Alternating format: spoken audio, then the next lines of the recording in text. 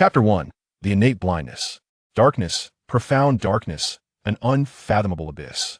Before Lin Yongming lay an endless expanse of murky blackness. He yearned to open his eyes, yet his eyelids felt as if they were burdened by the weight of the heavens. Those eyes, which were meant to witness the brilliance of light, remained obstinately shut. In his infancy, Lin Yongming believed that, given time, he would be able to behold the radiance before him. By the age of 3, he had come to accept that his congenital blindness would be alleviated when he awakened his martial spirit at 6, allowing him to perceive the vibrant hues of the world. Thus, he awaited that fateful day with bated breath. Lin Yongming, a name bestowed upon him by his father in this lifetime, signified a hope that he would never relinquish the dream of seeing the light again. Look, it's the innate blind boy. Do you think if I push him, he'll know where I pushed him? Of course not, he can't see. A few children from the village, upon noticing Lin Yongming wielding a cane, began to mock him. Their taunts were incessant, yet none dared to approach him with a shove. Over the course of 6 years, Lin Yongming had grown accustomed to such ridicule, for he had once been an adult in his previous life, and thus did not concern himself with the jibes of children. Moreover, their words held a kernel of truth. Soon, just a few days until the spirit hall, send someone to our village. For 6 long years, Lin Yongming had placed all his hopes of seeing the light in the awakening of his martial spirit. Though he was born blind and unable to perceive the world, he gleaned snippets of information from the conversations of others, discovering that he had arrived in a realm known as Douluo continent. After encountering the plotline of an anime titled Revive, My Beloved, he lost interest and unfollowed it. Little did he anticipate that one fateful night, while engrossed in a video game, he would succumb to exhaustion and die unexpectedly. Upon regaining consciousness, he found himself reborn as an infant. In this life, he was the cherished child of his parents, who had longed for him in their later years. As 6 years passed, his parents were nearing 50, and the prospect of having another child seemed increasingly unlikely. Thus, although Lin Yongming was inherently blind, the love of his parents enveloped him completely. A year prior, after saving for several years, his parents had sought the aid of a healing spirit master to treat Lin Yongming's eyes. As anticipated, the outcome was disappointing. Though they wished to persist, Lin Yongming had gently dissuaded them. Living in Thunderstorm Village, where the folk were simple and unpretentious, Lin Yongming often overheard his parents and villagers mention a city named Sodo. This confirmed his understanding of the village's location. Aside from the children, the adults in the village refrained from mocking Lin Yongming instead. They regarded him with sympathy. Yongming, father, what is it? Lin Yongming's ears perked up, honed to a remarkable sensitivity due to his blindness over the past 6 years. Upon hearing his father's voice, he turned his face towards him. The village chief has confirmed with me that in 3 days, the spirit master from the spirit hall will visit our village. Although you are congenitally blind, the chief hopes I can take you to awaken your martial spirit, which may serve as a final remedy for your eyesight. Lin Chong informed Lin Yongming. I will follow father's guidance. Lin Yongming replied with a gentle smile. Yongming, if it doesn't work out, you won't be disheartened, will you? Lin Chong asked with concern. In truth, Lin Yongming's father was torn over whether to allow his son to participate in a martial spirit awakening ceremony. After all, he and his wife were merely ordinary individuals without innate spirit power, making it exceedingly difficult to produce a child endowed with such gifts. Moreover, Lin Chong feared that if this awakening failed to restore Lin Yongming's vision, it might extinguish his child's will to live, having already disappointed him on several occasions in the past. Father, it's all right. Even if it proves ineffective, I will find solace in it. Besides, I can navigate the village paths without sight. Lin Yongming responded cheerfully, aware of his father's worries. My dear Yongming, how cruel fate is depriving you of the chance to witness the vibrant sunlight in our very forms. Lin Yongming's mother, Inglan, lamented, embracing him with a trembling voice. Mother, I am fine. I have nearly grown accustomed to it. Lin Yongming assured her, striving to infuse warmth into his tone. O lofty deity, I beseech you, lift the burden of punishment from my child. I am willing to bear it all. Inglan prayed softly, her voice a tender whisper in Lin Yongming's ears. Inglan, do not dwell on sorrow. Everything will turn out well. Let us eat. Lin Chong interjected as he approached. After dinner, as the glow of the sunset enveloped the horizon, Lin Yongming sat on the threshold, quietly attuned to the symphony of nature. The gentle rustle of the breeze, the melodious trickle of water, and the vibrations caused by the fluttering wings of mosquitoes and flies were all sensations Lin Yongming could perceive with clarity. As he grew older, his sensitivity to these fluctuations heightened. Even the subtle disturbance caused by a stone being thrown nearby could be sensed in terms of distance. Lin Yongming could not pinpoint the reason for this extraordinary ability and attributed it to his lifelong blindness. He was acutely aware that within a meter of his vicinity, he could sense every movement of the wind and grass. Yongming, why do you linger on the threshold? The night has fallen. Alas, it is a pity you cannot behold the breathtaking sunset upon the mountaintop. Upon returning, Yingluan found Lin Yongming sitting alone at the threshold, unable to perceive the beauty around him, and her heart ached with helplessness. Mother, you have returned, Lin Yongming said, rising with his cane in hand. Yongming, allow me to fetch water for your feet before you sleep. Mother, I'm sorry for being a burden all these years. Silly child, what are you saying? We would never consider you a burden. Do not let your mind wander. Lin Yongming fell silent, following his mother into the house. 3 days swiftly passed, and Lin Chong led Lin Yongming to the center of the village, where an ancient tree stood, at least 1,000 years old. The villagers had named this tree the Thunder Tree, believed to attract lightning, protecting the village from calamities during storms. Why is the blind boy here? Does a blind boy also need to awaken his martial spirit? Upon arriving next to the Thunder Tree, Lin Yongming's keen ears caught the whispers of several children nearby. Suddenly, a figure approached. Moving with a frail gait, it was the village chief, Leisa. Child, how are you today? The village chief, in his 60s, spoke with a gentle tone to Lin Yongming. Grandfather Leisuo, I am well. Thank you for your concern, Lin Yongming replied with a smile, despite his inability to see. What a well-mannered child you are. The esteemed spirit master will be arriving shortly. I hope this awakening brings you good fortune, Leisuo said, affectionately ruffling Lin Yongming's hair. Indeed, as they spoke, Lin Yongming's ears detected a sudden shift in the air, akin to a gust of wind, followed by a powerful tremor as something landed nearby. The spirit master has arrived. Let us proceed, the village chief announced, moving towards the spirit master. Esteemed spirit master, I must trouble you again this year, Leisuo said with utmost politeness. Have all the children due for awakening arrived? A robust and steady voice resonated. Lin Yongming discerned that this was a middle-aged man's voice, carrying a weightiness that surpassed even his father's. Yes, this year, we have 10 children who meet the age criteria. Children, gather before the spirit master, the village chief called out, specifically instructing his grandson, Lei Jingming, to assist Lin Yongming. Lei Jingming, a few months older than Lin Yongming and somewhat sturdier, approached to lend his support, guiding Lin Yongming towards the group. Very well. Now that everyone is present, I shall take them inside, the spirit master announced, turning toward the building behind him. Lin Yongming recognized this structure as the designated venue for the spirit hall's martial spirit awakenings, typically kept tightly closed. With Lei Zhengming's assistance, Lin Yongming stepped over the threshold into the building, where a musty odor of mildew assailed his senses. The children, unfamiliar with this place, observed with curiosity. After walking several paces, it seemed they had reached their destination, and Lei Zhengming halted. Concerned that his companions might tease Lin Yongming, he stood protectively by his side. All right, everyone quiet down. The martial spirit awakening is about to commence. I am your guide for the martial spirit awakening, hailing from the small town of Uerdo, a branch of the Soto City Spirit Hall. Next, I shall unleash my martial soul, the Gray Serpent. Please do not be anxious or afraid, simply follow my instructions, the Soul Master reassured the children. Indeed, it appears to be in Soto City, and the Spirit Hall has even sent individuals to the village.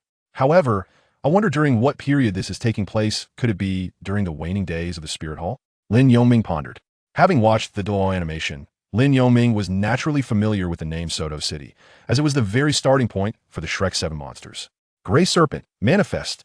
Suddenly, an enigmatic force erupted from the Soul Master, a manifestation of a unique soul power. Lin Yongming could distinctly sense the intense fluctuations surrounding the Soul Master. Regardless of the snake's nature, the Soul Master, upon the manifestation of his martial soul, transformed from gentle to icy, causing a stir among the children. Lin Yongming noticed that his companion, Lei Zhengming, trembled slightly. Yet, oblivious to the surrounding changes, Lin Yongming maintained a calm demeanor. I told you not to be nervous. This is my martial soul, the Gray Serpent. Soon, each of you will awaken your own martial souls. Let us begin from the left, the first one. Please step forward. The Soul Master continued to soothe the crowd before initiating the martial soul awakening process. The first on the left was none other than Lin Yongming. Xiaoming, you're the first. How fortunate. If you could see, you would surely hesitate, Lei Jingming remarked to Lin Yongming. Lin Yongming calculated the distance and took 10 steps to stand before the Soul Master, remaining composed. A blind child? Very well. This presents an opportunity to demonstrate the procedure for the other children, the Soul Master mused, intending to guide Lin Yongming carefully so that the others could comprehend the process. Chapter 2. The Secret Transmission of Waves, the Heart's Eye. With determination, the Soul Master produced 6 brown stones from his bosom. These stones, known as awakening stones, are vital tools for martial soul awakening. The awakening stone must be combined with the Soul Master's soul power to awaken the hidden martial soul within an individual's bloodline, marking the commencement of the martial soul awakening ceremony. In the Douluo continent, every person possesses a unique martial soul. Accompanying the awakening of the martial soul is the inherent soul power, referred to as innate soul power. If one does not possess innate soul power during their first martial soul awakening, it is impossible to cultivate soul power and become a soul master. Therefore, while martial soul awakening does not guarantee one will become a soul master, possessing innate soul power ensures it. Thus, to become a soul master, martial soul awakening is merely the first step. Children, pay close attention to the forthcoming steps. Follow the example of the individual before you. Awakening stone, arise. The Soul Master of the Spirit Hall concentrated his soul power in the palm of his hand and infused it into the awakening stone, which began to emit a faint golden glow. The 6 awakening stones then circled Lin Yongming in a rhythmic pattern. The stones illuminated one another, forming a golden circle that enveloped Lin Yongming. Little one, focus on sensing everything within you. Do not suppress it. Allow it to unfold naturally. The awakening power emitted by the stones will guide the awakening of your martial soul, the Soul Master explained while maintaining the infusion of soul power. At that moment, Lin Yongming felt a wave of warmth, reminiscent of a mother's nurturing embracia, comforting force. With a crack, Lin Yongming distinctly sensed a barrier within him shattering. Thump, thump. In an unusually tranquil state, Lin Yongming perceived 2 distinct heartbeats. One resonated like an ancient melody, unique and profound. It has emerged. A weapon, resembling neither sword nor knife, coiled with lightning like a serpent, crackled ominously. A thunderous roar echoed through the heavens amidst the clear skies. Several bolts of lightning gathered above the martial soul awakening chamber. Lightning descended from the heavens, piercing through the layers of the roof and striking Lin Yongming's brow. Be careful, the Soul Master exclaimed in shock, inadvertently releasing his grip on the awakening stone's soul power. However, Lin Yongming did not cease the awakening ceremony, even as the awakening stone fell to the ground, having lost its sustaining soul power. The golden circle transformed into a blue circle composed of lightning. At this moment, Lin Yongming slightly spread his arms and legs, gazing upward at the ceiling, where a blue mark appeared on his brow, resembling an eye yet to be opened. But soon, this mark concealed itself within his brow. How could a martial soul awakening produce such a commotion? Could it possibly be a martial soul with full innate soul power? The Soul Master gazed in astonishment at this unexpected phenomenon. Based on his extensive experience guiding others, he had never encountered such a scenario. Meanwhile, the other 9 children, now gripped by terror, distanced themselves from Lin Yongming, some even retreating to the door. Is martial soul awakening truly that frightening? Are we to be struck by lightning? Lei Zhengming, standing closest, thought nervously. While the crowd murmured in trepidation, Lin Yongming felt his awareness of the external world growing increasingly vivid. Could it be that my vision is improving? No, I have not opened my eyes, nor can I, yet my perception is clearer than sight. Lin Yongming realized that his awareness was expanding outward from his center. 1 meter, 2 meters, 3, 9 meters, 10 meters. Within a 15-meter radius, though still shrouded in darkness, he could distinctly sense everything within that range. To sever flesh with a blade, to cleave the soul with the heart, the physical eyes remain dormant, while the heart becomes the eye. The secret transmission of waves, the chapter of darkness. The heart's eye is awakened, perception is initiated, willpower is fortified, and the imprint of lightning attributes is activated. Characters appeared in Lin Yongming's sea of consciousness. Though he had never encountered such before, he instinctively understood their meaning. The chapter of darkness, the heart's eye. The waves. Could this be the secret of the game class known as the Great Dark Heaven, commonly referred to as the Blind One? Upon seeing these, Lin Yongming comprehended. It was clear why his perception of the surroundings had become increasingly acute. He realized he had activated the heart's eye skill, enhancing his awareness of waves and airflow. Azura, the Great Dark Heaven, the legacy of the Heavenly Emperor perhaps? As the aura encircling Lin Yongming dissipated, A weapon resembling a sword, yet akin to a knife, appeared in his right hand, styled like a Tang Dao. However, due to the thunder's influence, this Tang Dao bore the imprint of lightning attributes. Was this intentional or merely a coincidence? Am I to specialize in lightning attributes rather than mastering various abilities like ice and fire as in the game? Lin Yongming sensed the underlying purpose, contemplating that perhaps the Heavenly Emperor in the game's backstory had initially taken a misguided path. Had I solely dedicated myself to mastering the nuances of thunder from the very beginning, forsaking the elements of ice and fire, perhaps I could have ascended to greater heights. To shatter the darkness with a bolt of lightning, allowing me to once again bask in the light of day? That does sound quite appealing. A blade. Or perhaps a sword. Child, are you unharmed? Have you sustained any injuries? The guide stepped forward, casting a concerned glance at Lin Yongming's Tang Dao. It is worth noting that if anything were to befall the young one before him, he too would bear the burden of responsibility. Uncle, I am fine. This on my right hand is my martial spirit, is it not? Lin Yongming remained with his eyes closed, yet with his inner sight and sense of fluctuations awakened. He could discern the position of the air currents. He was certain that the middle-aged man before him stood merely 30 centimeters away, directly in front of him. That is a relief. If all is well, it must indeed be your martial spirit, one that belongs to the category of weapon spirits. Lin Yongming discerned a subtle shift in the tone of the individual before him. You all, come closer. Why stand so far away? It is time to assess your innate soul power. With that, the Soul Master called the distant children to approach once more. Simultaneously, he produced a blue crystal orb. Although Lin Yongming could not perceive its color, the fluctuations he sensed indicated that the Soul Master held an additional object in his hand. The 9 children returned to their designated positions, aligning in a straight line behind Lin Yongming. Young ones, the Master instructed, retract your martial souls with your thoughts, and place your left hand upon the crystal orb. Observing the group as they reformed into an orderly line, the Soul Master nodded in satisfaction before addressing Lin Yongming. Lin Yongming nodded thoughtfully, and with a mere flicker of his mind, the martial soul adorning his right hand vanished, transforming into a delicate blade that concealed itself within his being. He then raised his left hand, groping in front of him, prompting the Soul Master to swiftly grasp Lin Yongming's left hand and place it upon the cool surface of the crystal orb. In truth, Lin Yongming was aware of the orb's location, yet feigned a blind search for it in contemplation. Let me see, he pondered, curious to ascertain whether the commotion was indeed caused by a rare prodigy, blessed with innate full soul power. The Soul Master from the Spirit Hall regarded the tightly shut eyes of Lin Yongming with a grave expression. Chapter 3, Martial Soul Thunderblade, Innate Full Soul Power. Lin Yongming placed his hand on the crystal ball used for testing soul power. Before long, a surge of energy surged through his body, coursing through his meridians to his left arm and into the palm of his hand, where it was promptly absorbed by the crystal ball.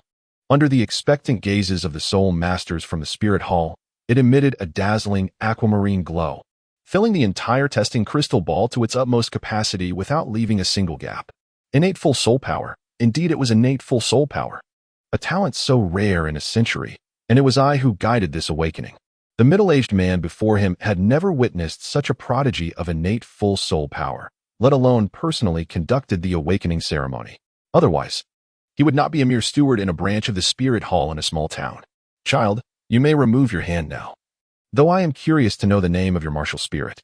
Its form resembles that of a sword or a knife, yet I have never seen such a thing. Moreover, I sincerely invite you to join our Spirit Hall. The steward's excitement grew as he spoke, bending slightly forward, placing his hands on Lin Yongming's arms with hopeful eyes. Sir, my martial spirit is called Thunderblade. As for the other matters, I need to consider them. Uncle, please proceed with the awakening of the others for now, Lin Yongming replied, gently shaking his head in refusal. Indeed, there are pressing matters to attend to. We shall discuss it later. The steward nodded, calming himself before calling out. Next, after Lin Yongming stepped back into the line, the steward began guiding the next child in their awakening.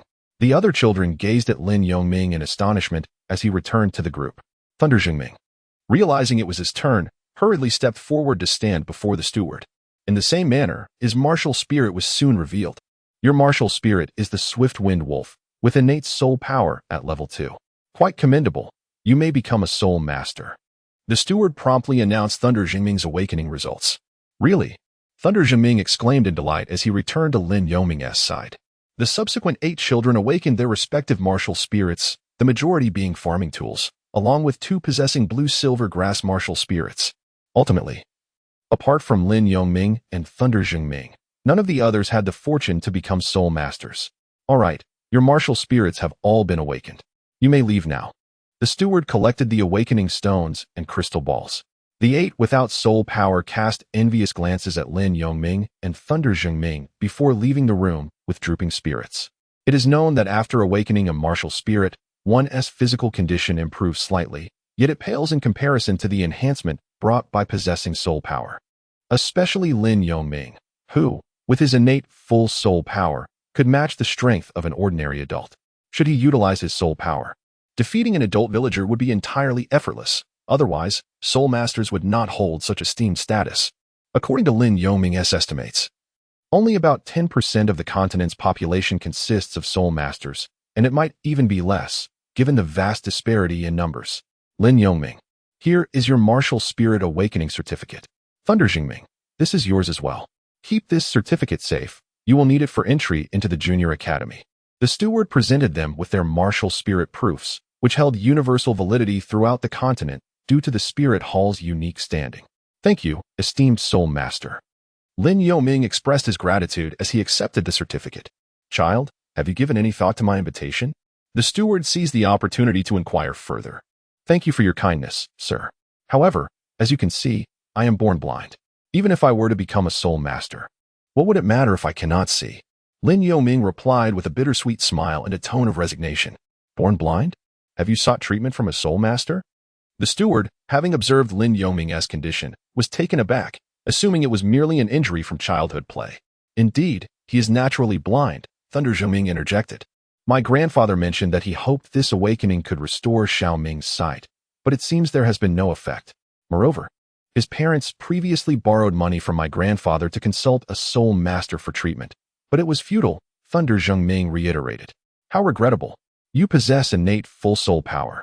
In the past decade, I have only heard of one instance where the Pope took on a disciple with innate full soul power, who subsequently became a saintess of the Spirit Hall, a truly once-in-a-century occurrence.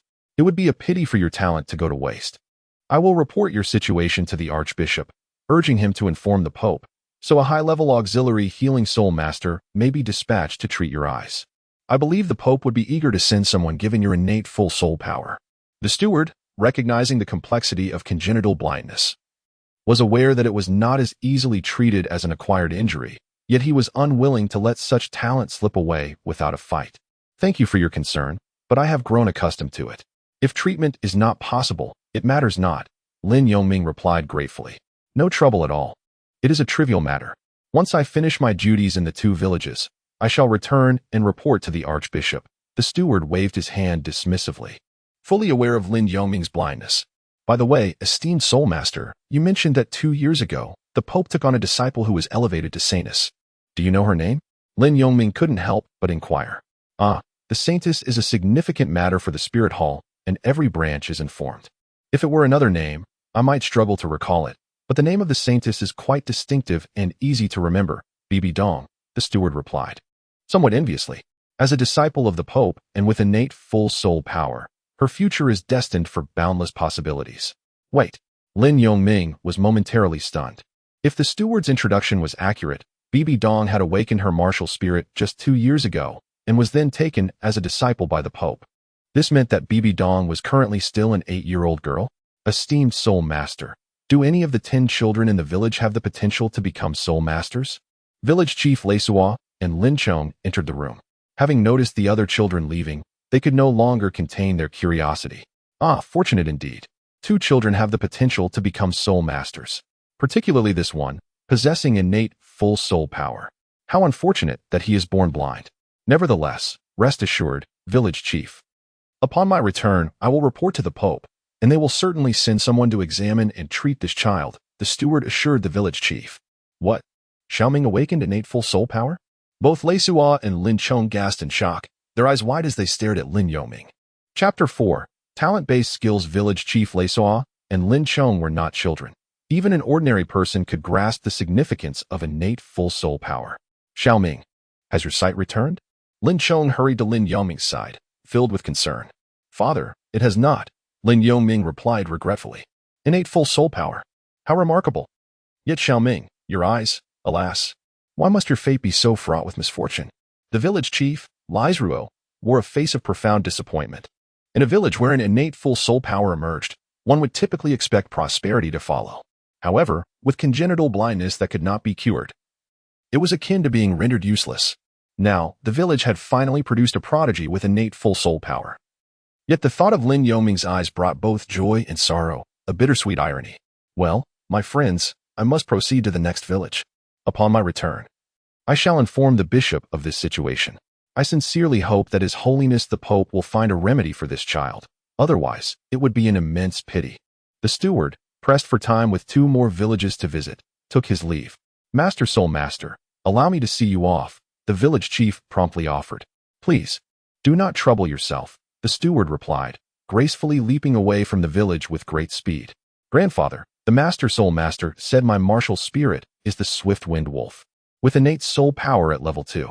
Look, here is the certificate issued by the Master Soul Master, Lei Jingming boasted proudly. Very well, Minger, you have done well. The village chief responded with a smile. Chong, do not lose heart. The Master Soul Master mentioned that Xiao Ming possesses innate full soul power, which means that if we can find him a soul beast, he will be able to become a soul master. Furthermore, the Master Soul Master intends to report this to the esteemed Pope, so let us not be overly pessimistic. The village chief earnestly encouraged Lin Yoming's father, Lin Chong. Chief, I understand, but there remains a sense of loss within me. Is this truly a form of punishment? Lin Chong said with a bitter smile, shaking his head. Lin Yoming, upon hearing Lin Chong's tone, felt a twinge of guilt. After all, human hearts are tender, and while he possessed the experience of a second generation, his parents in this lifetime had treated him quite well. In truth, Lin Yoming was aware that his eyes had not been devoid of the chance to open. If he could comprehend the final chapter of the secret transmission of waves, he would be able to unlock the Eye of Wisdom. However, by the time he grasped this ultimate secret, he would likely have ascended to the rank of a Douluo or even become the god of thunder, wielding dominion over lightning, a journey that felt exceedingly distant for Lin Yoming at present. Eventually, Lin Yoming accompanied his father back home, while Inglan, upon hearing the news, was silently overcome with tears. Mother, it's all right. Although I still cannot open my eyes, I can sense everything within a few meters around me. For instance, at this moment, 2 little birds are playfully flitting towards the fence of our yard. Observing this, Lin Yoming shared his newfound awareness with his parents. Lin Chong quickly turned his gaze outside, just in time to see the 2 sparrows frolicking on the fence. My dear, is this truly the reason behind possessing soul power? He exclaimed, promptly nudging his wife. Minna, what else can you see? Inglan asked with a glimmer of hope. Well, there is a little dog outside the yard. Gnawing on the grass, Lin Yoming replied. Wonderful. At last, there is a glimmer of hope. Perhaps as your soul power increases, your eyesight will naturally improve, Inglan said. Her voice choked with emotion as she embraced Lin Yoming, tears of joy streaming down her face. Lin Yoming smiled faintly, remaining silent. Yet, if he could bring a touch of joy to his parents, why not? The skill of the heart's eye is not classified as a form of mental power, for it is ever present and does not deplete one's spirit. It is merely a gift. Thus, Lin Yoming can perpetually maintain the state of the heart's eye, perceiving the world as an alternative vision devoid of color. After lunch, he sat quietly on a stone bench in the courtyard while his parents busied themselves in the fields. This afternoon, Lin Yoming could deeply appreciate the subtle fluctuations of the ancient teachings. Lin Yoming thus came to realize that he possessed 5 distinct talents of a growth-oriented nature. Firstly, there is the eye of insight. Though one's physical sight may be obscured, the ability to sense all things prevails, rendering those who rely solely on their vision as foolish. This talent allows for the locking onto of targets, delivering indiscriminate attacks. The second talent is perception. It grants the foresight to anticipate danger, making one impervious to unseen threats. Furthermore, the synergy between perception and the eye of insight enables clarity beyond that of mere sight, reducing susceptibility to deception. The third talent is resilient will. It empowers one to grow stronger in the face of adversity, augmenting both attack power and even the depth of one's soul energy, surpassing peers of the same realm. The fourth talent, wave imprint, thunder element, it bestows an exceptional affinity for the natural force of thunder, thereby enhancing one's thunder-based attacks while minimizing energy expenditure. For instance, where others might expend 50% of their soul energy, One could achieve the same potency with merely 10%. The fifth and most significant talent is the aura of killing intent. It captivates the soul, instilling a sense of intimidation within a certain realm, thereby diminishing opponent's strength while augmenting one's own attack and presence. When activated against foes of lower realms, it can inflict mental damage, potentially shattering their resolve. This effect persists as a continuous drain on the enemy's mental fortitude, albeit at a cost to Lin Yongming's own spiritual energy. Truly, this is the secret transmission of the Azura's aura. Lin Yongming beheld a familiar skill. The passive ability from the Azura class in the game had unexpectedly transformed into his own innate talent. Subsequently, Lin Yongming discovered 3 fundamental skills within the secret transmission of fluctuations: the wave split slash, the earth split slash, and the block. The wave split slash is an upward attack that possesses a certain control effect, while the earth split slash is a forward strike that has a repelling effect. The block serves as a defensive skill, capable of mitigating a portion of incoming damage when executed. It appears that these skills will require my diligent practice. Lin Yongming contemplated and summoned his martial soul, the Thunderblade. The blade measured 2.5 feet in length, its entire body a deep azure hue, occasionally adorned with flickers of tiny lightning that danced around its form. Lin Yongming caressed the blade from tip to hilt and soon began to wield it. Each swing was accompanied by a resounding thunderclap. Being a 6-year-old with a martial spirit, Lin Yongming handled the 2.5-foot-long blade with remarkable ease. Unbeknownst to him, he started practicing the fundamental techniques of the wave split slash and the earth split slash. After nearly 2 hours, with his arms feeling sore and numb, he finally ceased his training. The sky was adorned with fiery clouds as the steward of the Spirit Hall returned to the Spirit Hall branch in Wuger town after visiting the remaining 2 villages. Su Qing, how was your visit today? Inquired the branch leader. Your Excellency, I was just about to report that I have uncovered a genius possessing a weapon-type martial spirit with innate full soul power in Thunderstorm Village. The steward replied respectfully. What? Innate full soul power? Such a talent. Why didn't you bring him back? The leader was taken aback. Upon reflection, the leader, who had worked alongside Su Qing for many years and understood their personalities, realized that there must be a reason for not bringing the genius back. Could there be some underlying issue? He asked gently. Indeed, there is a reason. The child is blind, and it is congenital blindness. Although he is a genius with innate full soul power, this flaw is exceedingly debilitating, which is truly regrettable, Su Qing lamented. Otherwise, having discovered a genius with innate full soul power could have advanced his own standing, even potentially earning a reward from the Spirit Hall headquarters. Congenital blindness is indeed a pity. Innate full soul power is rare, not something found in abundance, the leader mused, stroking his white beard. Hearing of the congenital blindness, the leader felt the gravity of the situation. Losing an arm or a leg would be more manageable than such a fatal flaw. Therefore, I propose we report this matter to His Holiness the Pope, to see if anyone at headquarters can remedy this defect. Su Qing expressed his thoughts.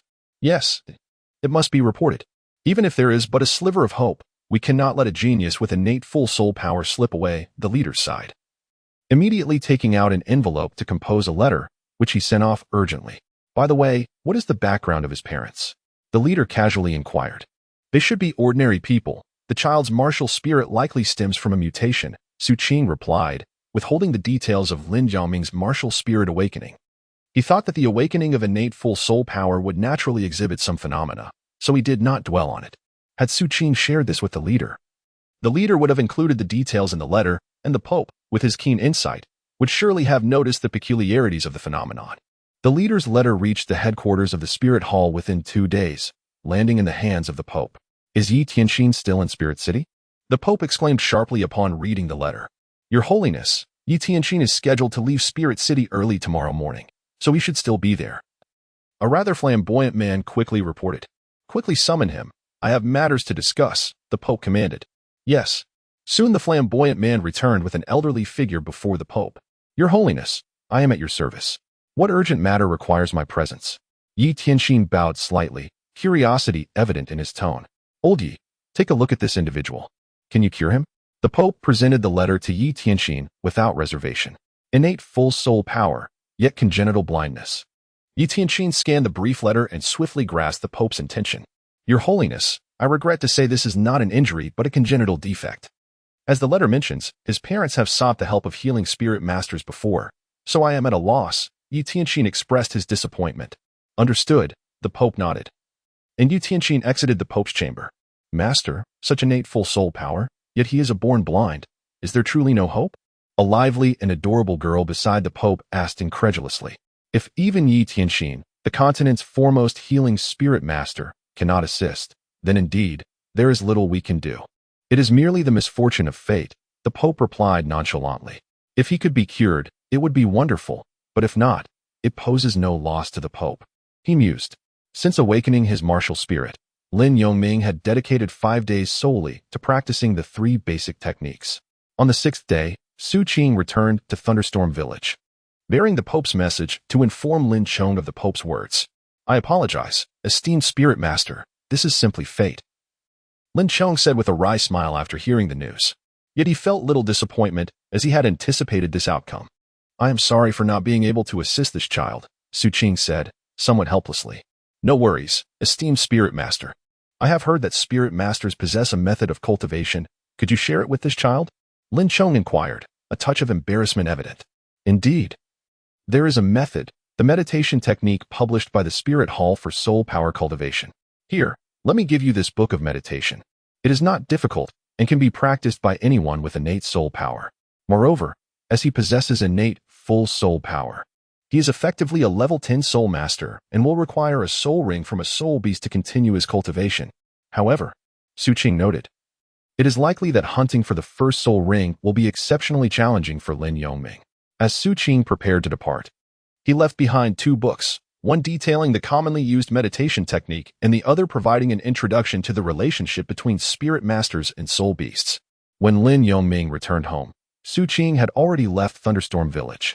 Tomorrow, the soul master departed not long ago, leaving behind the cultivation methods for soul masters.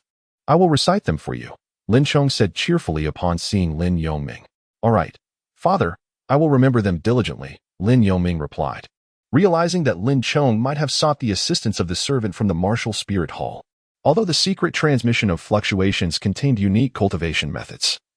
Lin Yongming listened attentively, wishing not to disappoint his father's heartfelt intentions. Lin Chong read slowly. The several hundred words took nearly half an hour, fearing that his child might not retain the information. After finishing, Lin Chong took another book and went to the village chief's home. Chief, the soul master said that to become a soul master, Ming'er needs a soul ring from a soul beast. What should we do? Lin Chong sought advice from Lei Suo. Soul beasts, a chone, are not something we can handle. Let me think. The chief frowned and pondered. I have it. Our Thunderstorm village is rich in resources compared to other villages. We can hire a soul master to capture a soul beast, he finally said after a few minutes. That sounds good, but it might cost a lot. You know our family can only afford a few gold soul coins. Lin Chong replied bitterly, feeling quite helpless. 1 gold soul coin is sufficient for a villager's livelihood for an entire year, yet it is trivial for a soul master. Ah Chong, do not worry. Even if Ming'er cannot see, once he becomes a soul master, his consciousness will surpass that of ordinary people. When he grows up, he can help defend the village from wild beasts. I will contribute a portion of the money. After dinner, I will explain the situation to others so they can pitch in. The chief smiled gently, offering his thoughts. Thank you. Thank you, Chief. Lin Chong expressed his gratitude. We are all from the village, no need to be polite. Moreover, it is such a pity for Ming'er. He possesses innate full soul power. I believe everyone will help you. The chief immediately urged Lin Chong not to kneel. After dinner, the chief gathered more than 60 heads of households in Thunderstorm Village to explain Lin Yongming's situation. Once the chief finished introducing the matter, while others discussed, Lin Chong stood up. Everyone, you are all aware of my situation. Consider it a loan from you, and I hope you can support me. I will repay each of you in due course, Lin Chong earnestly addressed the crowd. Dad. Lin Yongming felt Lin Chong's emotions at that moment, moved within. Indeed. It was exceedingly difficult for Lin Yongming to obtain his own soul beast. The village consisted of ordinary people, and his current ability to perceive the world made it impossible for him to navigate beyond the village, let alone the Stardow forest that was likely 1,000 miles away. As for the Hunting Soul Forest and the Sunset Forest, they were even farther from Soto City than the Stardow Forest. Furthermore, due to the Divine Realm's special restrictions on Douluo continent, without a soul ring to advance to the next level, even possessing the secret transmission of fluctuations would not allow him to break through. Thus, Lin Yongming genuinely needed a soul ring to progress. Brother Chong, do not say that. We are all from the same village and have lived together for nearly a lifetime. I will help. I can contribute 2 gold soul coins. A villager of similar age to Lin Chong stood up. With the first pledge made, others began to express their intentions. Brother Chong, I can contribute 3 coins. I can offer 2. Lin Yoming silently noted each villager's response, internally whispering, "Thank you all." However, he understood that this amount of money would barely suffice to hire a hunter, making it exceedingly challenging to capture a soul beast, let alone a 100-year soul beast. The cost of transporting the soul beast back to the village would likely exceed 10,000 gold soul coins. Chief, we are uncertain how much it costs to hire a soul master to hunt a soul beast. Soul masters are esteemed. We fear that our pooled funds may not even cover their travel expenses. A villager who frequently sold goods in the town raised a concern. You have reminded me. Tomorrow, since you're going to the town, please inquire about it, the chief promptly replied. After further discussion, the sky darkened, and everyone returned home. Minger, do not worry. Father will do his utmost to ensure you possess your own soul ring, Lin Chong reassured as they walked home hand in hand.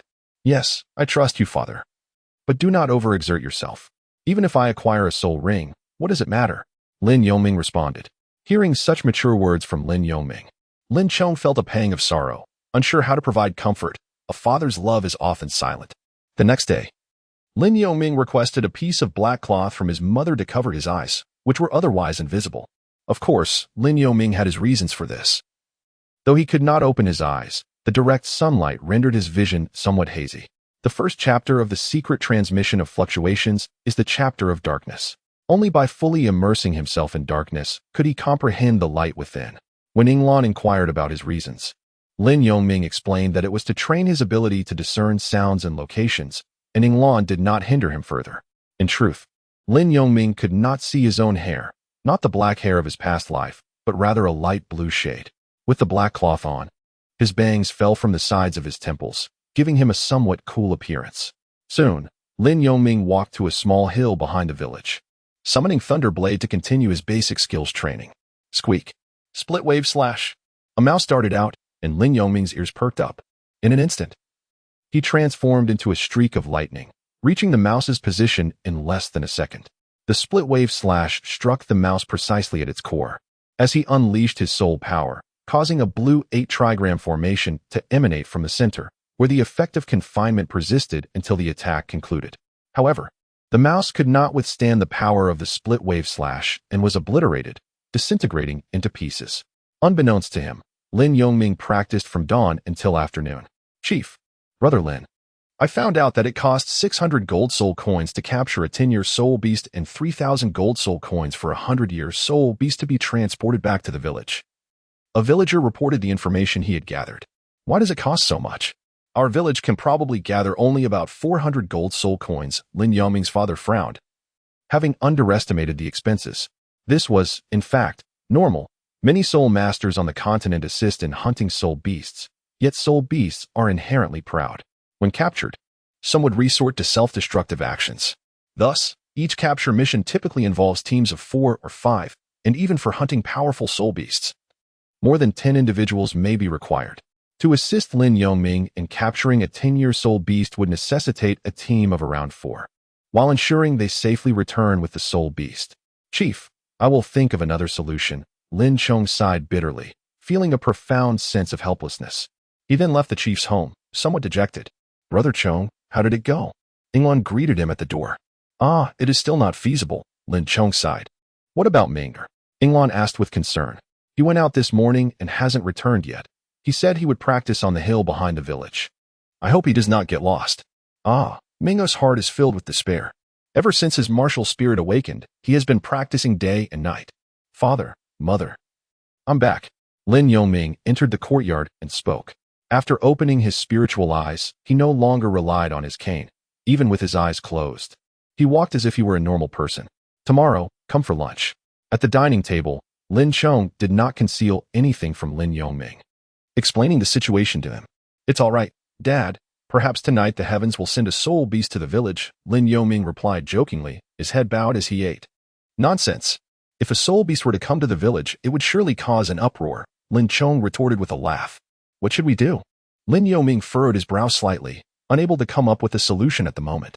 Another day swiftly passed, though for Lin Yoming, there was little distinction between day and night.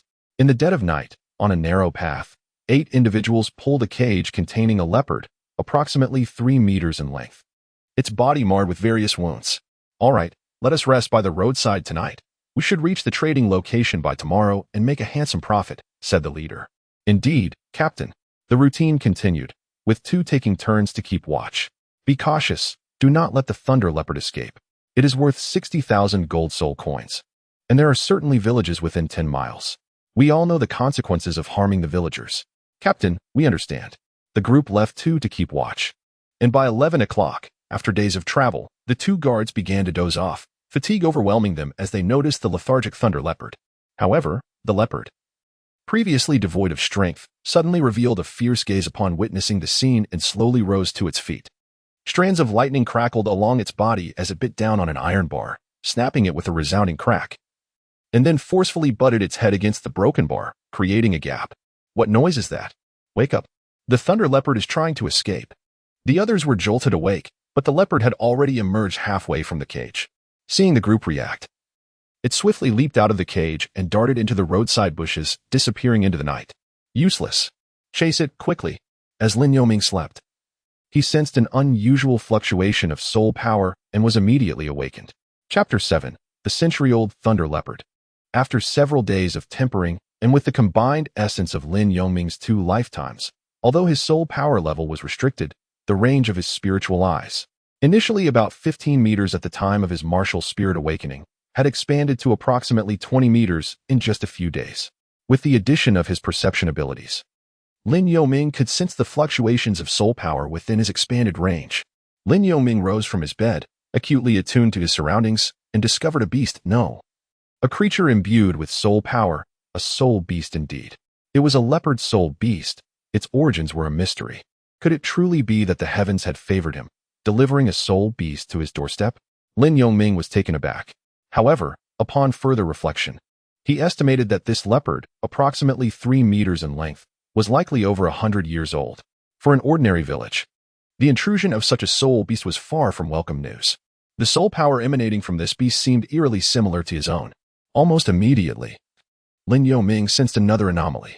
The fluctuating imprint of the lightning element bestowed upon him an unparalleled affinity with the thunderous forces, leading him to realize that the soul power of this creature was also lightning-based, a soul beast of 100 years, and one of the lightning element at that. Was this not the perfect soul ring he had long desired? In an instant, Lin Yoming was determined not to let this opportunity slip away. He hastily descended from his bed, clad only in his night attire. Meanwhile, the soul beast had entered a nearby yard, causing a commotion among the chickens and dogs. Soon, every dog in the village had picked up the disturbance and began barking in response. It turned out that the thunder leopard, having been captured in the Stardow forest and journeying for days without sustenance, was now famished and had entered hunting mode upon encountering the village's livestock. Despite the narrow path being over 10 miles from Thunderstorm Village, the thunder leopard swiftly broke free from its captors and fled. With its natural speed and the added advantage of lightning element soul power, coupled with an instinctual drive for survival, it easily evaded its pursuers for the time being. In a sudden, ferocious attack, the leopard pounced on a dog, swiftly ending its life. Other dogs rushed to the scene, barking frantically as they retreated in fear. The once tranquil night was now filled with chaos, and even those villagers who had yet to witness the beast were alerted to its presence and rose to investigate. The owner of the house, armed with a candlestick, initially suspected a thief had come to pilfer his fowl. However, upon opening the door, he was met with a shocking sight. The leopard had seized his dog. Hearing the commotion, the thunder leopard turned its fierce gaze upon the villagers. "A leopard! Someone help! A leopard has entered the village!" The fearsome glare of the creature, combined with its imposing size, caused the villagers to recoil in terror, their faces draining of color. What transpired? Most of the villagers rushed toward the scene, brandishing torches and candlesticks. "It's a giant leopard, far too large to be a mere beast," they cried out. Their panic palpable, especially among the women who screamed in horror. At this moment, the entire village was awake. "Minner, why are you out here? Return inside. I will check things out," Lin Chong said as he stepped out, only to find Lin Yoming already in the yard, stepping forward to intercept him. Lin Chong, brandishing a common machete, his martial spirit, was determined to protect his son. "Dad, wait.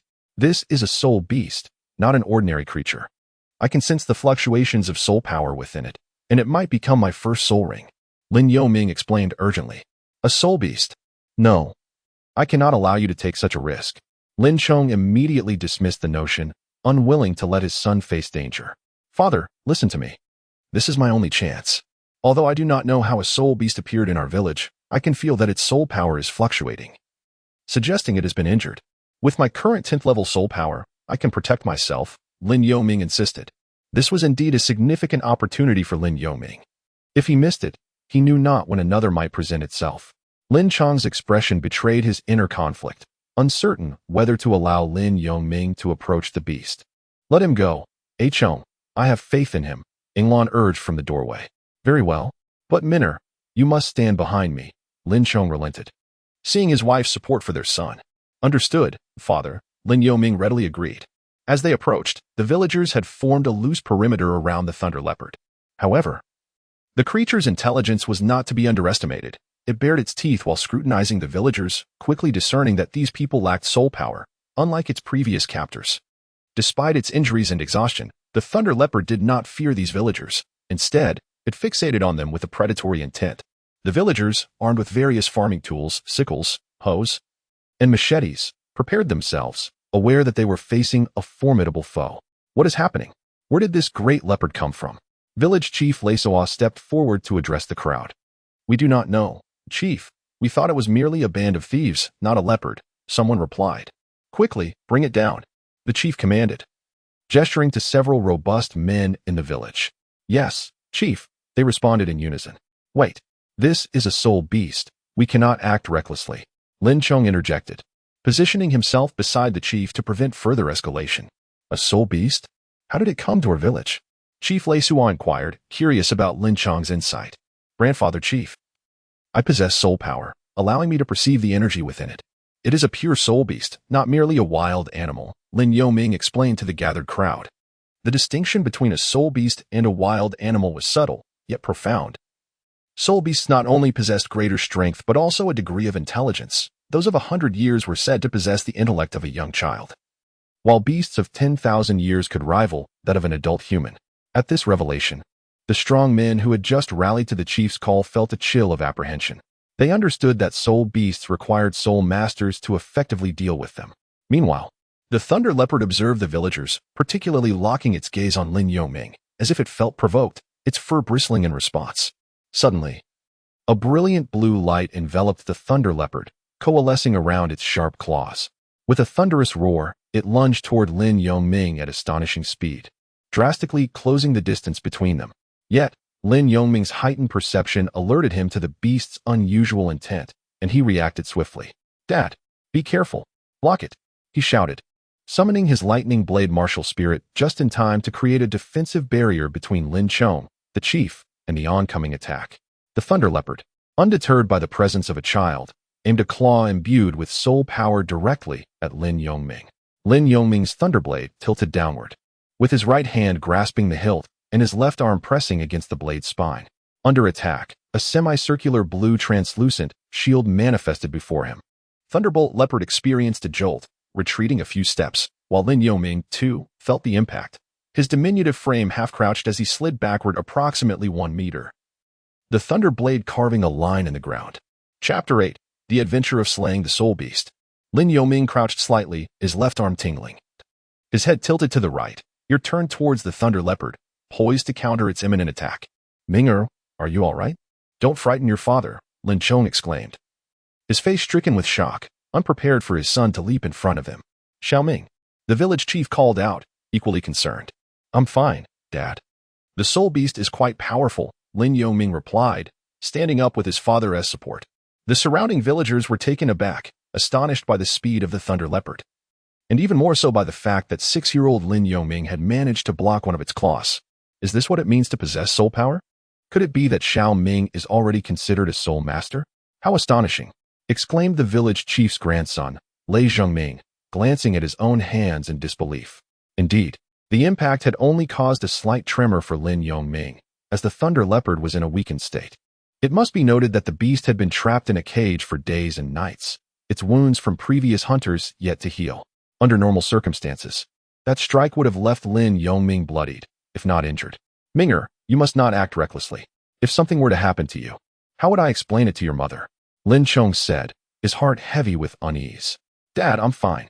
As a soul master, I must confront the task of hunting soul beasts in the future.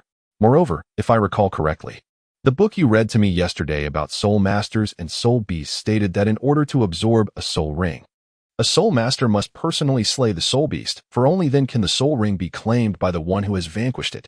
Lin Yoming seized the opportunity to elucidate his reasoning to Lin Chong. But you're still so young. How can you? Before Lin Chong could finish his sentence, the thunder leopard erupted in a furious roar. Upon witnessing the soul power emanating from Lin Yoming, the thunder leopard recalled its own plight, fixing its malevolent gaze upon him. In that moment, captivated by Lin Yoming, the thunder leopard, after its furious roar, dug its claws into the ground and lunged towards him. Blind man, be careful, Lei Jingming shouted urgently. However, Lin Yoming had already sensed the thunder leopard's movement, and, without waiting for Lin Chong to say anything further, took the initiative to strike. Wave of murderous intent. At the moment he launched his attack, Lin Yoming activated the skill of murderous intent. This skill was rather unique, capable of functioning as both a passive ability and an active release. Indeed, under the influence of the wave of murderous intent, the thunder leopard's speed diminished, indicating the effectiveness of the intimidation.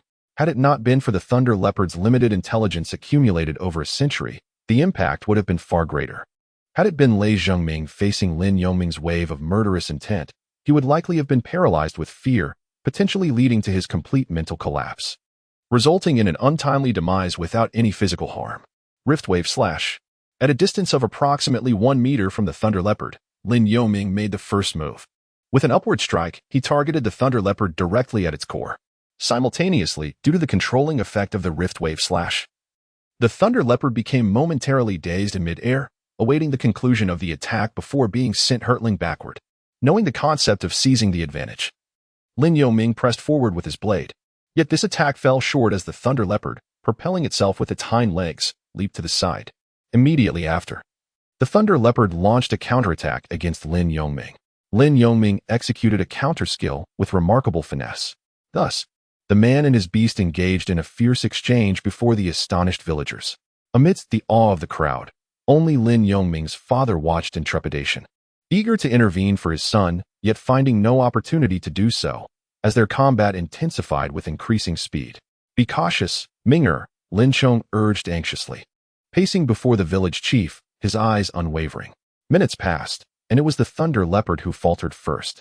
The combination of intense exertion, exacerbated by its previous injuries, and the gnawing hunger led to a rapid depletion of its stamina.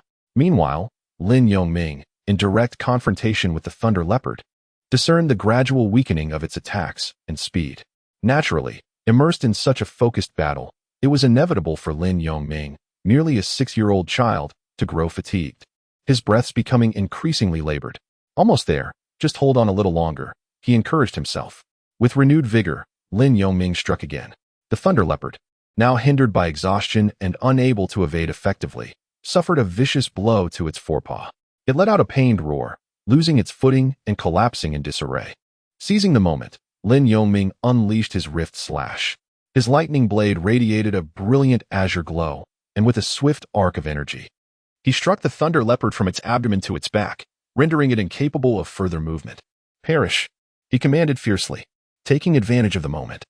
Lin Yoming lunged forward once more, his blade poised to strike. With a swift leap, the tip of his knife descended forcefully, piercing through the skull of the thunder leopard and embedding itself into the ground. The creature struggled, its body and hind legs thrashing in a desperate attempt to free itself. But Lin Yoming held it down firmly.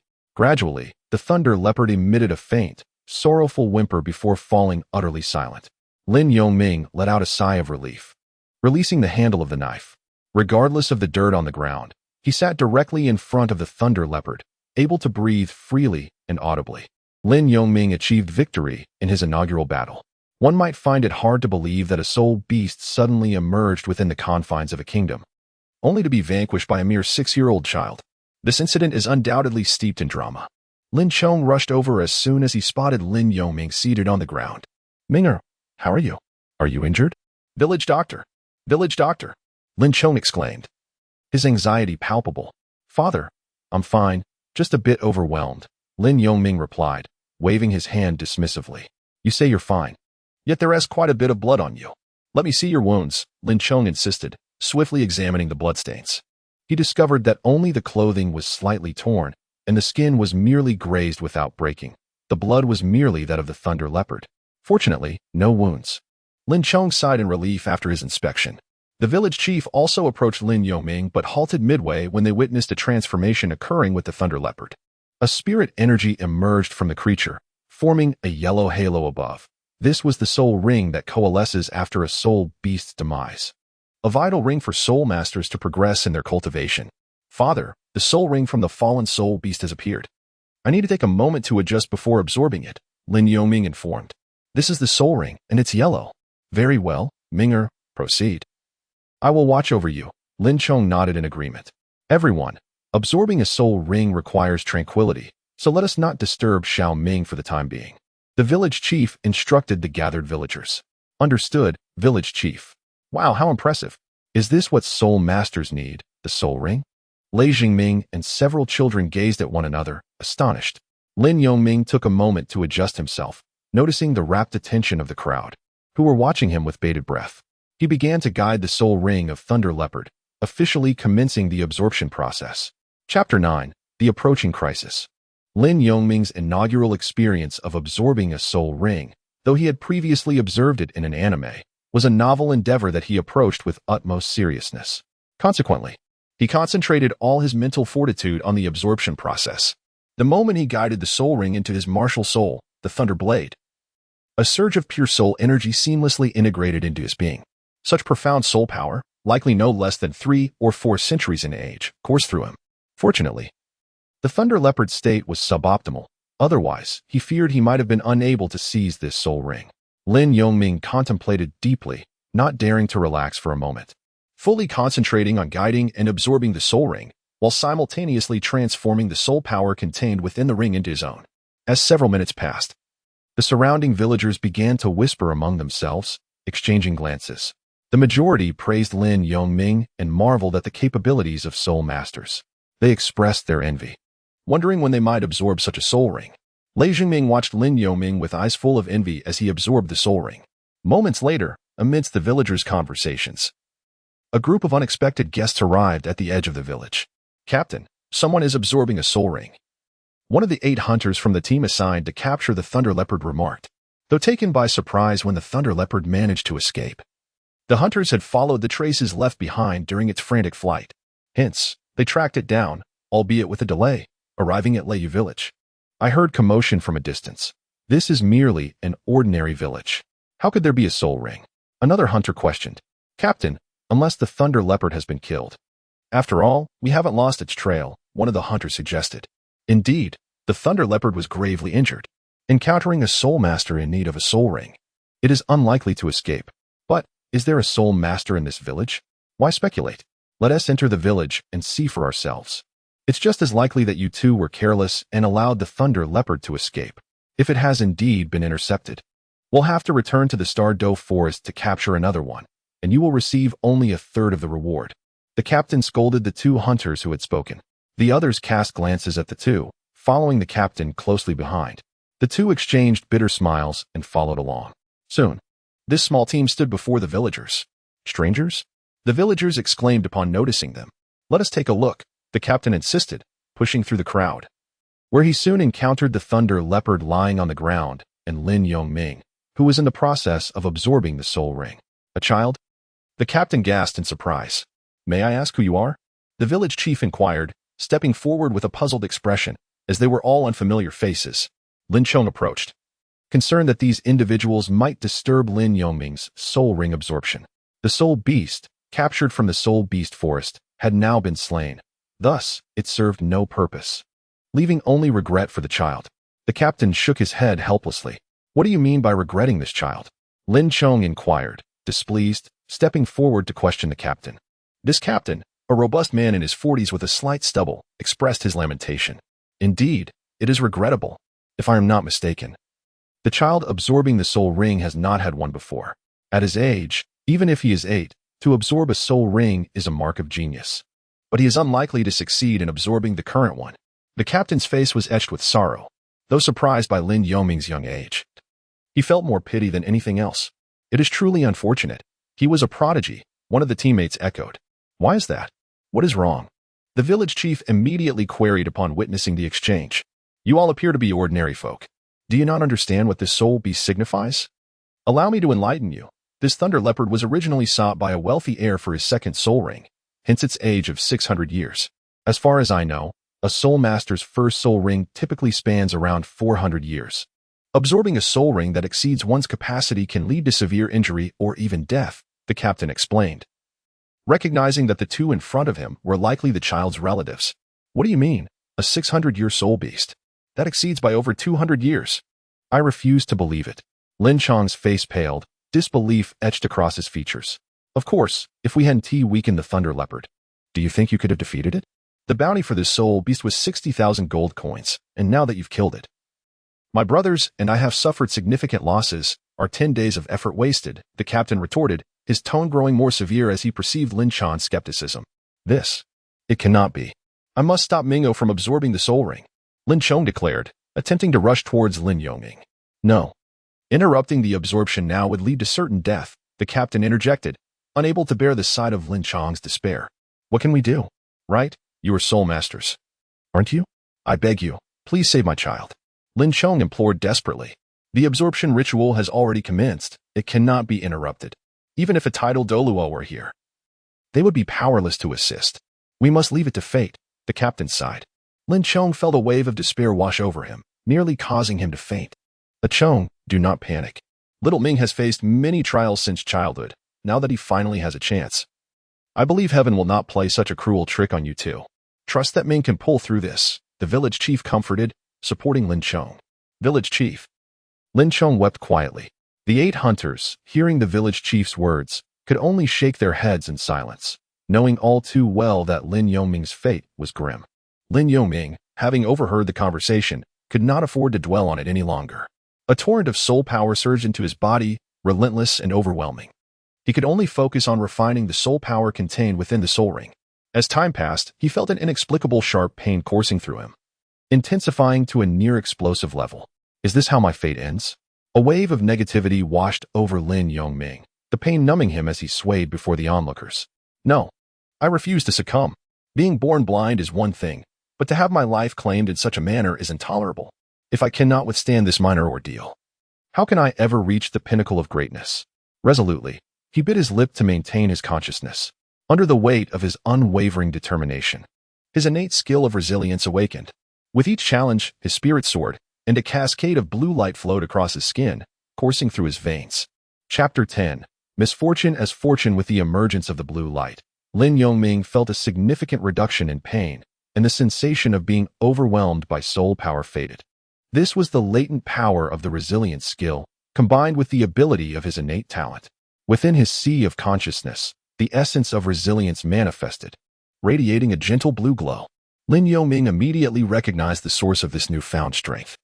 This power not only assisted him in absorbing the soul ring but also fortified his body in the process. Lin Yoming was uncertain about the origin of this newfound power. He had previously conducted research, yet all he had acquired were mere words, leaving him devoid of any substantial findings. Now, unexpectedly, this force had emerged to assist him, perhaps sensing the impending crisis. With the aid of this power, Lin Yoming found himself absorbing the 600-year soul ring with increasing ease, and his restless body gradually began to find tranquility. Lin Chong observed that Lin Yoming remained motionless, and his anxiety grew with each passing moment, particularly after hearing the words of the hunting team leader. However, Lin Chong found himself powerless, even hesitant to approach Lin Yoming. The 8 hunters had not departed, likely intending to witness the outcome of a soul master absorbing a soul ring beyond their years. Time seemed to stretch for half an hour as Lin Chong and the village chief remained fixated on Lin Yoming. Was there still a shred of soul power left? During that half hour, Lin Yoming endured his own struggles, but ultimately, with the aid of the secret technique's fluctuations, he managed to master the 650-year Thunder Leopard soul ring. Indeed, after absorbing the soul ring, Lin Yoming finally learned the age of the soul ring that had nearly led to his demise. Upon completely mastering the soul ring, a new skill emerged within his consciousness, and Lin Yoming understood its origin. Thunder Slash. This was the soul skill bestowed upon him by the Thunder Leopard soul ring. by concentrating soul power on his lightning blade. He could unleash 2 blades of lightning element towards his foes, striking with astonishing speed within a range of over 10 meters, traversing the distance in the blink of an eye. Furthermore, Thunder Slash possessed a certain degree of penetrating power. Originally, the Azure Profession skill was named Evil Light Slash, but as it was now a lightning-based skill, Lin Yoming accepted the name Thunder Slash. Of course, the name was of little importance. What truly mattered was that he had finally acquired his own soul ring. Following the breakthrough from absorbing a soul ring beyond his years, his soul power surged to level 14, allowing him to continue his cultivation. This crisis yielded not only a soul ring and an elevation in cultivation level, but also a significant enhancement of his physical form. As Lin Chong sat beside Lin Yoming, his expression one of despondency, he suddenly felt a breeze sweep past him. Raising his head, he beheld Lin Yoming slowly rising to his feet, a brilliant golden halo shimmering at his feet. Due to the successful absorption of the soul ring, Lin Yoming felt a remarkable rejuvenation, his exhaustion completely dissipated, and his body was in an unprecedented state of vitality, reminiscent of the day his martial soul awakened. Tomorrow, you've awoken. How wonderful! Lin Chong exclaimed as he rushed forward to embrace Lin Yoming, his joy palpable. It was a rare moment for a man to shed tears of tenderness, reserved only for his kin. Father, I'm all right now. Thank you for your protection, Lin Yoming replied, resting against his father's chest. Such a phenomenon is unbelievable. It defies all conventions. How could anyone surpass the limits of soul ring absorption?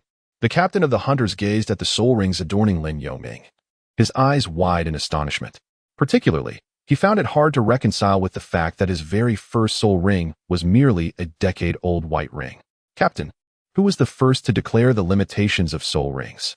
Surely, they cannot be misleading us, another incredulous member inquired of his leader. Enough. Do you really think I would lie about something that the Spirit Hall announced ages ago? The captain retorted, casting a stern glance back.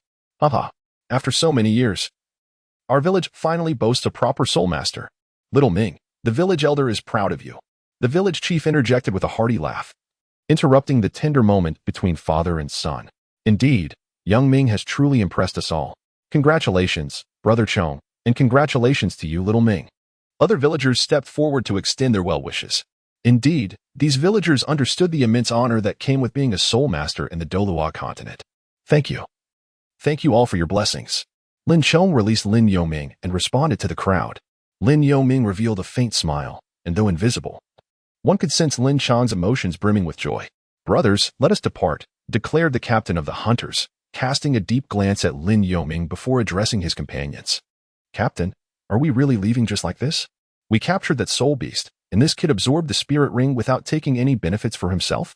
One teammate exclaimed anxiously. Let it be.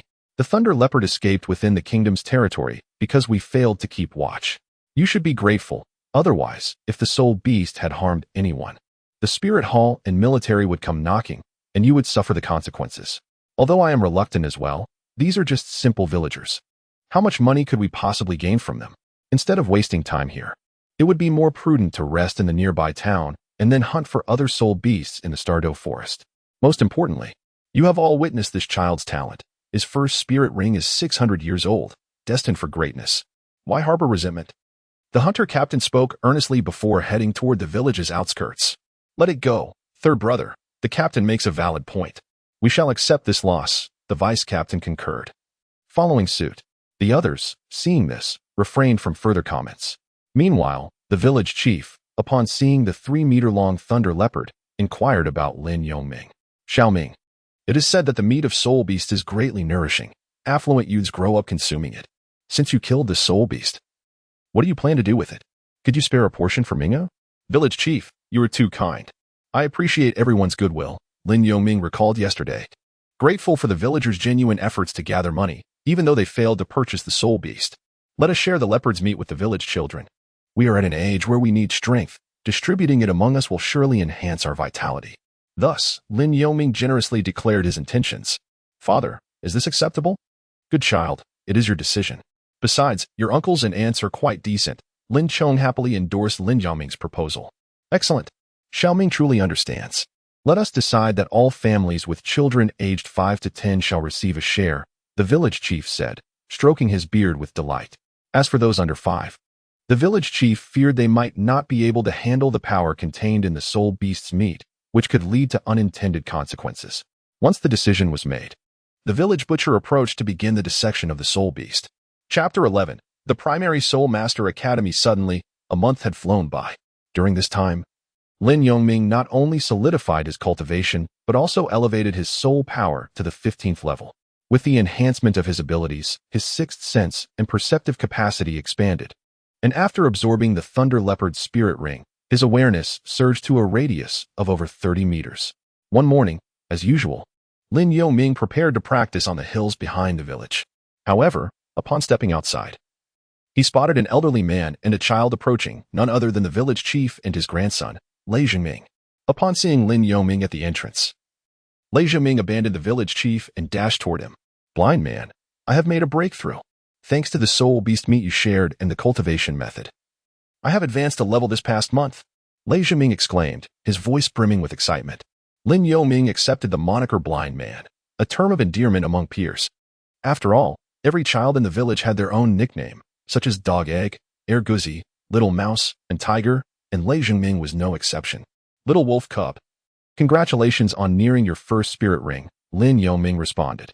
As the second child in the village with innate soul power, Lei Zhengming had also learned the meditation method from the Spirit Hall steward, which he shared with Lin Yongming. "Blind man, can you see? That day during the battle with the soul beast, it seemed like your body was covered in eyes. The soul beast could not harm you at all. I still feel a bit frightened when I think about that beast's gaze," Lei Zhengming said, circling Lin Yongming curiously. "How should I put it? Perhaps my lifelong blindness has heightened my sensitivity to the world around me. Thus, my hearing is quite sharp. Moreover, after becoming a soul master, one develops a form of spiritual power that allows one to perceive the surrounding environment. You see, I no longer require a cane," Lin Yongming replied, half-truthfully. "Spiritual power?" Upon hearing this, Lei Zhengming immediately closed his eyes, attempting to sense his surroundings. However, apart from the sounds near his ears, he was utterly unaware of his location. "I suppose it could be due to my third-level soul power or the lack of a spirit ring," he concluded, giving up. "Haha, that method consumes a lot of mental energy. If you have eyes, you should use them," Lin Yongming corrected him, concerned that Lei Zhengming might take his words too literally, as children's curiosity could lead to irreversible problems if they misinterpreted his advice. Indeed, Lei Zhengming nodded thoughtfully. "By the way, did you and the village chief come to find me for some reason? I suppose I should explain." The village chief, slightly stooped and moving slowly, approached as the two conversed. "Village chief," Lin Yongming greeted politely. "Xiaoming, the reason I came to find you today is quite important," the village chief said, smoothing his beard with a smile. "Please, village chief, go ahead," Lin Yongming nodded, curious about the chief's purpose. "It has been over a month since you and Ming'er awakened your martial spirits, and the only Soul Master Academy in Woolida Town is about to commence its enrollment. I plan to send both of you to the academy to learn about Soul Masters," the village chief explained. "Yes, my father is in the town. He sent word yesterday that the Primary Soul Master Academy will officially begin enrollment the day after tomorrow," Lei Zhengming added. "The Primary Soul Master Academy?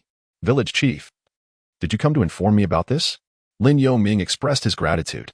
"However, you are aware of my situation. Even if I attend the Primary Soul Master Academy, I may not gain much knowledge. I would prefer to continue my quiet cultivation in the village." Lin Yongming never anticipated the matter regarding school, yet, upon reflection, he ultimately declined. He felt quite familiar with the circumstances of Douluo continent, believing that the knowledge imparted at the Elementary Soul Master Academy might be inferior to his own understanding. Furthermore, his current blindness hindered him from perusing books at the library. Consequently, he relinquished the idea of attending the Elementary Soul Master Academy, as it entailed a 6-year commitment, preferring instead to enjoy tranquility and cultivate himself within the village. "Blind one, you just mentioned your ability to perceive your surroundings. Surely you can hear the teacher's lectures and learn as much as you can," Lei Zhengming interjected. "Indeed. Xiaoming, have you forgotten what transpired a month ago?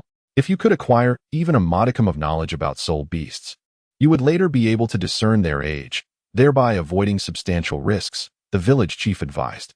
"I can sense the surroundings, but I cannot read the books or see what the teacher is demonstrating. It would only serve to increase my frustration. Grandfather, you should take Little Wolf to the Soul Master Academy first." Lin Yongming gently shook his head, smiling as he declined. "Very well, I shall not press you further. Your eyesight is poor, and it is indeed inconvenient for you to be alone outside.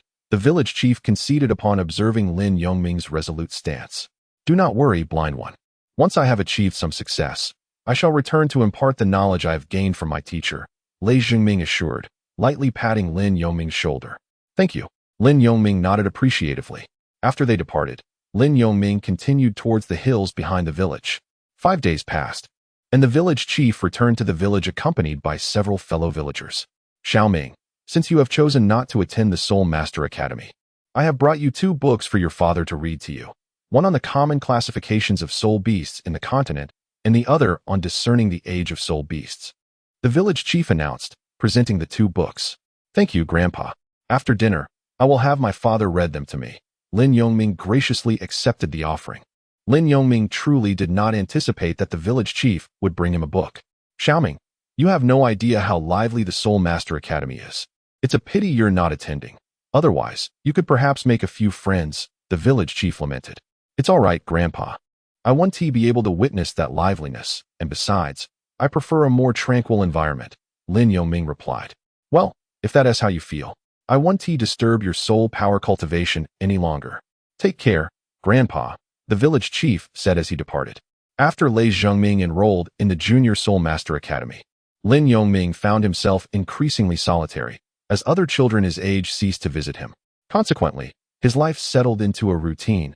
During the day, he would practice soul power on the hills behind the village in the morning, hone his skills in the afternoon, and after dinner, he would have Lin Chong read aloud to him for an entire hour. As time flowed unnoticed, a year and a month passed. Lin Yongming took a deep breath, facing the rising sun. His soul power had reached a point where his body could no longer contain even a trace. It seemed it was time to seek a soul ring. 3 months prior, Lin Yongming's soul power had already reached level 20. However, he now found himself at a standstill, unable to ascend further without acquiring a second soul ring. Familiar with the lore of Douluo continent, Lin Yongming understood that upon hitting a plateau, such as his current level 20, soul power could still be cultivated, albeit at a considerably slower pace without the assimilation of a soul ring. Currently, the predicament was that after 3 months of diligent training, his soul power had become so refined that he could no longer absorb even a trace of it. It was akin to a filled bottle of ice, which, upon melting into water, could still accommodate a bit more liquid, yet now the vessel was entirely full. And Lin Yongming found himself in a similar situation, feeling as if he might burst. Last month, Lin Yongming had contemplated venturing out, but the thought of his parents' disapproval had caused him to procrastinate, and now he had reached a point where he could no longer delay. Meanwhile, his range of perception had expanded to more than 50 meters. One evening, during dinner, seated across from his parents, he wrestled with his thoughts before finally speaking up. Father, Mother Yongming, what is it? Is the food unpalatable? Inglan inquired with concern. No, Mother. It's just that my soul power has reached level 20, and I require a soul ring to continue my training, Lin Yongming replied after taking a bite of his meal. Level 20 already? So soon? Lin Chong furrowed his brow, uncertain of where to procure a soul beast. Having accompanied Lin Yongming in reading numerous texts about soul beasts, he was aware that their habitats could be generally categorized into 3 locations: Stardow Forest, Sunset Forest, and Soul Hunting Forest. Among these, Stardow Forest was the most expansive yet perilous, while Soul Hunting Forest was the safest, albeit with the fewest soul beasts and the youngest age.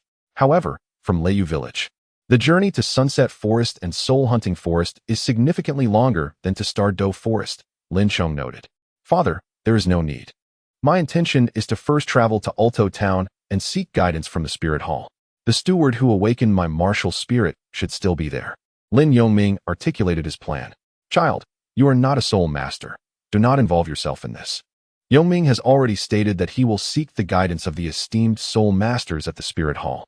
Accompanying him may only hinder his progress, Inglan firmly advised Lin Chong. Moreover, even though Xiaoming cannot see, he is capable of traversing both within and beyond the village, and he is aware of any obstacles in his path, Inglan reiterated, clearly expressing her confidence in Lin Yongming.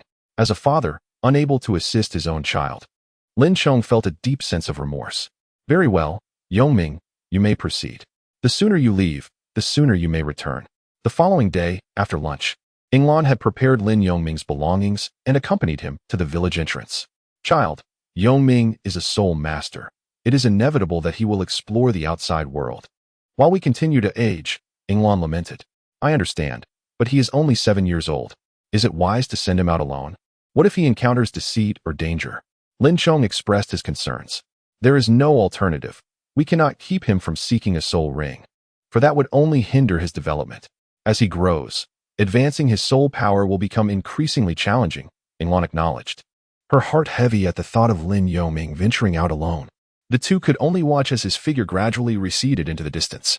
Leiyu village was nestled amidst mountains, flanked by 2 large and 1 small peak, a place of serene beauty. The village entrance faced east. With Ulto town located to the southeast, the path to Stardow Forest also lay in the same direction, making Ulto town a convenient waypoint for the journey ahead. Lin Yongming had heard from his father that Leiyu village was approximately 20 miles from Wu'er town, which translates to around 10 kilometers. At Lin Yongming's pace, this distance would take merely 3 to 4 hours, allowing him to reach Wu'er before sunset. There was but a single path leading from Leiyu village to Wu'er town, so Lin Yongming need not worry about losing his way. Setting out at noon, under the vast azure sky and the blazing sun, the diminutive Lin Yongming traversed half the journey and decided to take a brief respite. It was then that he caught the sound of water flowing through the mountain gorge and made his way to the stream, weary from his travels. He intended to drink, wash his face, and refill his water flask. Despite being in the wilderness, the only sound accompanying the gentle babbling of the stream into a small pool was the stillness of the air, as neither birds sang nor animals stirred in the heat. Lin Yongming, sensing no wild beast beneath his heart's eye, placed his burden upon a stone and walked a few paces to the mouth of the water pool. Lin Yongming washed his hands and face before he began to scoop water with his hands, taking several refreshing sips. This water is truly invigorating, he remarked contentedly. However, in the next moment, Lin Yongming's expression shifted as he noticed some movement in the water pool above. Ah, a scoundrel, spying on me. A woman, no? A young girl emerged from the water, and upon seeing Lin Yongming, she immediately shouted, Die, you pervert. In the blink of an eye, the girl unleashed a binding attack reminiscent of entwining vines. Lin Yongming sensed the frantic growth of the grass at his feet, and, without hesitation, summoned the Thunder Blade martial spirit. Without uttering a word, he severed the vines that sought to ensnare him and leapt back a couple of paces. In that fleeting moment, he perceived the girl emerging from the pond, accompanied by the rustling sound of her dressing. She donned her blue gown with astonishing speed, completing the task in a mere second. Stop. It's a misunderstanding. Lin Yongming called out urgently. A misunderstanding, you say? Allow me to subdue you first. Prepare yourself. The girl retorted, her melodious voice tinged with irritation. Lin Yongming tilted his head slightly, sensing that 4 tendrils from both sides continued to entwine around him. Lin Yongming swiftly swung his blade, each strike unleashing a blue blade of light that shattered the vines. This was the culmination of his understanding of the blade of fluctuation, or what might also be referred to as the blade chi, which he had mastered over the past year through the esoteric teachings of fluctuation. If this misunderstanding continues, I shall be compelled to retaliate. I am merely a blind passerby, Lin Yongming declared, confronting the young girl who stood at a distance, his weapon poised in defiance. Lin Yongming could discern the overall silhouette of the young girl before him, noting that she stood a head taller than himself, suggesting that she was a few years his senior. She moved with remarkable agility, donning a black veil over her eyes as if to feign blindness. Yet her swift reactions belied that masquerade. Did she truly expect him to believe such a pretense? If she enjoyed playing the part of a blind person, he thought to himself, then he would show her what it meant to be genuinely blind. Upon hearing Lin Yongming's words, the girl remained unconvinced, interpreting his actions as a sign of his own insecurity, leading him to cover his eyes with the veil. Suddenly, she unleashed her third soul skill, blue-silver binding. Multiple tendrils erupted instantaneously. A soul master of the third ring. Lin Yongming was taken aback, astonished to discover that this girl, barely in her teens, was indeed a soul master, her soul power reaching an impressive 39 levels. To his further amazement, her martial spirit was none other than the blue-silver grass.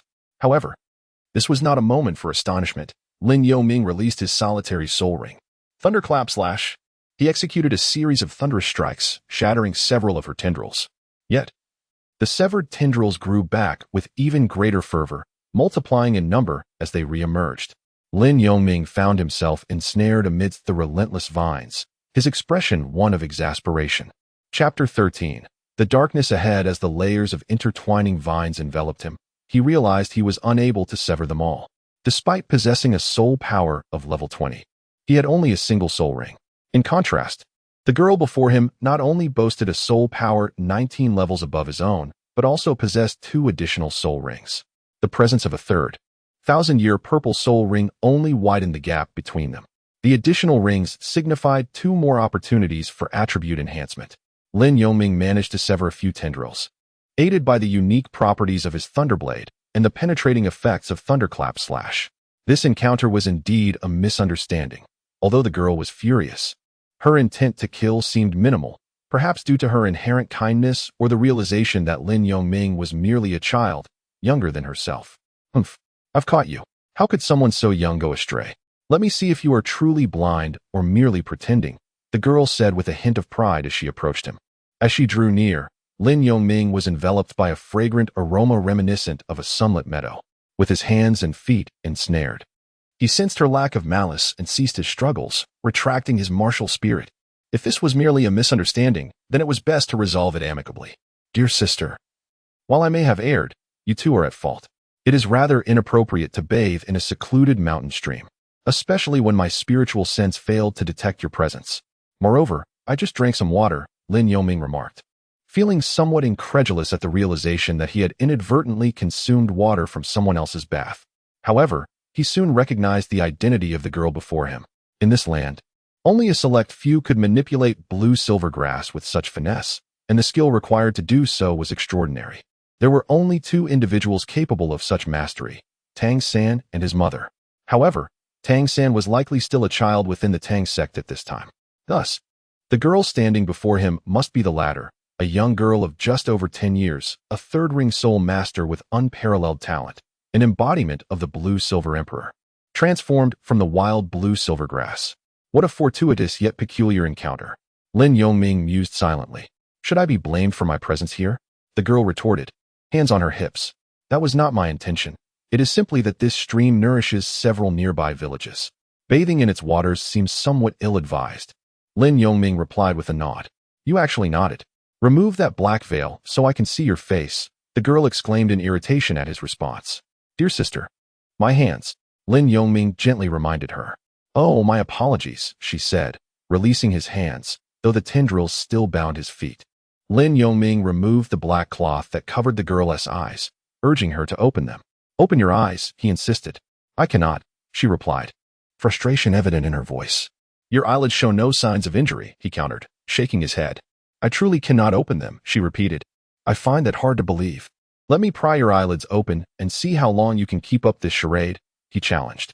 Seeing his stubbornness, the girl took several steps closer, ready to expose his pretense. Go ahead and try, Lin Yongming replied nonchalantly. Just don't move too much. If you accidentally blind yourself, don't blame me, she warned as she made her move. Lin Yongming felt a chill in his eyelids. Ah, the girl gasped in terror. She pried open Lin Yongming's eyelids. But contrary to her expectations, beneath them lay a void of darkness, akin to a pair of black holes, profoundly dark and mesmerizing.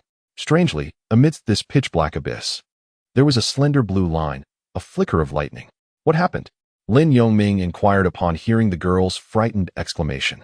It's nothing, just 2 black pupils. You should cover them with a black cloth, the girl replied, startled. Such terrifying eyes send shivers down one's spine. Fortunately, it was only a brief glimpse. Had I stared a moment longer, my spirit might have been consumed, the girl thought to herself, still trembling with unease. Lin Yongming adjusted the black cloth, concealing his eyes once more. I am not deceiving you, am I? Lin Yongming sensed nothing amiss. Although his eyelids were slightly lifted, his vision remained shrouded in darkness. I believe you now. Is your condition congenital or acquired? The young girl inquired with curiosity, recalling the previous scene. Congenital, Lin Yongming revealed, leaving nothing to conceal. Have you never sought treatment? The girl pressed again. How could I not have sought help? My parents were even more anxious than I. A year ago, even the Pope of the Martial Soul Hall, upon hearing of my condition, renounced treatment, reportedly stating it was the conclusion of the continent's foremost healing soul master.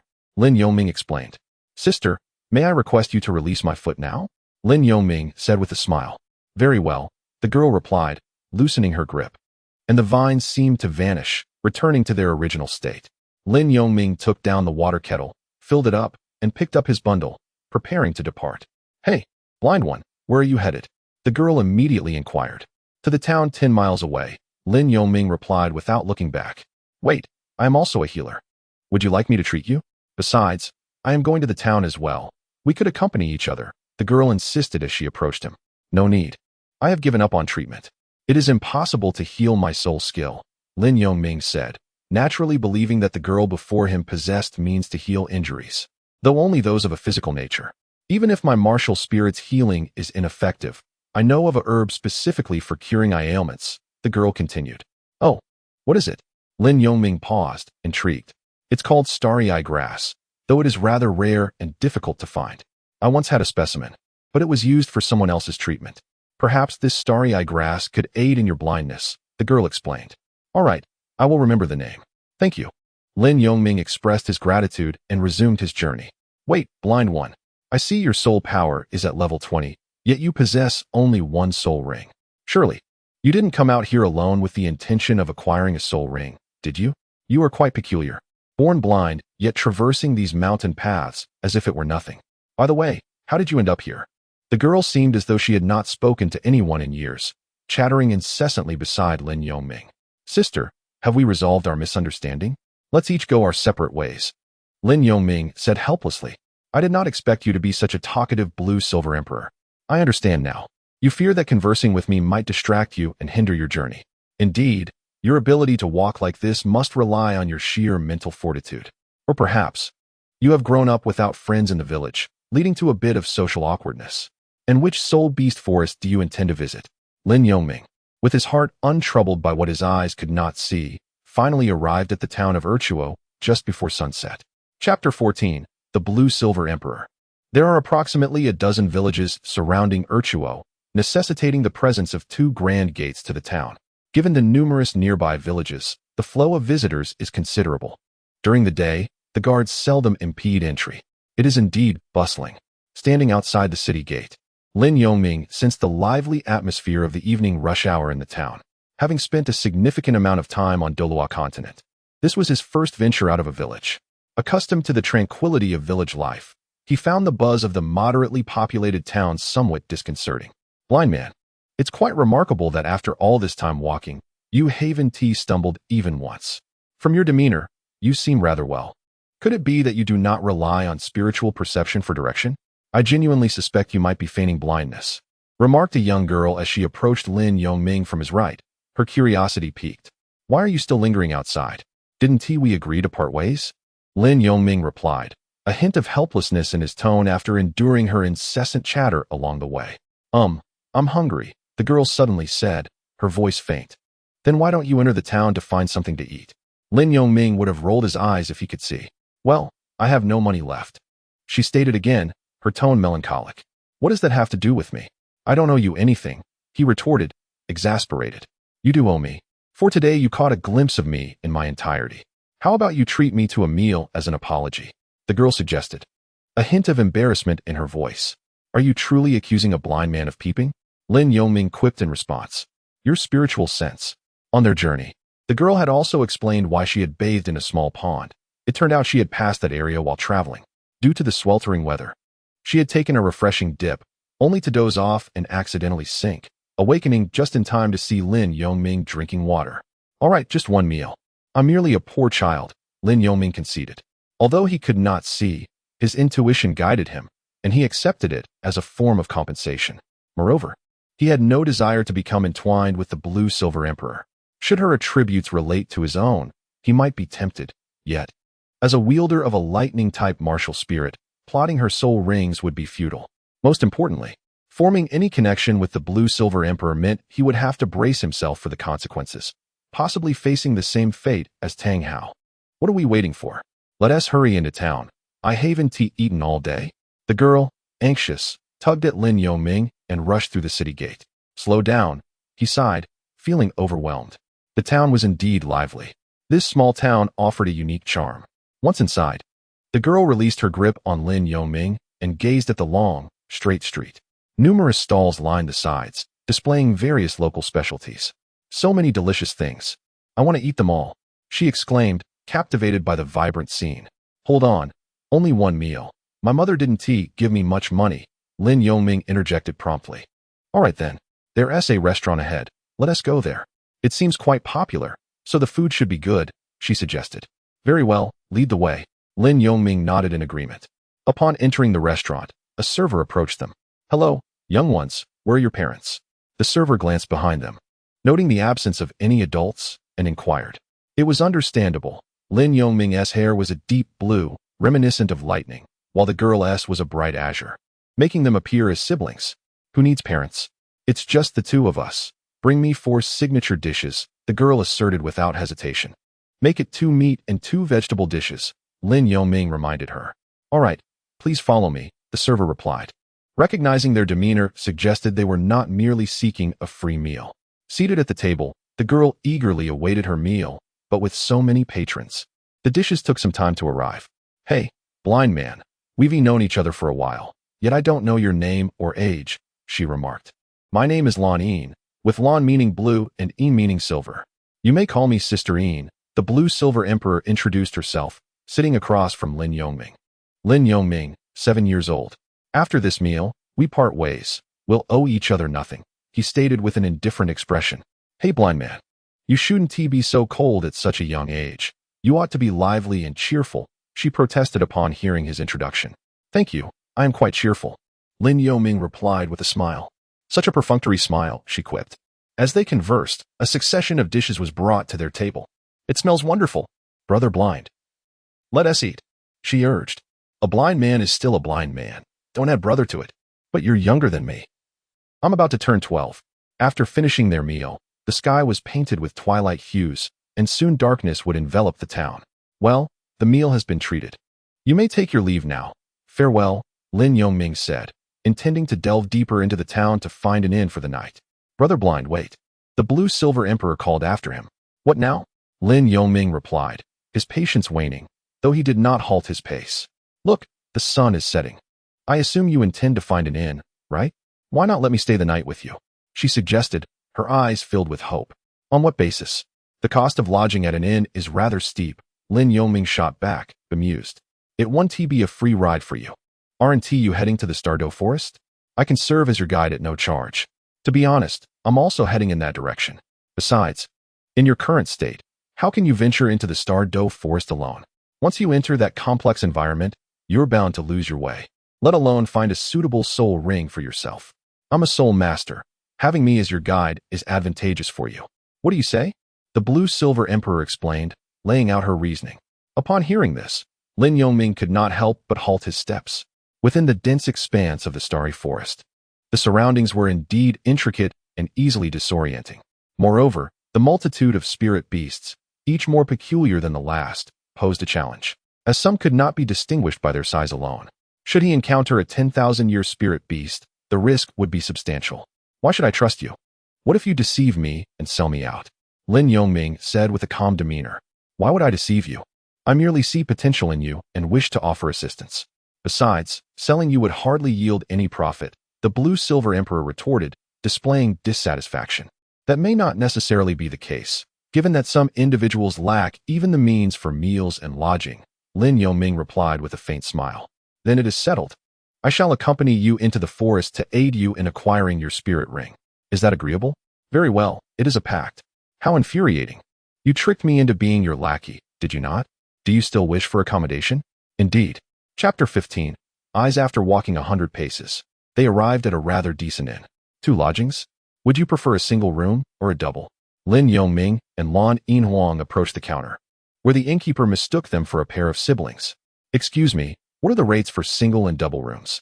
Lin Yongming, being the one footing the bill, felt compelled to ascertain the prices. A single room costs 5 silver soul coins, while a double room is priced at 8 silver soul coins, the innkeeper promptly replied. Is it really that expensive? Lin Yongming was taken aback. It is essential to note that in the economic framework of Douluo continent, 1 gold soul coin equates to 10 silver soul coins, which in turn equals 100 copper soul coins. He had previously heard from the village chief that inns were not affordable for the villagers, But Lin Yongming did not anticipate such exorbitant rates in a small town's inn. "Excuse me, does the double room come with 2 separate beds?" Lin Yongming inquired. "Indeed. Would you prefer a single room or a double room?" The innkeeper nodded in response. Lin Yongming turned to face Lan Yinhuang and said, "Sister Yin, how about we share a double room for the night?" "I have no objections," Lan Yinhuang replied nonchalantly, observing Lin Yongming's still youthful visage. Although they were in the same room, what could a child possibly do? "Boss, please prepare a double room," Lin Yongming said with a hint of exasperation. Before departing, Lin Yongming's parents had given him a modest sum for gold soul coins and a few copper soul coins. He was also uncertain how long this journey might take, considering the need for sustenance and other expenses, such as hiring a carriage, necessitating careful budgeting. Thus, the two secured a double room. Upon entering, they found a single room and a bathroom, with 2 1-meter-wide beds neatly arranged on either side, the bedding pristine. "At last, we can rest. I'll take the bed by the window," Lan Yinhuang declared as she plopped down onto it. "Suit yourself," Lin Yongming replied, placing his belongings beside the pillow. "By the way, aren't you a soul master? How come you lack funds?" he inquired with curiosity. "I've spent it all, so I intended to seek assistance from my sister." Lan Yinhuang responded. "You have a sister? I'm intrigued. Is she also a soul master?" Lin Yongming asked, his interest piqued. "What? Am I not allowed to have a sister?" Lan Yinhuang replied, momentarily taken aback. "Just a casual question," Lin Yongming retorted. "My sister is a very gentle person. Enough about that. I'm exhausted after a long day. Indeed, we must rise early tomorrow." With Lan Yinhuang disinterested in further discussion, Lin Yongming chose to remain silent. They tidied up briefly before settling down to sleep. Not long after, Lan Yinhuang found herself in a dream, enveloped in an abyss of darkness. "Where's this place? I've never been here before." As she wandered, she spotted a glimmer of light ahead, a striking beacon in the oppressive blackness. Approaching the light, she discovered it to be a door, resembling an eye. What a peculiar door! What could lie beyond it? Confirming that there was nothing around, her curiosity compelled her to step through. Upon entering, she found it was not entirely empty. Numerous dark red threads stretched across the space, haphazardly aligned. "Is this it? What a chaotic sight," Lan Yinhuang thought, feeling a wave of disappointment after her anticipation. Just as she turned to leave, a colossal dark red eye fixated on her from the door. Startled, she stumbled back a few steps. What a terrifying eye! However, her fear escalated as the dark red threads began to separate, akin to the eye opening wide. No, they truly were eyes, each thread morphing into a smaller eye, resembling the large eye of the door, only much smaller. All the eyes were gazing at Lan Yinhuang, causing her to frantically glance around. "My soul power, my martial soul." In a state of panic, she attempted to summon her martial soul, only to find her essence utterly depleted. Suddenly, one eye burst, quickly followed by another. Within moments, all the eyes shattered, and the space around her disintegrated. Even Lan Yinhuang felt as if she were being torn into countless fragments. A rooster crowed outside, jolting her awake. "Ah!" Lan Yinhuang gasped, sitting upright in bed. It was merely a dream. She had thought she was on the brink of death. Yet, the bizarre and terrifying imagery lingered in her mind, leaving her perplexed.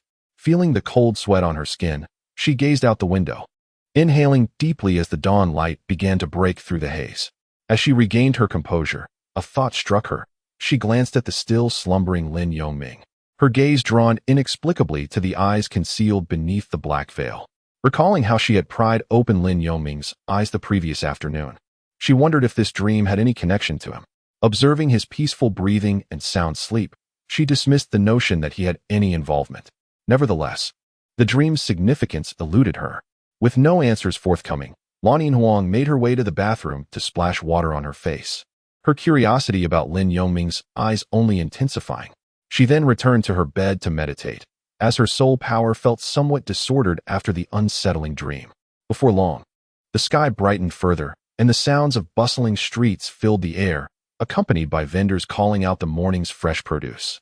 Lin Yongming gradually regained consciousness and sensed the blue-silver emperor meditating, its soul power enveloping its form, solid yet unyielding. Rising so early, how diligent indeed. It was no wonder. Lin Yongming reflected on the uniqueness of the blue-silver emperor. Diligence was imperative, for the emperor was still in its juvenile phase, perpetually surrounded by peril. Lin Yongming quietly rose and made his way to the bathroom to wash his face. Upon his return, he found Blue Silver Emperor had finished meditating and was watching him. "You're awake. It's about time to finish breakfast and set off," Blue Silver Emperor remarked with a smile. "Yes, but I must first visit a place," Lin Yongming replied with a nod. "Where to?" Blue Silver Emperor asked, somewhat taken aback. "To the Spirit Hall, to collect my funds," Lin Yongming explained, aware that novice spirit masters could receive allowances from the spirit halls across the land. This was a subsidy applied for by the Spirit Hall from the Empire to support the training of early-stage spirit masters. If Lin Yongming recalled correctly, a spirit master was entitled to receive 1 gold soul coin per month, while a great spirit master could claim 10 gold soul coins each month. "All right, I'm not in a hurry anyway," Blue Silver Emperor said casually. Lin Yongming and his companion exited the room and made their way to a nearby stall to enjoy a modest breakfast. As the clock approached 8, the gates of the Wuhuan Hall branch in the town of Werchuo swung open. Do not underestimate this branch, for it was guarded by stern sentinels standing vigil at the entrance. "Who goes there?" one of the guards inquired. "Esteemed sirs, I come to register my identity as a soul master at the Wuhuan Hall," Lin Yongming promptly replied, demonstrating his authenticity by manifesting his martial spirit and soul ring. "You may enter," the guard permitted. "Blind one, you may proceed inside. I shall await you here," Lin Yongming said to his companion. "Very well." Chapter 16, Registration of Soul Master Certification. The Wuhuan Hall undeniably stands as the preeminent force of soul masters in the Douluo continent. Even a mere branch exudes more grandeur than the town's lord's residence. It is styled in the classic architecture of a medieval castle, and Lin Yongming estimated its area to be no less than 500 square meters. Upon entering the hall of the Wuhuan Hall, Lin Yongming felt momentarily lost, uncertain of whom to approach, until a familiar figure emerged within his perception, accompanied by 2 individuals, 1 male and 1 female. It is noteworthy that this perception is not reliant on mental strength. Thus, it goes unnoticed by others. In contrast, the use of mental strength can provoke the ire of stronger individuals, who may retaliate with their own mental scrutiny. The release of mental strength is a nuanced endeavor. Employing it on unfamiliar faces may be construed as an act of aggression, inciting conflict. Consequently, it is typically reserved for combat situations, as the risks of backlash are considerable and difficult to recover from. Soon, Lin Yongming sensed the trio approaching the hall, overhearing their conversation. "Oh, during my recent visits to several villages, I found no one possessed innate soul power," a male voice remarked. "I too have encountered the same. Fortunately, I awakened an innate soul power of level 1. It is exceedingly challenging for ordinary villagers to awaken innate soul power," replied the female voice. "Indeed, even those who are fortunate enough to test positive for innate soul power seldom exceed levels 1 or 2, the male voice continued. Lin Yongming recognized this voice as belonging to a former steward of the Wuhuan Hall. "Young one, are you seeking something?" the steward inquired as the trio entered the hall and noticed Lin Yongming's slight figure. "Soul Master, is that you?" "I recognize your voice," Lin Yongming responded, turning to face them. "It is you. What brings you here? Are you looking for me?" Su Qing exclaimed in surprise. Su Qing immediately recognized the prodigy with innate full soul power whom he had guided a year ago, particularly due to the boy's congenital blindness, which left a lasting impression. "Old Qing, who is this child? I have not seen him before. Surely he is not your illegitimate son, is he?" "Ha ha," remarked the male, clad in a white uniform akin to Su Qing's. "Old he, cease your jesting. This is the genius from Leiyu village with innate full soul power that I mentioned to you," Su Qing replied with a hint of regret. "Ah, now I remember.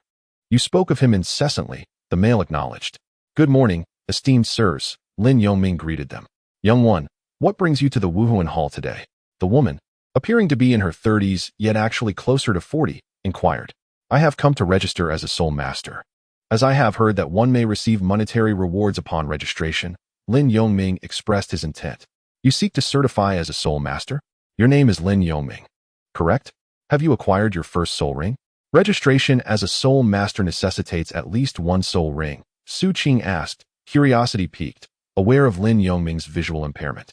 "Indeed, I have obtained my first soul ring," Lin Yongming affirmed with a nod. "In that case, you may proceed with the registration." "I am quite curious about the origin of your first soul ring," Su Qing inquired eagerly. Lin Yongming had no choice but to speak up. Not claiming the kill for himself, but explaining that the entire village had pooled their resources to hire a hunter who assisted in obtaining the first soul ring. Shortly after your departure, the village chief convened the villagers to gather funds, managing to enlist a hunter to capture a soul beast for me to absorb the soul ring. Lin Yongming took 10 minutes to elaborate. Your vision may be impaired, yet this is indeed a commendable method. However, despite your innate full soul power and possessing your own soul energy, the process must still be adhered to. We require the esteemed bishop of our division to personally assess your soul power before the issuance of a soul master's ledger. Su Qing subsequently explained. I have no objections, Lin Yongming nodded. Very well, the bishop is in the back. Shall I assist you? Su Qing inquired. No need. Although I cannot see, my sensory abilities have always been commendable, and with my soul power, walking poses no challenge for me. Lin Yongming declined with a wave. Then follow me. Su Qing acquiesced and proceeded to lead the way out of the hall, navigating around to the rear. Under the watchful gaze of the other two, Lin Yongming strolled out of the hall with an air of composure, as if he could indeed perceive his surroundings. It is truly a pity, remarked a woman in a tone of lament, to possess such a rare innate full soul power, yet be blind. Indeed, the bishop had once sought counsel from His Holiness the Pope, but when healing proved unfeasible, they relinquished the idea of nurturing such a prodigy. Otherwise, he would already be at the Martial Soul Academy in Martial Soul City, commented another white-clad steward, observing Lin Yongming's retreating figure. Lin Yongming followed Su Qing into a room at the back of the hall, where they found only an elderly man seated upon a jade mat. Su Qing conveyed their purpose. Oh, so this is the prodigy of innate full soul power from Thunder Rain Village. As long as you meet the criteria, all soul masters can naturally register at the Martial Soul Hall. Child, place your palm upon the soul power testing orb and channel your soul energy, instructed the bishop.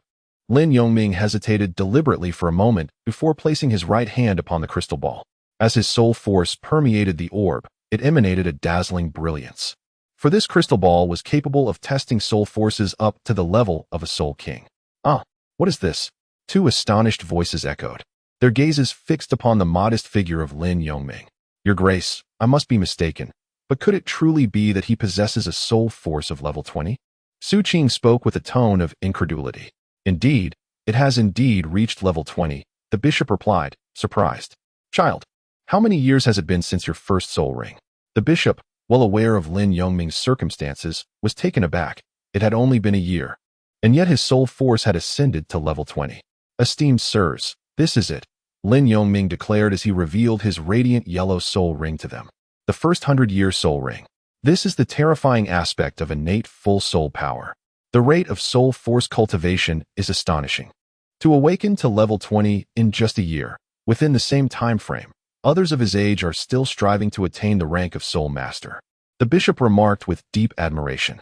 Alas, it is truly regrettable, for your eyes are destined to prevent you from engaging in battles. Very well. I shall issue you the soul master's record, the bishop continued, producing a document distinct from the proof of martial soul awakening. This record encapsulated an individual's martial soul rings, and soul force. Before long, Lin Yongming emerged from the gates of the Martial Soul Hall, clutching the Soul Master's record and a gold soul coin. What shall we do about this situation? He possesses a level 20 soul force at the age of 7, Su Qing inquired as he watched Lin Yongming depart. Sigh. We must report to His Holiness the Pope and see if he might invest in this child, the bishop of the Ulto Town branch mused, composing yet another letter that he dispatched the same day. Chapter 17. Arrival at the Stardow Forest after a prolonged wait. The blue-silver emperor stood in a shaded corner, glancing occasionally at the entrance of the Martial Soul Hall. As the clock approached 9 in the morning, blue-silver emperor finally spotted the diminutive figure of Lin Yongming descending the steps. Blind brother, why did you take so long? My legs are numb from squatting. Blue-silver emperor complained, a hint of annoyance in his voice. My apologies. The process for registering as a soul master was rather lengthy, Lin Yongming replied sheepishly. The soul master certification had taken nearly an hour, but fortunately, he had acquired the soul master's record, alleviating future inconveniences. Let us go, if we delay any longer. The carriage may already be gone, and I would like to see how a blind person manages to walk to the Stardow Forest, Blue-Silver Emperor urged. All right, I understand. It is I who must obtain the soul ring. Why are you so anxious? I am concerned for your well-being. If we tarry further, by the time we reach the outskirts of the Douluo forest, night will have fallen. Do you have the means to stay overnight? As they walked toward the gate, they gathered essential supplies such as tents and provisions for their journey into the forest. Eventually, they spotted a carriage at the entrance. Good sir, how much to the Douluo forest? Lin Yongming inquired directly. The Douluo forest is rather distant. It will take us about 2 days, costing 1.5 gold soul coins. Fear not, my carriage is renowned for its speed in nearby towns. Other carriages might take 3 days. Making this truly a bargain, the coachman, clad in simple clothing and sporting a slight beard, replied with a friendly demeanor. Very well, Lin Yongming conceded, parting with his coin, noting that this was the last carriage available in the town. All right then, please take a seat. The coachman gestured hospitably. As Lin Yongming and Lan Yinhuang stepped into the carriage, the coachman, noticing their presence, began to urge the horses onward. Once they passed through the city gates, the pace of the carriage quickened. Indeed, it seemed that earning soul coins was effortless for a soul master, yet their expenditure was equally swift. Lin Yongming mused to himself as he realized that the soul coins he had just received had vanished in the blink of an eye. The carriage, as the coachman had assured, was remarkably swift, reaching a speed of approximately 20 kilometers per hour along the muddy road. However, the jolting motion left Lin Yongming feeling quite unsteady. At the Spirit Master City, within the Spirit Hall, the Pope received a letter from the bishop of a small town. Upon glancing at the envelope, he recognized the name, Douluo Town. Do not tell me another innate full spirit power individual has emerged this year, he muttered as he tore open the envelope. Remarkable. A blind individual possessing a century-old soul ring and achieving a 10th level spirit power within a year. A true genius indeed. Despite being blind, perhaps I should consider investing. The Pope was initially taken aback by the news of Lin Yongming's spirit power, evidently surprised by his rapid advancement. As he contemplated the investment mentioned in the letter, he found himself pondering Lin Yongming's situation. Disciple, what do you think I should do? He inquired of a girl standing nearby. The girl, upon being asked, pondered briefly before responding. Master, why not observe a little longer? We could instruct the bishop to monitor his progress. If he does not acquire a second soul ring within a year, we can send a century-old soul beast to him. Conversely, if he does obtain a second soul ring, it would suggest that despite his blindness, his sensory perception is likely extraordinary. The letter even mentioned that he could navigate obstacles freely during his registration as a soul master. After a moment's reflection, she provided her conclusion.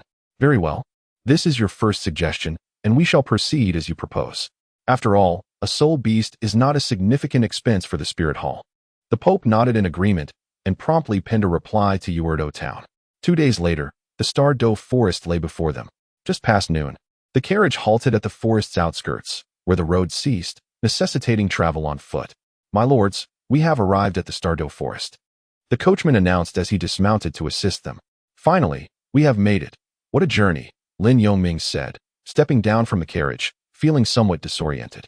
I can hardly bear it. The ride was quite jarring. Lan Yinhuang, also suffering from a headache, emerged from the carriage, her beautiful long hair tousled by the wind. Oh, you will soon adapt.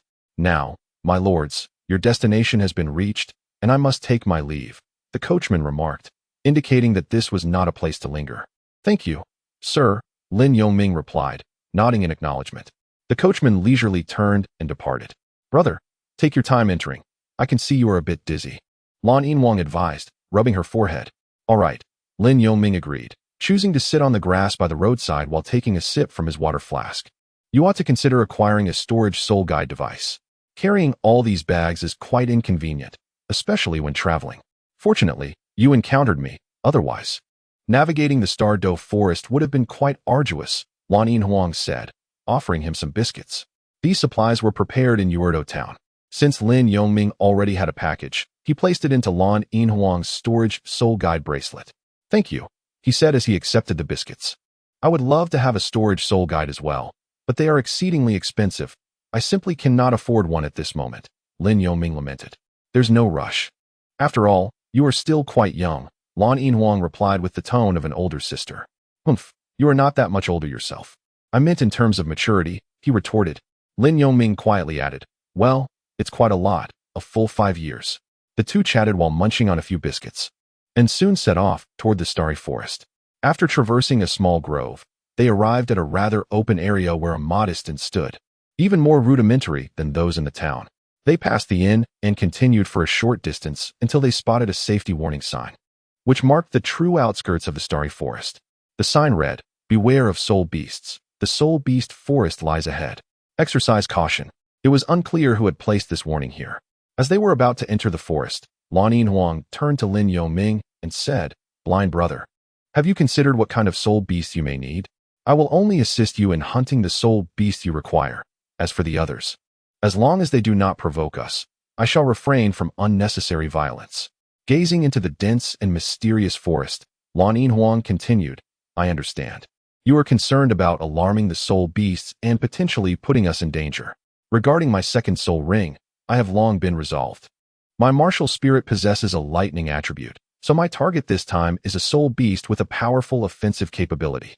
Lin Yongming nodded, his expression indicating comprehension, as he focused his aim on a lightning attribute, attack-type soul beast. "Very well, let us enter the forest. I shall lead the way," Lan Yinhuang replied, giving a nod and crossing the threshold first. Lin Yongming closely followed, maintaining a distance of just over a meter from the blue-silver emperor. Chapter 18, Thunder Pattern Tiger. The Stardow Forest is not lacking in towering trees that have stood for centuries, even millennia. What began as somewhat overcast weather transformed into an atmosphere akin to dusk as they entered the forest, with everything around them dimming significantly. The various obstructions to sight rendered the terrain nearly impassable to the naked eye. However, for Lin Yongming, the enhancement of his spiritual perception granted him a panoramic view, unaffected by the forest's intricate geography. Thus, within the realm of his perception, the forest appeared desolate and transparent. The only challenge lay in the uneven ground and the abundance of thorns and weeds, making navigation difficult. "Blind brother, we have officially entered the forest. Stay close and don't fall behind. I would rather not lose someone on my first time leading," the blue-silver emperor advised from the front. "Rest assured, I can keep up," Lin Yongming replied nonchalantly. Simultaneously, he sensed that any blue-silver grass near the blue-silver emperor bowed slightly, as if commoners were paying homage to an emperor. Yet, the blue-silver emperor truly was regal, and this phenomenon remained subtle. Were it not for Lin Yongming's perception and knowledge of the blue-silver emperor's identity, others would likely overlook it, dismissing it as mere gusts of wind. Furthermore, upon entering the forest, the blue-silver emperor's innate abilities allowed the blue-silver grass within a certain range to relay information to him, akin to an alternative form of spiritual perception. Hence, the forest could be considered the blue-silver emperor's domain. It would be a daunting challenge for a soul king to confront the currently sole sovereign blue-silver emperor within this terrain. "That's good. We need to quicken our pace. We are still at the forest's outskirts. Even if we encounter soul beasts, they will be under 100 years old. What you require is a second soul ring, which must be no less than 800 years, so we have some distance to cover," the blue-silver emperor remarked while walking. "I understand that soul beasts possess territorial instincts, much like nobles with their lands. Sister Ain, we can speed up a bit." "I can keep up," Lin Yongming said with an air of ease. "Don't rush. Our pace is just right. One must not act recklessly, especially in the perilous Stardow Forest filled with ferocious soul beasts. A moment's negligence could cost us our lives. Moreover, while we must move quickly, we also need to conserve our energy. Otherwise, encountering a soul beast with depleted stamina, no matter how much soul power one possesses, will be futile." The blue-silver emperor wisely imparted her experience to Lin Yongming. "All right, I understand," Lin Yongming conceded, unable to find a counterargument. Indeed, the blue-silver emperor's reasoning was sound. "Hee, now you see how formidable your sister is. Treat me to a meal and a night's lodging, and you'll have profited immensely," the blue-silver emperor boasted. "Indeed, my sister is truly remarkable," Lin Yongming hurriedly praised, fearing the blue-silver emperor might continue her self-aggrandizing as they walked. She appeared so virtuous in the anime. Could this be the innocence of youth? Lin Yongming couldn't help but reflect on the blue-silver emperor's character in the original work. With his sister guiding him, they could expertly evade soul beasts and swiftly reach the age range required for his soul ring. The blue-silver emperor felt a sense of pride at Lin Yongming's compliments. After 2 hours of traversing the forest, they encountered numerous soul beasts around 500 years old. "That's enough. We can slow down now," the blue-silver emperor suggested, reducing her pace. "Yes, I agree," Lin Yongming nodded in agreement. Suddenly, a figure soared overhead. It was a lightning falcon, its purple wings emanating faint arcs of lightning. A 600-year-old lightning falcon is a decent choice, but alas, it falls short of the required age. Let us move on, they observed as they continued deeper into the forest. After another hour, the blue-silver emperor halted, closed her eyes, then reopened them.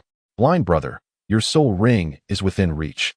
Not far ahead lies a thunder-patterned tiger, approximately 900 years old. Just moments ago, the blue-silver emperor had received feedback from the blue-silver grass, indicating the presence of the tiger resting on the ground. Really? Tiger species boast formidable attacks. Let us go for it. Lin Yongming had no objections. Then it's settled. No turning back now, the blue-silver emperor declared. Aware that the nature of soul beasts meant their hunting could not be altered, and she could only strive to avoid needless slaughter. Understood. As they spoke, Lin Yongming felt a surge of soul power, promptly summoning his martial soul, the Thunderblade, which flickered with arcs of lightning. Blind brother, you are quite cautious. And rightly so. Let us proceed. The blue-silver emperor summoned her own martial soul, which resembled ordinary blue-silver grass, but hers glimmered with a radiant golden hue. With the blue-silver emperor in the lead and Lin Yongming following closely, they stealthily approached the thunder-patterned tiger. After taking about 10 steps, Lin Yongming detected the tiger within the range of his perception. Sister Ain truly is the blue-silver emperor, in this area filled with blue-silver grass. She can see beyond what I perceive, Lin Yongming mused silently. Soon, they drew closer to the thunder-patterned tiger's location, ultimately stopping behind a large rock to observe it. The thunder-patterned tiger resembled an ordinary tiger, its fur a vibrant yellow, adorned with deep blue stripes, particularly a winding blue lightning pattern on its forehead. It lay on the grass, larger than the thunder leopard, licking its own paw. Blind brother, my current soul skills are predominantly for control. The thunder-patterned tiger has tough skin and thick flesh. Do you have enough power to attack? The two huddled closely behind the boulder as the blue-silver emperor quietly inquired. At this moment, Lin Yongming realized how arduous it was to hunt a suitable soul ring without any powerful soul masters or seasoned instructors from the academy leading the charge. This predicament explained why some soul masters resorted to absorbing soul rings that had been around for a decade. Necessity often dictated their choices. Lin Yongming could only respond. Very well, I shall control the thunder-patterned tiger, and you must immediately activate your soul skill. The blue-silver emperor nodded in agreement. Before long, the blue-silver grass around them morphed into numerous tendrils, stealthily extending towards the thunder-patterned tiger. The leisurely tiger, preoccupied with licking its claws, sensed something amiss. However, as it attempted to rise, the tendrils quickly ensnared it. With a defiant roar, the thunder-patterned tiger unleashed its might, and bolts of lightning erupted from its body, shattering the vines. Observing this, the blue-silver emperor promptly unleashed her soul ring and leapt forward, her purple soul ring radiating brilliance. Third soul skill, blue-silver binding. Upon witnessing the very soul skill that had once ensnared him, Lin Yongming stepped forward, releasing his solitary soul ring. First soul skill, lightning slash. Chapter 19. The first injury. Lin Yongming stood 10 meters away from the thunder-patterned tiger, unleashing his soul skills as two parallel blades of lightning surged forth to attack the beast. Yet fearing his assault might lack sufficient force, he executed a lightning slash soul technique. Did it strike true? The thunder-patterned tiger endured the two successive strikes, writhing in pain. But the vines released by the blue-silver emperor possessed ample resilience. The more the tiger struggled, the tighter the vines ensnared it. Well done, my blind little brother. I was worried you wouldn't see it and might misjudge your attack trajectory, the blue-silver emperor praised, glancing at Lin Yongming. However, it appears your strikes lack a bit of power. This type of soul beast has most of its weaknesses in the abdomen. Allow me to flip it over. You take your chance. The blue-silver emperor continued to instruct. I understand, Lin Yongming replied, fixating on the thunder-patterned tiger. Entangle it, flip it. The blue-silver emperor commanded the vines to forcefully roll the tiger onto its side, exposing its soft underbelly. Now, my blind little brother, seize the moment. Intent to kill. Lightning slash. Lin Yongming, well aware of the urgency, did not wait for the blue-silver emperor to finish and unleashed another lightning slash soul technique, simultaneously igniting his murderous intent to amplify his attack. Thanks to his innate ability with the resonance mark, Lin Yongming could release the lightning slash multiple times without exhausting much soul power. This strike elicited not a roar, but a pained whimper from the thunder-patterned tiger. as two horrific wounds marred its white-furred abdomen, blood oozing profusely. This strike holds promise. Just two more should suffice. By the way, do you still have soul power left? The blue-silver emperor inquired. Fear not, I am far from weak. Do they think they can deplete me with just a few strikes? Just as Lin Yongming prepared for another assault, the thunder-patterned tiger erupted with a fierce aura, its claws crackling with lightning. A cornered dog may leap a wall. A frightened rabbit may bite. What more can be expected from a tiger? In its final moments, it was bound to retaliate. Thus, cloaked in lightning, it shattered the blue-silver emperor's bindings and swiftly raised its claws to rend the loathsome vines. With a powerful push of its hind legs and its fierce, reddened eyes, it lunged at Lin Yongming. In the blink of an eye, the thunder-patterned tiger crossed the 10-meter gap and was upon him. Be careful, my blind little brother. The blue-silver emperor shouted, startled as she realized the tiger had suddenly broken free from her grasp. The battlefield was indeed ever-changing. In one moment, the tiger was severely wounded, and in the next, it began to fight back. The blue-silver emperor's restraint could not match the tiger's rapid response. After all, a lightning-infused tiger was anything but slow, becoming a blur of blue shadows. Block. However, Lin Yongming possessed keen insight, swiftly tracking the tiger's attack trajectory and speed, responding with agility. Yet, he underestimated the thunder-patterned tiger. Although it was gravely injured, its strength remained formidable, far surpassing that of the previously encountered swift lightning leopard. It was important to note that the swift lightning leopard had been tortured by hunters and starved for days. Despite its 600 years of life, its condition at the time could only be compared to that of a 10-year-old soul beast. Thus, when Lin Yongming attempted to block, he was sent staggering back 2 to 3 meters, feeling a surge of blood rising in his throat. What overwhelming power! My blind little brother. The blue-silver emperor gasped in shock. How dare you harm my blind little brother? Blue-silver bind. First soul skill, blue-silver piercing. Enraged, the blue-silver emperor summoned countless vines to encircle the thunder-patterned tiger, some transformed into sharp blue-silver spikes. This assault forced the tiger to abandon its attack on Lin Yongming and turn its claws against the encroaching vines. At that moment, the blue-silver piercing struck, piercing into the tiger's front paws. The thunder-patterned tiger roared in agony, witnessing the vines close in around it. With a powerful thrust, it used its head to break through a gap and escape. Recognizing the situation, Lin Yongming suppressed the surging blood and swiftly repositioned himself. Lightning slash. He attacked again, targeting the previously inflicted wound on the tiger's abdomen. The thunder-patterned tiger was sent flying, crashing into the trunk of a massive tree. It fell to the ground, trembling as it attempted to rise, but its injured limbs grew weak and powerless, ultimately collapsing once more, unable to rise again. My blind little brother, are you all right? The blue-silver emperor, seeing the thunder-patterned tiger on the brink of death, seized her soul power and approached Lin Yongming, gently wiping the trickle of blood from the corner of his mouth. Thank you, Sister Ayin. I'm fine, just a bit hurt. A moment's rest will suffice, Lin Yongming replied, his breath slightly hurried. You say you're fine, yet you're bleeding. Why didn't you evade? The blue-silver emperor questioned. I feared that if I dodged, the thunder-patterned tiger would escape into the grass after a missed pounce, Lin Yongming admitted, though he had indeed had time to evade. He was just concerned the tiger would flee. If it runs, let it be. We can find another. Your safety comes first. Now, our objective is achieved. The thunder-patterned tiger is currently incapacitated.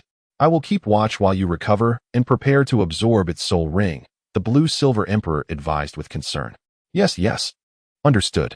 Lin Yongming nodded with a smile, sitting down to regulate his still-churning blood and chaotic soul power. After about 10 minutes, he stood up. All right, quickly. The thunder-patterned tiger's aura is fading. We must finish it now. The blue-silver emperor, initially seated between Lin Yongming and the tiger, informed him as he rose. Good. Let us hope for a worthy soul skill. Then this injury will be worth it. Lin Yongming approached the thunder-patterned tiger with his lightning blade. Thunder-patterned tiger. Excellent. Just what I need for my storm thunder tiger martial spirit. Thus, you shall be mine. As Lin Yongming traversed halfway through his journey, a rather arrogant boy approached, adorned in splendid attire, flanked by 2 guards.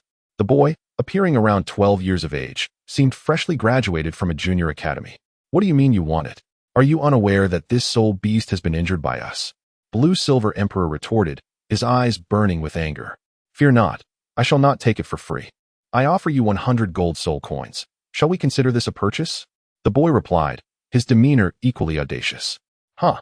I will offer 1,000 gold soul coins if you can fetch me an 800-year-old thunder pattern tiger. This one I shall relinquish to you. Upon hearing such an insulting remark from the boy, Lin Yongming could hardly contain his fury. Oh, a blind one. How peculiar that you made it to the Stardew Forest. Your sister, however, is quite striking. How about becoming friends for 100 gold soul coins? Young master. To seize another's injured soul beast violates the rules of the Soul Master realm, one of the middle-aged men behind him cautioned, recognizing Lin Yongming and his companion as commoners by their attire. Of course, such rules do exist, he added. Rules? What rules? Strength is the only rule that matters. I have wandered this damned Stardew Forest for 2 days and nights without finding a suitable soul beast, and I can no longer endure this wretched environment. The boy said, his face twisted with resentment. You will yield, whether you like it or not. Blame only yourselves for encountering me. You too. Seize them and prevent them from obstructing my absorption of the Thunder Pattern Tiger's spirit ring. The boy commanded his guards without a hint of reason, eyeing the endangered beast. Understood, young master. The guards complied, releasing their spirit rings. 2 white, 2 yellow, and 2 purple spirit kings stood before Lin Yongming and Blue Silver Emperor. Please forgive us. But we must ask you to leave. This Thunder Pattern Tiger belongs to our young master. The guards interjected, positioning themselves firmly. 2 spirit kings. Lin Yongming's expression darkened. Given their current strength, he had no chance of victory. How outrageous. Do you not fear retribution? Blue Silver Emperor exclaimed, releasing her spirit ring in indignation. I advise you both against rash actions. With your talents, you have a bright future ahead. It is not worth the trouble for a mere 100-year soul beast. One of the guards suggested, noting that despite their youth, Lin Yongming and Blue Silver Emperor exhibited remarkable talent far surpassing that of their young master.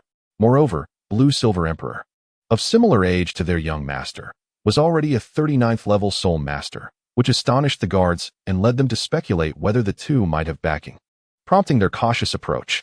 Your sister, do not act impulsively. Perhaps retribution will come swiftly, Lin Yongming calmly advised Blue Silver Emperor, who was fuming. Blind brother, what are you doing? They intend to seize our hard-fought prize. How can we allow that? She questioned in confusion. I fear he may not be able to handle the consequences, Lin Yongming replied, having sensed something unusual about the Thunder Pattern Tiger, as if a power was about to erupt. Wait, no, the Thunder Pattern Tiger is on the verge of breaking through from 100 years to 1,000.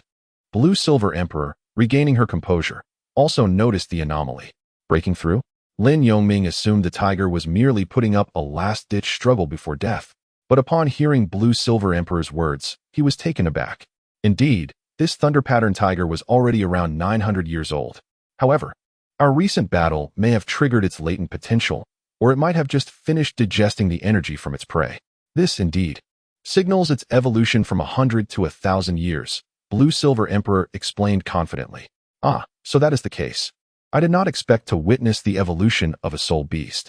But sister, how do you know so much? Lin Yongming marveled, inquiring. Need I explain? I am older than you and have read more books than you have had meals, she replied with a hint of pride. Should I share my experiences with you? Blue Silver Emperor mused secretly, glancing at Lin Yongming. The 2 guards, observing the pair whispering, mistakenly believed they were deliberating on whether to leave. Thus, seeing no immediate action from Lin Yongming and Blue Silver Emperor, the guards chose not to intervene. Meanwhile, the boy drew a dagger, eyeing the Thunder Pattern Tiger, which stood less than 2 meters away. You have quite a few wounds. It seems you two have exerted considerable effort. Alas, it will now belong to me. Rendering your efforts in vain, he mocked, turning to taunt them. Is that so? Yet it appears you may lack the fortune to claim it, Lin Yongming replied nonchalantly, unaffected by the boy's jibe. What do you mean? The boy, hearing the dismissive tone, clearly found Lin Yongming's reaction unsatisfactory. In his imagination, Lin Yongming and Blue Silver Emperor should have been enraged.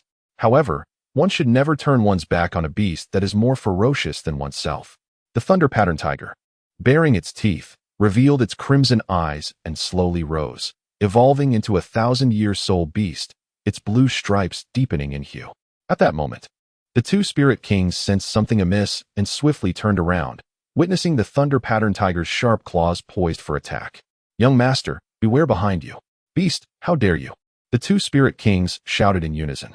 Yet, the Thunder Pattern Tiger, now enraged, disregarded their warnings, perceiving them as threats. With a swift strike, the tiger's claws raked from the boy's shoulder to his waist, leaving deep marks, and he screamed in agony, his spine exposed. Roar! The thunder-patterned tiger bellowed, surrounded by crackling lightning, its form expanding further. Young master. One guard rushed forward to catch the boy. Beast, you seek death. The other spirit king unleashed his fifth spirit ring's ability without hesitation. To steal my spirit ring, it shall not be so easy. First spirit skill, Shura Thunder Light Slash. However, Lin Yongming had long awaited this moment. The Thunder Light Slash had a more potent variant known as Shura Thunder Light Slash, colloquially referred to as XP in the game. Knowing the Thunder Pattern Tiger was evolving to a 1,000-year level, Lin Yongming had been quietly gathering energy for his lightning blade. This technique required 70% of his soul power to activate. Thus he had reserved it as a trump card, understanding that each stage necessitated its own hidden strength. He would not easily reveal it unless absolutely necessary, for he understood the importance of concealing one's brilliance while navigating the martial world. The nearly 2-meter-long light blade was nearly 3 times larger than the Thunder Light Slash, with an attack power at least doubled. Before the Spirit King could unleash his fifth spirit skill, the light blade sliced past him, striking the Thunder Pattern Tiger's head. With a piercing effect, the 2 lightning blades pierced through and struck the massive tree behind the tiger, halting only upon impact. Stunned, the Thunder Pattern Tiger's movements ceased. Its maw still agape in a roar, it fell lifelessly, unwillingly yielding its newly formed purple spirit ring. The Spirit King, who had been preparing to unleash his soul skill, awkwardly raised his hand, astonished as he turned to Lin Yongming. Blind brother, remarkable. Your first soul skill can actually enhance attack power. Blue Silver Emperor exclaimed, equally surprised by Lin Yongming's sudden intervention, only realizing it when the purple spirit ring materialized from the Thunder Pattern Tiger. Lin Yongming let out a deep sigh. After the previous battle and the recently unleashed Azura Thunder Slash, his soul power had dwindled to less than 10%, leaving him feeling somewhat fatigued. Young master. The Soul King cradling the young boy could sense his breaths growing increasingly faint. Another individual soon joined him, approaching his injured brother. Old Wei, your injuries are too severe. It seems you won't make it back. There is no hope. Enough with the idle chatter, we must hasten home. Our lives may also be in jeopardy, but we must retrieve the body. At that moment, the 2 Soul Kings had no time to concern themselves with Lin Yongming and the Blue Silver Emperor. They swiftly carried the young boy, channeling their soul power as they departed from the Stardow Forest. Blind brother, the Thunder Pattern Tiger is yours now, but it is merely a 1,000-year soul ring. What a pity, the Blue Silver Emperor lamented after the 2 had left. No matter, it is merely a newly acquired 1,000-year soul ring, which suits my needs perfectly. I was worried that a 100-year soul ring might be too weak, he replied.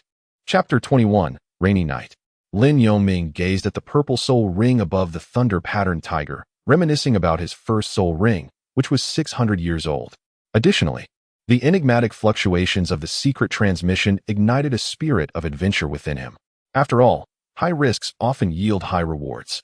Of course, this also reflected Lin Yongming's self-assessment and his trust in the secret transmission of fluctuations. Most importantly, without even a shred of courageous determination, how could one embark on the path of becoming a formidable warrior? To attain strength, one must not only possess power, but also cultivate a resilient mindset. His blind younger brother, despite just having ascended to a 1,000-year soul ring, still needed to exercise caution.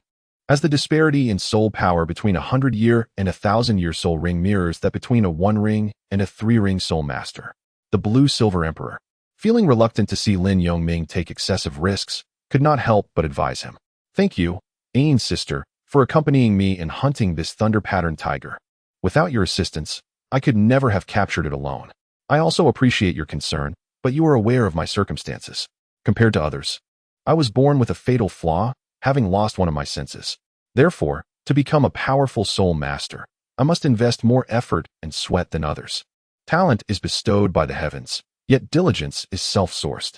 Since I have been granted innate, full soul power, I must seize this opportunity. Lin Yongming expressed these resolute words with a determined countenance, facing the Blue Silver Emperor. You must have faced considerable ridicule from your peers in the village during your childhood. I never anticipated you would possess such an attitude. Your words truly command my respect. It is no wonder that despite your visual impairment, you managed to venture beyond your mountain village. Even while born blind, You traveled great distances to the Douluo forest for the soul ring, refusing to succumb to your fate, choosing instead to confront it with a courageous heart. Very well, since that is the case, I shall not deter you further. I will bless you, wishing you success in absorbing the soul ring. The blue-silver emperor observed Lin Yongming, merely 7 years old yet remarkably resilient, and at this moment decided against persuading him to abandon the prospect of the 1,000-year soul ring. Second soul skill, blue-silver's guardian. The blue-silver emperor suddenly unleashed a soul skill, infusing Lin Yongming with a vibrant green light full of life. Lin Yongming felt a wave of comfort wash over him, accompanied by the gradual restoration of his spiritual energy. Blind brother, my soul skill is of an auxiliary nature, possessing the abilities of healing, restoration, and physical enhancement. It lasts for half an hour. Although it is currently only at 20% effectiveness, it is the best blessing I can offer you at this moment. Lan Yinhuang elucidated to Lin Yongming. Thank you, Sister Ayin, Lin Yongming replied with a nod, expressing his gratitude earnestly. All right, no more talk. You must quickly absorb the soul ring, or it will dissipate, Lan Yinhuang urged, nodding in acknowledgement, refraining from further conversation to avoid distracting Lin Yongming. Lin Yongming arrived at the location where the thunder-pattern tiger had met its demise, settling into a cross-legged position approximately 1 meter away. With the remnants of his soul power, he began to guide the Millennium Soul Ring. As he exerted his influence, the soul ring ascended from above the thunder-pattern tiger, hovering over Lin Yongming's head. The process of absorption officially commenced. Having traveled to this spot since noon, he spent over 3 hours here. An additional time was consumed in the hunt for the thunder-pattern tiger. Outside, twilight enveloped the landscape, yet within the dense forest, darkness prevailed, devoid of light. Only the 1,000-year purple soul ring illuminated the surrounding gloom.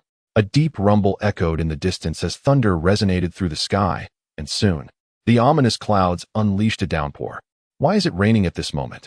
Blue-silver emperor frowned, observing the rain intensifying, while remaining vigilant of their surroundings. He hurried to Lin Yongming's side, promptly placing the package containing Lin Yongming's clothing into his storage soul tool to prevent it from getting wet. However, as Lin Yongming was engrossed in absorbing the soul ring, he remained motionless, allowing the rain to drench him. When the two had procured supplies in Alto Town, the sun had blazed brightly, and they had never anticipated such a downpour, leaving them without even a single umbrella. Lin Yongming possesses the remarkable ability to perceive his external surroundings, even aware of the rain falling around him. However, at this moment, he can only concentrate on refining the immense soul power contained within the Millennium Soul Ring. Time passes slowly, and both he and Lan Yinhuang find themselves completely soaked. In order to protect Lin Yongming, Lan Yinhuang refrains from seeking shelter from the rain. Half an hour elapses, and Lin Yongming reaches a critical juncture in absorbing the soul ring, radiant blue light coursing through his body incessantly. It should be nearly done, Lan Yinhuang muses. Yet, it astonishes him that his blind younger brother can truly succeed in absorbing a Millennium Soul Ring. He must possess other secrets. Reflecting on Lin Yongming's innate blindness paired with his ability to sense his surroundings, Lan Yinhuang realizes that this phenomenon is not solely a product of mental strength. Otherwise, even a great soul master would be unable to maintain such a feat for an extended period. He also recalls the first century soul skill, which can unleash the power of a Millennium Soul skill. As these thoughts swirl in his mind, a brand new wave of soul power erupts from Lin Yongming. Hiss! It has surged to level 24 soul power. How long has he been suppressing it? Lan Yinhuang senses the fluctuations of soul power emanating from Lin Yongming. He has finally absorbed it. Level 24, quite impressive. His previous training has not been in vain. Once Lin Yongming finishes absorbing the soul ring, he rises, shimmering with a yellow and purple glow. Blind brother, no need to show off. Let us leave this place. Despite the cleansing rain, the scent of blood still lingers, and it may attract other soul beasts, Lan Yinhuang remarks, promptly pulling him away. Agreed, Lin Yongming acknowledges, fully aware that beasts are highly sensitive to the smell of blood. The two of them venture several hundred meters away from their original spot as the rain continues to pour. Here will do, let us hastily set up a tent. I'm freezing, Lan Yinhuang declares upon spotting a large rock with a slight incline, not fearing water accumulation. Taking out the only tent he possesses, the two of them work together under the rain to erect it against the giant stone. All right, the rain is intensifying, Let us take refuge in the tent. Lan Yinhuang suggests. Indeed. By the way, where is my pack? Did you bring it? Lin Yongming inquires, glancing at his drenched attire. I took it for you. I knew you would want to change into dry clothes, Lan Yinhuang replies, producing the pack and handing it to Lin Yongming. I'm freezing. I need to change. You won't peek, will you? Lin Yongming questions. Who would want to see that? Hurry and change. Once you're done, I'll need to change as well. Lan Yinhuang responds, turning away promptly. Upon witnessing this, Lin Yongming promptly changed into dry clothing and temporarily placed his wet garments outside the tent. It's my turn now. Step aside and do not peek, Lan Yinhuang warned. Although reluctant to change in front of Lin Yongming, the discomfort of her soaked attire compelled her. I am blind. How could I possibly see you changing? Lin Yongming replied, turning his back. Humph. Do not think I am unaware of your keen perception. Therefore, I insist you close your spiritual senses and your awareness, Lan Yinhuang cautioned once more. Closed? Closed. Lin Yongming could only respond. Lan Yinhuang fixed her gaze on Lin Yongming's silhouette for a moment before slowly beginning to change her clothes. Having never changed in the presence of a boy before, her cheeks flushed a deep crimson, despite Lin Yongming merely being a child. Chapter 22. Solitude in the Tent. Eruptions of emotion. The rain pattered against the leaves and the tent, creating a cacophony that accompanied the sounds of Lan Yinhuang dressing. What is improper must not be seen, nor heard, Lin Yongming silently repeated to himself.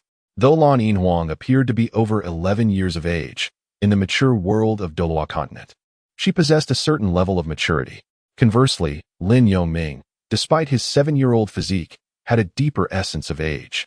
Blind little brother, did you sneak a glance? After a while, Lan Yinhuang, now clad in fresh garments, inquired. Ahem, sisterine, I have already stated that I am merely blind. Besides, what ill intentions could a child possibly harbor? I was only contemplating the soul skills granted by my second spirit ring, Lin Yongming hastily retorted. I trust you as far as I can throw you. You are quite clever, little rascal. Your first soul skill possesses such formidable power. Yet at the outset, you did not exert your full strength, causing me to be on guard for so long, Lan Yinhuang replied indignantly. I treat the Shura Thunderblade as my trump card. Being a trump card, it cannot be easily revealed. Moreover, it was not my intention to withhold it. While it is indeed powerful, it requires time to charge, and its soul power consumption is considerable. I reserve the Shura Thunderblade for dire circumstances, Lin Yongming quickly explained. I suppose your reasoning holds some merit. Let us eat something first. This rain shows no signs of abating, and with nightfall upon us, we have no choice but to spend the night here. The tent, illuminated by a light source hanging from the top, was small, barely accommodating 2 adults. Fortunately, the 2 were still quite young. As she spoke, Lan Yinhuang produced some dried provisions and jerky, along with a flask of water. Lin Yongming waited until Lan Yinhuang changed her clothes before turning to sit cross-legged opposite her. Sister Ayin, is it dangerous to spend the night in the Stardow forest? Lin Yongming inquired as he picked up some food. Normally, if the weather is fine, the soul beasts would come out to forage at night. However, given the rain now, the soul beasts are likely hiding in their lairs, which gives us ample time to enjoy this food. Of course, we must remain vigilant, Lan Yinhuang cautioned. Indeed, I shall take the watch. After all, in my world, there is no distinction between night and day. Lin Yongming nodded in agreement. Then I shall not hesitate. I will indulge in a lovely sleep, Lan Yinhuang replied with delight. Before long, the 2 had finished all the food they had brought and tidied up the tent. I shall lie down now. If I become too drowsy, just wake me, Lan Yinhuang said cutely as she prepared to lie down. Use my pack as a pillow, Lin Yongming offered, pushing his bundle towards her. Thank you. Lan Yinhuang graciously accepted the pack and then lay down beside Lin Yongming. Lin Yongming sat cross-legged at the entrance of the tent. Ah, I nearly forgot. Your second soul ring is indeed of the Millennium grade. What is the effect of your soul skill? I surmise that the soul ring from the Thunder Pattern Tiger grants you a formidable ability, inquired Blue Silvergrass. It's satisfactory. Ordinary beings cannot approach me within 3 meters. The skill is named Wave Eruption. It gathers a surge of lightning energy within me and then releases it in a wave-like manner from my center. The damage inflicted increases the closer one gets to me, accompanied by a repulsive effect that can also counteract distant attacks from others. To put it succinctly, it is most effective when besieged, Lin Yongming explained slowly to Blue Silver Emperor. Moreover, there exists a special effect. It can activate a wave seal. enhancing the attack power of other soul skills by 30% for one instance. Oh, Blue Silver Emperor murmured in a daze. It seemed that during Lin Yoming's discourse, Blue Silver Emperor had succumbed to drowsiness, missing much of the latter part of his explanation. However, Lin Yoming bore no resentment towards Blue Silver Emperor. After all, they had journeyed 2 days to reach the Douluo forest, hardly affording any proper rest in the carriage. Upon alighting, they plunged directly into the forest, only to engage in a fierce battle by evening. Anyone would feel utterly exhausted, and thus, once Blue Silver Emperor reclined and closed his eyes, he gradually slipped into slumber. It appeared that this fate was inescapable. Lin Yoming pondered with a complex expression. I shall not dwell on it. For now, it is paramount to enhance my strength. Should that day ever come, lacking power would render me incapable of effecting change. Lin Yoming sat cross-legged, secretly employing the techniques of the Wave Secret method to reinforce the enhancements granted by the Thunder Pattern Tiger Soul Ring. Having absorbed the Millennium-old Purple Soul Ring, his abilities were naturally elevated in all aspects. At this moment, releasing the Azura Thunder Slash required merely 50% of his soul power. With the augmentation of his physique, Lin Yoming had also grown noticeably taller. Initially around 1.30 m, he now stood at least 1.50 m. His abilities of insight and perception had correspondingly improved, extending his range by over 10 meters, approaching 70 meters in total. The night passed in silence as the rain continued to fall until the early hours of the morning, gradually tapering off. Unable to discern the dawn in the white night, Lin Yoming recognized the arrival of morning by the chorus of early birds in the forest. The rain, which had poured throughout the night, had finally ceased. Stepping out of the tent, he inhaled deeply, the fresh morning air invigorating his mind. Ayin, it's time to wake up. The sun is up and the rain has stopped. Lin Yoming called out to the Blue Silver Emperor. Is it morning? Came the drowsy voice of the Blue Silver Emperor from within the tent. It should be, Lin Yoming replied. Should be? Oh, I forgot you can't see. The Blue Silver Emperor said as she emerged from the tent, brushing through her slightly disheveled hair. I slept so well. By the way, blind brother, did you stay up all night? Why didn't you wake me? She inquired, noticing the white light filtering through the leaves and the clear dewdrops. Realizing how deeply she had slept the previous night. Ayin, you came to the Douluo forest for my sake. And you Haven T had a proper rest during the journey. That is why I didn't call you. Moreover, having absorbed my second soul ring, I feel completely refreshed. Lin Yoming replied earnestly. Don't be ridiculous. Not only are you blind, but you also have a penchant for nonsensical talk. You two have been traveling for days. Given your blindness, your mental energy must have been depleted even more, so you ought to rest adequately. Why not go back in and sleep for a while? I'll wake you at noon, and then we can venture out of the Douluo forest together, the Blue Silver Emperor said with concern. However, before the two could continue their discussion, the sound of wolves echoed through the air. A wolf pack is approaching us, Lin Yoming said, as several wolves appeared within the range of his insight. Yes, it's a pack of jungle wolves. The leader is at least 3,000 years old. The Blue Silver Emperor immediately received information from the Blue Silver Grass tribe. Let us go, they exclaimed in unison. Swiftly gathering their belongings, they prepared to leave the area. But the rustling sounds behind them indicated that the wolf pack was in pursuit. Chapter 23. The Jungle Wolf Pack. New characters. How swift. Lin Yoming had not anticipated that the jungle wolves were relentlessly pursuing him from behind, gradually closing the distance between them. A pack of jungle wolves in the Douluo forest was certainly not a good omen for other soul beasts. Their presence posed a devastating threat to the area, which was predominantly inhabited by soul beasts of 1,000 years or less, as these wolves could directly confront the solitary 10,000-year soul beasts. As he ran, the Blue Silver Emperor elaborated, Are you suggesting a group attack? Lin Yoming's expression hardened.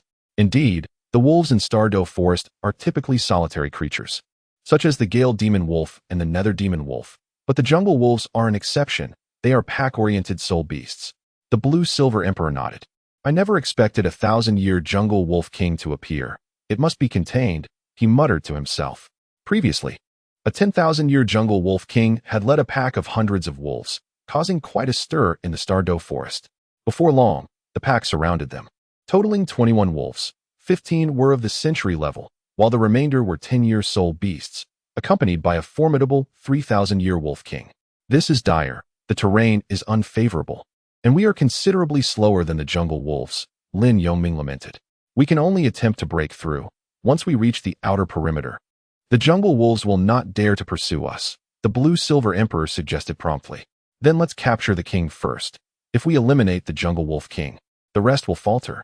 You control, and I will strike, waiting for the opportunity to unleash the Shura Thunder Slash. It should be effective. Lin Yongming devised a battle plan.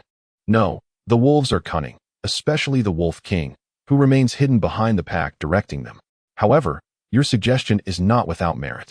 Given our speed relative to the wolves, we will undoubtedly be encircled within 10 minutes. I will set traps first, the blue-silver emperor stated seriously, summoning blue-silver grass to lay out a formation at their feet. Let us go. The two continued to race toward the outskirts, with the wolves pursuing them closely from behind and on both sides. Stop! The blue-silver emperor exclaimed as the wolf king was about to step into the trap they had just set. Lin Yongming clenched his thunder knife, gathering energy in secret. Blue-silver formation, activate.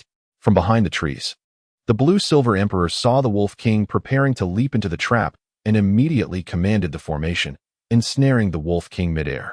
First soul skill, Shura Thunder Slash. Seizing the moment, Lin Yongming locked onto the wolf king's figure and unleashed the soul skill he had been charging for a long time. Oh whoa! The wolf king howled as the jungle wolves leaped in front of him, displaying a fearless resolve. The flying blades of thunder struck down the jungle wolves. But just as Lin Yongming approached the wolf king, the latter broke free, demonstrating the prowess of a 3,000-year soul beast by shattering the thunder blades that had been diminished by the wolves' interference.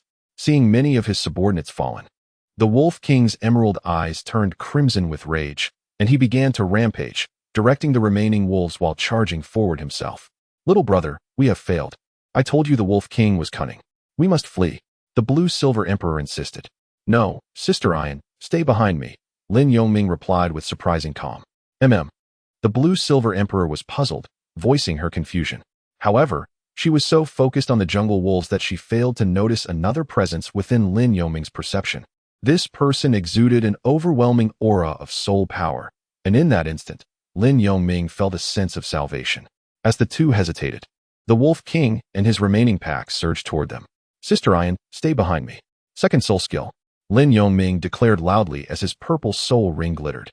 A surge of energy erupted from Lin Yongming, who stood firm with his thunder knife plunged into the ground, sending forth a wave of power imbued with lightning.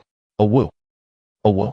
The jungle wolves charging at Lin Yongming were repelled midair, with the weaker ones exploding under the force of the shockwave.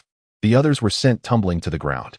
The wolf king rose, undeterred, and prepared to launch another attack. However, third soul skill, teleportation. Sixth soul skill, explosive 8-stage slam. A woman suddenly appeared before the wolf king, radiating 6 optimal soul rings, and unleashed a flurry of strikes that obliterated it midair. The remaining jungle wolves, tails tucked, fled into the forest. Sister Xiao, how did you find us? The blue-silver emperor called out upon seeing the woman. Ian, I was near the Stardow forest. But why didn't you come to find me? I sensed your aura and hurried here. Otherwise, you would be in danger, the woman, known as Xiao, replied. Her simple attire and long hair tied back, giving her a gentle, intellectual beauty. Sister Xiao? Is this the sister the blue-silver emperor spoke of? But those soul skills sound so familiar. Teleportation, explosive 8-stage slam. Lin Yongming pondered, realizing that these were the soul skills of the original protagonist, Xiao Wu. Yet, this woman could not possibly be Xiao Wu. Could it be? Lin Yongming's thoughts raced as he connected the dots, recognizing her as a character largely absent from the original story, Xiao Wu's mother. Indeed, the blue-silver emperor's sister cannot be human. She is a rabbit. And the blue-silver emperor is a plant. Rabbits eat plants. Isn't that the essence of the food chain? How can they be sisters? This sibling relationship seems rather questionable, Lin Yongming mused privately. Ian, who is this young man? Xiao approached Lin Yongming and inquired. Sister Xiao, this is my blind little brother whom I picked up on my way to find you. He is quite decent. He even treated me to a meal and lodging.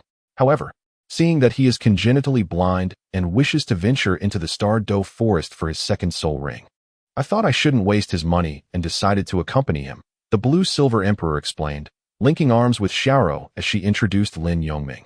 You could have come to find me first. I would have accompanied you both. It is quite dangerous for a soul master to venture into the Stardow forest alone with a great soul master. Have you found your soul ring yet? Xiao said, slapping her forehead in exasperation. Thank you, Sister Xiao. I found my soul ring. Just as I was preparing to leave, I encountered the pack of jungle wolves. Lin Yongming replied, standing firm, though unseen, facing Xiao out of respect. Indeed, Sister Xiao, it was perilous earlier, and we are fortunate you arrived in time. The Blue-Silver Emperor concurred. Now that we have obtained the soul ring, let us hasten our exit from the Douluo forest. Chapter 24.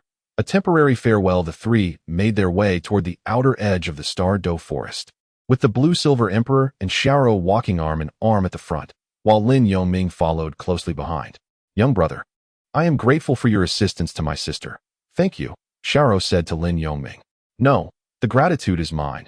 I owe it all to Sister Ayan. Without her, I would not have reached the Douluo forest nor found a suitable soul ring. Moreover, I am indebted for her timely rescue earlier, he replied. Lin Yongming swiftly responded. Little brother, your character is commendable. However, I observe that despite your young age, you possess a formidable 24 levels of soul power. Could it be that you awakened your martial soul with innate full soul power? Which sect do you hail from? Xiao gently inquired about Lin Yongming's origins. Ah, sister, you jest. Although I do possess innate full soul power, I am merely a child from a humble mountain village with less than 100 households. Perhaps my awakening was a compensatory gift from the heavens for my congenital blindness, Lin Yongming replied. Upon hearing the words of the soft-bone rabbit, Lin Yongming turned and reflected, thinking that he had approached them intentionally, thus revealing that this Xiao was far more cautious than the Blue-Silver Emperor. It is evident that, despite your tender years, you are quite brave. Having shielded my sister from the jungle wolves, Xiao continued with her gentle tone. Sister, I am not that weak. My blind brother possesses a soul skill capable of repelling packs of jungle wolves. I intended to flee, but you used your teleportation soul skill to appear, Blue-Silver Emperor countered, provoking a glance from Xiao. Indeed, that is how it transpired. Lin Yongming nodded in agreement. The three, each with differing thoughts, conversed as they exited the Douluo Great Forest, passing an unchanging inn until they reached a fork in the road. Little brother, we have arrived at the junction. We shall not accompany you further. My sister has not returned for quite some time and should go back now, Xiao said, gazing at the main road. Thank you, sisters. I bid you farewell. It has been a pleasure to meet both of you, Lin Yongming replied, cupping his hands in farewell. Blind brother, the journey back to Douluo town is long. Are you truly all right? Would you like me to escort you? Blue-Silver Emperor immediately offered. No, Sister Ayan. I am capable of making the journey myself. You should return with Sister Xiao, Lin Yongming declined. Then I shall visit you in due time. What is the name of your village? Blue-Silver Emperor inquired eagerly. At the place where the pond meets, walk 5 miles inward to Thunderstorm Village. Besides, as long as we travel the same road, we are bound to meet again. Farewell, Lin Yongming said, walking along the sunlit path. Do not pick up the bad habits of noble children upon your return. Farewell, Blue-Silver Emperor called after his retreating figure. Are you reluctant to part with him? You seem quite invested for one so young, Xiao remarked, gazing at Blue-Silver Emperor with a hint of disbelief. I merely find the blind brother rather intriguing. Blue-Silver Emperor replied. But he possesses innate, full soul power. If he truly is a disciple of a sect, your casual interaction could be perilous. Your identity will inevitably be uncovered, Xiao cautioned, observing Blue-Silver Emperor's strength. Fear not. Over the years, I have remained within small towns and mountain villages. In these rural areas, encountering a soul master of the Soul King level is quite remarkable. Thus I am unlikely to be discovered, Blue-Silver Emperor reassured her. That is well and good. However, to venture into larger cities, you must reach maturity first. Otherwise, you risk being exposed at any moment. Our journey is fraught with difficulties. Xiao lamented. Come, let us return to my dwelling, Blue-Silver Emperor said as she and the soft-bone rabbit turned back into the Douluo Great Forest. How long shall we stay this time? Until I break through to the spirit sect. 100,000-year soul beast may choose to transform into a human or continue as a soul beast. After another 1,000 years, they face the heavenly tribulation. If they survive, they may continue to cultivate as a ferocious beast, facing tribulations every 100,000 years until they attain the million-year level. However, should a 100,000-year soul beast opt to transform into a human, all cultivation must begin anew.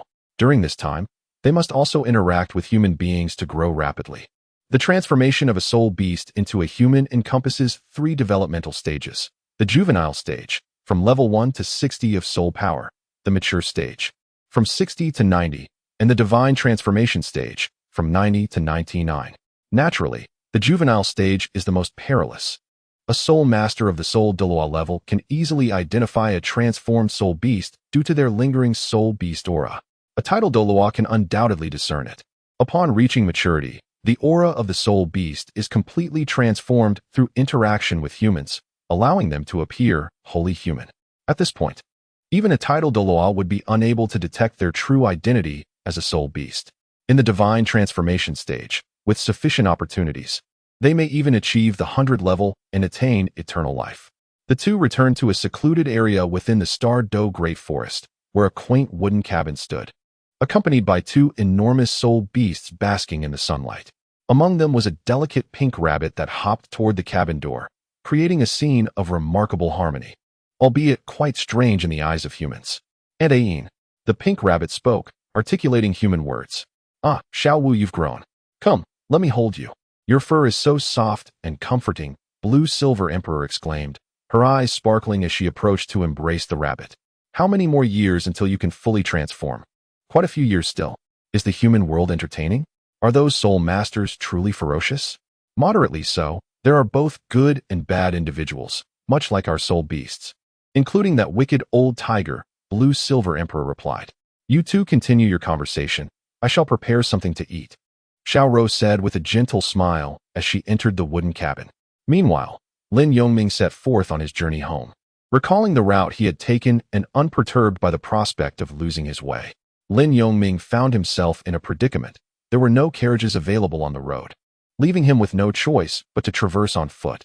Yet, his journey was not merely a walk. He practiced his cultivation while making his way home. It is often said that reading a myriad of books pales in comparison to traveling 1,000 miles. Thus, Lin Yongming advanced with the aid of his soul energy, pausing to rest and replenish his vitality whenever his reserves began to dwindle. Along the way, many passers-by observed a peculiar figure making their way, notably a blind man shrouded in black cloth. "Is this Lin Yongming's home?" queried Su Qing as he approached the martial soul branch in the town of Ulto, seeking Lin Yongming. "Indeed, I am Inglan, his mother. May I inquire about your purpose in seeking my son?" she responded from behind the fence. "Where is Lin Yongming?" Su Qing asked, perplexed. 3 days prior, my son departed the village, stating he intended to seek assistance from the martial soul hall in hunting soul beasts. "You are soul masters from the hall, are you not?" Inglan recounted truthfully. "This is troubling. Could it be that he did not return to the village but ventured into the soul beast forest? Such impulsiveness." Su Qing's expression turned grave as he contemplated the implications. Swiftly, he departed from Thunderstorm Village and returned to Ulto. Chapter 25. Homecoming. Su Qing arrived outside the village. His countenance darkened as he gazed towards the horizon, letting out a long sigh. "What shall we do now?" Upon returning to Ulto, he sought out the bishop without delay. "Su Qing, you've returned quickly. The lad is unharmed, I hope?" The bishop inquired with a light-hearted tone. "Your Grace, it seems that after registering for his soul master certification, Lin Yongming did not return to the village but instead headed straight for the soul beast forest, as stated by his mother." "This is undoubtedly true," Su Qing reported with a sense of resignation. "What? He has gone to the soul beast forest? It makes sense. He had already achieved a soul power level of 20 during the soul power assessment. What soul master could resist the allure of obtaining a soul ring and enhancing their strength?" The bishop's gaze widened with astonishment as he regarded Su Qing, followed by a resigned smile, realizing Lin Yongming's eagerness to acquire a soul ring. "Your Grace, does the Pope not care for Lin Yongming at all? Otherwise, he would not have mentioned observing him for a year when he could easily provide him with a century-old soul beast." Su Qing expressed his discontent. "Silence, Su Qing. The Pope undoubtedly has his own considerations, and we should not speak too freely about him. Furthermore, did he not mention in his letter that if Lin Yongming could obtain a soul ring of his own within a year, he should report it to the Pope? Therefore, I assign you the task of monitoring Lin Yongming. You are to visit Thunderstorm Village every 3 days. Upon encountering him, assess his strength and ascertain whether his second soul ring is of a century's age. If it turns out to be merely 10 years, it would be a waste." The bishop instructed Su Qing. "I understand, Your Grace. However, I worry whether he will return alive or if he might lose his way. considering his sight. Su Qing hesitated, recalling Lin Yongming's visual impairment, pondering whether he could even reach the Soul Beast Forest. Not necessarily. Do you forget? He recently acquired a gold soul coin from us. If he travels to the Star Do Great Forest, hiring a carriage will not cost him much. Very well. If he does not appear within 2 months, you need not visit again, but continue your visits to Thunderstorm Village every 3 days in the meantime. The bishop commanded with a wave of his hand. Understood, Your Grace. Su Qing nodded and exited the room. This is troublesome. I shall report truthfully to the Pope. We must avoid any potential negligence on our part, the bishop mused, gazing at the ceiling with a sigh. While Su Qing could not convey what the Pope of the Martial Soul Hall was like, it seemed the bishop harbored some trepidation regarding the Pope, perhaps due to his previous encounters with him. Subsequently, the bishop penned a letter to the Martial Soul Hall regarding Lin Yongming. Your Holiness, the bishop of the Ulto branch has sent another letter, an attendant announced upon arrival at the Pope's chamber. Again? They seem to write to me every few days as if I have nothing better to do. Did I not instruct them to keep an eye on that blind man? Or do they believe this will foster a closer relationship, leading to their transfer to Martial Soul City? The tall Pope slammed his hand on the armrest, exclaiming, Your Holiness, please calm your anger. They likely do not harbor such intentions. Perhaps it is genuinely concerning that blind man, and it is necessary to contact you. One individual stood forth, attempting to quell the Pope's ire. Humph, it better contain useful information. Otherwise, the Pope, still fuming, accepted the letter coldly. Indeed, it concerns that blind man. The attention given to someone with innate full soul power is indeed substantial, warranting my repeated concern. He mused as he recognized Lin Yongming's name with a hint of amusement. He ventured alone into the Soul Beast Forest. It seems he is determined to go to the Star Do Great Forest. I find myself torn between calling him reckless or admiring his ambition, the Pope chuckled softly. To venture forth alone? He is evidently unwilling to accept his fate. It is no wonder. Possessing innate full soul power, yet being blind would unnerve anyone. And perhaps this blind man intends to take one last gamble. Were it not for this, I might have considered taking him as my disciple, remarked a nearby youth with a softer voice. However, Your Holiness, this also validates the saintess's speculation. It is possible that his perception is indeed extraordinary, potentially due to his lifelong blindness, leading to a formidable mental prowess, the youth continued. Let us wait and see. Should he return alive? Even if he does not acquire a second soul ring, I shall promptly send a soul beast to him. In time, we shall know whether he is worthy or not. The Pope concluded. The path of cultivation is fraught with challenges, as Lin Yongming journeyed over the past few days. Alternating between consuming and replenishing his soul energy, he not only solidified the power granted by his Millennium Soul Ring, but also made notable advancements. Having been away for 10 days, he surmised his parents must be deeply worried, yet he was nearing Thunderstorm Village. With winds tousling his mid-length hair, Lin Yongming faced the setting sun.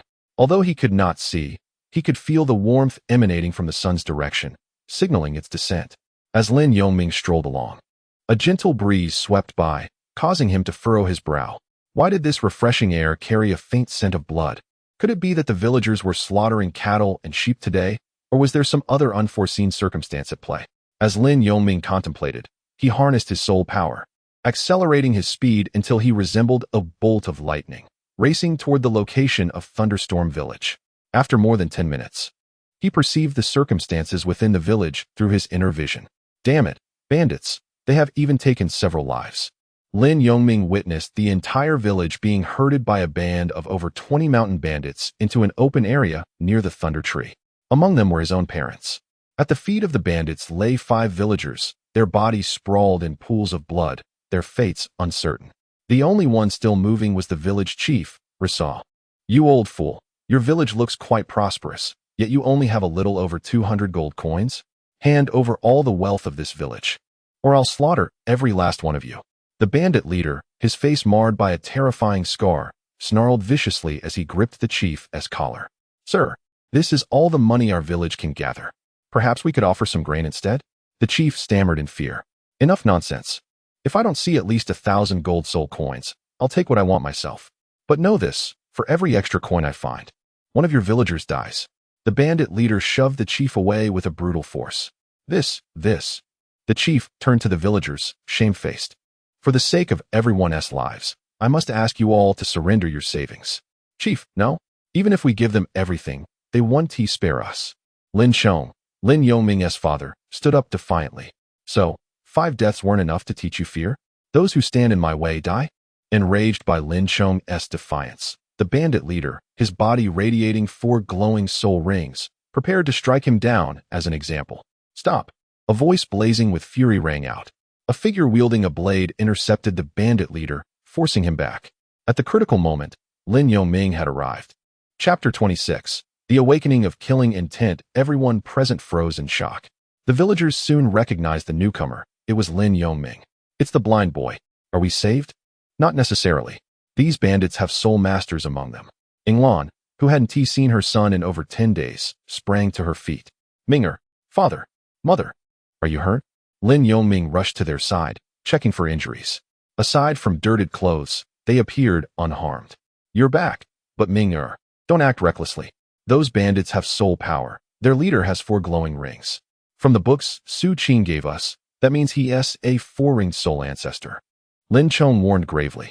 From Su Qing's texts, Lin Chong had learned the hierarchy of soul masters. 1-ringed soul master, 2-ringed great soul master, 3-ringed soul elder, 4-ringed soul ancestor, 5-ringed soul king, 6-ringed soul emperor, 7-ringed soul sage, 8-ringed titled Douluo, and the pinnacle, 9-ringed titled Douluo. Father, I understand, Lin Yongming replied. Lin Yongming also noticed the 4 soul rings on the scarred man's body, indicating that he was a soul master.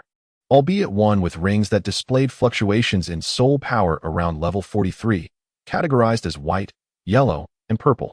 He initially thought a nearby spirit hall master had arrived, only to be startled by the presence of this small-time rogue. Hey, little brat, seeing that you possess soul power, come serve under me, and I shall spare your family's lives. What do you say? The scarred man called out, eyeing Lin Yongming's back. Are you not afraid that I might sever your head while you slumber? Lin Yongming retorted coldly, showing no courtesy. Your words carry some weight. Thus, I shall have to eliminate the threat entirely to prevent future retribution, the scarred man replied after a moment's contemplation. At this juncture, Lin Yongming had calmed his parents and turned to face the band of mountain robbers. Out of the 25 men, only 5 possessed soul power, while the remaining 15 brandished knives, encircling the villagers. With caution, it was not impossible to engage them in battle. They appeared to be bandits from the nearby mountain range of Limai Plain. Under the scrutiny of Lin Yongming's keen perception, the positions and limitations of the bandits were laid bare. Boss, this little brat is merely a blind fool, a portly bandit snickered from the left, his laughter resembling that of a swine. Is he blind because he became a soul master, or did he lose his sight after attaining such status? It is indeed a rarity to find a blind soul master in a small village, ha ha ha. On the right, a wiry middle-aged man with shifty eyes joined in the mockery. The other bandits erupted in raucous laughter. My lord, little Ming is but a 7-year-old child. If you desire money, I shall fetch it immediately. Please do not harm them, the village chief implored as he approached the bandit leader, his demeanor submissive. You old fool. It is too late. The opportunity has already been granted to you. Do you expect me to spare a soul master, only for you to seek revenge on me later? What is your standing that you presume to demand such mercy from me? Are you truly so oblivious to the situation? The bandit leader forcefully shoved the village chief to the ground, his voice filled with menace. Chief, Lin Yongming swiftly stepped forward to assist the elder. Little Ming, I am fine. Do not act rashly. You are the hope of our village. As long as you survive, our village shall endure. You are a soul master, and your speed is your advantage. Seek an opportunity to escape. Flee to the town. The chief urged Lin Yongming in a hushed tone, his expression grave. Chief, I cannot abandon you all. If I lose my parents and my village, I will truly have no home left. How could I forsake you? Lin Yongming replied earnestly. Lin Yongming sensed the palpable aura of hostility and murderous intent emanating from these individuals, and at this moment, he could not abandon the entire village to flee alone. Hey, are you two quietly contemplating an escape? Little brat, if you dare to run, I will immediately kill them, threatened the bandit leader towards Lin Yongming. Village chief, step back. May I engage in battle? Lin Yongming stepped forward, wielding his martial soul, the Thunderblade, which reappeared in his hand. The bandit leader assessed Lin Yongming's martial soul, noting its quality, but dismissing him as merely a second-ring soul master due to his youth. Little brat, not only am I a soul master, but you are also blind if you think you can challenge me. You should first deal with my subordinates, he scoffed, gesturing to a burly man and a lean man beside him. All right, boss, I relish training young and tender brats. The lean man smirked, licking his lips. The lean man's martial soul was a toxic rodent type, a second-ring soul master. Let me go first. Then, the burly man declared, his martial soul resembling a stout creature with a dog's head.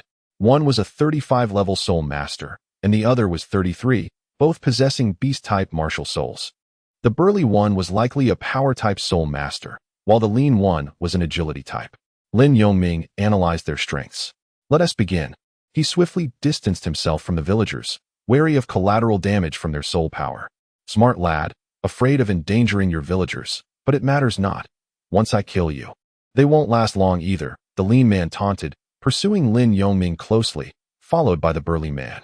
Second, third, the sun is setting, speed it up. Let's return for drinks and meat, the bandit leader commanded, remaining motionless. Kid, the boss has spoken. Prepare to die?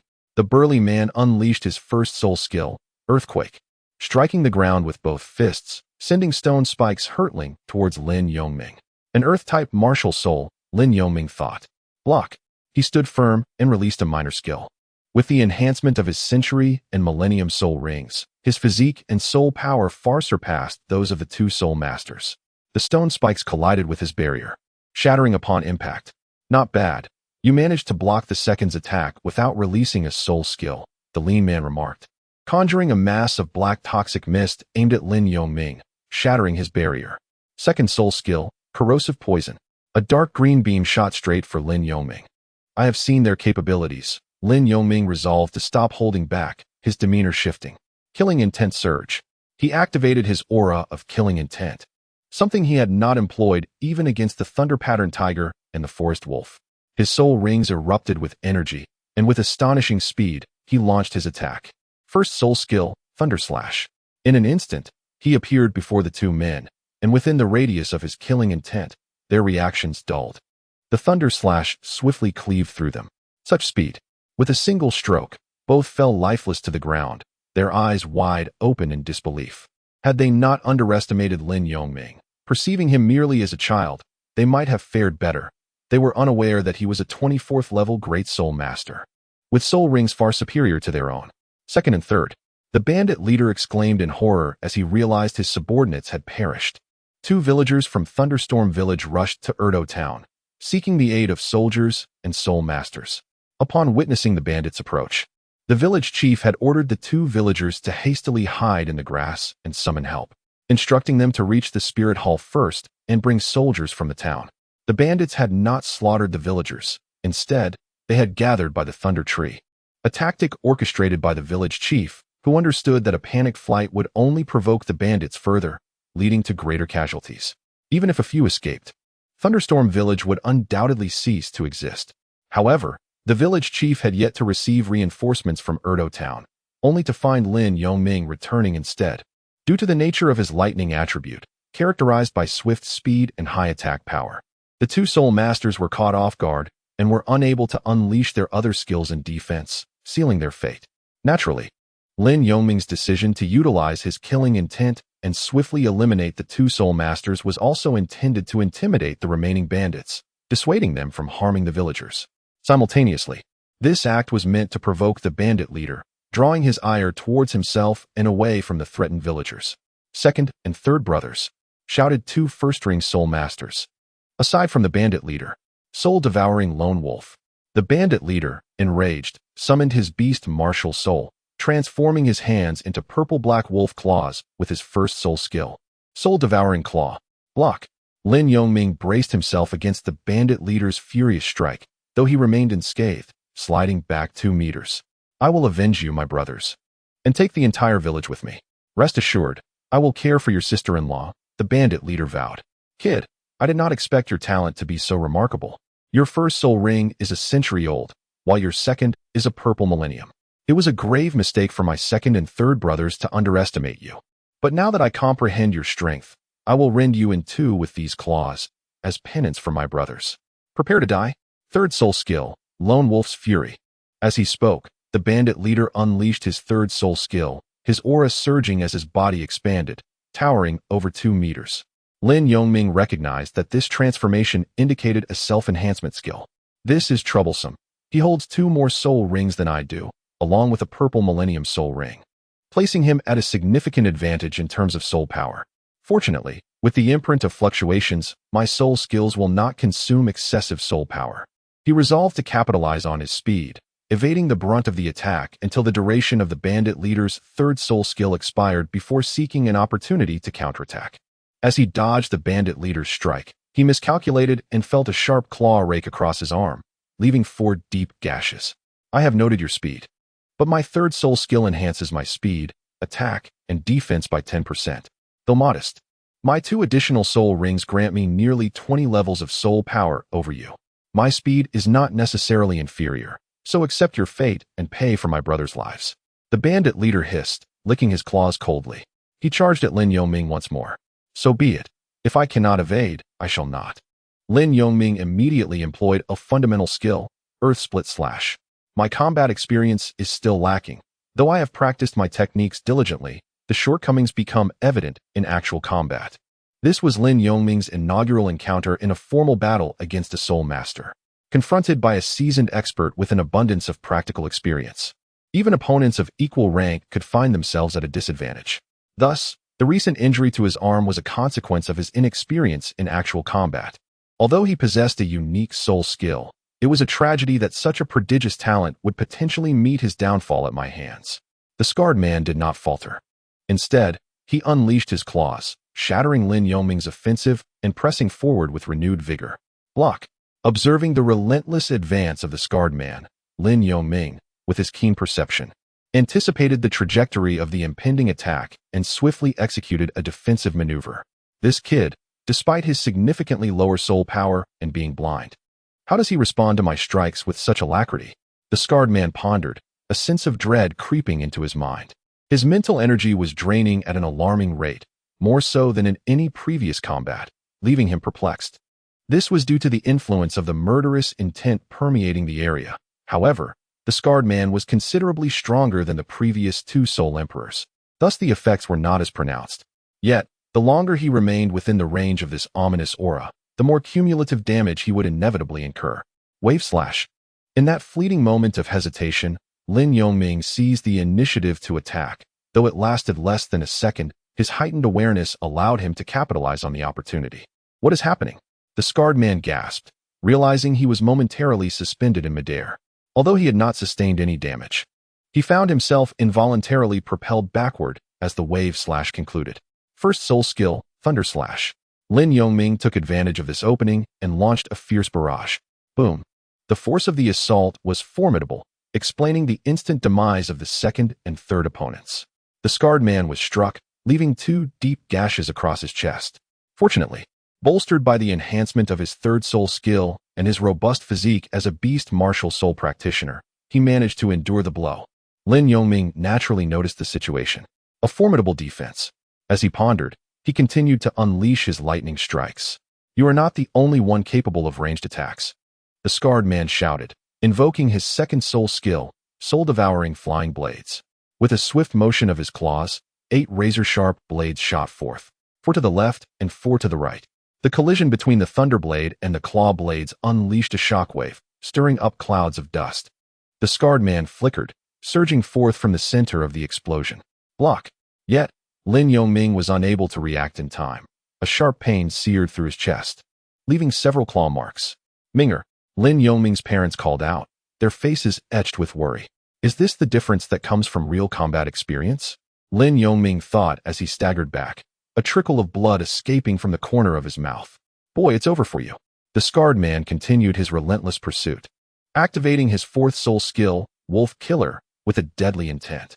As he closed his eyes and then opened them, a dark crimson glint shone forth, his aura surging once more, even his claws enlarging to resemble daggers, transforming him into a true, soul-devouring lone wolf soul beast, leaving behind a trail of dark red phantoms in his wake. Lin Yongming rose to his feet, wiping the blood from the corner of his mouth. With his 2nd soul skill, the Wave Eruption, he illuminated his purple soul ring, enveloped in crackling electricity. As he faced the scarred man lunging towards him, he unleashed his 2nd soul skill. The lightning blade plunged into the ground, unleashing a surge of power that radiated from Lin Yongming, sending forth waves of electricity that struck the scarred man. How could this be? Despite possessing a 1,000-year soul skill, I find myself at a disadvantage. The scarred man, caught off guard, was violently thrown back, spitting blood as he crashed to the ground, disbelief etched upon his face. Fourth, fifth, eliminate these villagers, he commanded, blood staining his teeth as he directed 2 of his companions with soul power. Cease at once. Third soul skill, Windblade. At this moment, a large contingent arrived in Thunder Rain Village. The Spirit Hall. Run. The scarred man, startled by the sight of his comrades being swiftly dispatched, recognized the identity of the newcomers. He quickly rose, preparing to flee towards the mountains. Shura Thunderslash. Seeing the newcomers, Lin Yongming, with no concerns for his safety, secretly concentrated his Shura Thunderslash. You think to impede me with just your first soul skill? The scarred man, unaware that this thunderous attack was markedly different from the previous one, attempted to block it with his claws, hoping to utilize Lin Yongming's assault to escape at the swiftest pace. However, the miscalculation would come at a steep price. It was imperative to note that this Shura Thunderslash was amplified by 30% due to the imprint of his second soul skill, resulting in a force the scarred man could not withstand. Chapter 28. The Fallen. The astonishing scene unfolded as the 5 bandits with soul power fell victim to the blade. A mere child has slain the leader. Run, flee. The bandits gazed at Lin Yongming's figure, towering in their eyes, and hastily dropped their weapons, eager to escape. Let none escape. Pursue them. The arrival of the Spirit Hall was not the only force at play. The city defense army from Ulto Town was also present. Upon hearing the villagers speak of over 20 bandits, they dispatched 50 soldiers. As Lin Yongming perceived that the peril had dissipated, the weight upon his heart likewise lifted. Hiss! Lin Yongming gazed upon his wounds, and only then did he truly feel the pain, instinctively crouching down, as it was the first time he had sustained such a grievous injury. His soul power was naturally nearly depleted. Tomorrow, Xiaoming.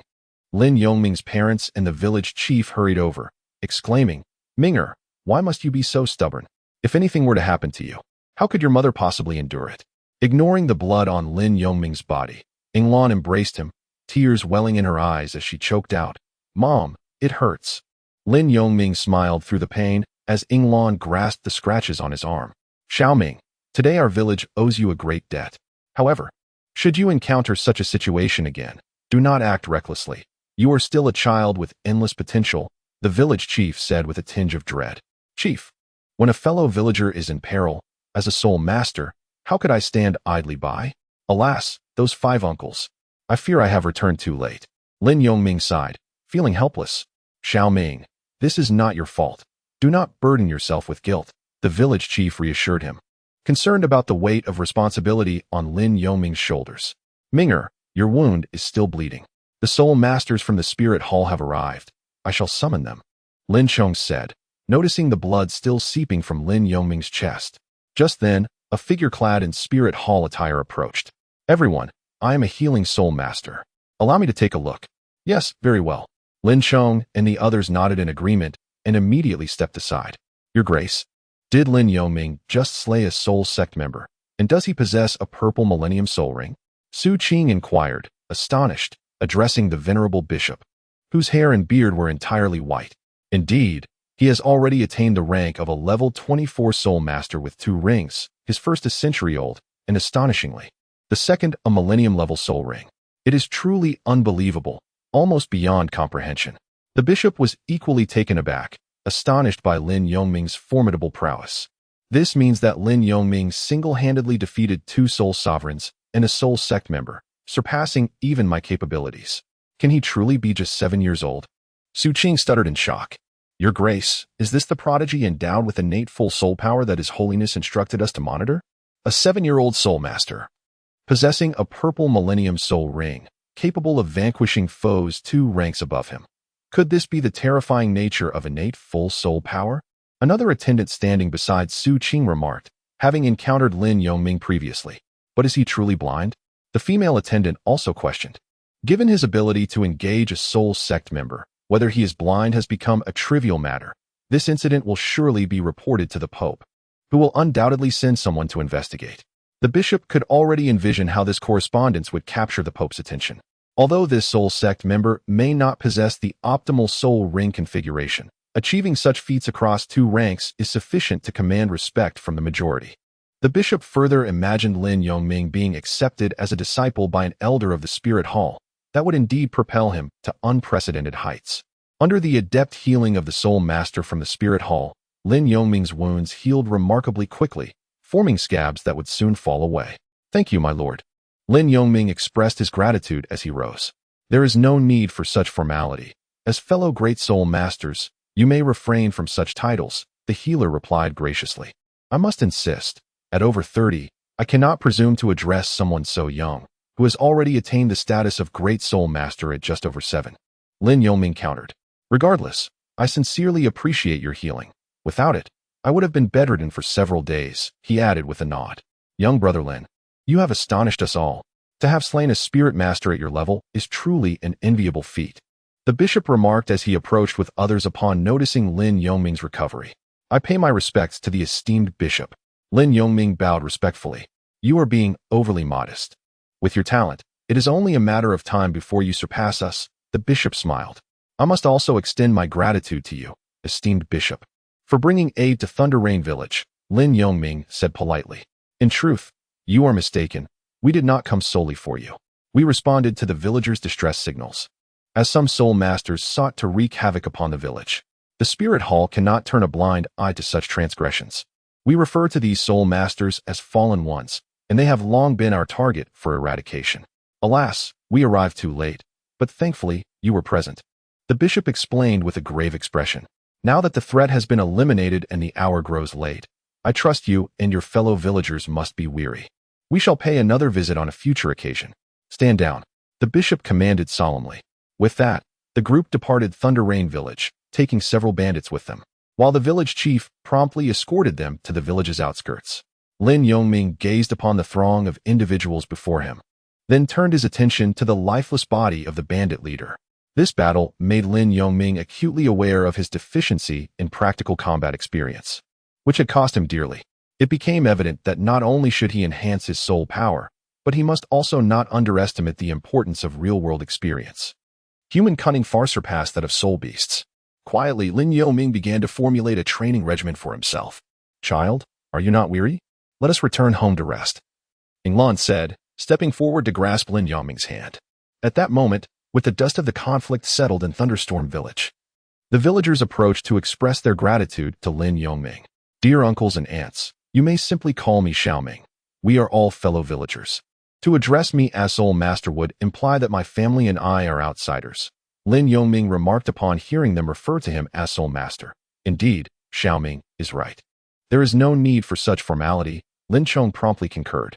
Lin Yongming was acutely aware that in the eyes of the villagers, Soul Masters were regarded with utmost reverence, a deeply entrenched belief. However, being a fellow villager, he could not allow them to address him in such a manner. If he were to permit them to continually refer to him as Sir, it would inevitably create a rift between his parents and the community, a situation he was keen to avoid. Knowing his parents had maintained close ties with these individuals for a lifetime, after expressing their gratitude, the shaken villagers returned to their homes, while Lin Yongming accompanied his parents back to their residence. Meanwhile, upon returning to the town of Erdo, the bishop hastily penned a letter detailing Lin Yongming's remarkable circumstances and dispatched it overnight. By the following afternoon, it reached the hands of the Pope in Seoul Hall City. What? The Pope, upon reading the contents of the letter, was so astonished that he could not help but rise from his seat. "Master, what has caused you such surprise?" inquired a curious girl nearby. "My disciple, see for yourself. A 7-year-old, second-ring soul master at level 24, with a second purple 1,000-year soul ring, has slain a soul sect master. Master, may I go to recruit him? I wish to witness his prowess firsthand," the girl declared, her eyes gleaming with determination as she clutched the letter. "Very well, take 2 purple-robed attendants and 10 elite members with you. And do not forget to bring back that fallen one." The Pope acquiesced to her request. "Certainly, Master. Donger shall not disappoint you," the girl affirmed with a resolute nod. Chapter 29. The visitor is Bibi Dong. With unwavering confidence, the girl stepped out of the Pope's chamber. Shortly thereafter, 2 attendants clad in purple and 10 elite members dressed in silver white assembled behind her as they exited the Spirit Hall. After resting for 2 days, Lin Yongming had fully recovered from his injuries and replenished his soul power. Even the scars from claw marks had faded, as they were merely superficial wounds. During this time, Yinglan insisted that Lin Yongming stay at home to rest, leading him to remain within the small courtyard until the scabs had fallen away, at which point she finally felt at ease. On the third day, at dawn, Lin Yongming ascended to the summit of the back mountain to practice facing the eastern direction. As the sun rose, his outer garments billowed, enveloping him in a radiant blue aura, intermittently crackling with arcs of lightning. The surrounding soul power was drawn to him like a bottomless abyss, continuously flowing until a surge of energy emanated, sweeping away the wild grass around him, gradually restoring tranquility. Naturally, the blue glow surrounding Lin Yongming began to dissipate. Level 25 soul power, indeed. It was only in battles at the brink of life and death that one could more readily comprehend the essence of cultivation. If, 3 days ago, I had faced a soul sect master with optimal soul ring quality and a high-tier martial soul, would I have emerged victorious? Lin Yongming mused softly, embracing the morning sunlight. Lin Yongming recalled the encounter with the soul sect 3 days prior, envisioning the 2 yellow and 2 purple soul masters. He was certain that if their martial soul qualities were even slightly higher, victory would be exceedingly difficult. It is worth noting that during the battle against the 1 white, 2 yellow, and 1 purple soul masters, he had exhausted all his trump cards, his murderous intent unabated, his will tested, and the fluctuations of his soul power unleashed, yet he barely managed to defeat them. Moreover, he was left with less than 10% of his soul power, a testament to the soul sect's carelessness during their retreat. In addition to augmenting his soul power, he recognized the necessity of enhancing his practical combat experience. Only through first-hand encounters could he identify his shortcomings. However, 3 days had passed, and they should have arrived by now. With that thought, Lin Yongming descended the mountain. Meanwhile, at the Wuhuan Temple in the town of Yurdo, just before noon, 13 individuals arrived, led by a girl who strode directly into the grand hall. No one at the entrance dared to impede her. Instead, they knelt on one knee in reverence. "Greetings, Your Highness the Saintess. Your Highness the Saintess. What brings you here in person?" asked Bishop Xia, accompanied by 3 assistants, stepping forward to pay their respects. "Bishop Xia, spare me the pleasantries. We are heading to Thunder Rain Village. I shall personally bring him back to Wuhuan City," the girl stated matter-of-factly. "Saintess, do you not require a moment's rest after your arduous journey?" Bishop Xia inquired. "No need. Let us go," the girl replied, turning to exit the grand hall. Upon stepping outside, she climbed into an ornate carriage, adorned with the emblem of the Wuhuan Temple. Bishop Xia, along with Su Qing and another assistant, led the way towards Thunder Rain Village. Around 2 o'clock in the afternoon, the group from the Wuhuan Temple arrived at Thunder Rain Village, yet they did not enter. Halting at the village's entrance, "Go, summon him," the girl instructed as she emerged from the carriage. "Understood, Your Highness," came the reply. "Su Qing, do you know where Lin Yongming resides?" "You go." Bishop Xia entrusted the task to Su Qing. "Certainly, esteemed adults," Su Qing responded before striding boldly into the village. Lin Yongming finished his lunch and sat quietly in his garden, meditating. His mind's eye sensed the presence of a familiar figure. It had arrived.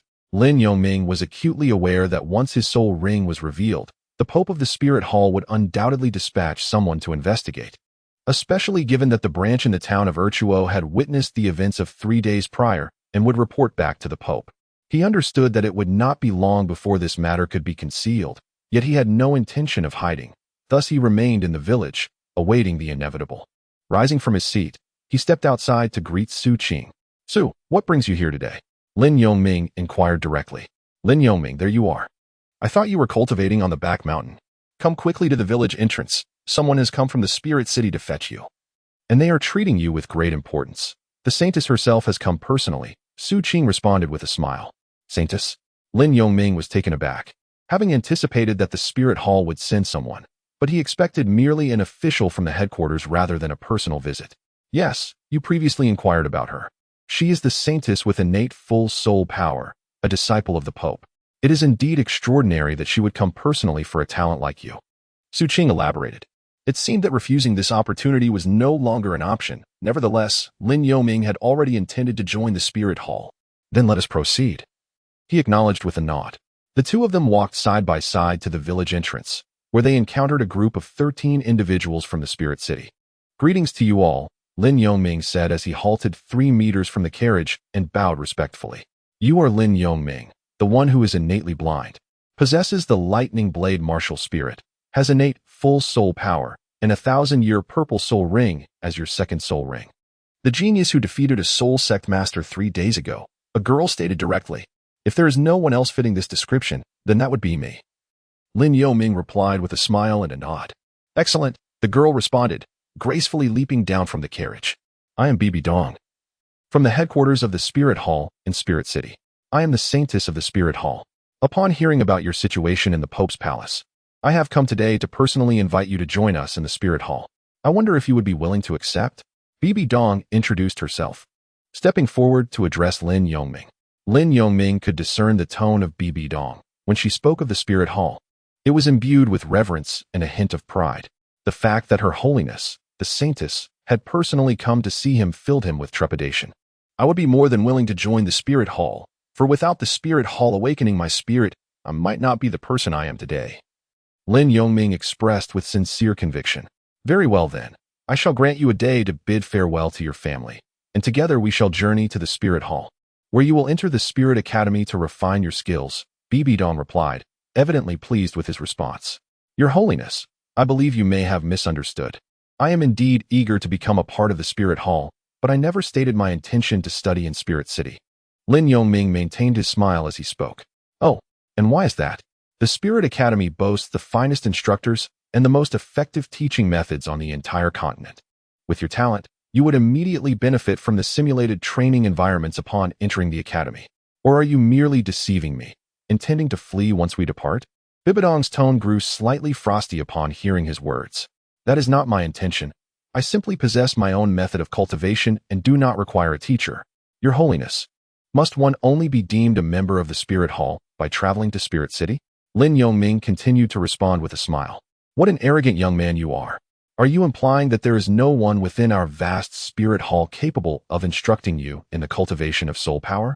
A purple-clad attendant behind Bibi Dong could no longer tolerate Lin Yongming's nonchalant demeanor and interjected. As these words hung in the air, others turned their gaze toward Lin Yongming, curious to see how he would respond. Chapter 30. The turbulence. Lin Yongming was well aware that the resources for cultivation in the Douluo continent were merely a simulated training environment and the experiences shared by teachers. What could one possibly expect, besides the rare treasures of heaven and earth or a 10,000-year soul bone? He understood that such treasures were unattainable at his current level of strength.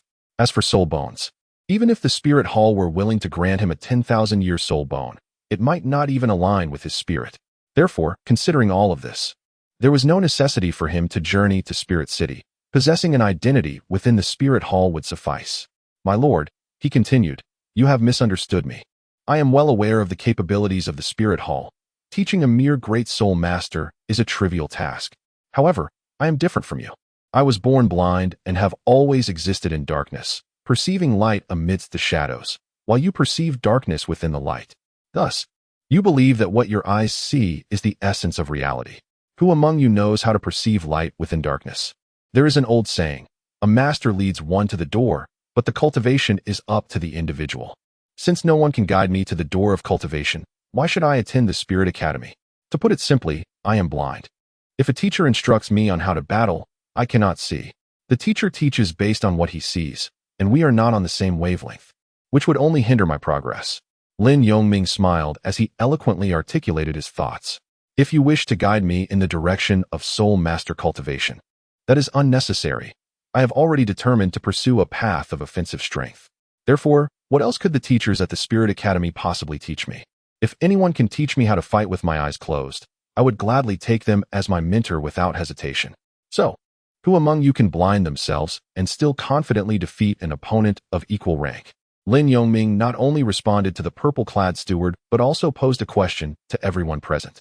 My lord, if you were blind, would you still have the confidence to defeat the person next to you? He inquired, referring to another purple-clad steward beside him. The steward he questioned instantly turned pale. Although he possessed 2 levels of soul power above the steward beside him, being blind would likely negate any advantage, even with a higher rank. The others present were also rendered speechless by Lin Yongming's inquiry. They could not fathom how one could contend in battle if they were blind unless their opponent was significantly weaker. Indeed, if you were my disciple, how would I teach a blind person to engage in combat? Lin Yongming expounded further. Having never seen light, I cannot imagine what light and darkness might resemble. Others began to murmur among themselves upon hearing Lin Yongming's words. Well said. It seems no one at the Spirit Academy could teach you how a blind person should face an opponent. But are you truly blind? How then did you fight against a soul zone 2 levels above you just 3 days ago? Bibi Dong clapped twice and directly posed the question. This is the path I wish to pursue. I have known since childhood that my eyes could never be restored. So I have grown accustomed to discerning my surroundings through sound. I discovered an interesting phenomenon, Lin Yongming elaborated. Oh, what intriguing phenomenon is that? Bibi Dong inquired, her eyes wide with curiosity. Material surrounds us, filled with invisible substances. No, the world is filled with various invisible materials. Normally, these materials remain still. However, when I gently sweep my hand through the air, what do you see? Lin Yongming gestured with his right hand, inviting the audience to observe. Nothing at all. Su Qing responded, mimicking his gesture. Others followed suit, lightly swiping their hands through the air. It is not that there is nothing. Rather, it creates a subtle breeze. Bibi Dong remarked after trying it herself. Exactly, it is the wind. Although faint, every one of our different actions causes a change in the surrounding materials. For instance, Lin Yongming continued, conjuring a mass of soul power that whistled past. Now you can feel the wind created by the passage of soul power, can't you? After all your metaphors, what is this interesting phenomenon? Bibi Dong still did not comprehend and asked. This is what I call a wave, an advanced version of discerning one's surroundings through sound. The changes in material I refer to as waves, akin to the still surface of water in a tank. When a single drop of water falls into the surface, it creates ripples. Is this what you mean by waves? Bibi Dong immediately interjected. Precisely. For instance, the air around me is like the calm water surface. As soon as I sweep my hand, I disrupt that calm surface. Hence, I can explain why I was able to battle against the soul zone. I can sense every movement he makes and the waves it generates. Coupled with my mental strength, I can pinpoint his location and respond accordingly. And, Saintess, please refrain from running your fingers through your hair to test me, Lin Yongming remarked with a slight smile, reminding Bibi Dong of her earlier actions. Waves. Others remained skeptical. Although they struggled to understand, their expressions reflected astonishment. Very well, I shall tentatively accept your notion of waves. Even if you choose not to train with us at the Spirit City, there must be conditions, Lin Yongming replied calmly. Smart. Conversing with an intelligent person is always refreshing. If you can withstand 10 of my attacks, or even defeat me, I will not insist that you go to Spirit City, Bibi Dong expressed with keen interest. Upon hearing Lin Yongming's experiences and his recent statements, Bibi Dong's curiosity about him grew significantly. I am eager to see how you will respond to my attacks, she thought. May I ask, Saintess, what is your soul power level? Lin Yongming inquired. I recently acquired my 3rd soul ring. I am a level 31 soul master. What? Are you afraid? You have previously defeated a soul zone, Bibi Dong provoked lightly. Very well, I accept your challenge, Lin Yongming agreed, moving to an open area nearby. It's just Bibi Dong, he mused, recalling her future in the animated series. After accepting the divine mantle of the Rakshasa god, she transformed into a necromancer, summoning legions of the undead during the climactic battle between the two gods. One could only imagine how the necromantic deity, Enlai, would react upon witnessing Bibi Dong's abilities during that battle. A first-tier deity commanding the forces of evil, the Rakshasa god, had indeed become a god of the undead. Lin Yongming positioned himself appropriately, while Bibi Dong approached, maintaining a distance of over 5 meters between them. Noticing your visual impairment, she remarked with an air of aloofness, please. You may begin. Lin Yongming smiled slightly, unable to deny that Bibi Dong had been a beauty since her childhood. He could perceive that Bibi Dong was adorned in a separate skirt today, likely not dissimilar from her animated counterpart. Her medium-length hair, a soft shade of lavender, framed her delicate, oval face, accentuating her willow-like brows and phoenix-like eyes, already hinting at her potential as a mature woman. Your Highness, the Saintess, I shall not hold back, he declared, fully aware that Bibi Dong held a superior rank and was 2 years his senior, thus he felt no need for formality. Lin Yongming was not one to adhere to antiquated notions. Spirit of the Thunderblade, I seek your guidance. With that, Lin Yongming promptly unleashed his martial spirit and soul rings. 2 rings of purple.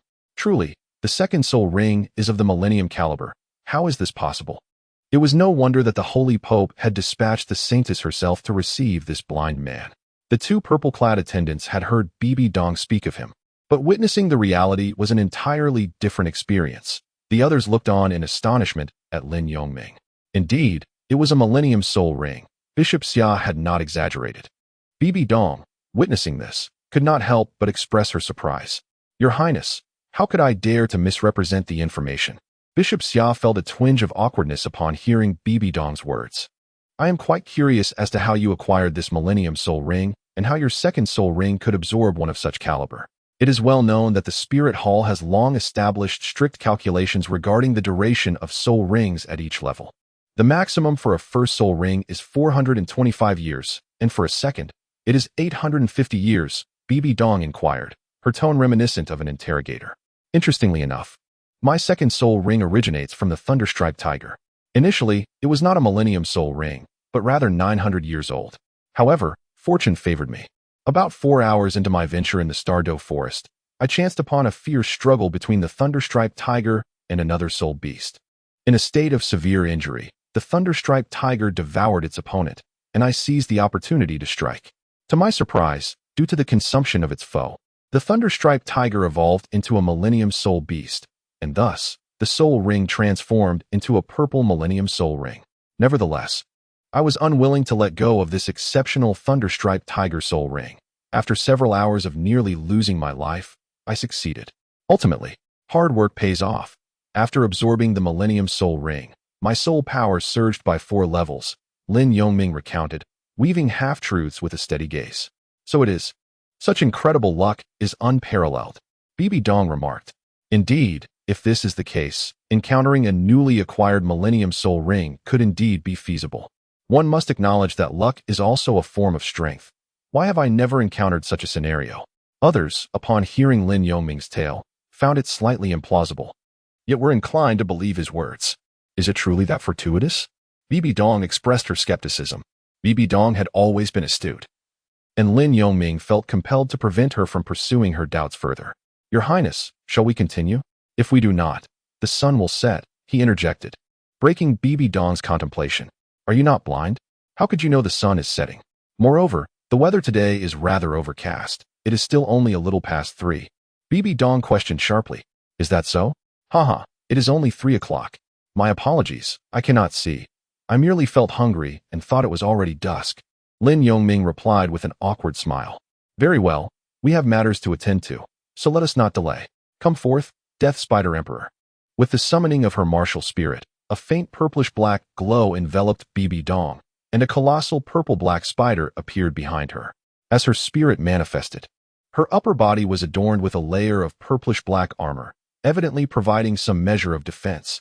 This was Bibi Dong's supreme martial spirit, the Death Spider Emperor, one of the monarchs among spider soul beasts. Here it comes. As 3 soul rings, 1 yellow and 2 purple, descended, Bibi Dong extended her long leg and launched a powerful kick. Lin Yongming firmly grasped the thunderblade, radiating arcs of electricity as he prepared to confront his opponent. With a swift motion to the right, he successfully deflected Bibi Dong's kick. Taste my blade. Lin Yongming swiftly counterattacked, swinging his weapon, the wave blade slicing toward Bibi Dong. In a critical moment, 8 spider legs behind Bibi Dong intercepted his strike. Seizing the opportunity, her spider legs lunged toward Lin Yongming, but he adeptly blocked them all. How remarkable! It seems as though his entire body is adorned with eyes. No matter from which direction I attack, he responds instantaneously, Bibi Dong mused. Were it not for Lin Yongming's black blindfold, she might have suspected he was feigning blindness. After exchanging several blows, both fighters took a step back. Oh, so this is your so-called wave perception. Indeed, there is some merit to it, Bibi Dong complimented. The esteemed saintess exaggerates, Lin Yongming replied with a smile. Though my eyes may be blind, I can perceive all. It is merely a trivial skill. But my attacks are accelerating. Can you still respond to each one? Bibi Dong questioned, perplexed. She pondered that if she were to close her eyes, she would find it increasingly difficult to defend herself, let alone launch an attack. Perhaps it is my habit. Though my eyes have long since closed, my heart beats on, and my body serves as my eyes, Lin Yongming explained. Well said. Su Qing cheered from the sidelines, applauding Lin Yongming. Indeed, This young man possesses a resilient spirit and ambition. No wonder he attained a soul power of 25 at such a tender age, and had the courage to absorb a millennium-old soul ring beyond its limits. The purple-clad attendant who had previously questioned Lin Yongming thought, secretly admiring him. Very well, in my view, whether your eyes are blind or not has become inconsequential. Since ordinary attacks pose little threat to you, it seems I must resort to soul skills. First soul skill, Blade of Death, Bibi Dong declared, as radiant light coursed through her spider legs, unleashing 8 purple wind blades that surged toward Lin Yongming from all directions. With the 4 larger and 4 smaller wind blades, Lin Yongming immediately summoned his soul power, forming a semicircular shield to block the onslaught. However, even the 4 smaller blades rendered his defense ineffective. First soul skill, Thunder Slash. He was compelled to unleash his soul skill to counter Bibi Dong's assault. Third soul skill, Binding Spider Web. Deep purple webs erupted, exuding a noxious mist, 3 in total, 1 above and 1 on each side. Just as Lin Yongming had completed his first soul skill, Bibi Dong's webs ensnared him tightly. It appears you won't survive 10 moves. Nor will you defeat me. You must return to Spirit City with me, Bibi Dong proclaimed confidently, stepping forward. Not necessarily. Lin Yongming replied with a subtle smile beneath the web, illuminating his purple soul ring. Second soul skill, Wave Eruption. With a resounding shout, arcs of lightning erupted from the web, and with the power coalescing within him, Lin Yongming broke free from his bindings. Bibi Dong, taken aback, had not anticipated that he could wield his soul power and unleash a skill while trapped. The force of his escape caused her to instinctively crouch and slide backward. My spider web is unyielding. How could it possibly be shattered so effortlessly? She exclaimed, astonished at the sight of the fragmented web scattered around her. This surge of power had alerted Bibi Dong to the impending danger. Chapter 32, Spirit Soul Order. As a skill derived from a millennium-old soul ring, Bibi Dong's spider web was indeed formidable.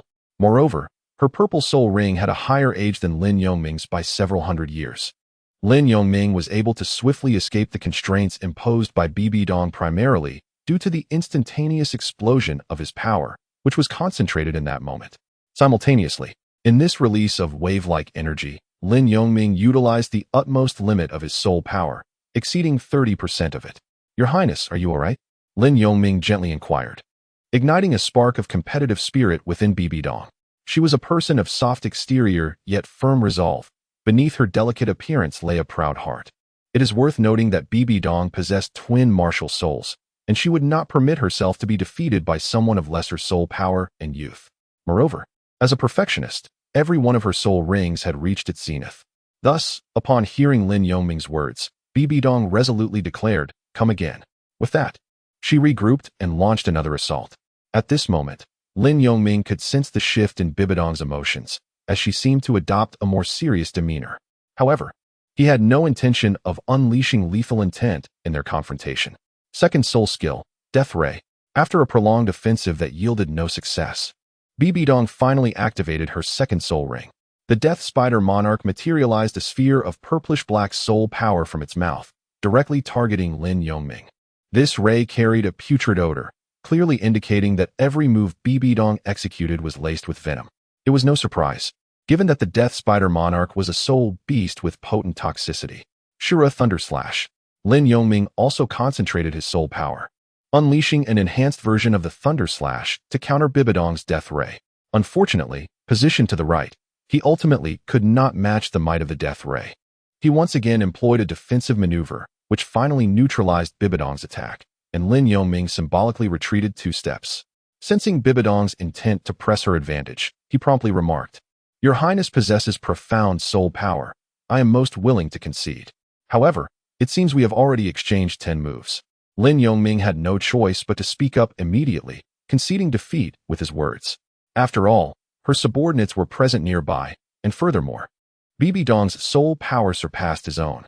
This being their first encounter, it was only prudent to offer her this concession gracefully. Lin Yongming was well aware that Bibi Dong possessed a twin martial spirit. Should a confrontation arise, he might not emerge unscathed. Despite the fact that Bibi Dong would not utilize her second martial spirit. Upon hearing Lin Yongming's words, Bibi Dong had no choice but to halt. This was her inaugural mission as a leader, and she felt compelled to honor her commitments.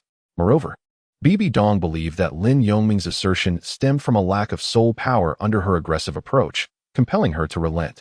Very well, consider yourself past, she conceded. Though I urge you to reflect on the fact that training solely in the simulated environment may enhance your abilities exponentially. With that, Bibi Dong retracted her martial spirit and offered one last piece of counsel. In truth, Lin Yongming perceived that Bibi Dong lacked practical combat experience, which was understandable given her age. Thank you, Your Highness. However, a simulated environment, no matter how sophisticated, cannot compare to genuine conditions. Moreover, within such an environment, it is likely that my wave cultivation will yield no benefits. After all, I am visually impaired. As the saying goes, the eyes are the windows to the soul. Perhaps illusions will have no effect on me, making the simulated environment equally ineffective, Lin Yongming explained calmly. Bibi Dong, upon hearing this, noticed a faint purple hue in her eyes as she scrutinized Lin Yongming's gaze beneath the black veil. Very well, since you have your own training plan, I shall not press further. As she spoke, a metallic token appeared in her right hand, adorned with the exclusive emblem of the Spirit Hall, while her left hand held a purse of coins. This is the exclusive token of the Spirit Hall, the Spirit Token. From this day forth, you are a member of the Spirit Hall. This purse contains 1,000 gold soul coins, which serves as your initial funding. Given your talent and potential, you may claim 100 gold soul coins each month henceforth. The token and the Soul Master's handbook can be utilized at any sub-hall. Bibi Dong elaborated as she handed the items to Lin Yongming. 1,000 gold soul coins. To be honest, it feels rather weighty. This is the first time I've possessed such a sum, Lin Yongming remarked humorously as he accepted the tokens without hesitation. Upon receiving this token, you are now part of the Spirit Hall. However, should we discover any association with other factions or betrayal of the Spirit Hall, we will not only revoke your privileges, but will also pursue you relentlessly, Bibi Dong warned, her tone turning icy. Of course, I would never be disloyal. However, if I were to forge friendships with families or sects while traversing the continent, would that be permissible? Lin Yongming inquired cautiously. Naturally. As long as you do not engage in treachery against the Spirit Hall, we shall not pry too deeply, Bibi Dong confirmed with a nod. That is reassuring. I formally pay my respects to you, Princess Bibi Dong, Lin Yongming stated earnestly. Do not venture alone into the Douluo forest to hunt soul beasts. As a member of the Spirit Hall, your potential allows you to seek assistance from the Hall's experts in hunting your soul rings, Bibi Dong advised, clearly pleased with Lin Yongming's demeanor. I understand, Your Highness, he replied. May I return home now, or should I accompany you for a while? Lin Yongming asked. Not at the moment.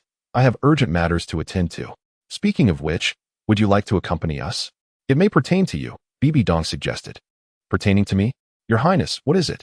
Lin Yongming inquired, perplexed. Surely you recall the Soul Master you defeated 3 days ago? We have received word that his leader is an evil Soul Master residing near the Tsangli mountain range. This evil Soul Master is referred to as a fallen one. But we at the Spirit Hall differentiate between fallen ones and evil Soul Masters, the latter of whom devour the soul power and blood of others to accelerate their own cultivation. They are far more malevolent than mere fallen ones. Had you not returned in time that day, if the Soul Master had taken control of your village, it is likely that the evil Soul Master would have targeted your Thunderstorm village soon after, Bibi Dong explained with a serious expression. What a sinister and cunning Soul Master. Sending others to scout while remaining hidden himself, Lin Yongming replied, his anger palpable. Indeed, we must act before the evil Soul Master realizes what has transpired and makes his way to the Tsangli mountain range, Bibi Dong affirmed with a nod. Very well, I shall accompany you. After all, I am now a member of the Spirit Hall, and I must seek vengeance for the 5 villagers who perished 3 days ago, Lin Yongming declared resolutely. Then let us proceed.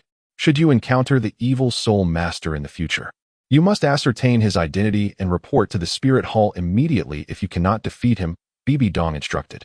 Wait for me a moment while I inform my parents. Lin Yongming responded, nodding before rushing home. Chapter 33. Discussion. One of the purple-clad attendants observed Lin Yongming sprinting back to the village and approached Bibi Dong.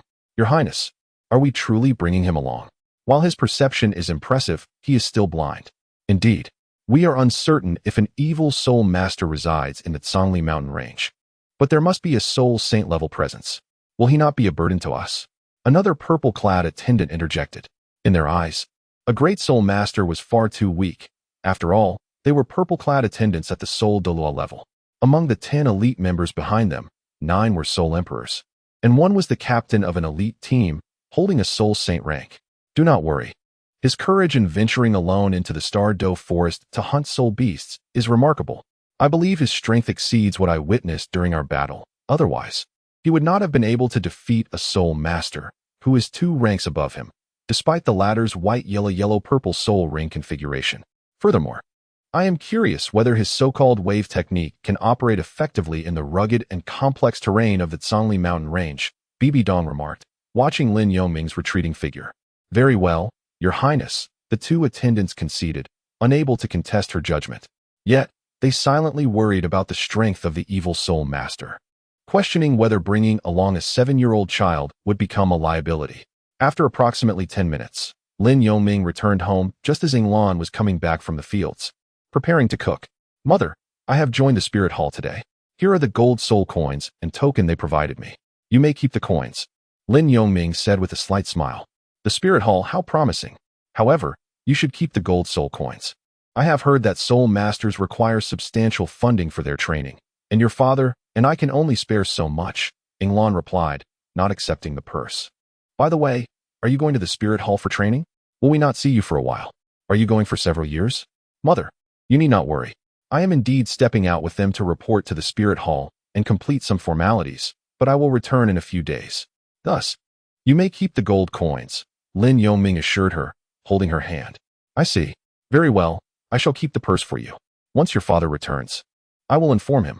You need not worry about us, but you must exercise caution outside. It is not like life in the village. Do not act recklessly as you did a few days ago. Prioritize your safety, Inglan advised. Yes, mother, I understand. I will prioritize my safety. And you and father need not worry. I will take care of myself. Now, I must take my leave. Lin Yongming released Inglan's hand, bowed deeply, and then turned to leave. When Lin Yongming returned to the side of Bibi Dong and her companions, Bibi Dong was already seated in the carriage. Blind man, come up. We've been waiting for you, Bibi Dong called out, leaning her head out. But you are the holy maiden. Is this appropriate? Lin Yongming was taken aback. Not at all. You are just a child and a blind one at that. Once we reach the Zhongli mountain range, you will have much to endure, Bibi Dong replied nonchalantly. In that case, I shall not hesitate. Lin Yongming conceded and boarded the luxurious carriage. This carriage was drawn by 2 exquisite horses, possessing the bloodline of soul beasts, and the spacious interior could comfortably accommodate 4 adults without feeling cramped. Lin Yongming, Xiaoming, blind man. I think I shall stick with blind man. It rolls off the tongue so easily. You have no objections, I hope? As the carriage began to move, Bibi Dong glanced at Lin Yongming seated across from her and initiated a casual conversation. Not at all. The children in my village call me that. So you may address me however you wish, Your Highness. Lin Yongming nodded in agreement. After a brief pause, Bibi Dong continued in a calm tone. Since you claim to perceive things through vibrations, sensing even the slightest fluctuations, how do you distinguish these vibrations? Do they not create a cacophony that disturbs you? Lin Yongming smiled gently, saying, Your Highness, the words you speak reflect the very direction of my cultivation. For instance, when the carriage rolls over a small stone, the resulting disturbance sends it flying into the grass, while the fluttering of birds nearby creates yet another ripple. It is in these moments that I must rely on my experience to discern the nuances. Bibi Dong listened attentively, nodding slightly. Before posing another question, what is the extent of your ability to perceive these disturbances? Within that range, can any whisper of movement escape your awareness? Lin Yongming pondered for a few seconds before responding. Within a radius of 70 meters, the further away one is, naturally the fluctuations perceived are weaker. Bibi Dong, however, was intently observing any changes in Lin Yongming's expression. You seemed to hesitate just now. You wouldn't be withholding anything, would you? She inquired. Your Highness, are you attempting to unearth all my secrets? Lin Yongming replied with a slight smile. Of course not. Everyone has their own secrets. It's quite normal. Since you prefer not to divulge, I shan't press you, Bibi Dong responded with a chuckle. She then continued her questioning. However, since you rely on these so-called fluctuations in battle, wouldn't a surprise attack be effective? If an opponent were to strike from 70 meters away, how would you respond? It matters not. Even if they were 100 meters away, once their attack enters my range of fluctuation perception, they cannot escape my notice, Lin Yongming clarified. Listening to your explanation, It seems that having eyes is less advantageous than not having them at all. In your case, I feel you are essentially a massive eye, Bibidong remarked. I mentioned before, as long as my heart beats, my body serves as my eyes. Lin Yongming nodded in agreement. This ability of perception through fluctuations is so extraordinary. It makes me wish to learn from you. Blind one, do you think I could master your skill? Bibidong asked curiously. It is learnable, but first, one must remove their own eyes. This way, the effort is halved. Then, endure several years of darkness, and I believe you could grasp the ability to perceive fluctuations. Your Highness, do you still wish to learn? Lin Yongming smiled slightly in response. Ah, must one truly blind themselves? Bibidong paused before saying, it seems that without sight, one cannot calm the mind to comprehend. It appears unsuitable for me. Actually, one could learn without blinding themselves, but it may take a lifetime to even begin to understand, wasting time and hindering your soul power cultivation. Moreover, isn't it better to see the light? Why pursue such a misguided path as mine? Lin Yongming explained. Indeed, how wonderful it is to behold the vibrant colors of this world, Bibidong reflected. The Zhongli mountain range is a desolate expanse, with a winding length of over 20 kilometers, devoid of trees, and the grass on the slopes is a dull brown. The highest peak rises over 4,000 meters, averaging above 3,000 meters. Chapter 34. Exploring the mountain along the road passing through the small town of Uerdo, Bibidong called back the group, led by the summer bishop, from the subchapel. After nearly 4 hours of travel, they arrived at the foot of the Zhongli mountain range, where the road ceased, necessitating that the horse-drawn carriage be halted at the base of the mountains. Your Highness, we have arrived. We must leave the carriage here, said Deacon Cuz, standing beside the carriage. During the journey, as Bibidong introduced them, Lin Yongming learned that the two purple-clad deacons were Deacon Cuz and Deacon Hirelai. From Bibidong's explanations, Lin Yongming understood that the lowest rank of the purple-clad deacons within the Spirit Hall is that of Soul Douluo. The elite team members donned silver-white armor, with strengths varying between Soul Kings and Soul Saints. Although their numbers were few, they were indeed true elite members. As for the elder-level title Douluo, Lin Yongming was not informed. The dispatch of such a team to protect Bibidong indicates the Pope of the Spirit Hall's high regard for her. Deacons, as night falls, we shall rest for an hour before entering the mountains to catch them off guard, Bibidong promptly instructed. Understood, Your Highness. We shall rest in place and replenish our strength. The deacon acknowledged. Subsequently, everyone took out their provisions and began to eat. Blind one, you must have come in haste without preparing food. Here, let me share some with you, Bibidong said, offering Lin Yongming some of her food and a jug of water. Thank you, Your Highness, Lin Yongming nodded, accepting the food without hesitation. After traveling since 3 in the afternoon, they finally halted at the Zhongli mountain range around 8 o'clock, and no one had eaten dinner along the way. Thus, Bibidong called for a moment of rest. Bibidong elegantly began to eat her provisions once more. After half an hour, once everyone had finished their meal, Bibidong gathered them together. According to the intelligence, the evil soul masters are likely located at the secondary peak of the Zhongli mountain range, Mount Sanyuan. This peak features sheer cliffs and numerous boulders, possibly concealing themselves within caves. We must be cautious of any caverns as we ascend. Therefore, I plan to search both the north and south sides simultaneously, with each deacon leading 5 teammates, Bibidong announced, organizing the upcoming operation. We await Your Highness's instructions. The group responded in unison. Yes, as we enter the mountains, we must avoid alarming the enemy. If any suspicious caves are discovered, we must first investigate thoroughly and immediately report any findings to the other group. Do not attempt to confront them alone, should the evil soul masters escape. The consequences would be dire, Bibidong warned with a serious demeanor. Understood. If it were not night, and under the watchful eyes of the enemy, Lin Yongming suspected they would have responded loudly. Your Highness, I shall take these 5. You will follow Deacon Hirelai and his elite team of soul saints, Deacon Ka suggested, positioning Bibidong beside Deacon Hirelai, the elite team leader. Very well, it is settled then. It is time to prepare for our entrance into the mountains. Blind one, you shall stay close to me, Bibidong finally directed Lin Yongming. Agreed. Lin Yongming observed as Bibidong completed the arrangements, finding no objections. The group took another moment to rest before splitting into 2 teams to enter the mountains. They traveled throughout the night, even refraining from lighting the soul-guided lamps, wary of alerting the enemy, as they remained unaware of where the adversaries might be hiding.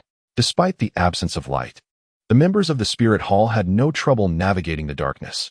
Lin Yongming was unsurprisingly indifferent to the passage of time, as day and night held no distinction for him. As they ventured into the mountains, the path became treacherous. "Stay close behind me and be cautious," Bibi Dong instructed softly. Glancing back at Lin Yongming, "Thank you for the warning, Your Holiness." "I am perfectly fine," Lin Yongming replied in a similarly hushed tone. Upon entering the mountains, Lin Yongming's keen perception became acutely attuned to the entire mountainous terrain. In such rugged conditions, his inner sight proved far more effective than mere eyesight, especially under the cover of night, where the advantages of his heightened perception were fully realized. After their brief exchange, Bibi Dong fell silent, and the group ascended the mountain quietly, each member exercising utmost caution as they surveyed their surroundings. Within a cave nestled in the Zhongyuan Peak, 3 individuals convened, 2 clad in dark robes and 1 in a deep crimson garment, forming a triangular formation as they sat. "It has been 3 days since that scarred bandit has returned. It seems we cannot linger here much longer. It is indeed regrettable, for there are still numerous villages in the vicinity of the Zhongli mountain range," one remarked. "Over the past fortnight, we have destroyed several villages. The Spirit Hall has likely caught wind of our activities," another added. "Indeed, there are plenty of villages. The hour is still early. Let us depart at midnight for other territories," the figure in crimson responded darkly. "Let us wait a little longer," came the reply. Lin Yongming and his companions had been climbing for over an hour, reaching the mountainside. During this time, they had discovered several caves, yet none bore signs of human activity. Bibi Dong sat upon a stone, took a sip of water, and paused to catch her breath. "Have Higher Li and Deacon Kaluz encountered any developments?" Bibi Dong inquired. "Your Highness, we have not seen any signals. They likely share our lack of findings," Higher Li replied, shaking his head with resignation. "That should not be the case. Logically, having reached the mountainside, there should be no caves higher up unless they have excavated one at the summit. However, we are weary. Surely they must be as well. Considering they too must descend," Bibi Dong analyzed with a hint of perplexity. "Your Highness, could it be that this is not the correct peak? The neighboring mountain appears quite similar. Perhaps we should investigate that side?" Higher Li proposed. "That is not feasible. Though it seems close, traversing there would likely take until dawn.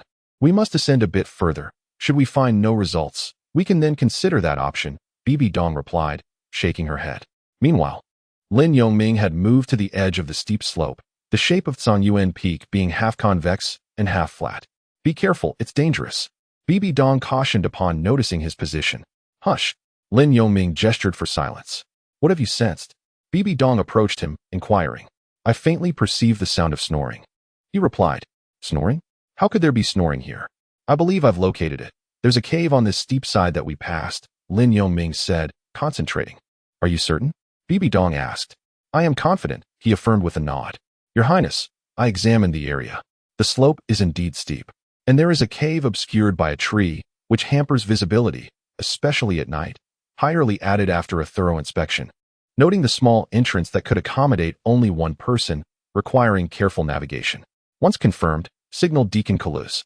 Reaching that cave will not be straightforward," Bibi Dong ordered immediately. "Understood." Higher Li led the elite members behind him. "Lin Yongming, your presence was a deliberate choice. Your perceptive abilities have proven invaluable," Bibi Dong praised him. "Just a small matter," he modestly replied. Chapter 35. The illusionary mirror array. Bibi Dong observed Higher Li and his team as they made their way towards the concealed cave. Inwardly, she thought, "This is the first task entrusted to me by my mentor. It must succeed." The terrain was perilous, a veritable stronghold, with the cave's platform accommodating only one individual. A remaining elite member, yet to descend, flashed a light 3 times towards the opposite side, a predetermined signal for separation. "Deacon Kaluz, there has been activity on the side of the Holy Maiden," he reported. "It is a signal. They have located something. Let us proceed," Deacon Kaluz responded, leading the group towards Lin Yongming. Before long, Deacon Kaluz and his 6 companions reached Bibi Dong's side. "Holy Maiden, has Higher Li already gone? We should descend now," Kaluz stated upon seeing Higher Li approaching the cave. "Indeed, go ahead. We shall follow shortly," Bibi Dong replied. Although this operation was led by the 9-year-old Bibi Dong, her intellect was exceptional for a future empress.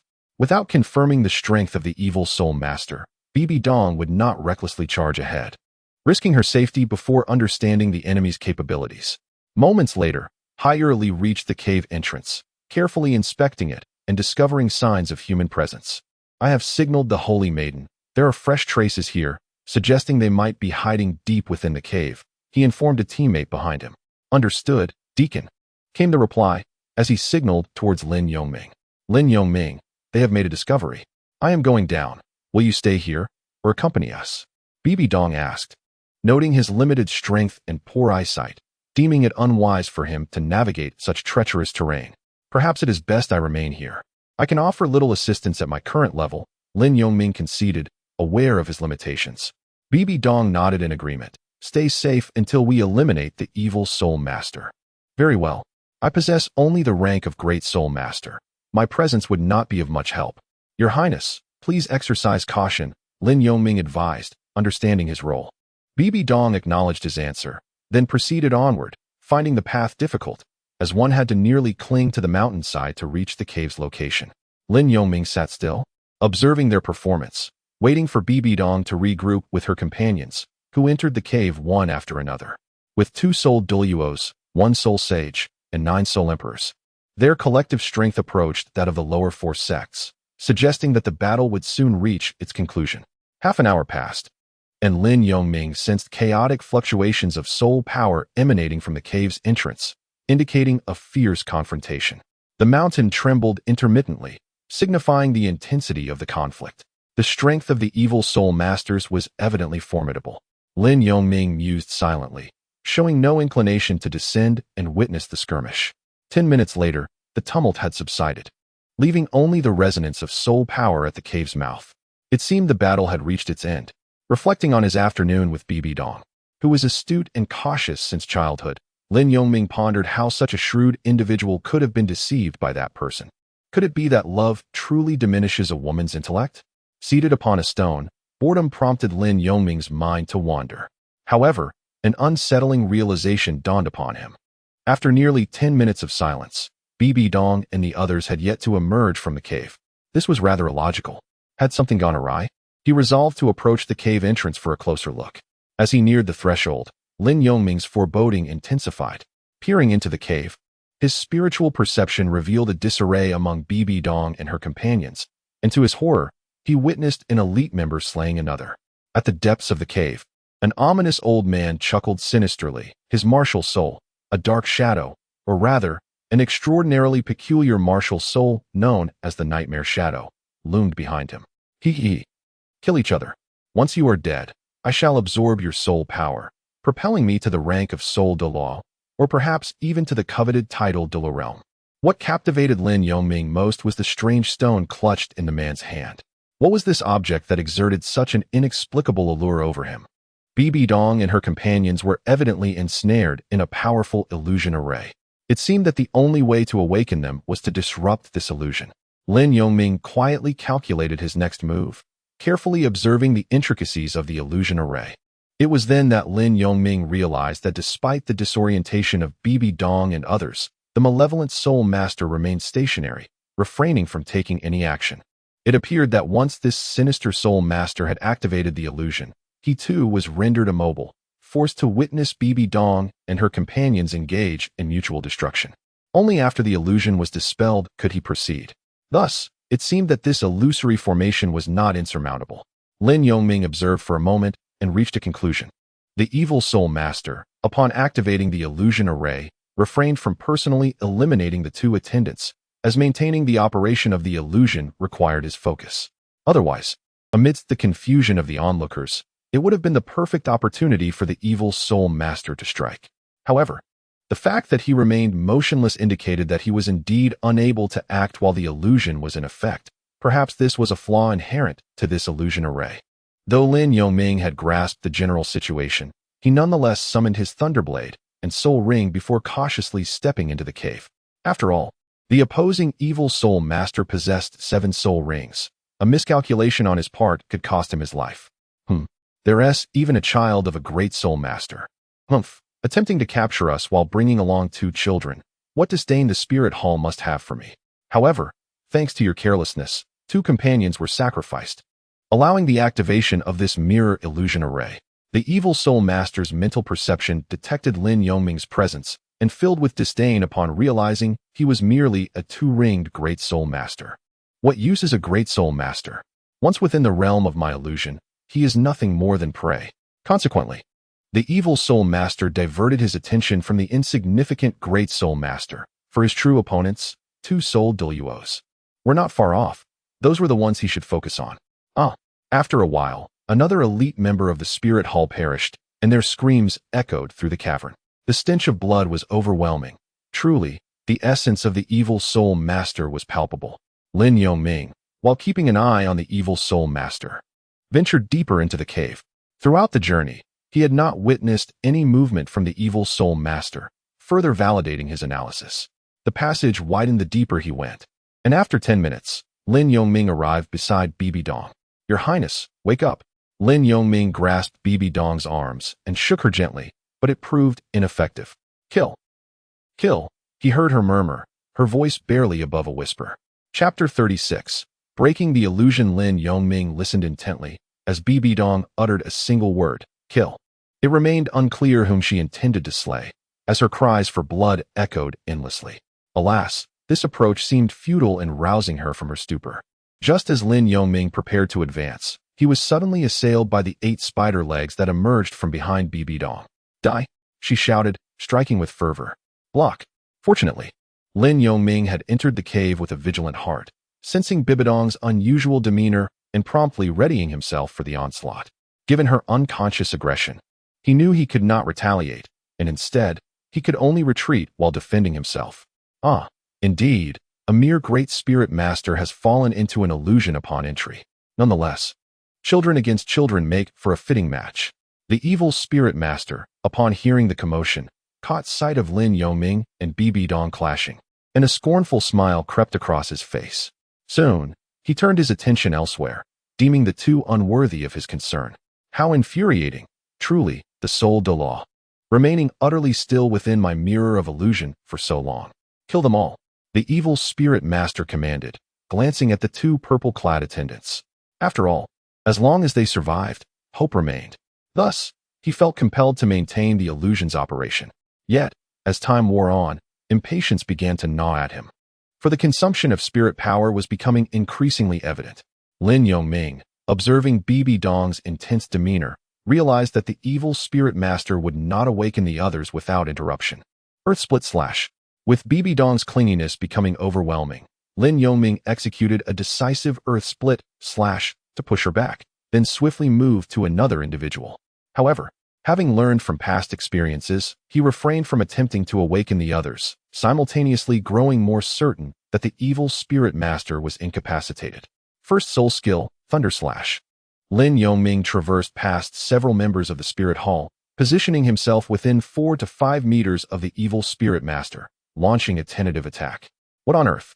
The evil Spirit Master was struck directly by the Thunder Slash and turned to Lin Yongming in shock, exclaiming, "How is this possible? You entered my illusionary mirror array. How could you remain unaffected? It appears my suspicions were correct.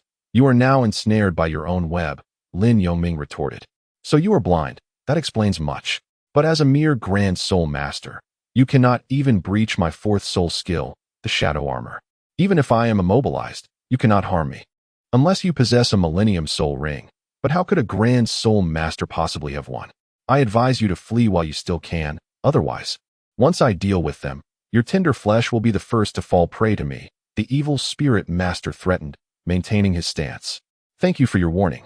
However, it just so happens that my 2nd soul ring is indeed a Millennium Soul Ring. You must be jesting. How could a Grand Soul Master possess a Millennium Purple Soul Ring? It is impossible for you to absorb a purple Millennium Soul Ring as your second." Lin Yongming spoke as his 2nd soul ring shone brightly, startling the evil Spirit Master. The 2nd soul skill, Wave Burst. "Don't come over, please."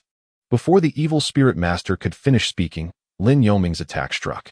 The armor of magic shadows, which the evil Spirit Master had mentioned, suddenly shattered, and he was violently slammed against the cave wall. "You brat, I will tear you to pieces," the evil Spirit Master exclaimed in rage. "It's too late." Shura Thunder Slash. Lin Yongming unleashed his full power, amplified by the Wave Seal's attack boost. The full-force Shura Thunder Slash pierced directly through the evil Spirit Master's body. It's actually lightning attribute. The evil spirit master's martial soul, nightmarish shadow, crumbled under Lin Yongming's lightning. Lightning possesses the power to counter all evils in the world, dealing critical damage to the evil spirit master, while Lin Yongming's attack caused the evil spirit master to be backlashed by his own illusion. You won't die a good death. As the evil spirit master collapsed to the ground, he dropped a peculiar stone, which Lin Yongming swiftly caught. It must be a treasure. Although Lin Yongming did not recognize this strange stone, its allure was evident, suggesting it was no ordinary item. Evil spirit master, prepare to die. With the illusion shattering like a mirror, Elder Karuz was the first to regain his senses and immediately delivered a furious blow, severely wounding the evil spirit master. Meanwhile, Lin Yongming quickly tucked the stone into his pocket. Elder Hirelai also prepared to strike, but Bibi Dong had awakened as well. Stop. Disable his abilities and leave him half alive, Bibi Dong promptly advised. Understood, Your Highness. Hirelai moderated his strength, completely crippling the evil spirit master's martial soul, causing him to faint from the pain. Blind one, what are you doing here? Bibi Dong approached Lin Yongming, perplexed. It seemed Bibi Dong had no recollection of the recent events, so Lin Yongming pondered that she likely did not remember him attacking her. Just as he was about to respond, Elder Karuz spoke up. Your Highness, it was thanks to Lin Yongming's intervention that we broke free from the evil spirit master's illusion. Otherwise, we would have struggled to escape. Your Highness, I was worried when I did not see you come out, so I came to investigate, and I found you all trapped in the evil spirit master's illusion. Luckily, I am blind, so I was not affected by the illusion for the time being. Lin Yongming readily added to Elder Karuz's words. How did a great spirit master like you break the illusion of a spirit saint? Bibi Dong inquired with curiosity. Perhaps it was sheer luck? I observed the evil spirit master and discovered that to maintain the illusion, he could not move and had to endure my attacks. It took an immense effort to interrupt his soul skill, Lin Yongming sighed. Although I was in the illusion, I vaguely sensed the sounds of battle. It must be as Lin Yongming said. The evil spirit master trapped us all to maintain the illusion, but he did not anticipate that there would be someone outside. Elder Hirelai chimed in to support Lin Yongming. Blind one, it was fortunate that you did not enter with us. Otherwise, we would have fallen into the evil spirit master's trap. Thank you. Bibi Dong sincerely expressed her gratitude to Lin Yongming. Your Highness, you are too kind. I am also a member of the Spirit Hall, and I was able to avenge the villagers thanks to all of you. Lin Yongming immediately replied, waving his hand. Your Highness, I personally killed my companion. I am guilty, please punish me.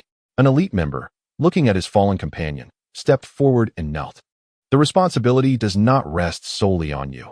It is the evil spirit master's cunning that is to blame. However, we will discuss punishment when we return to the Spirit Hall.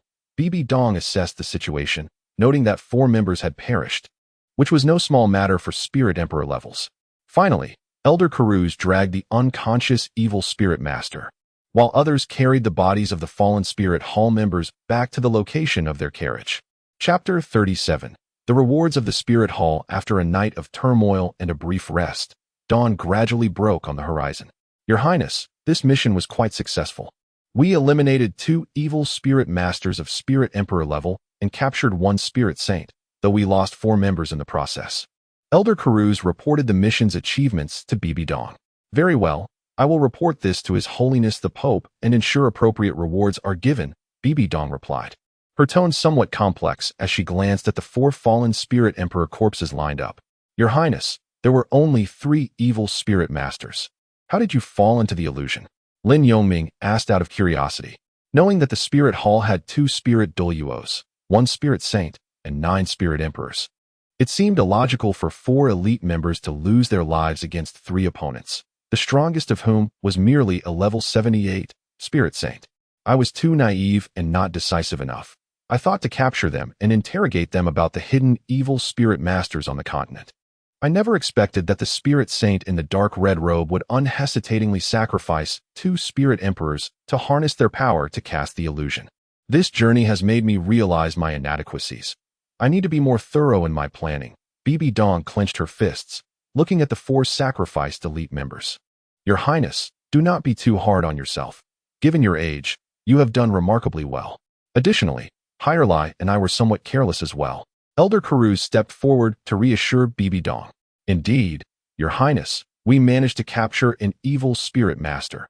If we can extract valuable information from him, that would also be a gratifying outcome, Hirelai added, standing beside Elder Karuz. All right, what's done is done. Dwelling on it serves no purpose. Blind one. You have rendered great service. Not only did you help us locate the evil spirit master's hideout, but you also broke the illusion and saved us. I will report your contributions to the Pope. Bibi Dong turned to Lin Yongming and said, Your Highness, please report truthfully.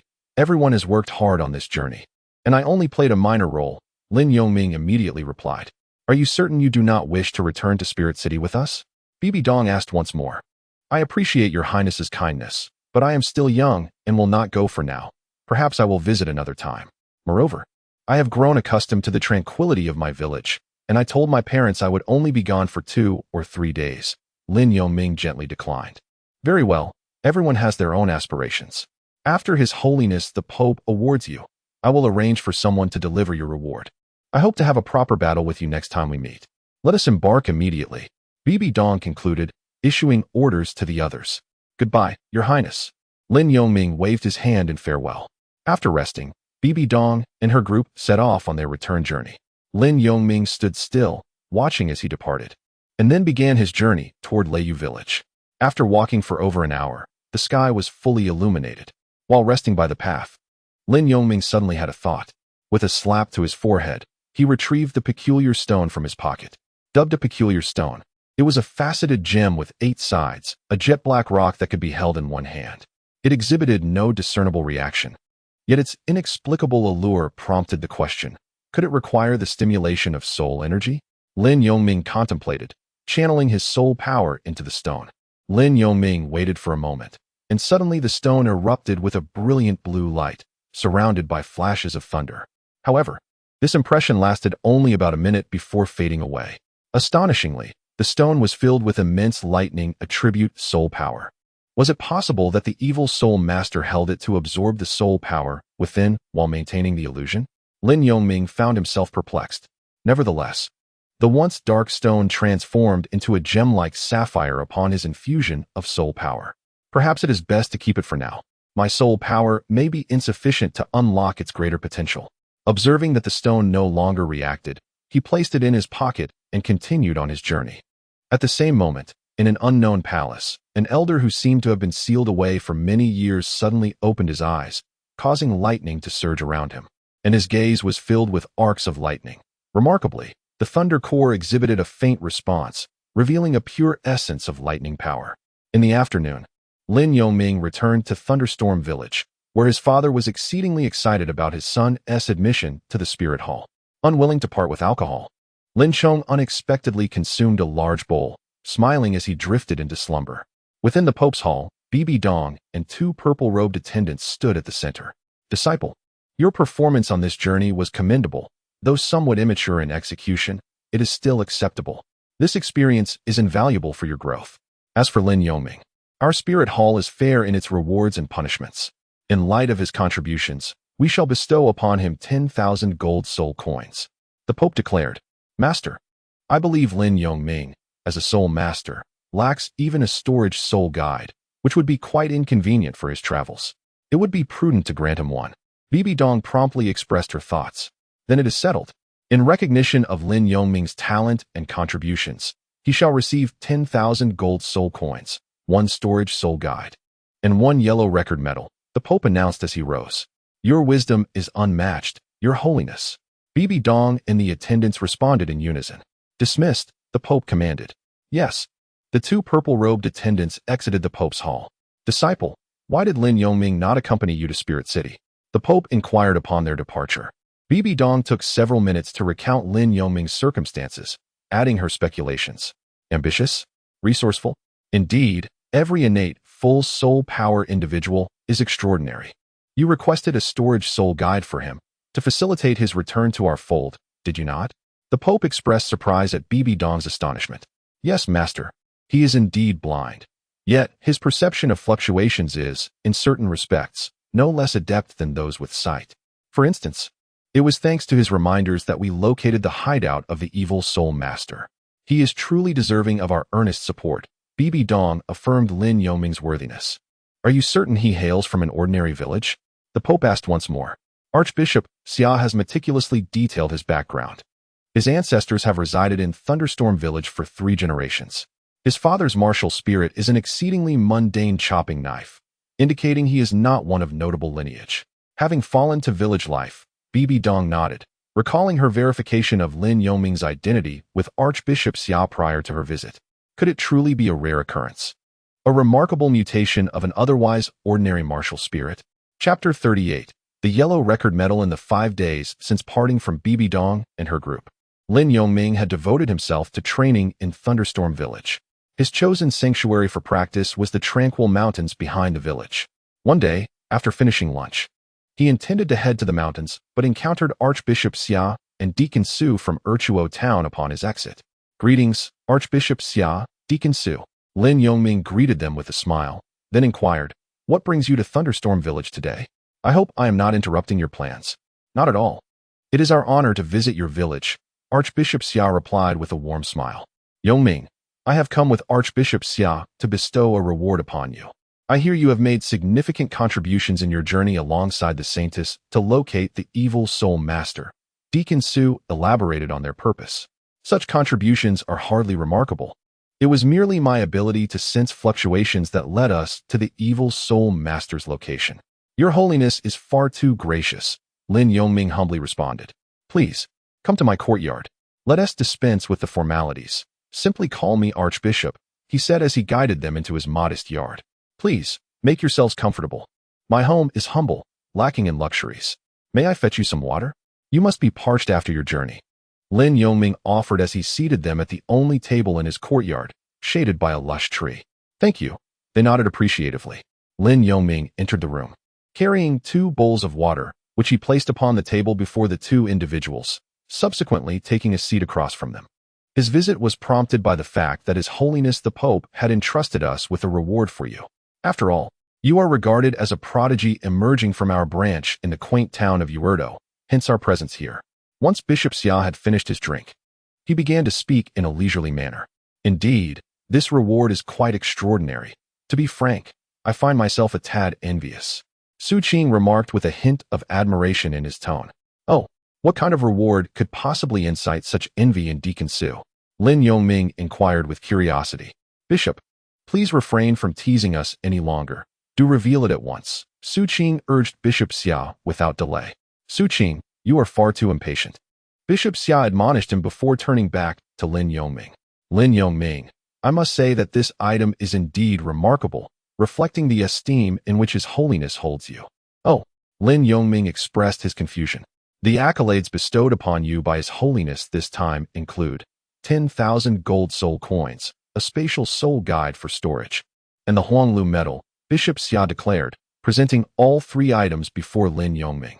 Lin Yongming immediately sensed 3 significant items: a large bag, a gem-studded belt, and a token distinct from the martial soul emblem, the Yellow Record Medal. What distinguishes it from the Purple Record Medal? Upon hearing the mention of the Yellow Record Medal from Bishop Xia, Lin Yongming recalled the Purple Record Medal referred to in the original text. "Bishop Xia, is it not overly extravagant for His Holiness the Pope to bestow such rewards? Not only is there a sum of 10,000 gold soul coins, but also a spatial soul guiding device. I was intending to save up to purchase such a device myself, as carrying multiple bags while traveling can be rather cumbersome." Lin Yongming expressed his surprise. "Haha, indeed, you have achieved a remarkable feat this time. Among these 3 items, I believe the Yellow Record Medal is the most precious," Bishop Xia remarked with a soft smile. "Oh, Bishop Xia, what is the significance of the Yellow Record Medal?" Lin Yongming inquired, perplexed. The Yellow Record Medal is a symbol of honor. To possess it signifies that the individual has certain qualifications and contributions. It is a medal specifically prepared by the Spirit Hall for promising young talents, Bishop Xia elucidated. "Yongming, do not underestimate the Yellow Record Medal. In the past 20 years, only over 100 have been issued, particularly to those under 20. You are currently the youngest recipient of the Yellow Record Medal, and with this medal, you can request assistance from 10 squads of the Guardian Knight Corps in any branch of the hall," Su Qing elaborated, noticing the subtlety in Lin Yongming's expression. "Thank you for the generous gift from His Holiness the Pope. I sincerely appreciate this gesture." Lin Yongming expressed gratitude immediately. "Yes, I will convey your sentiments to His Holiness the Pope. Furthermore, the yellow record medal signifies that you may ascend swiftly within the Spirit Hall, with a promising future ahead. Of course, should you attain the purple record medal, the prospects would be even more boundless, Bishop Xia continued. Now, we have come to present you with this award. And now that it is safely in your hands, I feel at ease. Do visit the town when you have the opportunity. Having said this, Bishop Xia and Su Qing stood up, preparing to take their leave. Will you not stay a while longer? Lin Yongming also rose to see them off. Not this time. There are other matters at the hall. You need not see us off. Focus on your cultivation. Bishop Xia waved his hand gently. Lin Yongming stood at the entrance of the courtyard, quietly observing the two individuals departing from Leiyu village before returning to the table. The Pope, it seems, is quite generous. However, such a substantial reward likely comes with compliments from Bibi Dong. Lin Yongming calmly organized his belongings, securing the soul guide belt around his waist. During dinner, he refrained from mentioning the commendation to his parents. Firstly, he knew that the news of his recent adventure would only incite their concerns. Secondly, approaching their 50s, his parents had previously deemed the 1,000 gold soul coins from his last venture sufficient for a comfortable life in the village. Yet, they were reluctant to relocate to the town, expressing their preference for village life where they could occasionally converse with familiar neighbors. Furthermore, they cherished the vegetables they cultivated themselves, asserting that homegrown produce offered a sense of fulfillment and peace of mind. Lin Yongming naturally couldn't insist when hearing his parents speak this way. Moreover, he himself felt that life in the village was quite pleasant. In his previous life, Lin Yongming had harbored similar thoughts, working hard in the city for a few years before retiring to the countryside, growing his own vegetables, and chatting with the villagers. Yet fate had other plans. Never did he imagine he would arrive in the Douluo continent, bestowed with exceptional talent and heritage. It was unthinkable for him to remain in Thunderstorm Village for the rest of his life. With his soul power at level 26, he knew that once he reached level 30, it would be time to venture out, to hone his combat experience. 2 months after receiving recognition from the Spirit Hall, Lin Yongming advanced another level in soul power. Only 4 more levels stood between him and his goal of leaving the village to seek his 3rd spirit ring. Minger. Just as Lin Yongming concluded his training, he heard Lin Chong's urgent voice calling from the back mountain. Father, what's happened? In a flash, Lin Yongming appeared before Lin Chong, inquiring, Quick, the village chief was bitten by a viper on the roadside. The venom is severe, we don't dare move him. Lin Chong anxiously grasped Lin Yongming's hand. Father, just tell me where the village chief is lying. I'll go ahead. Just outside the village entrance, about 500 meters away. Understood. I'll go now. With that, Lin Yongming channeled his soul power and dashed forward. Chapter 39. The Blue-Silver Emperor arrives in less than 5 minutes. Lin Yongming reached the village chief, who had already fallen unconscious. Upon arrival, 7 villagers were gathered around the chief. Xiao Ming is here. Make way.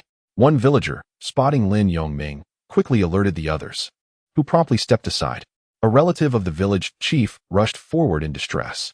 Xiao Ming, you're a spirit master. My uncle was poisoned by the viper. You must have a way to help. Uncle, don't panic. What is the chief's current condition? Lin Yongming responded swiftly. The wound on his leg 1T stopped bleeding. We applied herbal medicine, but it did nothing, the relative explained urgently. Lin Yongming nodded thoughtfully. The venom of the viper possesses 2 types of toxicity, one being hemorrhagic toxins and the other neurotoxic. However, due to the distinct nature of the viper in the Douluo continent compared to that of his previous life, the wound inflicted upon the village chief not only bled profusely, but also rendered him unconscious, indicating a combination of both toxins, thus suggesting a more potent venom. Without delay, I decided to channel my soul power to see if I could extract the venom from the village chief's wound. Lin Yongming promptly supported the village chief, positioning him upright while he infused his own soul power from behind. Lin Yongming, in truth, harbored his own uncertainties. After all, his soul power was of the lightning attribute, effective for offensive maneuvers, yet perhaps not as potent in the realm of healing as he had envisioned. However, in order to spare the villagers from undue worry, he refrained from voicing his apprehensions. Nevertheless, Lin Yongming exerted every effort to manipulate his soul power, guiding it through the body of the village chief, and subsequently directing it towards the injured left leg. Black blood. It appeared to be effective. The chief's relative crouched before him, intently observing the blood seeping from the wound. which had now transformed into a toxic black ichor. Lin Yongming continued to cautiously control his soul power, fearing that excessive force might damage the village chief's meridians. How I wish there were a healing soul master available, he mused quietly. How is the village chief now? After a few moments, Lin Yongming's father arrived. Having hurriedly made his way there, and saw Lin Yongming tending to the village chief. Under Xiao Ming's treatment, the village chief showed signs of improvement, his formerly dark lips becoming noticeably lighter. A villager responded to Lin Chong. Amidst the watchful eyes of the crowd, Lin Yongming maintained his efforts for over 10 minutes before withdrawing his hands from the village chief's back and rising to his feet. Well, is the village chief going to be all right? Lin Chong directly inquired. The others gazed at Lin Yongming with hopeful eyes. Most of the snake venom has been expelled using my soul power, but some toxins still linger within the village chief's body. After all, I am not a healing soul master. We need to seek a professional healer at the Wuhuan Hall in Yuerdo town, otherwise the village chief remains in peril. Lin Yongming explained the current condition of the village chief. Xiao Ming, how long can the village chief hold on? I will go immediately to find a healing soul master. A relative of the village chief urged anxiously. He can last about 3 days without issue, but it would be prudent to act quickly, Lin Yongming replied. Very well, I shall leave at once. I would appreciate it if you all could carry the village chief back home. As the village chief's relative prepared to depart, Lin Yongming stopped him. Uncle, allow me to go instead. I can reach the town swiftly with my soul power while you carry the village chief home. No, Xiao Ming.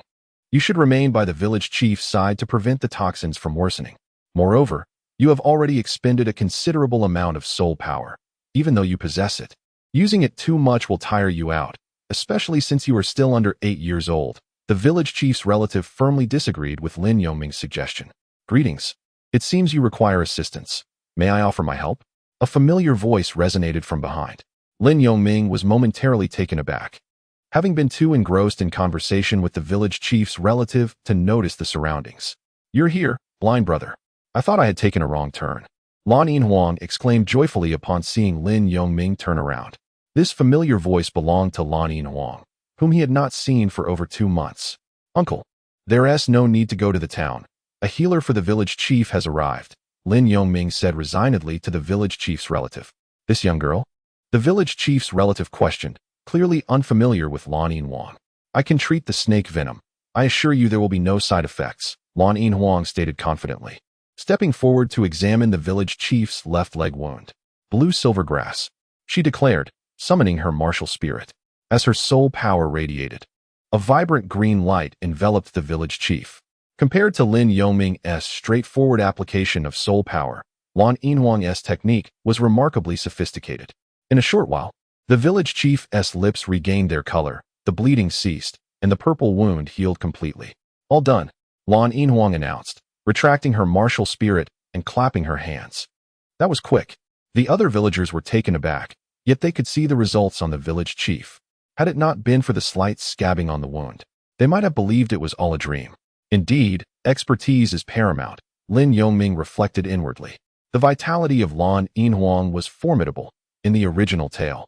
Even when she had sacrificed herself, she managed to retain her essence and revive. Blind brother, I arrived just in time, didn't I? By the way, have you missed your sister during our long absence? Lan Yinhuang teased Lin Yongming. Not at all. What? Lan Yinhuang pouted. Because I cannot see, he replied. Thank you. Esteemed soul master, thank you. The village chief's relative approached to express gratitude on behalf of the village chief. No need for thanks, it was but a minor task. Lan Yinhuang waved her hand dismissively. As they spoke, the village chief gradually regained consciousness. Xiao Ming, did you save me? Oh, the wound is gone. Grandfather, you're awake. Is there anywhere you still feel discomfort? Lin Yongming inquired. Indeed. It was Lan Yin who saved you. I lack such abilities. Lin Yongming pointed towards Lan Yinhuang. Oh, is it the esteemed soul master? Thank you for saving me. The village chief expressed his gratitude to Lan Yinhuang. Old sir, there is no need for formality. Lan Yinhuang replied sweetly to the elderly man. I feel splendid now. There's no need for concern. I feel even better than before being poisoned by the viper. My back no longer aches. The village chief smiled. Such wonderful news. Let us return. It is nearly dinner time, Lin Chong interjected. Indeed, let us go. The village chief then addressed Lan Yinhuang. Young lady, you haven't eaten yet, have you? Please join me for dinner as a token of my gratitude. Old sir, there is no need. I merely came to visit Xiao Ming, Lan Yinhuang replied. Very well, the village chief conceded after glancing at Lin Yongming. Lan Yin, what brings you here? Lin Yongming asked as he observed the villagers making their way back to the village. When I assisted you in acquiring your second soul ring. You called me Sister Yin repeatedly. Now, just 2 months later, you've forgotten my name, have you? Lan Yinhuang retorted, visibly displeased. Lin Yongming had assumed that Lan Yinhuang was merely speaking in jest, never expecting that she would truly come knocking at his door. Their encounter had been fleeting. They had exchanged glances while bathing, shared a room in an inn, and spent a night under the stars in a tent. Why the silence? It seems that during my absence, there won't be any new companions to fill the void, and perhaps I have already been forgotten. This thought stung Lan Yinhuang, her voice tinged with irritation. Lin Yongming couldn't help but internally critique her perception of him. Tomorrow, is this your friend? Lin Chong inquired at that moment. Blind brother. Who is this? Lan Yinhuang whispered curiously. While other villagers had departed, Lin Chong remained, intrigued as it was the first time he had witnessed a girl seeking Lin Yongming's company after so many years. Dad, let me introduce you. This is Lan Yin. I met her while searching for my second soul ring, and I owe much to her assistance. Sister Yin, this is my father. Lin Yongming had no choice but to introduce the two to each other. This is the father of the blind younger brother. A wave of anxiety washed over him as he thought, will he be offended if I refer to him as the blind younger brother? Lan Yinhuang's expression turned awkward.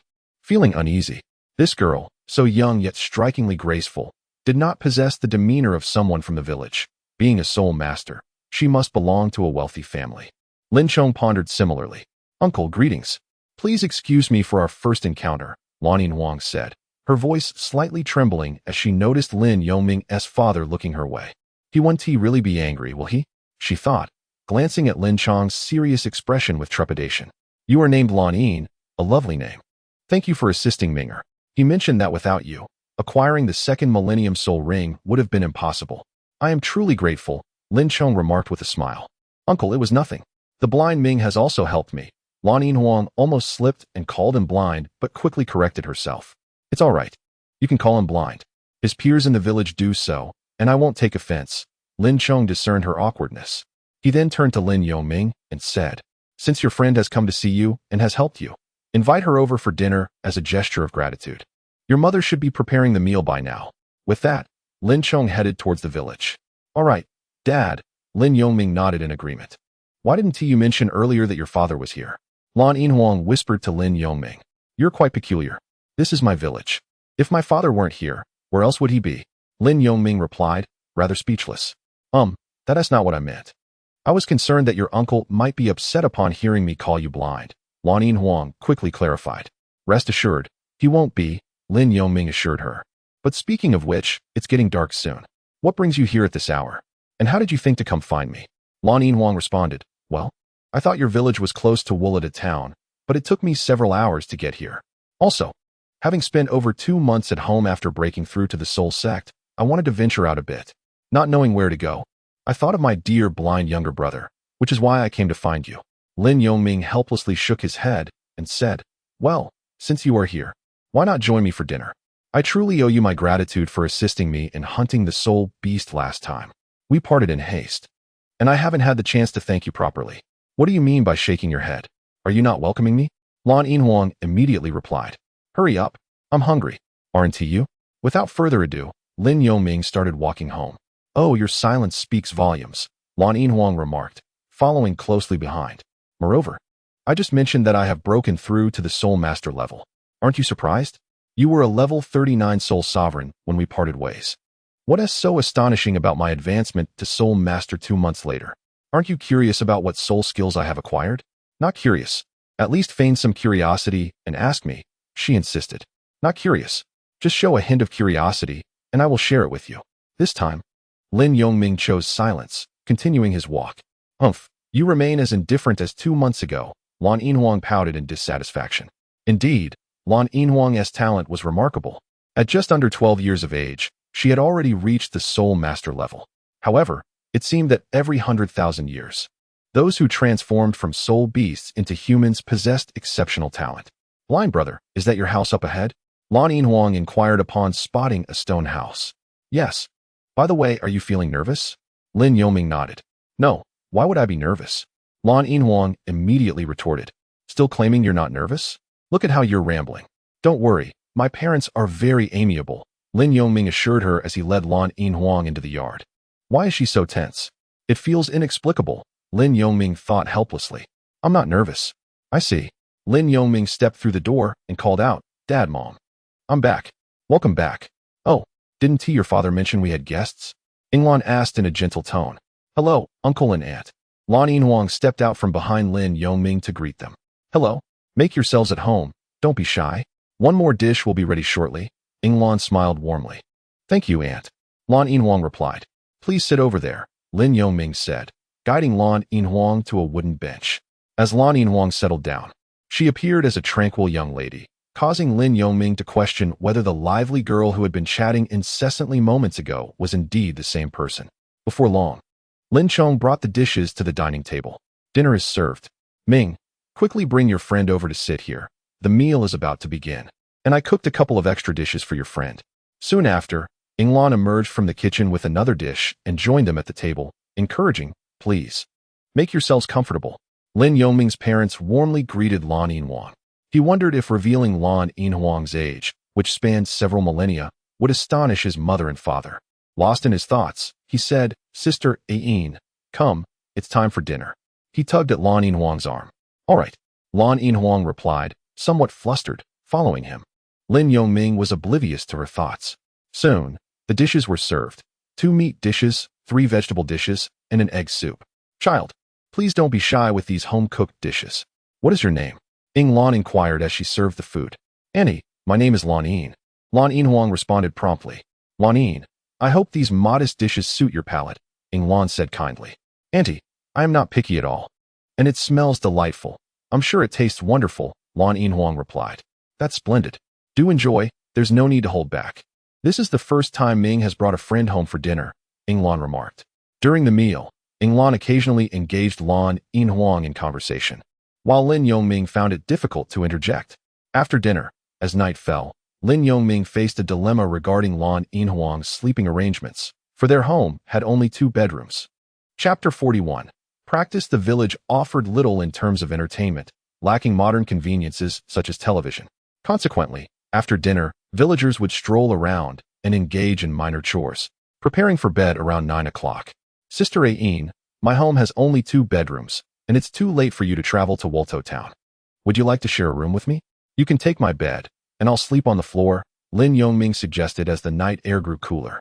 Lin Yoming and Lan Yinhuang sat in the courtyard, savoring the enchanting night scenery, as a silvery moon hung on the horizon, complemented by a tapestry of twinkling stars. I have no objections.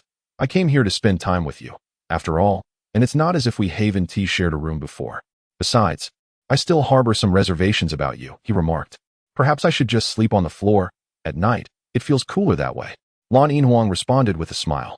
Douluo town falls under the jurisdiction of Soto City, which is a significant urban center within the Balak Kingdom. The Balak Kingdom is situated in the central region of the Douluo continent, experiencing neither extreme cold nor heat throughout the year. The temperature variation between day and night is relatively minor, averaging around 17 degrees Celsius. Thus, sleeping on the floor poses no inconvenience at all. It's out of the question for you to sleep on the floor at my home. Although you are a few years my senior, you are still a girl. Since you don't mind sharing a room, I can simply ask my mother for 2 additional blankets, Lin Yoming stated, rising to fetch the bedding. My dear blind brother certainly knows how to be considerate of girls, Lan Yinhuang teased, no longer contesting the arrangement. Lin Yoming then explained the situation to Inglan.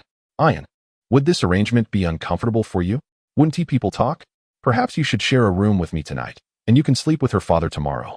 Inglan, observing the nearly graceful figure of Lan Yinhuang, suggested this out of concern for the girl's reputation. Auntie, you are too kind. My presence has already caused enough disturbance, and I wouldn't want to further intrude upon you at this late hour. Besides, this isn't the first time I've shared a room with Xiaoming. It's perfectly fine. After spending the night together, Lan Yinhuang began to refer to Inglan and her husband as uncle and auntie, feeling that the term uncle and aunt was still somewhat formal. Very well then. Tomorrow you can come with me to fetch the blankets, Englan conceded, no longer insisting. She called Lin Yongming into her bedroom. As they entered, Englan quietly rummaged through the blankets while whispering to Lin Yongming, Xiao Ming. She is still a girl in her teens. Be mindful of propriety at night, understood? Mom, I know how to avoid misunderstandings, so don't worry.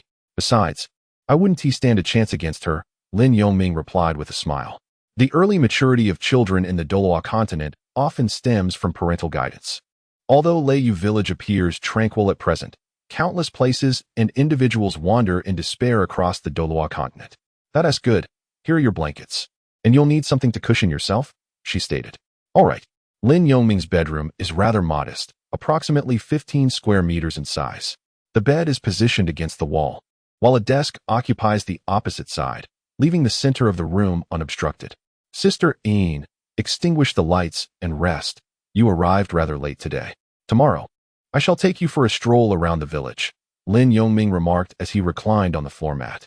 Indeed, I observed from the outskirts that Thunderstorm Village is quite picturesque, nestled amidst mountains on 3 sides, with its clear waters and verdant hills.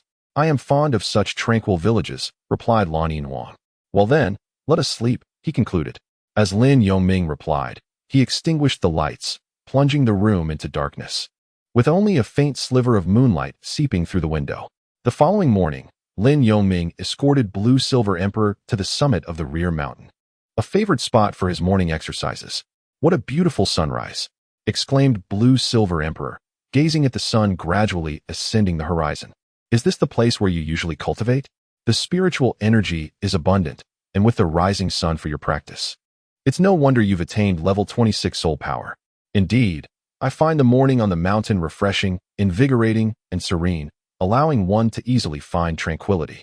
Free from disturbances, Lin Yongming replied, facing east and basking in the gentle warmth of the rising sun. You are right.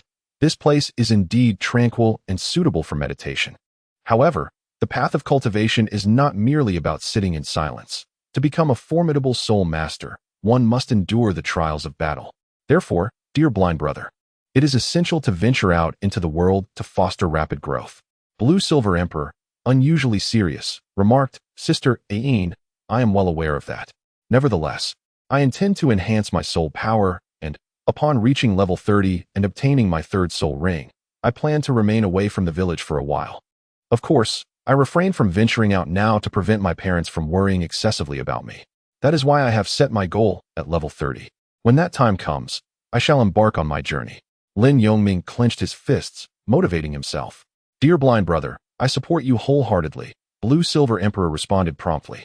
However, it has been 2 months since we last met, and I am eager to see how much your strength has progressed. Behold my blue silver grass entwine. Een sister, you're serious. Lin Yongming swiftly summoned his Thunderblade and took a step back. Very well, I shall use you to test my recent strength. Lin Yongming immediately unleashed the Wave Blade, severing the vine-like blue-silver grass that slithered toward him. Rest assured, my blind brother, I shall be gentle, he declared, activating his first soul skill, Blue-Silver Stab. The Blue-Silver Emperor, standing not far away, commanded the wild blue-silver grass beneath his feet to spring to life. Growing thorns that sought to ensnare Lin Yongming in a relentless assault. He defended against the first strike, swiftly retreating from his original position to evade the onslaught of the Blue-Silver Emperor's vines. Observing this, the Blue-Silver Emperor persisted in controlling the vines, and upon realizing that one was too fragile, he intertwined several together, forming a vine as thick as Lin Yongming's calf. First soul skill, Thunder Slash. The Blue-Silver Emperor's offensive was beyond mere defense. He summoned his soul ring and unleashed his first soul skill to pierce through the tips of the vines. My blind brother, with your 2nd soul ring acquired, your first soul skill has gained considerable strength. Let us test this move once more, he taunted. 3rd soul skill, Blue-Silver Binding. The Blue-Silver Emperor, with an unwavering smile, released this 3rd Millennium soul skill. The fragments of blue-silver grass, previously shattered by Lin Yongming, began to grow uncontrollably, wrapping around him in layers. During their first encounter, Lin Yongming had been rendered immobile by this very soul skill. However, times had changed. Equipped with the soul skill of his 2nd soul ring, Lin Yongming was no longer intimidated by the Blue-Silver Emperor's tactic. 2nd soul skill, Wave Eruption. With a resounding shout, Lin Yongming plunged the Thunder Blade into the ground, gripping the hilt with both hands. In an instant, a surge of power erupted from his very being, radiating outward in a shockwave. The blue-silver vines were severed one after another as a result. Chapter 42. Struck by lightning tree approaching noon, the mountaintop lay in disarray. Lin Yongming leaned on the thunderblade, his breaths heavy and labored. Sister Ain, spare me. I cannot endure this any longer. Your relentless blue-silver grass seems inexhaustible. With that, Lin Yongming sank down onto the ground. Throughout the morning, he had tirelessly hacked at the blue-silver grass vines for 3 to 4 hours, leaving his arms weary and sore. Nevertheless, within the same realm, your soul power is remarkably profound, indicating a solid foundation, remarked the blue-silver empress, her cheeks slightly flushed. Lin Yongming was exhausted, and naturally, she felt the strain as well. Here, have some water. Lin Yongming took a hearty sip from the water bottle before saying, Sister Ain, isn't your martial spirit the blue-silver grass? I thought it was deemed a useless martial spirit. How is it that your blue-silver grass is so formidable? With a mysterious smile, Blue-Silver Emperor replied, Indeed, it is blue-silver grass, but what? Lin Yongming was taken aback, pondering whether she was about to confess something. My blue-silver grass is actually a mutated martial spirit, otherwise. Do you think I could have reached the soul rank so swiftly? Blue-Silver Emperor offered an explanation. A mutated martial spirit. So powerful. Lin Yongming exclaimed in admiration. Indeed, it possesses inherent talents, allowing me to manipulate the surrounding blue-silver grass to my advantage. During battle, I can also rely on them to replenish my soul power. Blue-Silver Emperor stated with a hint of pride. No wonder your previous assault was relentless. It turns out you were cheating, Lin Yongming scoffed. Humph. What do you mean by cheating? This is a gift. Do you understand the concept of talent? So, from now on, you can venture out with peace of mind. Your sister will protect you, Blue-Silver Emperor huffed in dissatisfaction. What a boastful claim. One might think you have already attained the title Douluo level. If I were to explore the Spirit City, would you accompany me? Lin Yongming retorted with a smirk. Well, I prefer tranquil places. Bustling cities like Spirit City do not appeal to me, Blue-Silver Emperor replied, her expression slightly shifting. After a pause, she continued, Besides, you, a mere soul master. Going to Spirit City would not be an adventure, but rather an invitation to suffering. Therefore, do not aspire to ascend in one leap. Instead, focus on steadily honing your skills in smaller locales. That is what true experience entails. Lin Yongming nodded and said, Indeed. The Spirit City is a sacred place for spirit masters, teeming with experts. It is truly unsuitable for me at this moment. So where should I begin my journey of training? The Blue-Silver Emperor gently patted Lin Yongming's head and replied, You should first elevate your spirit power level to 30 before stepping out of Thunderstorm Village. Haha, that's right, there is still a considerable amount of time ahead. Lin Yongming chuckled awkwardly, then stood up and declared, Let us go. It is midday, and time to descend the mountain. The Blue-Silver Emperor nodded in agreement. Upon returning home, Lin Yongming washed off the sweat from the morning and, after finishing his lunch, wandered around the village with the Blue-Silver Emperor. What a magnificent tree. This must be a millennium-old thunderbolt tree. Quite a rarity, the Blue-Silver Emperor exclaimed as they arrived at the center of the village and observed the thunderbolt tree. Sister Ain, do you recognize this tree? Lin Yongming inquired curiously. I know a bit about it. This tree is known as the thunderbolt tree. It possesses a hard texture and is quite rare, having a certain ability to attract lightning. Because of this, thunderbolt trees are prone to premature demise. The one before us has reached the age of a millennium, which is exceedingly rare. If it were to reach 10,000 years, it would be harder than black iron, making it suitable for crafting various weapons. Moreover, the weapons forged from it would not be inferior to those of ordinary quality, the Blue-Silver Emperor informed Lin Yongming. Is that so? I used to think what the village chief said was merely a myth, that this tree possesses mystical qualities and protects the village from lightning strikes during storms. It seems I was indeed quite ignorant, Lin Yongming admitted, believing in the truth of the Blue-Silver Emperor's words. As a spirit beast of the Blue-Silver Emperor, she was innately sensitive and attuned to plants, capable of discerning their characteristics. Do not be disheartened.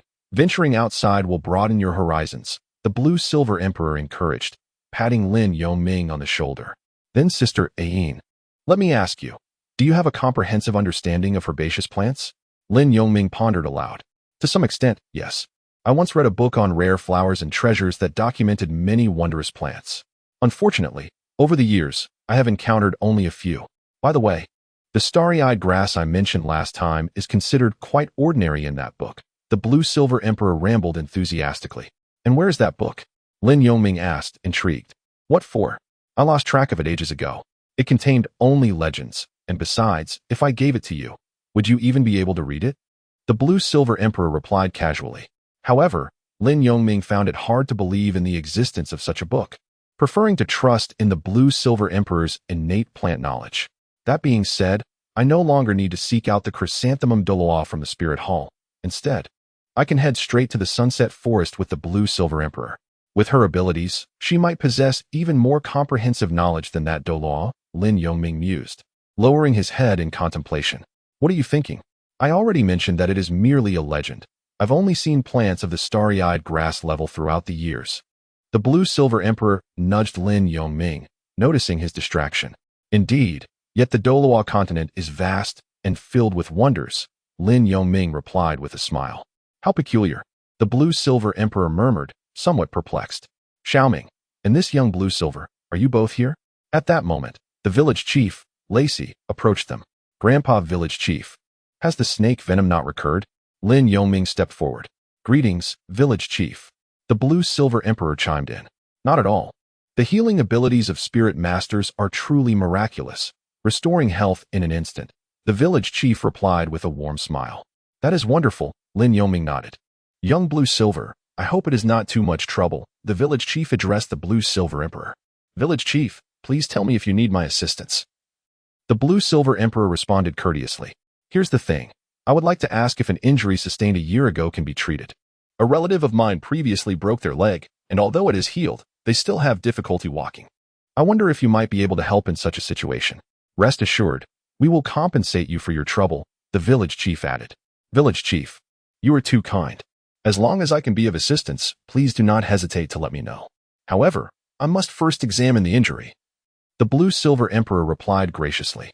Very well, I shall take you to his home, the village chief said as he led the way. Lin Yongming recognized the individual the village chief mentioned. A year ago, he had accidentally broken his leg while in the mountains. Though he had recovered, he still walked with a noticeable limp. Sister Aine, let us go. It is not far. It was only a little over 100 meters. And Lin Yongming followed the village chief with the blue-silver emperor in tow. Chapter 43. A year later, upon arriving at the village chief's relative's home, the blue-silver emperor, under the gaze of the onlookers, gently examined the fractured bone of the leg. It can be treated, however, over the past year. The bone has deformed. I will need to correct the misalignment before applying spirit power for healing. The correction process may involve some intense pain. The blue-silver emperor stated after her examination, rising to speak in front of the village chief and Lei Hong, who were both hopeful. Really? Wonderful. Esteemed spirit master. Please proceed with the treatment. A little pain is nothing. We villagers are most unafraid of hardship, Lei Hong replied joyfully. Very well, then lie down. Xiaoming. You hold on to your uncle. I am concerned he may not be able to control himself, the blue-silver emperor instructed Lin Yongming. Xiaoming, come. Lei Hong lay down on the wooden plank without hesitation. Lin Yongming approached Lei Hong, placing his hands on his shoulders. With Lin Yongming's strength, it was effortless to restrain an ordinary adult. Soul Master, I beg of you, Lei Hong said, biting down on the towel handed to him by his wife. The blue-silver emperor nodded, squatting beside Lei Hong's feet to tend to his lower leg. One hand grasped his ankle, while the other held above the fractured bone, cautiously twisting it. Observing Lei Hong's expression, he nodded before swiftly twisting once more. Ah! Lei Hong screamed, his body tensing involuntarily under Lin Yongming's grip. The blue-silver emperor quickly released him, rising to summon his martial spirit, unleashing a vibrant green light that enveloped Lei Hong. Instantly, Lei Hong fell silent, lying on the wooden plank, drenched in sweat. All right, take a moment to rest. The blue-silver emperor smiled at the village chief and Lei Hong's wife. Thank you, Soul Master, for your hard work. The woman expressed her gratitude promptly. I wonder how much this treatment will cost, the village chief inquired of the blue-silver emperor. No need for that. It's merely a trifling matter. The blue-silver emperor waved his hand dismissively. That cannot be. You treated my snake bite last time, and now you are tending to my nephew's injuries. We cannot let this go unappreciated, the village chief insisted earnestly. Lin Yongming discreetly brushed against the hand of Lan Wang, who glanced at him in response. Village chief, how about we proceed with 1 silver soul coin each? Lan Yinhuang intuitively grasped Lin Yongming's intent and addressed the village chief accordingly. 1 silver soul coin? Esteemed soul master, that seems rather insufficient, the woman replied, taken aback. Madam, I cannot speak for others, but this has been my customary practice.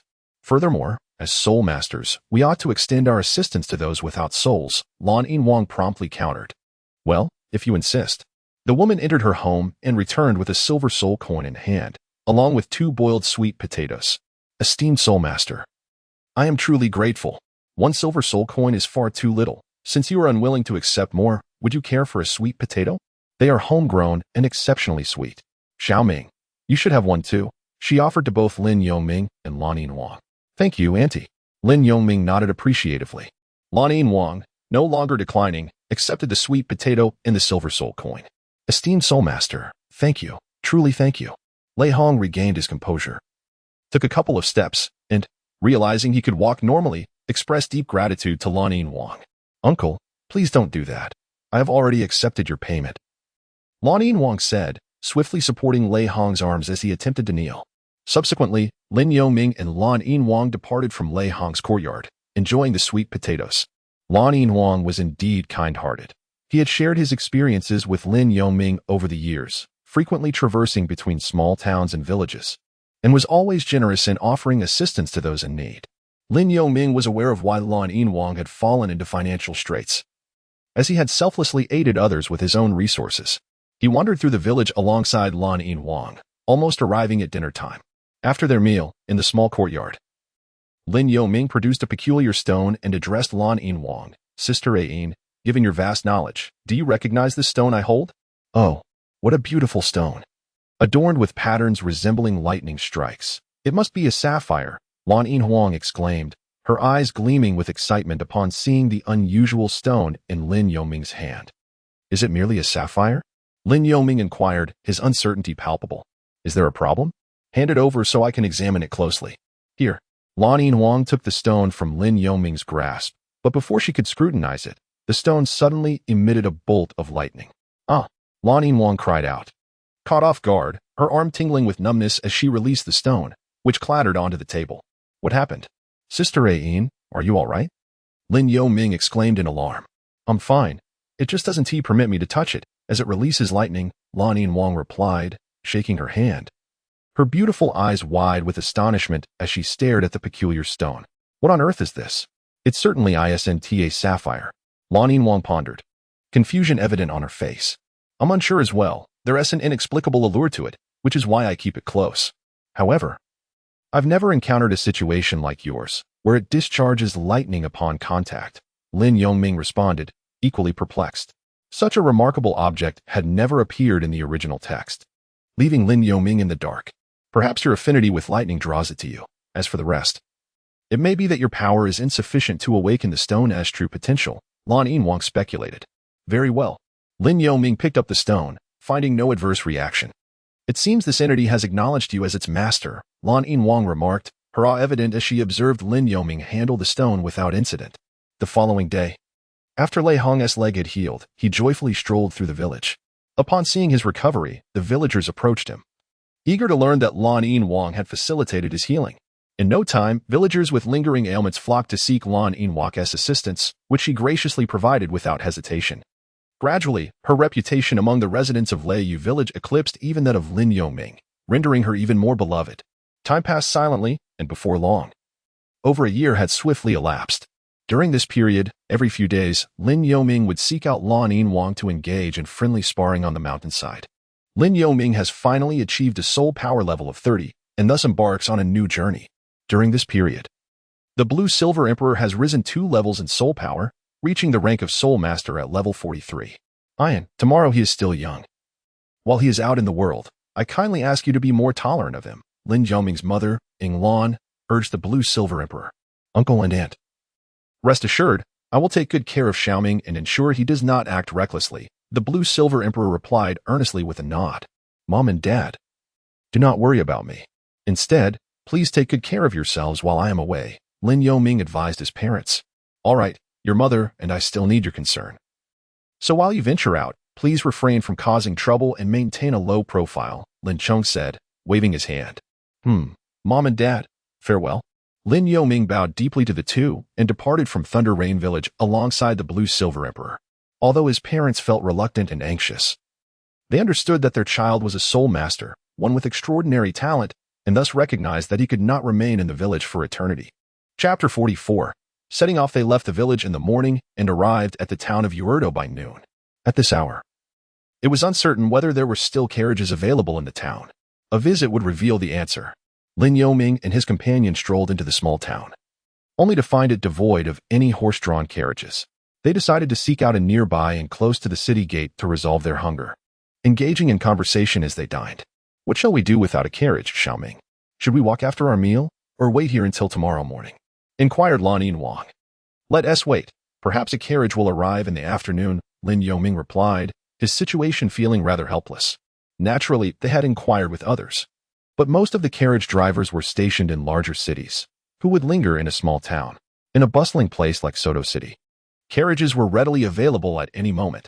After finishing their lunch, they wandered around the town for a few hours, yet still saw no sign of a carriage. Indeed, there were few souls to be found in the town at all. At long last, around 4 in the afternoon, a humble carriage entered through the town gates. Xiaoming, a carriage has arrived. Let us go. We mustn't allow anyone else to take it first, urged Lan Yinwang, giving Lin Yoming a nudge. Let us go. Lin Yoming nodded, and together they jogged towards the carriage. Driver, are you leaving the town? Lan Yinwang inquired as he approached.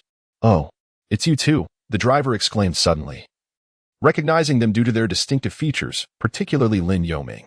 Lin Yoming and his companion recognized the man before them as the coachman they had summoned previously. Where to this time? The coachman inquired. Ah, it's you, uncle. Just like last time, we're headed to the Starry Forest, Lin Yoming replied with a smile.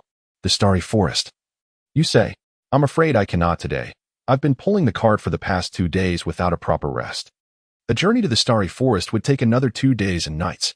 How about this? If you're not in a hurry, allow me to rest for a night. Simply inform me of your location, and I shall come to collect you at dawn tomorrow, the coachman said, fatigue evident on his face. Xiaoming, this uncle looks rather exhausted. And it's already past 4. Why not wait until tomorrow morning? We can stay at the inn in the town tonight, Lan Yinwang suggested, observing the coachman's condition. Very well. Since the uncle is not in good shape, we shall depart tomorrow morning. Uncle, we will stay at the inn ahead of us for the night, Lin Yoming agreed, recognizing that obtaining a soul ring was not an urgent matter. Thank you both for your understanding. Rest assured, I will come to the inn at around 7 to pick you up, and the fare will remain the same as last time, 1.5 gold soul coins. The coachman graciously nodded, aware that the two before him were soul masters, which explained their destination to the Starry Forest. Agreed, uncle. Let us settle on that, Lan Yinwang said promptly. The coachman then returned home, while Lin Yoming and his companion made their way back to the inn they had visited last time. Over a year had passed, yet the prices remained unchanged. They booked a double room just as before. Xiaoming, what type of soul beast soul ring do you plan to acquire this time? Lan Yinwang asked as they settled into their room. I still prefer a lightning attribute soul beast, Lin Yoming replied. You are determined to pursue an extreme path. Since this will be your 3rd soul ring, have you considered a defensive soul skill? It could enhance your survivability in future battles, Lan Yinwang proposed thoughtfully.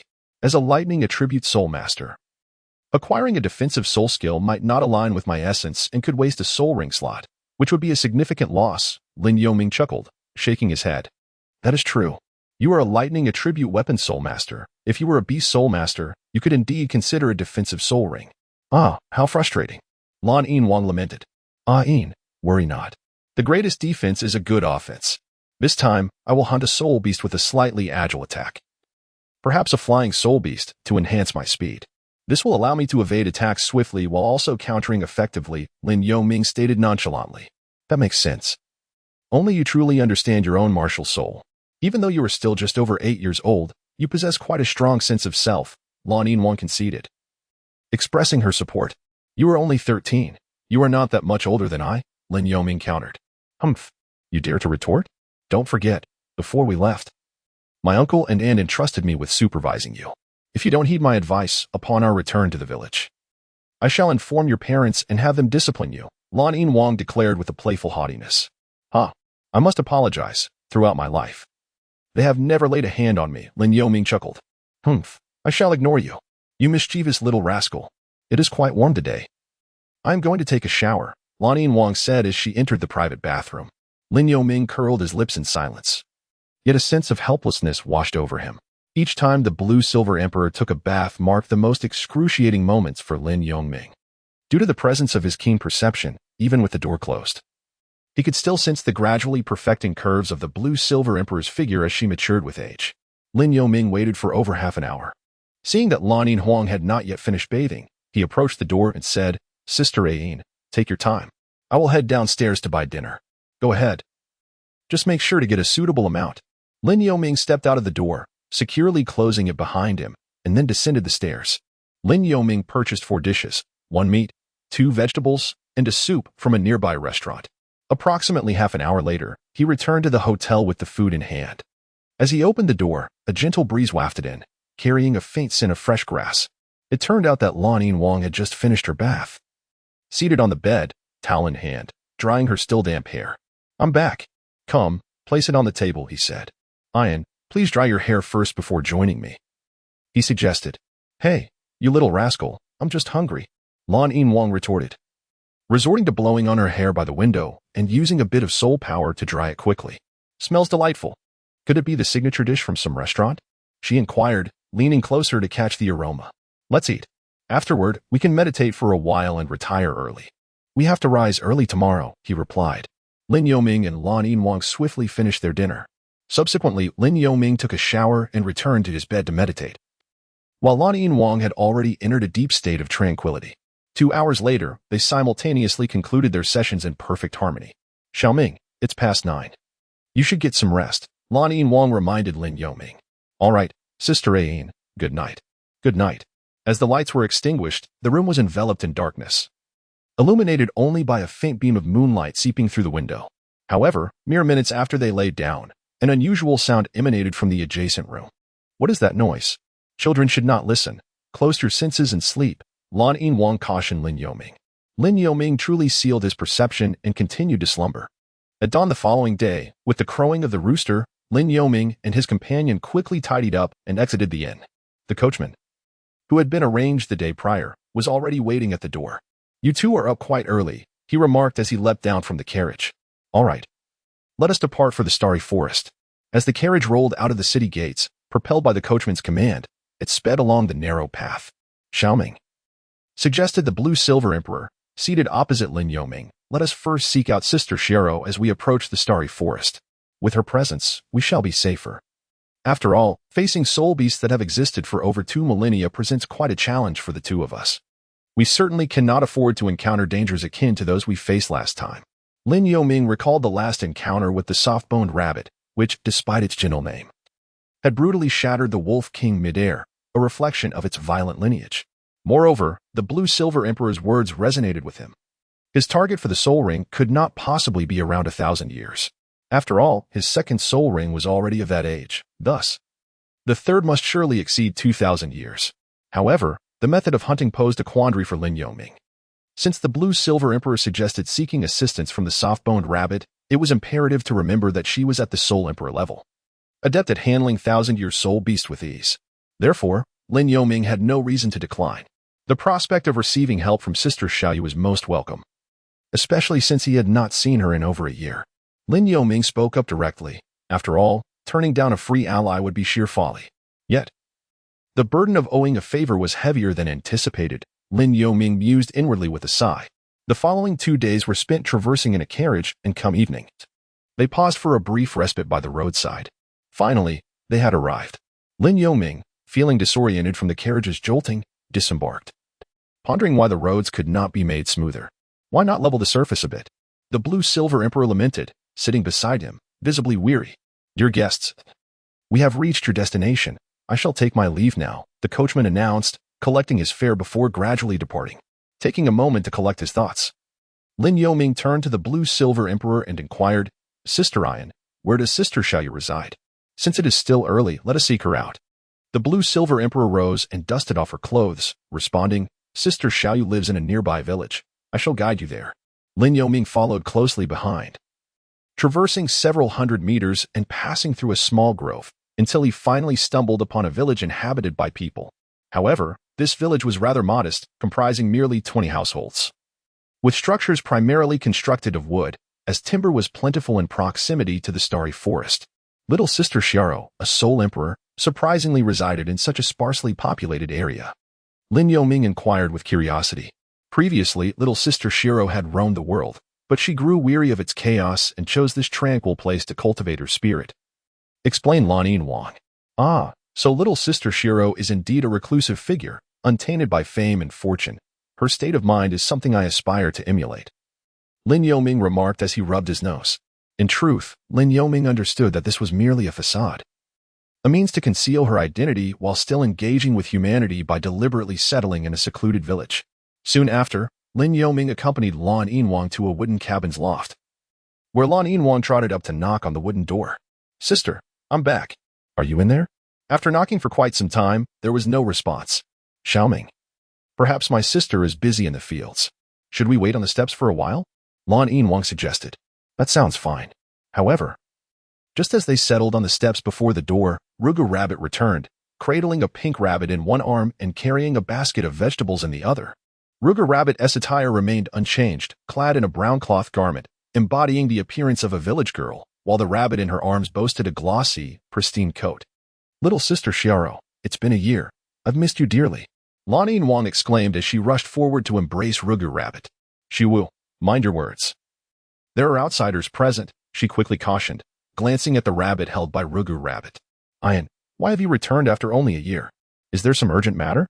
Though Rugu Rabbit was aware of their purpose, she still voiced her query, her hands too occupied to embrace Lan Wang in return. Of course. I returned simply because I missed you, Lan Wang replied without hesitation. Just because you missed me? Then who is that behind you? Rugu Rabbit retorted, somewhat annoyed. It's a pleasure to meet you again, Little Sister Xiao. I apologize for the trouble. Lin Yoming stepped forward to greet her. He mused quietly. Could that rabbit be the future Xiaowu? Odd. I sense no aura. Yet, upon reflecting on Xiaowu's age and his own abilities, it seemed reasonable not to detect the presence of a soul beast. Hello, it's nice to see you again. I remember your name is Lin Yoming, correct? Rugu Rabbit remarked. Lin Yoming nodded. You little girl, you haven't been with him all year, have you? Rogu too remarked as if she could see through Lan Huang's thoughts. Of course not. Sometimes I wander to nearby villages, Lan Huang replied, a hint of dissatisfaction in her voice. Indeed, over the past year, Lan Huang had visited the villages near Wu'er town. Come in. Rogutu said as she ascended the steps, crossing the small platform before the door and opening it. Before entering, she set the rabbit in her arms down, allowing it to hop freely. There was a clean basin at the railing of the platform, filled with fresh greens, a ready snack for the rabbit. Lan Huang followed Rogutu into the wooden cabin, while Lin Yoming lingered at the entrance. Sister Xiaoro, that rabbit must be adorable. Can I pet it? Lin Yoming called out from inside. If you dare to touch it, go ahead. It bites strangers, Lan Huang replied on behalf of Rogu Tuesday. It's just a rabbit, Lin Yoming said, and upon hearing the response, he immediately approached the rabbit. He attempted to place his hand on its back, only to find it empty. A blind person wants to touch me? No way. The rabbit thought as it jumped away. Ah, quite nimble. Lin Yoming was taken aback but continued to reach out. Don't run away. Each time Lin Yoming was just a few millimeters away, the rabbit would deftly evade him. Blind man, come catch me. The rabbit thought mischievously, quickly dodging each time it was about to be touched. After a few minutes of futile pursuit, Lin Yoming gave up, feeling dejected as he walked into the cabin. You little rascal. The rabbit silently observed Lin Yoming's retreating figure. Haha, you couldn't catch the rabbit, could you? Lan Huang teased upon seeing Lin Yoming's expression. No, Lin Yoming replied, feeling disheartened. Sister Xiaoro's rabbit is quite clever. I've raised it for several years, treating it like my own child. Sometimes it won't even let me hold it, Lan Huang explained slowly. Oh, Yin, what nonsense are you spouting? After lunch, we'll head to the forest, right, Xiaoming? I'll call you that too, since Yin seems to like you, Rogutu said as she exited the kitchen. I'll follow Sister Xiaoro's lead, Lin Yoming nodded. After they had lunch, the trio set off towards the starry forest, leaving the rabbit behind in the cabin. Chapter 46. Purple Lightning Eagle. Before entering the starry forest, the same reminder was given to Lin Yoming. Xiaoming.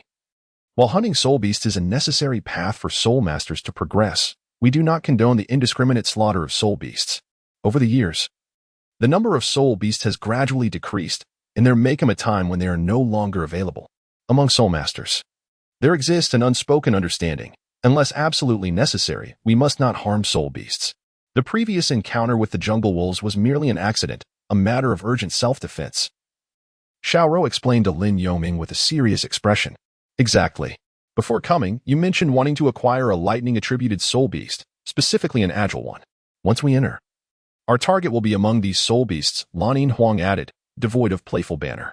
Over the years, the Soul Master community has noticed the increasing rarity of soul beasts. Many rare species have become extinct.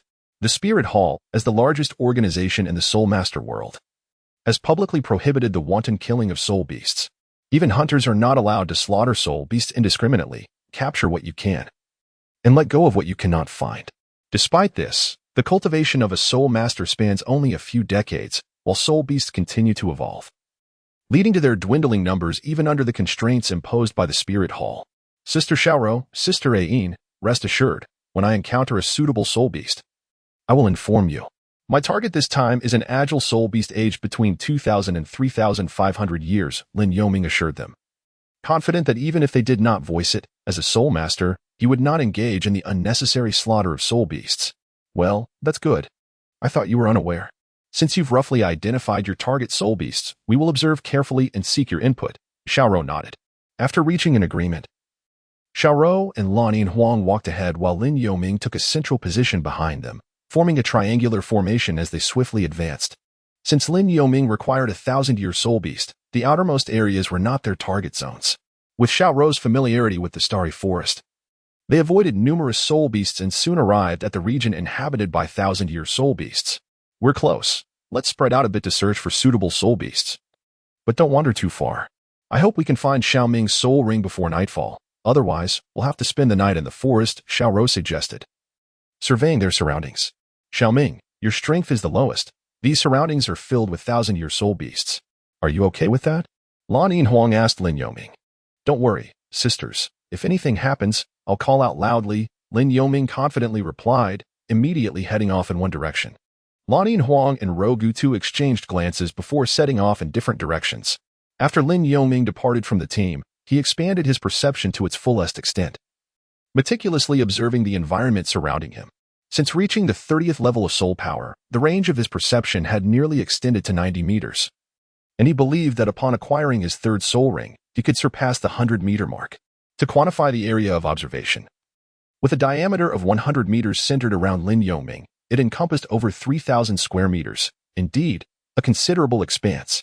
However, this also implied that with such a vast range, it would be impossible for Lin Yoming to attend to every detail, inevitably leading to oversights, particularly in the intricate terrain of the Douluo forest, where he needed to remain exceptionally vigilant.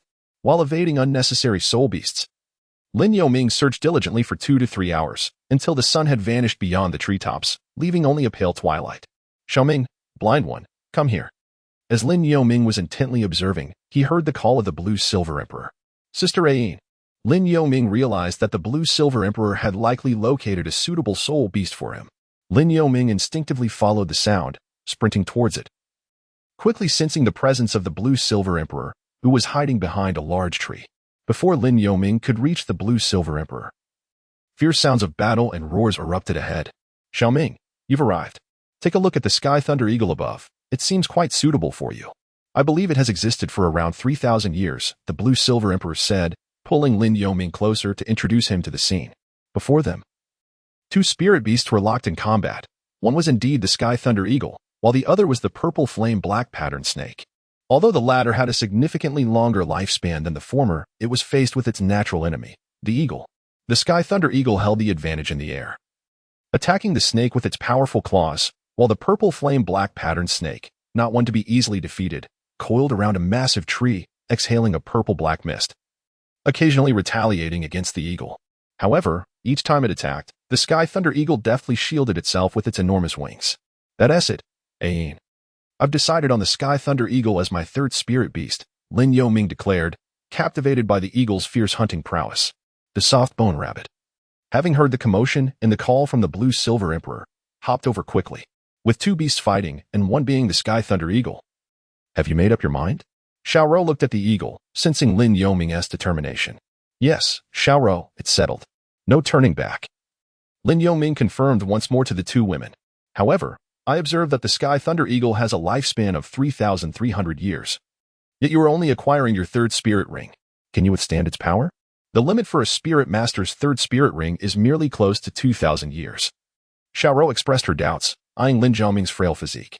Xiaoro, though absorbing it may be challenging, I have faith in my abilities, Lin Yoming replied confidently. Xiaoro remained unconvinced and turned her gaze to the blue silver emperor. Rest assured, Xiaoro. Xiaoming's physique is exceptional. His second spirit ring is a 1,000-year ring. And since becoming a spirit master, he has consistently trained his body. I believe he can manage it, the blue silver emperor reassured her. Having spent over a year with Lin Yoming, knowing that while he was confident, he was not arrogant. Since you say so, I have nothing more to argue. Let us prepare. The Sky Thunder Eagle is swift. Ain, wait for the right moment to use your spirit technique to control it. If it takes off, we will have to seek another spirit beast, Xiaoro advised, shaking her head in resignation. As the Sky Thunder Eagle and the purple flame black pattern snake battled fiercely. Neither had noticed their observers. When the Sky Thunder Eagle descends a little further, I'll strike, the blue silver emperor nodded. The three devised their strategy. Watching as the purple flame black pattern snake gradually fell behind, unable to keep pace with the agile eagle, confirming its status as a natural enemy.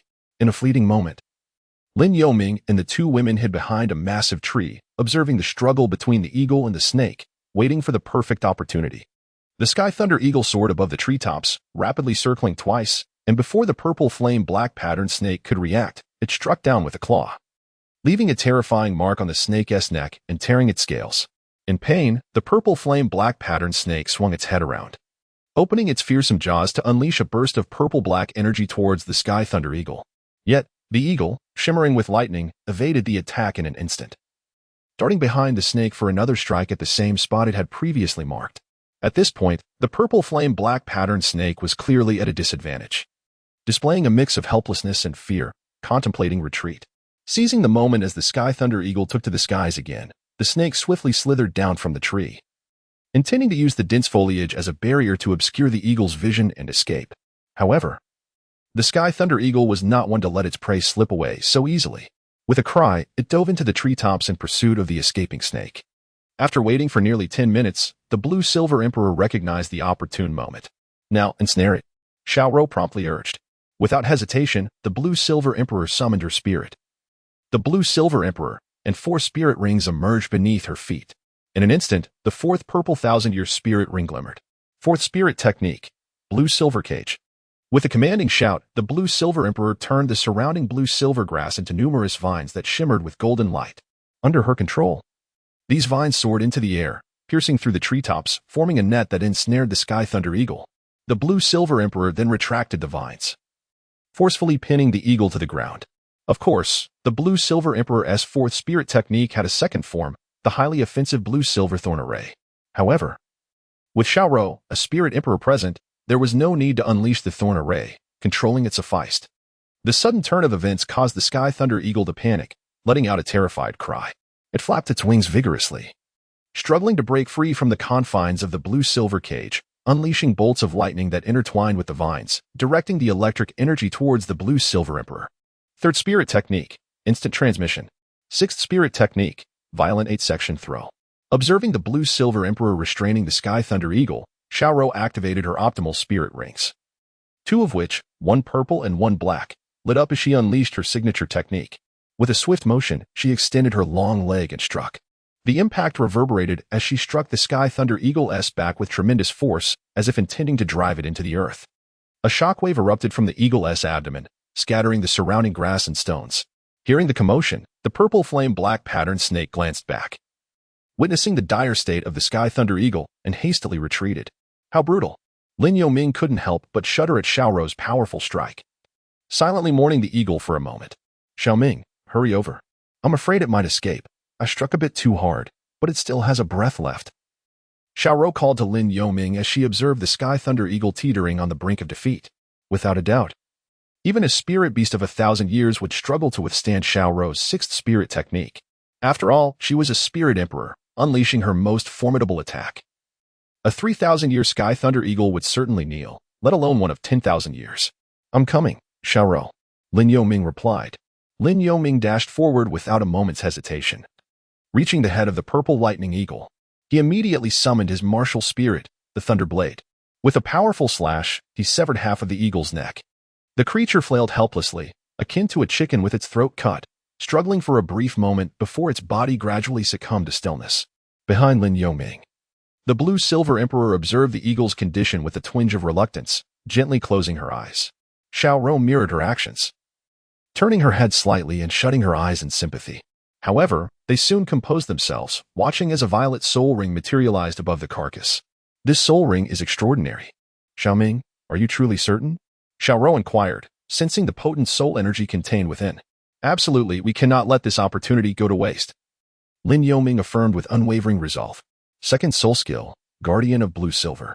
The Blue-Silver Emperor remained silent, merely unleashing her soul skill to enhance Lin Yoming's physical capabilities. Ian, you are so thoughtful. Lin Yoming silently marveled, then settled into a meditative position beside the purple lightning eagle. Xiaorou cast a glance at the Blue-Silver Emperor, conveying a look that seemed to say, indulge him. The Blue-Silver Emperor's cheeks flushed as she turned away. As Lin Yoming beheld the soul ring fully formed, he addressed the two women. I shall begin now. Please focus on absorbing the soul ring. We will provide you with protection. Both the Blue-Silver Emperor and Xiaorou nodded in unison. Lin Yoming held his breath, focusing intently, and then summoned a fragment of soul power to draw the soul ring of the purple lightning thunder eagle above his head. In an instant, a tremendous surge of soul power coursed into Lin Yoming's body, causing him to swell as if inflated. The pain was excruciating. It felt as though this overwhelming soul power threatened to rupture him, sending a tingling sensation across his scalp. A wave of energy erupted from Lin Yoming, radiating outward. Unbeknownst to him, he gritted his teeth, emitting a squeaking sound, his face contorted in agony. What is happening? Xiaoming seems to be in great pain. He can't possibly fail. Lan Yinhuang observed Lin Zhongming's escalating distress, anxiously wringing her hands. Ian, do not panic. He must rely solely on himself now. I believe he possesses great fortune, Xiaorou interjected, concerned that Lan Yinhuang's worry might disrupt Lin Zhongming's absorption of the soul ring, quickly offering words of reassurance. As Lin Yoming absorbed more, it would not be an exaggeration to describe the transformation overtaking him as monstrous.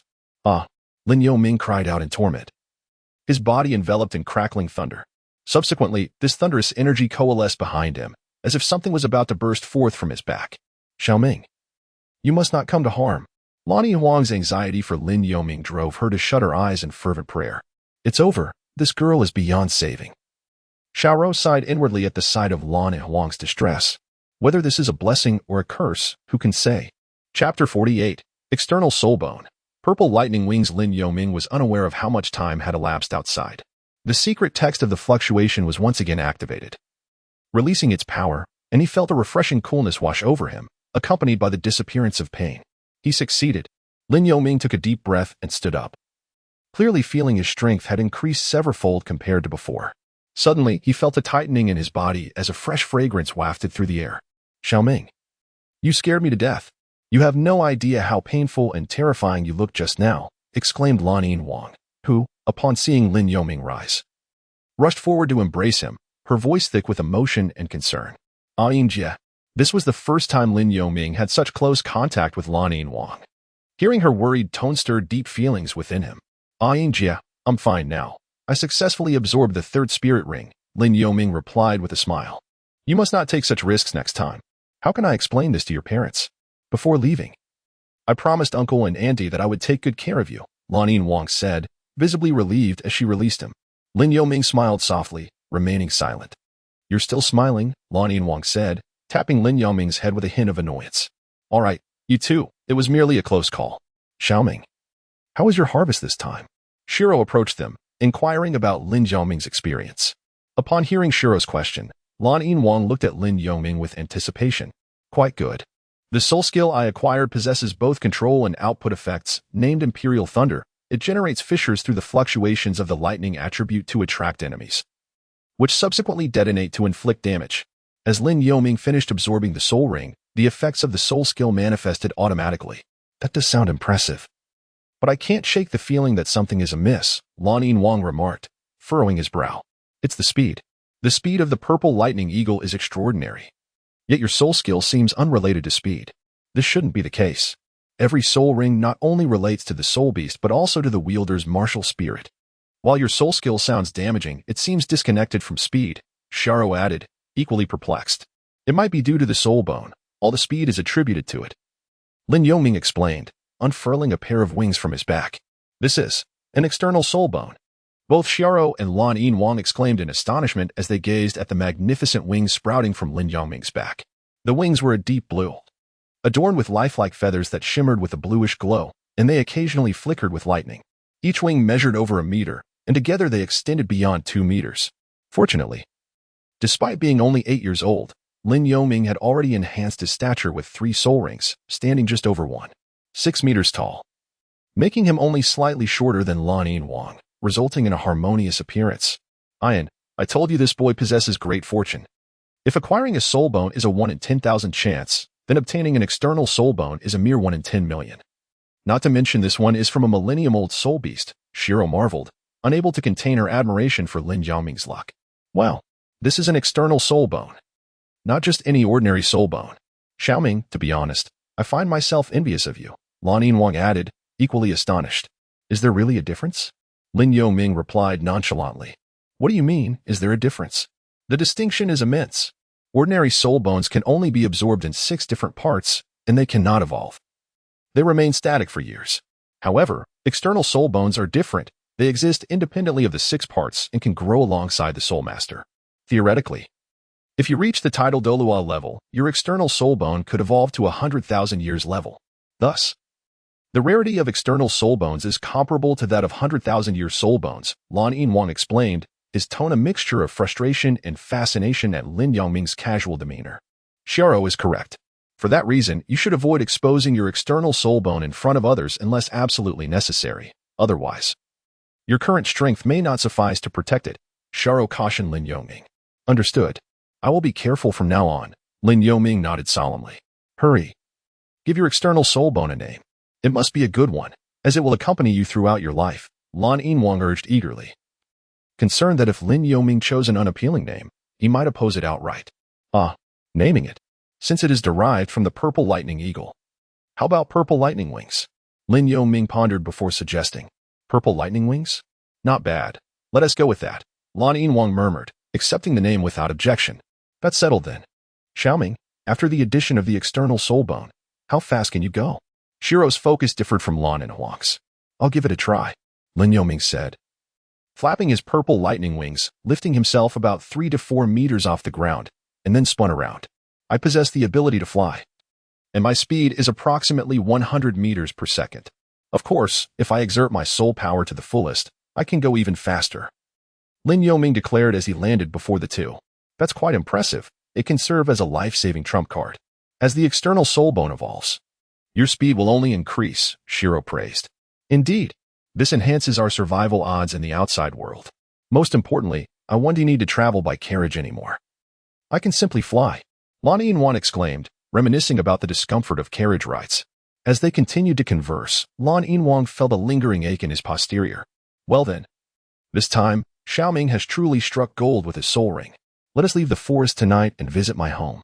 Lin Yoming retracted the external spirit bone and, accompanied by the 2 women, exited the Stardow forest, returning to Xiaoro's home just past 9 o'clock. After enjoying the meal prepared by Xiaoro and tidying up a bit, they found themselves without an extra room. Thus, Lin Yoming laid down a mat in the living room, while Lan Yinwang naturally shared a bed with Xiaoro. Between them lay a pink rabbit. Yin, is your choice really him? Xiaoro inquired softly.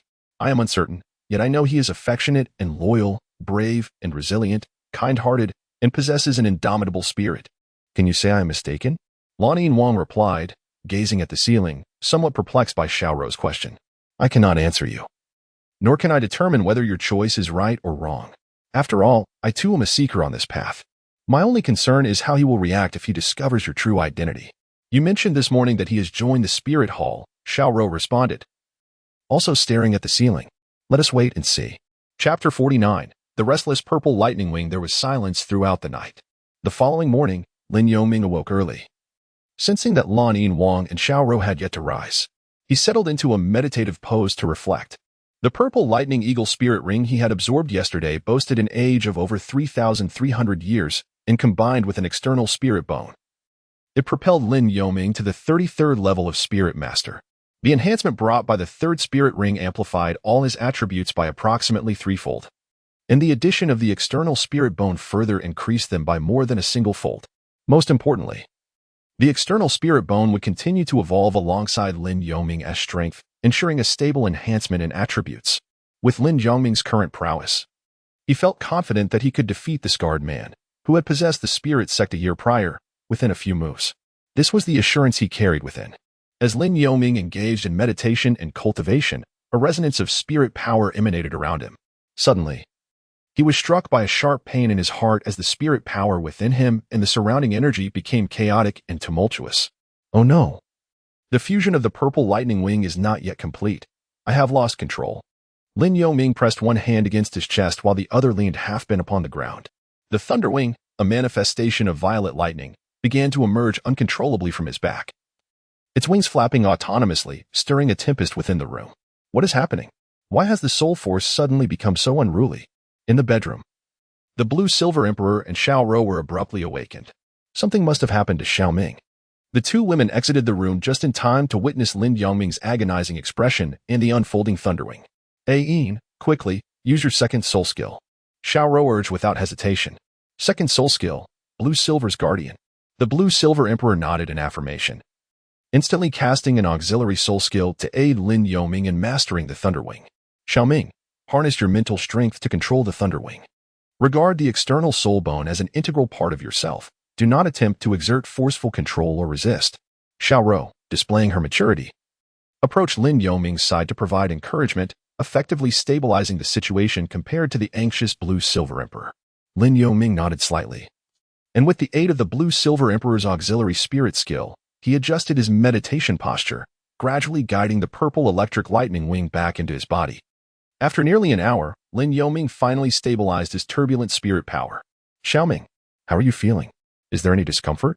The Blue-Silver Emperor approached to examine him. I'm fine now, thank you, Sister Ayan. Lin Yoming wiped the cold sweat from his forehead.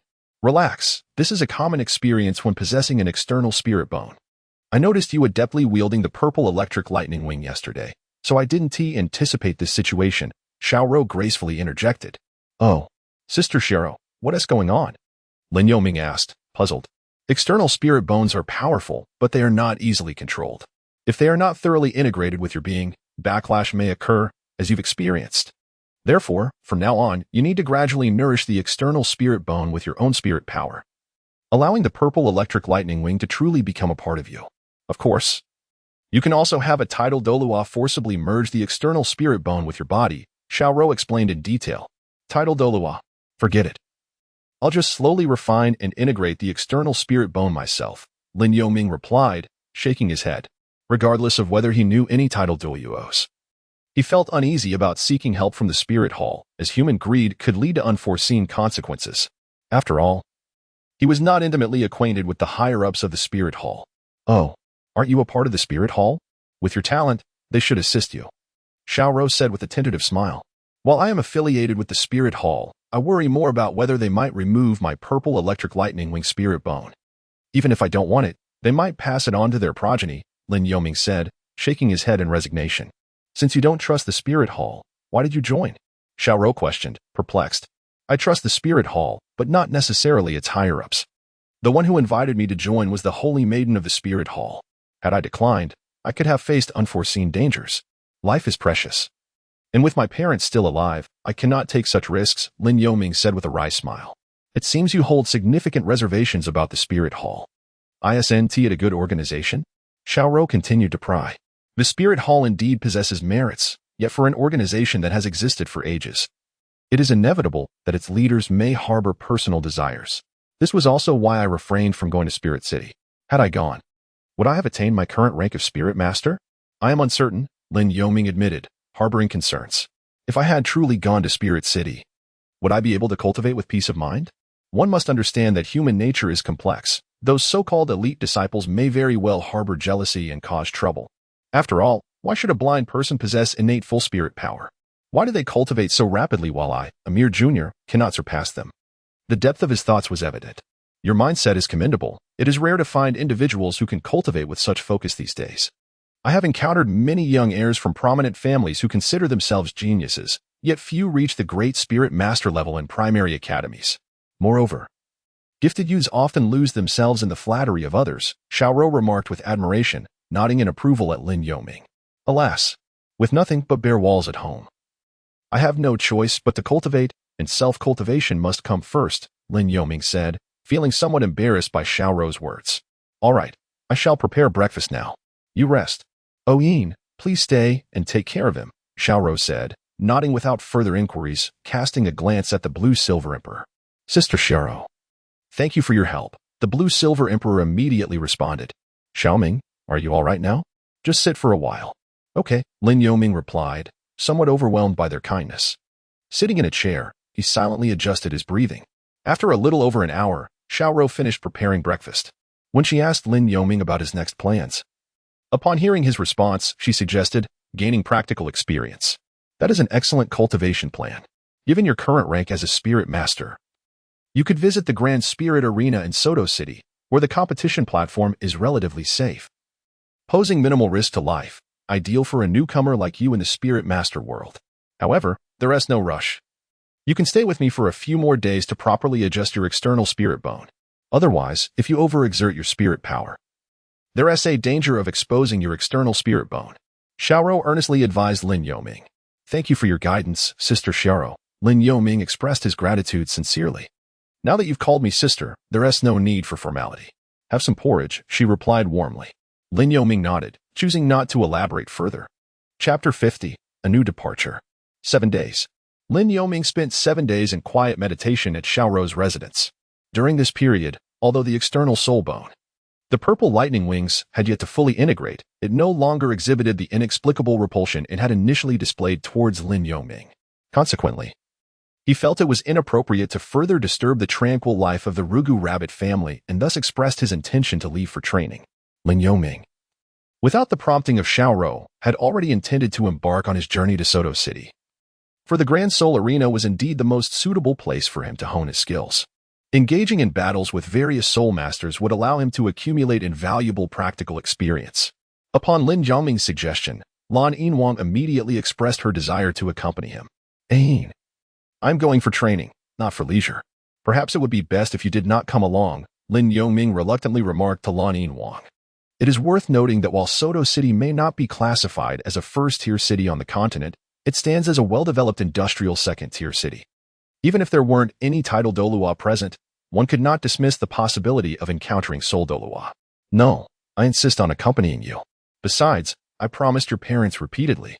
And you are still young. Soto City is rife with temptations and unsavory characters, making it easier for you to stray and encounter dangers. Most importantly, if you were to be injured in a match, I would be there to treat you, Lan Yinhuang stated firmly, standing with hands on her hips, leaving no room for dissent. Upon hearing Lan Yinhuang's unwavering stance, Lin Yoming turned to Xiaorou, hoping she would persuade Lan Yinhuang otherwise. Don't look at me. Although I am her sister, I cannot control her. Moreover, having her with you provides some level of protection, Xiaorou replied nonchalantly, sipping her drink. Realizing he had little choice under Lan Yinhuang's insistence, Lin Yoming reluctantly nodded, reflecting on the original story. He recalled that Xiaorou had successfully navigated her time in Soto City for 2 years without issue, leading him to believe that Lan Yinhuang would likely be fine as well. Just a friendly reminder, you are only 8 years old. However, when you register at the Grand Soul Arena in Soto City, be sure to state your age is higher than it is, otherwise. Xiaorou began. Noticing the silence between the two, Lin Yoming understood well what Xiaorou was implying. After all, an 8-year-old soul sovereign would indeed be a shocking revelation. If he were to showcase his abilities on stage before a crowd, it would undoubtedly attract the attention of various factions. If they were to discover his true age, it would lead to numerous complications. That night marked Lin Yoming's last evening at Xiaorou's home. With an early start ahead for their journey, he retired to bed early. Ain, once we reach Soto City, I wouldn't mind you competing alongside him. While tidal Douluo may not be present, there might be soul Douluo. Once you step onto the stage, you will inevitably draw significant attention, and you may not be fully aware of how exposed you will become. Xiaorou earnestly advised as she lay beside Lan Yinhuang. Rest assured, Sister Xiaorou, I will do my utmost to conceal my aura in Soto City. Even if Xiaoming were to be injured, I would not treat him publicly, Lan Yinhuang replied earnestly, nodding in agreement. It is good that you understand. Individuals like us are exceedingly rare, and I truly hope nothing untoward happens to you, Xiaoro sighed. You too, be cautious. We are near the Stardow forest. Do not let a passing tidal Douluo catch sight of you, Lan Yinwang reminded her. Indeed, let us all take care, they agreed. The following morning arrived. Lin Yoming rose, invigorated, and was greeted by a delightful aroma wafting from the kitchen. Get up quickly and wash your face. Breakfast is ready. Consider it a send-off for both of you. Xiaoro instructed as she brought in the meal. Xiaoro, you are truly considerate. I appreciate all your help these past few days, Lin Yoming responded politely. Stop dawdling, she urged. Soon, breakfast was finished, and Lin Yoming along with Lan Yinwang tidied up briefly before bidding farewell to Xiaoro. Wishing you a safe journey. Do visit again when you have the time? Xiaoro wished them well. Goodbye, Sister Xiaoro. They both turned to wave simultaneously. After parting ways, Lin Yoming and Lan Yinwang exited the village and reached the road. Xiaoming, Soto City lies to the northeast of Alto Town. At our normal walking pace, it will take several days, Lan Yinwang remarked while consulting the map. All right, let us set off. Perhaps we will encounter some passing carriages along the way. Lin Yoming nodded in agreement. Why take a carriage? You have the Thunderwing. You could simply fly there, avoiding the hardships of travel, Lan Yinwang suggested. And what about you? Lin Yoming queried, puzzled. How could you be so dense? Just hold on to me, and we can fly together, Lan Yinwang replied, playfully tapping Lin Yoming on the head. Ah, that seems a bit inappropriate, Lin Yoming said, feeling embarrassed. What's inappropriate about it? Do you really want to endure a bumpy carriage ride to Soto City? Want to your rear end hurt? Lan Yinwang challenged him. Well, I suppose, Lin Yoming conceded, patting his backside, realizing that a carriage ride might indeed be uncomfortable. But how do I carry you?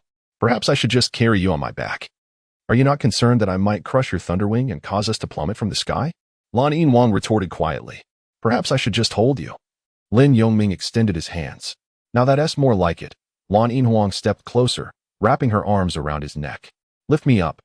If you can't even hold a person, how will you ever hold your bride? Lin Yoming had no retort, lifting Lan Yinwang in a princess carry. One hand supporting her legs and the other her back, while she clung to his neck. Yin, you are rather heavy, Lin Yoming muttered to himself. Grateful for his youthful strength. Keep your mouth shut. Must you speak so thoughtlessly? Lan Yinwang blushed, resting her cheek on his right shoulder. Let us hurry. It will get hot soon. And don't let go. If you tire, we can stop to rest. I certainly want to let go, Lin Yoming affirmed, nodding. Let us be off. Yes, let us depart, Lan Yinwang whispered. As Lin Yoming observed that the blue-silver emperor was prepared, he summoned the Thunderwing of purple lightnings, gently flapping his wings to ascend into the sky. In a brief moment, he reached an altitude of 100 meters. The radiant blue light of the Thunderwing illuminated the surroundings, and Lin Yoming's figure resembled a streak of lightning as he surged towards the direction of Soto City. How swift! Exclaimed the blue-silver emperor, her eyes closed against the wind, as she nestled closer to Lin Yoming. Sister Yin, you must guide me. What if we stray off course? Lin Yoming, unable to open his eyes due to the black cloth covering them, remained unperturbed, albeit his hairstyle was tousled by the gusts. Continue to fly, he urged. Under the guidance of the blue-silver emperor, Lin Yoming swiftly journeyed towards Soto City, which would mark a new beginning for him. Chapter 51, Soto City. In the afternoon, Lin Yoming paused his flight to enjoy a meal in a secluded valley, replenishing his soul power. He resumed his journey at 2 o'clock. As dusk approached, the blue-silver emperor beheld vast expanses of farmland. Xiaoming, we are almost there. I can see a city rising in the distance. Behind the field stood their destination, Soto City. Renowned as the granary capital, Soto City was surrounded by fertile farmlands, which contributed to its significance as the most vital city beyond the royal capital of the Bala Kingdom. Consequently, Soto City served as a stronghold for the kingdom, heavily fortified both within and without.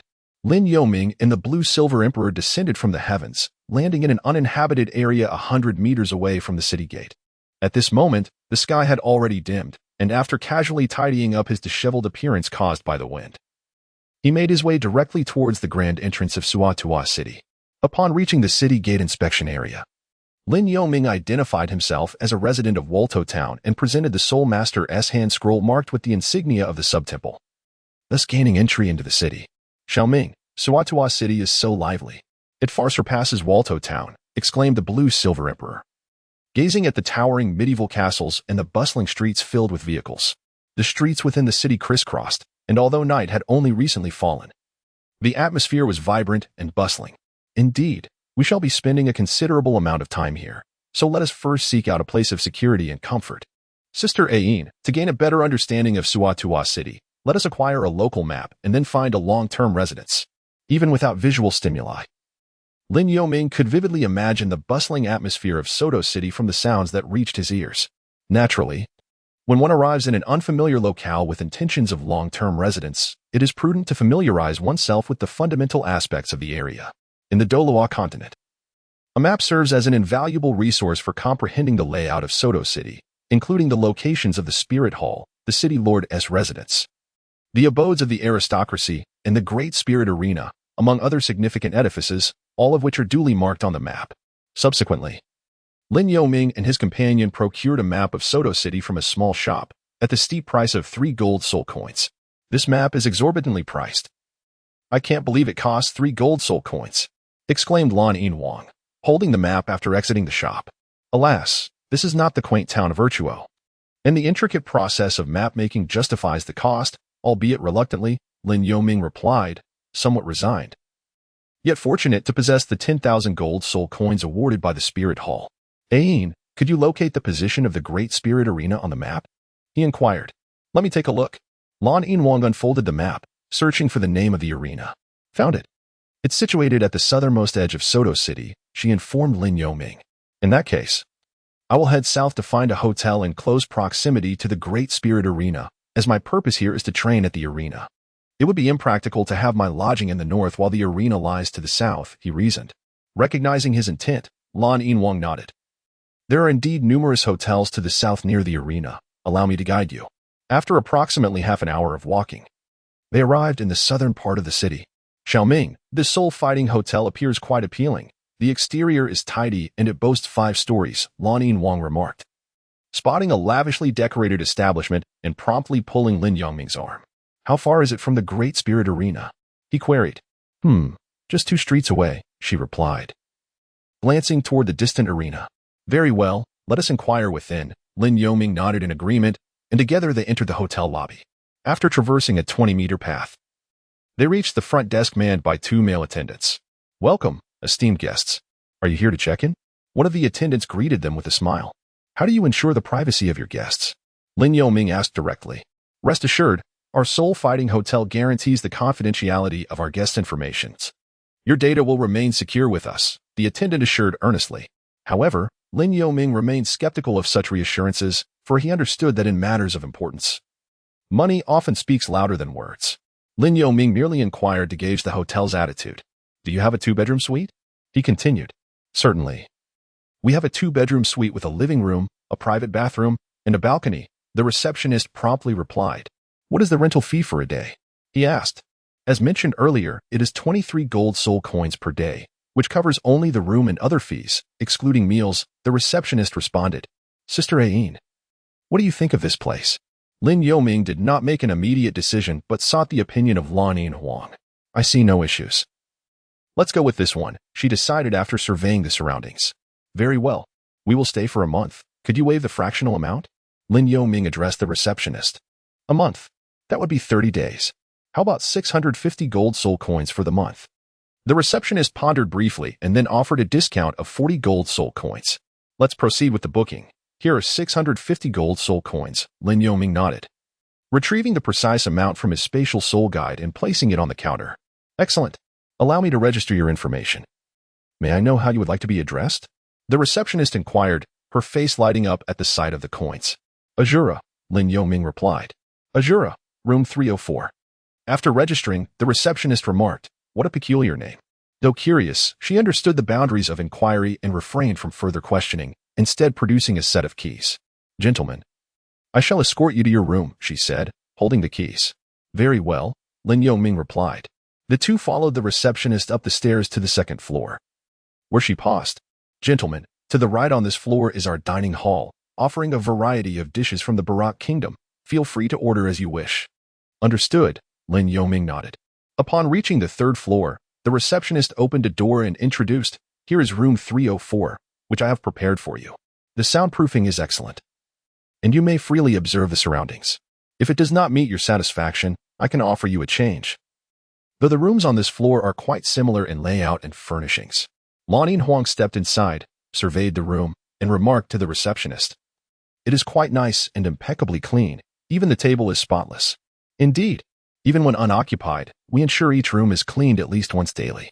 During your stay, you may request our housekeeping staff at any time, without incurring any service charges. The receptionist smiled as she explained.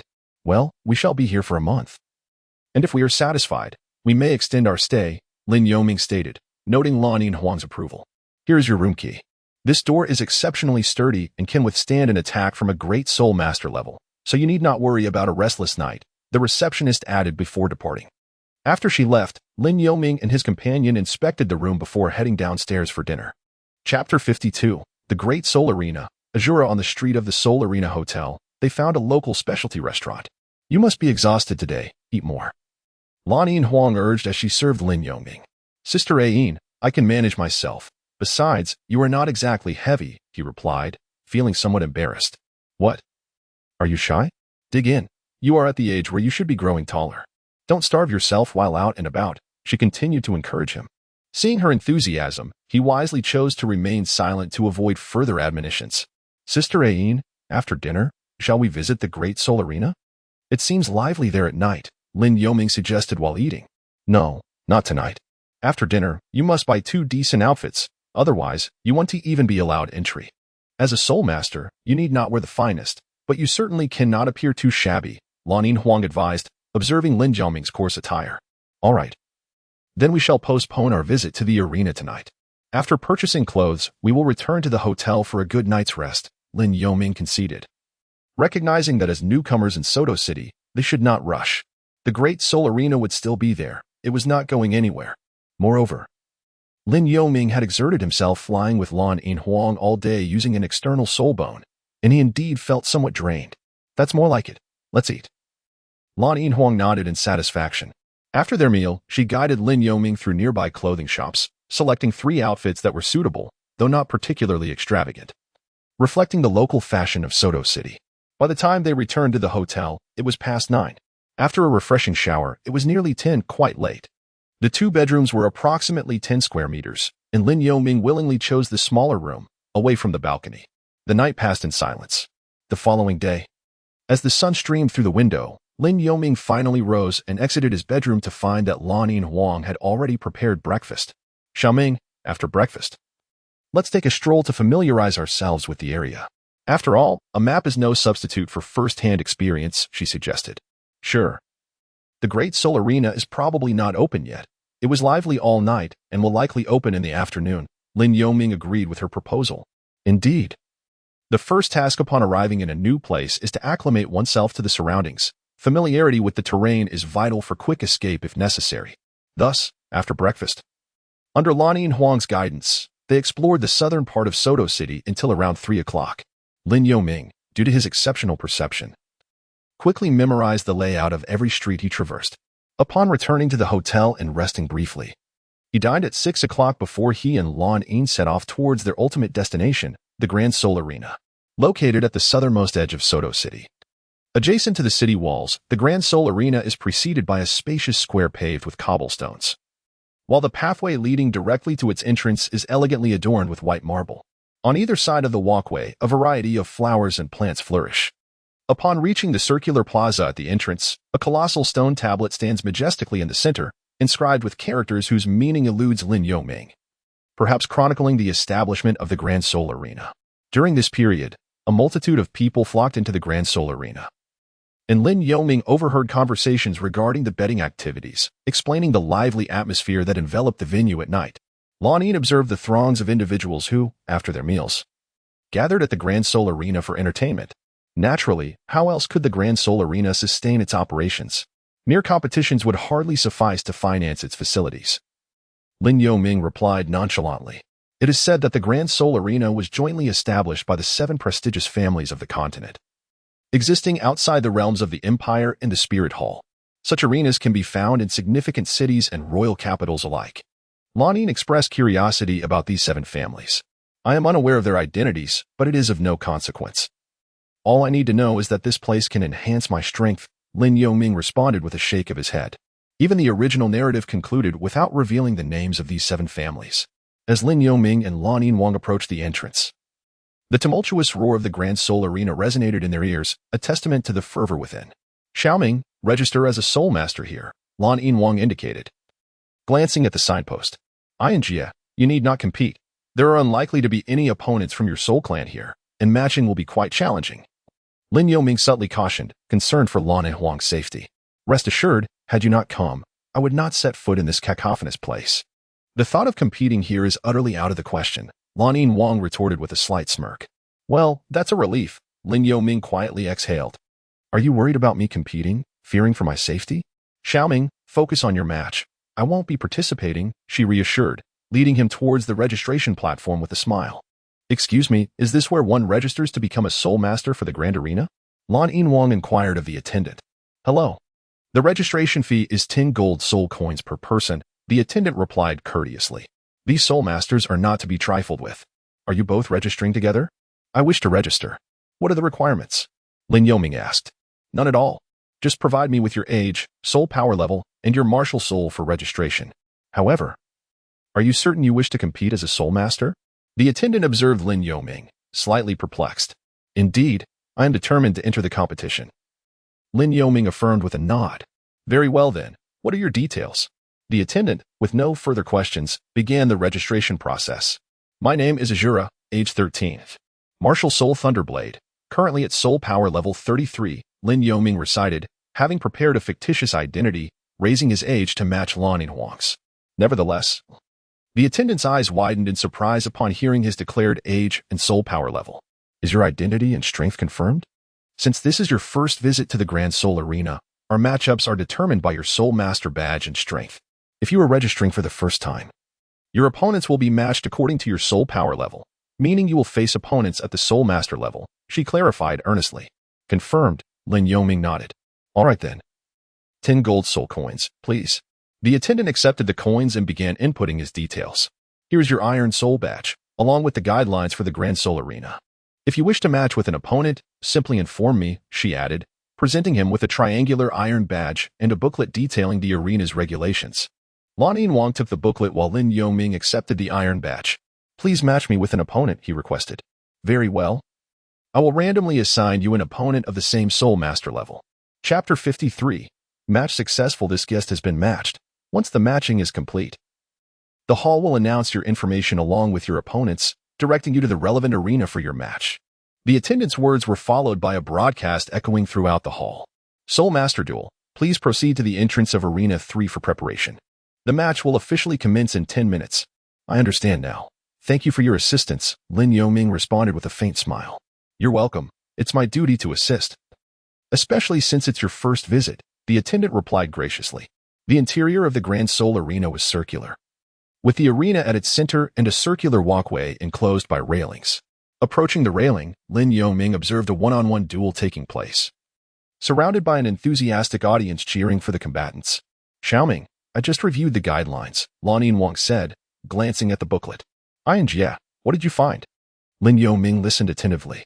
The Soul Master badges are classified into 8 levels: iron, copper, silver, gold, platinum, sapphire, ruby, and diamond. Advancement is based on a point system. Winning a match earns you a point, while losing deducts 1. Winning consecutive matches accumulates points, and defeating opponents with higher points yields greater rewards, while overcoming those with fewer points grants lesser rewards, she elaborated while perusing the booklet. Ah, a competitive format.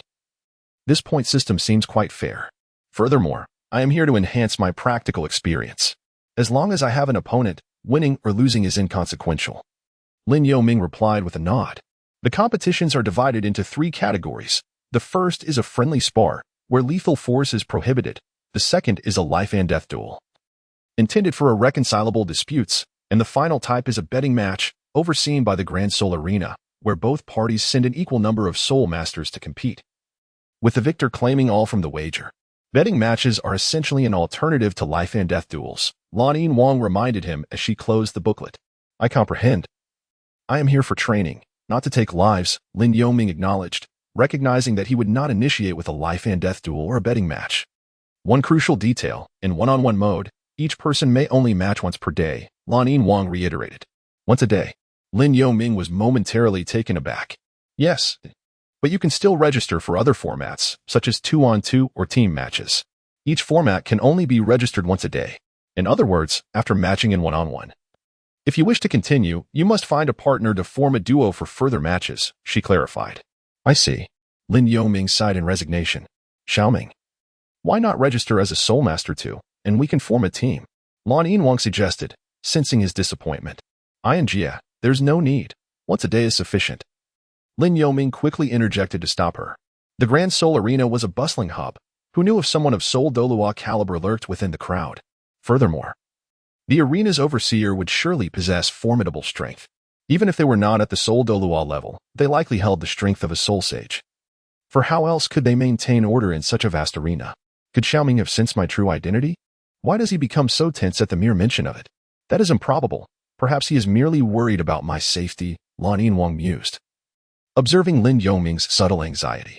Soul Master level spar. Azura at level 33 versus Zhao Wujie at level 36. Please prepare at the entrance of Arena 2. The match will commence in 10 minutes.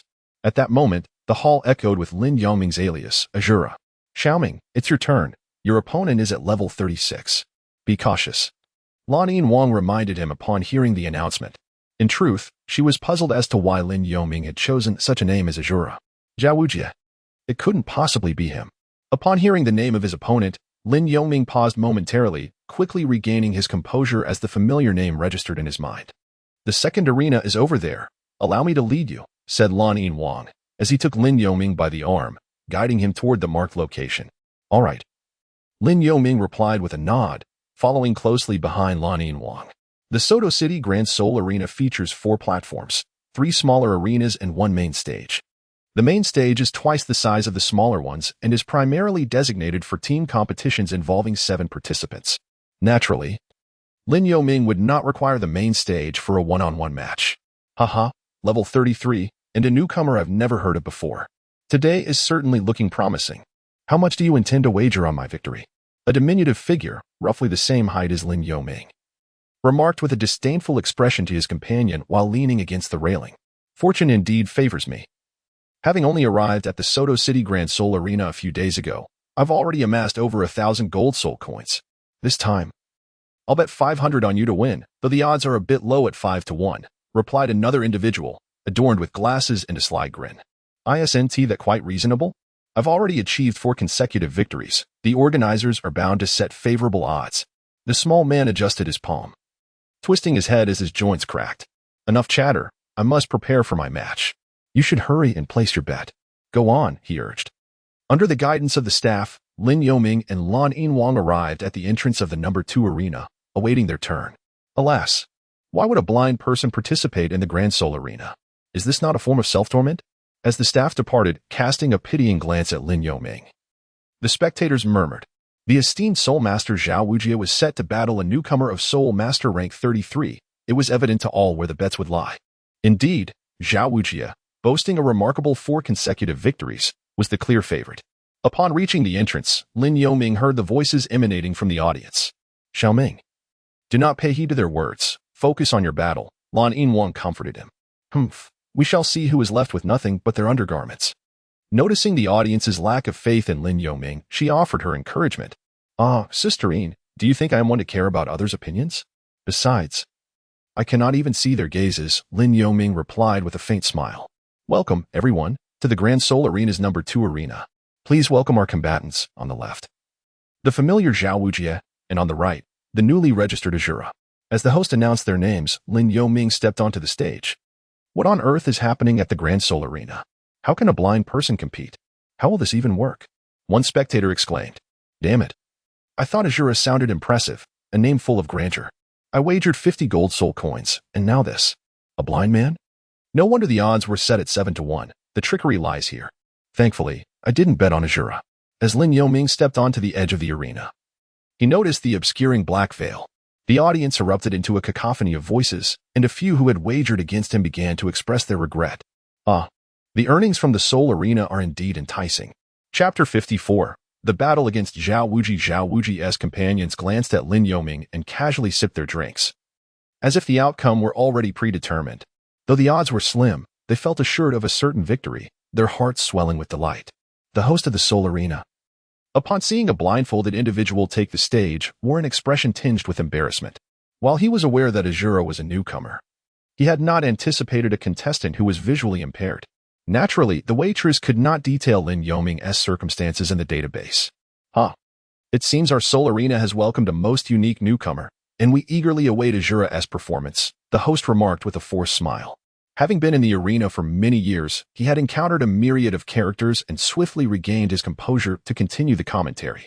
However, the surrounding din failed to sway Lin Yoming. Upon reaching the arena, his expression remained as calm as still water.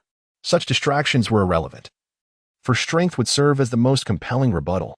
Zhao Wuji is a familiar name to many. He boasts an impressive record of 4 consecutive victories in our Soul Arena. Will he secure a 5th today? The host continued. His defenses remain unbroken, so let us remain vigilant. I hereby declare the duel between the Soul Lords officially commenced. He briefly introduced Lin Yoming's opponent. Yet the host's words were met with skepticism, a level 36 battling a level 33, and to add, against a blind adversary, victory seemed all but assured. Indeed, should Zhao Wuji fail in this contest, he vowed to abstain from his wife's bed for 7 days. Hey, brother. Don't use that as an excuse. I suspect you simply lack the desire, came the retort from the crowd, ignoring the spectators' banter. Lin Yoming focused intently on Zhao Wuji after the host's announcement. The latter was shorter in stature, yet powerfully built and muscular, a fitting representation of the future vice president of Shrek Academy. Judging by appearances, Zhao Wuji was not significantly taller than Lin Yoming, and at less than 20 years of age, he had yet to grow facial hair. Hey, friend, you might as well step down. Not only is your soul power inferior to mine, but your vision is also lacking. I truly have no interest in engaging you, Zhao Wuji remarked, the corners of his mouth curling in disdain as he crossed his arms. Lin Yoming offered a faint smile, choosing not to respond verbally. Instead, he summoned his martial soul, the Thunder Blade, and took a stance in preparation for an impending attack. With a powerful thrust of his right foot against the solid surface, Lin Yoming lunged towards Zhao Wuji. His speed was remarkable, yet the force behind his attack seemed somewhat lacking. Since you wish to engage, I shall grant you a couple of exchanges. Spirit of the Great Strength Diamond Bear. Zhao Wuji crouched slightly, summoning his martial spirit, a formidable brown bear. Upon the manifestation of his spirit, a dense layer of brown fur enveloped Zhao Wuji, elevating his stature to approximately 1 meter 80, his muscles rippling with power. His amber eyes emanated an aura of dominance, and his hands grew notably robust. It is often said that beast martial spirits confer an advantage over weapon martial spirits in the initial stages, as they enhance one's physical attributes and defensive capabilities upon manifestation. For strength-oriented beast spirits, the defensive boost they provide can rival that of a minor soul skill. Thus, after Zhao Wuji's spirit was activated, he stood poised, arms crossed, gazing at Lin Yoming's impending attack with a look of disdain. Wave Blade. Lin Yoming cautiously initiated an assault on Zhao Wuji. A blade of energy? Quite a skill. Yet the potency of this strike was insufficient. Zhao Wuji remained resolute, unwavering in his stance. The battle commenced. Ashura's speed was swift, landing accurate strikes upon Zhao Wuji. However, the force seemed inadequate, as Zhao Wuji's defenses were truly extraordinary, remaining steadfast without a hint of retreat. Truly, the Great Strength Diamond Bear possessed formidable defensive prowess. With nary a flaw in his armor, the sole vulnerability appeared to be his speed. How would Ashura navigate the formidable defenses bestowed by the Great Strength Diamond Bear? The commentator's voice soared with rising excitement. Lin Yoming struck with the wave blade several times, targeting the chest, back, and sides, resulting in only a slight cut through the thick fur of the brown bear. Blind man, have you halted? Out of strength? Zhao Wuji remarked nonchalantly. Remember your current expression, Lin Yoming said, brushing his hand over the blade. What do you mean? Zhao Wuji was taken aback. Rupture slash. Although the rupture slash could not breach Zhao Wuji's defenses, it was sufficient to exert control over him.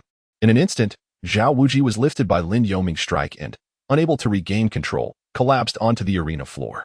What transpired? Ashura has actually knocked down Zhao Wuji, yet it appears he has not unleashed a soul technique. Could it be a self-created soul technique? The host exclaimed, quickly explaining the sudden turn of events. Indeed, achieving the rank of Soul Master at such a tender age is no small feat despite Ashura's visual impairment. It seemed he was unaffected as the minutes passed. Delighted by this turn of events, the Blue-Silver Emperor exclaimed from the entrance, Xiaoming, splendid work. Just look at that brute's expression. It makes me want to strike him. First soul technique, Thunder Slash. Seizing the opportunity, Lin Yoming unleashed his soul ring, executing a powerful soul technique. My heavens, look at the blind man's soul rings. If I am not mistaken, it is a configuration of 1 yellow and 2 purple rings. You are not alone in your disbelief. It truly is 1 yellow and 2 purple. Wow. Ashura activated his soul technique, revealing the astonishing configuration of 1 yellow and 2 purple rings, dramatically shifting the dynamics of the duel. Will Zhao Wuji secure his 5th consecutive victory, or will Ashura, previously silent, make an astonishing comeback? The host, momentarily stunned, quickly resumed his commentary. 1 yellow and 2 purple? Impossible, exclaimed a scheming-looking man with glasses, rising from the adjacent table. Meanwhile, Zhao Wuji's speed and reflexes lagged, failing to keep pace with Lin Yoming's assault. He was unable to evade a powerful blow, though his robust physique left him with only a minor scratch. Lin Yoming continued to unleash his lightning slash, skillfully adjusting his position and attacking from various angles, leaving Zhao Wujing momentarily at a loss for how to defend himself. With a resounding thud, Zhao Wujing was once again struck to the ground by Lin Yoming's assault, his forehead bulging with angry veins. Haha. Indeed, I concede that I underestimated you. If you can inflict wounds upon me at this level, it seems I must take this seriously. With a booming laugh, Zhao Wujing rose once more, stomping his foot to activate his first spirit skill, the immovable king body. A shockwave emanated from him, shattering the lightning slash while simultaneously enhancing his defenses, healing the wounds upon his body in an instant. Prepare yourself. Second spirit skill, the mighty Vajra palm. Zhao Wujing's hands transformed into colossal appendages, a palm imbued with spirit power hurtling towards Lin Yoming, with Zhao himself following closely behind the attack. Chapter 55. First victory. Zhao Wujing's assault was incredibly fierce, and combined with the immovable king body skill, his entire figure was enveloped in a faint golden radiance, exuding immense strength that was not to be trifled with. Lin Yoming understood this principle. In a flash of lightning, he vanished from his original position, leaving Zhao Wujie to strike at nothing but air. Given that his speed surpassed that of Zhao Wujie, it was only prudent to exploit this advantage. Not only did this tactic force his opponent to expend unnecessary soul power, but it also allowed him to conserve his own energy. While a direct confrontation was an option, it was far from the wisest choice. Such a strategy would only be employed when one found themselves with no escape. The Ashura's swiftness was remarkable. He deftly evaded Zhao Wujie's fierce assault. It became clear to me that his affinity lay with the element of lightning, which explained much. Lin Yoming swiftly appeared beside Zhao Wujie, unleashing another lightning slash. However, as soon as it made contact with Zhao Wujie's form, it was deflected by the indomitable spirit of the immovable king. What a resilient brute! Lin Yoming silently lamented. Zhao Wujie, seeing his strike thwarted, pivoted once more to launch an assault on Lin Yoming. Yet, despite his formidable bulk, Zhao Wujie's speed was rather average, rendering his attack slow and easily evaded by Lin Yoming. This blind man is not what we imagined. He's remarkably agile. Could it be an act? Lin Yoming thought as he deftly sidestepped Zhao Wujie's relentless pursuit. Could it be that the blind man is destined to prevail? Goodness, with odds of 7-1. Wagering on the blind man's victory would yield a tremendous profit. Zhao Wujie, in a fit of frustration, launched several fierce strikes. Yet he could never graze the hem of Lin Yoming's garment, while the latter continued to strike him with lightning slashes. Finally, unable to contain his ire, Zhao Wujie shouted in exasperation, "You blind fool! Is evasion your only tactic? Are you not a man? With your incessant dodging, when will this match come to an end? Do not misunderstand. My swiftness is my advantage, and I intend to exploit it fully. Moreover, once I deplete your stamina and soul power, this match will naturally conclude." Lin Yoming replied, maintaining a calm demeanor as he stood about 5 meters away from Zhao Wujie, breathing steadily. "You people are always scheming. Since your speed is exceptional, I shall restrict your movements," Zhao Wujie roared, unleashing his third soul skill, gravity enhancement. His ancient soul ring erupted with power, augmenting his formidable presence. Lin Yoming felt an abrupt heaviness envelop his body, as if his feet were ensnared in a quagmire. "Now, let us see where you can escape," the mighty Vajra palm. Zhao Wujie, witnessing Lin Yoming's predicament, unleashed his second soul skill and charged forward. "It is over." The bespectacled man exhaled in relief. Zhao Wujie employed a millennium-old soul skill. Could it be that Ashura is destined to be vanquished? The host inquired with eager anticipation. Lin Yoming was acutely aware of the limitations imposed on his speed. As the thunder blade pierced the arena, the second millennium spirit ring emerged. If evasion was futile, then he would embrace the confrontation, bolstered by the spirit ring. Lin Yoming summoned a surge of soul power, coalescing it into a formidable force, the second soul skill, wave eruption, with a resounding impact. Zhao Wujie's mighty Vajra palm collided with the energy unleashed by Lin Yongming's wave eruption. In an instant, a vibrant blue and a brilliant yellow energy shield formed between the two, clashing fiercely. They remained locked in this stalemate for over 10 seconds. Although Lin Yongming's soul power level was 3 ranks beneath Zhao Wujie's, the potency of Lin Yongming's wave eruption, enhanced by the Millennium Soul skill, surpassed Zhao Wujie's mighty Vajra palm, which was merely a century-old technique. Consequently, Lin Yongming's wave eruption swiftly gained the upper hand, shattering Zhao Wujie's yellow energy shield and directing its force straight into Zhao Wujie's chest. A trickle of blood escaped from the corner of Zhao Wujie's mouth as he was sent hurtling backward. "Wow, Azura has taken the lead. What a powerful strike!" exclaimed the host from the platform above the arena, as the force of the wave eruption sent tremors through the entire stage. Meanwhile, Lin Yongming, observing Zhao Wujie being propelled through the air, drew forth the Thunder Blade, channeling soul power into the blade in preparation for unleashing the Azura Thunder Slash. With Zhao Wujie suspended mid-air and unable to defend himself, Lin Yongming swiftly executed the attack. 2 magnificent Azura Thunder Slashes, towering even above Lin Yongming himself, sliced through the arena, hurtling toward Zhao Wujie with alarming speed.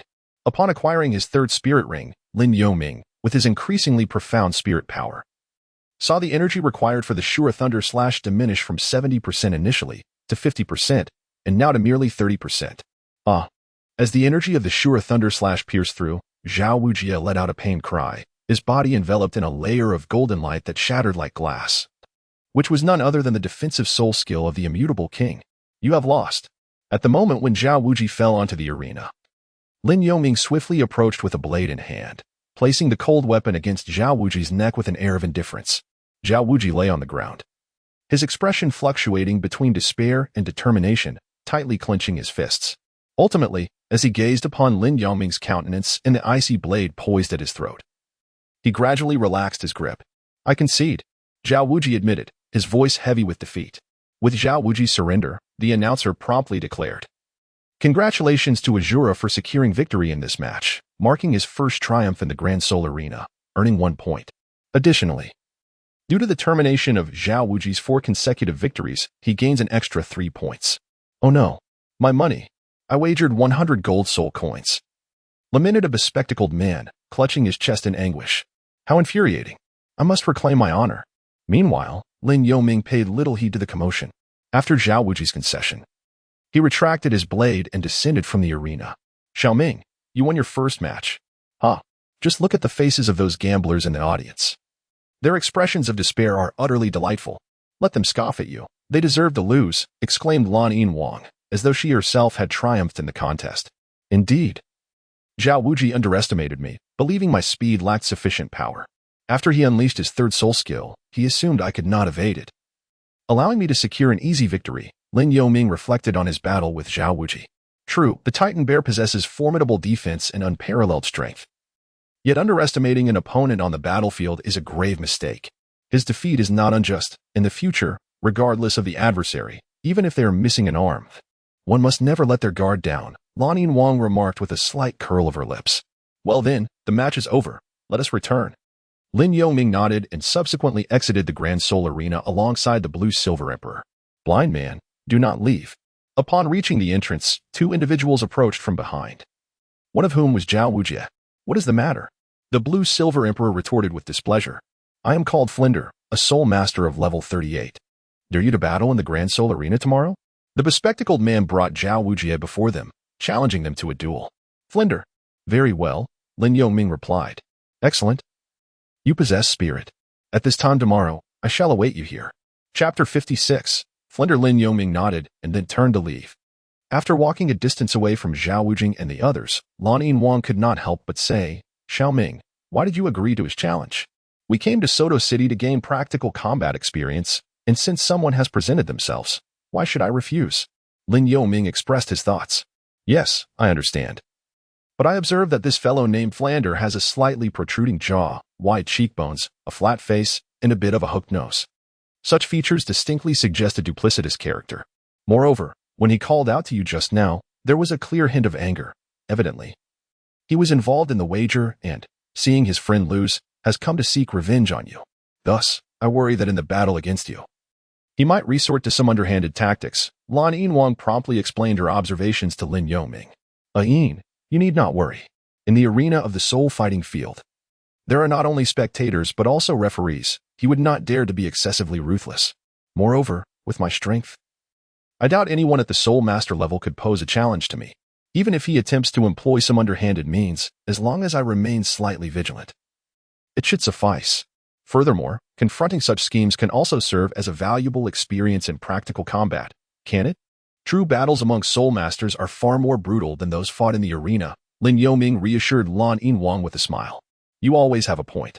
Very well. Sometimes you can be quite stubborn, especially when it comes to cultivating your soul power. I cannot persuade you otherwise, Lan Yinwang said, shaking her head helplessly. All right, Ayin. I know that since this is my first time in the arena, you must be worried for me. Rest assured, if I find myself unable to cope, I will concede early, Lin Yoming replied warmly. Pa, who worries about you? Not me. Anyway, as long as you don't die, I will ensure to heal you. Lan Yinwang retorted defiantly. Isn't it getting late? How about we grab a late-night snack and then head back to the hotel to rest? Lin Yoming suggested with a smile. Let us go. Lan Yinwang nodded in agreement. After finishing their late-night meal, they returned to the hotel, took their baths, and retreated to their respective rooms to meditate. Meanwhile, Lin Yoming focused on recovering his soul power while simultaneously nurturing his external soul bone, the purple lightning wing. The next morning, he continued meditating upon rising. After lunch, Lin Yoming and Lan Yinwang strolled through the streets. After a light dinner and some brief training, they headed to the soul fighting field. Upon arriving at the entrance, they encountered Flander and Zhao Wujing waiting for them. Blind man, you finally made it. Flander stepped forward impatiently. Next to him, Zhao Wujing appeared to have mostly recovered from his injuries, having evidently sought treatment from a healing soul master after parting ways with Lin Yoming the previous night. What? Afraid I wouldn't show up? Lin Yoming replied in a calm tone. Now, where do you wish to fight? Naturally, we will settle it inside the soul fighting field. Otherwise, others might think we are bullying you. Flander adjusted his black frame glasses. Your strength is commendable. And defeating Zhao Wujing shows not only your speed but also your formidable attack power. However, I am a sensitive attack-type soul master and possess 5 levels of soul power over you, which gives me the upper hand this time, Flander said confidently, puffing out his chest. You two think you can bully us? What a joke, Lan Yinwang immediately retorted. She thought to herself, being a soul zone, it was ridiculous to be told by 2 soul masters that they wouldn't bully her. It was already generous of her not to bully them. All right. Then let us proceed inside. Lin Yoming had no objections and stepped forward. Flander, take note, he didn't even use his 3rd soul ring yesterday. Most importantly, don't be misled by his blindness. His attacks are unaffected, Zhao Wujing cautioned as he grasped Flander's arm. Rest assured, you know my strength, speed is my forte. Let us go, Flander replied before they both entered the soul fighting field. Lin Yoming awaited the arrival of Flander at the counter. He pondered how to proceed, curious about how he could successfully match up for a duel against Flander.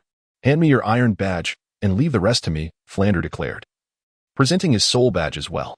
Subsequently, Flander approached the female attendant at the counter, holding Lin Yoming's soul badge. Assist us in matching for a competitive duel. Azura and Cat Eagle. Very well, the attendant replied. Flander's soul badge bore the name of his martial spirit, while Lin Yoming's badge was inscribed with his chosen name, Azura. Sir, your match has been successfully arranged. It will be 5 gold soul coins, thank you, the attendant said with a smile as she returned the badge to Flander. Although random matchmaking incurs no fee, a self-arranged match requires a payment. Reluctantly, Flander handed over the 5 gold soul coins. I shall reclaim this money, along with what I lost yesterday, he remarked, approaching Lin Yoming and returning the token to him. The match has been secured. We shall soon receive an announcement to take the stage, Flander stated. That is splendid news, Lin Yoming nodded, stowing the token away. It seems you possess quite a confidence in yourself. I wonder how much you plan to wager on your own victory, Flander smirked. The same could be said for you. I am curious about how much you will stake on your own success, Lin Yoming replied with a smile. No, you must not gamble, Lan Yinwang interjected firmly, preventing Lin Yoming from engaging in betting. I apologize, but my sister disapproves. However, I advise you not to wager too much. Otherwise, should you lose everything? It will not be my concern if you end up homeless, Lin Yoming said with a resigned expression. Thank you for the warning. Flander's demeanor turned icy. Zhao Wujing. We shall depart. He discerned the underlying message in Lin Yoming's words, implying that he would not prevail. Xiaoming, regardless of your confidence, do not place any bets. Do not entertain a false sense of security. No gambler has ever met a favorable fate. Lan Yin Wang cautioned Lin Yoming. Understood, Ain. I will refrain from gambling. Lin Yoming promptly agreed to Lan Yin Wang's advice. However, he added, but I will make sure to defeat him thoroughly. How dare he attempt to drag you down with him? It infuriates me. Lan Yin Wang glared at Flander's distant figure, seething with indignation. Lin Yoming could only nod in response. Meanwhile, Flander and Zhao Wujin approached the betting table. Due to their successful match, the information regarding their duel appeared in the grand arena, displaying odds of 4-1, a favorable prospect. Flander glanced at the odds and immediately took out money to place his bet. Flander, take it easy. That blind man seems overly confident. We are unaware of his third spirit skill. If you lose everything, you might end up sleeping on the streets. Zhao Wujin quickly interjected as Flander prepared to wager all his funds. Ultimately, under Zhao Wujin's persuasion, Flander, with an expression of uncertainty, decided to bet only half of his money, recalling Zhao Wujin's defeat from the previous day. Chapter 57, Battle with Flander. The next match features the 33rd level Spirit Master Azura against the 38th level Spirit Master Cat Eagle. Please prepare, as the contest will commence in 10 minutes at Arena 2. After nearly an hour of waiting post-registration, while Lin Yoming and Blue Silver Emperor were watching others compete, the announcement echoed through the arena. Xiaoming, go for it. Blue Silver Emperor cheered for Lin Yoming. Lin Yoming nodded, eager to witness what Flander, the headmaster of Shrek Academy, renowned as one of the future Golden Triangles, had to offer. What? Azura is back? That blind man who caused me to lose yesterday? A gambler gritted his teeth upon hearing Azura's name. This time against a 38th level Spirit Master. I refuse to believe he can win again. I'm betting on Cat Eagle. Another spectator countered, not necessarily. Having defeated a 36th level Spirit Master, he could just as well triumph over a 38th level one. I'll continue to support Azura. As the audience heard the announcement, they began placing bets, with the majority backing Flander, given the 5-level difference in spirit power, despite Lin Yoming's innate disadvantage. And although he had overcome Zhao Wujin the previous day, few would risk betting on an uncertain variable. As time passed, the 10 minutes swiftly elapsed. Following the host's opening remarks, the two main contenders were invited to the arena. Flander, exuding confidence and wearing a mocking smile, fixed his gaze on Lin Yoming as he stepped onto the stage. In stark contrast, Lin Yoming ascended the platform with a calm demeanor, entirely disregarding Flander's emotions. Indeed, Flander was a formidable opponent, exhibiting no weaknesses, a testament to his caution. Although initially displaying disdain, Flander gradually settled after Zhao Wujin's prior intervention, now keenly observing Lin Yoming for any vulnerabilities. Yet, Flander found Lin Yoming's expression unchanged, impervious to the crowd's cheers. Clad in simple, clean black attire, with medium-length blue hair that accentuated his neat appearance, Lin Yoming's youthful visage, partially obscured by a black veil, rendered him indistinguishable from an ordinary individual devoid of spirit power. Blind man, let me see the strength you possess that allowed you to defeat Zhao Wujin without employing your third spirit skill, Flander taunted, hoping to provoke a reaction from Lin Yoming. To his disappointment, Lin Yoming remained unresponsive, standing motionless as he awaited the host's signal to commence the match. As the thrilling showdown among spirit masters approached, those present yesterday would recall that Azura had triumphed over a 36th level opponent, largely due to his unique spirit ring configuration, 1 yellow and 2 purple. To be honest, in all my years at the battle arena, I have never witnessed such a spirit ring arrangement. Its potential is limitless. Thus, as long as Azura remains in the grand arena, he is certainly worth your investment. Today, however, Azura faces a 38th level agility type spirit master. Can he achieve another victory? Let us await the outcome together. I declare the duel at Arena 2 officially begins. The host announced promptly. Cat Eagle, manifest. Flander swiftly unleashed his spirit. Upon activation, a pair of enormous wings unfurled from his back, enveloping him in a layer of feathers. With his orange-yellow eyes featuring vertical pupils, the Cat Eagle spirit, known for its swiftness and keen vision, also possessed considerable offensive capabilities. Flander flapped his wings, slowly ascending, his orange-yellow gaze fixed intently on Lin Yoming. Lin Yoming extended his hand, and a Thunderblade martial spirit materialized on his right, transforming his previously ordinary aura into one imbued with a piercing intensity. My martial spirit possesses the ability of flight. I am eager to see how you will counter my assault. With that declaration, he summoned his first soul skill, Eagle Strike. Flander, without engaging in needless banter or testing the waters, immediately unleashed his own soul skill. He initiated a fierce onslaught, unfurling his wings, which shimmered with a layer of orange-yellow luminescence. His hands morphed into eagle talons, reminiscent of martial arts techniques, as he charged directly at Lin Yoming. In the confined arena, Flanders' assault reached Lin in the blink of an eye. Block. Lin Yoming reacted swiftly, raising his guard, yet Flanders' formidable force propelled him backwards by 2 steps. Seeing Flander persist in his pursuit, Lin retaliated with a swift counterattack. However, Flander, a sensitive attack-type soul master, deftly evaded by beating his wings, narrowly avoiding the strike. He recalled that it was this very maneuver that had led Zhao Wujie into a precarious position the previous day, and thus he had meticulously studied Lin's performance. As Flander evaded, he unleashed 2 orange-yellow blades from a distance. First soul skill, Lightning Slash. Lin Yoming, now releasing a standard Lightning Slash, felt no strain. It was nearly instantaneous, consuming barely a fraction of his soul power. The clash of soul skills erupted between the two, with waves of soul power radiating outward. Close-range combat seemed unfeasible, but Lin resolved to engage in ranged attacks, confident in his aerial advantage. Flander, reflecting on the recent knife strike he had narrowly escaped, discreetly adjusted his strategy. Blind One, I must commend your combat awareness. However, from this moment forth, I shan't approach you closely. I shall continuously bombard you from above and see how you manage, Flander proclaimed, shedding several feathers imbued with his soul power, which transformed into a flurry of orange-yellow projectiles soaring toward Lin Yoming. Humph. Lin Yoming smirked, reminding Flander that he was an Azura, a renowned spellcaster among the ghost swordsmen with formidable ranged capabilities. Although Flander wielded the power of flight, the confines of the arena limited his altitude and distance. Exceeding the boundaries would result in defeat. Thus, Lin continued to unleash lightning slashes skyward, dispersing the feathers and targeting Flander directly. What? Even from this distance?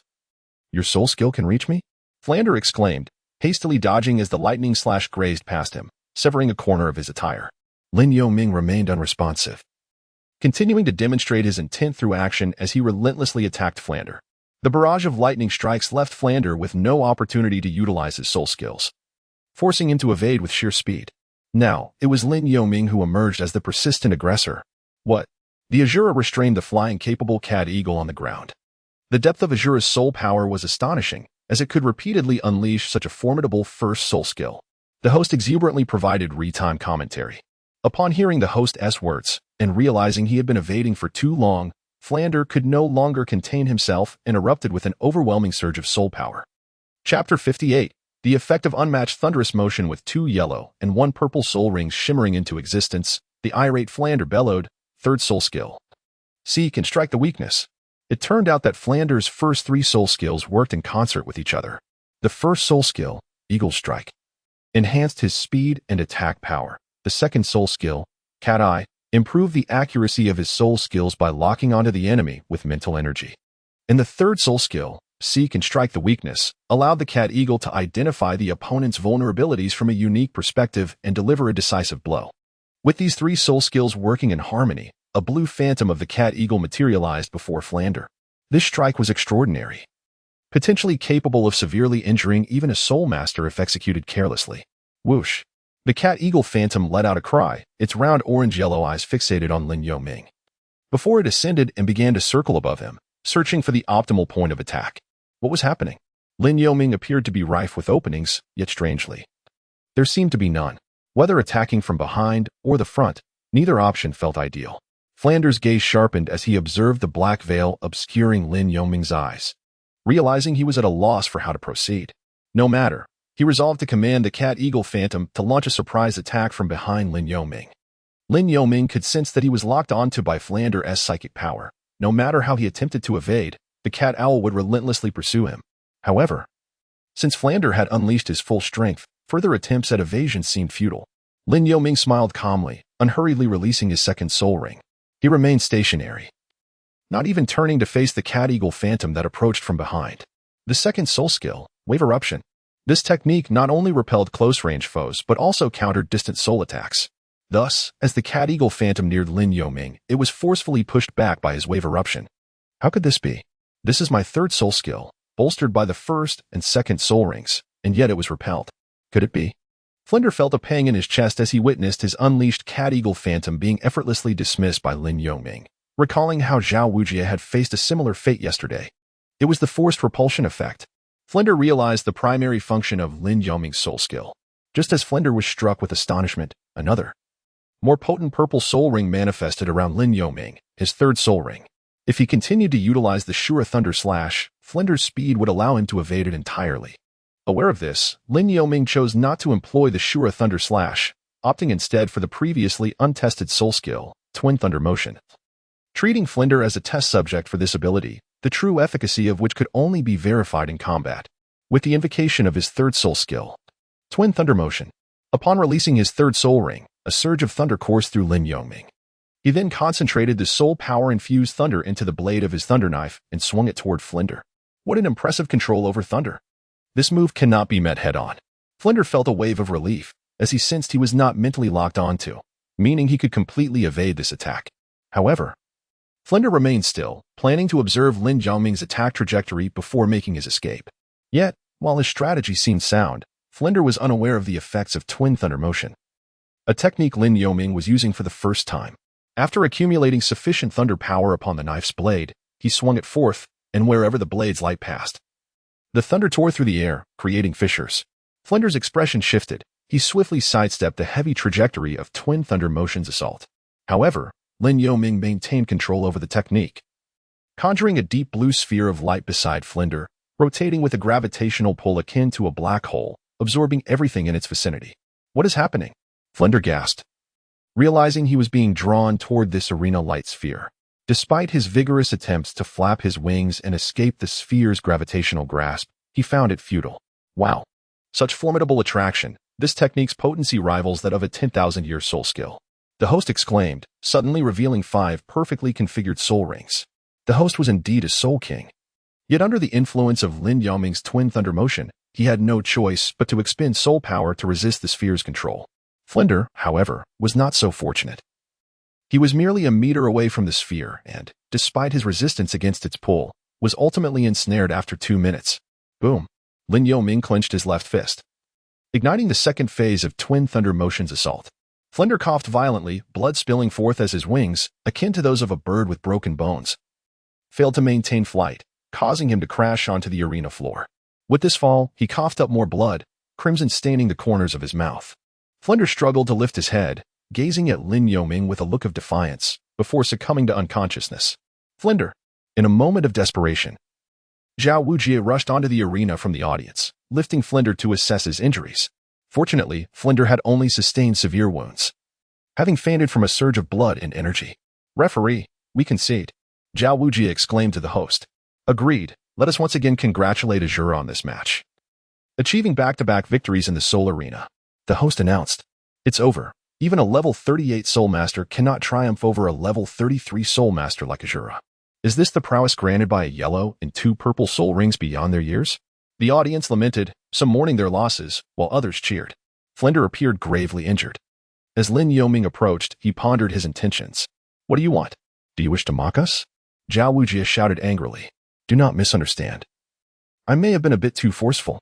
My sister possesses healing soul skills. Carry your friend and follow me, Lin Yongming stated, expressing his intentions. He had not anticipated that the second phase of Twin Thunder Motion's explosive attack would be so devastating, nearly killing Flinder. No need for your assistance. We have lost. The healing Soul Master will be sought by me, Zhao Wujie replied, hastily lifting Flinder and leaving the arena. Lin Yongming awkwardly touched his nose, since his intentions were unappreciated. He had little to say and turned back to the blue-silver emperor at the entrance. Xiaoming, you have triumphed once more, witnessing your third soul skill. I dare say there is no one of the soul sovereign rank who could rival you, unless they possess the same combination of 1 yellow and 2 purple soul rings as you do, the blue-silver emperor remarked, having observed the earlier events. Perhaps, but I must refine my third soul skill. It nearly cost him his life, although fortunately his soul power level exceeded mine by 5 ranks. Lin Yongming reflected upon the match's outcomes. Take your time, there is no need to rush, the blue-silver emperor encouraged. Chapter 59. The blue-silver emperor strikes the evening following Lin Yongming's victory over Flinder. He and the blue-silver emperor exited the grand battle arena. As they traversed a narrow alley on their way back to the soul fighting hotel, they encountered Flander and Zhao Wujin, who emerged to block their path. "Stop right there," Flander commanded. After a day and night of treatment from Soul Masters, his injuries had fully healed. The two men glared at Lin Yoming, their expressions marked by displeasure. "May I inquire what brings you here?" Lin Yoming sensed the hostility in their approach but remained unfazed. Even the Blue-Silver Emperor, who had been conversing with Lin Yoming, regarded the two with curiosity. "In the past few days, my brother and I have suffered considerable humiliation at your hands.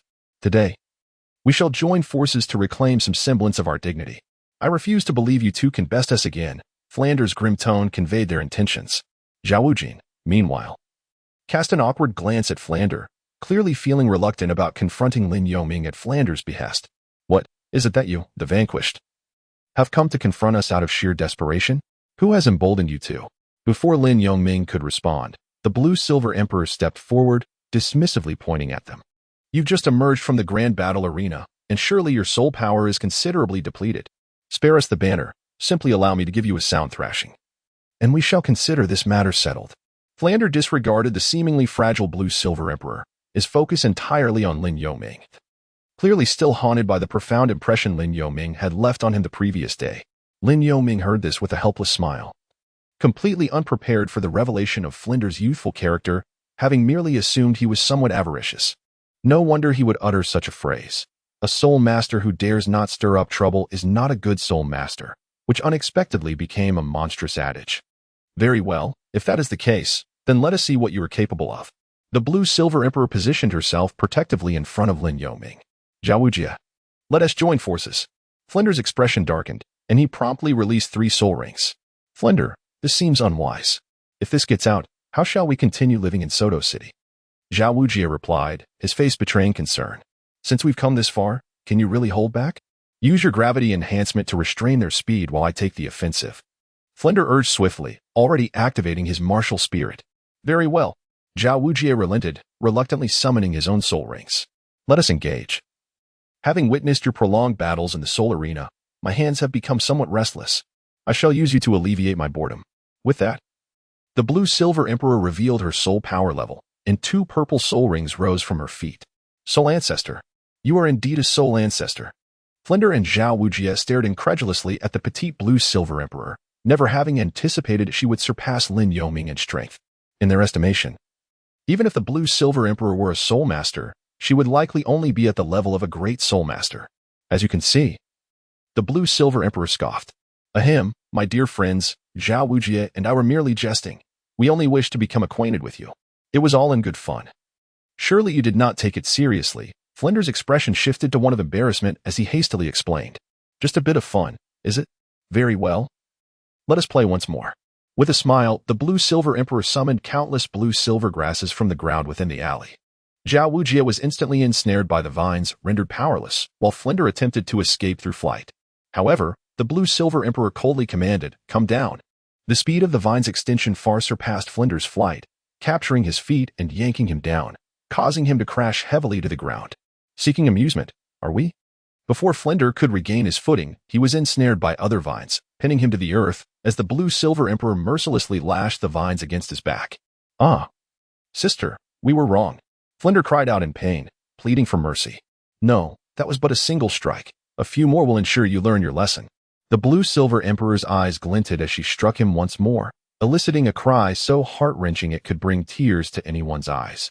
Zhao Wujia, unable to bear the sight, shut his eyes, feeling utterly powerless. Thus, the Blue-Silver Emperor continued her relentless strikes for several dozen blows before finally pausing. "Dare you continue?"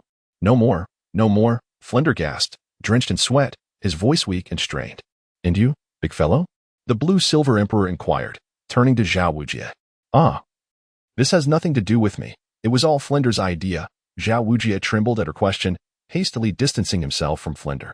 "Zhao Wujia, I shall sever all ties with you." Flander lamented. "Ah, you still call out. It is clear this was your scheme."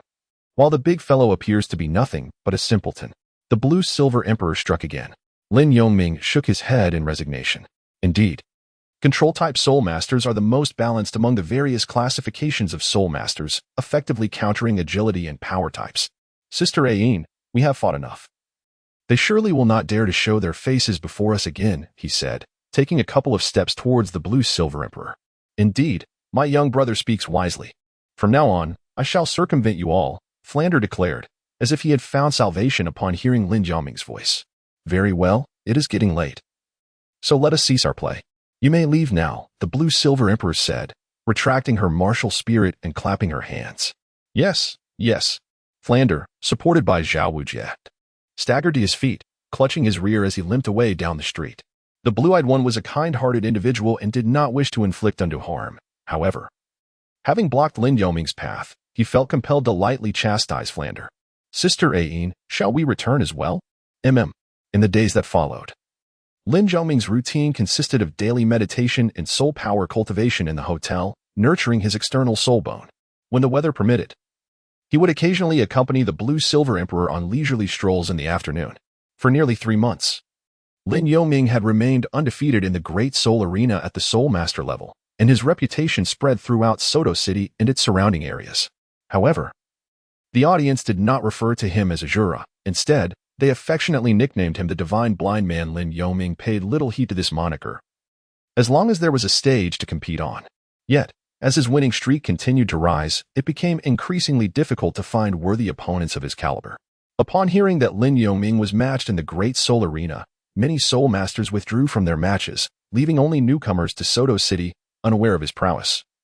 To challenge him, one morning, a young man, his face marred by burns, knocked on Lin Yaoming's hotel room door. Azura, our bishop requests your presence. Chapter 59. The beginning. Due to the status of Soto City, the Spirit Hall here operates at the sub-temple level. While the Spirit Hall in a smaller town like Erder is categorized as a branch temple, naturally, the sub-temple, being a tier higher than the branch, boasts a more robust configuration, with bishops of at least Soul Emperor rank, Soul Kings as deputies, and team leaders of the Guarding Knights at the Soul Master level, among others. However, Lin Yaoming surmised that Soto City held considerable importance, being known as the granary of the world. Thus the bishop here might even reach the initial Soul Sage rank to maintain order, especially with the Great Soul Arena situated within the city, underscoring its significance. The Spirit Hall Bishop, you say? Very well, I understand. Allow me a moment to prepare myself, Lin Yaoming replied with a nod. Then I shall wait for you at the hotel entrance, the young man said, nodding in acknowledgement before descending the stairs. Xiaoming, who is seeking you? The blue-silver emperor emerged from the bathroom, curiosity evident in her voice. It is the sub-temple bishop of the Spirit Hall in Soto City, Lin Yaoming responded. What could they want? It wouldn't involve any dangerous tasks, would it? The blue-silver emperor asked, a hint of anxiety in her tone. I do not believe so. I suspect they wish to extend an invitation for me to join the Spirit Hall, perhaps due to my recent exploits in the Great Soul Arena. You know that several families have offered me substantial incentives to join them, Lin Yaoming pondered aloud. Strange, aren't you already a member of the Spirit Hall? The blue-silver emperor questioned, puzzled. Sister Aine, I am using a pseudonym and a false age. Even if they were to inquire at headquarters, there would be no record of the name Azura. Thus, the bishop has sent someone to summon me, Lin Yaoming explained softly. Is that so? Do you need me to accompany you? The blue-silver emperor asked, nodding in understanding. Not necessary. Upon reaching the Spirit Hall, I will clarify my identity directly to the bishop.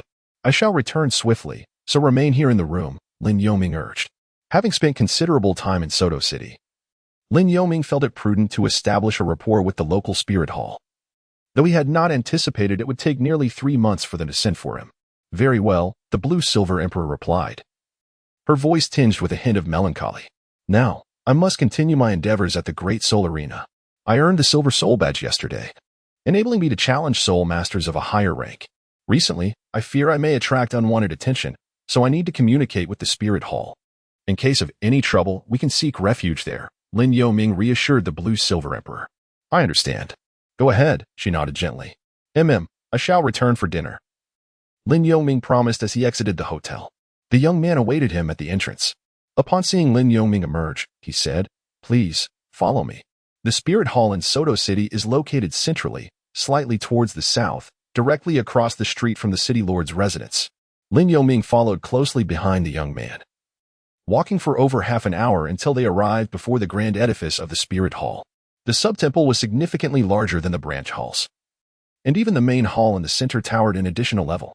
An imposing statue, over 2 meters tall, adorned the threshold of the grand entrance, representing the angelic deity revered by the Spirit Hall, a 6-winged figure. Who is this? inquired a guard at the entrance. His curiosity piqued upon noticing Lin Yoming trailing behind the young man.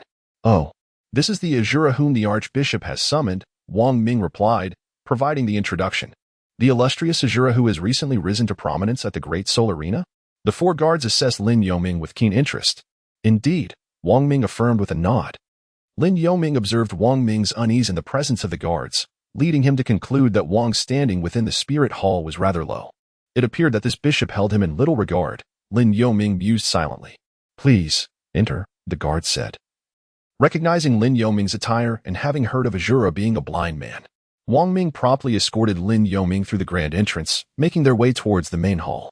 After navigating two corners, they arrived at the expansive main hall. At the rear of the hall, there was a platform approximately 50 centimeters high, upon which sat a rather stout middle-aged man. "I pay my respects to Bishop Torres. Azura has arrived," Wang Ming declared, kneeling on one knee to report. Lin Yoming, with a courteous smile, offered a slight bow. "This is Azura. I have long admired your reputation, truly remarkable for one so young. Wang Ming, you may take your leave." Torres, clad in a silver and black spirit hall uniform, had a round face, a hint of baldness, and a noticeable beer belly. "You flatter me, Your Excellency." Lin Yoming replied with a calm demeanor. Torres did not respond but instead scrutinized Lin Yoming.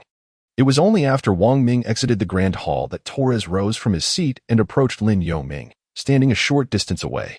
"Azura, I have heard that your spirit ring configuration consists of 1 yellow and 2 purple. You have fought in the Soto City Grand Soul Arena for nearly 3 months without a single defeat. Among the Soul Ancestor ranks, none have proven to be your match.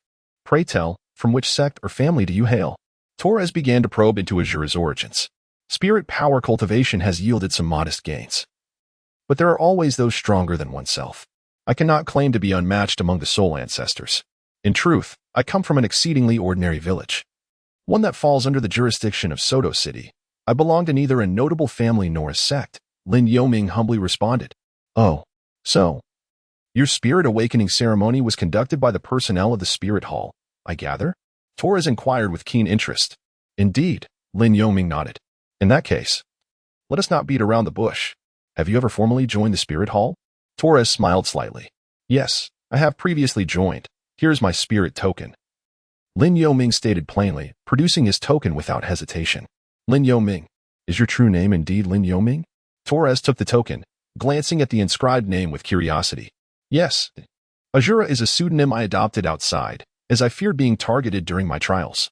Having an alias proved quite convenient," Lin Yoming nodded, knowing he could not hide his true name, as the tokens bore their owner's name.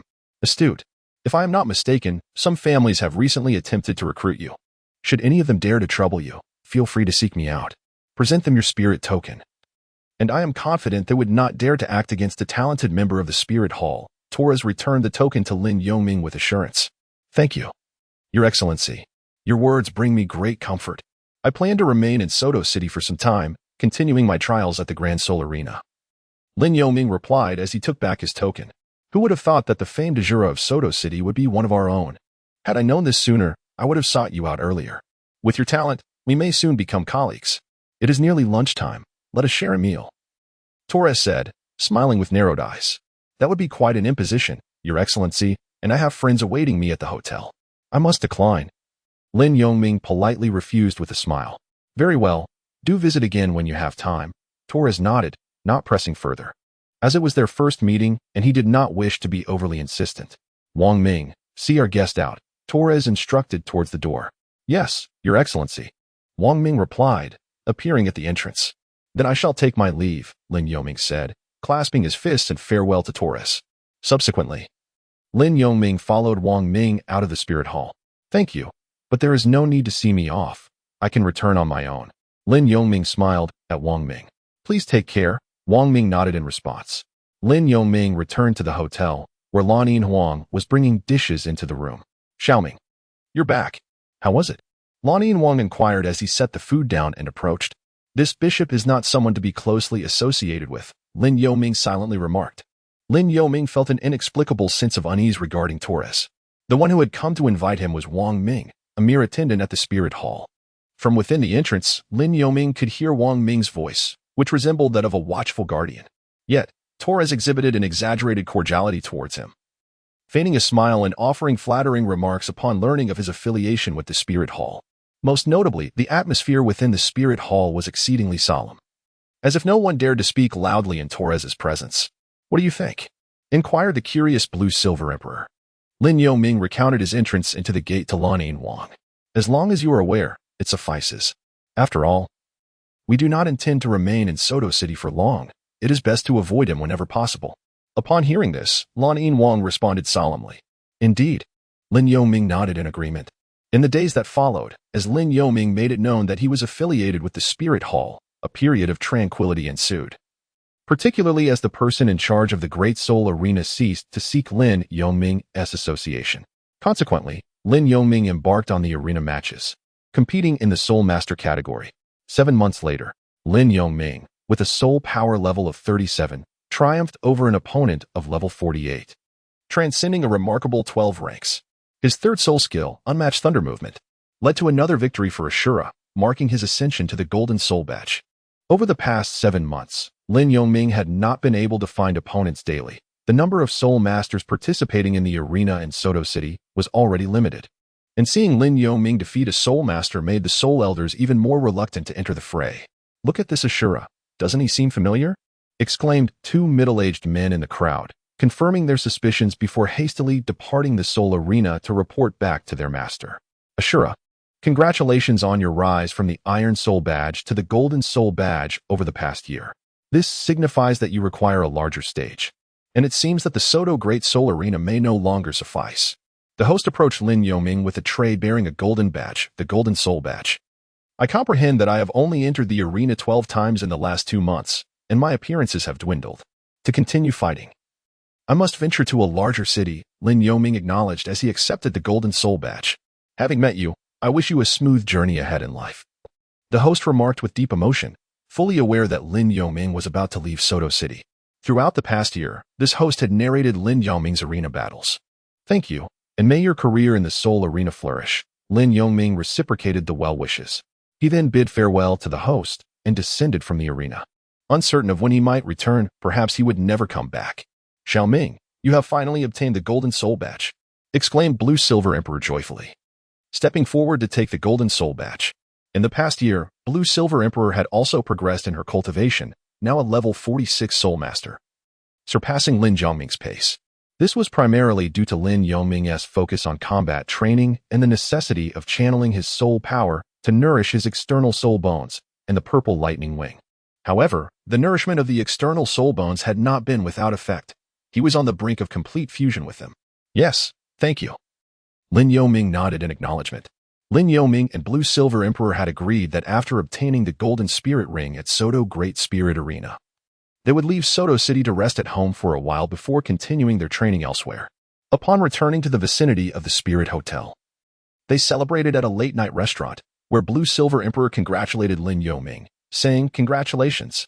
After nearly a year of training, it has nearly come to a successful conclusion." Lin Yoming replied, "Thank you, Sister A. Let's eat. This smells delightful." By the time they returned to the hotel, it was around 10 o'clock. That night, Lin Yoming chose not to meditate but instead lay down to rest peacefully.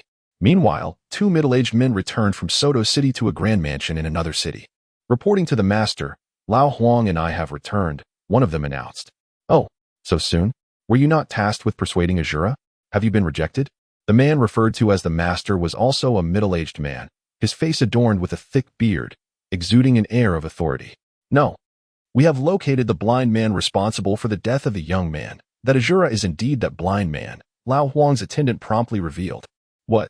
Are you certain you have identified him?" Upon hearing this, the master erupted in fury, unleashing a formidable aura as he swiftly approached Lao Huang. "Master, there can be no mistake. The soul ring of that Ashura is 1 yellow and 2 purple. The second soul ring is evidently from the soul beast that evolved just before its death," Lao Huang affirmed. "Excellent. After 2 years, I have finally found him. I never imagined he has already become a soul sage. In a few more years, he will be even more formidable. This time, I shall personally take him down to accompany my son in death." The master clenched his right fist, seething with resentment. "However, master, as far as we know, he has long since joined the Spirit Hall, and if he has taken refuge there, or if the Spirit Hall learns of our intent to kill him, that is of no concern. I am aware of the Soto City Lord, Torres. Immediately prepare 500,000 gold spirit coins. Understood. Master, what is happening? As the two men exited, a woman emerged from the back hall, her expression one of confusion. We have found the murderer of Mirko. What? You must ensure he is captured. I understand. I have sent Lao Huang and the others to retrieve the funds. I will rush to Soto City tonight. Half an hour later, two attendants entered the hall, carrying the money. The master took the pouch, stowing it within a soul guide device, his eyes blazing with hatred. Let us depart, he commanded. The master, accompanied by 8 attendants, left the mansion under the cover of night. Chapter 60. The True Trial the next day. Lin Yoming awoke naturally, and it was hardly late, merely 9 in the morning, just an hour later than usual. His companion, Lan Yinhuang, kindly refrained from rousing him, considering that their trials in the Great Soul Arena had concluded. Once he arose, he discovered a delightful breakfast of freshly baked bread and milk awaiting him on the table. While Lan Yinhuang busied herself tidying the room, she glanced back and gestured towards the dining table, addressing Lin Yoming. Thank you. I will freshen up first. Lin Yoming replied with a smile as he made his way to the bathroom. Shortly thereafter, he returned to the table to partake in his breakfast. Lan Yinhuang soon took a seat across from him and inquired, Xiaoming, are we heading back to Thunder Rain Village today? If so, I must begin packing. Yin. Why not spend a couple of days enjoying Soto City? We have been in the southern part for nearly a year and have yet to explore it properly. I've heard there is a large park in the northern district, and the western area boasts the largest grain production base of the Baloch Kingdom. Lin Yoming suggested after a moment's contemplation. He appreciated the quiet companionship of Lan Yinhuang during this time. It would be disingenuous not to feel touched. Indeed. That sounds delightful.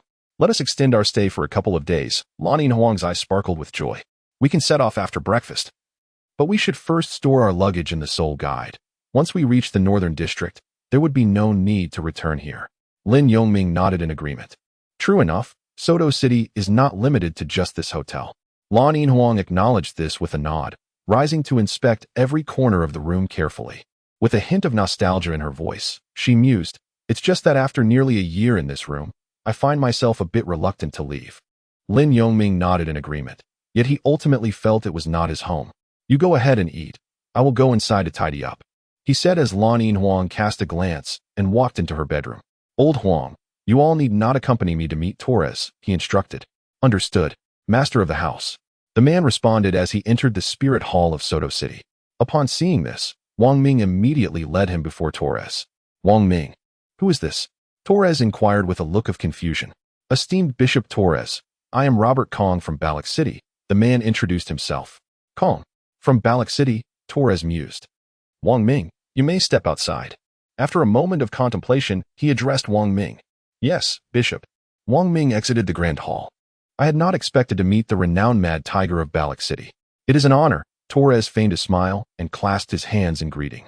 I apologize for the intrusion. Bishop Torres, I hope it does not offend. Robert, known as the Mad Tiger, stated. You are indeed the head of the Kong family, one of the most esteemed families in Baloch City. May I inquire about the purpose of your visit today? Torres asked, puzzled. Since you have asked, I shall not withhold my intentions. I require a small favor from you. Bishop, the Mad Tiger divulged his purpose. Oh, the illustrious Mad Tiger seeks assistance from a mere bishop? It cannot be a trivial matter. Do enlighten me, Torres replied, his curiosity piqued. It is indeed a small matter. I trust you have heard of Azura? What do you mean? Torres interjected, but inwardly he speculated. Could it be that he desires my intervention on his behalf? Do not misunderstand, Bishop. I hold a minor grudge against Azura, as he has previously harmed my relatives. However, I have learned that you have encountered him and that he has joined the Spirit Hall. Thus, I hope you will not obstruct my efforts to capture him. Should he escape to your domain, I hope you will not harbor him. The Mad Tiger clarified his true intentions. Mad Tiger, do you not realize the difficulty of your request?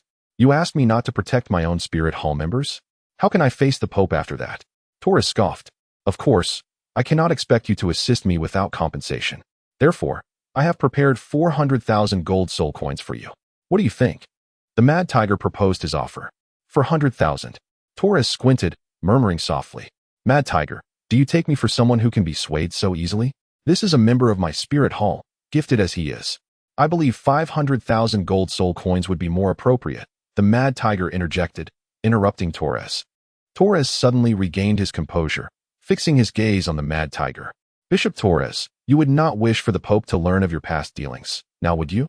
I am aware that many nobles from the Baloch kingdom have visited you, the mad tiger remarked, his face bearing a smile reminiscent of a cunning fox. Mad tiger, you overstep. Very well, 500,000 it is, but I have one condition. No harm must come to the woman in blue who accompanies Azura, Torres chuckled. Agreed. I only seek Azura. The woman is yours to protect. Here are 500,000 gold soul coins, the mad tiger stated, producing 5 large bags. Very well. But I must caution you that once Azura arrives at the gates of the spirit hall, I cannot turn a blind eye, for this is my territory. And many eyes are upon it. Torres quickly stowed the bags and advised the mad tiger. Your word is sufficient, Bishop. The mad tiger nodded, thinking, what a crafty old fox, indeed greedy and lustful. I shall seek out Azura now. With that, he departed the grand hall.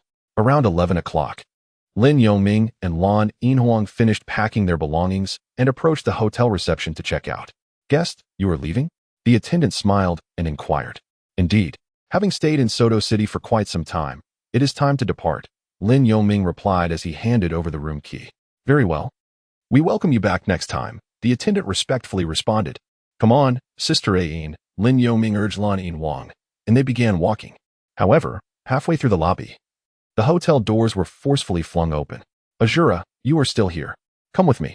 Wang Ming rushed in, his face marred from burns. What is going on? Why the haste? Lin Yongming asked. We need to exit through the back door, Wang Ming said, heading toward the rear exit. What is happening? Lan Yinhuang questioned, bewildered. I am not sure, but he seems urgent. There must be a pressing matter. Let us follow and see, Lin Yongming replied, shaking his head. Hurry. They are closing in. Wang Ming urged from a nearby storage room. Wang Ming, what is going on? Who is pursuing us? Lin Yongming asked as he followed Wang Ming into the storage room. Azura, someone has come from Baloch City to the Spirit Hall in Soto City, presumably to hunt you down. I overheard him speaking with Torres, and he bribed Torres with 500,000 gold soul coins. So do not expect to seek his help, for Torres has designs on the girl beside you. Wang Ming explained the situation. What? Bishop Torres is such a person? Lin Yongming was taken aback. He desires me. How shameless. Lan Yinhuang seethed with anger. 6 months prior, Torres had visited the Duhan Hotel and met Lin Yongming, where he had seen Lan Yinhuang. Little did they know that he had been harboring designs on her since that encounter. He has always been this way, though he masks it well. His 2 assistant bishops have long been under his influence, and he has oppressed many ordinary families in secrecy, abducting women. Had you not been a member of the Spirit Hall, your companion might have already faced a dire fate. Wang Ming clenched his fists, his eyes ablaze with hatred. You have grievances with Torres. If you know all this, why have you not reported it to the Spirit Hall headquarters? Lin Yongming inquired, puzzled. It is utterly futile. What is my status compared to Torres? I tried once, but the Spirit Hall sent someone, and Torres had already prepared his excuses. Moreover, the Spirit Hall in Soto City is entirely under his control, making it impossible. Enough of this. I only hope you leave Soto City and immediately inform the headquarters of this situation. I am certain that given your talents, you hold other standing in the Spirit Hall, and they will surely take your letter seriously, Wang Ming explained quickly with a bitter smile. Why are you telling me all of this? Lin Yongming asked again. Because I have observed you for half a year and know you to be a person of justice. You are my only hope to relay this situation, Wang Ming replied, his tone somber. Hurry, this hotel. We must leave now. It will be too late if we delay, Wang Ming urged Lin Yongming. And you? Lin Yongming queried. I will be fine. They are here for you, Wang Ming reassured him. Ayin, let us go, Lin Yongming nodded to Wang Ming, taking Lan Yinhuang by the hand as they exited through the back door into the alley. However, 3 men had already surrounded the back entrance. That blind man, seize him, the man at the center shouted. What is happening? When did we offend these people? The blue-silver emperor gazed at the stranger with utter bewilderment. However, the 3 individuals did not afford Lin Yongming and his companion a moment to ponder. They immediately unleashed their respective martial spirits and soul rings. 1 soul king and 2 soul sect members. Lin Yongming and the blue-silver emperor effortlessly summoned their martial spirits and soul rings. The 3rd soul skill, blue-silver binding. The 1st soul skill, thunderlight slash. Lin Yongming and the blue-silver emperor coordinated to drag out 3 individuals. Let us go, we must not linger. Upon finishing their soul skills, Lin Yongming promptly addressed the blue-silver emperor. Understood. The two hastened along the rear street, fleeing from their pursuers. Azura, I'll take your life. A powerful roar erupted from behind them. The wild tiger burst through the back door, emerging onto the street. Soul Sage. The wild tiger shimmered with 7 pulsating soul rings, 2 yellow, 2 purple, and 3 black, an optimal configuration. Run. Lin Yongming was taken aback to discover that among those chasing him was a soul sage. Who are these people? I've never seen them before. The blue-silver emperor muttered as they sprinted. Ah-een, I sensed 2 unfamiliar yet familiar auras. Could you check if there's anyone familiar among them? Lin Yongming explained to the blue-silver emperor. All right. Upon glancing back at the 8 figures trailing them, the blue-silver emperor indeed recognized 2 of them. The 2 soul kings behind the soul sage seemed vaguely familiar, as if they had encountered them before, with 1 white, 2 yellow, and 2 purple soul rings. She recalled the evolved thunder-patterned tiger, which had become Lin Yongming's 2nd soul ring. They had met 3 individuals during that encounter in the Douluo forest, and these 2 soul kings were among them. Realizing the origins of their enemies, Lin Yongming and the blue-silver emperor quickened their pace, swiftly reaching the southern gate of the city. Let us exit the city quickly. Without hesitation, they dashed through the city gate guarded by soldiers. Damn it! How can they run so fast? The wild tiger seethed, his subordinates unable to keep up. I cannot allow a soul zone and a soul master to escape right under my nose. I would have no face to show my son. The wild tiger followed closely behind, bursting through the city gate. Upon reaching the vast expanse outside the city, the wild tiger let out a furious roar. 7th soul skill, martial soul, true body. A resounding tiger roar echoed as a corporeal blue tiger, infused with the power of thunder, manifested. This was the true body of the thunder tiger martial soul, towering at 5 meters in height. It's the martial soul, true body. The blue-silver emperor exclaimed in shock, not expecting a soul sage to recklessly unleash their martial soul true body. While immensely powerful, the martial soul true body was not something a soul sage would employ lightly, as it could only be sustained for approximately 30 minutes. Once the effect wore off, all attributes would plummet by half, requiring 7 days for recovery. However, these considerations were not what Lin Yongming should focus on. His priority was evading the pursuit of the soul sage, particularly under the relentless chase while in the martial soul true body state, where a single misstep could prove fatal. 3rd soul skill, Thunder Tiger Sky Step. Where do you think you're running? After unleashing his soul skill, the wild tiger leaped over Lin Yongming, landing in front of the pair and causing the ground to tremble. We seem to have not met before, my lord. Might I inquire why you are pursuing us? Lin Yongming attempted to stall for time. Do you remember the person who was killed 2 years ago in the Douluo forest? That was my only son. Do you think I should not pursue you? The wild tiger demanded angrily. You're talking nonsense. He was killed by a soul beast. What does that have to do with us? It was he who attempted to rob our soul beast that led to his demise. The blue-silver emperor countered loudly. It seems you do remember, which makes things simpler. Regardless, it is all related to you. Prepare to die. 1st soul skill, Thunder Tiger Claw. With that, the wild tiger raised his clawed hands, imbued with thunder attributes, and brought them crashing down. In a fleeting moment, although the wild tiger was not a speed-type soul master, the disparity in strength left Lin Yongming and the blue-silver emperor with no time to evade. They could only hastily unleash their soul skills to defend themselves. 2nd soul skill, Wave Burst. 4th soul skill, Blue-Silver Prison. The blue-silver emperor did not intend to control the thunder tiger, but instead utilized her unique ability to envelop both herself and Lin Yongming in layers, effectively creating a protective barrier. Overestimating your abilities. The wild tiger slammed down with a forceful strike, the ground trembling beneath the impact.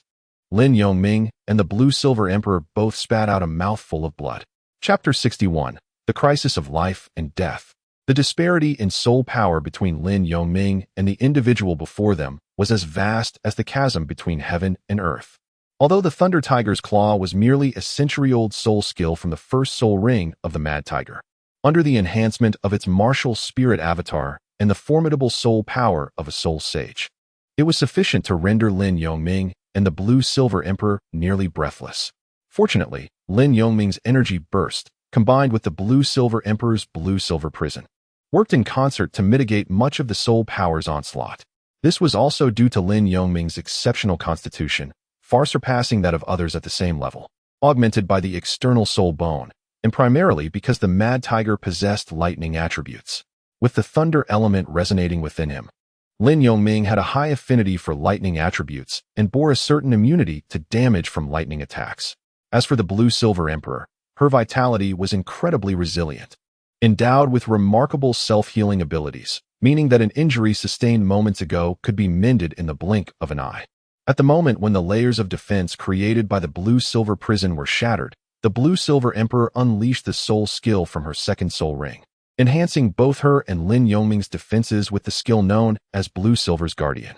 Thus, under the collaboration of the two, although a trace of blood lingered at the corner of their mouths, it was merely a minor injury inflicted by the overwhelming soul power of the Mad Tiger. Is this truly the worthless Blue-Silver grass? To have cultivated it to such heights is no wonder that Torres holds you in such esteem. You are indeed a remarkable woman.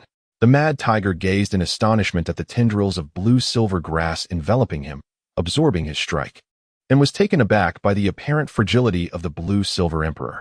What becomes of my martial spirit is of no concern to you. The Blue-Silver Emperor wiped the blood from her mouth, a faint green glow emanating from her, clearly indicating her healing process. Initially, Torres instructed me not to harm you, but it seems that I cannot let you live. With your soul master level at such a young age, your talent poses a potential threat for the future. Thus, you shall perish alongside me, Thunder Tiger's Claw. The Mad Tiger declared, once again commencing his soul skill without granting the two any time for contemplation. Indeed, those who reach the level of Soul Sage are not to be trifled with. They do not engage in needless chatter, especially the Mad Tiger, who is the head of his family, acts with decisive swiftness. Third soul skill, Dual Thunder Strike. Lin Yongming was enveloped in a tempest of thunder, activating the resonance of his soul skill, filled with murderous intent and indomitable will, utilizing all his abilities to confront the assault of the Soul Sage, as he dared not underestimate the threat. Second soul skill, Blue-Silver's Guardian. The Blue-Silver Emperor activated her second soul skill once more, swiftly following it with the fourth soul skill, the Blue-Silver Prison. However, this time, she altered her approach, opting not for defense but instead binding the Mad Tiger with her tendrils, disrupting his rhythm of attack. Quite impressive, but do you think this can withstand my Thunder Tiger's Claw? Youth often carries an air of Navet. Fourth soul skill, Thunder Armor. The Mad Tiger scoffed, unleashing another soul skill, causing a deep blue suit of armor to materialize upon him, emblazoned with a tiger's head. The surge of soul power shattered the tendrils that ensnared him in an instant. However, Lin Yongming's dual thunder strike collided with the Thunder Tiger's Claw, and the Mad Tiger disdainfully met the attack with his claw. What an extraordinary soul skill, capable of absorbing the power from my Thunder Tiger's Claw, the Mad Tiger exclaimed. Taken aback, break. Lin Yongming commanded the luminous sphere formed by his dual thunder strike to explode directly upon the claw. Yet, due to the disparity in soul power, the Thunder Tiger's Claw was not entirely obliterated, and the residual energy surged towards Lin Yongming. However, it seemed that the impact from the dual thunder strike had altered the trajectory of the Thunder Tiger's Claw, sending it veering towards the Blue-Silver Emperor. Even if the majority of its soul power has been dispersed, it remains sufficient to severely injure both of you, the Mad Tiger mused, swiftly advancing towards Lin Yongming and the Blue-Silver Emperor. Upon witnessing the Thunder Tiger's Claw aiming for the Blue-Silver Emperor, Lin Yongming utilized his speed advantage to reach her side in an instant. Block. Lin Yongming assumed a defensive stance, but was violently struck back by the Thunder Tiger's Claw. PFF. He coughed up blood once more, sliding backward as his complexion turned pale, injuries compounding upon one another. Xiaoming. The Blue-Silver Emperor hurriedly caught Lin Yongming from behind. Are you all right? She asked anxiously, her palm gathering a vibrant green light filled with life force, merging it into Lin Yongming's back to heal his wounds. Sister Ian. I'm fine. I can still endure, Lin Yongming replied, gripping his thunderblade tightly with his right hand while wiping the blood from his mouth with his left. Can you still move? I'll help you up.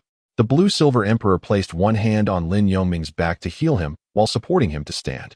However, the Mad Tiger was relentless, providing no respite as he closed in on Lin Yongming within mere seconds, his palm transformed into a claw, brimming with soul power as he struck down heavily. You shall accompany my son to the afterlife. Block. In a moment of desperation, Lin Yongming instinctively attempted to defend himself. Yet, beneath the Mad Tiger's strike, his block was utterly insufficient. His half-body armor was shattered, and his thunderblade was bent, striking against Lin Yongming's chest. The blue-silver emperor held on to Lin Yongming from behind, and together they were sent flying like kites with severed strings, landing over 10 meters away from the mad tiger. As anticipated, both coughed violently, blood spewing forth as intense pain surged through their bodies. Ian, Xiaoming, Lin Yongming, and Lan Yinhuang lay on the ground, calling out to each other before rising to sit up, their hands clasped tightly. It was a poignant moment. Their resilience was remarkable. Despite having endured 3 of my strikes, they still managed to stand. Even if they were to meet their demise today, they had every reason to take pride in their fortitude. The fierce Hu, noticing the pallor on their faces, struggled to rise with a countenance of defiance, approaching them as he spoke. Cough, cough. We are members of the Spirit Hall. Are you not afraid that today's events will reach the ears of the Spirit Hall? Are you not afraid that you might not escape with your lives? Lin Yongming coughed softly, forcing a grim smile as he replied. Spirit Hall? Huh. You are indeed naive. While it is true that Spirit Hall is the largest force in the realm of soul masters, with members scattered across the continent, it is precisely for this reason that you think they would concern themselves with a mere dead man and clash with my family? Even if Spirit Hall were to seek me out for your sake, as long as I can offer them some benefit, it would pose no threat to me. Although I must concede that you possess remarkable talent for cultivation, a genius unrefined is ultimately nothing. Thus, Spirit Hall has no need to antagonize us minor families, particularly when I stand before you as a level 73 soul sage. You should understand the distinction of importance. The fierce Hu chuckled softly, gradually elucidating his point to Lin Yongming. Lin Yongming could not help but fall silent, acknowledging that Kuang Hu's words held a certain truth. If he were to perish here, even though the Spirit Hall would come to seek retribution on his behalf, Kuang Hu could easily offer a token compensation, and the matter would likely be forgotten. For once life has fled, one holds no value. The Spirit Hall truly had no reason to antagonize a soul saint over the death of a mere mortal. Resigned to his fate, he could only blame himself for not remaining in the Spirit City and for provoking someone he should not have. Do not worry, upon your demise, I shall not leave your body to rot in this desolate place. Instead, I will bring you before my son's gravestone, where you shall kneel eternally in penance, Kuang Hu declared, advancing closer to Lin Yongming. If your target is me, might you allow her to leave? Lin Yongming pondered aloud. No, I refuse to abandon you here. If we cannot escape, then let us face death together, Lan Yinhuang asserted firmly. Ian, I cannot involve you in this. I only hope that if you manage to escape, you will look after my family, he replied. That is not an option. Do not speak of it. I will not agree, she insisted. Enough, both of you. There shall be no retreat for the tiger today. You shall both remain here, Kuang Hu sneered, observing the two who were now devoid of strength as he slowly raised his hand. Thunderclaw. Kuang Hu's cruel smile widened as he unleashed his soul skill once more. You think you can keep us here? Dream on. Violet Lightning Thunderwing. Just as Lin Yongming spoke, he finally managed to muster a sliver of soul power. And as Kuang Hu prepared to strike, he promptly activated the external spirit bone, Violet Lightning Thunder Eagle. Lin Yongming swiftly turned, wrapping his arms around the waist of Lan Yinhuang, who instinctively hooked her arms around his neck, pressing herself against him. With a whoosh, Lin Yongming flapped his wings and soared into the sky. The wings a soul bone. It was an external soul bone. The fierce tiger was taken aback, observing the wings that had suddenly appeared behind Lin Yongming. He recalled that Lin Yongming's martial soul was of the weapon type, which could only mean it was a soul bone. However, he also remembered that there were no wings among the 6 types of soul bones, leading him to consider another possibility, an external soul bone. Fleeing was not an option. 6th soul skill, Sky-Raising Thunder Hand. Leave me no choice. The fierce tiger had not anticipated that Lin Yongming possessed such a trump card. As he saw Lin Yongming about to escape, he immediately changed tactics, forcibly halting his 1st soul skill, Thunder Tiger's Claw, and unleashed his 6th soul skill instead. The Sky-Raising Thunder Hand was colossal, a 10-meter-wide palm descending from the heavens with overwhelming force aimed at Lin Yongming. Ian, hold on tight. Lin Yongming, gritting his teeth against the pain, urged Lan Yinhuang to cling to him as he channeled the last of his soul power, accelerating his flight. However, the shockwave of the fierce tiger's soul power still struck Lin Yongming's back, causing significant damage to his purple lightning thunder wings, which struggled to maintain a steady flight, wobbling precariously as if they might plummet at any moment. Xiaoming, not far ahead is a great mountain. We should take refuge within it, Lan Yinhuang noted, seeing the fresh blood at the corner of Lin Yongming's mouth, realizing he could not fly much farther. All right, Lin Yongming nodded, continuing to grit his teeth and persevere, soaring past a village and plunging into the verdant embrace of the mountains. However, the fierce tiger was not about to let Lin Yongming escape so easily. Watching as he flew into the mountains. Master, we have arrived. The fierce tiger's 7 subordinates finally caught up. They can't have gone far. Follow me as we scour the mountains ahead. We must find them. The fierce tiger understood that Lin Yongming was merely struggling in his final moments, especially after that last strike, which had compounded his miseries. Indeed, as the fierce tiger had surmised, once Lin Yongming landed in the mountains, he retracted his purple lightning thunder wings, his soul power already depleted. Though he had unleashed only a few soul skills, each had consumed the entirety of his soul power, barely allowing him to withstand the fierce tiger's relentless assaults. Lin Yongming was acutely aware that this was not a mere skirmish in the arena, but a genuine battle for survival, particularly when facing an opponent as formidable as a soul sage. Thus, each time he defended himself, he exerted every ounce of his strength, causing his soul power to deplete rapidly. With a cough, he fell into the grass, unable to suppress another spurt of blood. Xiaoming, hold on. I will administer treatment. He heard the blue-silver emperor say, who, despite being in a similar predicament with dwindling soul power, was in a considerably better condition than Lin Yongming. Utilizing her last reserves of soul power, the blue-silver emperor poured all her energy into healing Lin Yongming, allowing his injuries to begin to mend. Sister Ain, that will suffice. We must depart from here and take another route. This area has been left in disarray by our struggle, leaving numerous traces behind. Lin Yongming understood that the wild tiger had already taken notice of his presence in these mountains. Lin Yongming pressed one hand against his chest while interrupting the healing of the blue-silver emperor with the other. I will support you, he said. The blue-silver emperor, glancing at the traces on the ground, quickly grasped the situation. With Lin Yongming leaning on him for support, they cautiously departed from their original location, making every effort not to leave any traces behind. The mountain was not particularly high, standing at less than 1,000 meters. Their immediate goal was to find a more concealed spot to evade the search efforts of the fierce tiger gang, and then to swiftly recover their soul power. Before long, the duo arrived at an exquisite location, where a small waterfall cascaded down from a height of several dozen meters. Beside the waterfall, a few small caves, obscured by a tangle of vines and weeds, awaited discovery. Fortunately, Lin Yongming's keen perception allowed him to spot these hidden caves. Lin Yongming entered the cave first, while Blue-Silver Emperor restored the traces to their original state. With the inherent properties of the blue-silver grass, he encouraged the growth of some vines to obscure the cave entrance more thoroughly. Xiaoming, they should not find this place for a while. How are you? Can you meditate to restore your soul power? Blue-Silver Emperor gazed at the large patch of blood staining Lin Yongming's shirt, feeling a pang of concern. Ain, I'm all right. You should also take the time to recover your soul power, Lin Yongming replied with a smile. Very well. Once I have regained a significant amount, I will tend to your wounds. My martial spirit is blue-silver grass, and in areas abundant with it, recovery will be swifter than in the city. Blue-Silver Emperor nodded in response. Subsequently, the two of them disregarded the dampness of the cave floor and began to meditate to restore their soul power. In such an environment, Blue-Silver Emperor's soul power indeed recovered more rapidly. The resilient blue-silver grass could thrive anywhere, and even within the cave. A few patches of it could be found, not to mention the vast expanse of blue-silver grass outside. As the sovereign among the blue-silver grass, Blue-Silver Emperor drew energy, vitality, and soul power from these ordinary plants, providing everything she required.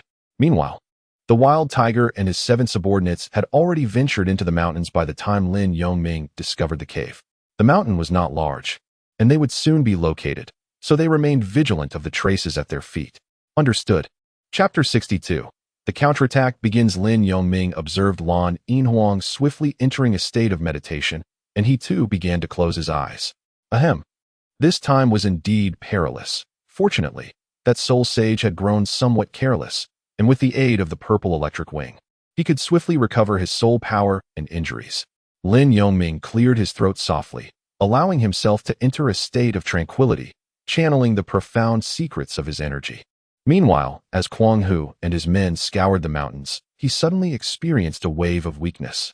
It was the after-effect of unleashing his martial spirit's true form, leaving him feeling hollow. Damn it, half an hour has passed so quickly. I must not let them escape.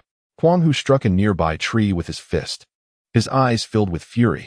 If it hadn't been for my last moment of carelessness, they would now be nothing more than cold corpses, accompanied by their external soul bones. What a true Azura.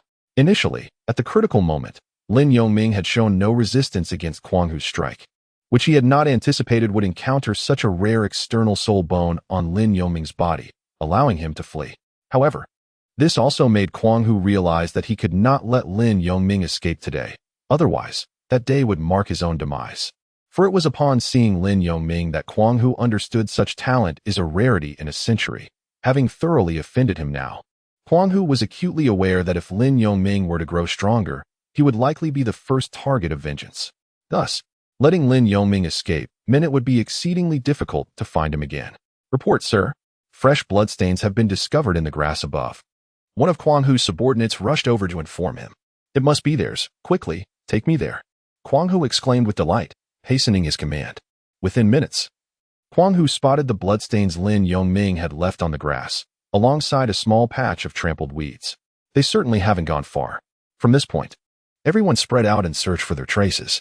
Pay close attention to any signs at your feet. No detail should be overlooked. Also, remain particularly vigilant for any small caves. Should any traces be found, do not alert them. Report to me immediately. After giving his orders to the 7 men, including himself, each chose a different direction to scour the mountain. As Kwang Hu and his team slowly searched the mountains, 2 hours passed before Lan Yinhuang opened her eyes. Fortunately, being in the mountains, her soul power had already recovered to 70%, and her injuries were nearly healed. She had no idea how much time had elapsed. Lan Yinhuang gazed with her beautiful sapphire-like eyes, contemplating quietly.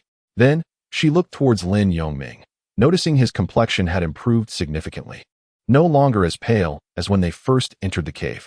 Little Ming must have recovered quite a bit as well, though his injuries still seemed rather severe.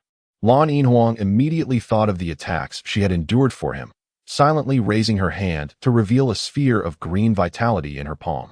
At that moment, Lin Yongming, engrossed in his meditation, felt a gentle wave of soul power emanating from his chest and slightly lifted his head. Sister Ian, what are you doing? You should restore your soul power first and not waste your meditation time on me, Lin Yongming urged, his voice filled with concern. Lin Yongming was always acutely aware of the passage of time. If his memory served him correctly, only about 2 hours had elapsed. However, upon awakening, the Blue-Silver Emperor consumed soul power to heal himself, and naturally, Lin Yongming felt compelled to intervene. Xiaoming, did I wake you? I'm fine now, nearly recovered. The Blue-Silver Emperor hurriedly clarified. Is that truly the case? Lin Yongming was momentarily taken aback. He possessed the secret technique of fluctuations, which was currently several times more effective than the meditation methods available on the mainland, allowing for a significantly faster recovery of soul power. Yet, despite this advantage, he had only regained about 30% of his soul power, while the Blue-Silver Emperor had astonishingly restored approximately 70%. However, reflecting on his surroundings, nestled in a mountainous region rich in spiritual energy, it became evident that, as a plant-type being, the lush greenery and pristine waters were a natural domain for the Blue-Silver Emperor, especially with a multitude of subjects aiding her. Of course, it's true. I am indeed a person of talent. Though I may lack other skills, my self-healing ability is commendable. Given our current predicament, why would I deceive you? The Blue-Silver Emperor rolled her eyes in exasperation, though it was undeniable that her soul power was indeed recovering quickly. Of course I believe you. I just did not anticipate your recovery to be so rapid, Lin Yongming remarked with astonishment. Xiaoming, how is your recovery progressing? The Blue-Silver Emperor inquired gently. Quite well. My soul power has returned to 30%, and my injuries have considerably lessened, Lin Yongming replied honestly. Why is it taking so long? No. You must continue meditating. I will assist in treating your injuries while facilitating your recovery of soul power, the Blue-Silver Emperor insisted promptly. No, Sister Ian. You have not yet fully restored your strength.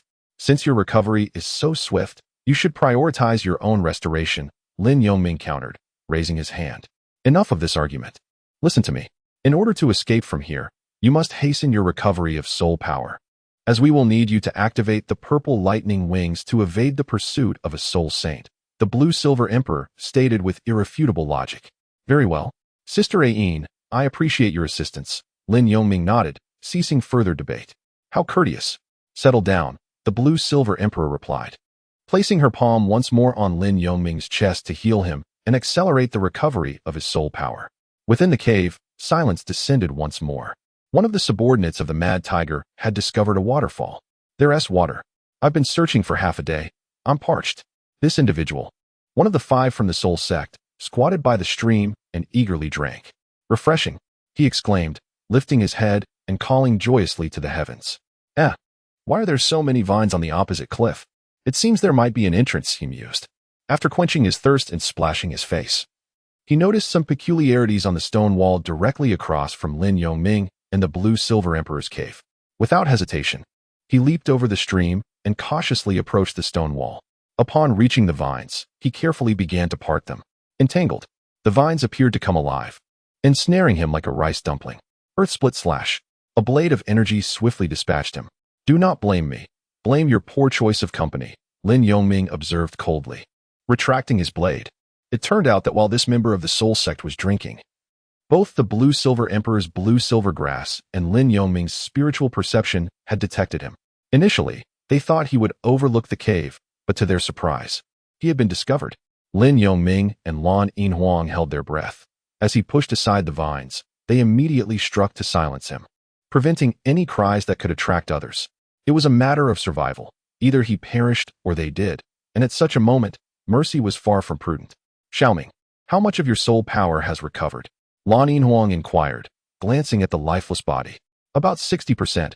We can leave now, Lin Yongming replied.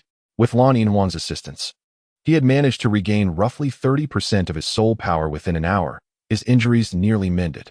Nodding, Lan Yinhuang declared, let us go. The two stepped over the corpse and exited the cave, but after a few paces, they encountered another individual approaching from that direction. Lan Yinhuang cast a meaningful glance at Lin Yongming. What shall we do, Xiaoming? Should we flee or eliminate him? Lan Yinhuang sought Lin Yongming's counsel. If they chose to run now, it would undoubtedly attract the man's attention. To depart the mountain stealthily, they would have to quietly dispatch him. Aine, how much power do you think a soul sage would be diminished after releasing their martial spirit for 7 days? Lin Yongming pondered aloud, his voice barely above a whisper. When a soul sage releases their martial spirit, their attributes are halved for the subsequent 7 days, and their soul skills lose half their potency. Being a level 73 soul sage, he would likely be reduced to a mid-tier soul king level, meaning he probably possesses only the strength of a soul king at present. Lan Yinhuang elucidated. Xiaoming, you aren't considering a counterattack, are you? Lan Yinhuang reacted with surprise after explaining. That is indeed my intention. Aine, how much of your strength can you wield in this location compared to your usual capacity? Lin Yongming articulated his thoughts directly. My power is nearly restored. This area is abundant with blue-silver grass, which I can utilize to my advantage, requiring significantly less effort than the blue-silver grass cultivated in the city. Thus, with my level 46 soul power, I can control at the Soul King level. Lan Yinhuang explained her unique abilities. However, he still has 2 Soul Kings and 4 Soul Ancestors under his command, and even weakened, he retains Soul King strength. We have no viable opportunities. Retreating is the wisest course. There will be ample time for revenge later. Lan Yinhuang understood Lin Yongming's intentions, but advised against such actions. Recognizing the visible disparity in their strengths, and noting that Lin Yongming had only regained 60% of his soul power. Aine, no. This is an excellent opportunity for us to strike back. That soul sage, in searching for us, is likely to have dispersed his subordinates. Otherwise, that soul ancestor would not be approaching alone. We can take them down one by one. Moreover, my greatest concern is that if we escape today, the soul sage might return home in a fit of rage, tracing my identity. If he discovers I hail from Thunderstorm Village, he will undoubtedly use my parents as leverage against me. While I cannot be certain he can locate Thunderstorm Village, if Torres reveals my true name, and he returns to Sotoa City to inquire about me, he could unearth my origins, which would spell disaster. Lin Yongming voiced his apprehensions to Lan Yinhuang. Upon hearing Lin Yongming's analysis, Lan Yinhuang immediately thought of the kind-hearted villagers of Thunderstorm Village. Xiaoming, you are right. I did not anticipate you to consider such far-reaching implications. Given his attitude towards us, he could resort to anything in his fury. Lan Yinhuang realized that Lin Yongming's fears extended beyond mere vengeance. Let us proceed. They are likely scattered throughout the mountains. We must first deal with the individual before us. Lin Yongming stated, seeing Lan Yinhuang's agreement, and stealthily approached the underling of the furious tiger. Behind a large rock, Lin Yongming and Lan Yinhuang concealed themselves. Upon spotting the figure of an adversary, Lan Yinhuang summoned the blue-silver grass spirit, swiftly ensnaring the individual with tendrils of the plant. Lin Yongming, having meticulously prepared for this moment, struck with blinding speed, severing the opponent's head without employing any soul techniques. He then dragged the lifeless body into the thick underbrush, and the duo departed from the scene. Chapter 63. Confrontation with a weakened soul sage. Resolute in their intentions, Lin Yongming and Lan Yinhuang did not hastily retreat. Instead, they commenced their search for the minions of the mad tiger. After more than 10 minutes, they encountered another soul master, who was rummaging through a thicket in pursuit of the hiding place of Lin Yongming and Lan Yinhuang. Who goes there? The individual exhibited a heightened level of caution, albeit slightly. Before he could react, the vines conjured by Lan Yinhuang ensnared him, silencing his cries. Without a hint of surprise, Lin Yongming, ever ready to strike, delivered another lethal blow. Another soul master, Lin Yongming muttered quietly. Once more, the pair resumed their search for others. With Lin Yongming possessing the ability to see through the shadows and Lan Yinhuang utilizing the blue-silver grass as his eyes, they held an advantageous position in the dense foliage of the mountainous terrain, outmaneuvering the mad tiger's subordinates. Time swiftly passed, and as the clock approached 5 in the afternoon, the sun began its descent towards the horizon. In collaboration with the blue-silver emperor, Lin Yongming silently eliminated the 5 soul masters brought by the fierce tiger, leaving only the fierce tiger and 2 soul kings. Perched on a tree branch, the fierce tiger surveyed the mountainside, puzzled by the diminishing commotion. Aside from Lao Huang's figure, the others were nowhere to be seen. Sensing something amiss, the fierce tiger called out, "Lao Huang, have you seen Lao Wei or anyone else?" "Master, I saw Lao Wei heading east not long ago, but I haven't seen anyone else," Lao Wei replied. "Something feels off. Let us search for Lao Wei together." A sense of foreboding crept over the fierce tiger. All right. Lao Huang quickly joined the fierce tiger. Meanwhile, Lin Yongming had gradually restored his soul power to 80% after hunting the fierce tiger throughout the afternoon. He was now ready to target the isolated soul king. "Lao Wei, such audacity to appear before me. Perfect. I shall capture you both to atone for my past mistakes and avenge the youth." Lao Wei wielded a large cleaver, adorned with a radiant purple soul ring. As the blue-silver emperor launched a surprise attack, Lao Wei reacted swiftly, severing the vines with several strikes. "You have no chance left." 4th soul skill, blue-silver spike formation. The blue-silver emperor snorted coldly. Shura thunder light slash. Under the combined assault of Lin Yongming and the blue-silver emperor, the already wounded Lao Wei ultimately succumbed to their hands. "Impossible. You were gravely injured, weren't you?" Lao Wei gazed at the duo with deep resentment before slowly collapsing. "Stop, Lao Wei," Lao Huang shouted, arriving with the fierce tiger, but it was too late. I never anticipated you would attempt to counterattack. I suspected my men had vanished, but I must commend your audacity. However, prepare to meet your end." Furious Thunder Tiger manifestation. The fierce tiger, witnessing the scene before him, could not help but laugh in fury as he rapidly unleashed his martial soul. Let us retreat." However, Lin Yongming and the blue-silver emperor, having slain a soul king and expended some soul power, did not wish to confront the fierce tiger directly. The blue-silver emperor nodded, following Lin Yongming into the depths of the forest. "Lao Huang, follow me in pursuit. We shall avenge your old companion, Lao Wei." The fierce tiger hastily gave chase, calling out to Lao Huang. Yet, the fierce tiger was still a moment too late, losing sight of the two. Lin Yongming and the blue-silver emperor had already concealed themselves in a prearranged hideaway, commencing meditation to restore their soul power. "Crafty little brat, if you have the ability, come out and face me openly." The fierce tiger, enraged and searching the forest, unleashed his fury upon the surrounding rocks and trees. "Master, what shall we do now?" "Search. Even if we have to overturn this mountain, we will find them." Lin Yongming and the blue-silver emperor naturally heard the furious roars of the two, yet chose to disregard them. "Xiaoming, they are unlikely to relent. One is a soul king, and the other, a soul saint who has been weakened to the level of a soul king. We may not stand a chance," the blue-silver emperor lamented. Initially, They had hoped to silently eliminate the Soul King, but a Soul King remains a Soul King.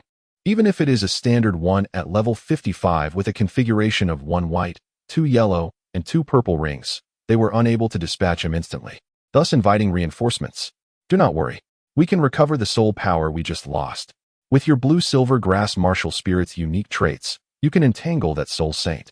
While I can handle the other Soul King, I feel I can break through to level 37 in soul power right now, Lin Yoming declared. All right. Let us give it our all. Even if we cannot defeat them, we can flee at any moment, the blue-silver emperor replied earnestly. Time passed swiftly, and the sun had set, leaving only a faint glow on the horizon. After nearly 2 hours of searching for the furious tiger, he could no longer contain his anger and shouted again, Azura, if you do not come out now, I will return and send people to investigate your identity. At that time, none of your family will survive. The furious tiger employed a tactic of provocation, knowing full well that Lin Yoming would not easily depart after preparing for a counterattack. He also understood that due to his martial spirit's premature manifestation, they had seized this opportunity to employ guerrilla tactics, eliminating his subordinates one by one. In their hiding place, the blue-silver emperor glanced outside and then at Lin Yoming, who was deep in meditation, as a surge of soul power indicating a potential breakthrough began to manifest. Soul power. Master, I can sense a fluctuation of soul power. It seems to be a breakthrough. It must be them, Lao Huang stated, closing his eyes to search the mountainside with his spiritual energy. I know, let us go. The furious tiger replied. Although his strength was currently diminished, he still possessed the level of a soul saint, allowing him to sense the changes. So, they are hiding here. What a splendid location, he mused, unleashing his martial spirit and launching an assault into the valley. Phantom wolf possession. Lao Huang's body emanated a purple ethereal glow, his form enlarging as his hands transformed into wolf claws, following the furious tiger into battle. Third soul skill, blue-silver bind. The blue-silver emperor appeared before the two, as the blue-silver grass on the ground transformed into numerous vines, obstructing their advance. Thunder Tiger's claw. Ethereal claw. The furious tiger and Lao Huang raised their hands to tear through the vines, only to have them regenerate in an instant, inciting their ire. This was precisely what the blue-silver emperor had hoped for, as Lin Yoming's impending breakthrough could not be disturbed. Indeed, he assessed that the tiger's soul power was likely still at the level of a soul king at level 56. The blue-silver emperor regarded the furious tiger, confirming his current strength.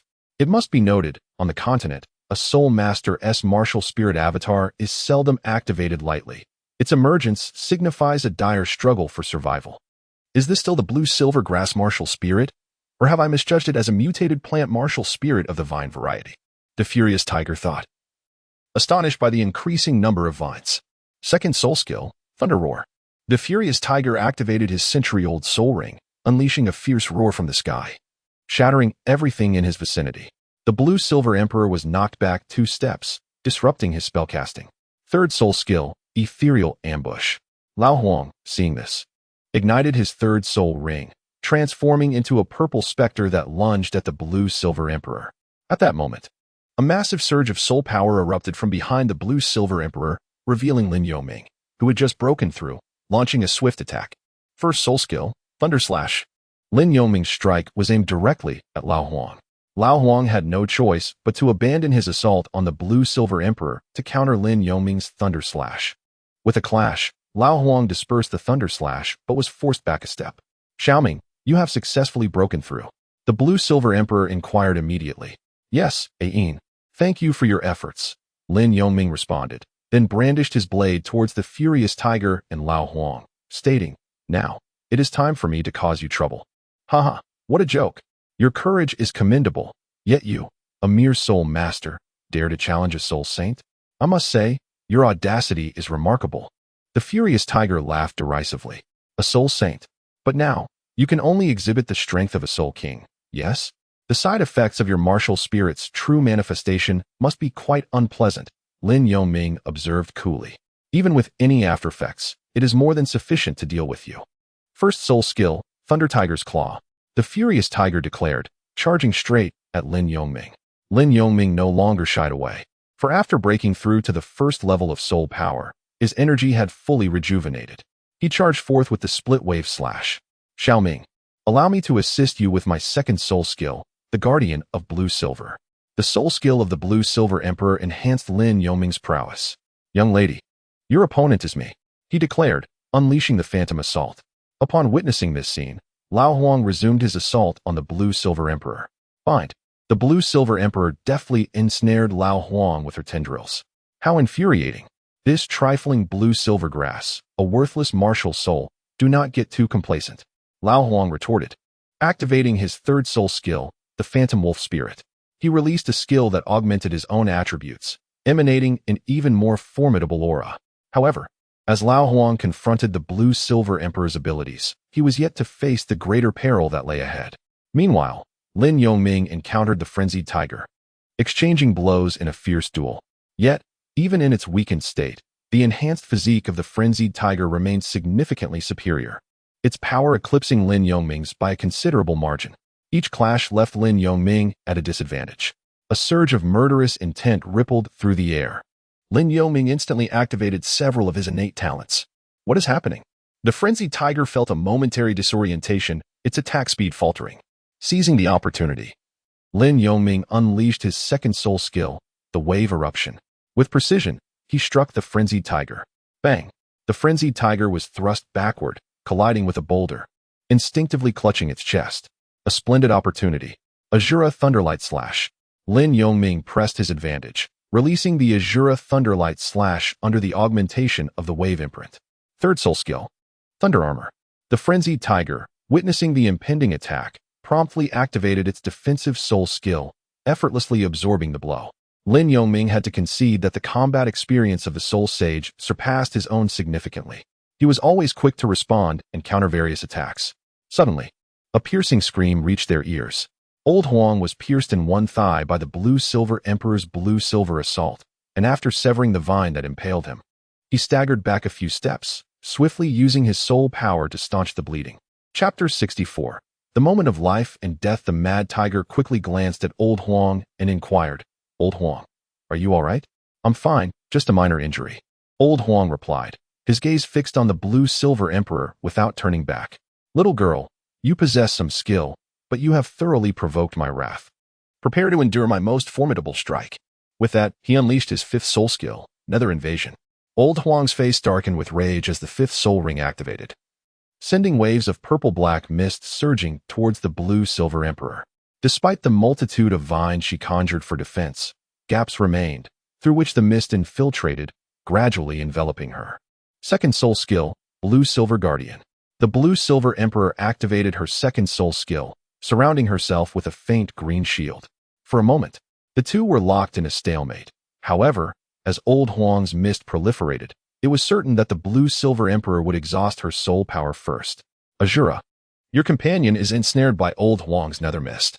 As time passes, the mist will only thicken, and within minutes, she will be reduced to a puddle of blood. What a pity for such a delicate girl. While speaking, the mad tiger launched a flurry of attacks, aiming to disrupt Lin Yongming's rhythm. Lin Yongming sensed the Blue-Silver Emperor struggling against the encroaching mist, the green shield's radius diminishing. Though concern for her plight filled his heart, he found himself unable to disengage from the mad tiger's relentless assault. I must devise a plan. Ayin cannot hold out much longer. Lin Yongming contemplated, assessing the distance between himself and the Blue-Silver Emperor, over 30 meters. A strategy began to form in his mind. Waveblade. Lin Yongming initiated a counterattack against the mad tiger, unleashing a tempest of strikes. However, the mad tiger, fortified by his third soul skill, Thunder Armor, sustained no significant damage, and retaliated with fierce claws. This lad suddenly unleashes such ferocity. He must be desperate to rescue the Blue-Silver girl. I shall not allow him to succeed. Seeing Lin Yongming's escalating attack tempo, the mad tiger quickened his own strikes, further ensnaring Lin Yongming in the onslaught. Yet, the mad tiger's response was precisely what Lin Yongming had anticipated. In his fervor to annihilate Lin Yongming, the mad tiger failed to notice that his position was gradually shifting closer to the Blue-Silver Emperor. Meanwhile, Lin Yongming adjusted his stance, narrowing the distance between them to approximately 10 meters. Block. Lin Yongming feigned weakness, utilizing the mad tiger's momentum to slide back several meters. Shura Thunder Slash. Once steadied, Lin Yongming faced the mad tiger, preemptively declaring the name of his technique while gathering his soul power, intentionally exposing a vulnerability. Attempting the same trick again, Thunder Tiger's Claw. The experienced Mad Tiger, perceiving Lin Yongming's feigned weakness, believed him to be on the verge of collapse, low on both stamina and soul power. A smirk crossed his face as he prepared to strike. Lin Yongming raised his left hand, slightly tilting his body to shield against the ferocious strike of the Mad Tiger. With a ripping sound, Lin's left arm and clothing were torn apart, sending him hurtling backward for nearly 6 meters. He quickly knelt, planting his thunder blade into the ground, supporting himself with it as he faced the Mad Tiger, panting. Azura, are you out of strength? This time I shall not be careless. Prepare to meet your end. Thunder Tiger's Claw, declared the Mad Tiger, unleashing another wave of blue claws. Shura Thunder Slash. Lin Yongming called out once more, a colossal arc of lightning emanating from his thunder blade martial soul. However, to the astonishment of the Mad Tiger, Lin's attack was not aimed at him, but rather at Lao Huang, who stood over 10 meters away. What? Lao Huang's pupils dilated as realization dawned on him. Lin's target was indeed himself. While maintaining his fifth soul skill, the Phantom Invasion, he had believed the Mad Tiger could vanquish Lin Yongming, thus paying little attention to the unfolding situation. Now acutely aware of Lin's proximity, he saw Lin unleash the Shura Thunder Slash, but it was too late for him to react. Impossible. Lao Huang halted the release of his soul skill and clutched his chest in disbelief, gazing at Lin Yongming with incredulity, before ultimately collapsing to the ground. Lin's attack had been swift, precise, and aimed directly at Lao Huang's heart, executing a lethal strike. Lin had calculated this moment meticulously, should this plan fail, claiming Lao Huang's life would prove arduous. Thus, he feigned a fierce assault against the Mad Tiger, skillfully guiding him closer to Lao Huang for a surprise attack. Lao Huang, you brat, prepare to die. The Mad Tiger's assault did not cease as he struck Lin Yongming's back again, sending him flying once more. Xiaoming, heal him. Blue Silver Emperor, having stepped away from Lao Huang's dense aura, witnessed Lin Yongming being hurled back while spitting blood from the Mad Tiger's blow. She rushed over and swiftly began healing Lin's wounds. Ah-in, you're all right. Thankfully, Lin Yongming managed a faint smile, blood still lingering on his lips. You fool.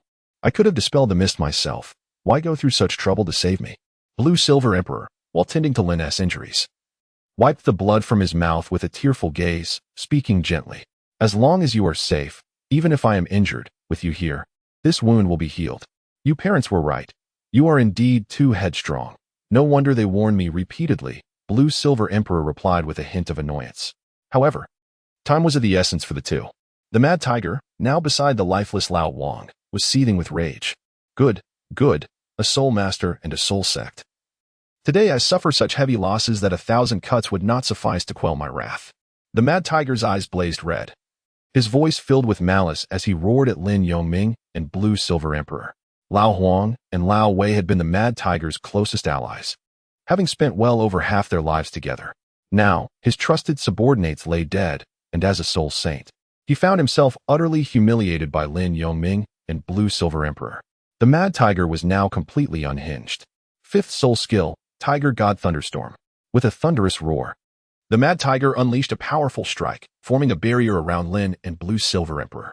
Symbols appeared on the ground, resembling those of the soul rings, creating a hexagram with the tiger's head at its center, trapping the two within. The Mad Tiger soared above them, standing on a symbol that mirrored the one on the ground. Ah-in, be cautious. His fifth soul skill is a millennium-level technique. Its power is extraordinary. I know. Blue Silver Emperor looked up at the Mad Tiger hovering above, ready to defend. Thunder, descend. The Mad Tiger bellowed, summoning 5 bolts of lightning from the formation, striking down towards Lin and Blue Silver Emperor as if delivering a thunderous tribulation. Third soul skill, dual wave. Lin Yongming aimed upwards at the Mad Tiger, but his soul skill was dispersed by 2 bolts of lightning. Fourth soul skill, Blue Silver Prison.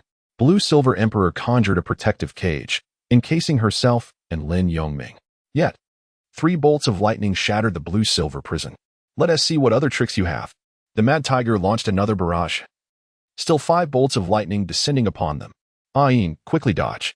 Lin Yongming pushed Blue Silver Emperor aside, leaping to evade one strike, but a second bolt followed closely. Block. Lin Yongming coughed up blood as he attempted to shield himself from the electric onslaught, which proved largely ineffective. He barely avoided the third bolt. But Blue-Silver Emperor seemed unable to endure any longer, blood trickling from her lips, staining them crimson. Purple Lightning Wing. Lin Yongming rushed to Blue-Silver Emperor's side and lifted her to evade the impending strike. However, the Mad Tiger was already preparing for his third round of assault as the two braced themselves. Lin Yongming clutched the Blue-Silver Emperor, attempting to soar beyond the enveloping barrier. However, upon making contact with the edge, he was instantly rebounded. How could this be? The potency of this move was astonishingly immense. Far exceeding what one would expect from a fifth spirit skill, the Blue-Silver Emperor exclaimed, his expression fraught with concern. Indeed, perhaps a considerable price had been paid for such power, Lin Yongming remarked solemnly. Lin Zhaoming's conjecture proved accurate. In a bid to eliminate the two, Kuang Hu sacrificed his permanent 10th-level soul power, rendering him incapable of further advancement for life. This signifies that after this technique concludes, Kuang Hu's rank will regress to Soul Emperor, and he shall never ascend to Soul Sage again. However, this moment is not opportune for the two to deliberate on Kuang Hu's fifth soul skill, but rather to contemplate how to evade Kuang Hu's third round of Descending Thunder. Lin Yongming had no choice but to embrace the Blue-Silver Emperor while circling within the confines created by the fierce tiger. However, no matter how swift Lin Yongming's thunderbolt wings were, they could never surpass the speed of the lightning strike. Although he managed to evade two of the third round's lightning strikes, ultimately, he could not escape the third.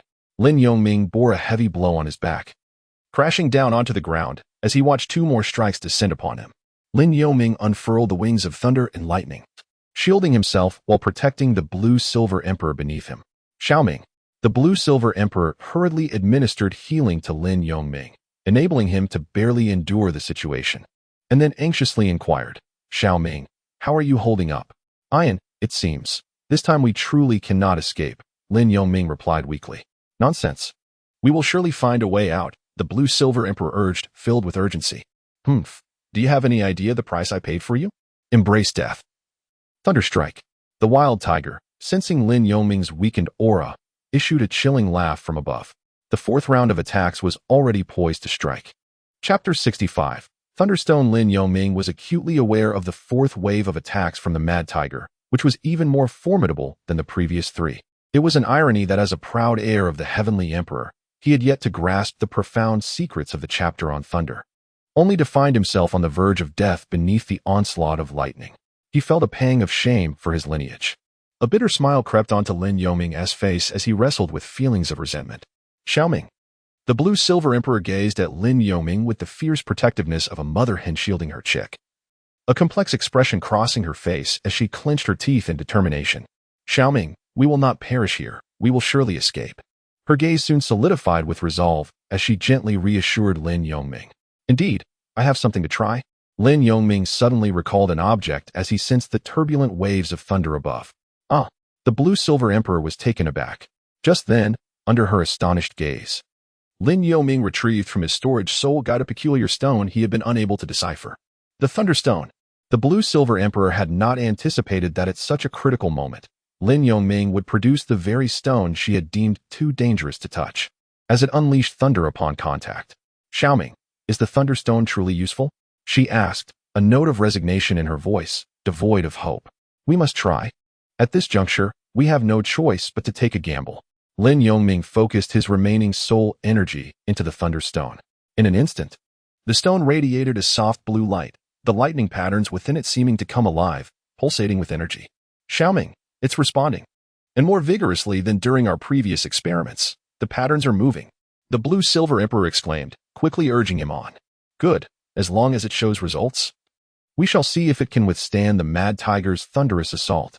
Lin Yongming nodded weakly, then raised his hand, the Thunderstone resting in his palm. Oh, are you begging for mercy? Too late. Descend, lightning. The Mad Tiger, mistaking Lin Yongming's gesture for a plea for clemency, sneered cruelly and unleashed his attack. The thunderous sound of the fourth lightning strike resonated like a tempest, descending rapidly and accurately upon Lin Yongming. Xiaoming. The Blue-Silver Emperor clutched Lin Yongming tightly, eyes shut in fear, silently resigning herself to the thought that perhaps dying together wasn't so bad after all. Please, Lin Yongming silently implored. However, The Mad Tiger's relentless thunderstorm struck mercilessly, crashing down onto the thunderstone in Lin Yoming's palm. To the astonishment of all three, the Mad Tiger's lightning was absorbed entirely by the stone. Impossible! I refuse to believe it. More lightning. The Mad Tiger, fixated on Lin Yoming, cried out in disbelief as he saw his attack absorbed. A second bolt descended, only to meet the same fate. What a remarkable stone. What on earth is this? Lin Yoming was equally astonished, unable to comprehend how such ferocious lightning was effortlessly consumed by the stone in his grasp. Hearing the thunder without discomfort, the blue-silver emperor peeked out and opened her eyes just in time to see the third bolt absorbed as well. What is this strange object? Is it a divine artifact? She speculated, shocked by her own unexpected hypothesis. Impossible. What kind of stone is that? The Mad Tiger, now aware of the thunderstone in Lin Yoming's hand, was incensed. Give it to me, he bellowed, furious at the sight of Lin Yoming's apparent helplessness thwarted by a mere stone. Yet this time, the thunderstone did not absorb the lightning. Instead, it emanated a deep blue glow, enveloping Lin Yoming and the blue-silver emperor in a protective barrier. The fourth strike of lightning failed to disturb the barrier in the slightest. Seeing the stone's transformation, the Mad Tiger furiously intensified the lightning formation, declaring, I refuse to believe that the attack of a soul saint can be hindered by a worthless rock. He unleashed a barrage of strikes, but all were effortlessly repelled by the luminous shield created by the thunderstone. Xiaoming, where did you find this stone? Perhaps we should gather more when we return. The blue-silver emperor's eyes widened in astonishment at the Mad Tiger's futile attacks. Lin Yoming could only respond with silent incredulity. Suddenly, all three noticed a beam of light emanating from the thunderstone, coalescing into a phantom outside the barrier. The figure was tall and imposing, with flowing deep blue hair, clothed in a simple blue robe. Who are you? The Mad Tiger was taken aback, unable to contain his curiosity. Before the figure could respond, the Mad Tiger impulsively launched another lightning attack. However, the figure remained unperturbed, slowly raising his hand to grasp the ethereal lightning energy from the Mad Tiger. Then with a slight flick, unleashed a thunderous strike identical to the Mad Tiger's. The attack shattered the Mad Tiger's lightning formation. How is it possible to seize the power of lightning? Such strength, could it be a tidal Douluo? Before the Mad Tiger could contemplate further, he suddenly fainted, blood spraying in an elegant arc as he collapsed 2 meters in front of Lin Yoming. You. The Mad Tiger's words were cut short as he succumbed to unconsciousness. A tidal Douluo. The blue-silver emperor gasped, retreating in fear into Lin Yoming's embrace. Thank you for your timely rescue, esteemed senior. Lin Yoming expressed his gratitude fervently. The figure turned to reveal a middle-aged man in his 40s, with deep blue eyes radiating a sacred aura. I never anticipated that your lightning elemental force could activate the remnants of my will within the Thunder Core. It has been many years. Young friend, take this Thunder Core. I await your arrival in the extreme Sea Thunder domain. As he finished speaking, the phantom began to fade. Esteemed senior, what is the extreme Sea Thunder domain? How do I reach it? Lin Yoming called out urgently. When the time comes, the extreme Sea Thunder domain will open its doors to you. The figure mysteriously replied before vanishing completely. The extreme Sea Thunder domain. What could it possibly be? Lin Yoming furrowed his brow in contemplation. Ian, do you know anything about it? He inquired of the blue-silver emperor. I don't even know about this stone. The name Thunderstone was given by me. How could I possibly know of the extreme Sea Thunder domain? The blue-silver emperor took a deep breath, feeling considerably relieved as she spoke. Moreover, didn't he, the esteemed senior, say that when the time is right, you will naturally know? She shook her head gently. The extreme Sea Thunder domain. Could it be a place of divine inheritance? Lin Yoming pondered, considering the possibility that the extreme Sea Thunder domain might indeed be a realm of divine legacy. Lin Yoming was acutely aware that such a place did not exist in the Douluo continent. Gods, could this apparition truly be a deity? The blue-silver emperor pondered similarly. Never mind, I shall not dwell on it. Since the elder has spoken, I will first secure the Thunderstone. Lin Yoming carefully stowed the Thunderstone back into the storage soul guide. This time, it was indeed a harrowing brush with death. Ian, we are safe now, Lin Yoming said with a faint smile, though his heart brimmed with joy. Indeed, the sensation of survival is truly delightful. The blue-silver emperor solemnly nodded in agreement. It appears that this soul sage has not yet perished. Let us deal with him and make our exit. Very well. Lin Yoming approached the ferocious tiger with a blade in hand, raising the thunder blade and without a moment's hesitation, severed the tiger's head, which met its end in a tranquil state of unconsciousness. Subsequently, Lin Yongming and Lan Yinhuang tidied up briefly before departing from the ravaged valley. By the time they left, darkness had enveloped the land, and the two found refuge in an abandoned house within a nearby village for the night. Xiaoming, have something to eat first. Then we shall replenish our soul power and tend to our wounds, Lan Yinhuang suggested as she produced some snacks from her storage soul guide. After battling for the better part of the day, both were left with scant soul power, utterly fatigued in body and mind, and their stomachs grumbled in hunger. Indeed, Lin Yongming replied, accepting the food and water that Lan Yinhuang offered. This harrowing experience has enlightened me to the brutal realities of the soul master realm. One misstep can provoke others, and the great soul arena feels far too tame in comparison. My strength is still woefully insufficient. Xiaoming, do not be hasty. Growth comes step by step. You have performed admirably, and I have genuinely felt the sense of security emanating from you, as you have protected me time and again. Lan Yinhuang reassured him, holding Lin Yongming's hand. Sister Ayin, please refrain from flattering me. Besides, I am a boy, and it is only right that I stand in front. Furthermore, it is thanks to your support that I was able to endure for so long. Lin Yongming responded with a gentle smile. What boy? I am older than you.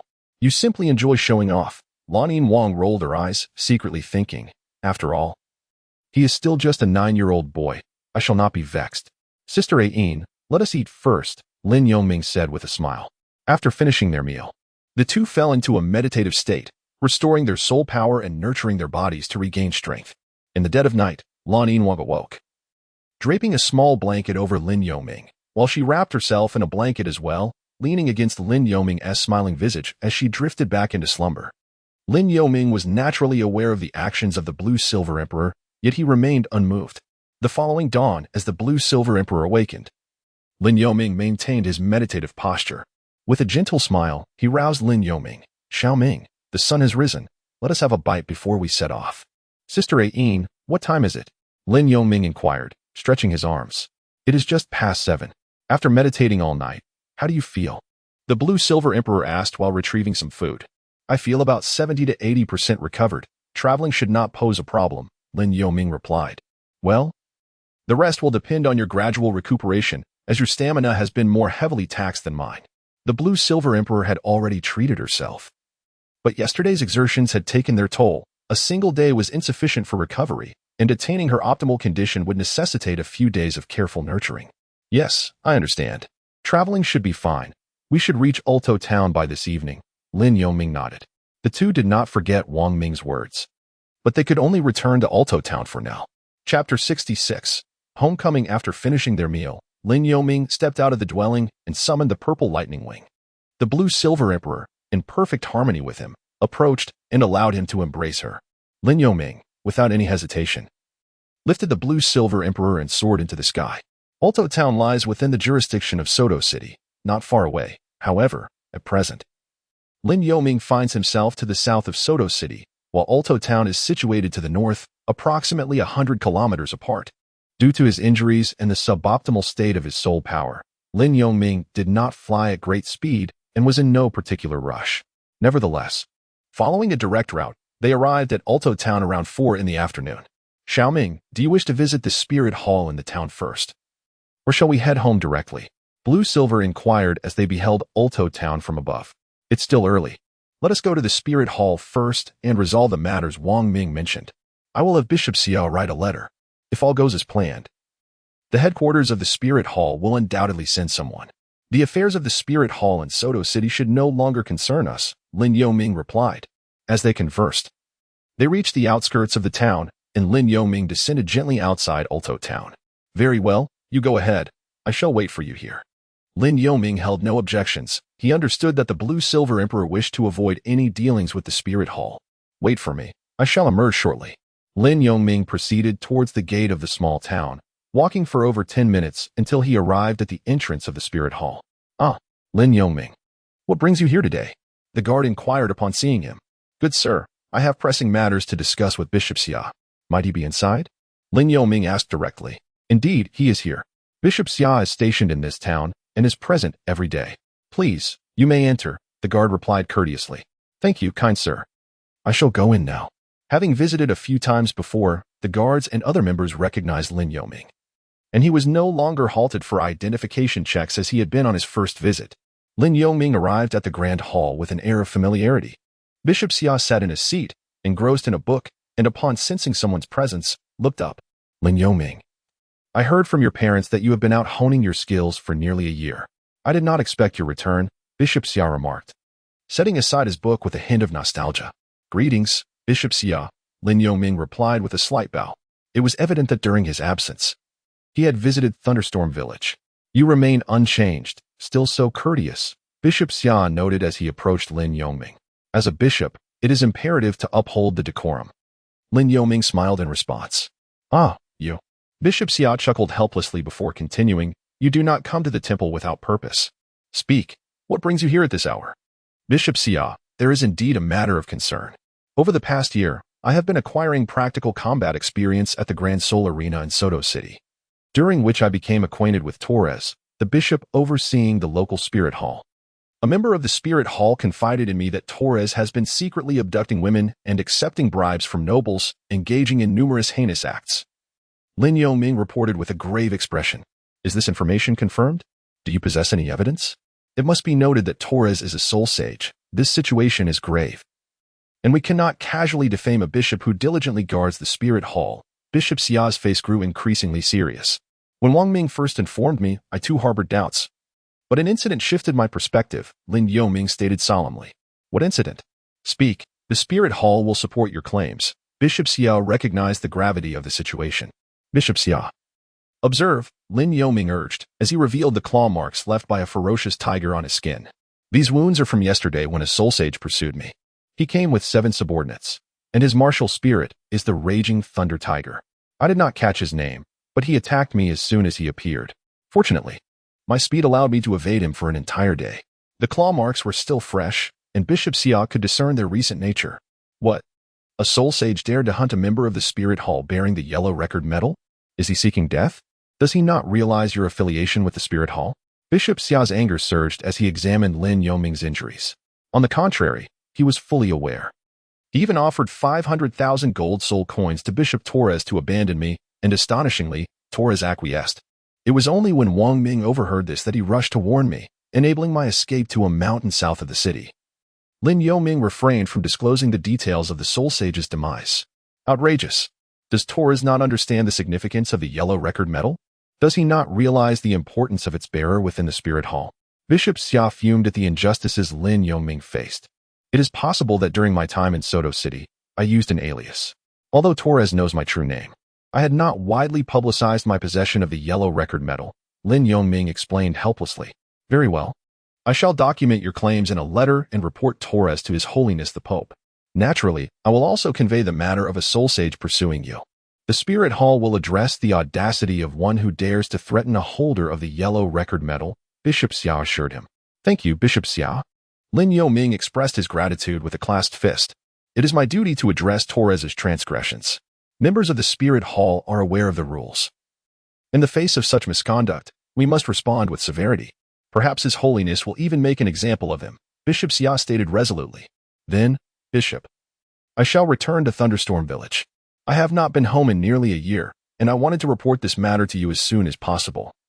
Lin Yoming announced his intention to take leave. Yes, you may go, Bishop Xia nodded, then inquired, have your injuries been treated? Would you like me to arrange for a healing soul master? Thank you for your concern, Bishop. I have already received treatment. I shall take my leave now. Lin Yoming replied, turning to exit the grand hall. Bishop Xia stood at the door, watching Lin Yoming depart before returning to his seat. He retrieved specialized stationery of the Spirit Hall and began documenting the 2 matters Lin Yoming had raised. Once finished, he summoned a messenger to dispatch the letter to the headquarters of the Spirit Hall. As Lin Yoming stepped outside the Spirit Hall and moved beyond the guard's sight, he cast a lingering glance at the structure. Revealing the identity of his pursuer was a strategic maneuver to ensure the Spirit Hall's support. For he was indeed a legitimate member of the Spirit Hall. If he could utilize their influence, why not? In the future, it was likely that he would be summoned by the Spirit Hall again, and he pondered how many more tasks awaited him. His conversation with Bishop Xia had taken a mere 10 minutes, and he did not keep Lan Yinhuang waiting for long. Have you finished? What was his attitude? Lan Yinhuang inquired with curiosity as she approached. I have finished. Bishop Xia is preparing to send a letter regarding my account. Lin Yoming sighed in relief. That is good news. Did you mention the incident with the Soul Sage? Lan Yinhuang pressed further. I did, but I did not disclose the part where we jointly defeated them.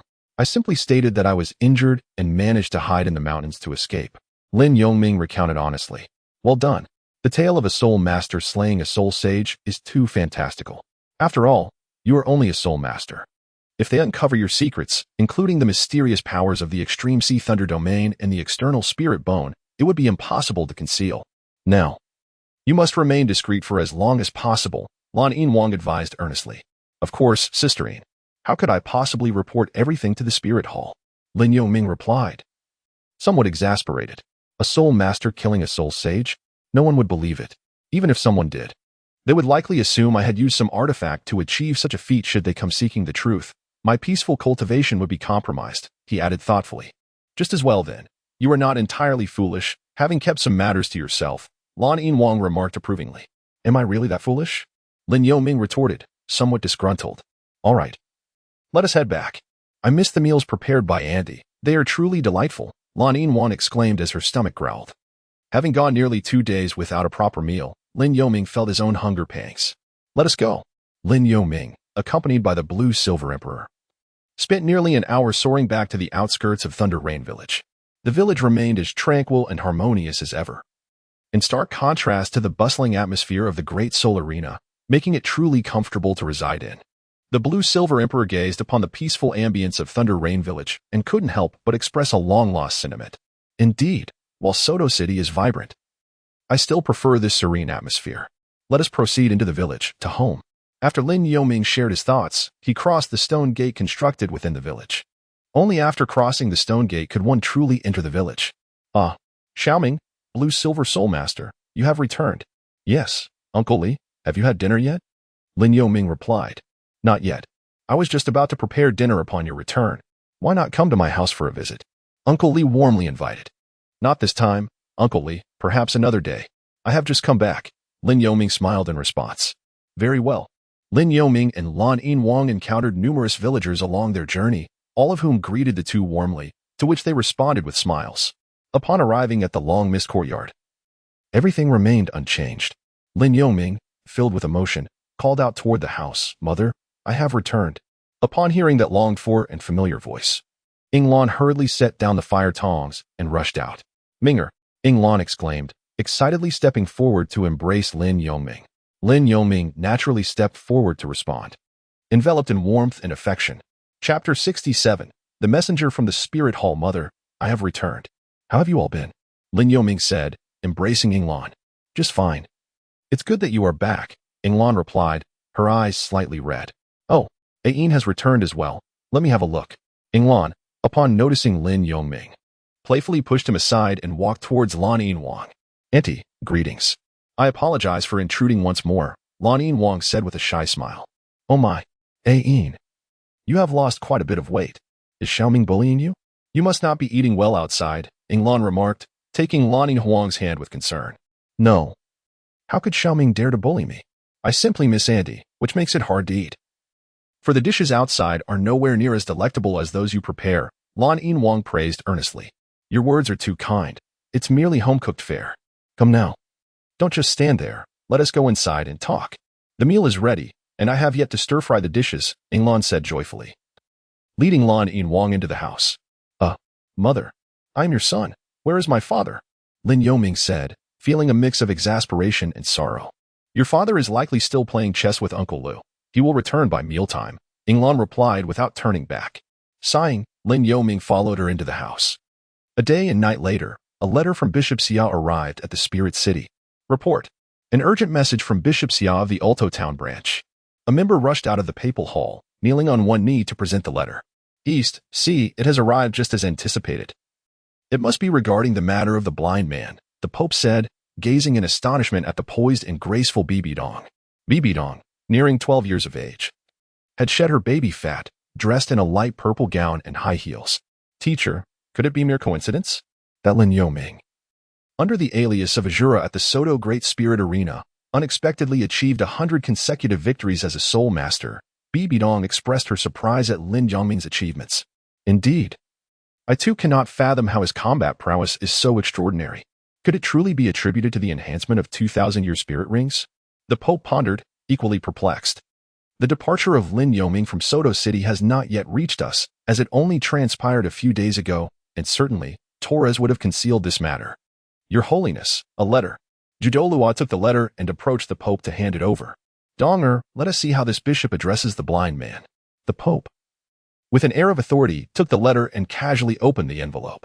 Upon reading its contents, his expression darkened, and he rose, exclaiming in anger, "Impudent!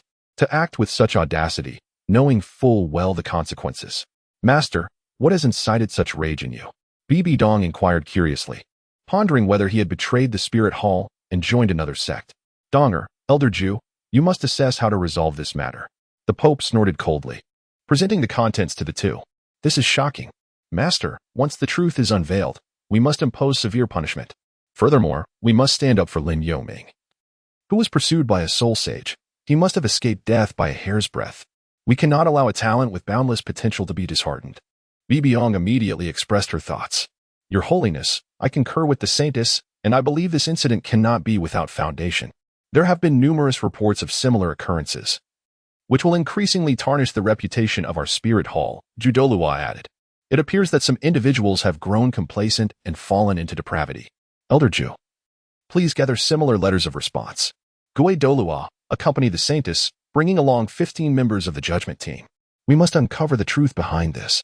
And I intend to make an example of Torres, to quell those who are stirring restlessly.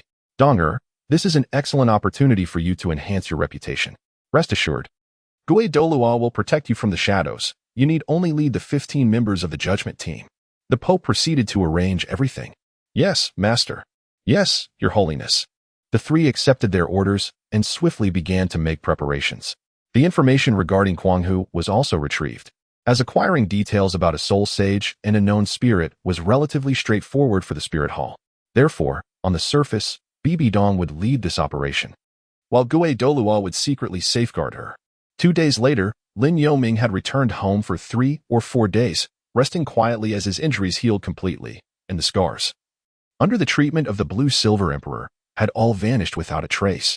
One evening, after dinner, the deacon Su Qing from the spirit branch arrived at Lin Yoming's residence. Brother Su, why have you come so late? Lin Yoming inquired, puzzled to see Su Qing. Xiao Bishop has informed me about your situation. Just this afternoon, the spirit hall dispatched envoys regarding this matter. Intending to rest here tonight, before heading to Soto City early tomorrow, they requested me to find you, Su Qing stated directly. Find me? Upon your arrival in Soto City, you can simply seek out that Wang Ming, Lin Yoming responded, confused. Indeed, but you are also a participant in this matter and can serve as a witness. Moreover, the Spirit Hall intends to support you regarding the soul sage who pursued you. Do you not wish for vengeance? Su Qing explained slowly. Understood, I shall go. Lin Yoming finally agreed. Very well, we shall depart tomorrow at 10. Be at the town by then, Su Qing said before leaving. Lin Ming, do you wish for me to accompany you? The Blue-Silver Emperor, who had remained silent, asked. Ian, you should stay here. Torres is a soul sage, and the Spirit Hall will undoubtedly send formidable reinforcements to prevent his escape, Lin Yoming replied, shaking his head at the Blue-Silver Emperor. Lin Yoming had a premonition that this time the Spirit Hall would not merely dispatch Soul Douluo-level individuals as before, but rather stronger spirit masters. After all, the Pope of the Spirit Hall needed to ensure that Torres could not escape. Otherwise, the reputation of the Spirit Hall would be irreparably damaged.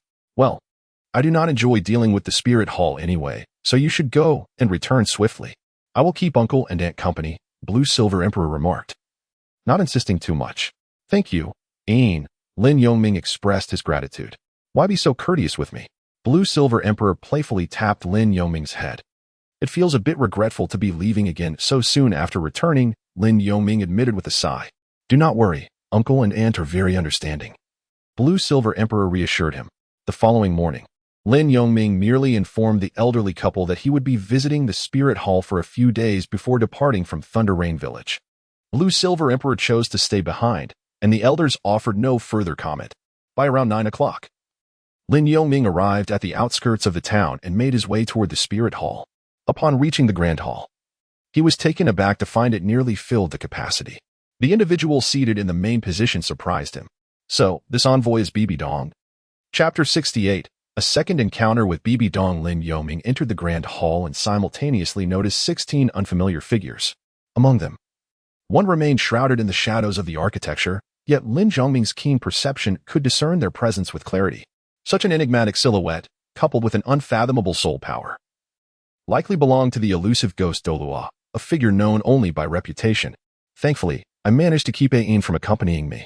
Otherwise, her unintentional presence would have surely revealed her identity. Upon realizing the existence of ghost Douluo, Lin Yoming felt a wave of relief wash over him. He also found solace in the fact that only Su Qing had visited the village the previous night, had Bibi Dong brought her entourage directly to Thunderstorm Village. The identity of the Blue-Silver Emperor might have been exposed. Furthermore, Lin Yoming detected the presence of the other 15 individuals. Although their soul powers did not possess the enigmatic depth of a titled Douluo, they were formidable, comparable to soul saints, exuding an aura of lethal intent that far surpassed that of the former Guardian Knight Corps. It seemed that the Spirit Hall had dispatched not just one mysterious team but also a titled Douluo, indicating that Torres had undoubtedly angered the Pope. Lin Yoming contemplated the situation, understanding that a leader of an organization would be most reluctant to encounter someone like Torres, whose actions could tarnish the organization's reputation. A single misstep could obliterate years of accumulated prestige and profit. Lin Yoming, you have arrived. Come, pay your respects to Her Highness, the Saintess, exclaimed Bishop Xia, who had noticed the newcomer, hastening to explain to Lin Yoming. He also informed Bibi Dong's group that he was one of their own. Lin Yoming, I have the honor to meet the Saintess. Lin Yoming bowed respectfully. Lin Yoming, it has been 2 years since we last met. I never imagined you would have reached the level of Soul Master and gained a reputation as a divine blind seer in Soto City.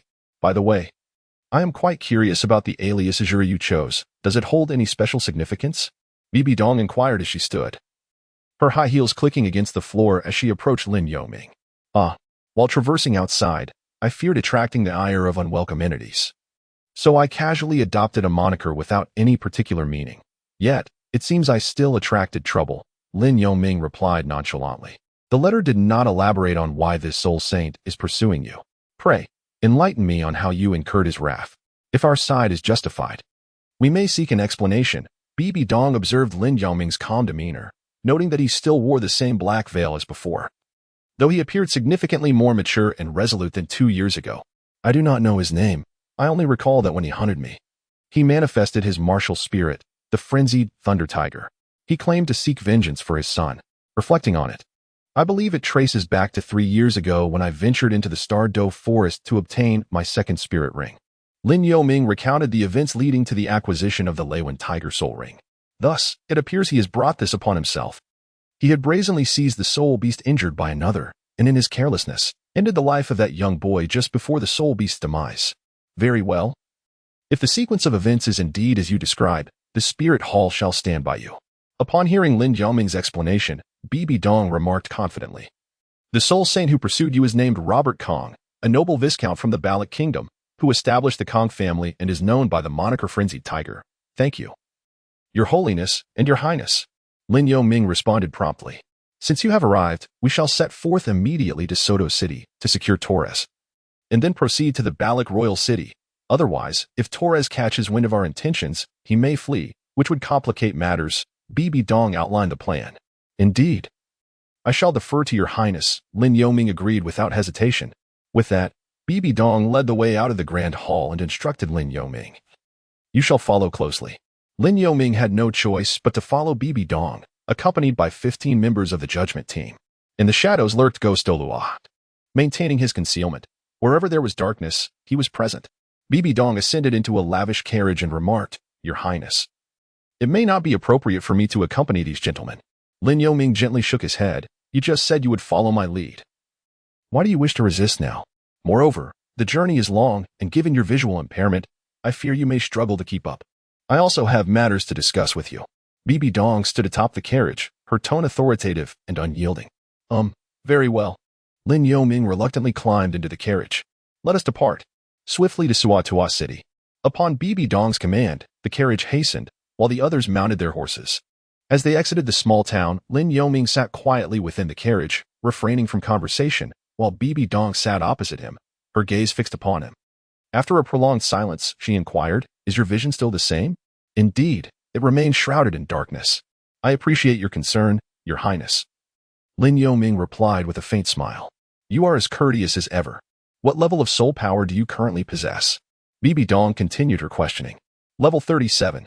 Just a few days ago, I unlocked some potential while being pursued by a soul saint, thus achieving a recent breakthrough," Lin Yoming explained.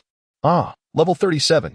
When we last met 2 years ago, you were merely at level 25, Bibi Dong exclaimed in surprise. "Moderately so.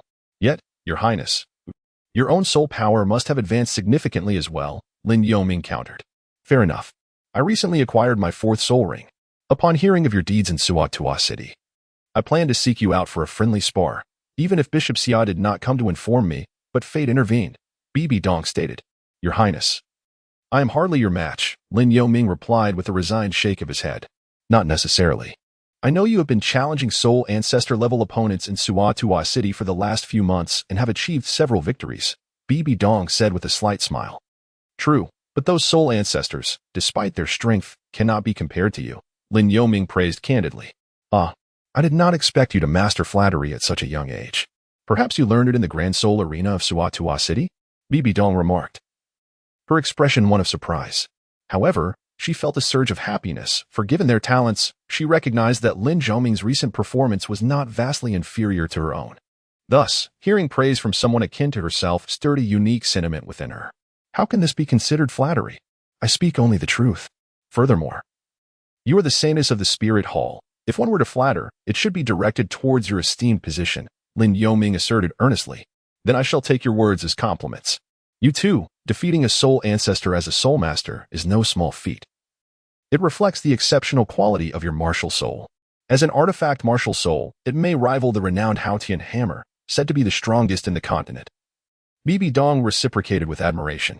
"Your Highness is too kind. I have much to improve," Lin Yoming humbly replied. "Haha, I see through your modesty. But enough of this. How have you been progressing with the fluctuations you mentioned?" Bibi Dong queried, curiosity evident in her tone. "Fairly well.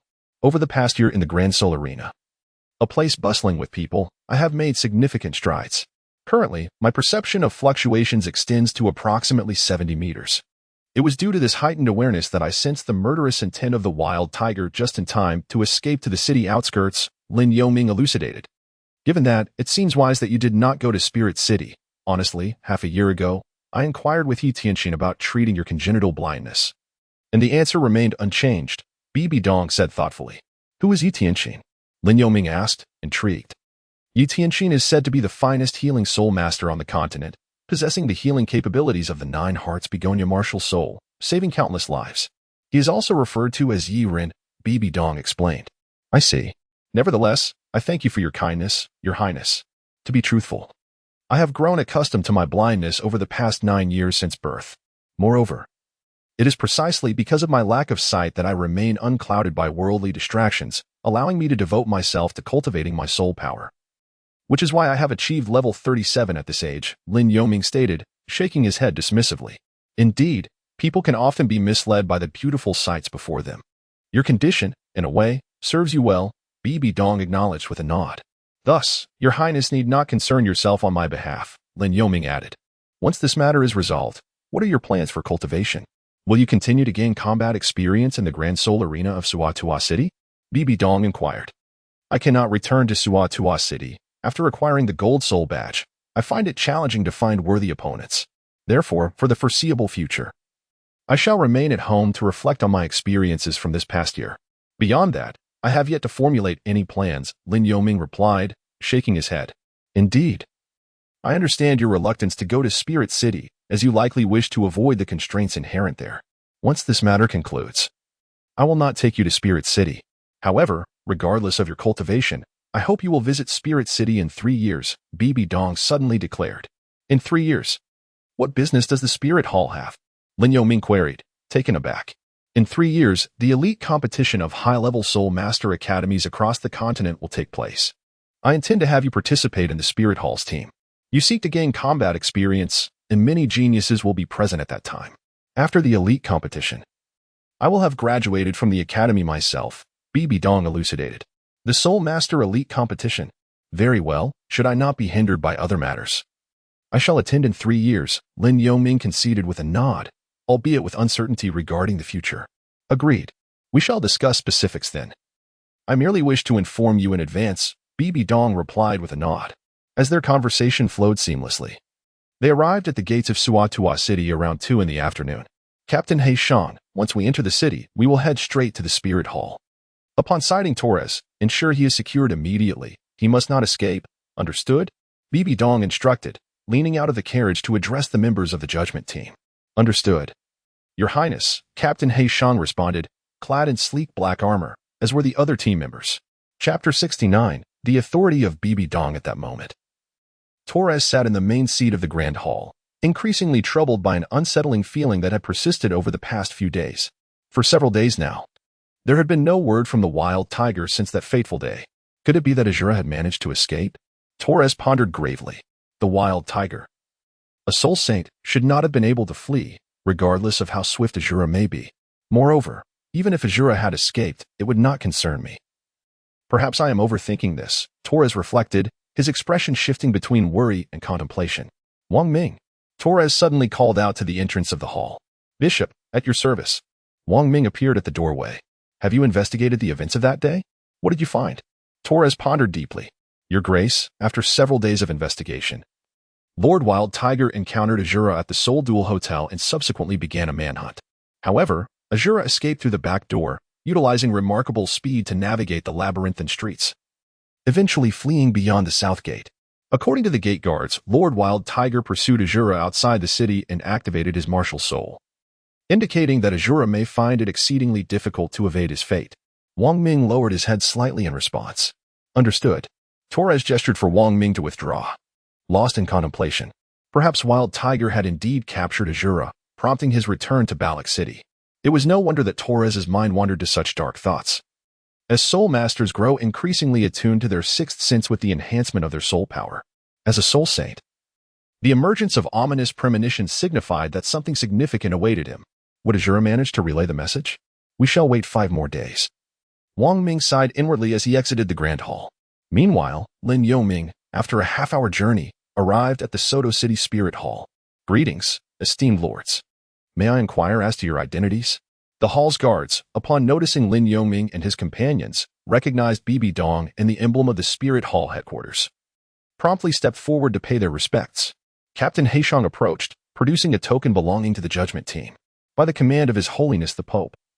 We are here to investigate the sub-branch. Yes, please enter. The guards hesitated, recognizing this as the Pope's most formidable elite unit, the judgment team. However, Captain He Shang did not enter immediately. Instead, he turned to address his teammates. You two, accompany me inside the hall to protect Her Highness. The rest of you, surround this area. We must ensure this matter remains unresolved and prevent anyone from escaping through the back. Understood?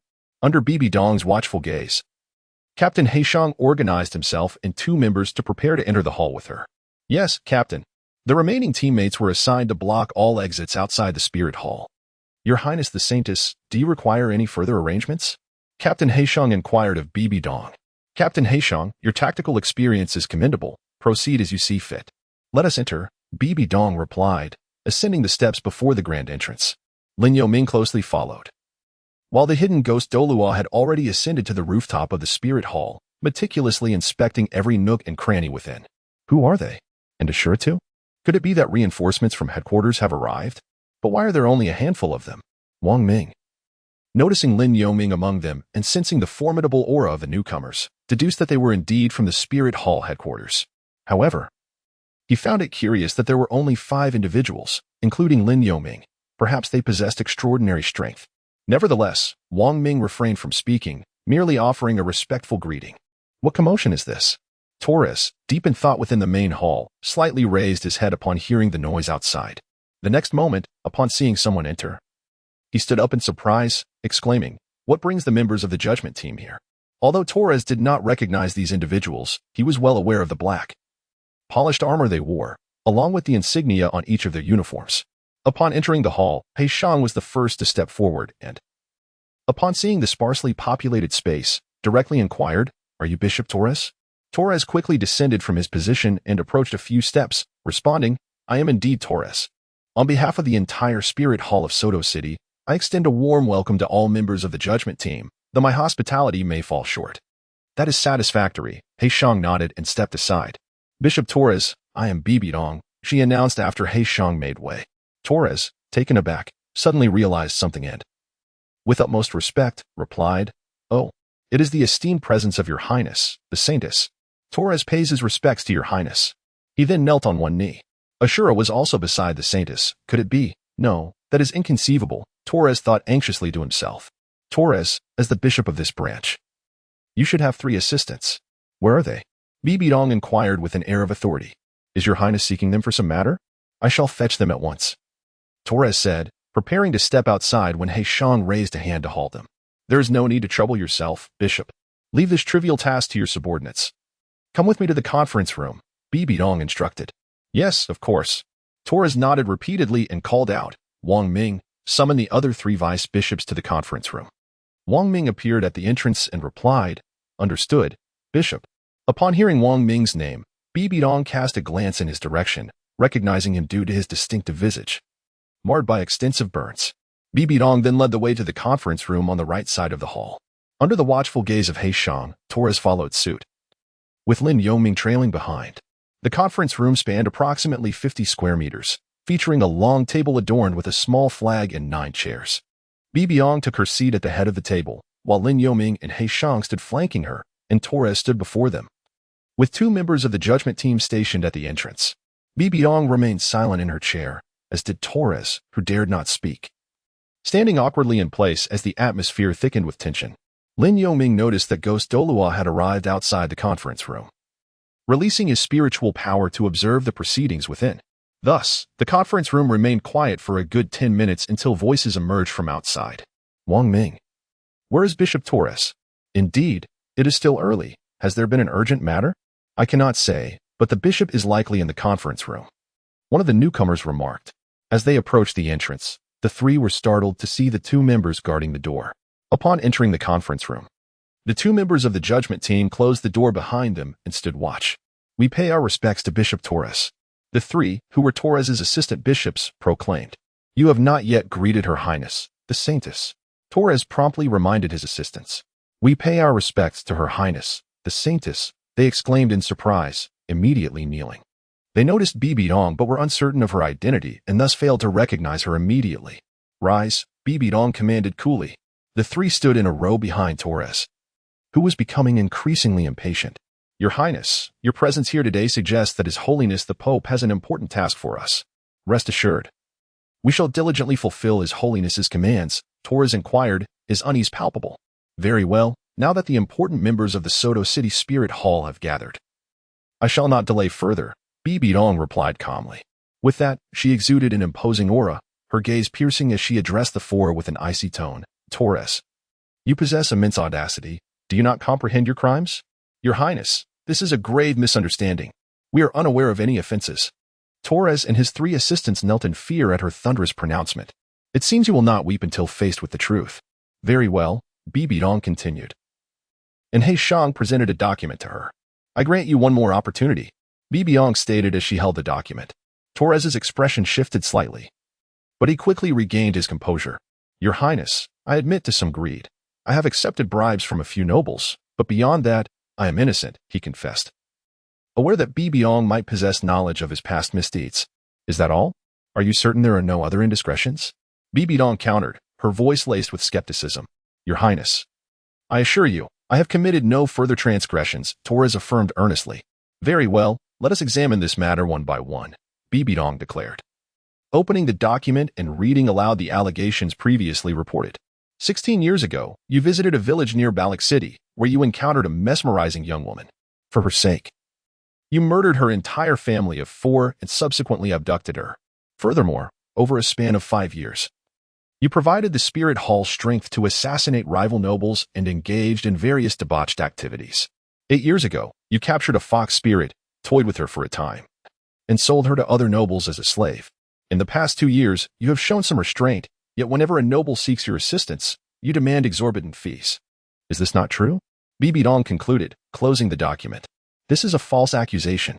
These events are mere fabrications by the enemies of the Spirit Hall. I have indeed accepted a few bribes, but they were minimal, and I merely took the money without carrying out any actions. Torres hastily defended himself. I have dutifully guarded Soto City for over 20 years. It is only natural that some would fabricate twisted facts to tarnish my reputation. Torres attempted to appeal to emotion. It appears I must procure evidence to elicit your acknowledgement of guilt. Wang Ming, enter. Outside the gate, Bibi Dong called out. Wang Ming entered under the judgment of the two members of the ruling council. Chapter 70, The Soul-Blocking Sacred Strike. Wang Ming had remained outside the conference room, listening intently to Bibi Dong's inquiries directed at the four members of Torres.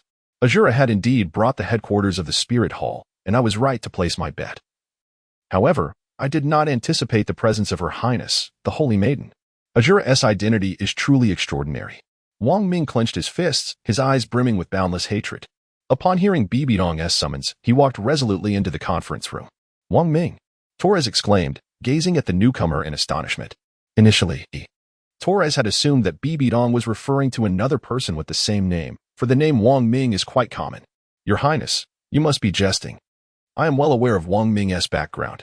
He merely performs menial tasks at the Spirit Hall, possessing only a first-level innate soul power. How could his words be trusted? Torres then flashed a confident smile at Bibi Dong. Nevertheless, Wang Ming paid no heed to Torres. Instead, he faced Bibi Dong and respectfully greeted. I pay my respects to Her Highness, the Holy Maiden. Lin Yoming, with great interest, prepared to observe how Wang Ming would substantiate the aforementioned claims. Wang Ming, please proceed. Bibi Dong nodded.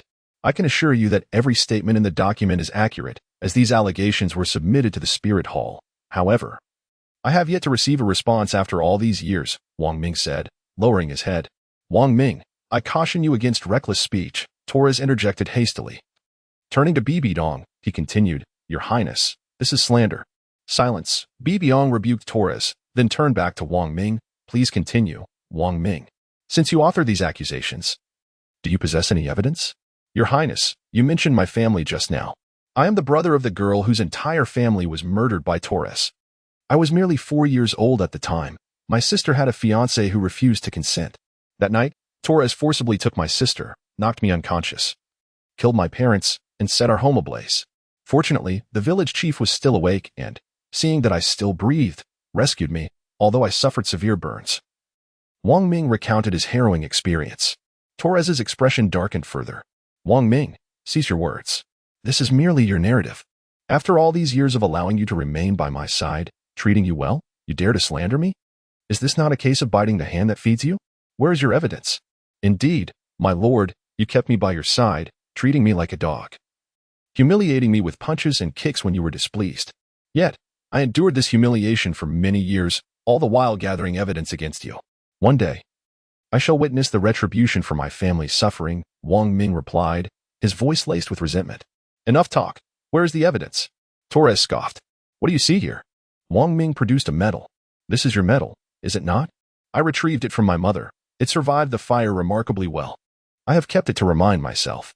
Even if it bears my name, it could easily be a forgery, Torres denied vehemently. Humph, I anticipated such a denial. Thus, I saved a considerable sum to acquire a rare recording soul tool at an auction. Fortunately, no one cared for such a trifling artifact. I concealed it in your office. Wang Ming sneered, channeling his soul power into a device resembling a trumpet, which then echoed with Torres's voice and conversations with others. This is merely an alternative recording device, is it not? Lin Yoming mused to himself. Torres, do you have anything else to say? Bibi Dong inquired coldly. Your Highness, this sound could also be fabricated. He could easily find someone with a similar voice and create a ruse. Torres attempted to defend himself once more. Torres, do not think you can evade justice. I have already gathered all your records. This ledger details the bribes received from the nobility, does it not? Furthermore, I am aware of a secret chamber you possess, which serves as your hidden stronghold. Wang Ming produced another notebook. By the way, the 500,000 gold soul coins that Robert delivered to you a couple of days ago are noted here, and on that day, I informed Azura to flee Soto City. Indeed, while I was preparing to leave the Duan Hotel, Wang Ming rushed into the lobby, advising me to exit through the back door, thus avoiding a confrontation with the Mad Tiger. He also instructed me to report your situation to the Spirit Hall headquarters. Lin Yoming affirmed, corroborating Wang Ming's account. Torres, do you now acknowledge your guilt? Lin Yoming pressed. Torres, you may not realize that Azura's true name is Lin Yoming, a prodigy who received the yellow medal at the age of 7. Even without the preceding incidents, your collusion in the pursuit of a yellow medal holder is unforgivable. Bibidong stated coldly. The yellow medal. Your Highness, I recognize my mistakes. May I plead for mercy from His Holiness the Pope? I am willing to surrender all my assets. Considering my years of service guarding Soto City for the Spirit Hall, having endured hardships if not achievements, Torres's face shifted dramatically as he implored Bibidong, crawling closer. It is too late. Had you known this would come to pass, you would have acted differently. The Pope has issued a death decree. Your execution will serve as a warning to others, Bibidong retorted sharply. Judgment Council members, seize them. Curse you, Holy Maiden. Die. However, before Bibidong could finish her command, Torres, now just a meter away from her, suddenly erupted. Brothers, let us seize this girl. Yet, Lin Yoming swiftly positioned himself in front of Bibidong, intercepting the attack. He was violently struck by Torres, stumbling backward into Bibidong. Lin Yoming had sensed Torres's rapid heartbeat and recognized his intent to abduct Bibidong. You seek death, Torres exclaimed, momentarily stunned by Lin Yoming's speed. But he quickly regained his composure and prepared to strike again. At that moment, a force shattered the conference room window, accompanied by an emotionless voice. 5th soul skill. Ghostly Shadow Abyssal Hand. As Lin Yoming rose, he observed that beneath Torres and his 3 aides lay a pool of black water, from which numerous shadowy hands emerged, ensnaring the 4. At that moment, a dark figure drifted in through the window, adorned with 9 resplendent soul rings. A title Douluo, the Elder. Upon seeing the ghost Douluo, Torres's face blanched in terror as he exclaimed, Damn it, the martial soul true form. Without hesitation, Torres summoned his 7th soul ring, preparing to unleash his martial soul true form. Humph. Seeking death, explode. The ghost Douluo sneered, and with a grip of his ghostly hands, he shattered the martial souls of all 4, rendering their abilities null and void in a single strike. They all coughed up a mouthful of blood simultaneously. The 3 aides fell unconscious, while Torres remained conscious yet, bereft of martial soul and soul power, collapsed to the ground like a lifeless rag. Immediately, Captain Heishang and his team restrained the 4. The title Douluo is terrifying indeed. A soul sage is but an ant in his presence, Lin Yoming thought in shock.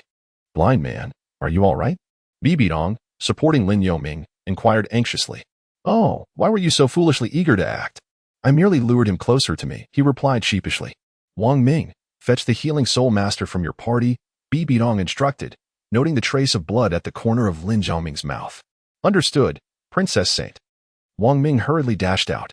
I sensed Torres's heartbeat quickening, anticipating an imminent attack, never expecting the princess would bring along a title Douluo elder. I was the one who panicked, Lin Yoming said with an awkward smile. Lin Yoming mistakenly believed that Bibidong was younger, failing to perceive Torres's actions. However, he realized that he had overthought the situation, momentarily forgetting that another title Douluo was present, even if the elder ghost was outside and unable to intervene. Captain Heishang was nearby, making it unnecessary for him to take action. Bibidong sighed, wishing she had informed him beforehand. Your Highness, this young brother is not aware of the circumstances and can hardly be blamed.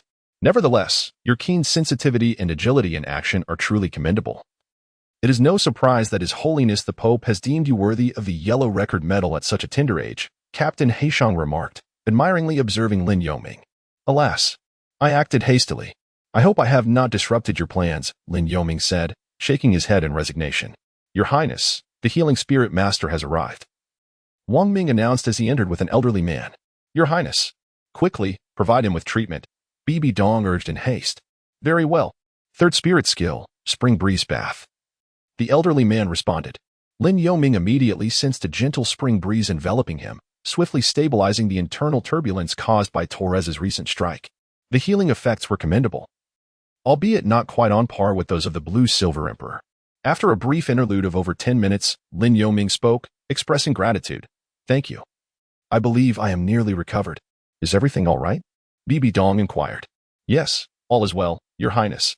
However, we must prioritize pressing matters, Lin Yoming promptly reminded her. Wang Ming, aside from these 3, who else has colluded with Torres? Bibidong directed her question toward Wang Ming. Your Highness, there are 5 palace guards who happen to be present in the hall today. Wang Ming responded with a bow. Captain Heishang, follow Wang Ming and gather them, she commanded. Understood. Leave 2 individuals to carry Torres and his companions out of the conference room and into the main hall. Before long, Captain Heishang and Wang Ming entered, escorting the 5 palace guards. Your Highness, they are all here, Captain Heishang reported promptly. Very well, Captain Heishang. Please prepare to escort them back to Spirit City with 9 of your men first thing tomorrow morning. The remaining 5 will accompany me to Balak City to seek out the Kong family, Bibi Dong instructed. Understood, the captain affirmed with a nod. Wang Ming. You mentioned that Torres has a secret chamber. Show us what he has concealed, Bibi Dong continued. Yes, Your Highness. Esteemed lords, please follow me. Wang Ming said respectfully as he exited the grand hall. After navigating around to the rear quarters, Wang Ming unlocked the central room, which was indeed Torres's chamber. He then led them into Torres's study, revealing a hidden passage behind a bookshelf. Your Highness, it is here, Wang Ming announced, opening the concealed compartment. The secret chamber lies below. Bibi Dong and Lin Yongming nodded in agreement, following the ghost Douluo down into the chamber. As they traversed the dimly lit passage, Wang Ming produced a lighting soul guide, illuminating a disturbing scene. The secret chamber was divided into 5 rooms, each containing various lewd implements. What depravity! Is this the extent of a sinister soul master's mindset? It is unimaginable that one could sink so low, such is the nature of a wicked soul master. Bibi Dong seethed, her fury ignited by the sight of the implements and the stains upon the floor, a testament to the unspeakable torments endured by countless victims. To avoid alarming any potential threats, I too am visiting this place for the first time. My sister must have perished under his torment. It is infuriating. I long to see him suffer 1,000 deaths. Wang Ming exclaimed, striking the wall with his fist. Who would have thought Torres harbored such pathological tendencies? Lin Yongming lamented. The innermost room was tightly sealed, presumably housing Torres's ill-gotten wealth. Bibi Dong approached it. With a forceful punch, the ghost Douluo breached the door, revealing an array of boxes brimming with treasures and chests overflowing with gold soul coins, estimated to be worth no less than several tens of millions. How much has Torres greedily amassed? Bibi Dong gasped in astonishment. Your Highness, there is a girl unconscious behind the boxes. The ghost Douluo remarked as he moved the boxes aside. In the corner, a young girl lay curled up, prompting Bibi Dong to rush over and kneel beside her. She still has a pulse. It seems she has fainted from hunger, but she bears no injuries clearly. She has not yet fallen victim to Torres's malice. Bibi Dong assessed after a thorough examination. Upon closer inspection, Bibi Dong realized the girl appeared to be around 12 years old, with a delicate countenance. Elder Ghost. Gather these riches, we must take her and leave, Bibi Dong instructed while lifting the girl into her arms. Very well, the ghost Douluo nodded. Using a spatial soul guide to collect the wealth, Lin Yongming and another person followed Bibi Dong out of the peculiar-smelling secret chamber. Upon exiting Torres' room, Bibi Dong inquired, Wang Ming, where is your room? Please have her come to your quarters, and you can take care of her. Certainly, Wang Ming replied, leading Bibi Dong to a storage room within the spirit hall. At the far end, there was merely a clean little bed, surrounded by a chaotic assortment of items. Wang Ming, I feel quite sorry for you in this situation, Bibi Dong remarked sympathetically as she surveyed the environment. It is of no consequence, now that I have avenged my great grievance. Everything is worthwhile. Furthermore, I am immensely grateful to you. Without the headquarters, avenging myself against Torres would have been exceedingly difficult given my talents, Wang Ming stated, shaking his head dismissively. Alas, the spirit hall is overstaffed, and it is regrettable that our headquarters did not take your report seriously in the past. When I return, I shall explain everything to His Holiness, Bibi Dong replied resolutely. Your words bring me joy, Princess Saint, Wang Ming said, raising his gaze towards the heavens. Bibi Dong glanced at Wang Ming, choosing not to say anything further, and returned to the grand hall. Lin Yongming noticed Wang Ming's emotions. He needed tranquility and wished to express his gratitude for the prior notification. However, understanding Wang Ming's need for peace, Lin Yongming refrained from interrupting him. Chapter 71. Soul devouring grass throughout the afternoon. Bibi Dong issued various directives within the grand hall while also announcing the transgressions of Torres and his entourage to the others in the soul hall of Soto City. For the time being, you shall all remain at your posts and refrain from receiving any visitors. I shall compose a letter now. Until His Holiness the Pope appoints a new bishop to commence official duties. Captain Heishan, how fares your situation? Bibi Dong inquired. Your Highness, I have already confined Torres and his associates within a cage, their powers rendered utterly ineffective. They can be transported by dawn, Captain Heishang promptly replied. Very well. Then immediately draft a letter to inform of the situation here, requesting His Holiness the Pope to send several bishops. Also, ensure that Torres's secret chamber is sealed. Bibi Dong commanded without delay. Understood. Lin Yoming observed Bibi Dong's commanding presence throughout the afternoon. Her thoughts were exceptionally lucid, and her arrangements were meticulously organized, devoid of any superfluous actions. She truly exemplified the potential of a future pope of the Spirit Hall, displaying the innate qualities of a leader at such a tender age. Lin Yoming silently marveled at her capabilities. Once all matters were arranged and darkness enveloped the sky, they dined together. Due to Bibi Dong and her party's long journey from Spirit City, they retired to the spare rooms to rest early. Lin Yoming was also preparing to rest when he suddenly heard a commotion from behind. Upon hearing the commotion emanating from the storage room where Wang Ming was, Lin Yoming recognized the unmistakable voice of a terrified young girl who had evidently awakened. "No, don't come any closer," she cried out in sheer panic. The dim light revealed her startled expression as she caught sight of Wang Ming's figure. "Fear not, young lady. I am Wang Ming, and you are safe now." "Everything is all right," he reassured her in a gentle tone. Yet, despite his comforting words, the girl remained huddled in the corner, trembling and casting fearful glances at him. "She has awakened, Wang Ming," Lin Yoming remarked as he approached. "Indeed, it seems she is still shaken from her previous encounter with Torres. She is too frightened to speak." Wang Ming replied with a hint of exasperation. "Wang Ming, please fetch her something to eat," Lin Yoming instructed. "Certainly, I shall be right back," Wang Ming replied. Promptly hurrying out, Lin Yoming sat on the chair beside the bed, smiling gently at the young girl as he said, "My dear, do not be afraid. You are safe now. Those who captured you have been dealt with. May I inquire your name and where you reside? We shall escort you home at dawn, if that pleases you." "Really?" the girl tentatively responded. Lin Yoming let out a sigh of relief. The response indicated that there was still a chance for redemption. "Of course. Do you see this place as the dark room where you were previously confined?" Lin Yoming nodded and spoke. The person who just left was named Wang Ming. Despite the disfigurement of his face, he possesses a gentle heart. It was he who discovered you, and, upon seeing you faint from hunger, allowed you to rest here temporarily. Noticing the girl remained silent, Lin Yoming continued. The girl still did not speak, yet her trembling had ceased. Before long, Wang Ming entered with a bowl of porridge and several buns. "You must be hungry. However, I am unaware of how long you have been without food. So I brought some porridge and vegetable buns," he said, approaching Lin Yoming and offering the food to the girl. The girl glanced at Lin Yoming and Wang Ming, both of whom appeared to be of a similar age, and slowly extended her hand, driven by her undeniable hunger. She quickly seized a bun and began to devour it voraciously, nearly choking in the process. "Take your time eating. Your stomach is empty. Start with the porridge to warm your stomach," Wang Ming advised. Observing the girl eat slowly, Lin Yoming rose and said to Wang Ming, "Let her eat at her own pace." After Lin Yoming stepped out of the storeroom, Wang Ming followed closely behind. "Thank you for what you did earlier. If you ever need my assistance in the future, do not hesitate to ask." Lin Yoming expressed his gratitude to Wang Ming. "Actually, it is I who should be thanking you, Azura.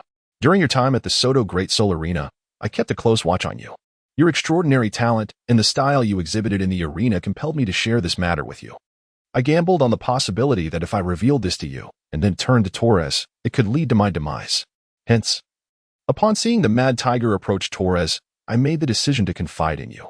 I never anticipated that your letter would indeed capture the attention of the Spirit Hall, prompting them to dispatch a Saintess and an Elder. Were it not for your daring act of delivering the letter, I fear I would not have had the chance for vengeance today. Thank you, Azura," Wang Ming said solemnly. "Regardless, you have provided me with assistance. Moreover, upon hearing your words, I ought to inform the Spirit Hall headquarters about Torres's actions," Lin Yoming replied with a wry smile. "Nonetheless, after enduring humiliation and survival here for many years, now that I have avenged myself, what do you plan to do next? Will you remain here or venture elsewhere?" Lin Yoming inquired with curiosity. "The Spirit Hall is an immense organization, filled with a mix of individuals. Now that I am finally liberated and have settled my score, I cannot continue to stay here. Therefore, I intend to return to my hometown and lead a simple, unremarkable life," Wang Ming reflected. "Indeed, you are correct. Simplicity can also be a form of happiness. I support your decision," Lin Yoming acknowledged Wang Ming's perspective. Given that Wang Ming's innate soul power was only level 1, and he had only reached level 13 at nearly 20 years of age, combined with his exposure of others' actions within the Spirit Hall, it was clear that Wang Ming would face ostracism in Soto City's Spirit Hall, as his colleagues would no longer trust him. Thus, remaining there was not a wise choice. Thank you, but I know that a talent like yours is destined for greatness. And being part of the Spirit Hall often comes with a lack of autonomy. As I prepare to depart, I have little to offer in return. But I possess a wondrous herb. I cannot ascertain its name, yet this herb, when touched by a person, will sever their connection to their martial soul for about 30 seconds, causing them to lose their soul power, which will only return after approximately an hour, Wang Ming said, producing a glass vial containing a dark green plant. Such a herb exists. Lin Yoming was taken aback. I discovered it in a cave deep within the mountains. When my hand brushed against the plant, a mysterious energy flowed into my body. After a while, I realized that I had lost my connection to my martial soul, and I could not utilize my soul power. Fortunately, after more than an hour, my martial soul and soul power returned. Hence, I named it Soul-Severing Herb, symbolizing the severance of martial souls and soul power. I hope you find it useful in times of danger within the Spirit Hall. Wang Ming offered the Soul-Severing Herb. Take it. It is of no use to me now, Wang Ming urged. Then I shall accept it graciously. Thank you for the Soul-Severing Herb, Lin Yoming responded, appreciating Wang Ming's sincerity. Remember, do not touch it with your bare hands. If you need to extract it, use your soul power to remove it from the vial. Wang Ming cautioned. I understand. Thank you, Lin Yoming nodded, taken aback by Wang Ming's foresight in using a glass vial filled with water to preserve the herb's vitality. I had intended to use the soul-severing herb against Torres, but alas, without allies, even if he came into contact with it and lost his soul power, he had assistance by his side, leaving me no opportunity to act, Wang Ming lamented. I comprehend. It is indeed unrealistic to confront a soul sage alone. However, consider this. Your vengeance has been fulfilled, has it not? Furthermore, I hope you return to your hometown and live for yourself. Life always holds hope. For instance, I was born blind, dwelling in darkness, yet the light within my heart prevents the shadows from overwhelming me. Where there is light, there is darkness. Where there is darkness, there is light. The two coexist in mutual dependence, otherwise, the world would be engulfed in chaos, Lin Yoming consoled, misunderstanding Wang Ming's intentions of returning home as a desire for self-destruction. Azura, I grasp your meaning. You are overthinking. I am merely weary of a life filled with deceit. Now that I have avenged my grievances, it is time for me to return home and contribute to my community. Wang Ming replied with a smile. That is good to hear. As for the girl inside, you will take care of her tonight, Lin Yoming nodded. Rest assured. You should take care of yourself. You sustained some injuries this afternoon, Wang Ming reassured, glancing back towards the room. Lin Yoming nodded and returned to his chamber. The following day, everyone rose early, particularly Captain Heishang, who led a group dragging a cage out of the city. By Bibi Dong's side remained 4 members of the judgment team and the ghost Douluo. Observing Captain Heishang's departure, Lin Yoming and the others returned to the main hall. Your Highness, the fate of Torres has been sealed.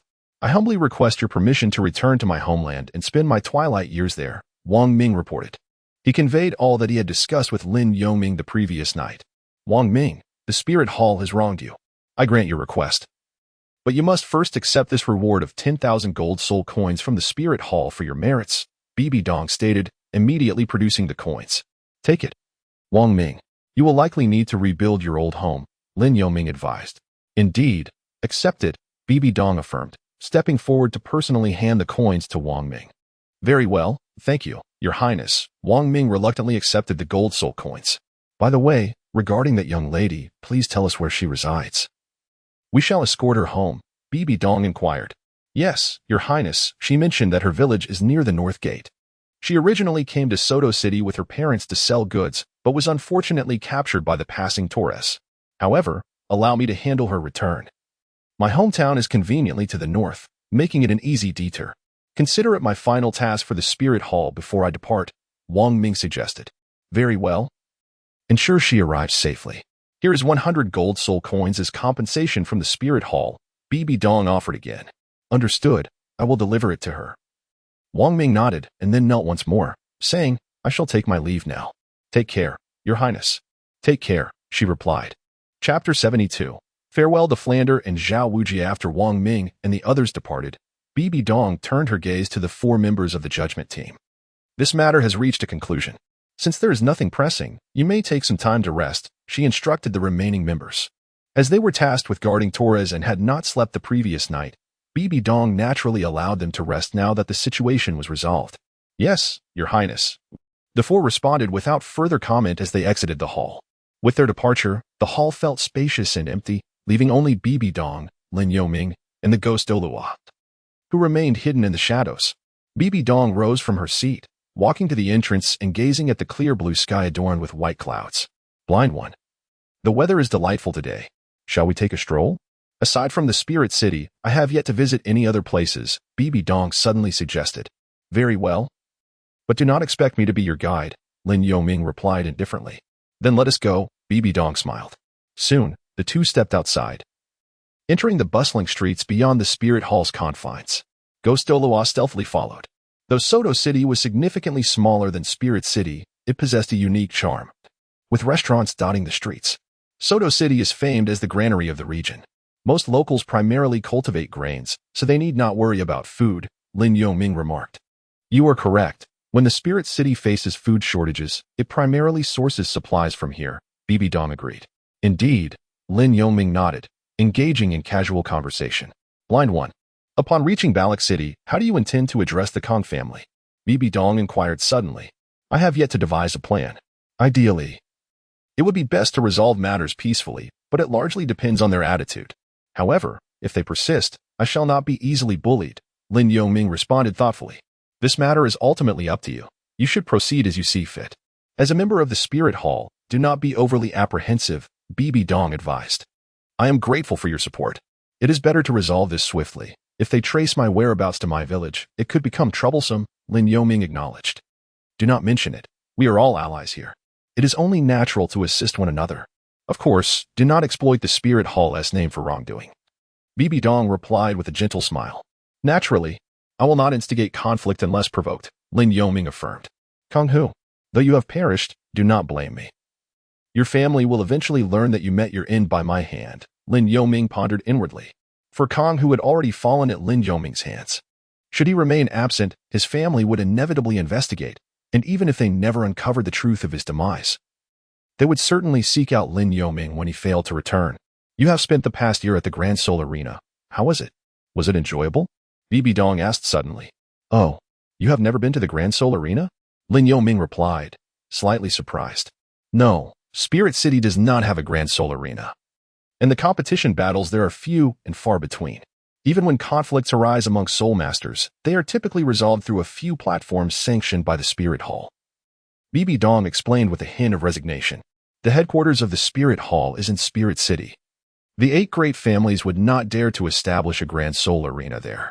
Even if they did, it would likely become a property of the Spirit Hall. I see. The Grand Soul Arena is indeed a splendid place for novice Soul Masters to hone their practical experience, encountering opponents with diverse martial spirits and abilities.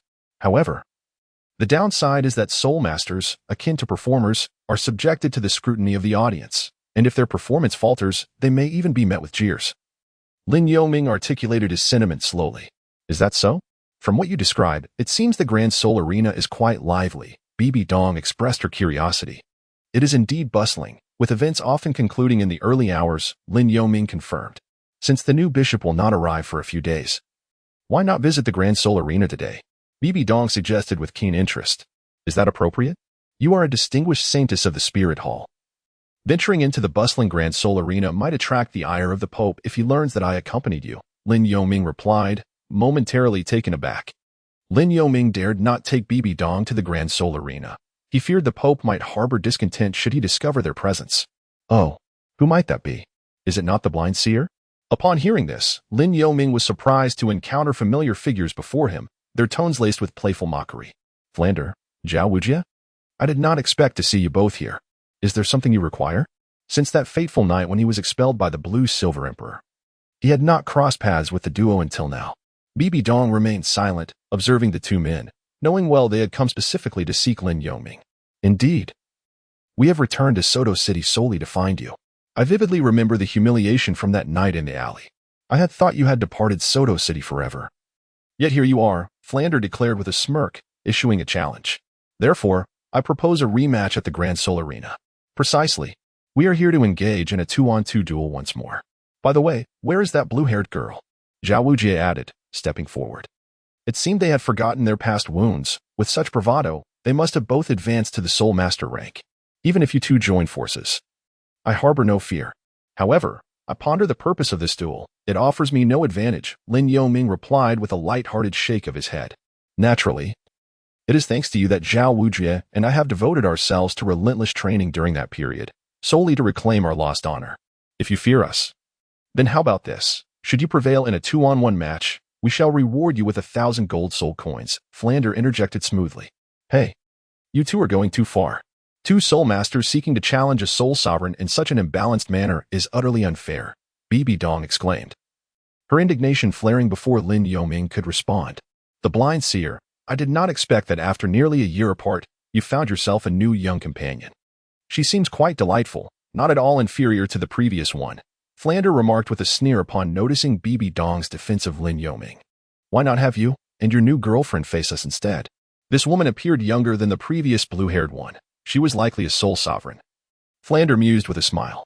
Who says she is my girlfriend? I warn you to refrain from making baseless assertions, Bibi Dong quickly countered. Flander is right. Even if she is merely a friend, a 2-on-2 match would be fair, wouldn't it? Zhao Wujie chimed in. Very well, a 2-on-2 it shall be. Bibi Dong declared on behalf of Lin Yoming. Lin Yoming, upon hearing the words of the two that one would not perish if one did not court danger, could only silently pray for Flanders and Zhao Wujing for a few moments. After all, Bibi Dong was not like the blue-silver emperor. She would not be so gentle. What do you say, blind man? Flanders inquired, turning to Lin Yoming. Since you have forgotten the pain, I suppose I must remind you why the flowers bloom so red. With such words spoken, Lin Yoming found himself at a loss for a retort. Just then, Bibi Dong expressed her desire to visit the Grand Soul Arena. And the opportunity had arrived. Lin Yoming willingly accepted the challenge. Very well, we shall meet at the Grand Soul Arena tonight at 7. Old Zhao, let us depart. With that, Flanders left the sight of Lin Yoming and the others, calling out for Zhao Wujing. Once the two had departed, Bibi Dong curiously inquired of Lin Yoming. What is the matter with them? They come at you with provocation right away. Lin Yoming had no choice but to recount his encounter with the two individuals to Bibi Dong. How shameless of them. Rest assured, I shall assist you in ensuring they have an unforgettable experience. Upon hearing Lin Yoming's words, Bibi Dong could not help but scoff at the audacity of Flander and Zhao Wujie. By the way, what is the story behind that blue-silver girl? Is she truly your little girlfriend? Bibi Dong inquired curiously. Look at my age. She's at most a good companion, a dear friend, Lin Yoming replied, feeling somewhat helpless. What does that matter? Some individuals on Douluo continent marry at 12 and start having children by 14, Bibi Dong retorted with a dismissive expression. How is that even possible? Lin Yoming responded, speechless. Indeed, such circumstances existed on Douluo continent, yet Lin Yoming found it difficult to accept the notion of such young ages. 12 years old. In my previous life, that was just about finishing elementary school. By the way, is she beautiful? Bibi Dong's curiosity resurfaced. Do I look like someone who can see? However, she is kind-hearted, understanding, and gentle. Her name is Blue Silver, as in blue silver grass, Lin Yoming pondered before replying. I shouldn't have asked that. Bibi Dong observed Lin Yoming, who was perpetually obscured by a black veil, but inwardly mused, a gentle girl? Your Highness the Saintess, let us continue our shopping. Seeing that Bibi Dong was unmoving, Lin Yoming turned to speak. Oh, all right. You need not call me Saintess outside. We are somewhat familiar now. Just call me Bibi Dong.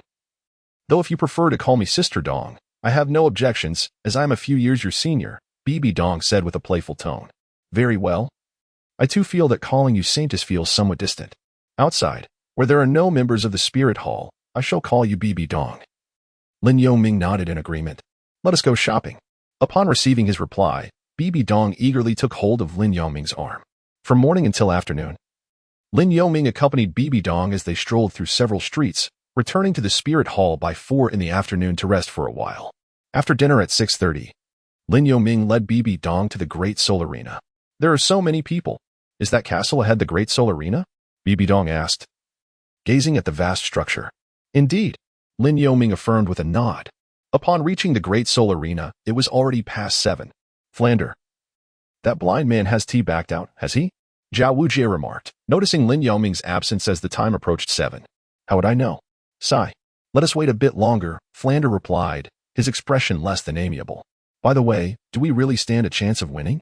I heard that blind man has been here for nearly a year and possesses the Golden Soul Badge, not to mention he can challenge soul masters across realms. Zhao Wujie expressed his doubts. Impossible. We are both now soul masters. How could he, a soul sovereign, defeat us? I shall take the offensive while you defend.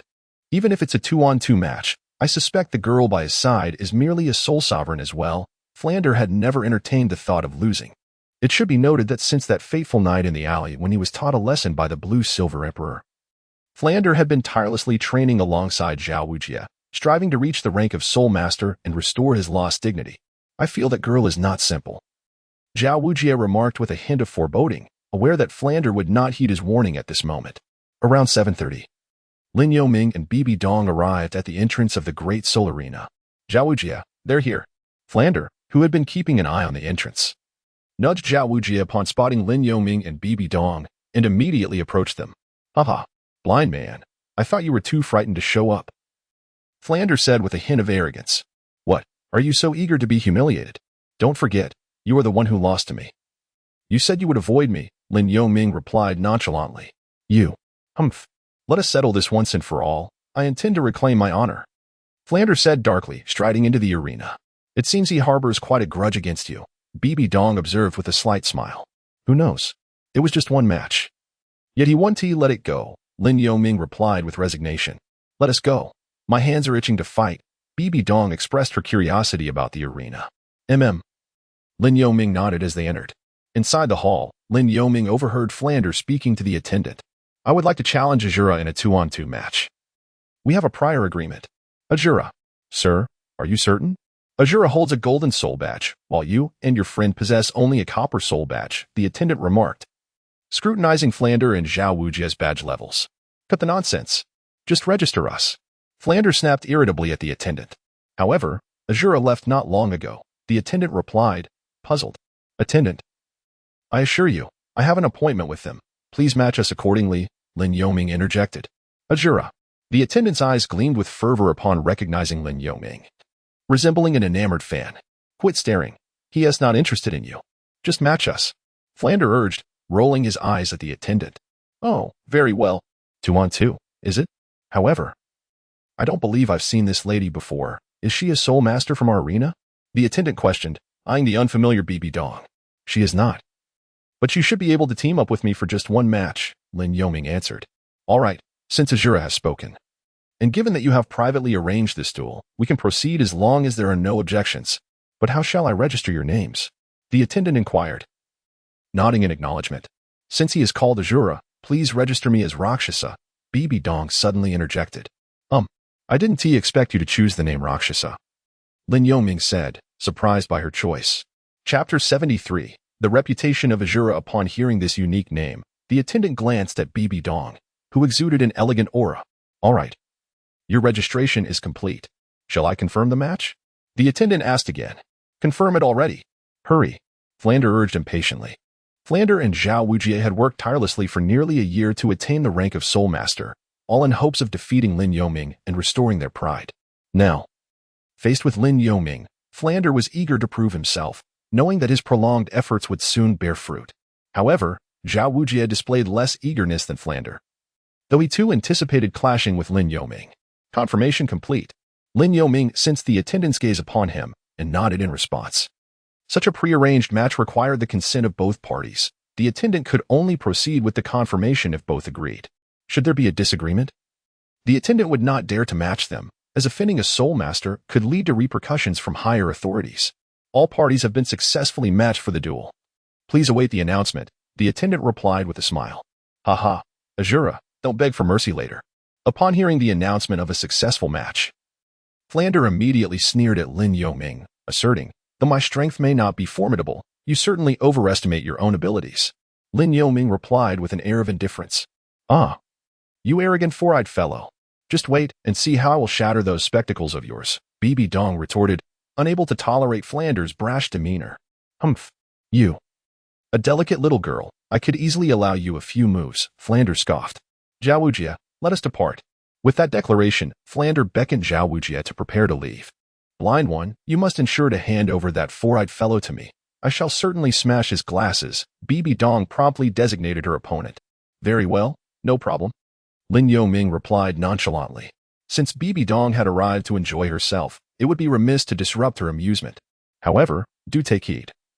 That four-eyed lad possesses the cat-eagle martial spirit, a flying-type agile attack soul master, which grants him a distinct advantage in the air. Fortunately, the arena somewhat restricts his flight range, Lin Yoming cautioned BB Dong. I didn't expect him to be a flying soul master with a cat-eagle martial spirit. No wonder he wears glasses. He must struggle to see things up close, BB Dong remarked with a disdainful curl of her lip. I have battled him once before, and I still recall the effects of his initial 3 soul skills, Lin Yoming continued, further detailing Flanders' abilities to BB Dong. The allocation of soul skills is quite commendable. However, I can employ the death spider web to ensnare him, preventing him from taking flight, BB Dong contemplated, already formulating a strategy against Flander. As BB Dong observed the increasingly vibrant atmosphere of the Great Soul Arena, she noted the swelling crowd, the waves of excitement resonating throughout the venue. I must admit, I did not anticipate the Great Soul Arena to be this popular. It seems set to reach full capacity, she mused, taking in the throngs of spectators. Indeed, witnessing soul masters, usually high and mighty in the outside world, engage in combat here to entertain themselves certainly captivates the audience, Lin Yoming responded. True. BB Dong nodded in agreement. Moreover, it is only around 8 o'clock now. The peak excitement of the Great Soul Arena typically occurs around 10. When the fervor reaches its zenith, Lin Yoming added, drawing from his nearly year-long experience at the arena. Now commencing the Soul Sect Level 2-on-2 match, featuring the Cat Eagle and Zhao Wujia team against the Azura and Rakshasa team. Please prepare for battle. The match will commence on Arena 1 in 10 minutes. With the announcement echoing through the hall, it was finally time for Lin Yoming and BB Dong to showcase their prowess. Is it our turn now? BB Dong inquired with curiosity upon hearing the announcement. Yes, it is indeed our turn. We have 10 minutes to prepare. I did not anticipate the Great Soul Arena would provide us with the main stage, Lin Yoming replied. Arena 1 is the primary arena of the Soto Great Soul Arena, boasting over 100 square meters, originally designated for team competitions. Lin Yoming had engaged in numerous battles at the Soto Great Soul Arena. Yet this marked his inaugural appearance on the first arena stage. It is presumed that the organizers, recognizing the significance of a 2-on-2 match at the Soul Ancestor level, decided to feature him prominently. Given the rarity of such encounters in the Soto Great Soul Arena, coupled with the formidable reputation of Azura, they feared that the brilliance of the showdown would not be adequately showcased elsewhere. Thus, they arranged for Lin Yoming to compete on the primary stage. Azura. Did I hear correctly? Is Azura set to take the stage again? Indeed. I witnessed his triumphant acquisition of the Golden Soul Badge last time and thought he had departed from Soto City's arena, only to find him returning unexpectedly. A Soul Ancestor Level 2-on-2 match on the first arena stage promises to be a visual feast. Let us seek the best vantage point. Brothers, is this Azura renowned? Renowned? Beyond measure. Considering you address us as brothers, allow me to regale you with tales of Azura's legendary exploits in the arena. Legendary? Could it be so exaggerated? Just listen to my tale. Upon hearing the familiar name of Azura, those who knew Lin Yoming by his moniker were stirred, flocking to the stands of the first arena to secure their places. At last, it was their turn to take the stage. Zhao Wuji, you distract that girl. I shall confront Azura, Flandra exclaimed, his eyes gleaming with excitement as he eagerly instructed Zhao Wuji. Not a problem, Zhao Wuji nodded in agreement. As Flandra and his companion approached the entrance, Lin Yoming arrived at the opposing entry point, both sides awaiting the host in silence. Here I come. The most dashing and articulate commentator in the realm. On behalf of the Soto Great Soul Arena, I extend a warm welcome to all gathered here. The familiar host, microphone in hand, leaped onto the mobile platform above the arena, his voice resonating with enthusiasm. Enough of the pleasantries, let Azura make his entrance. The audience clamored in unison. Ah, your fervor remains as vibrant as ever. Indeed, tonight's star is none other than Azura, who has achieved hundreds of consecutive victories in the arena. However, this encounter is distinct, as it marks Azura's inaugural participation in a 2-on-2 battle. Let us eagerly anticipate his performance tonight. Please join me in a warm welcome for Azura and his companion, the Rakshasa, the host proclaimed. Line 1, I did not expect you to be so celebrated here. Listen to this uproar. I find myself slightly envious, BB Dong remarked upon hearing the audience chant Lin Yoming's nickname, Azura. The crowd's enthusiasm persisted for several minutes, only subsiding as Lin Yoming positioned himself at the edge of the arena. Is that truly Azura? I thought it was a ruse. I wonder which 2 soul ancestors dare challenge him, especially after witnessing his victory over a 48th level soul ancestor just days prior. Yet, The girl beside Azura is strikingly beautiful and exudes grace. I am smitten. Brothers, I genuinely admire her. Huh. You said the same about the girl from the last match. Flandra, feeling a pang of jealousy as he realized he was not the first to be introduced, clenched his fists. I never imagined his fame would soar to such heights. It seems he stands upon our shoulders to achieve such renown, Flandra seethed inwardly. Blind one, this is astounding. The crowd is entirely in your favor. I am truly envious. Bibi Dong remarked softly to Lin Yoming, her admiration evident. Saintess, you jest. As long as you proclaim your identity as the saintess of the spirit hall, what accolades would you not receive? They would transfer their fervor to you. Displaying even greater enthusiasm, Lin Yoming gently countered, shaking his head. As time progressed, the cheers grew ever louder. Initially, Lin Yoming felt a fleeting joy at the attention, but as he became accustomed to it, his emotions steadied, remaining unfazed by the adulation. This realization taught him that beyond enhancing his practical skills, he must also learn to control and conceal his psychological state. Mastering the art of remaining humble and composed, a discipline in itself. I have mentioned my name, Bibi Dong, Lin Yoming remarked, addressing her. Bibi Dong, slightly displeased at being referred to as the saintess again, replied, Moreover, I was merely taken aback by the audience's fiery enthusiasm. It was unexpected. How could I disclose my identity? You two use a pseudonym. Lin Yoming responded apologetically, haha. I haven't quite managed to change my way of speaking just yet. Bibi Dong skeptically inquired, I don't believe you. Try calling my name. Lin Yoming let out a helpless smile and softly called out, Bibi Dong. Ah, how melodious that sounds. Bibi Dong nodded with satisfaction. Well, it seems that your enthusiasm for the arrival of Azura is quite palpable. I am almost envious of him, the host remarked playfully. All right. Without further ado, let us welcome the opponents of the Azura duo, the Cat Eagle and Zhao Wujie, to the stage. As the host's words fell, Flinder, wearing a displeased expression, led Zhao Wujie onto the stage, standing at the edge of the arena opposite Lin Yoming. I was wondering who had the audacity to challenge Azura. It turns out to be two former subordinates of his, many spectators, having mingled in the Great Soul Arena for years. Recognized Flinder and Zhao Wujie due to their distinct features. After all, both Flinder and Zhao Wujie were quite notable, now that both sides had taken to the stage. If I recall correctly, these two were the first and second opponents Azura faced upon arriving at the Soto Great Soul Arena. However, this contest was a Soul Master level duel, indicating that both had ascended to that rank. Clearly, they were here seeking vengeance. Whether they would succeed remains to be seen. I hereby declare, the Soul Master 2v2 duel officially begins, the host announced, immediately narrating their backgrounds before commencing the match. Azura, let me show you the fruits of my arduous training over the past year, all aimed at defeating you. Flinder adjusted his glasses, a sinister smile crossing his face. Cat Eagle, Martial Soul Manifestation. With Flinder's Martial Soul manifested, soul rings rose from his feet, undoubtedly a prime configuration of 2 yellow and 2 purple rings. Following suit, Zhao Wujie's Martial Soul manifested, his physique noticeably bulked up, now adorned with a 1,000-year soul ring, also boasting the same 2 yellow and 2 purple configuration. 2 level 41 soul masters. Blind man, I am to take on the four-eyed guy. Bibi Dong chuckled lightly. I have no objections, Lin Yoming responded nonchalantly. Summoning his martial soul, the Thunder Blade. Bibi Dong nodded, then turned her gaze to Flinder, four-eyed guy. I know you wish to battle Azura. But as I have stated, I intend to shatter your glasses, so your opponent is me. Death Spider Emperor Manifestation. As she spoke, her martial soul manifested, enveloping her in a suit of purple-black armor resembling that of a Spider Emperor. With her soul rings revealed, her soul power level was unmistakable, also a level 41. With the same 2 yellow and 2 purple ring configuration. You are also a soul master, Flinder exclaimed, initially dismissive of Bibi Dong's declaration, but now astonished to find that this young woman, who appeared younger than him, possessed the same level of soul power. Realizing that Bibi Dong was significantly younger yet equally powerful left Flinder in disbelief. Do not presume that a bit of talent grants you the right to boast. Very well, since you wish to fight me, I shall first knock you down before settling the score with Azura, Flinder declared as he began to ascend into the air. A yellow soul ring shining brightly, evidently activating his first soul skill. Zhao Wujie, you hold off Azura while I deal with this little lady. Eagle Strike. Flinder called out as he swiftly charged toward Bibi Dong. Come at me. Bibi Dong also surged forward to meet Flinder. First soul skill, Blade of Death.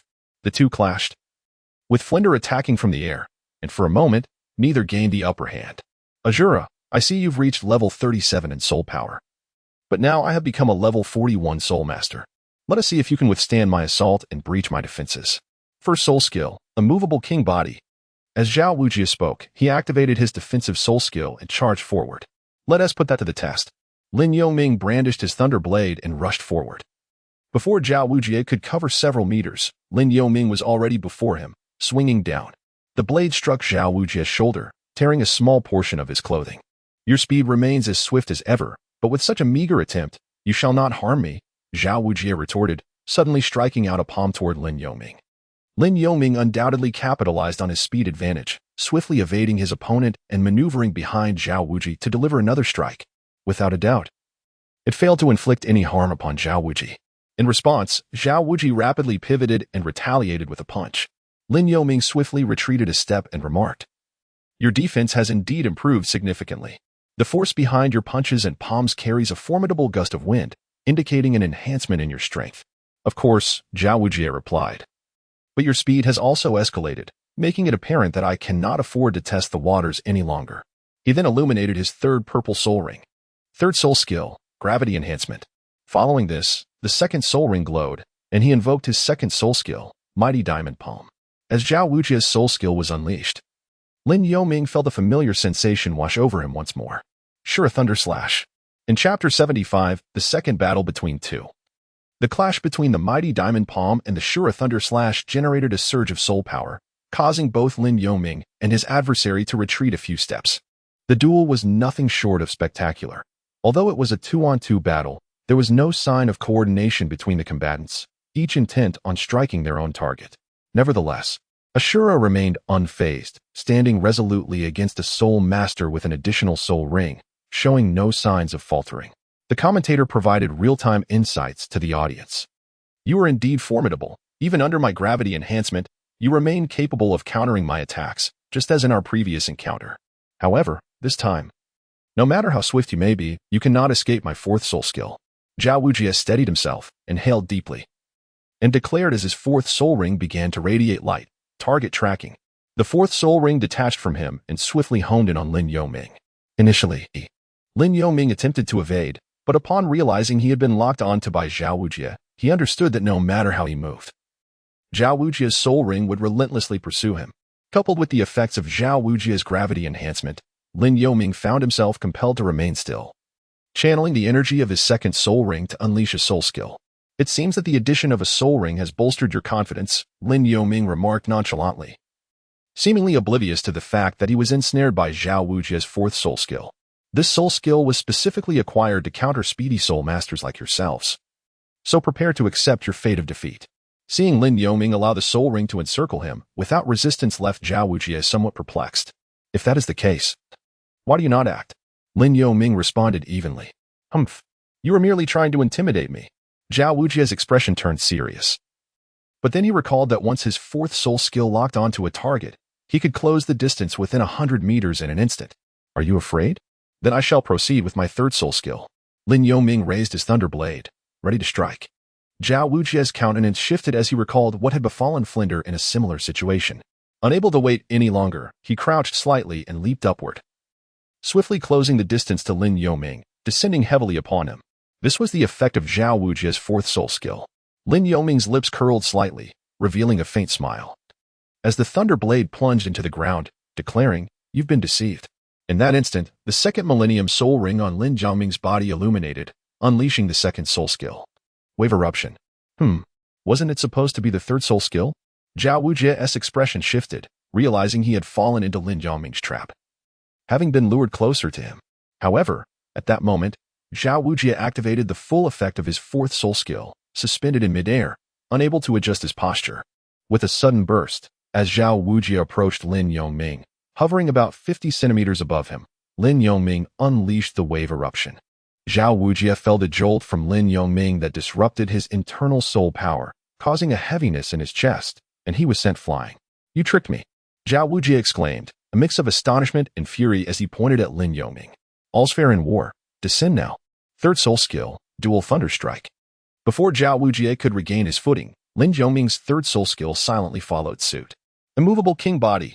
Zhao Wujie immediately activated the effect of the immovable king body. However, before he could fully unleash it, Lin Yongming's assault had already arrived. Lin Yongming understood that Zhao Wujie was tough and resilient, and it was only with the explosive force of his third soul skill that he unleashed the fluctuating impact. Suddenly, under the assault of the unparalleled lightning strike, the layer of yellow light enveloping Zhao Wujie shattered violently, breaking through the defenses of the immovable king. Overwhelmed, Zhao Wujie rolled backward a few times, eventually lying on the ground like an overturned turtle. All of Zhao Wujie's soul skills became ineffective, and in the blink of an eye, Lin Yongming stood before him. At that moment, Zhao Wujie gasped heavily, his chest covered in wounds and blood staining his lips. "I've lost again," Zhao Wujie said with a bitter smile. Looking at Lin Yongming, who was pointing a blade at him, his eyes filled with helplessness and a diminishing spark. "Well, it has barely been 10 minutes. And we have witnessed Azura defeating Soul Master Zhao Wujie," the host exclaimed passionately. The audience erupted in cheers for Azura. "In that case, you should go tend to your injuries," Lin Yongming said, turning his attention away from Zhao Wujie.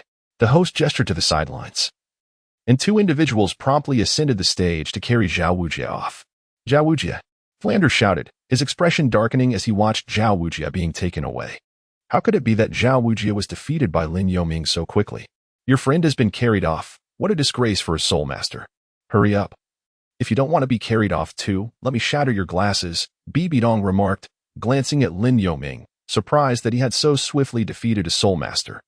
"How infuriating.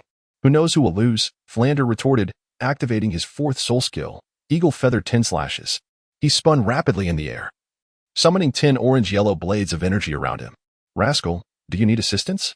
Lin Yongming called out. "Not necessary," Bibidong replied without turning around. Fourth soul skill, Thorn Spider Armor.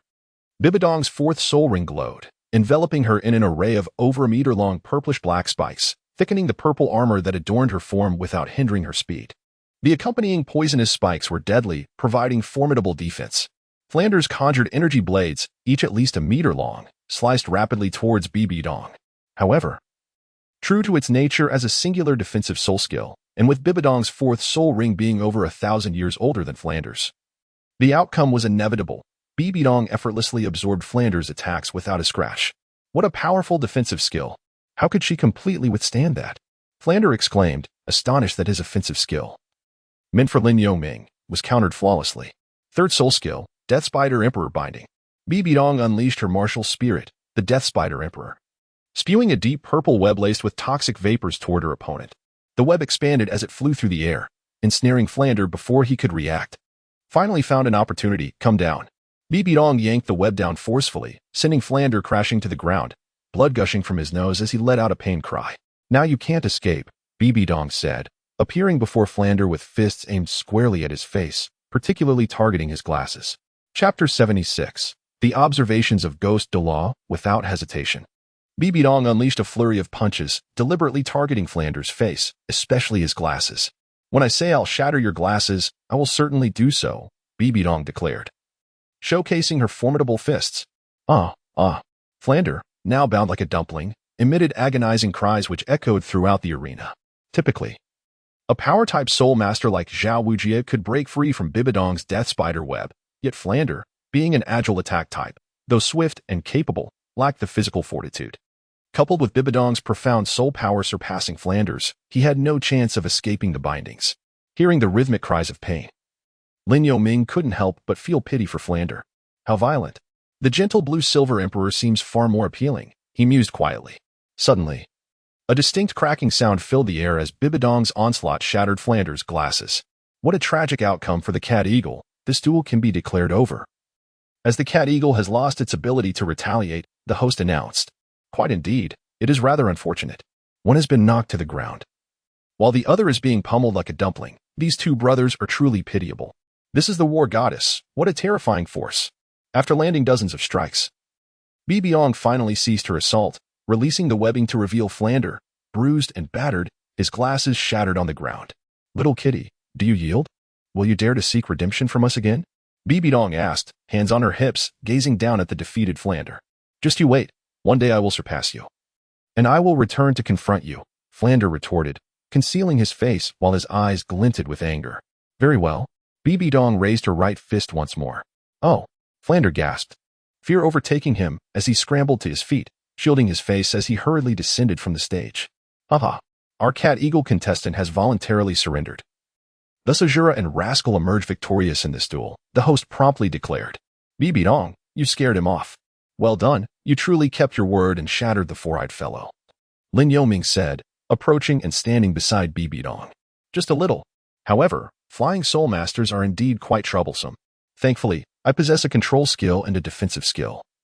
In this battle arena is rather interesting, Bibidong replied with a subtle smile. All right, let's make haste, Lin Yoming said, pulling Bibidong along as they swiftly departed the arena. Before long, they reached the entrance. What's the rush? Bibidong asked, puzzled by Lin Yoming's speed.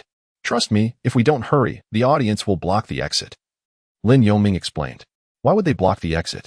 Bibidong inquired, still confused. Azura is about to take off. Quick, block the door.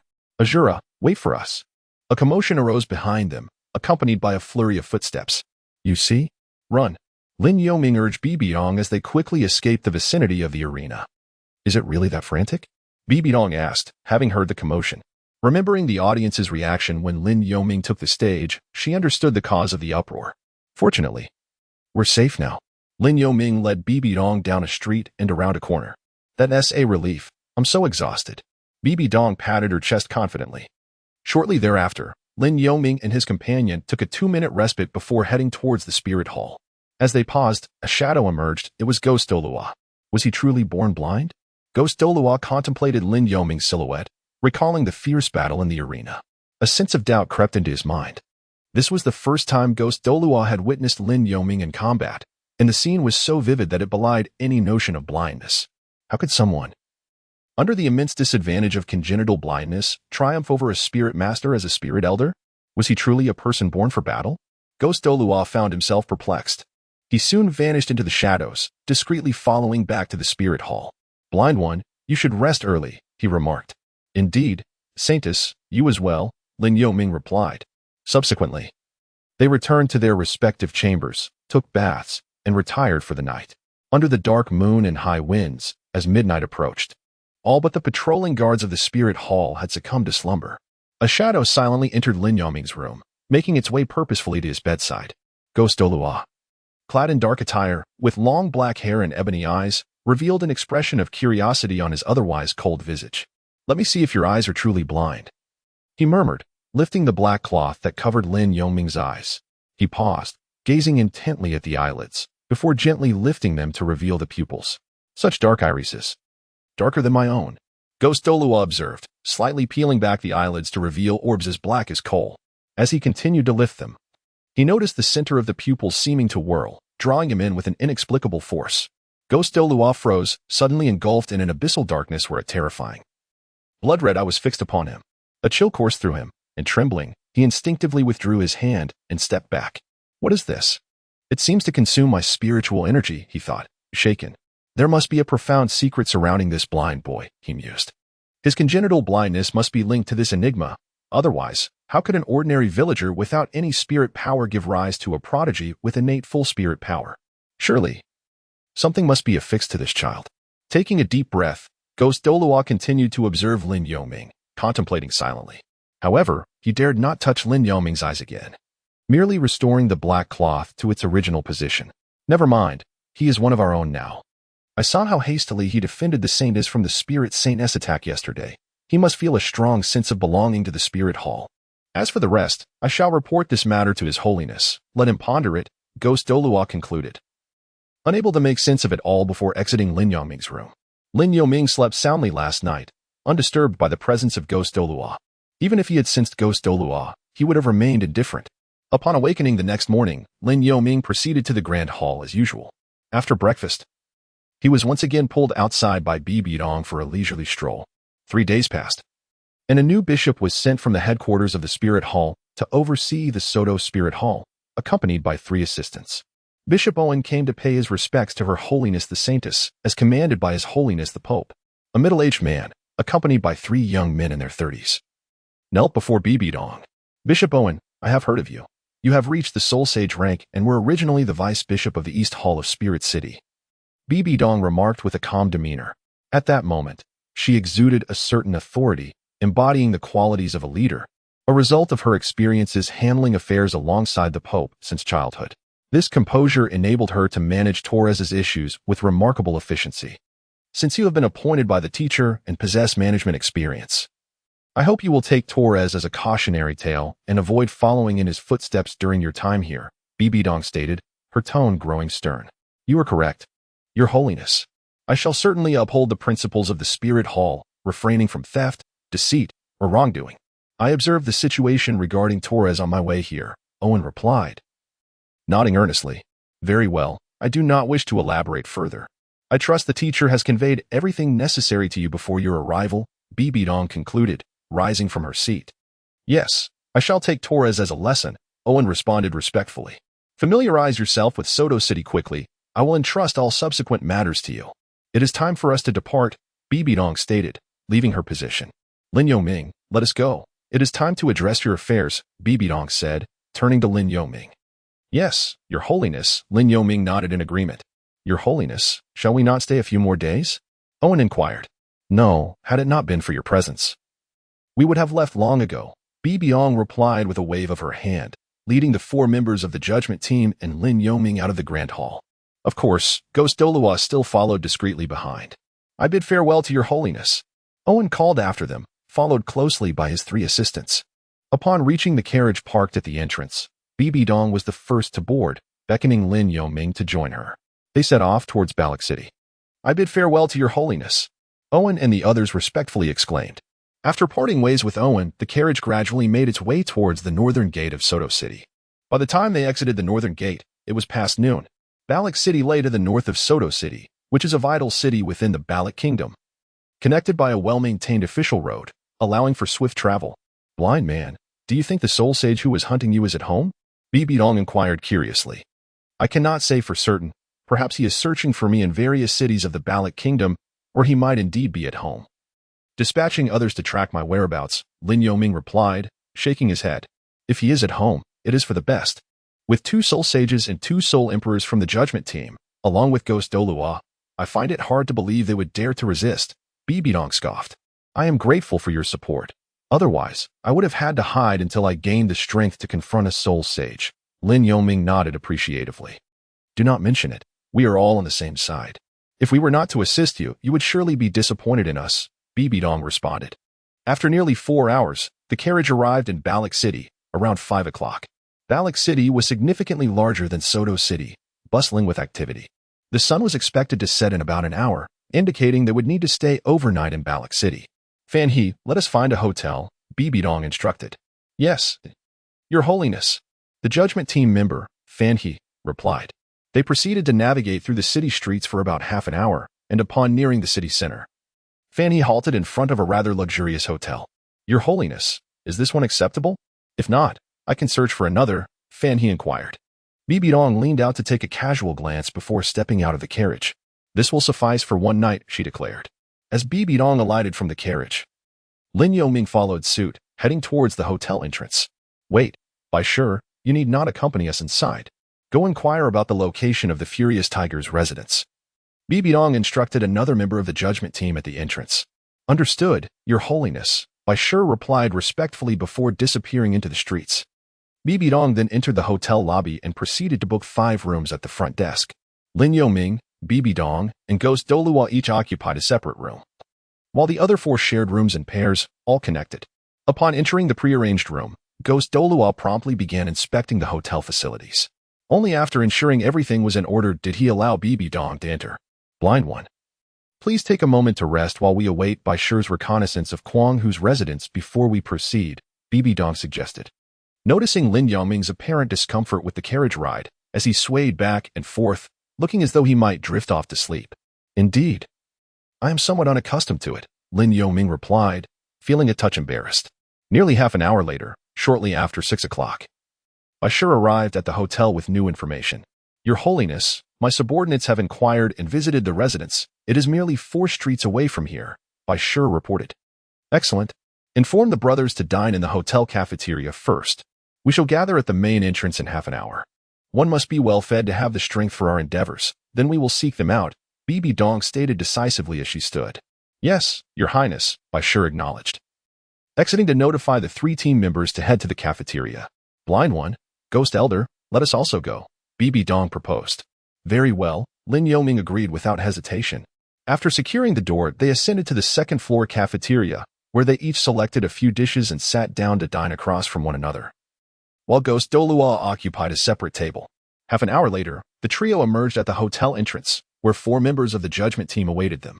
Let us depart, BB Dong commanded, and under Bai Shi's guidance, they proceeded towards Kwang Hu's residence. After navigating through several streets, they arrived at the mansion, a quintessential European-style building, with a stone sculpture of a tiger prominently displayed at the entrance. Kong, BB Dong murmured. Your Highness, this is indeed the residence of the Kong family. There can be no mistake, Bai Shi confirmed. What are we waiting for? Knock on the door, BB Dong ordered. Yes. The 4 members of the judgment team moved to the forefront as Bai Shi quickly stepped forward and struck the heavy door with his fist. A resounding boom echoed. Who dares to seek death? A deep voice thundered from behind the door, which swiftly parted in the center. 2 guards, irate, swung the door open, eager to confront the intruders. Esteemed sirs, who might you be? The guards were taken aback by the intense gaze of 8 eyes filled with lethal intent, their faces paling instantly. They quickly recognized the uniforms, realizing that these were not ordinary guards. BB Dong stepped forward, addressing them directly. Is Lord Robert Kong your master? Where is he? Bring him forth. This esteemed sir, our master has not appeared at the residence for many days. I am unaware of his whereabouts. One of the guards stammered, trembling. You have 3 minutes to summon someone in charge, or I shall have no choice but to force my way in, BB Dong stated, her tone unyielding. Why yes, the guard replied, nodding profusely before hastily retreating into the mansion. Although BB Dong's current strength was not overwhelming, her commanding presence was palpable, and it was evident that she was not an ordinary individual. Lin Yoming mused, I buried Kwang Hu deep within the mountains, concealed by the blue-silver emperor's blue-silver grass. He should leave no trace behind. He was taken aback by BB Dong's sudden transformation, more serious than when dealing with Taurus. By now, it was just past 7 in the evening, a typical dinner hour for many households. Madam, madam, the guard exclaimed as he rushed into the dining hall, where 7 or 8 individuals were gathered around a round table. Afu, why the rush? Has the master returned? A regal woman seated at the center inquired. No, madam, several individuals seek an audience with the master, demanding to see him with an air of hostility. They mentioned that if we do not produce someone in charge within 3 minutes, they will force their way in, the guard explained swiftly. Do you know who these visitors are? The woman pressed. I do not, but their demeanor is most alarming, and I dared not delay, the guard replied. Let us see which family dares to provoke us, the woman declared, and the others followed her, leaving their meal behind as they accompanied the guard to the entrance. She was a noblewoman clad in a dark gray gown, her orange hair elegantly pinned up, adorned with exquisite jewelry. This was Haley's, the wife of Kwang Hu, who approached the entrance with a dozen estate guards, her demeanor fierce. Who dares to cause a ruckus at my residence? Haley's demanded, her tone reflecting her authority, rivaling that of BB Dong. We hail from the Spirit Hall. Are you the current person in charge? Where is your master, Robert? He must come forward. We have a score to settle, BB Dong asserted boldly, standing in front of Lin Yoming and the others. The Spirit Hall. How am I to know you are truly from the Spirit Hall and not imposters? Haley's expression shifted slightly, though it was only BB Dong's unwavering gaze that revealed her concern. Imposters? Who among us would dare impersonate the Spirit Hall? Bai Shi interjected coldly, his 7 soul rings shimmering ominously. Soul Sage. Haley's and her guard's expression shifted dramatically. The unexpected arrival of Spirit Hall raised alarm bells in Haley's mind. Kwang Hu had not returned in over 10 days, and now this confrontation only deepened her apprehension. Ah, esteemed guest from the Spirit Hall. I apologize for not welcoming you properly, but unfortunately, our master is on an extended journey with several guards. I cannot say when he will return. Haley's managed to maintain her composure, forcing a polite smile. Oh, you wouldn't be referring to the hunt for the genius soul master with the yellow record medal, would you? BB Dong inquired, her tone growing colder as she scrutinized Haley's. Startled, Haley's realized that her husband was indeed involved in such matters. Could it be that in the 10 days since his departure, Kwang Hu had been captured or killed by the Spirit Hall? Hearing BB Dong's words and noting the presence of a soul sage among them, Haley's began to speculate about her husband's fate. Dear sister, it is not my place to question a man's affairs. He has not informed me of his intentions. Perhaps it would be best for you to wait for our master's return, as we are not privy to the matters you raise, Haley's replied with a disingenuous smile. Is Kwang Hu truly absent from the residence? Bibi Dong pressed. Or would you prefer we search the premises? Haley's maintained her calm demeanor. As I said, our master has not been here for over 10 days, she affirmed. In that case, we shall wait 3 days. If Kwang Hu does not appear within that time, do not blame us for our actions. After Bibi Dong finished speaking, she turned and departed. Lin Yoming and others had no choice but to comply. Your Highness, why not allow us to search? Bai Shi could not help but inquire. There is no need. Although that woman exhibited some reaction, our arrival truly took them by surprise. Her response indicates that Kwang Hu has indeed not returned. Bibi Dong replied with an air of indifference. It is strange. Ordinarily, if Kwang Hu failed to capture you, he would certainly return home. Could there be some unforeseen circumstance that has detained him elsewhere? Even so, he should have sent someone back to inform his wife. Bibi Dong remarked with a hint of curiosity directed at Lin Yoming. Your Highness, how would I know? At that moment, I was injured by him and fled to the mountains to escape that soul sage. As for where he might have gone subsequently, I am utterly unaware. Lin Yoming resolutely insisted, unwilling to admit to having caused the demise of a soul sage. Without Kwang Hu present, we are at a disadvantage. It is important to note that Kwang Hu is a viscount of the Baloch Kingdom.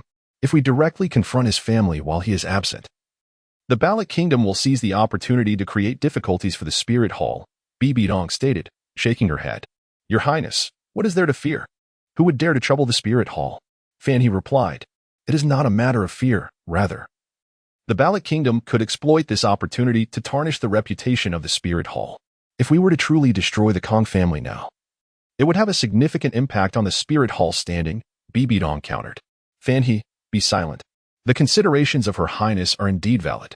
With Kwang Hu absent, if we were to trouble a vulnerable woman, word would spread, and it would adversely affect the reputation of the Spirit Hall, Bai Shi interjected, cutting off Fan He. As Lin Yoming and his companions returned to the hotel, they engaged in a discussion. Madam, what should we do? The people from the Spirit Hall have come looking for us. You must hastily travel to Soto City to investigate what truly transpired that day. Ahu's actions are bound to attract attention, Hailey urged helplessly. Understood, madam. Ahu, please stay safe, Hailey said, feeling somewhat fatigued as she leaned against the sofa. Chapter 78. Bishop Glink. Upon returning to the hotel, Lin Yoming exchanged a few words with Bibi Dong before retreating to the adjacent room to prepare for meditation and training. After Lin Yoming departed, Bibi Dong fell into contemplation. Your Highness, should we keep an eye on that woman? Bai Shi respectfully inquired. Very well. Go ahead and report back with any updates, Bibi Dong replied. Yes. Bai Shi nodded and swiftly exited the hotel.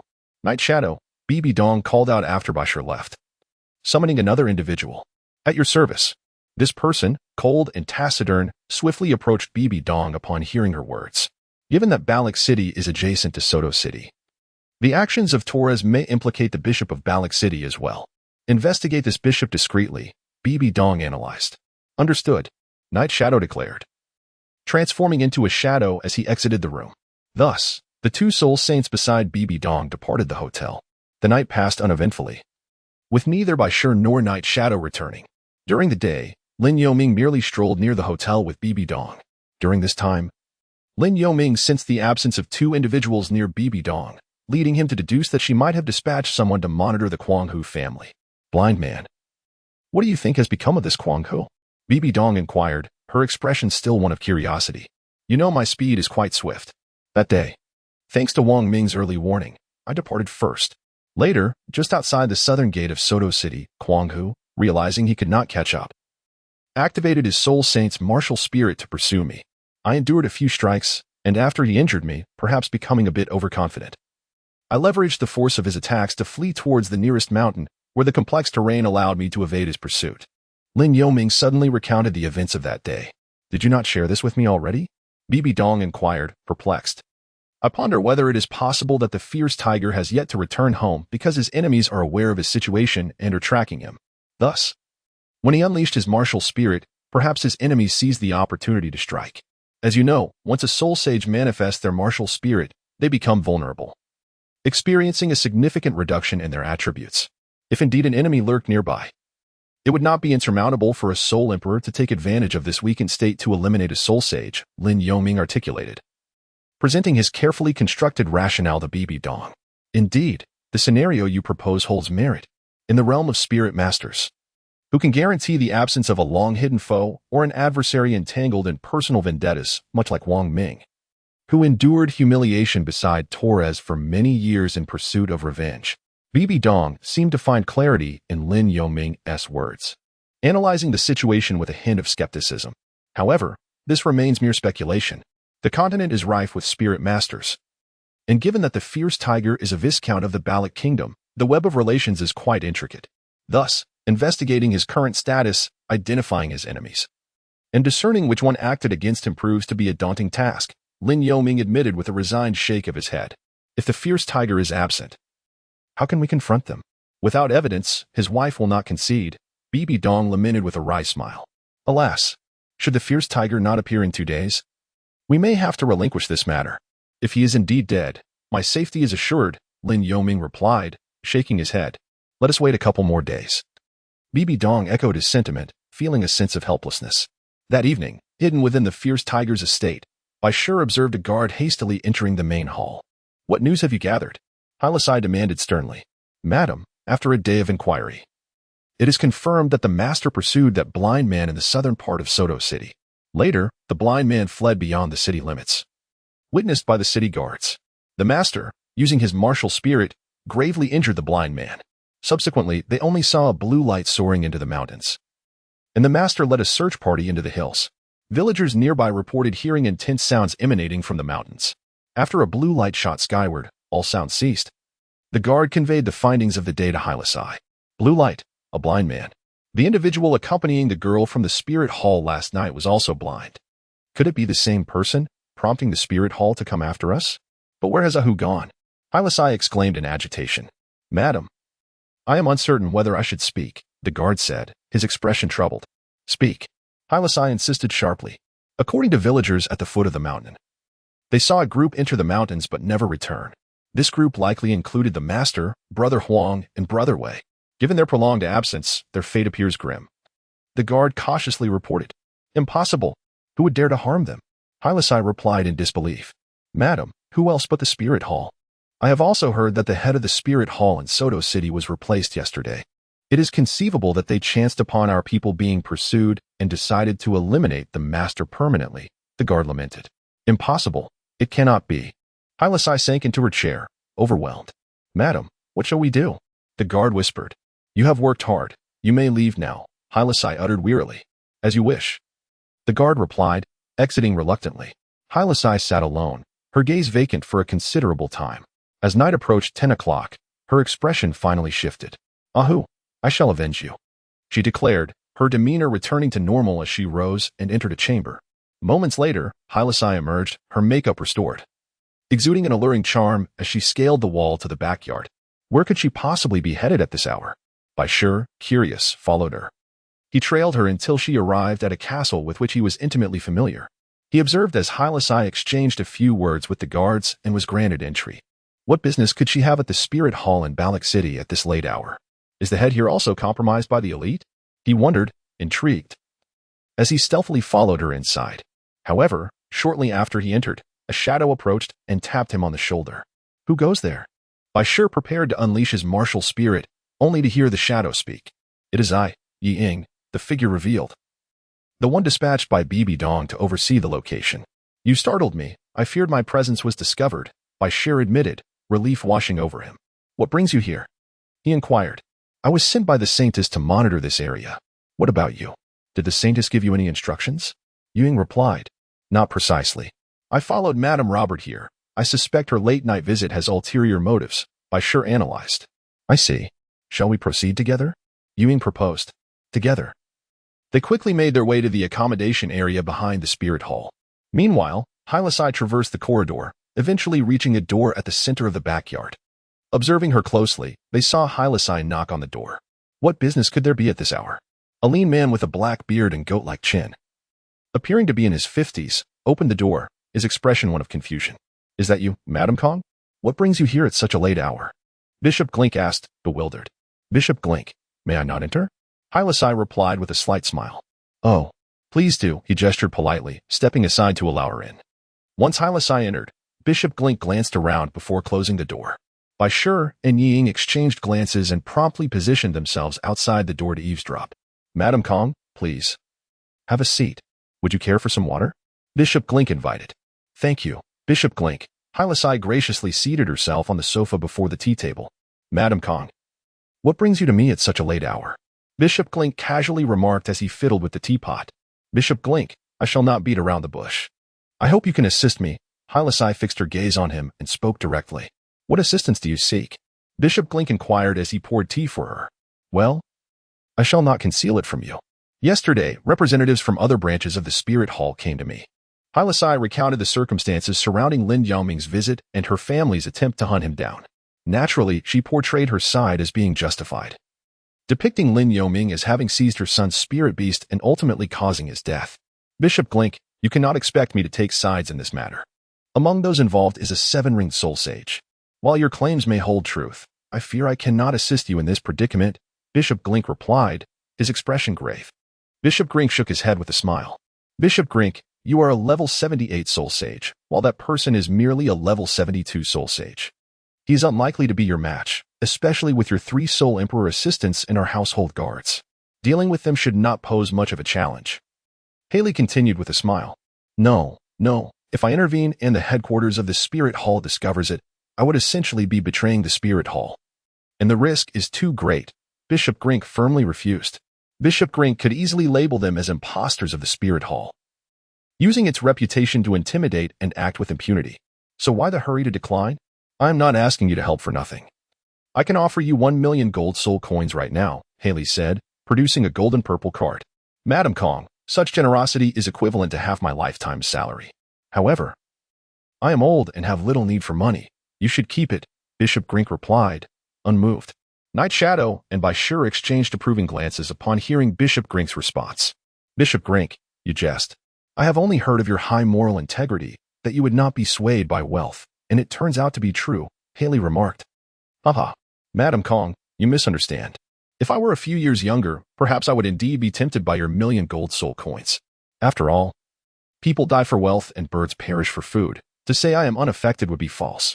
However, I now understand that no amount of accumulated wealth holds meaning. What need do I have for so much money when I am alone? Bishop Glink replied, taking a sip of tea. Then, Bishop Glink, what would it take for you to assist me? What do you require? Anything within our capability, we shall certainly assist you. Haley's expression darkened before she forced a smile. Why change the subject? Madam Kong, you look particularly beautiful today, more so than I have seen on previous occasions. Bishop Glink suddenly altered the topic. What do you mean? Haley was taken aback. I am not saying I cannot help you. As I mentioned, I am old. Wealth is merely an external possession. Sufficient is enough. But that does not imply I do not have other needs, Bishop Glink said with a slow smile, pouring himself another cup of tea. Oh, I misunderstood Bishop Grink's meaning. May I ask what you require from us? Haley responded, suddenly enlightened. Desire is indeed a natural inclination. What do you think, Madam Kong? Bishop Glink said while sipping his tea. I understand. If you help me eliminate the 6 individuals at the hotel, I will assist you in finding the perfect woman. How does that sound? Haley smiled knowingly. No, Madam Kong, you still do not grasp my meaning. I find you quite admirable. Why seek out other naive young maidens? Bishop Glink replied with a smile. What do you mean? Haley stood up abruptly, her face ablaze with anger. Madam Kong, to be honest, after seeing you at previous gatherings, I felt there was something uniquely captivating about you. If you would spend a night with me, I would not hesitate to assist you. Bishop Glink assessed Haley with a scrutinizing gaze. Humph, don't even think about it. Haley exclaimed in indignation. Then, Madam Kong, please feel free. Bishop Glink showed no intention of stopping her. In a fit of rage, Haley quickly moved toward the door. Upon hearing her footsteps, Baishur and Night Shadow hurriedly climbed into the upper corner of the room. However, as Haley approached the door and prepared to open it, she hesitated, glancing back at Bishop Glink, who was still sipping his tea. Ahoo, no matter the cost, I will take revenge for you. In that fleeting moment, Haley contemplated many things. With the death of the fierce tiger, their family would lose its pillar of support. This news could not remain concealed for long, and their family's assets would surely be divided among other nobles. Contemplating the future, Haley reluctantly returned to face Bishop Glink. Fine, I agree. But you must first assist me in eliminating those 6 members of the Spirit Hall. Afterward, you may have your way. Haley fixed her gaze on Bishop Glink. No. I am risking betrayal of the Spirit Hall. If news leaks, I will no longer be able to maintain my position as a bishop. It is better to complete the transaction first. Bishop Grink continued to shake his head. Indeed, Haley closed her eyes, having anticipated this response. However, she had not expected Bishop Grink to be such a person, once motivated by wealth, now by desire. Very well, if you fail to deliver. Do not blame me for taking you down with me, Haley declared resolutely. That's the spirit. It is merely a small favor. Bishop Grink stood and approached Haley. Suddenly, Bishop Grink's demeanor shifted from that of a gentleman, revealing an unusual glint in his eyes as he directly embraced Haley and descended from the bedroom, plunging the living room into darkness. Bashir and Night Shadow exchanged incredulous glances, feeling ashamed of their earlier foolishness. Chapter 79. The mask falls. Having heard the ensuing sounds, Bashir and Night Shadow lost interest and made their way to the rooftop of the main hall. Night Shadow, you continue to watch them. I will return to report this situation to Her Highness the Saintess, Bashir whispered. Bashir, you should stay. Besides this matter, I also need to report to Her Highness about what I have observed over the past few days, Night Shadow insisted. You stay. I must report on the situation at the Count's residence. You should stay. My matters cannot be delayed. My affairs are equally pressing. So you refuse to remain, is it? You are no different. Then let us return together to report. Thus, after a heated debate, both had their reasons and neither would stay behind to continue watching, forcing them to return to the hotel together. Upon returning to the hotel, as they prepared to knock on Bibidong's door, Ghost Douluo suddenly appeared behind them. Bashir. Night Shadow. Elder Ghost. Her Highness the Saintess is already asleep. Any matters can be discussed tomorrow. You both should rest as well, Ghost Douluo said coolly. Understood, Elder Ghost. Bashir and Night Shadow replied respectfully. Ghost Douluo then melded back into the shadows. I told you not to return. All right, no more talk. Let us just go to sleep. Bashir and Night Shadow did not press further, as they had indeed overheard the conversation revealing that Bishop Grink would come to them willingly. As dawn broke, Bishop Grink and Haley were in the midst of preparing themselves. Bishop Grink, are you satisfied now? What do you plan to do about those 6? Haley spoke coldly. Haley, do not be so cold. Did we not enjoy our night together? Bishop Grink approached her gently. Are you planning to back out? Haley asked, her anger simmering. Do not worry. There is no need to rush. How about this? Once this matter is settled, you could become my lover. Bishop Grink smiled. That is not out of the question. Provided I fulfill my promise. It is now your turn to show sincerity, Haley softened her tone. Very well, once you return, around 10 o'clock. Personally lead your people to the hotel and lure them outside the city, to the valley beyond the northern gate. It is difficult to act in the city with so many witnesses. I will have my people hiding near the valley. Bishop Grink proposed a method, lure them outside the city. Very well, I shall contemplate how to draw them beyond the city limits. Upon hearing Bishop Grink's suggestion, Haley's found herself devoid of any superior alternatives. Take your time, Bishop Grink said, patting Haley's on the back. Without a glance back, Haley's departed. What a captivating beauty. Bishop Grink inhaled deeply as he admired Haley's graceful and voluptuous silhouette. Haley's was indeed among the most stunning women within the noble circles of the Bala Kingdom. It was no wonder that a bishop of his stature would harbor thoughts of her. As Haley stepped beyond the grand entrance of the Soul Hall and beheld the overcast sky, she could no longer contain the tears of humiliation that streamed from her eyes. Grink, you fool, I shall ensure you pay for today's transgressions, she muttered through clenched fists, her body trembling with suppressed rage. Upon returning home, Haley's took a moment to cleanse herself and rest before summoning all of her guards. By approximately 8 o'clock, Bibi Dong and Lin Yoming awoke. Upon opening the door, they were greeted by 4 members of the Judgment Corps awaiting them. Your Highness, the Saintess, the 4 exclaimed in unison. Bashir, Ying, when did you return? Bibi Dong inquired with curiosity. Your Highness, we have matters to report. Bashir and Ying replied simultaneously. Come in, Bibi Dong instructed, recognizing that they possessed vital information. Lin Yoming, you too, come here, she added, gesturing for him to enter. Understood, Your Highness, Lin Yoming replied, somewhat taken aback but nonetheless proceeded into Bibi Dong's parlor. Bibi Dong settled onto the sofa, fixing her gaze upon Bashir and Ying. Speak, what have you discovered? Lin Yoming remained silent, merely listening. Bashir and Ying exchanged glances, and ultimately, Bashir stepped forward. Your Highness, the Holy Maiden, after our departure a couple of days ago, Lady Kong dispatched guards to Soto City for inquiries. They returned last night, and the guards reported to Lady Kong about the situation regarding Haley. In essence, She also speculated that the mad tiger might no longer be among the living. Bibidong frowned. Is that so? Bai Shi nodded. Is there more? Bibidong inquired. Next. Let's allow Ying to share his observations, Bai Shi said as he took a step back. This left Bibidong looking at Bai Shi with puzzlement. Your Highness. From my observations, Bishop Grink is far more scheming than Torres. Although he has not resorted to abducting common women or oppressing the ordinary populace. He does mingle excessively within the noble circles of the Baloch Kingdom, and he has entangled himself with several married women.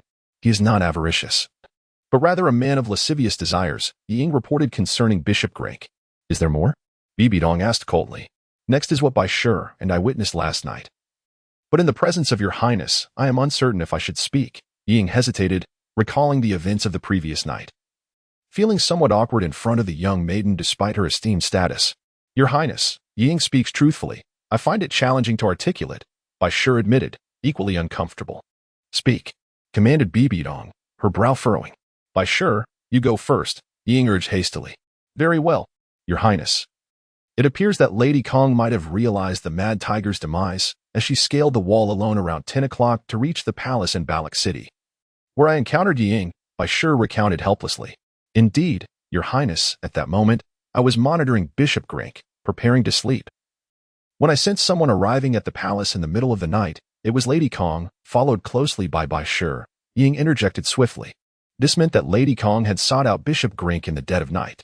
What did Lady Kong want with Bishop Grink? Bibidong demanded. Next is the content of their transaction. Haley initially offered 1 million gold soul coins, requesting Bishop Grink's assistance in eliminating us, Bai Shi stated. 1 million gold soul coins. Such a substantial sum. Did Bishop Grink agree? Bibidong marveled at Haley's boldness. Well, Bishop Grink did not accept the 1 million gold soul coins. Instead, he made another request. Yi Ying's voice diminished as he said this. What a sordid transaction, Bibidong exclaimed, momentarily taken aback, unable to fathom Haley agreeing to such a significant sacrifice. Your Highness, it seems that Lady Kong believes we are responsible for the mad tiger's death and intends to retaliate recklessly, Lin Yoming remarked thoughtfully. Humph, such presumption. If they wish to play, I shall observe their moves. Bibidong's disdain for Grink and Haley was palpable. Let us not act hastily. We shall first observe how they proceed. Bibidong instructed. Yes, Your Highness. Bai Shi nodded, believing that if their transaction went smoothly, Lady Kong would soon return to seek them out. Very well. You may go and have breakfast, Bibidong commanded. Bai Shi and Ying left the room. Sighing, Bibidong stood up and approached the window, gazing at the bustling street below. Why the sigh, holy maiden? Lin Yoming asked curiously. The spirit hall has enjoyed a prolonged peace, yet I am astonished to find so many members have fallen from grace. It seems reform is necessary, Bibidong lamented. Having encountered just 2 bishops from the palaces and finding them to be of a similar ilk. It is disheartening to think how difficult it will be for the spirit hall to ascend to greater heights with such individuals among them, she added with a bitter smile. There is no need for such pessimism, holy maiden. Every individual harbors desires. It is a matter of conquering the demons within, Lin Yoming calmly replied, standing beside Bibidong. Given the vastness of the spirit hall, it is natural to find such characters among its ranks. Everything possesses its duality. For instance, Bishop Xia, managing the sub-palace in Erder Town, has done commendable work, even if he has not devoted himself entirely to the common folk, he continued. I understand. But as the holy maiden of the spirit hall, I cannot help but feel uneasy upon realizing how many bishops engage in illicit acts. Encountering individuals like Torres and Grink is quite disheartening, Bibidong admitted, shaking her head in resignation. Enough of this. You need only report your findings to the Pope. At your age, you should not bear such burdens. Your focus should be on how to cultivate yourself for rapid growth. Come, let us have breakfast, Lin Yoming encouraged. Seeking to soothe her spirits. You are correct. Such matters will be resolved by our elders. Let us go, Bibidong nodded, accompanying Lin Yoming as they exited the door. After breakfast, they returned to their room to meditate and cultivate for a while. Around 10 o'clock, Lin Yoming heard a voice from outside. Lady Kong. Why have you brought others with you? Bai Shi inquired, puzzled. Where's that girl from the other day? I wish to see her. I have something to discuss. Haley's voice rang out. Lin Yoming sensed that Haley had brought 5 individuals to the hotel and, upon hearing the commotion, stepped outside. As the door creaked open, Haley immediately cast a glance at Lin Yoming, her eyes brimming with a menacing aura. When Lin Yoming perceived her gaze, a wave of murderous intent surged within him. At that moment, Bibidong also opened her door, exclaiming, "Isn't that Lady Kong? Could it be that your family head has returned?" "Indeed. Though he is currently in a valley outside North City, where he has established a training ground. A guard was dispatched upon learning of your desire to meet him. And I am here to escort you," Haley replied with a smile. "How curious. Why choose a location outside the city for a training ground?" Bibidong inquired with intrigue. "Alas, the master prefers tranquil surroundings for his cultivation. The bustling estate can be quite noisy. Thus, he often retreats to the valley for extended periods," Haley explained. "So, do you wish to meet him? I can take you there. If you are hesitant, we can abandon the idea. Of course we wish to go, after all. We have come for him. Rest assured, upon meeting your family head, I shall endeavor to resolve any misunderstandings between us," Bibidong replied with a hint of a smile. "Very well, let us make haste. Otherwise, we shall miss lunch." "Please follow me," Haley said, descending the stairs. "Your Highness," Baishur inquired quietly. "Let us follow. I am curious to see what tricks they have up their sleeves," Bibidong responded calmly. "Yes. Lin Yoming, what is your opinion?" Bibidong then turned to him. "Since the Holy Maiden is going, I cannot remain here alone. I shall join you," Lin Yoming replied. Upon hearing Lin Yoming's words, Bibidong shot him a glare. Though regrettably, Lin Yoming was oblivious. "Do not flatter me with such empty words. If you ever transform into someone akin to Bishop Grink, I shall not hesitate to deal with you," Bibidong retorted with exasperation. "How could I?" Lin Yoming chuckled awkwardly. "Humph. Let us proceed," Bibidong huffed, turning towards the staircase. "Am I really flattering?" Lin Yoming pondered, shaking his head before following. Upon reaching the hotel entrance, Haley was already seated in her carriage.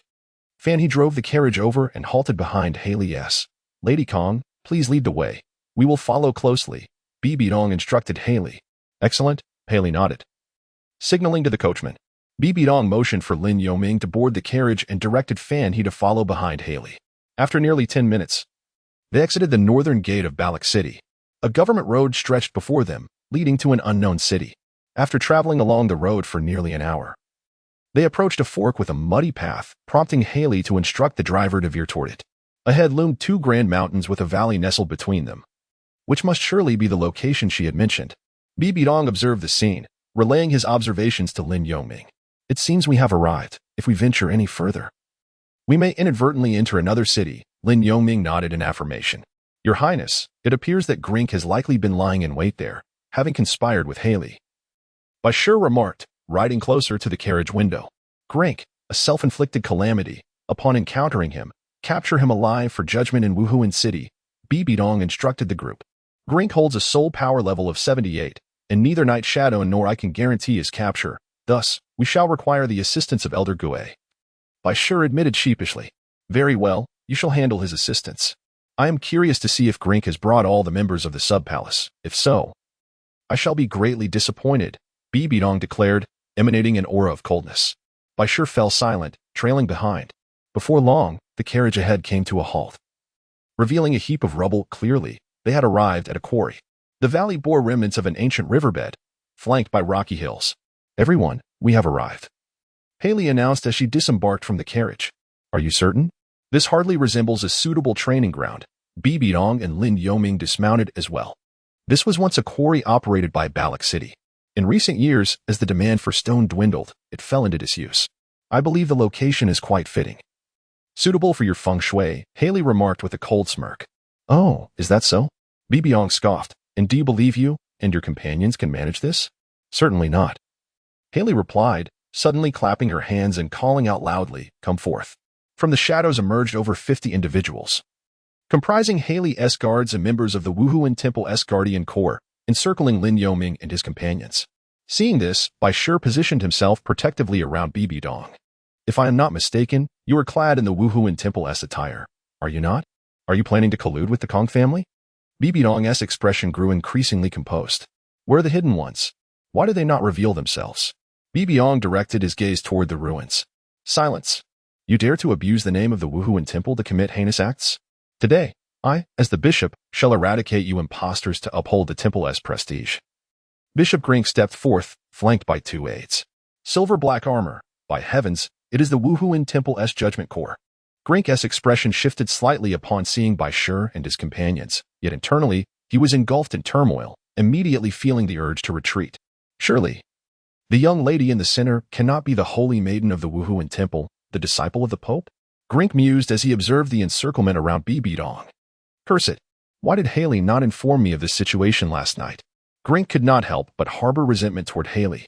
This was not entirely Haley's fault. Grink had been utterly captivated by her the previous night and had neglected to inquire about Lin Yoming and his companions in detail. Run. The thought of the young lady possibly being the holy maiden, combined with the presence of the Judgment Corps, extinguished Grink's resolve to remain.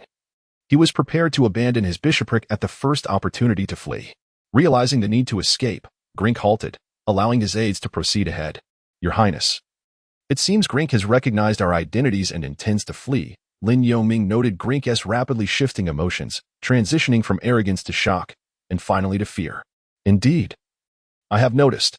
Elder Gui is observing. He cannot escape. Bibidong replied softly. Speak. Has our family had been absent for these days because he perished at your hands? And you, blind one, my son and his companion met with misfortune because of you. Haley glared at them, her eyes filled with resentment. Whether it is true or not. I doubt the answer holds much significance for you at this moment, Bibidong replied coldly. You are correct. It no longer matters. Grink. Why do you not command your people to take action? Haley turned to Grink. Grink, who was cautiously preparing to retreat, paused, exclaiming, Everyone, do not misunderstand. I do not know these individuals. I am merely passing through. Farewell. As Grink unleashed his martial soul, 7 soul rings descended, propelling him into the depths of the valley with remarkable speed, resembling a rodent-like beast martial soul. His subordinates and Hylies were caught off guard. Only a fool would dare to oppose the martial soul palace, but alas, he would have to lay low for some time. The bishop, noticing the lack of response behind him, felt a surge of secret delight. However, what Grink failed to notice was the shadowy figure trailing closely beside him, none other than the ghost Douluo.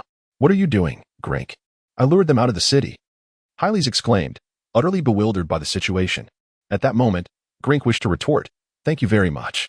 His 2 aides, equally confused, shouted in protest.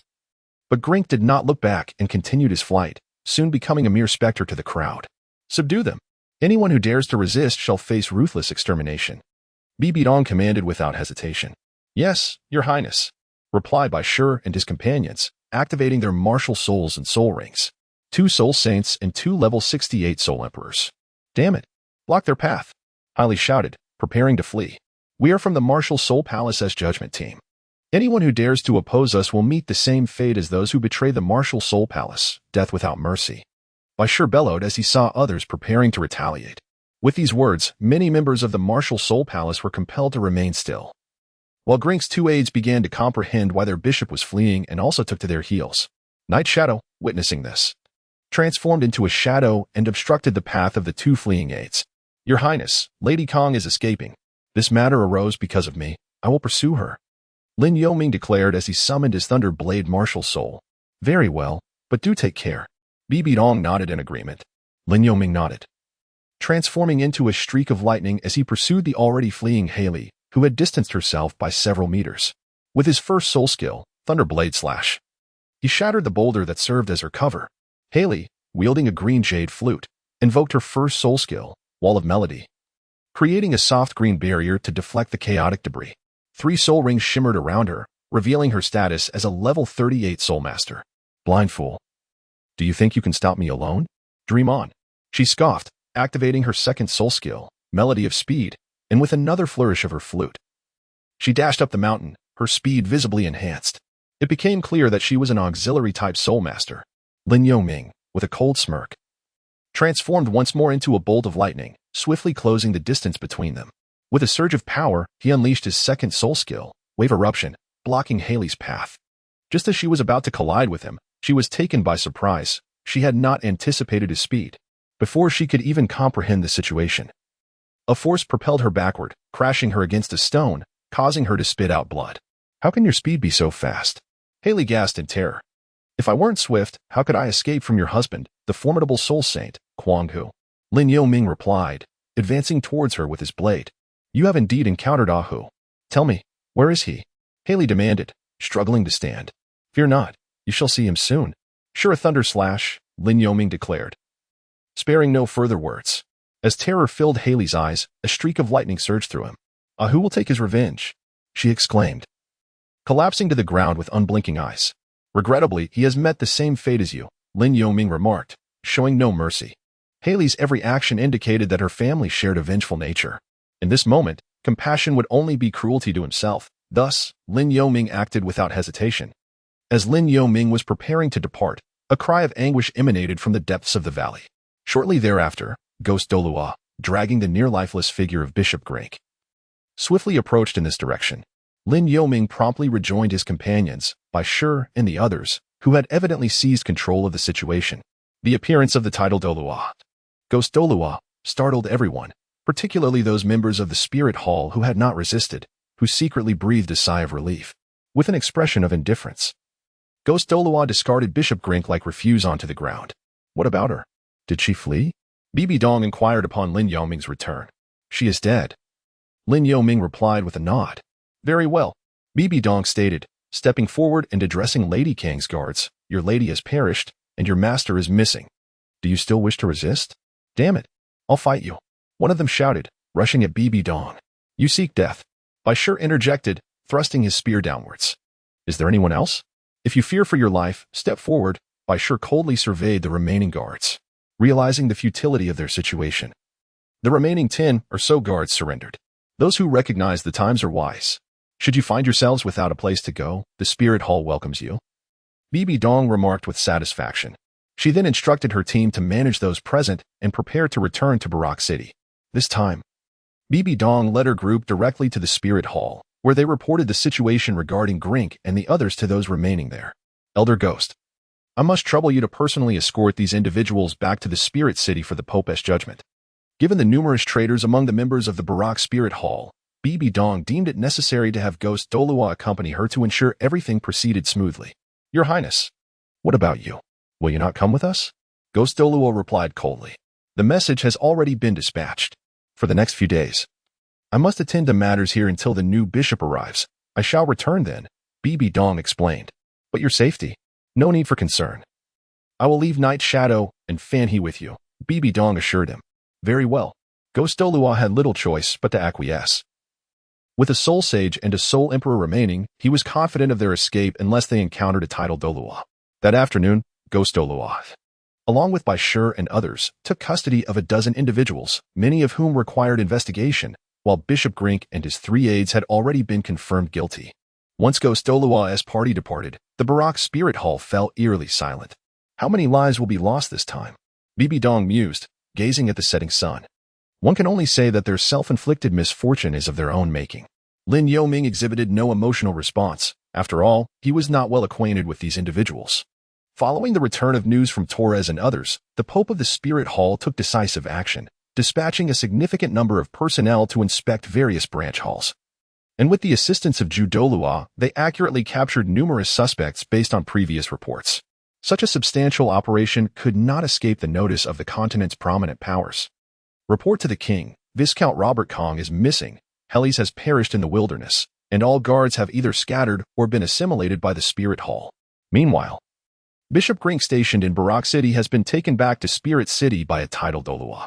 That evening, the royal palace of Barak City received the intelligence report. I had heard that the Viscount went to Soto City and has not returned for over 10 days. I did not expect him to go missing. In that case, we shall revoke his title, the King of Barak remarked, his tone tinged with resignation. As for the personnel changes in the Spirit Hall, that is beyond our control. And the Viscountess Helis colluding with the Spirit Hall deserves her fate. Yes, your majesty. On the 4th day, just before noon, the new bishop of the Spirit Hall arrived in Barak City, accompanied by 2 aides and 20 members of the Night Order. He was there to fill the vacancies and take over the Barak Spirit Hall. We bow before your highness, the Holy Maiden, Bishop Bai Shi and his entourage greeted. Bishop Bai, you have finally arrived. As a veteran of the Spirit Hall with years of management experience, I entrust this to you. Bibi Dong nodded. Your highness, the Pope has specifically instructed me that upon my arrival, you are to return to Spirit City immediately. This time, the Pope is truly enraged. Not only in Soto City and Barak City, but many others have also apprehended numerous individuals, awaiting your return to commence the judgment ceremony and announce it to the world. Bishop Bai Shi promptly conveyed. Understood. I have been away for quite some time. Bibi Dong nodded in response. Let us depart. After entrusting the place to Bishop Bai Shi, Bibi Dong, along with Lin Yoming and the others, exited the gates. We bid farewell to your highness, the holy maiden. The carriage slowly rolled out of Barak City and onto the main road, where it quickened its pace.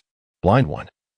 I didn't expect you to accompany me for nearly 10 days. Your parents must be quite concerned, Bibi Dong remarked with exasperation. Not at all. My parents are quite cheerful people, so there is no issue, Lin Yoming replied with a faint smile. We have a carriage. And while we won't be passing through Urder Town on our way back to Spirit City, we are close enough that I shall first send you back to your village. Bibi Dong suddenly stated. But didn't the Pope instruct you to return early? Wouldn't that delay you? Lin Yoming hesitated. It won't take much time. Going to your place won't be a bother. Bibi Dong failed to detect the reluctance in Lin Yoming's tone. Then I must trouble your highness. Lin Yoming conceded with resignation. Why not join me in Spirit City for this judgment ceremony? Bibi Dong unexpectedly proposed. Your highness, I shall refrain from intruding on this occasion. Lin Yoming firmly declined with a shake of his head. Very well, then I shall take you back to your village. No need, just drop me off at the town. We are already at the town, a little extra time doesn't matter. Lin Yoming wisely chose to remain silent, for once a woman has temper flares. Even the strongest oxen cannot restrain her. The carriage galloped on, arriving at the quaint town of Uerdo just before dusk. As they reached the entrance of Thunder Rain Village, the evening light had faded, and shadows deepened. Thank you, your highness the saintess, and to my 2 elder brothers, for escorting me back to the village. Lin Yoming sincerely expressed as he disembarked from the carriage. It's nothing. You're too polite, young brother, the 2 replied in unison. Come visit us sometime. Bibi Dong suggested playfully. Certainly. Lin Yoming nodded, preparing to enter the village when he suddenly turned around and said, You have traveled all day without a meal. Why not come to my home for dinner and a drink before you continue your journey? It would be remiss of me not to invite you. Especially since it is dark. All right. I'd love to see what kind of village has produced such a talent as you, Bibi Dong exclaimed with delight. Immediately leaping down from the carriage. Are you sure it's convenient for us? Night Shadow inquired. It's all right. Lin Yoming suddenly regretted inviting Bibi Dong into the village. Since you have extended such a warm invitation, we shall accompany you into the village to fill our bellies and then make our way back to Spirit City tonight, Bibi Dong declared. Noting that her companions had no objections. Please, follow me, Lin Yoming nodded, accepting the situation. With the absence of Ghost Douluo, he felt less apprehensive about revealing his identity. He led the 3 to his home, where in the courtyard, Blue Silver Emperor and Ying Lan were engaged in cheerful conversation. I sense Xiaoming's presence. He is nearly home, Blue Silver Emperor suddenly remarked to Ying Lan. Really? Let me see. Ying Lan stood up, and Blue Silver Emperor followed suit. Both gazing toward the village entrance. They soon spotted several figures approaching. Mother, Sister Ayin, I'm back. Lin Yoming called out as he came into view. Xiaoming. You finally returned, Blue Silver Emperor exclaimed, rushing out of the courtyard to greet him. And you have guests. Who are they? She inquired. Her eyes scrutinizing the 3 behind Lin Yoming, landing particularly on Bibi Dong.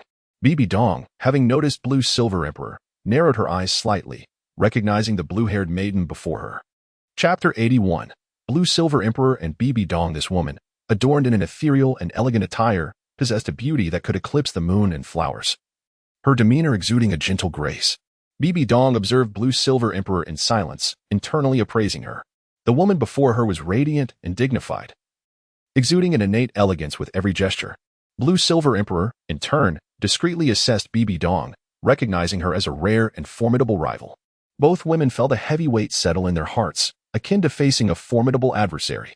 Lin Yoming sensed that the atmosphere had become somewhat awkward. Could it be that Bibi Dong had seen through Lan Yin? That seemed implausible. After all, who was she? Just as Lin Yoming was engulfed in embarrassment. Both of them simultaneously inquired about him. Lin Yoming was taken aback by their synchronized questioning. Allow me to introduce you. Sister Ayin, this is Bibi Dong, the Holy Maiden of the Spirit Hall. We have been pursuing the matter of the Soul Sage together these past few days. Your Highness, this is Lan Yin, a friend of mine who is a few years my senior. I affectionately call her Sister Ayin. Lin Yoming and Bibi Dong pointed at each other as they introduced themselves. I am a few years older than you, so why not call me Sister Dong? Bibi Dong suggested with a playful wink at Lin Yoming. You wish. How could my blind brother possibly call you anything but Saintess? Lan Yin Wang interjected swiftly. Humph. Why is it that only the blind can call you sister? I am older than him. Bibi Dong retorted promptly. Older, you say? Well, I am also older than you. Why not call me sisterine and let me hear it? Lan Yin Wang countered immediately. Just because you claim to be older, does that make it true? How old are you? Bai Bidong was taken aback. And how old are you? Lan Yin Wang shot back. Suddenly, the two women's gazes locked onto each other, intensely focused. Mingo, you have returned. What are you waiting for? Bring your friends inside to sit down. Ying Lan then stepped out of the courtyard to alleviate the awkward tension. All right, mother. I'm coming. Lin Yoming replied. Your Highness, Saintess, please, let us enter. Lin Yoming swiftly fled to Ying Lan's side. Bibi Dong scoffed. The blue-silver emperor refused to concede. She immediately approached Lin Yoming. Hello, Auntie. I didn't expect you to be so youthful and beautiful. Bibi Dong greeted Lin Yoming with a smile. Flatterer, scheming woman. The blue-silver emperor retorted silently upon hearing Bibi Dong's words. Oh dear. This young lady truly knows how to flatter. I am already on the brink of becoming a yellow-faced woman, Ying Lan chuckled. Not at all, Auntie. You are very young and radiant, which shows you take good care of yourself. Bibi Dong replied cheerfully.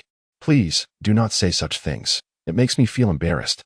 Come in and have a seat, Ying Lan said, warmly taking Bibi Dong's hand. As Bibi Dong entered the room, she glanced up at the blue-silver emperor. Flatterer. The blue-silver emperor noticed a hint of provocation in Bibi Dong's gaze and suddenly devised a plan. Oh dear, Xiaoming and this little sister. You look weary and must not have eaten yet. Allow me to prepare something for you. Little sister, are you hungry? The blue-silver emperor immediately adopted a hospitable demeanor, pulling Bibi Dong along. Sister Ayin, you can cook now? Lin Yoming inquired. Shut up. Who said I couldn't tea cook? The blue-silver emperor retorted instantly. Lin Yoming couldn't help but touch his nose, perplexed at the turn of events. Bibi Dong was also at a loss for words. Responding would only solidify her identity as the little sister, so silence seemed the wisest choice. Fortunately, Ying Lan spoke up. Ayin, we have guests. It wouldn't be right to trouble you with cooking. Let Annie handle it. Yes, come in. There are also two older brothers here. Feel free to make yourselves comfortable, Lin Yoming added. Subsequently, under the mutual glare of Bibi Dong and the blue-silver emperor, they stepped into the room. Please, make yourselves comfortable. I will fetch you some water, Lin Yoming offered as he moved a stool. However, Bibi Dong and the blue-silver emperor each sat on opposite sides. Yet their gazes never left one another. Lin Yoming entered the kitchen, and Ying Lan quietly tugged at him, asking, Tomorrow, are they all members of the Spirit Hall? That girl is quite beautiful. Yes, the girl who just spoke to you is named Bibi Dong, and she is the saintess of the Spirit Hall. Saintess? Ying Lan inquired with confusion. Well, she is akin to a princess of the Empire, Lin Yoming replied. Did I offend her just now? Will she hold it against you? Ying Lan asked. Her voice tinged with anxiety. Mother, rest assured, although she is a saintess, she is quite amiable. There is no cause for concern, Lin Yoming smiled as he reassured her. Really? No problem? Ying Lan sought confirmation once more. Indeed, no problem, Lin Yoming nodded solemnly. That's good, Ying Lan sighed in relief. You should hurry and attend to them. Yes, mother, please do not overthink it, Lin Yoming urged again. It's unavoidable. The villagers seem to harbor a certain trepidation towards nobles and those in power. Such is the common perception in the Douluo continent, ingrained from a young age to avoid provoking those in authority, he explained. Xiaoming, I'll assist you. Lan Yin Wang chimed in as Lin Yoming exited the kitchen carrying several bowls of water. Okay. Lan Yin Wang then handed a bowl of water to Bibi Dong, saying, Little sister. Have some water. Could you refrain from calling me little sister? You aren't much older than I am. Call me Saintess or Bibi Dong, Bibi Dong replied, her expression darkening. Much older. I assure you. You haven't yet disclosed your age, Lan Yin Wang teased, sitting across from Bibi Dong. 12. And you? Bibi Dong retorted after taking a sip of water. Unfortunately. I am 14, Lan Yin Wang laughed. What of it? Bibi Dong shot back. Xiaoming, is she really 14? Yes, I've known Ayin since I was 7. I have indeed turned 14, Lin Yoming confirmed. By the way, what is with the tension between the two of you? You see, I am indeed older. Lan Yin Wang declared triumphantly, causing Bibi Dong to grit her teeth in frustration. So, you have been by Xiaoming's side for almost 2 years now, shamelessly, Bibi Dong countered. This is my recognized younger brother. There is nothing shameless about it. I even shared a room with him in the hotel in Suatua City for a year. Lan Yin Wang continued. Living together for a year is quite an accomplishment at such a young age. Also, Xiaoming is a genius with innate full soul power. so do not hinder him, Bibi Dong rebutted. Innate full soul power is impressive, but I possess that too. What level are you? Have you broken through to Soul Master? Lan Yinwang asked challengingly. Apologies, but I am already a Soul Zone. What about you? Truly remarkable for a saintess of the Spirit Hall, 12 years old and already a Soul Zone. However, I must inform you, I too am a Soul Zone. And at level 46, Lan Yinwang replied. Humph. Being 2 years older, you are only 5 levels higher in soul power. Oh, so you are only at level 41. Bibi Dong retorted. Lin Yoming noticed that the two seemed to be completely oblivious to his words and, feeling somewhat exasperated, spoke again. Are you even listening to me? Be quiet, replied Bibi Dong and Lan Yinwang in unison. Acknowledging the hint, Lin Yoming quietly stepped away, leaving the two to exchange glances of confusion. Brothers, what are they doing? Lin Yoming approached Ying and the others. Perhaps they are just playing. We are not sure, Fan He responded. But is this girl truly from the Wuhuan Hall? At just 14 years old, she's already a level 46 Soul Master. That seems rather extraordinary, Fan He couldn't help but inquire. Indeed. She is kind-hearted and enjoys wandering through rural villages, healing the villagers' injuries and ailments. That is how I first met her. She assisted me in acquiring my second and third soul rings, Lin Yoming replied slowly. Perhaps the Holy Maiden has encountered a peer, a talented girl. And they share a sense of kinship, Ying speculated uncertainly. Maybe so, Lin Yoming echoed, equally unsure. Xiaoming, we have guests. Lin Yoming's father entered and noticed several unfamiliar faces in the room. Yes, Dad, they are all from the Wuhuan Hall, Lin Yoming quickly stood to explain. Hello, Uncle. Bibi Dong greeted politely. Welcome. Make yourselves at home, Lin Chong replied with a slight smile. Xiaoming, I will go assist your mother. Before long. Ying Lan and Lin Chong emerged from the kitchen, carrying dishes and placing them on the table. Dinner is ready. It's just some home-cooked dishes. Hope you don't mind. Ying Lan announced. How could I? Auntie, your culinary skills must be excellent. I can smell the delicious aroma wafting from the kitchen. Bibi Dong praised immediately. Oh. It's not that impressive. You all eat up. We've already had our fill, Ying Lan said before taking Lin Chong outside to the courtyard. Lan Yinhuang set the bowls and chopsticks in front of the four. Please sit and eat. The evening is chilly, so hurry, she urged. Thank you. Ying and Fan He responded gratefully. Sister Ayin, please sit and have a few more bites, Lin Yoming said to Lan Yinhuang. Holy Maiden, brothers, please eat quickly. You still have a journey ahead, Lin Yoming encouraged. I've told you before, in informal settings, just call me Bibi Dong. You may also refer to me as Dongjia. Bibi Dong said, somewhat displeased that Lan Yinhuang was still calling her Holy Maiden while sitting next to Lin Yoming. All right, Bibi Dong, let us eat. Lin Yoming replied with a hint of helplessness. Come, Xiaoming, you surely haven't eaten well these past few days. You look thinner already after just a few days away. Eat more meat, Lan Yinhuang said, serving Lin Yoming. Sister Ayin, I can serve myself, Lin Yoming responded. Exactly, Xiaoming is perfectly capable of feeding himself. Bibi Dong added. What is this? Does Xiaoming have trouble seeing? I'll take care of him. Why do you have a problem with that? Lan Yinhuang remarked provocatively. Glancing at Bibi Dong. I will also serve you, Xiaoming, Bibi Dong insisted, not to be outdone. What are you doing? It's improper for guests to serve the host. Just enjoy your meal, Lan Yinhuang interrupted. You. Bibi Dong fumed, reluctantly placing the food back into her bowl and devouring it furiously. Don't hold back, just eat. Lin Yoming said helplessly. Are we even allowed to eat in peace? He thought to himself, feeling secretly disgruntled. Ying and Fan He exchanged silent glances and continued eating quickly.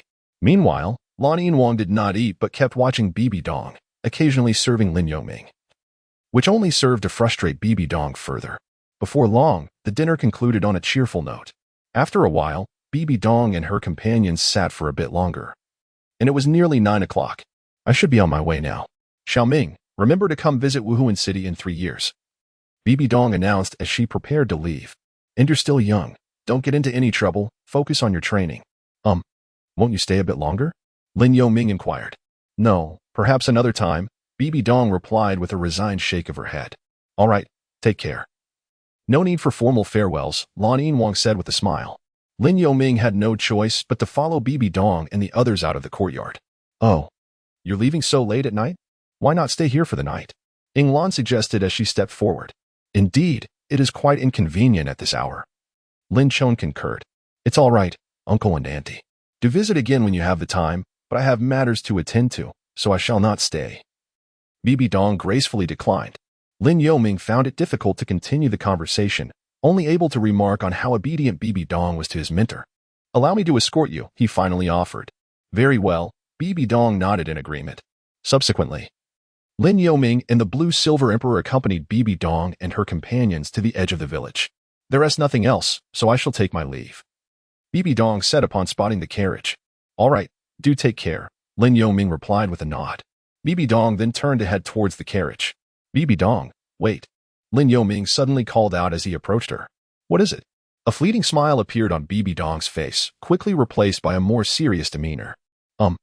I have something to give you, and I hope it proves useful, Lin Yoming said as he produced the soul-severing grass that Wang Ming had given him. What is this? Bibi Dong inquired, staring at the plant contained within the glass vial, her expression one of confusion.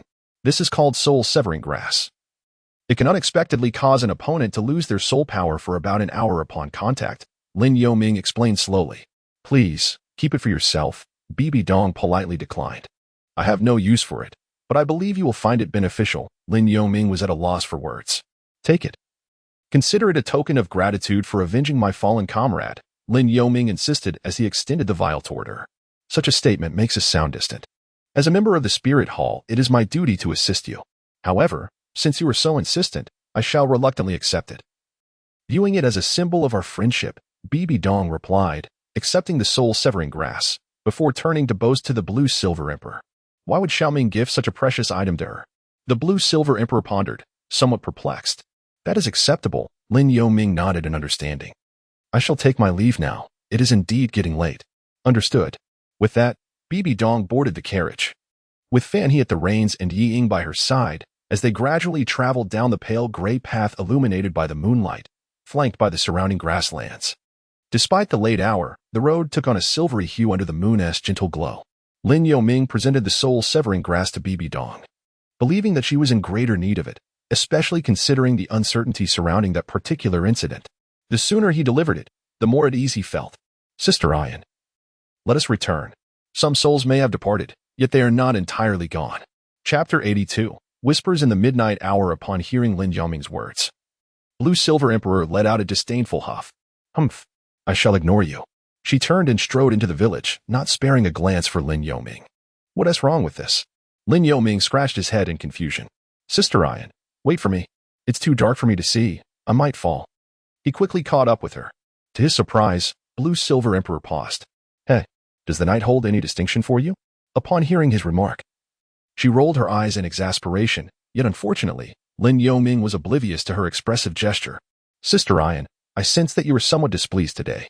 What troubles you? Lin Yoming inquired, puzzled. Humph. And you dare bring that up? After all this time, you have yet to gift me anything. Instead, you bestow such a precious item upon Bibi Dong without a thought for me. Blue-Silver Emperor replied, somewhat irked. By the way, where did you even find the soul-severing grass? You're so naive. In the future, should you encounter a powerful adversary pursuing you, it could serve to confound them, or even cause them to lose their soul power upon contact, thus ensuring your survival. Blue-Silver Emperor continued her admonishment. Is it truly because I gave the soul-severing grass to Bibi Dong that you were upset? Lin Yoming chuckled helplessly. Lin Yoming finally realized that Lan Yinwang seemed to be in a fit of jealousy. Who said I was angry? I am not. Why should I be angry? She retorted, continuing her way into the village. Is this what it means to be a jealous woman? Lin Yoming couldn't help but feel a headache coming on. Despite having lived 2 lives, he had never been in a romantic relationship. At the same time, he was at a loss as to how to explain his actions to Lan Yinwang. Should he confess that he knew the future story of Bibi Dong? Ain, please don't be upset. I merely felt concerned for Bibi Dong, given the dangers she might encounter in a place like Spirit City, so I gave her the soul-severing grass. Besides, it wasn't even something I found. It was a gift from Wang Ming in Soto City, which I thought would be a fitting way to thank Bibi Dong for avenging us against the Soul Sage, Lin Yoming hurriedly explained. Is it truly just that? With no ulterior motives? Lan Yinwang questioned, her gaze filled with skepticism. Well, if you must know of any ulterior motive, it would be to establish a good rapport with her. After all, if we ever find ourselves in Spirit City, it would be wise to have someone looking out for us, Lin Yoming replied, slightly hesitant. All right then, I forgive you, Lan Yinwang stated with a nod, her tone shifting. Really? Thank you for your understanding. Lin Yoming responded with a smile. However, I have a condition. I want you to give me a gift, one even better than hers. Lan Yinwang said, turning her head slightly. What? Lin Yoming was taken aback. Is that a problem? She pressed. All right. With my luck, I'm sure I can find something far superior to the soul-severing grass to present to you. I believe we will discover flowers and herbs that surpass it by hundreds of times, Lin Yoming assured her eagerly. Only if you can encounter a legendary herb could it possibly be hundreds of times better than the soul-severing grass, Lan Yinwang scoffed. Nevertheless, hearing Lin Yoming's resolute promise brought her a measure of joy. Ain, you're not upset anymore, are you? Lin Yoming asked, playfully shaking her arm. Since you have made such a promise, I will temporarily forgive you. Also, you smell terrible.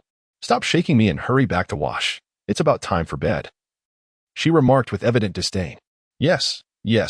Lin Yoming nodded in agreement. Upon returning home, Lin Yoming's mother had prepared warm water for him. Thank you, Mom. He expressed his gratitude before stepping into the bathing area. Silly child, you go wash first. I'll make your bed, Inglan said with a loving smile before walking away. Having reached the 37th level of soul power, and with the Continental Elite competition approaching in 3 years, it was nearly time for him to venture to the Sunset Forest. As Lin Yoming recalled thanks to Lan Yinwang's reminder, he wondered if that elusive autumn dew fairy grass could open his eyes to new possibilities. He was also contemplating the item that had greatly enhanced Tang San's purple extreme magic eye, amplifying his mental strength. Although the secret cultivation method suggested that one could unlock the insight eye upon reaching the mid-stage of the Thunder chapter, Lin Yoming was still in the mid-stage of the Darkness chapter, nowhere near advancing to the latter stage. Lin Yoming was uncertain about how many years it would take to reach the mid-stage of the Thunder chapter, knowing the existence of the celestial herb. He wished to open his eyes to it sooner. Perhaps he would wait a little longer, aiming to cultivate his soul power to level 39 before venturing forth. During this period, he decided to remain in the village and spend quality time with his parents.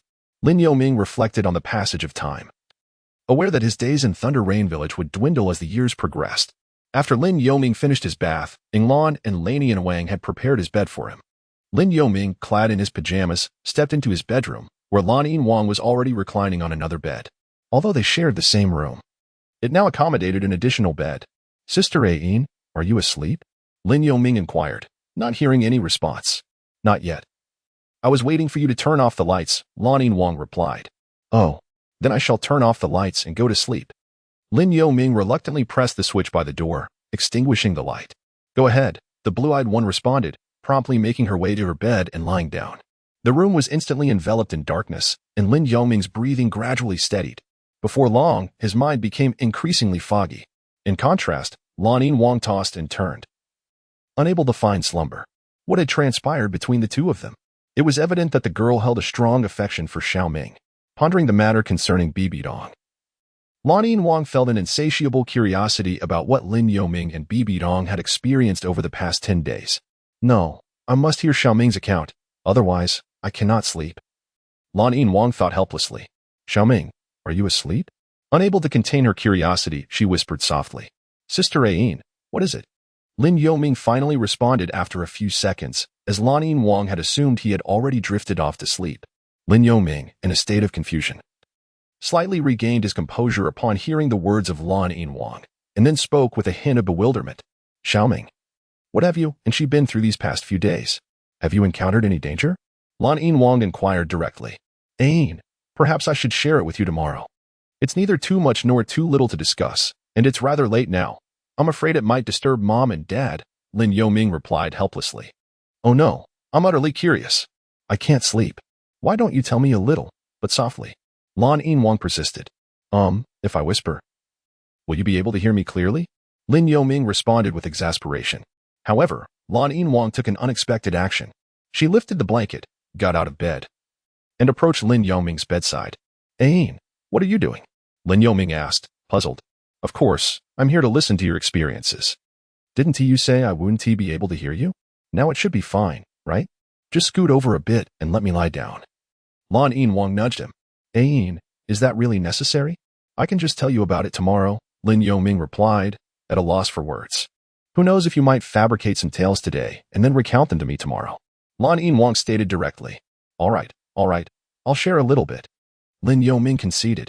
That is more like it. Lan Yinwang said, gradually lying down beside Lin Yoming.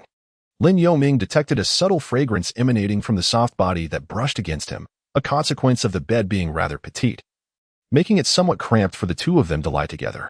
Lin Yoming's back was pressed tightly against the wall.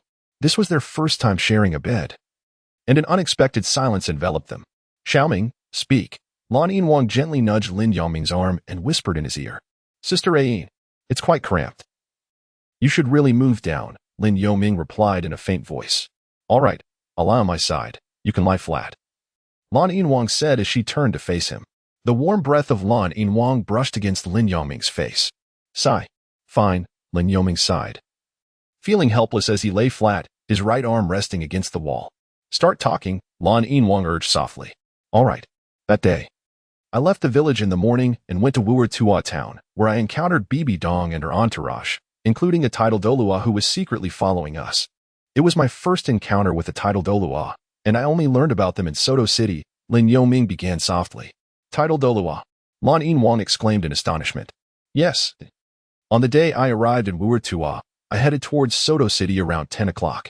I shared a carriage with Bibi Dong, and we reached our destination by the afternoon. Why did she want you to share a carriage with her?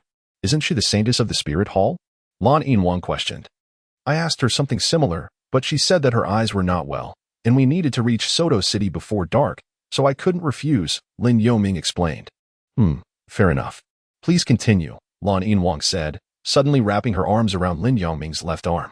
Lin Yoming could feel a soft sensation emanating from his left arm. What was Ayin doing so close? That afternoon, upon arriving in Soto City, his first instinct was to rush into the spirit hall. Maintaining his composure, Lin Yoming began recounting the events that had transpired. Lin Yoming had shortened certain details and, upon encountering Flander once more, informed Lan Yinwang. In the stillness of the night, whispers reverberated in the bedroom as the two spoke softly, unknowingly succumbing to fatigue. Lin Yoming's voice gradually weakened, and soon both storyteller and listener drifted into slumber. The following morning, Lan Yinwang awoke feeling an inexplicable weight upon her, her body heavy. Unable to resist, she opened her eyes and discovered herself pressed against Lin Yoming's chin. He lay sprawled over her like a pillow, limbs draped across her as he continued to sleep peacefully. Let go of me, she exclaimed, her cheeks flushing as she struggled free from his embrace. What's wrong? Lin Yoming jolted awake, alarmed. What did you do while holding me all night? Lan Yinwang retorted, descending from the bed in haste. I didn't do anything. I simply told you a story until I fell asleep. Lin Yoming scratched his head, bewildered. Wait, when did I even fall asleep? Lan Yinwang mused, slapping her forehead as clarity washed over her. I have no idea. I was narrating, and then suddenly felt drowsy and dozed off, Lin Yoming confessed, equally puzzled. At that moment, Inglan approached the door and opened it. Lan Yin, why is your clothing so disheveled? She inquired, her expression filled with curiosity. Oh. Lan Yinwang glanced down, hastily adjusting her attire. Andy, I'm fine, she replied, her cheeks still flushed. That's good to hear. It's about time for breakfast, children, Inglan remarked before closing the door. Lan Yin, what happened to your clothing? Lin Yoming asked, intrigued by Inglan's tone. Little ones, don't pry. Lan Yinwang shot him a glare, though he could not see it. Ah, Lin Yoming sighed, rendered speechless. Could it be that the soft pillow in my dreams was? Lin Yoming suddenly realized something, shaking his head as he dared not pursue the thought further. Hey, why are you shaking your head for no reason? Lan Yinwang asked. Nothing. I'm fine, she reassured herself after inspecting her appearance, finding only her clothing askew. How did I fall asleep so bewilderedly? She pondered helplessly. Never mind, Lan Yin, have you dressed yet? I need to get up and put on some clothes. Lin Yoming said from beneath the covers, clad only in his pajamas. I'll wash my face first, Lan Yinwang replied as she exited the room. Upon entering the bathroom, she found Inglan already there. Lan Yin, did you stay up very late? Inglan quietly inquired. It seems so. Lan Yinwang replied with an awkward smile. How old are you now? Inglan asked again, her voice low. I'll be 15 after this year, Andy. Why do you ask? Lan Yinwang responded, her brow furrowed in confusion. Lan Yin, both Ming and I are aware of your character, and we hold you in high regard. However, despite you nearing 15, Ming is only 9 and still very naive. Could you perhaps wait a few years? Maybe until he is 13 or 14? Inglan suggested quietly. Auntie, I don't quite understand, Lan Yinwang admitted, feeling embarrassed. What I mean is, Ming is too young for such matters, and besides, you should at least wait until you're engaged, Yinglan gently reminded her with a slight smile. Such matters. Engagement. Lan Yinhuang's face turned crimson as she gasped in surprise. Auntie, we haven't done anything. You misunderstand. I merely asked Xiaoming to share his recent experiences. And we chatted until we unknowingly fell asleep. She hurriedly clarified, flustered. That's a relief. While I would love to have grandchildren, Ming is still too young. It could harm him, Yinglan advised earnestly, gazing at Lan Yinhuang. Lan Yinhuang's cheeks blushed as she struggled to find a response, her words caught in her throat. All right. I shall say no more. Your face is as red as a tomato. I'm off to prepare breakfast, Yinglan chuckled as she exited the bathroom. What a misunderstanding. Lan Yinhuang gazed at her flushed reflection in the basin. Before long, she stepped outside to enjoy the fresh air. Some may die, yet not completely. Chapter 83. Bibi Dong returns. Lin Yoming stepped out of the house and saw Lan Yinhuang standing dazedly in the yard. Sister Ayin, what are you thinking about? Have you had breakfast? Lin Yoming approached Lan Yinhuang, but receiving no response, he exclaimed loudly in her ear. You'll be the death of me, speaking so loudly. Lan Yinhuang was startled and, with a hint of annoyance, lightly slapped Lin Yoming. Sister Ayin, are you contemplating what happened last night? I assure you, I did nothing. Lin Yoming immediately replied with exasperation. Lan Yinhuang's face flushed slightly again. All right, let us not dwell on it. I wasn't thinking about that. I simply went to bed late last night, and my mind is still a bit foggy. Come on, let us eat. Oh, Lin Yoming nodded. Truly. You always bring up the wrong topic. Lan Yinhuang thought to herself. It was the third day since Bibi Dong returned to Wuhuan City. She discovered that the large square in front of the Wuhuan Hall was filled with no less than 100 cages. Among them were recently captured prisoners, including Torres and Bishop Grink. Such actions inevitably attracted the attention of onlookers, with the uninformed crowd speculating about the unfolding events, initially intending to make an example of one. Bibi Dong was astonished to uncover a multitude of individuals engaged in clandestine misdeeds, tarnishing the reputation of the Wuhuan Hall. She had often wondered why the Wuhuan Hall's progress had been so sluggish in recent years. Now she understood it was due to a proliferation of internal corruption. Upon arriving at the Popes Hall, Bibi Dong overheard her mentor furiously reprimanding someone within the Grand Chamber. Elder Ju, are you certain these are the only individuals implicated? Your Holiness, those with direct evidence are already outside. As for the bishops who merely exploited ordinary people, lacking concrete evidence, I chose not to pursue further. I merely issued a warning and left a record. After standing outside for a while, and hearing no further commotion, Bibi Dong entered the Pope's Hall. Disciple pays respect to the teacher. Bibi Dong knelt on one knee. We greet your Holiness. Nice Shadow and the others followed suit. Donger, you have worked hard this time. You handled matters commendably, the Pope remarked, his expression softening at the sight of Bibi Dong. Master, you flatter me. This journey has been quite rewarding for me. And as the saintess of the Wuhuan Hall, it is my duty. There was no hardship involved, Bibi Dong replied earnestly. Rest well for 2 days. We will commence the trials thereafter, the Pope said slowly. Understood. 2 days later, outside the city gates of Wuhuan City, the Pope announced the crimes of Torres and his accomplices. They shall be executed publicly as a warning.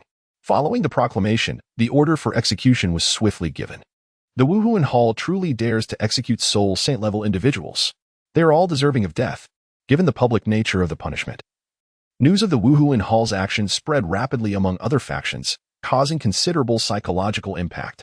It is important to note that among the more than 100 individuals sentenced to death were 5 soul saints, over 30 soul emperors, and nearly 40 soul kings. Such a loss in strength was monumental for other factions, yet the Wuhuan Hall exhibited remarkable resolve and determination in its decision. In the 3 days following the public execution, news of the event quickly disseminated across the continent. Father, mother, sister, though I did not slay them myself, I have sent them to the execution platform.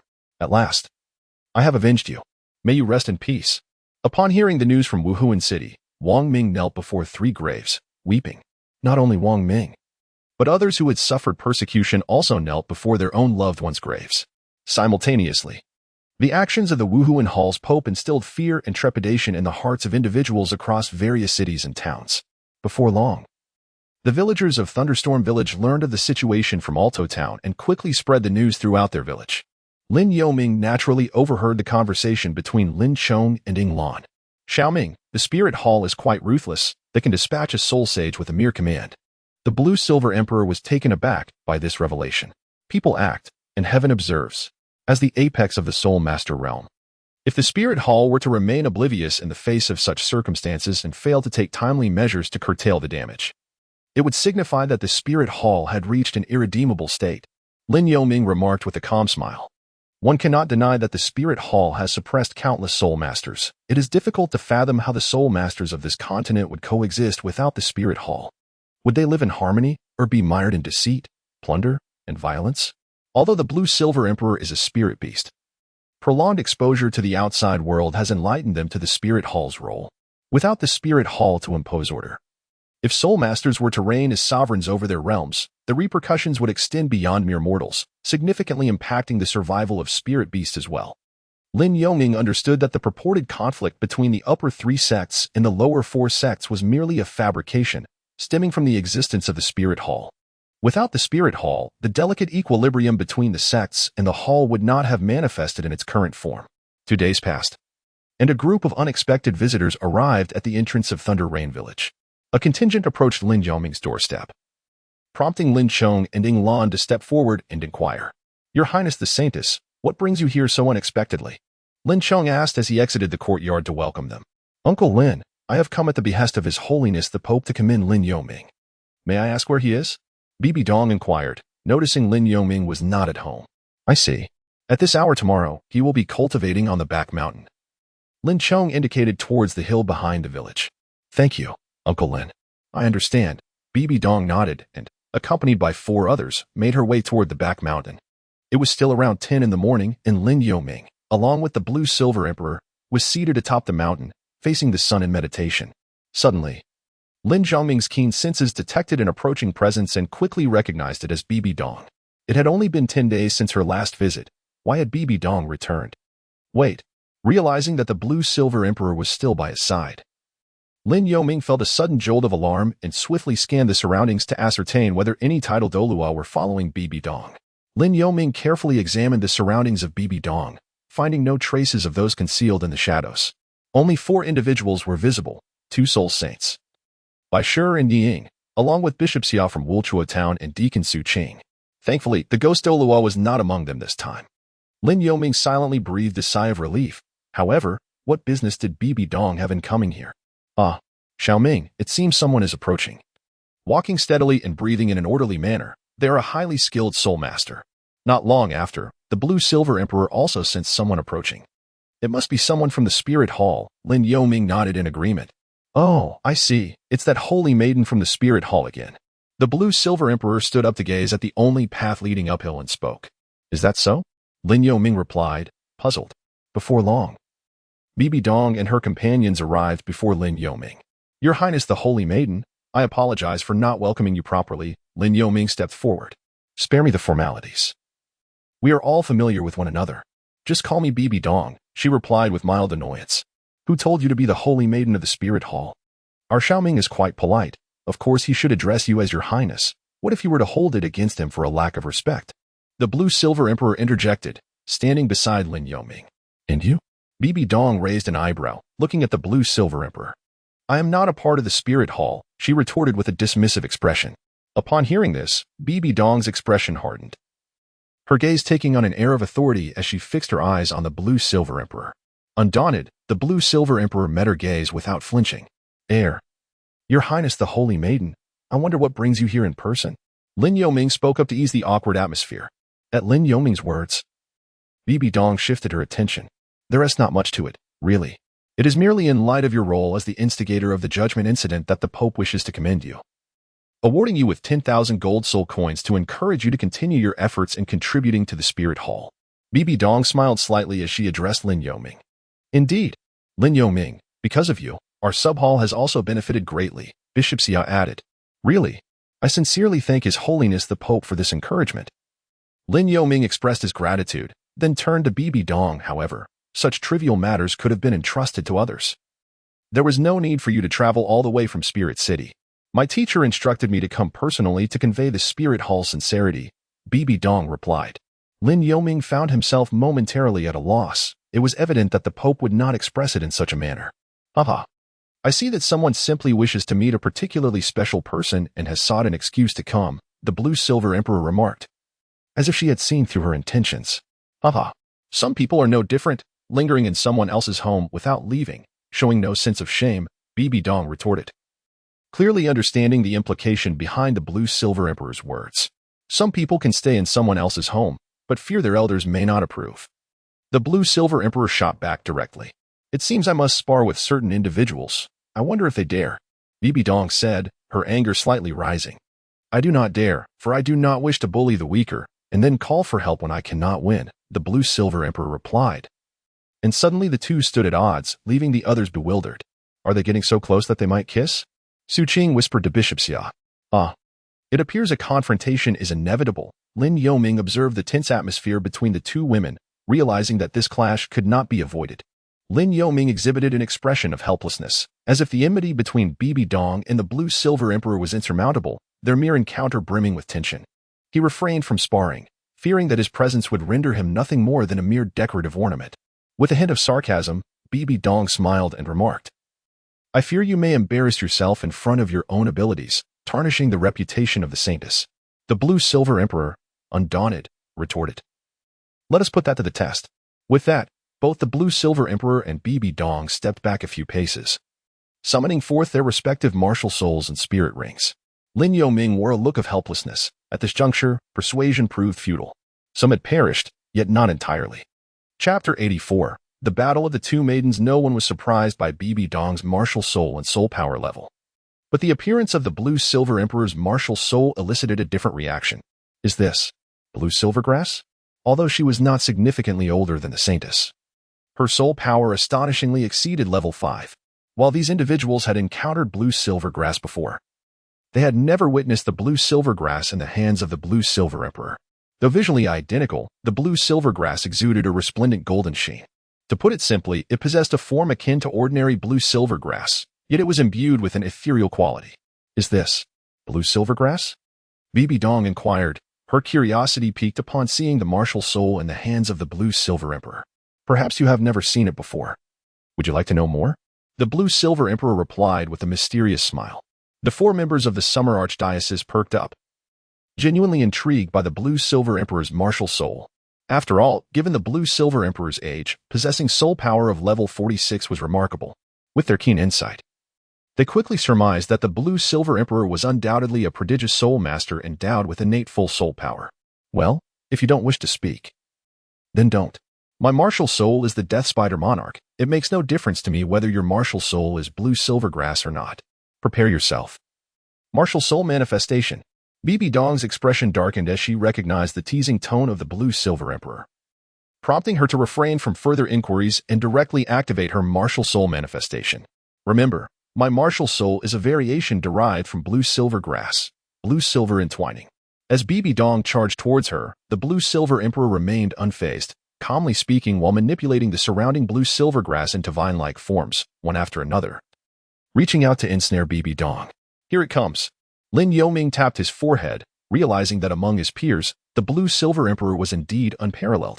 The manipulation of the surrounding Blue Silvergrass consumed minimal soul power and exhibited remarkable resilience.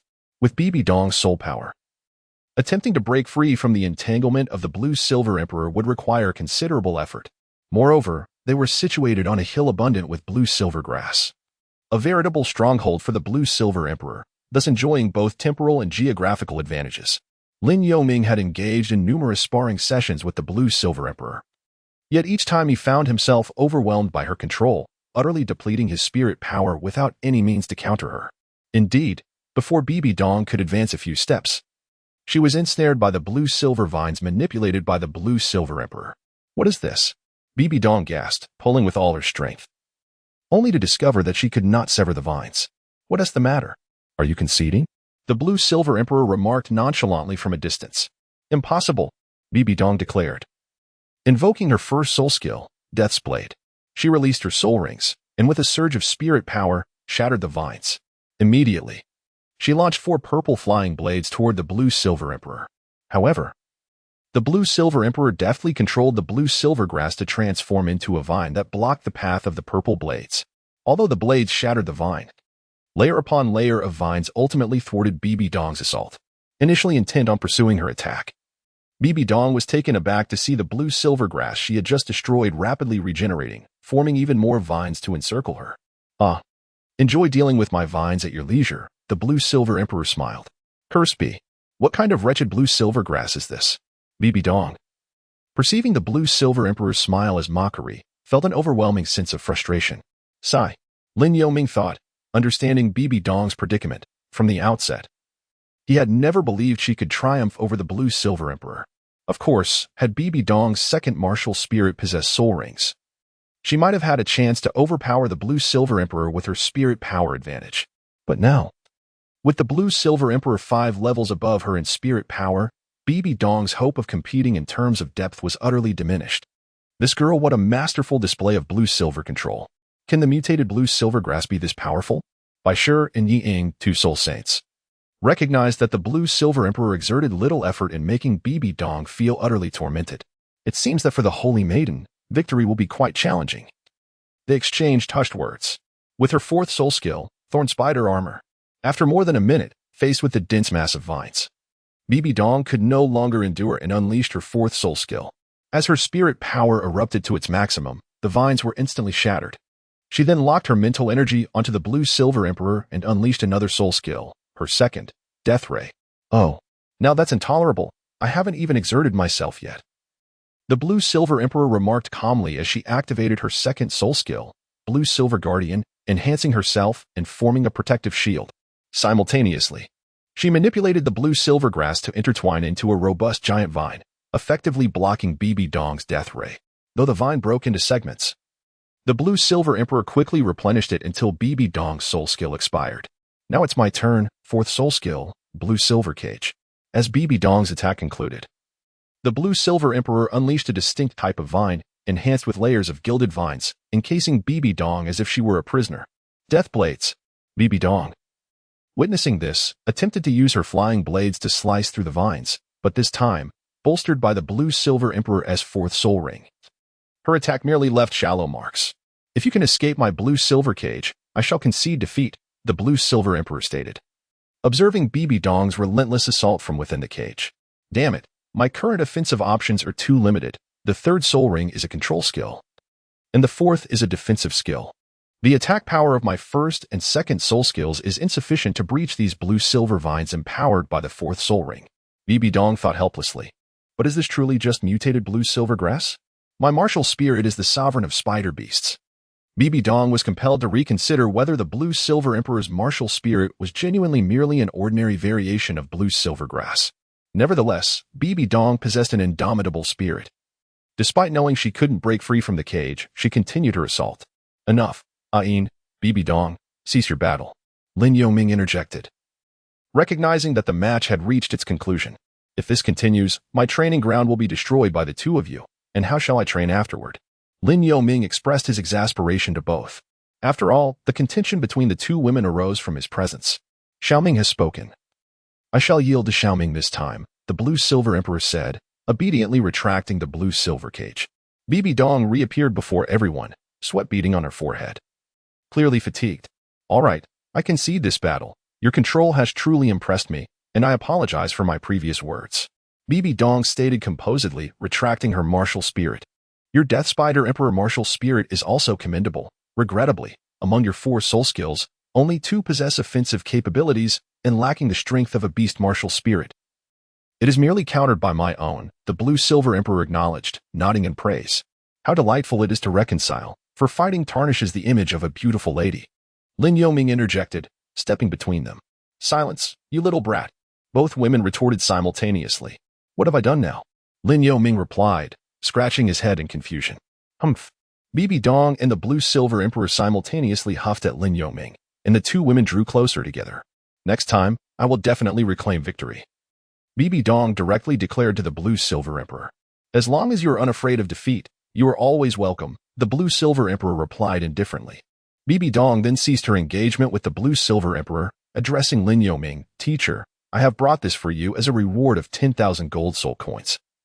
Please consider building yourself a proper bedroom instead of always sharing quarters with the girls. Hey, I find that remark displeasing. I merely care for Xiaoming, who has trouble seeing. The blue-silver emperor shot a warning glare at Bibi Dong. Unashamed, Bibi Dong glanced at the blue-silver emperor. What is this? Another match? The blue-silver emperor asked, displeased. Lin Yoming was caught in a dilemma of whether to accept or decline. No more fights. I must return and train diligently. Next time, I shall certainly win. Bibi Dong declined. She then tossed the pouch of coins to Lin Yoming and departed with Bai Shi and the others. I shall see you off, Lin Yoming called out. It was nearly noon, and after a morning of training, it was time to head down the mountain for lunch. Thus, the Blue-Silver Emperor returned first, while Lin Yoming escorted Bibi Dong and the others to the village entrance, where a familiar carriage awaited. No need to see us off. Go have your meal, Bibi Dong declared as she boarded the carriage. All right, travel safely, Lin Yoming nodded. By the way, where do you plan to venture for your training? You can't remain here indefinitely, can you? Bibi Dong suddenly turned to inquire. We haven't made a decision yet, but we do have a goal, to visit Heavendoe City. Lin Yoming replied. Heavendoe City, you say? That sounds promising. It boasts a higher-level Grand Soul Arena, though its factions are intricate. Stay cautious if you encounter danger.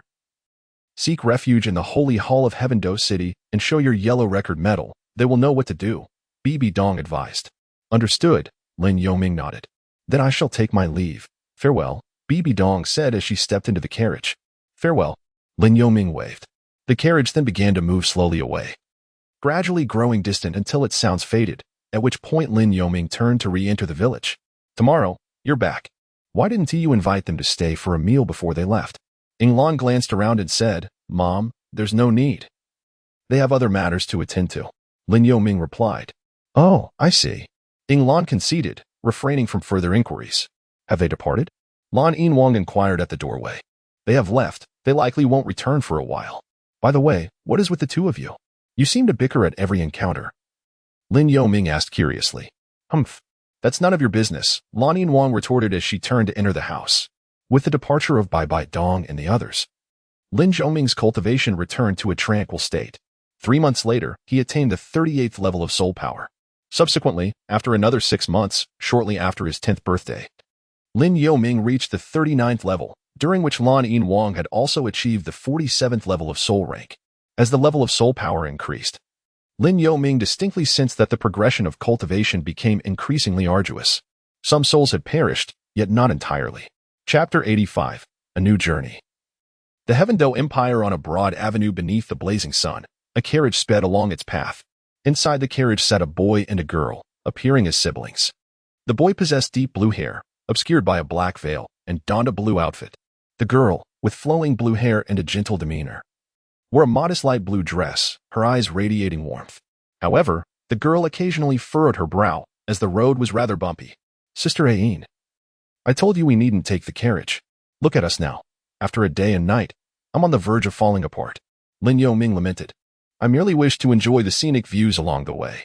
To my dismay, the road to Heavendoe Imperial City remains so uneven. Besides, it's a long journey. Even if you could fly, it wouldn't be for long, Lan Yinwang replied, her expression equally distressed. After a day and night, we must be leaving the Baloch Kingdom and entering the territory of the Sylves Kingdom now, Lin Yoming suddenly remarked. We've long since entered the Sylves Kingdom. I estimate we will reach the royal city in 2 or 3 hours, Lan Yinwang clarified. Once we arrive at Sylves Royal City, let us explore for a couple of days before heading to Heavendoe City. At that point, we can forego the carriage and fly directly, Lin Yoming suggested. Agreed. Lan Yinwang nodded, having initially approached the journey with a mindset of leisure. Lin Yoming and the Blue-Silver Emperor had spent nearly a year in tranquil seclusion at Thunderstorm Village, and finally, they ventured forth to undergo training in the Tiandoe Empire. This journey was not a spontaneous whim. Rather, it was a well-considered decision made after extensive deliberation between Lin Yoming and the Blue-Silver Emperor. During this period, Bibi Dong had not returned to Thunderstorm Village, presumably dedicating herself to rigorous cultivation in the Spirit Hall following her defeat to the Blue-Silver Emperor. Naturally, Lin Yoming was mindful of the Blue-Silver Emperor's identity and did not intend to travel directly to Tiandoe City. Instead, he planned to stop at smaller towns on the outskirts of the Sunset Forest, aiming to reach level 40 in soul power before taking the Blue-Silver Emperor into the forest to search for celestial herbs. Venturing straight to Tiandoe City could lead to encounters with tidal Douluos, who were rare, but soul Douluos are certainly more common, which could pose significant risks if discovered. Therefore, Lin Yoming was keen to avoid putting the Blue-Silver Emperor in jeopardy. After several hours of travel, they arrived at the city of Sylvis just before dusk. and with the Spirit Master's credentials, they were able to enter the city gates without hindrance. Master, we have decided to stay here for a few days instead of continuing our journey. The travel has been exhausting, and you should rest early. Lin Yoming said to the middle-aged coachman. As you wish, the coachman replied amiably, showing no signs of reluctance. After settling the fare, Lin Yoming watched as the coachman and his carriage disappeared down the street. The kingdom of Silvis, along with the kingdom of Barak, was an affiliated kingdom of the Tiando Empire, both of similar size, leading to a bustling atmosphere in the royal city. Finally, we can take a moment to rest. But first, we must find a local restaurant and indulge in a hearty meal, the Blue-Silver Emperor remarked, glancing around the street with a relaxed demeanor. All right. I'll follow your lead, Lin Yoming replied with a smile. Come on, I want to feast. The Blue-Silver Emperor exclaimed, pulling Lin Yoming along. Feast? Aren't you worried about gaining weight? Lin Yoming teased. If I gain weight, so be it. I haven't eaten well during the past few days on the carriage. The Blue-Silver Emperor shrugged nonchalantly. Thus, hand in hand, they made their way toward the city center, with the Blue-Silver Emperor eagerly observing the sights. Before long, they spotted a popular restaurant and immediately came to a halt. Look at that place. It's bustling. Let us go try it out, she said, nearly salivating at the thought. Sister Ian, it's your choice. Just order whatever you like. Just make sure not to waste food, Lin Yoming replied casually. All right, let us go. The Blue-Silver Emperor insisted as she led him into the restaurant. Boss, we'll have 2 meat dishes, 2 vegetable dishes, and 1 soup. The Blue-Silver Emperor ordered at the counter. Certainly. Please take a seat over there. Your food will be ready within half an hour, the owner replied. They settled at an empty table, and the Blue-Silver Emperor gazed out the window, exclaiming, This is wonderful. Sister Ian, do you think you can finish all this? Lin Yoming inquired curiously. If I can't finish, you'll help me out, right? And stop calling me Sister Ian. Just call me Ian from now on, she corrected him. I'm just used to it, Lin Yoming replied, slightly exasperated. You need to change that habit. I feel like I'm aging every time you call me that, she complained. I don't see much difference, Lin Yoming retorted, amused. Just change it quickly, she insisted. All right, Ian, he conceded, bemused by her thoughts. I think it sounds nice. It feels more intimate, she replied. As long as you're happy, he nodded. By the way, why do you always want to go to the Tiando Empire instead of the Xinglua Empire? The Blue-Silver Emperor asked curiously. Well, I am a villager from the kingdom of Barak, which is essentially part of the Tiando Empire. Even if I were to go to the Xinglua Empire, I would first want to explore Tiando City before heading to Xinglua. Besides, I'm currently at level 39 soul power, and I could reach level 40 at any moment. The Sunset Forest in the Tiando Empire makes it convenient to acquire soul rings, Lin Yoming explained gradually. Moreover, the main attraction in the Tiando Empire is the ice and fire Yin Yaga in the Sunset Forest. What does the Xinglua Empire offer? True. The Blue-Silver Emperor nodded in agreement. Just then, their meals arrived at the table. It smells divine. No wonder this restaurant is so crowded. They must have something special, she remarked as the aroma wafted through the air. At that moment, every seat on the first floor of the restaurant was occupied. Let us eat quickly. You look like a starving ghost, Lin Yoming teased. You're the starving ghost. I refuse to believe you're not hungry, the Blue-Silver Emperor retorted, picking up her chopsticks and digging in. Hurry up and eat. It's delicious, she encouraged. Lin Yoming and Ayin chatted while enjoying their meal. And after approximately half an hour, they had finished all the dishes. Ayin, you're trying to stuff me to death. You ordered so much, yet you barely touched any of it. Are you afraid of gaining weight? Lin Yoming lamented, having consumed 2 large bowls with tears in his eyes. Nonsense. I ordered all of this for you. My mother always said that when dining out, one should continue to nourish oneself to a healthy plumpness. Besides, you are a soul master. Your physique is robust and will quickly burn off the calories, Lan Yinwang retorted with a playful smile. Burp. Lin Yoming could only respond with a satisfied belch. Let's go. It's getting dark. We should find a place to stay and then stroll around nearby, Lan Yinwang suggested as she rose. All right, Lin Yoming nodded in agreement. However, before they could leave the table, they heard commotion from the staircase above. Brother, how's it? I was lying, was I? The culinary skills here are truly remarkable. Thank you for your hospitality, my friend. It is indeed a rare delicacy. Now that we've eaten and drunk our fill, allow me to take you to a splendid place to properly digest. One of the 2 noble youths said as they descended the stairs, accompanied by 6 subordinates, and crossed paths with Lan Yinwang. Wow, brother, what a stunning beauty. One of them exclaimed. Indeed, such a rare sight. If you like her, I can have her brought over, the other added. How could one dare to be impolite to such a person? As they spoke, the two approached, blocking Lin Yoming and Lan Inhuang's path to the counter to settle the bill. Miss, you are exquisite. My name is Du Xiaoqing. May I invite you to admire the night view of the royal city? One of the young noblemen inquired, his eyes glinting with interest. Sorry, I'm not interested. Lan Yinhuang replied coldly, recognizing their intentions. Xiaoming, let us go. She grasped Lin Yoming's hand, intending to bypass them to avoid conflict. Stop. My brother Du is honoring you. It is an honor for you. Du is the first son of a count from the Tiando Empire. Following him, you will never have to worry about food or clothing for the rest of your life, another one interjected, stepping forward to block their way. What? You speak too highly of me, Du Xiaoqing said with a proud expression, though his tone was far from humble. Please step aside, otherwise you shall bear the consequences. Lin Yoming warned, stepping in front of Lan Yinhuang protectively. Oh, a blind man wishes to be a hero, does he? Guards, pull him away. Don't let him disturb my brother Du, one of them commanded. Yes, young master. Lin Yoming understood that this matter could not be resolved easily.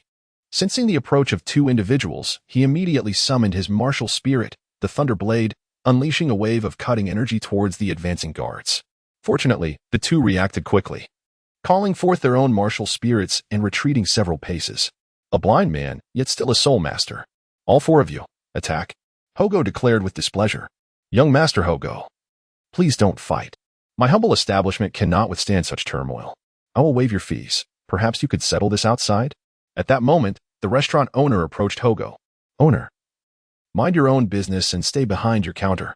Do you think I care about your money? If anything gets damaged, I'll compensate, Hogo retorted, shoving the owner to the ground. The owner fell, but a blue-silver vine from the blue-silver emperor lifted him up. Owner, how much for our meal? Inquired the blue-silver emperor. No need to pay, no need. Just hurry and leave. The owner replied helplessly. That won't do. Here you go. The blue-silver emperor handed the owner 5 gold soul coins. Sir, this is too much. The owner protested hastily. How dare you disregard us? Hogo fumed, gesturing for the 4 guards to take action. Owner, take it. If anything is broken, consider this as compensation, Lin Yoming said, directly activating his spirit rings. First soul skill, Thunder Slash. At level 39, the Soul Master shocked the 4 guards, who were only at the Soul Master level themselves. They hesitated, quickly activating their defensive soul skills. Young Master, this, exclaimed 2 of Du Xiaoqing's guards. Join the fray, Du Xiaoqing commanded. Understood, the 2 responded, each releasing their martial spirits and soul rings, revealing their 4-ring status, indicating they were soul sect members. Third soul skill, Blue-Silver Binding. After ensuring the owner was safe, the Blue-Silver Emperor quickly came to assist Lin Yoming, initiating with his 3rd soul skill, Soul Sect. The guards, realizing the extraordinary origins of Lin Yoming and the Blue-Silver Emperor, felt a sense of dread. Damn it. Du Xiaoqing's expression darkened, not expecting to encounter such formidable opponents. Xiaoming, don't engage with them. If we can leave, we should, the Blue-Silver Emperor advised Lin Yoming as he approached. All right, but I won't let them off easily. Azura Thunder Slash. Lin Yoming was determined to retaliate, channeling his soul power for an attack. Protect the young master. The guards, witnessing the formidable Thunder Slash, hastily unleashed their soul skills to counter Lin Yoming's assault. Go. The Blue-Silver Emperor pulled Lin Yoming as they leapt out of the restaurant. Once they had vanished from sight, the effects of the Blue-Silver Binding dissipated. Xiaoming, you could have escaped without attacking. What if their family elders come after us? The 2 stood in an alley, the Blue-Silver Emperor said with exasperation. They disrespected you, and it angered me, Lin Yoming replied, pouting. Very well, since you protected me. The Blue-Silver Emperor's cheeks flushed slightly before returning to normal. No, don't be upset. I'm fine. They likely won't pursue us. Let's find a place to stay. The Blue-Silver Emperor encouraged, shaking Lin Yoming lightly. Lin Yoming acquiesced with a nod. Lin Yoming was acutely aware that, given the current age and appearance of Lan Yinhuang, it would not be uncommon for such incidents to occur in a kingdom and empire rife with aristocratic ruffians. The only solution to these predicaments lay in one's own strength. Consequently, Lan Yinhuang guided Lin Yoming through several streets, distancing themselves from the previous restaurant, and found a hotel of considerable size. Good day, gentlemen. Are you looking to stay? Upon entering the hotel lobby, a nearby attendant promptly inquired. Yes. Do you have a double room available? Lan Yinwang asked. Indeed, please allow me to show you the room first. You may proceed with the check-in if it meets your satisfaction, the attendant replied with a smile. Very well. The attendant then graciously led the two of them upstairs, producing a set of keys to unlock the room. Feel free to take a look. The room was just cleaned this afternoon, the attendant announced. After a brief survey of the room, Lan Yinwang turned to Lin Yoming and remarked, Xiaoming, if everything seems satisfactory, shall we stay here tonight? Yin. I trust your judgment, Lin Yoming responded, having already observed the room thoroughly and found no discrepancies. Then it is settled. We shall stay here. Lan Yinwang nodded in agreement. After finalizing their decision, they made their way downstairs to settle the payment. Once back in their room, with the door securely closed, they settled onto the plush sofa. Xiaoming, are you still upset? Lan Yinwang suddenly asked, gazing at Lin Yoming. A tad. It is quite disconcerting to encounter such individuals brazenly attempting to commit robbery in broad daylight. Lin Yoming feigned ignorance in his response. Alas, this is one of the reasons I am reluctant to visit large cities. The aristocratic offspring are predominantly wicked and utterly detestable. Lan Yinwang expressed her discontent. It must be because you are too beautiful, too kind, and too gentle, Lin Yoming commented. Indeed, I am naturally exquisite. But do you truly find me beautiful?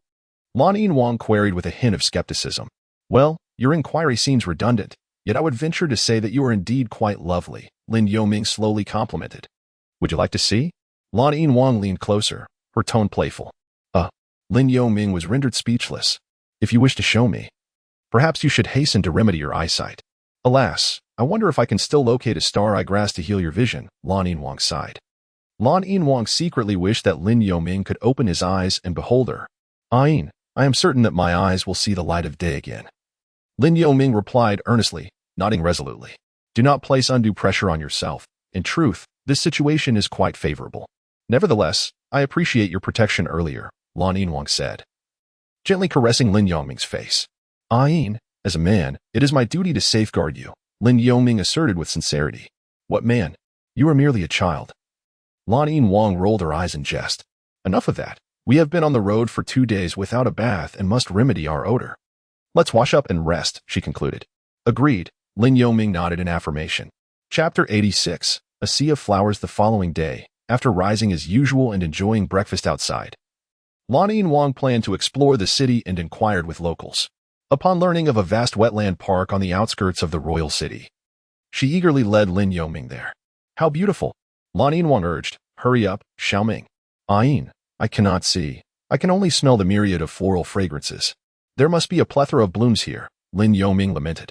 Indeed, I glimpsed an expanse of flowers and foliage, with at least a dozen different varieties in sight. Come. Allow me to walk alongside you and describe each flower type, Lan Yinwang offered. At that moment, noticing several couples strolling hand in hand through the blossoms, she instinctively entwined her arm with Lin Yoming's. How kind of you. Lin Yoming smiled gently.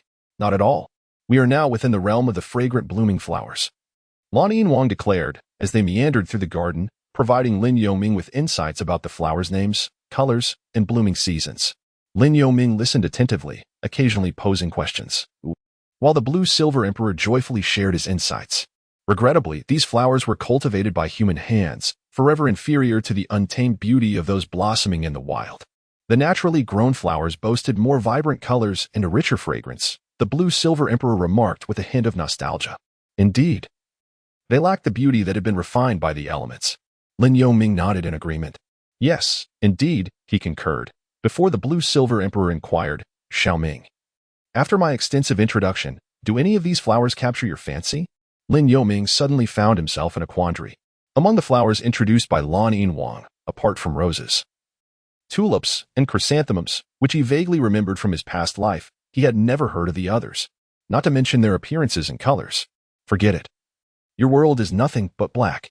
Upon seeing Lin Yoming's troubled expression, Lan Yinwang quickly responded.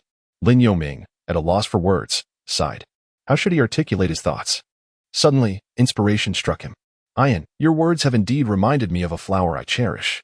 After a brief silence, Lin Yoming finally spoke. Just as Lan Yinwang was feeling awkward, she suddenly perked up at Lin Yoming's words and eagerly inquired, What flower?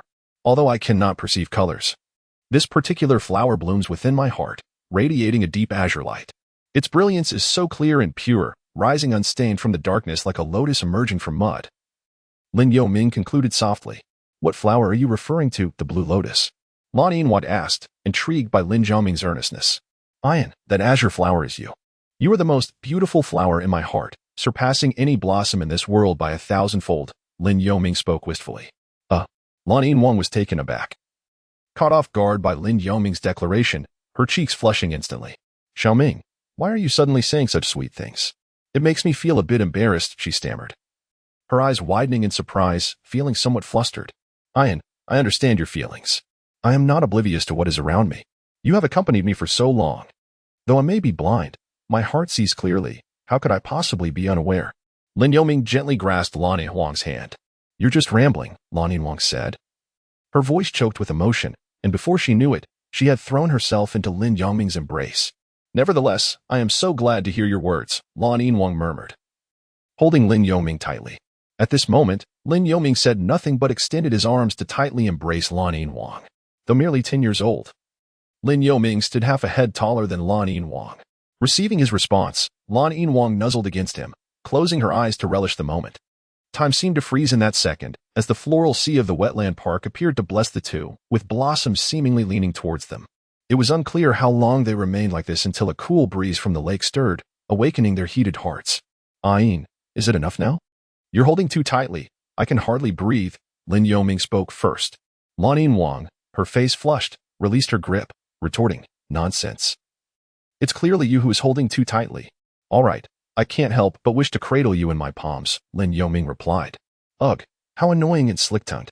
I won't bother with you anymore, Lan Yinhuang said, her cheeks still flushed, turning even rosier as she hurriedly trotted towards the lake's edge.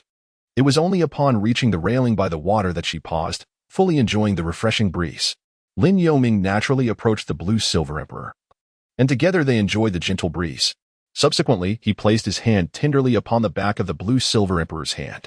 Shall we take a seat for a while? He suggested, noticing a bench behind them. The blue silver emperor nodded in agreement. She then retreated to the bench, resting her head against Lin Yoming's shoulder, gazing at the restless surface of the lake. Xiaoming, why are you so sweet today? The blue silver emperor inquired. Sweet? Just a moment ago, you called me smooth-talking. Lin Yoming teased. Be serious, the blue silver emperor gently chided him. It's not sweetness. I'm merely expressing my true feelings, Lin Yoming replied softly. Ayan, you wouldn't hold this against me, would you? Hold it against you? How could I? But since I'm in a good mood today, I shall let it slide. The blue silver emperor responded. However, I'm curious as to what prompted this sudden enlightenment. It leaves me somewhat flustered. Perhaps it's a moment of awakening. Lin Yoming suggested. Indeed, it does feel like a revelation. You've learned to be quite mischievous. The blue silver emperor remarked with a hint of discontent. Isn't that what you taught me? Lin Yoming retorted. Humph. When did I ever teach you that? The blue silver emperor questioned, puzzled. You did teach me. You taught me to be mischievous only with you. Back to your smooth-talking ways again. You deserve a light punch for that. The blue silver emperor playfully delivered a gentle fist to him. Now, don't push your luck. All right, Sister Ayan. Lin Yoming quickly assured her. Don't talk. Let me lean against you for a while longer, the blue silver emperor said, continuing to rest her head on Lin Yoming's shoulder, lapsing into silence. Lin Yoming quietly allowed the blue silver emperor to lean against him. Ayan, I shall protect you. At that moment, Lin Yoming finally set aside the grievances from the original narrative, feeling a profound clarity of thought.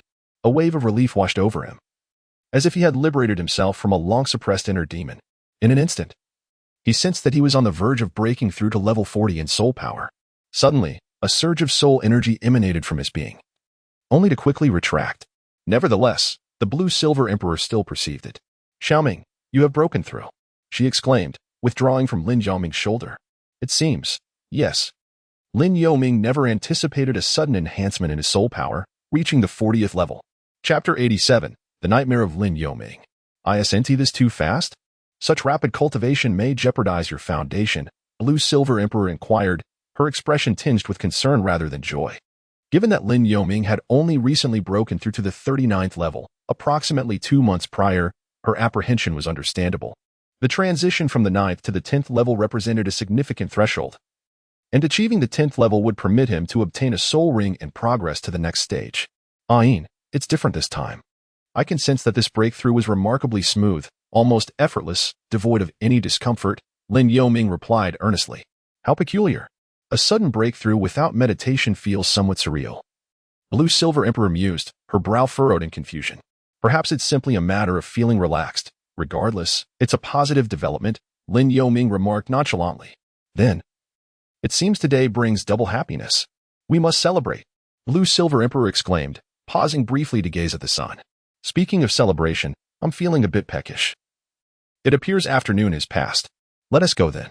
After wandering for a morning, it's time to find a place to dine, Lin Yoming nodded and stood up. Indeed.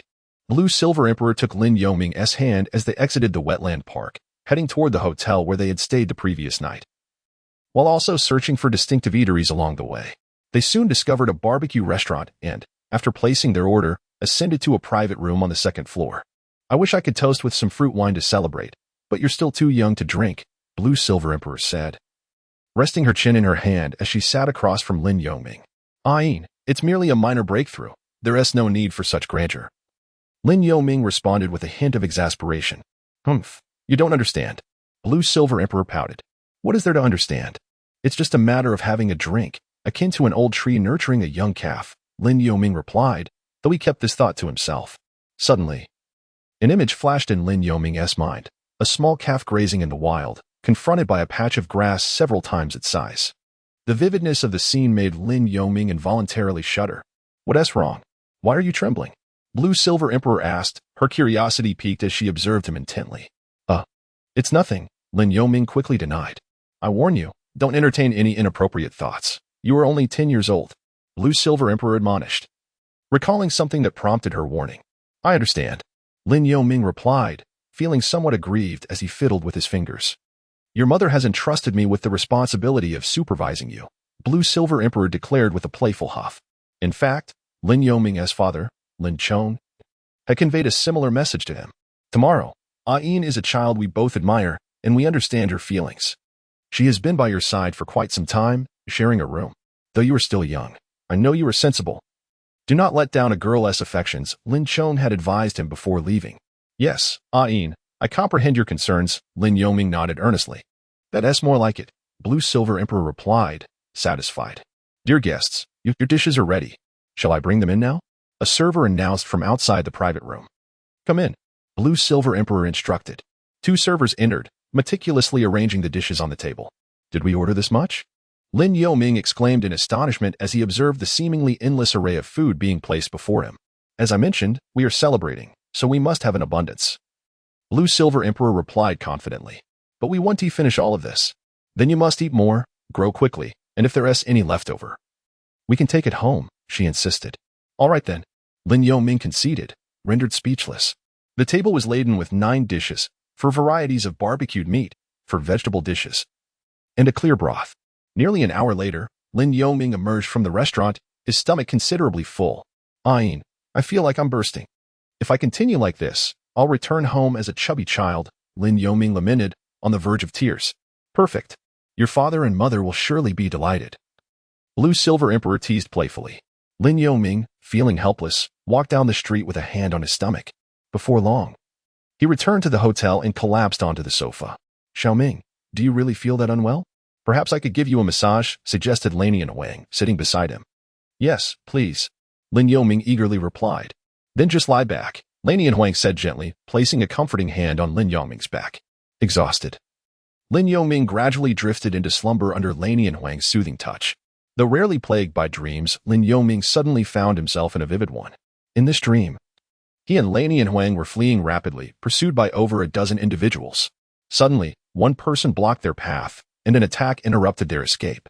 As the dream progressed, Lin Yoming witnessed Lanian Wang ultimately sacrificing herself before him, leaving behind a single seed.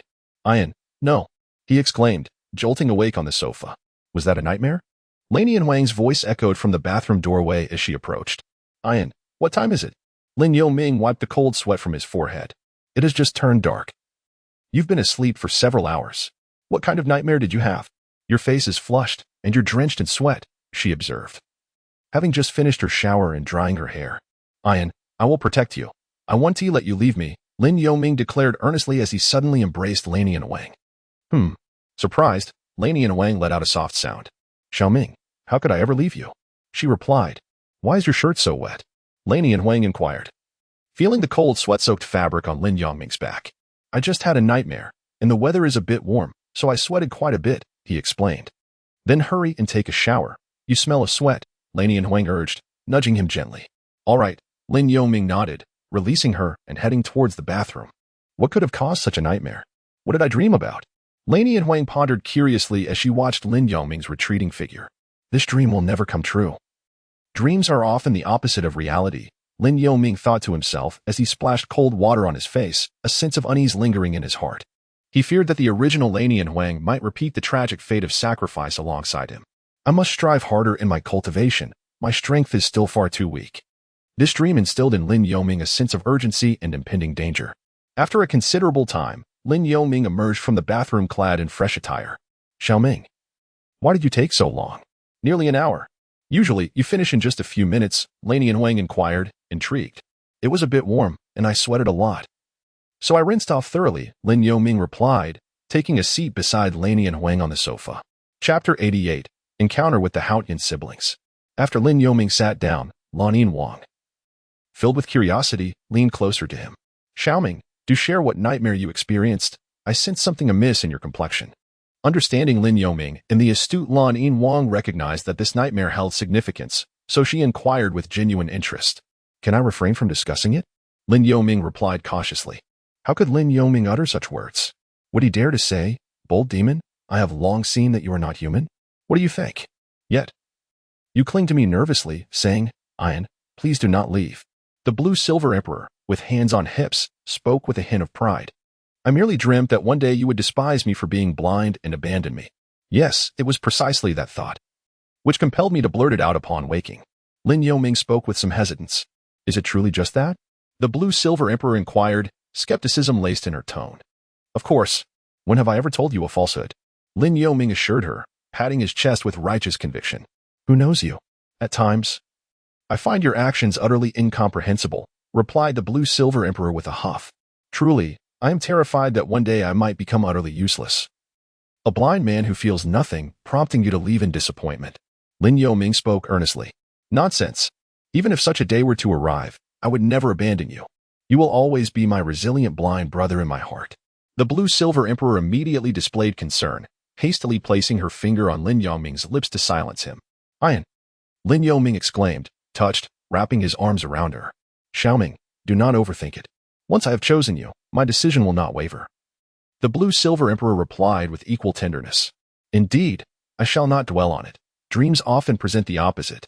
We will grow old together. Lin Yongming shifted the topic, realizing he could no longer fabricate words.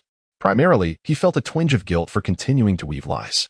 Yes, we will, the blue-silver emperor replied earnestly, leaning once more against Lin Yongming's shoulder. Lin Yongming quietly allowed blue-silver emperor to lean against him, and for a moment, neither spoke.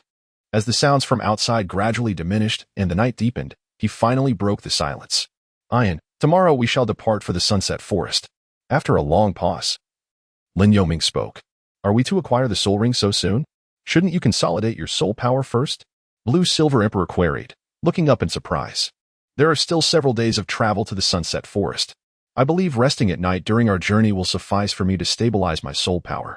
Besides, aren't we flying directly there? After consuming soul power, a brief recovery will also aid in solidifying my soul power level, Lin Yongming replied with a hint of urgency. The plan to linger in the royal city for a couple more days was abandoned due to Lin Yongming's breakthrough, coupled with the unsettling dream he had earlier that afternoon. A sense of crisis lingered in his heart. Very well, but do not rush too much. Let us take our time to enjoy the scenery on the way to the Sunset Forest. I worry that you may jeopardize your foundational stability. Blue-silver emperor expressed her concerns regarding Lin Yongming's cultivation.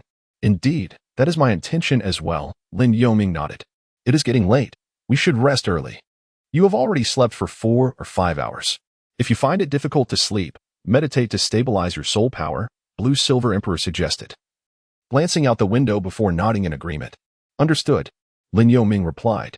Unexpectedly, Blue-silver emperor performed an action that astonished Lin Yongming. She gently pressed her soft lips against his cheek.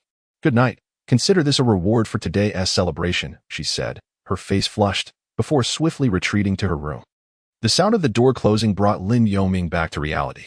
Good night, he called, unable to resist touching the spot where Blue Silver Emperor had kissed him. Oh, how embarrassing, Blue Silver Emperor mumbled to herself as she leaned against her door, her heart racing like it did in Wetland Park. After a moment, she buried her face in the soft bed, her expression a mix of bashfulness and innocence.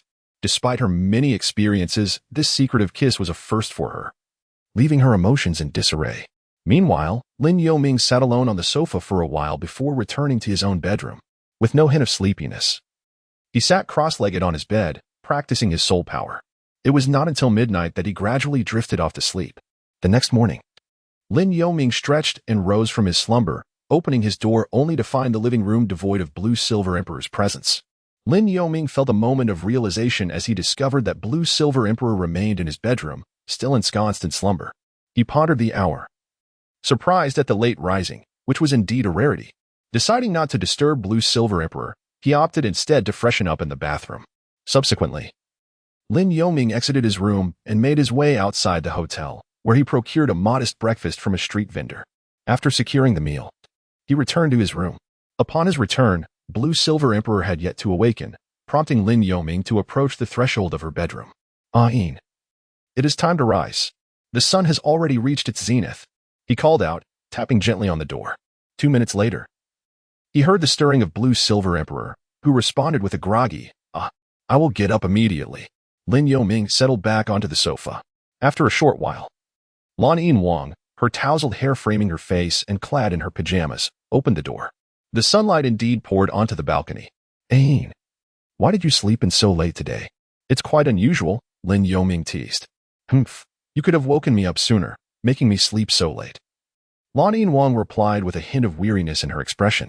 "How about this? After breakfast, you can continue to sleep, and we can set off in the afternoon. We should reach the next city before nightfall," Lin Yoming suggested with concern. "No need, you'll be the one traveling. I won't need to exert myself. I can just doze off along the way," Lan Yin-wang yawned lazily. "All right then, go wash up and have breakfast. I brought something delicious from the street," Lin Yoming said, opening the food container. "Oh, look at you being so considerate. My little Ming is truly growing up," Lan Yin-wang remarked, walking over to glance at the breakfast. Hurry up, or it'll get cold," Lin Yoming urged. "Okay," Lan Yin-wang nodded. In a little over 10 minutes after washing up, Lan Yin-wang had tea changed out of her pajamas. Instead, she sat beside Lin Yoming, ready to eat. "What is this breakfast?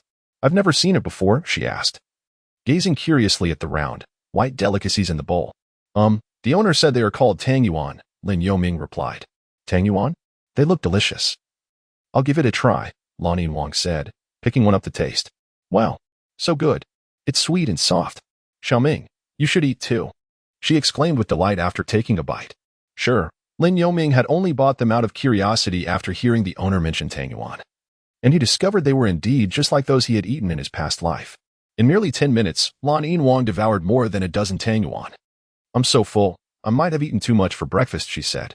"Ain, if you like them that much, go ahead and finish the rest," Lin Yoming suggested, feeling a bit overwhelmed by the sweetness himself. "All right," Lan Yin-wang didn't mind and polished off the remainder. After resting for a moment to digest, she got up and changed out of her pajamas. After tidying up their belongings, the two of them left the room and checked out. "Ain, lead the way, and I shall carry you," Lin Yoming said as they reached the outskirts of the city. "Yes, continue heading north," Lan Yin-wang instructed, glancing at the map. The Tiando Empire lay to the north, and the Sunset Forest was located 100 miles outside of Tiando City, also in the northern direction. "All right, Zidi and Lei." Lin Yoming skillfully picked up Lan Yin-wang in a princess carry, summoning the long-lost Zidi and Lei, and they soared in the direction she indicated. Having spent nearly a year in Thunderstorm Village, Lin Yoming had needed to utilize the external soul bone Zidi and Lei. "Xiaoming, I'll close my eyes for a bit. Just maintain this direction." Lan Yin-wang nestled against Lin Yoming's chest, near his heart. "All right, no problem," Lin Yoming nodded. Lin Yoming did not fly particularly fast, yet his speed surpassed that of an ordinary horse-drawn carriage. As the Blue Silver Emperor dozed in a dreamy haze, the journey was marked by a profound silence. It was not until around 3 in the afternoon that Lin Yoming soared over a small city and continued his northerly flight. Before long, the Blue Silver Emperor stirred from his slumber. "Xiaoming, how long have we been flying?" he inquired, squinting at the sun veering towards the west. "Nearly 5 hours. We just passed a small town," Lin Yoming replied. Having passed the town, let me take a look. The blue-silver emperor pulled out a map. According to this, the next destination is a secondary city of the Sylves Kingdom, comparable in scale to Soto City. At this rate, we should arrive before 6 o'clock. We can rest there tonight. All right, I'll follow your lead. Lin Yoming nodded in agreement. As anticipated by the blue-silver emperor, they reached the secondary city, named Lingdo City, just before dusk. After landing outside the city, the two walked in and had dinner. By the time they finished their meal, night had nearly fallen. So they casually sought out a hotel near the restaurant. After a day of flight, Lin Yoming was somewhat fatigued. Having taken a bath, he retired early. And so did the blue-silver emperor, wishing to recover from the previous night's lack of sleep. Thus, another day passed. The following morning, after breakfast and packing some lunch for later, they set off from Lingdo City once more. Over the course of 3 leisurely days, they traversed beyond the borders of the Sylves Kingdom and entered the territory of the Tiando Empire. However, the next city was separated from them by an expanse of desolate land. Xiaoming, be cautious. I've heard that this barren area is rife with bandit groups, and there's a possibility that the notorious wolf bandits may also be lurking nearby, the blue-silver emperor warned, gazing at the brownish-yellow wasteland. Understood, Lin Yoming nodded, focusing intently on his flight. Thanks to the blue-silver emperor's advice, Lin Yoming's speed had noticeably increased compared to the previous days. After about an hour, they had penetrated deep into the heart of the desolate region. Xiaoming, there is some commotion ahead. It seems a merchant group is under attack, the blue-silver emperor noted, observing the ground ahead where a scuffle was unfolding. Should we assist or take a detour? Lin Yoming asked. Since we've encountered them, let us first assess the situation. If we can help, we shall, the kind-hearted blue-silver emperor responded. Agreed, Lin Yoming nodded, steering towards the fray. Before long, they quietly landed at a distance. Xiaoming, I can see clearly now. It is indeed the ruthless wolf bandits. Their numbers are not overwhelming, around 20, but the merchant group appears to have only 6 spirit masters. The blue-silver emperor remarked gravely. Due to the unique nature of the Douluo continent, the term wolf bandit refers not merely to a name, but to a group of beings that are neither fully human nor beast, often likened to werewolves.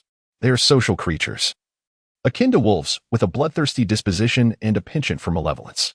The anatomy of the wolf bandits is peculiar. They possess human intellect alongside the ferocity and physical prowess of spirit beasts, making them formidable foes. I've noticed the disparity in strength among the wolf bandits. Some are significantly stronger than us, while others are at the level of great spirit masters and spirit venerables. Fortunately, among the 6 spirit masters on the opposing side, there is one at level 52 and another at level 59, along with 3 spirit venerables and 1 level 9 spirit master. Lin Yoming assessed the situation. Xiaoming, those 2 spirit kings seem to possess strength beyond that of ordinary spirit kings. Their martial spirits appear quite formidable. One wields a hammer known as the Heavenly Hammer. The Haotian Hammer, Lin Yoming suddenly interjected. Yes, precisely, the Haotian Hammer, the blue-silver emperor confirmed after Lin Yoming's reminder. Who would have thought we would encounter disciples from the Haotian sect? They seem quite young. I wonder which disciples of the sect they are, Lin Yoming mused internally. Ain, since we are aware of each other's strengths, let us assist them. Even if we cannot eliminate the wolf bandits entirely, we can at least drive them back, Lin Yoming proposed. Agreed, let us go, the blue-silver emperor nodded. Elder brother, second brother, be careful. The young girl, a level 9 spirit master, called out anxiously to the 2 youths wielding the Haotian hammer. Little sister, stay back. It's dangerous, one of them urged, glancing back. Suddenly, a werewolf flanked the 2 youths, lunging at the girl in a light blue dress. Little sister, the 2 youths exclaimed in alarm. Without a hint of mercy, the werewolf struck with its claw towards the girl. Ah! The girl shrieked, closing her eyes in terror. Third soul skill, blue-silver bind. Observing the imminent danger to the girl, the blue-silver emperor swiftly conjured blue-silver vines to ensnare the werewolf's claw. First soul skill, lightning slash. Lin Yoming flashed to a position near the werewolf, wielding his lightning blade to unleash a bolt of lightning upon the beast. With a thud, the werewolf collapsed, the entangled vines stretching in response. Subsequently, Lin Yoming leaped into the air, positioning himself above the fallen werewolf and delivering a decisive thrust to its heart. Miss, are you unharmed? The blue-silver emperor approached the girl after retracting the blue-silver vines. Thank you, elder sister. The girl expressed her gratitude, looking up at the slightly older blue-silver emperor. It's all well. Step back a bit, the blue-silver emperor replied, nodding before returning to Lin Yoming's side. Chapter 89. The first encounter with the three siblings. The girl, filled with trepidation, retreated behind the merchant cart. Witnessing Lin Yoming and the blue-silver emperor swiftly dispatch the werewolf had saved her sister. The two young men, having repelled their own assailants, turned to express their gratitude. "Thank you, friends, for your timely assistance." However, before Lin Yoming and the blue-silver emperor could respond, a series of growls erupted as the remaining 5 werewolves, seeing their fallen comrades, turned their blood-red, icy gazes towards Lin Yoming, baring their razor-sharp claws and launching their assault from various angles. "Sister, be careful." The girl, noticing the unfolding danger, couldn't help but shout a warning. The blue-silver emperor merely smiled back, nodding without replying, and activated her second soul ring, enveloping both herself and Lin Yoming in the protective soul skill, Blue-Silver Guardian. "Xiaoming, be on guard," she advised, observing the approaching wolf bandits. Despite the impending assault, her demeanor remained calm, for she was aware that Lin Yoming had a plan in place. "Understood," Lin Yoming nodded, activating his own second soul ring as well. As the wolf bandits closed in, their distance reduced to a mere meter, the energy from their soul skills surged forth. The blue-silver emperor instinctively positioned herself behind Lin Yoming. "Awoo!" The 5 wolf bandits recoiled in terror, propelled backward by the released energy, though they bore no visible wounds. The internal damage inflicted was substantial, rendering them incapacitated on the ground. "Brother, what a clever tactic!" A deep, resonant voice interjected. "Second brother, focus. Quickly deal with the wolf bandits and let us depart from this place. Should we attract another group of wolf bandits, it would spell trouble." The 2 young men, wielding their Haotian hammers with fervent intensity, swiftly dispatched several wolf bandits before them. Their hammer techniques appeared chaotic and devoid of discernible patterns. However, with each swing, their momentum and strength escalated exponentially. Could this be the chaotic storm hammer technique of the Haotian sect? While others may struggle to comprehend the disorderly strikes for Lin Yoming, who possessed a keen insight, it was evident that each swing revealed a different application of force from their wrists. They seem quite capable and in no need of our assistance. Let us proceed to assist the others," Lin Yoming contemplated before addressing Lan Wang. Indeed, as Soul Kings, they required no help from them. With a nod of agreement, Lan Wang turned her gaze toward the 3 soul sages positioned to their right. At that moment, these 3 soul sages bore varying degrees of injuries. As Lan Wang approached, her feet seemed to tread upon petals, breathing life into the desolate terrain, where clusters of blue-silver grass emerged from the earth. Third soul technique, blue-silver binding. With this technique, Lan Wang intervened to protect the 3 soul sages, ensnaring the wolf bandits with resilient vines, rendering them incapable of further assault, while simultaneously providing Lin Yoming with an opportunity to strike. Harnessing all of his soul power, Lin Yoming, fully aware of the gravity of the situation, unleashed a dazzling display of lightning coursing through his body. Upon Lan Huang's control, he immediately launched his offensive.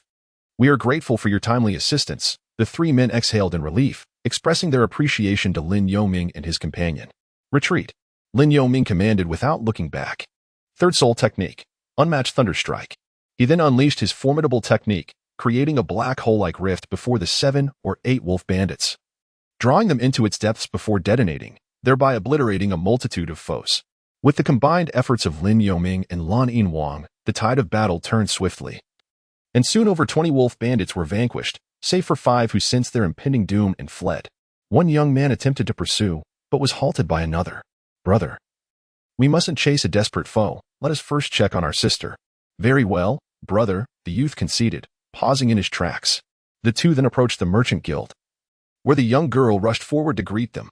"Brother, second brother, I thought I was done for just now," she exclaimed, her voice trembling with residual fear as she collapsed into their embrace. "Fear not, little sister, all is well now," they comforted her, one on either side, gently patting her shoulders. "No worries. They arrived just in time to witness your tearful visage, quite unbecoming," teased her second brother. "Brother, you are insufferable," she retorted, a tearful smile breaking through her distress, her cheeks flushing with embarrassment as she playfully swatted at him. Lin Yoming and the blue-silver emperor approached alongside 3 soul sovereigns. "Is everyone all right? Are there any injuries?" "I possess the ability to heal, as I am a control and healing soul master," spoke the blue-silver emperor. Lin Yoming remained silent, yet as he observed the hammer techniques executed by the 2 youths in the presence of their sister, he began to discern their identities. Could it be that he encountered them so swiftly? How did they find themselves in the territory of the Heaven Do Empire? Lin Yoming pondered deeply. If his memory served him correctly, the Haotian clan was still situated within the confines of the Douluo Empire, having retreated to the mountains of the Heaven Do Empire only after a certain event.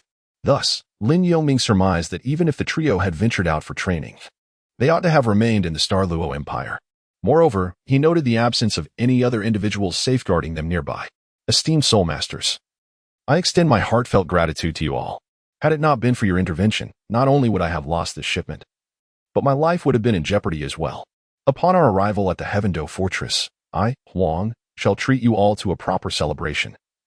The head of the Merchant Association or the proprietor expressed, stepping forth from behind the carriage with a look of lingering trepidation, bowing slightly in appreciation. You are far too kind, esteemed proprietor. We merely happened upon your caravan and unfortunately encountered the notorious wolf bandits. Regardless of the circumstances, we would have intervened to assist anyone in such peril. We simply did not anticipate the overwhelming number of bandits that nearly led us to disaster. The young lady's elder brother replied courteously. Regardless, without your aid, I would not have survived to reach the Heaven Do Fortress today. This is but a token of my gratitude.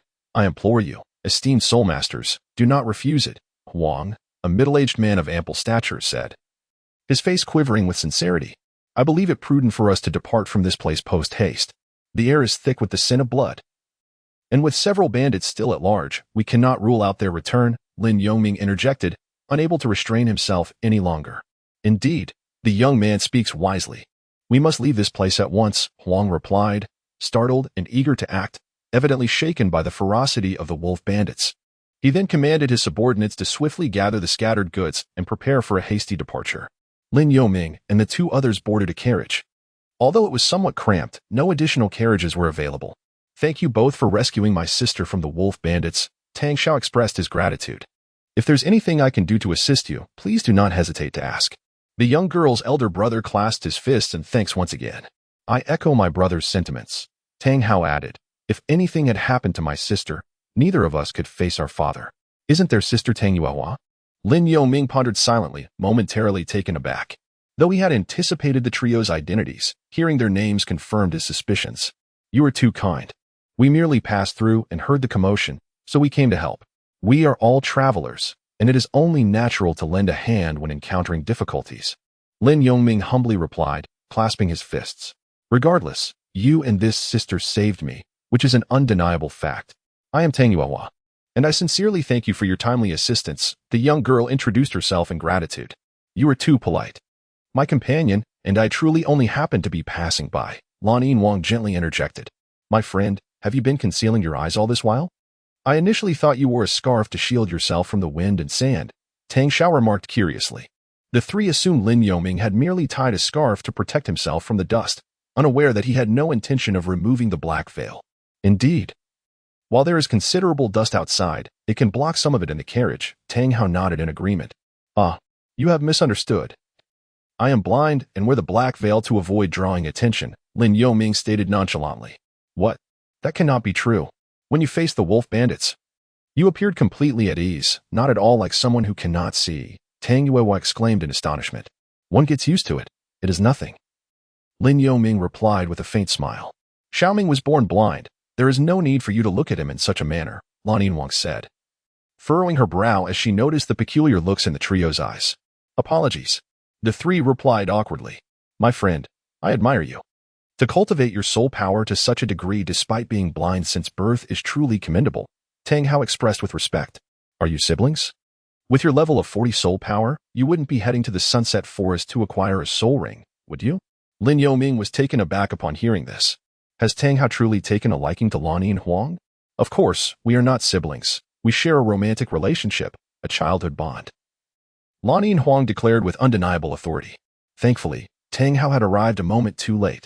Upon hearing Lan Yinhuang's words directed at Tang Hao, Lin Yoming felt a wave of relief wash over him. Indeed, Lin Yoming was naturally inclined to support Lan Yinhuang's response. I see now.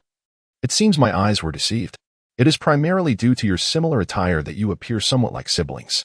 Is this what one refers to as a couple's resemblance? Tang Hao replied, his tone tinged with a hint of disappointment.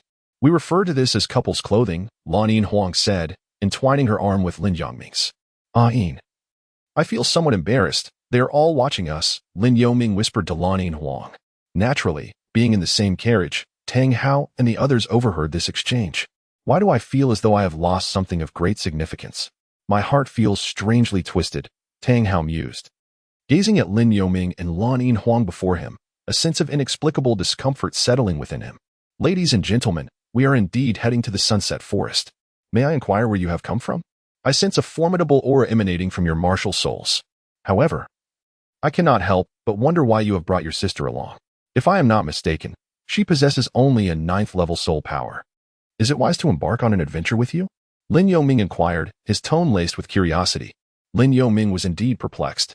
Although he understood that Tang Xiao and Tang Hao, being the most direct disciples of the Haotian sect, were out for training, he found it difficult to comprehend why they had brought along the 9th-level Tang Yuehua for the same purpose, especially since the Haotian sect had not dispatched anyone to protect the trio. This journey was indeed a form of training, but it was more about the two brothers accompanying their younger sister in her endeavors. Originally, they were in the Douluo Empire. Yet due to their sister's unique martial spirit and her passion for music, coupled with the fact that the royal family of Heaven-Do City boasted the finest musicians, she wished to apprentice under a master. Thus, their father had sent the two brothers to safeguard her journey to Heaven-Do City. As Tang Hao fell into sudden silence, Tang Xiao spoke up to clarify. I see. Lin Yoming nodded upon hearing Tang Xiao's explanation. Was this the journey of Tang Yuehua, who would eventually become the master of the Yueshin, the court etiquette institute of the Heaven-Do royal family? However, something seemed amiss. You both appear to be in your youth and already at the Soul King level, indicating commendable martial spirit talent. Yet, this sister, despite seeming much younger than you, cannot possibly possess only a 9th-level soul power. Lan Yinhuang suddenly inquired with curiosity. With a sigh, Tang Hao lamented. Our sister's martial spirit underwent a malignant mutation at the time of awakening, preventing any further advancement, thus leaving her with innate soul power at level 9. Such a mutation and innate soul power at level 9 indeed evoke a sense of regret, Lin Yoming replied, feeling somewhat embarrassed. He then mused. I wonder what it would be like for Tang Yuehua to inherit the Haotian hammer. Would she resemble Zhong Wuyan from the Game Honor of Kings? Never mind. Tang Yuehua replied with a hint of melancholy. As you said, one becomes accustomed to such things. If I could be a normal soul master, no one would wish to be seen as useless. As a direct descendant of the Haotian sect, I naturally harbor no desire to be regarded as a failure. Lin Yoming smiled awkwardly and fell silent. Although the celestial herb might assist Tang Yuehua with her martial soul mutation, he was a member of the Spirit Hall and had no familial ties to her, so he naturally refrained from addressing the matter directly. Furthermore, given his current strength, it was prudent for fewer people to be aware of the celestial herb. Lin Yoming had little faith that the Haotian school would take kindly to the knowledge of it and would not create difficulties for him. From where do you two hail? At such a young age, possessing the soul power of a soul sect, you must be from the Spirit Hall? Tang Xiao inquired about the origins of Lin Yoming and his companion. No, we are merely ordinary villagers. We had our martial souls awakened by members of the Spirit Hall when we were 6, hence the affiliation. Otherwise, as a blind man, why would I venture out to seek soul rings? Lin Yoming replied slowly. That is indeed remarkable. However, how did your second soul ring come to be a purple 1000-year soul ring? Tang Xiao pressed further. It's a tale of narrow escapes. As I mentioned, being blind, I cannot discern the age of soul beasts. In a rather chaotic encounter, I inadvertently struck down a soul beast engaged in a fierce struggle, seizing the opportunity to claim victory. It was truly a matter of mistaken fortune, Lin Yoming explained, a look of trepidation on his face. It was my fault. I was too young then and had not adequately learned about soul beasts, which nearly cost Xiaoming his life due to the soul ring, Lan Yinhuang lamented, attempting to support Lin Jiangming's story. It seems your journey has not been easy, yet fortune has favored you, enabling such success. I truly admire it. Tang Xiao remarked with a sense of wonder. Upon hearing Lin Jiangming's affiliation with the Spirit Hall, Tang Xiao hesitated, suppressing words intended to draw him closer. Indeed, reaching the age of 15 and still alive is no small feat, he concluded.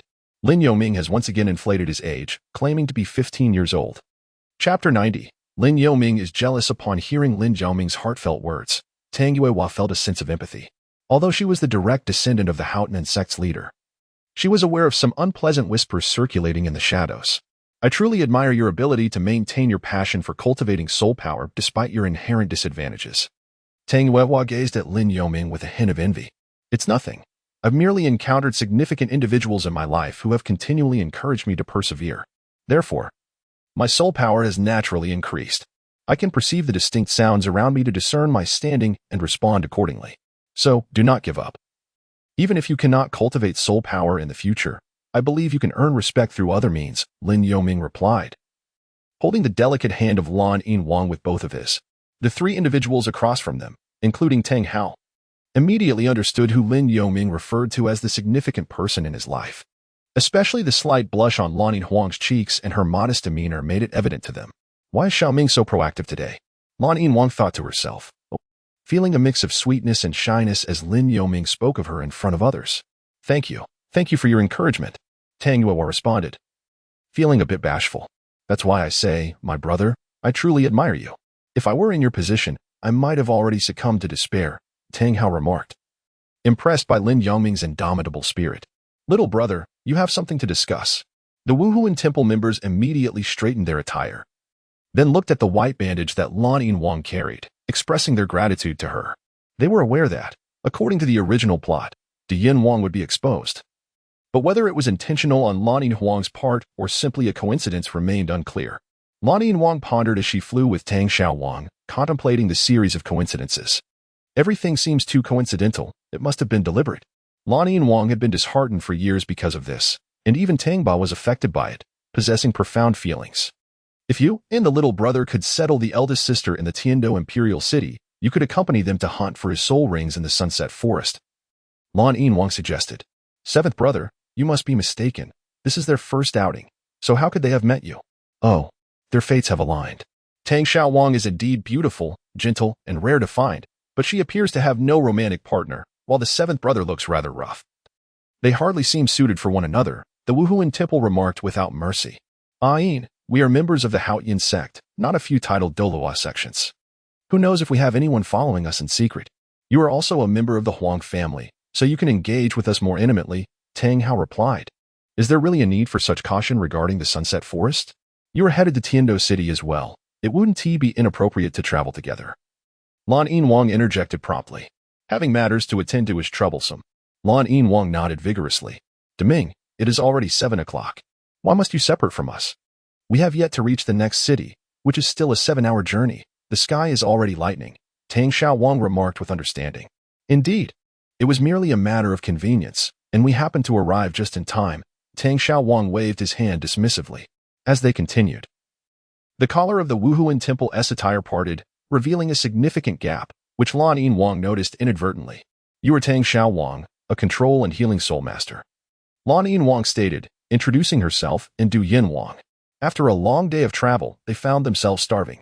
As the seven emerged from the alley, they spotted a nearby night market, prompting Tang Xiaowang to exclaim, what a hassle. I assume they have their own matters to attend to. By the way, where have you heard mention of the Haoyin sect? Lan Yinwang agreed to Lan Yin's proposal and, with a curious expression, inquired further. Naturally, Lan Yinwang followed Lan Yin and the other 8 as they exited the carriage. Lin and the Wuhuan Temple were well aware of Du Yan's character. Upon witnessing his demeanor today, both were filled with curiosity. Or perhaps it was merely jealousy. The Blue-Silver Emperor pondered over this. The 8 of them spoke in unison, suggesting that it was indeed a matter of great concern. Such coincidences could not merely be dismissed as past occurrences. Let us proceed. Dian led Tang Xiaowang as they unleashed the purple lightning wings to hasten their journey, although their speed was noticeably diminished. This blue-silver seems to be watching you intently, Tang Xiao remarked. Dian was equally intrigued. Your martial spirit is a blade, akin to your sister's. And it too is an aberrant martial spirit. However, yours is a benign mutation. As for innate soul power, Tang Xiong was mistaken. It is at level 4. Dian clarified with a shake of his head. Why did he stop you from speaking? Inquired the Blue-Silver. He is simply being overly courteous, replied the Blue-Silver Emperor with a faint smile. Ah, Tang Hao has inherited the honors of his ancestors. You are merely riding on their coattails. Yet, you cannot help but admire Tang Hao for reaching Soul Master level 40 at the tender age of 15. Deming, are we off course? He seemed to lack the soul power necessary. Could it be that he was merely showing off in front of the Wuhuan Temple? Perhaps you noticed how he supported you but applied too much force, revealing more than intended, Dian observed as he noted the shift in their path. Get in the vehicle. That area requires inspection for passage, Lin stated, being the first to exit the carriage. Do not misinterpret his intentions, aside from visiting the Sunset Forest. You have no other business, so it would be best to keep moving, the Blue-Silver Emperor explained with a gentle smile. The thought of Tang Xiaowang's sacrifice for the Blue-Silver caused a flicker of anxiety within the Blue-Silver Emperor. Fearing that such a narrative might intertwine with her own fate.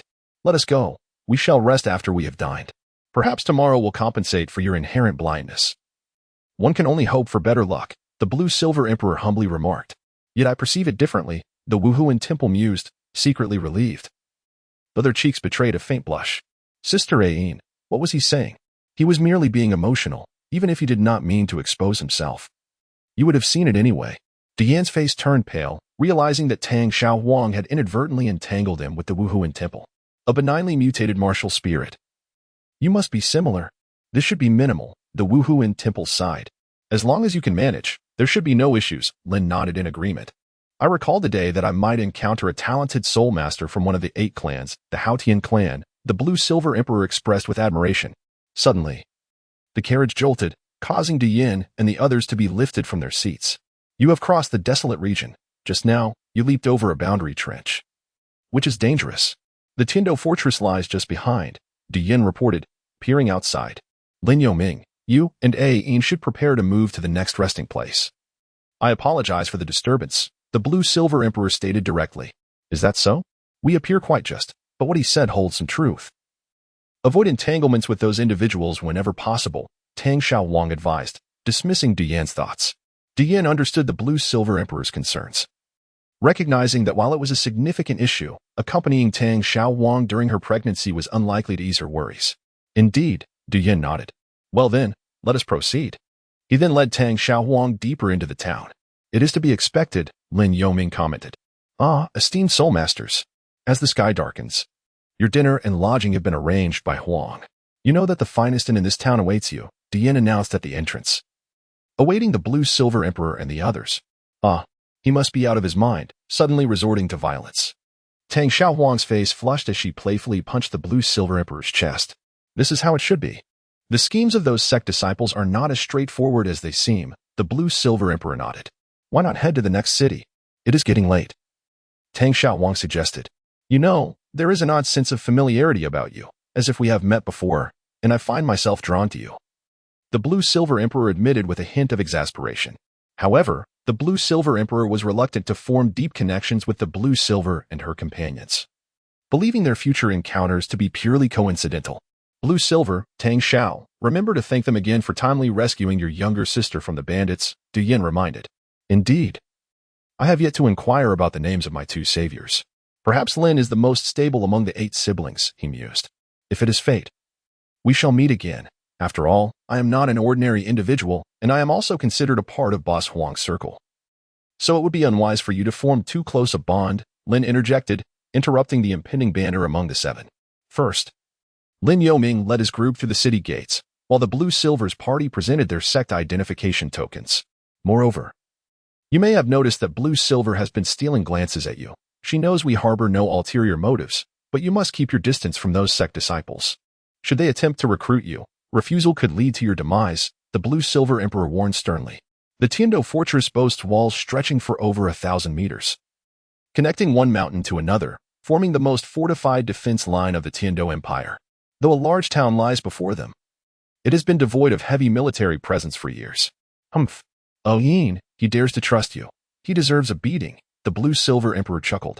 Furthermore, you have seen Tang Hao's martial spirit, resembling a blade or sword in deep blue.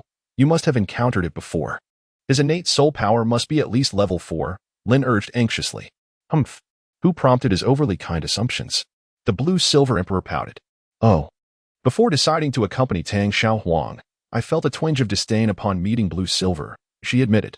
Very well, let us linger in Tiando City for a while. There is no need for your assistance, and we must avoid the Yuxian location. Lin gently restrained the Blue-Silver Emperor from speaking further. That was precisely what Du Yin yearned to reminisce about. No, you carry yourself with such grace. How could you resemble a simpleton? The Blue-Silver Emperor emphasized. By 4 o'clock, the Blue-Silver Emperor and Tang Xiaohuang arrived at a grand city. Due to the waning daylight, the Blue-Silver Emperor soared outside the city's confines. Landing in a bustling alley, Dian and Tang Xiaohuang leisurely made their way to the opposite side of the town, preparing to exit the city. After another half-hour of travel, they arrived at a magnificent walled area. You must see this. It is indeed a place worth applauding. Noticing his younger sister's slightly melancholic demeanor, he engaged her in conversation about that very topic. Indeed, he notices everything. You worry he may be captivated by others, she remarked. Tang Xiaohuang nodded with satisfaction. When it was Lan Yinhuang's turn, she merely took out the Soul Master's notebook, which represented the worst identity during Xiao Lu's travels.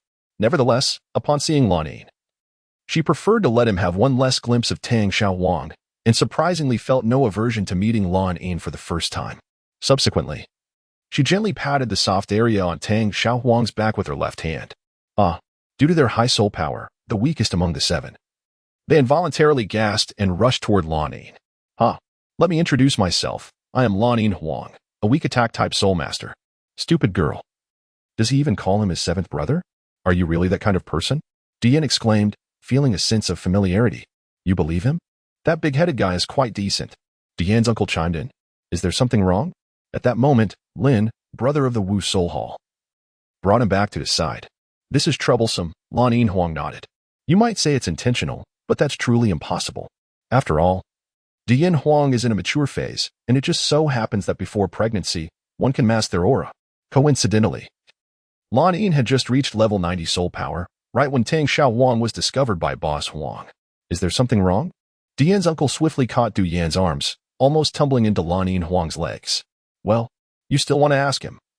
Why has he been staring at Miss Tang Xiao? Dian said with irritation. That was just a joke.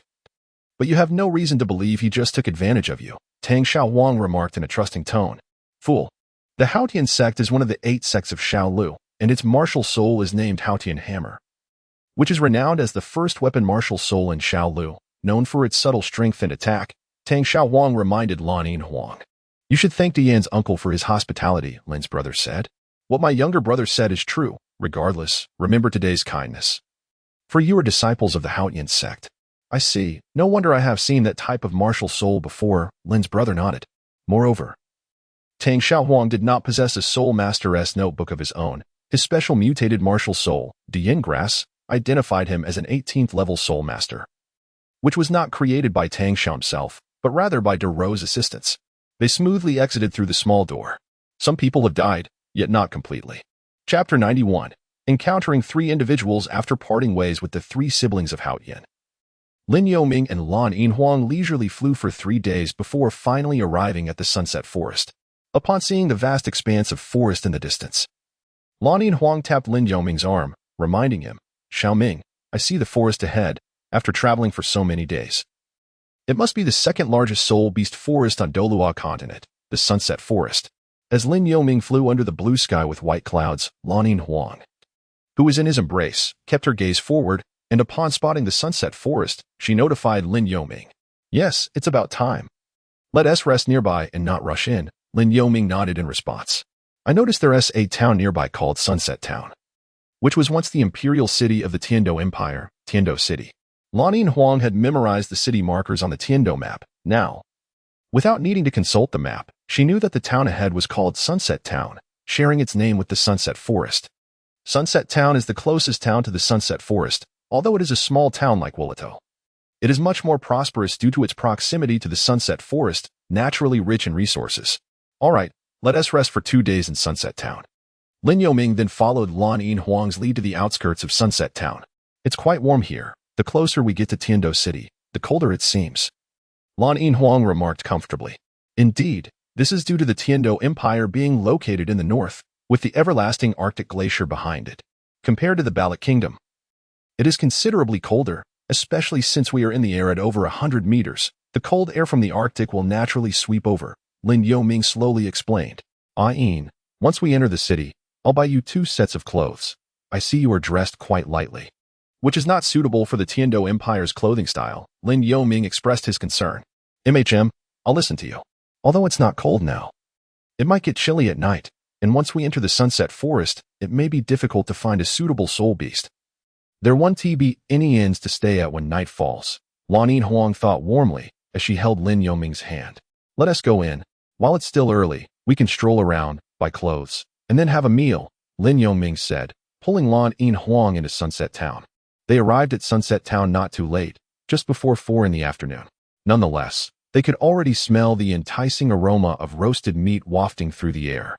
This was mainly due to Sunset Town's proximity to the Sunset Forest, and the town's specialties were primarily barbecued meats. Most of the restaurants here were barbecue shops, and many businesses collected beast skins to make clothing. It's quite lively here, rivaling that of a small Tier 3 city, Lan Yin Huang observed, somewhat surprised by the bustling street. Perhaps it's because of the proximity to the Sunset Forest, Lin Yongming agreed, sensing the liveliness. They then made their way to the bustling commercial street in the town, selecting clothes. Eventually, both purchased 2 thicker outfits and found a quaint little inn nearby. After checking into their room, they didn't rush to take a shower but instead stepped out to a uniquely themed barbecue restaurant, ordering a roasted beast leg and special fruits. So satisfying. The barbecue is crispy on the outside and tender on the inside, and the secret sauce pairs wonderfully, Lin Yongming reflected after nearly an hour. The specialties are indeed delightful. This is my first time having such barbecue. The golden skin has a wonderful texture, Lan Yin Huang generously praised. By the time they exited, it was dark. The night scenery of the town did not compare to that of Soto City, so after strolling for a while, they returned to the inn. Sitting on the sofa, Lan Yin Huang couldn't help but ask Lin Yongming what type of soul ring he aimed to obtain in the Sunset Forest.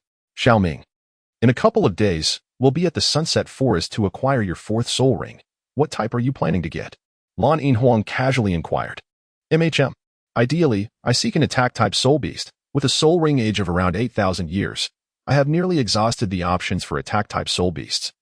Lin Yongming replied slowly. After all, there was no need for consideration. He could simply hunt lightning attribute soul beasts without much thought. However, Lin Yongming's main purpose for coming to the Sunset Forest was not merely to obtain a soul ring, but to seek the ice and fire yin-yang eye, a treasure capable of defying heaven and altering fate. So, you prefer lightning attribute soul beasts, huh? I wonder how the danger level of the Sunset Forest compares to the Stardew Forest. Once we enter, we must remain cautious. After all, with our current strength, we are not that powerful, and we should avoid 10,000-year soul beasts if possible, Lan Yin Huang spoke slowly. Of course, perhaps there are fewer 10,000-year soul beasts here than in the Stardew Forest, but there won't be too few. There might be some at the 8 or 9,000-year level, Lin Yongming replied, indicating his understanding. Indeed, without the guidance of sect elders or strong leaders, we can only rely on ourselves. The Blue-Silver Emperor sighed. It's all right. If we truly cannot prevail, I do not necessarily require a soul beast of around 8,000 years. A soul beast of 5 or 6,000 years will suffice. The stability between us cannot be measured by just one soul ring. Lin Yongming gently embraced the Blue-Silver Emperor and replied, however, too low a level may hinder our progress, leaving us far behind others. Once we enter the forest, let us adapt to the circumstances. Acquiring a 4th soul ring at the optimal age would be ideal. The Blue-Silver Emperor spoke with fearless determination. Yes, it is getting late. You should take a bath first. After a long day of travel, rest early tonight, and tomorrow we can explore this quaint town. The day after, we shall enter the forest, Lin Yongming suggested. All right, came the response, and Lin Yongming first urged the Blue-Silver Emperor to bathe, before attending to himself. Good night, Ian, he said after his bath. Good night, Xiaoming. Do sleep early. Your journey has been arduous, the Blue-Silver Emperor replied. Upon returning to his room, Lin Yongming meditated briefly to recuperate the soul power expended during the day's travels, then lay down to rest. The following day, Lin Yongming and the Blue-Silver Emperor donned the garments they had purchased in the town. Although she wore a long skirt, the Blue-Silver Emperor added a pair of white stockings for warmth. The two then walked out of the hotel, hand in hand, and enjoyed a breakfast featuring local delicacies by the roadside. They subsequently wandered through the charming streets of Sunset Town. Around 3 o'clock that afternoon, as they strolled along, a voice called out from behind them. Hey, is that not Lin and his companion? I almost didn't recognize you in different attire. You have come to Sunset Town as well. The voice belonged to Tang Hao. Hey, Lin, he called out from behind. Lin Yongming and Lan Yin Huang turned around involuntarily upon hearing the commotion. Xiaoming, it's the 3 siblings from Hao Yin's sect we encountered a few days ago in the desolate area. Lan Yin Huang reminded. I recognize the sound. Since we've met again, let us go and converse with them. Indeed, Lin Yongming and his companion approached Tang Hao and his group. Brother Tang, I never anticipated that you would also arrive at Sunset Town. How was your journey? Lin Yongming greeted with a faint smile. We're well. The journey was uneventful. We just arrived at Sunset Town not long ago. I didn't expect to meet you here before we set off. Tang Xiao responded. Hello, Sister Lanin, Brother Lin. Tang Yuehua greeted with a gentle demeanor. Greetings, Miss Tang. Lin Yongming and his companion nodded in reply. Brother Lin, how long have you been here? Tang Hao inquired with curiosity. Not long. We arrived last night. The Sunset Forest is not far from here, and we plan to rest for 2 days before heading there. Lin Yongming replied methodically. In that case, since our paths have crossed again, let us dine together tonight. You saved my little sister, and we haven't properly expressed our gratitude. Tang Xiao proposed at that moment. Certainly. Brothers, let us not rush to Tiando City today. We shall rest here for the night. I heard the aroma of roasted meat is quite delightful. Tang Yuehua chimed in, her spirits lifted. Sister Lanin, Brother Lin, you wouldn't refuse again, would you? Tang Yuehua asked with her large eyes fixed on the two. Of course not. Last time was merely due to our urgency. Since we meet again, it would be impolite to decline. Lin Yongming nodded in agreement. Brother Lin, you jest. How could that be? Tang Xiao laughed heartily. Since we are not leaving, should we find a hotel first? I wonder where Brother Lin is staying. Tang Hao inquired. Oh, our accommodation is just 2 streets away, Lanin replied. Noticing Lin Yongming's gaze on her. It is only a little past 3. Dinner is still early. Why don't we arrange our lodging first? We might as well go to your hotel and book a room there, Tang Hao suggested. Let us lead the way, Lanin replied. With that, Lanin and Lin Yongming walked ahead, while Tang Hao and his companions followed closely. Sister Lanin, since you arrived in Sunset Town last night, you must have tasted the local roasted meat. How was it? Tang Yuehua asked as she quickened her pace to walk alongside Lanin. The flavor is indeed delightful. The barbecue restaurant we visited is right next to the hotel, Lanin responded with a slight smile. Before long, they arrived at the hotel where Lin Yongming and his companion were staying. This hotel should still have rooms available, Lanin indicated towards the hotel across the street. Yes, it looks good. Let us choose this one. Tang Xiao nodded in agreement. The 5 of them entered the hotel, where Tang Xiao booked 2 rooms, one for himself and Tang Hao, and another for Tang Yuehua. Coincidentally, their rooms were directly opposite Lin Yongming's. Sister Lanin, are you and Brother Lin sharing a room? Tang Yuehua curiously asked, holding her room key. Yes, it's a double room. Lin and I are childhood friends, so we're accustomed to sharing, and I need to take care of him since he has some difficulties with his sight, Lanin replied calmly, without shying away from the truth. I see, Sister Lanin, you are truly kind, Tang Yuehua remarked, glancing at Lin Yongming, who wore a black blindfold. It is nothing. Lanin smiled gently. Everyone, the time is drawing near. Let us find a restaurant and converse leisurely over dinner, Tang Xiao suggested after checking Tang Yuehua's room. Tang Hao also emerged from his room, saying, Indeed, we must share a drink with Brother Lin while we have the chance. Drinking is not for me. I cannot. Lin Yongming replied with a hint of resignation. How could a man not drink? Tang Hao said, playfully draping an arm over Lin Yongming's shoulder. That won't he do? Lin cannot drink, and if we drink, then we shall not go, Lanin interjected, stepping away from Tang Yuehua and firmly placing her hand on Tang Hao's arm. The sound of her reprimand echoed through the corridor, clearly indicating her seriousness, prompting Tang Hao to release his hold. Brother Tang, you see, it is not that I do not wish to drink, Lin Yongming said, raising his hands in surrender. Sister Lanin is correct. Does not being able to drink make one less of a man? Brother, not everyone shares your fondness for alcohol. Tang Yuehua expressed her dissatisfaction towards Tang Hao. Indeed. Second brother, we can drink just the 2 of us. Do not compel others to join you, Tang Xiao concurred. Fine, I merely suggested it, and you all oppose me. I just wanted to liven things up, Tang Hao said, looking innocent. Brother Tang, casual conversation will suffice. Drinking is unnecessary. I have never touched alcohol. And considering my vision issues, it would not be wise to indulge, Lin Yongming slowly explained. Indeed, I was inconsiderate. My apologies, Brother Lin, Tang Hao said, glancing at Lin Yongming's blindfold. It is quite all right. If you do not mind, I shall drink water instead, Lin Yongming smiled. Very well, let us depart. If we linger any longer, night will fall, Tang Hao nodded. Soon, the 5 of them exited the hotel, with Tang Yuehua by Lanin's side, while Lin Yongming walked alongside Tang Hao and Tang Xiao. This was the restaurant we dined at last night. It was indeed delightful, Lanin remarked, pointing to the establishment. Then what are we waiting for? After a day of travel, we are quite hungry, Tang Hao said, leading Lin Yongming into the restaurant. Boss. Roast a whole lamb for 5, he ordered. Certainly, esteemed guests. Please proceed to the private room on the second floor and wait a moment. Came the prompt reply from the staff. Before long, guided by the waiter, the 5 of them reached the upstairs private room, where a round table awaited them. Tang Weihua sat beside Lan Yin, while Lin Yongming took a seat next to her, followed by Tang Hao and Tang Xiao. Brother, second brother, sister Lan Yin, brother Lin. Let us begin with some water, Tang Weihua said as she received a teapot from the waiter, pouring water for everyone. Weihua, do not feel overly polite. Lan Yin said with a hint of exasperation. It is no trouble. You saved my life, not just my brother's, Tang Weihua replied, moving back and forth to serve water. Lin Yongming was taken aback by Tang Yuehua's lively and spirited demeanor at this moment. If memory serves correctly, the original depiction of Tang Yuehua presented her as rather aloof, akin to Bibi Dong, exuding an inherent authority. Yet, this air of command was undoubtedly far less formidable than that of the pontiff, Bibi Dong. Chapter 92. Journey to the Sunset Forest. Blue-silver sister, brother Lin, have some water. Tang Yuehua said as she poured the water and returned to the side of the blue-silver emperor. Miss Tang, you are exceedingly polite. Lin Yongming felt somewhat embarrassed by Tang Yuehua's frequent address of him as brother, given that he was only just over 10 years old, while Tang Yuehua, as he gathered from their earlier conversation, was already over 12. It was a tad awkward for him to be called brother by someone 2 years his senior due to his own misrepresentation of age. Thus, after responding, he awkwardly took a sip of water.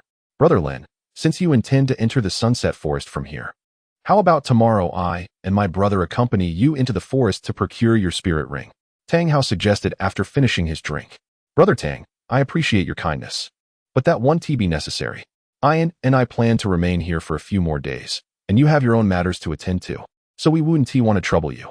Besides, I have rather stringent requirements for my 4th spirit ring, and I'm uncertain how many days we will need to spend in the Sunset Forest.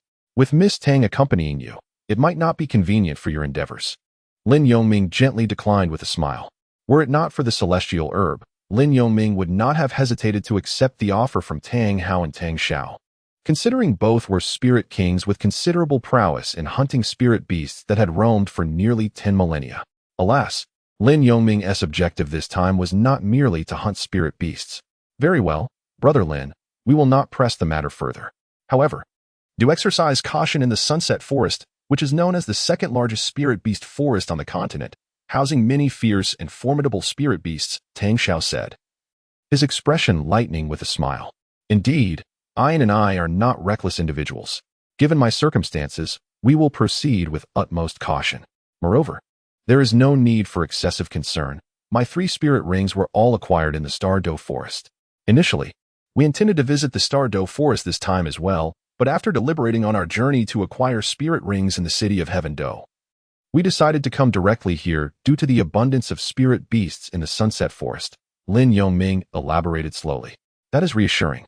However, I still recommend you enter the Sunset Forest from the direction of Heaven Do City, where there is a greater presence of soul masters, making navigation through the forest considerably easier.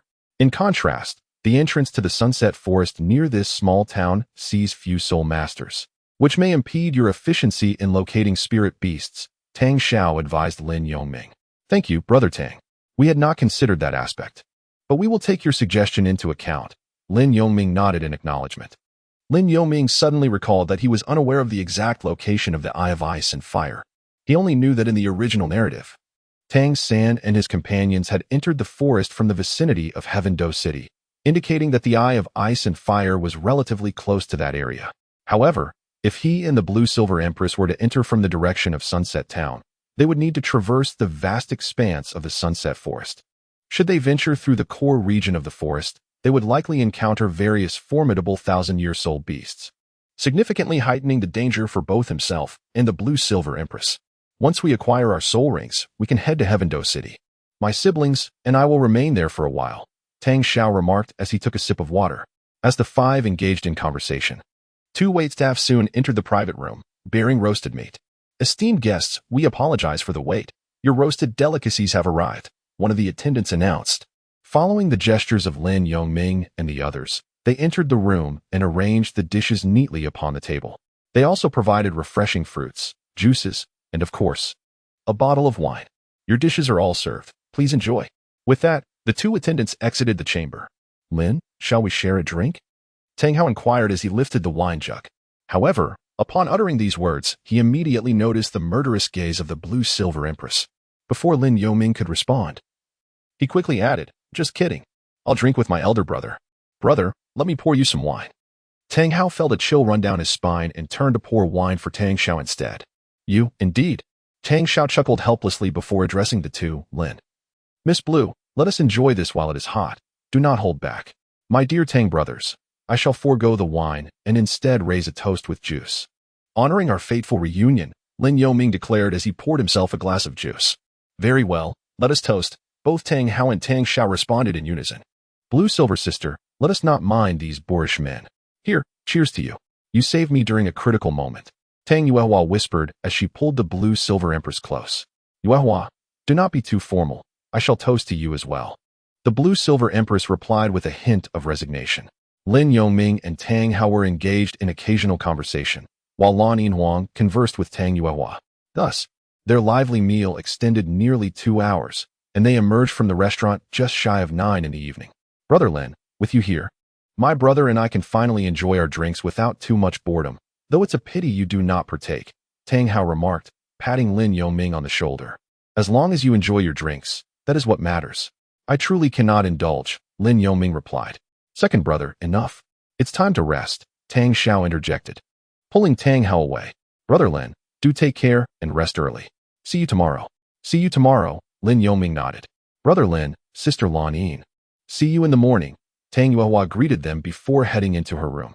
After a long day of travel, you should rest early, Lan Yinhuang said to Tang Yuehua. After the farewells, Lin Yoming and Lan Yinhuang entered their own room. Once inside, Lin Yoming settled onto the sofa, leaning back comfortably. Xiaoming, I thought you might not resist joining them for a drink, Lan Yinhuang said, taking a seat beside him. How could I? With you here, I wouldn't dare, Lin Yoming replied. So you would if I weren't present? Lan Yinhuang questioned playfully. Not at all. I understand that alcohol dulls the senses, and with my current state, drinking would render me utterly incapacitated, Lin Yoming explained. Well, it's not that I prohibit you from drinking. It's just that you're still quite young. And your eyesight is also a concern. If your vision were better, perhaps a small amount wouldn't be an issue.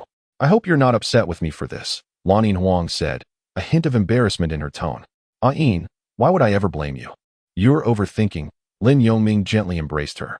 Nevertheless, I find Tang Xiao's suggestion rather sound. Entering the sunset forest directly from the direction of Tiando City would indeed be more convenient. What do you think, Yin? Lin Yoming inquired. If you have no objections. Neither do I. That area of the forest is frequented by many spirit masters from Tiando City, making it a wise choice. Moreover, the likelihood of receiving assistance in perilous situations is significantly higher. Lan Yinhuang nodded against Lin Yoming's chest. Then let us enjoy another day here, gather some supplies, and then head towards the vicinity of Tiando City, Lin Yoming suggested softly.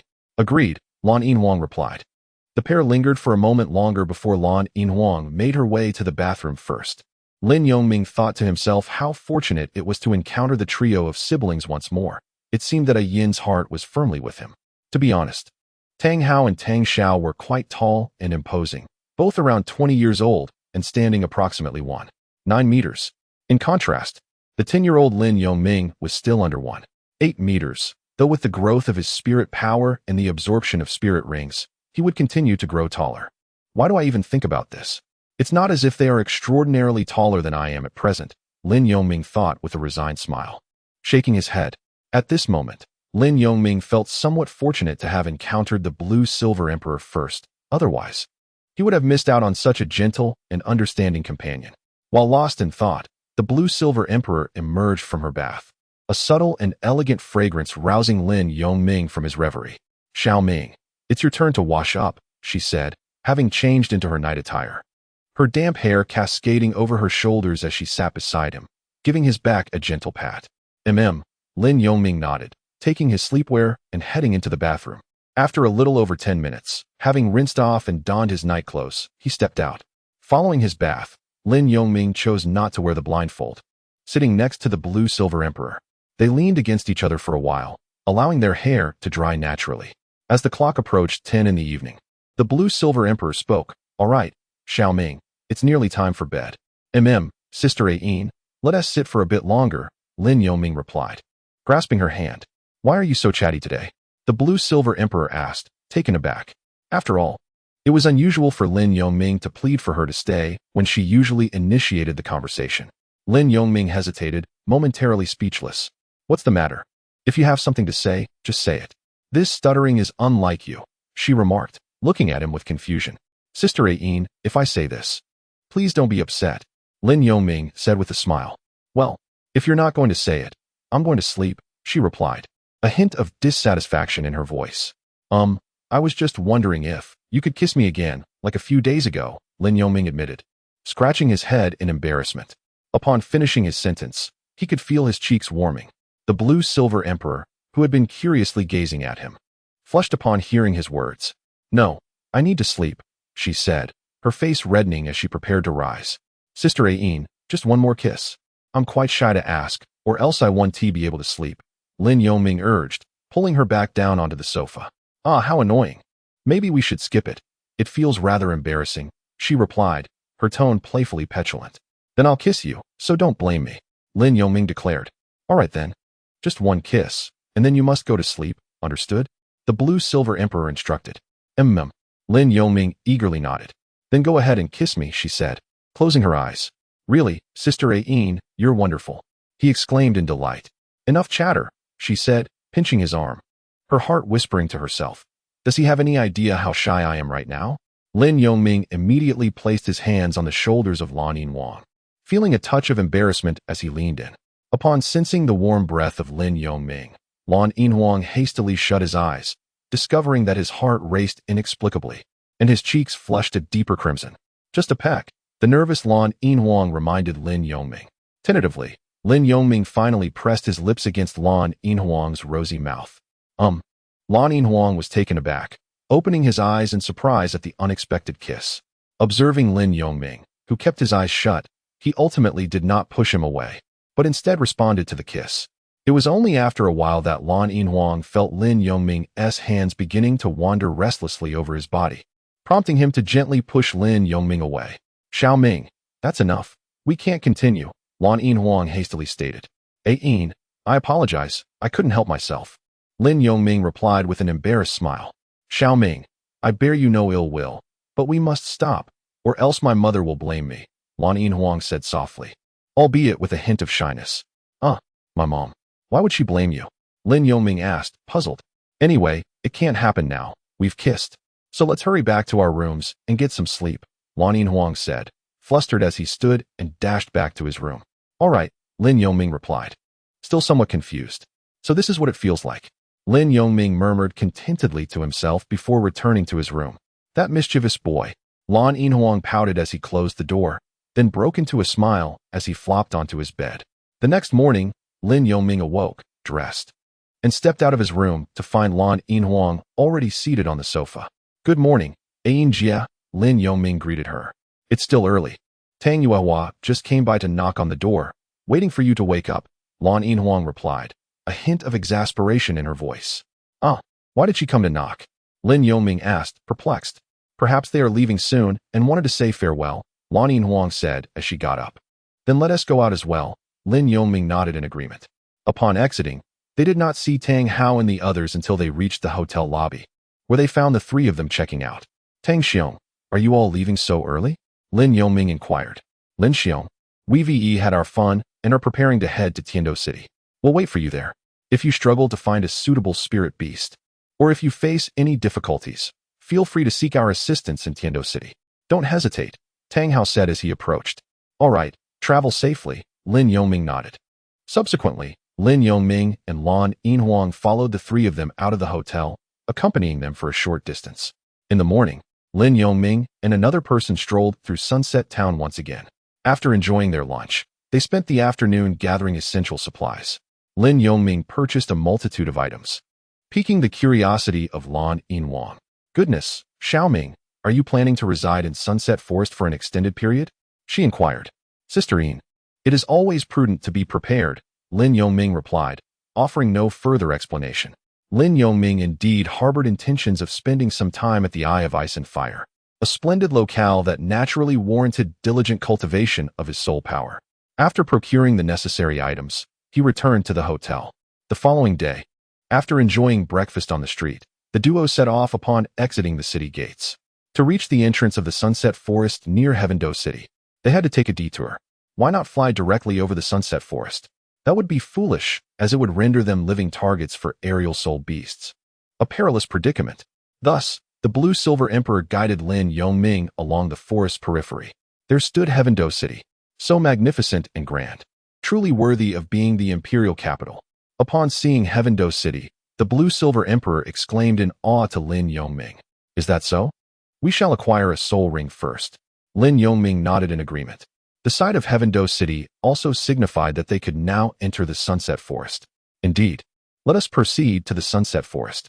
The Blue-Silver Emperor nodded, yet inwardly lamented, "Must we truly go to Heavendo City? What shall we do?" Lin Yongming soon found himself on the outermost edge of the Sunset Forest, exchanging a nod with the Blue-Silver Emperor before venturing deeper into the woods. Chapter 93.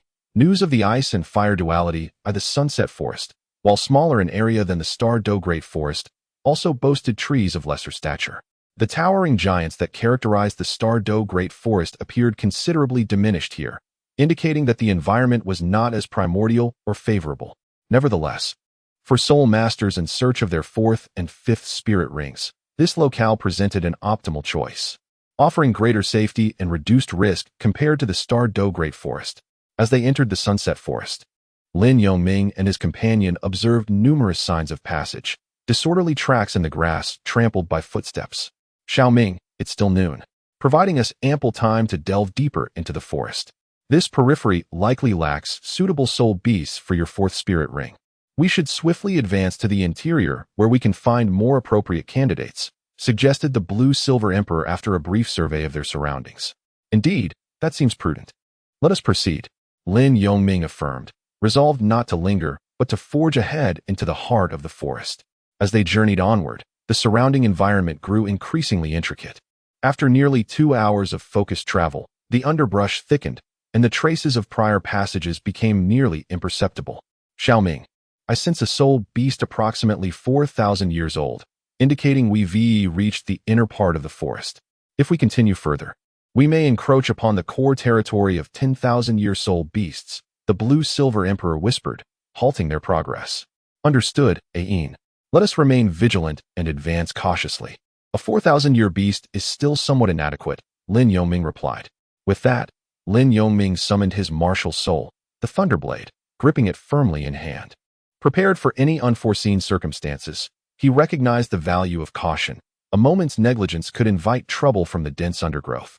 Observing this, the Blue-Silver Emperor also manifested her martial soul, the Blue-Silver Grass, which shimmered with a layer of golden light, exuding an aura of nobility. With no elders or adept guides to lead them, the two relied solely on their own wits, proceeding with utmost care. Where, indeed, was the Ice and Fire Duality Eye? Must they truly procure the fourth spirit ring first? Lin Yongming expanded his spiritual perception to its utmost limits, scanning a radius of over 100 meters. He detected numerous thousand-year soul beasts, but found no sign of the poisonous barriers guarding the Ice and Fire Duality Eye. "Xiaoming, let us go?" the Blue-Silver Emperor urged, ready to move forward. Lin Yongming nodded. Initially, he disagreed, but he could not resist the insistence of Lan Yinhuang, who insisted on staying behind him. Thus, Lin Yongming had no choice but to follow. After slowly advancing for about an hour and covering nearly 1,000 meters, Lan Yinhuang, who was leading the way, suddenly halted. "Xiaoming, to the left ahead, I sense a celestial dark thunder python soul beast. Its length, I estimate, is around 7,000 years. Do you think it is suitable for you?" Lan Yinhuang whispered. "The celestial dark thunder python? I fear that is not feasible. Setting aside its age, the attributes of that soul beast are rather mixed. We should continue our search, as we are not pressed for time," Lin Yongming quickly responded. He soon spotted a python coiled around a giant tree. "All right, I too feel it is not quite right. Let us keep searching," Lan Yinhuang nodded in agreement. They quietly bypassed the soul beast and continued their pursuit. As time passed, the forest gradually dimmed, and in a small clearing with relatively sparse weeds, they paused as night fell. Sitting across from one another by the tent, Lin Yongming and Lan Yinhuang munched on the jerky from Sunset Town for their dinner. Xiaoming, what are your thoughts? You have found several soul beasts suitable for you, yet you dismissed them all, especially that nearly 8,000-year-old Thunder Extreme Dragon Soul Beast. It would have been perfect for you, Lan Yinhuang said, exasperation evident in her voice. After the Celestial Dark Thunder Python, they had found 4 more suitable soul beasts by nightfall, but Lin Yongming had rejected them all, leaving Lan Yinhuang feeling quite helpless. I apologize, but I can't shake the feeling that those soul beast soul rings seem to lack something essential for me. Moreover, the Thunder Extreme Dragon possesses a trace of dragon blood. I am not entirely certain I could absorb it, Lin Yongming replied, a hint of embarrassment in his tone. Sighing inwardly, he wished to confide in her that he intended to absorb some immortal herbs to enhance his physique before obtaining the 4th soul ring. But he felt guilty for keeping such a secret. What specific type of soul beast are you looking for? You remained silent. And aimlessly charging about like a headless fly is not prudent, Lan Yinhuang remarked. Fine, how about we search again tomorrow? If we truly cannot find a suitable soul beast, we can reconsider the Thunder Extreme Dragon, Lin Yongming suggested with a faint smile. Very well, as you wish. It is only the first day, so there is no rush. Since you are unsatisfied, we shall continue until we find what pleases you. I refuse to believe that in the vast sunset forest, we cannot find a suitable 4th soul ring for you, Lan Yinhuang encouraged him, her irritation dissipating. Ian, you are truly wonderful. Thank you for enduring the mosquitoes in the forest with me. I appreciate your effort, Lin Yongming expressed his gratitude, touched. If you keep saying such things, I might genuinely get angry. Do you consider me an outsider? Lan Yinhuang retorted, feigning displeasure. My apologies, I misspoke, Lin Yongming quickly corrected himself. Xiaoming, regardless of what lies ahead, no matter how arduous it may be, I will always respect your choices. If you are dissatisfied with the soul beasts we found today, we shall continue our search tomorrow, and if we find nothing, we can search again the day after. If all else fails, we can venture to the Stardow Forest. Lan Yinhuang spoke gently. Thank you. Lin Yongming, moved by her sincere words, said no more and silently embraced Lan Yinhuang. No need for thanks. Lan Yinhuang replied softly. Lin Yongming and Yin sat quietly together for a while until a gentle evening breeze swept over them. Yin, the night is turning chilly. You should enter the tent first to avoid catching a chill. I will keep watch, Lin Yongming softly suggested. Let us stay together. It will be even colder at midnight. Besides, the tent can comfortably accommodate both of us.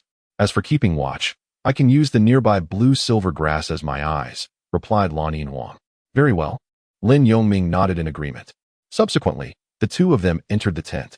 Lin Yongming sat cross-legged on the ground, while Lan Yinhuang lay down at his behest.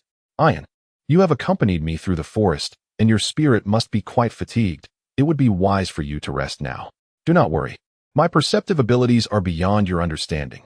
The slightest movement within several dozen meters cannot escape my ears, Lin Yongming declared promptly. Indeed. Awaken me in the latter half of the night. You must also maintain your own mental acuity. Excessive fatigue could jeopardize your chances of encountering a suitable spirit beast. If your mental strength falters, absorbing a spirit ring would entail risks, Lan Yinhuang advised. Of course, I shall call for you, Lin Yongming nodded. And Lan Yinhuang promptly closed her eyes. For a time, darkness and silence enveloped the tent and its surroundings, save for the nocturnal chorus of insects. Lin Yongming pondered the whereabouts of the ice and fire yin-yang-ai. To his surprise, while the sunset forest appeared modest from the outside, it proved to be quite expansive upon entry. He lamented that despite its seeming compactness, the area of the sunset forest exceeded that of 2 Tiando cities combined. Uncertain of the exact location of the ice and fire yin-yang-ai, Lin Yongming found himself with no immediate alternative but to explore the forest gradually. How did Douluo find the ice and fire yin-yang-ai? He mused, anxiety creeping in. The thunderous spirit beasts encountered earlier were indeed suitable for him, and while he could afford to delay today, he felt increasingly guilty towards Lan Yinhuang for prolonging the pursuit. Yet, he yearned to replicate Tang San's experience from the original narrative, refining his body with ice and fire and obtaining a millennium-level 4th spirit ring. As he contemplated, he lost track of time, intently sensing his surroundings, when suddenly he felt a movement. To his astonishment, there were individuals traversing the forest in the dead of night. Lin Yongming sensed the commotion and found it perplexing. Soon, He discerned 5 individuals, their footsteps chaotic, clearly fleeing from something pursuing them. Alarmingly, they were heading in the direction of his tent, and shortly thereafter, a spirit beast entered the range of Lin Yongming's perception. Its size indicated it was a millennium-level spirit beast, a massive bear. He was taken aback by the sight of these young individuals, whose powers were so feeble, having ventured so deeply into the forest. The towering bear, easily over 3 meters in height, unmistakably belonged to the Millennium Spirit Beast category. Even more surprising was the fact that among the 5 individuals, most were spirit elders, and one was a great spirit master, with one being a level 40 spirit elder who had yet to acquire a 4th spirit ring. Their identical attire confirmed Lin Yongming's suspicion. These individuals were likely students from a prestigious spirit master academy in Tiando City. Quickly, this direction should lead us out of the forest. A man's voice resonated clearly in the stillness of the night. Xiaoming, what is happening? The commotion startled Lan Yinhuang awake, sitting up. Ian. It appears that 5 individuals are being pursued by a millennium spirit beast, Lin Yongming replied promptly. Let us go and investigate, Lan Yinhuang urged swiftly. Lin Yongming and his companions stepped out of the tent, taking refuge behind a tree. Indeed, it was a 10,000-year soul beast, a ferocious magic bear famed for its strength, not to be underestimated compared to an ordinary 20,000-year soul beast. The Blue-Silver Emperor, utilizing the information relayed by the Blue-Silver Grass, spoke earnestly to Lin Yongming. Ian, what do you think? Can we drive this massive bear away and rescue them? Or should we just ignore their plight? Lin Yongming inquired in a hushed tone. Let us assess the situation.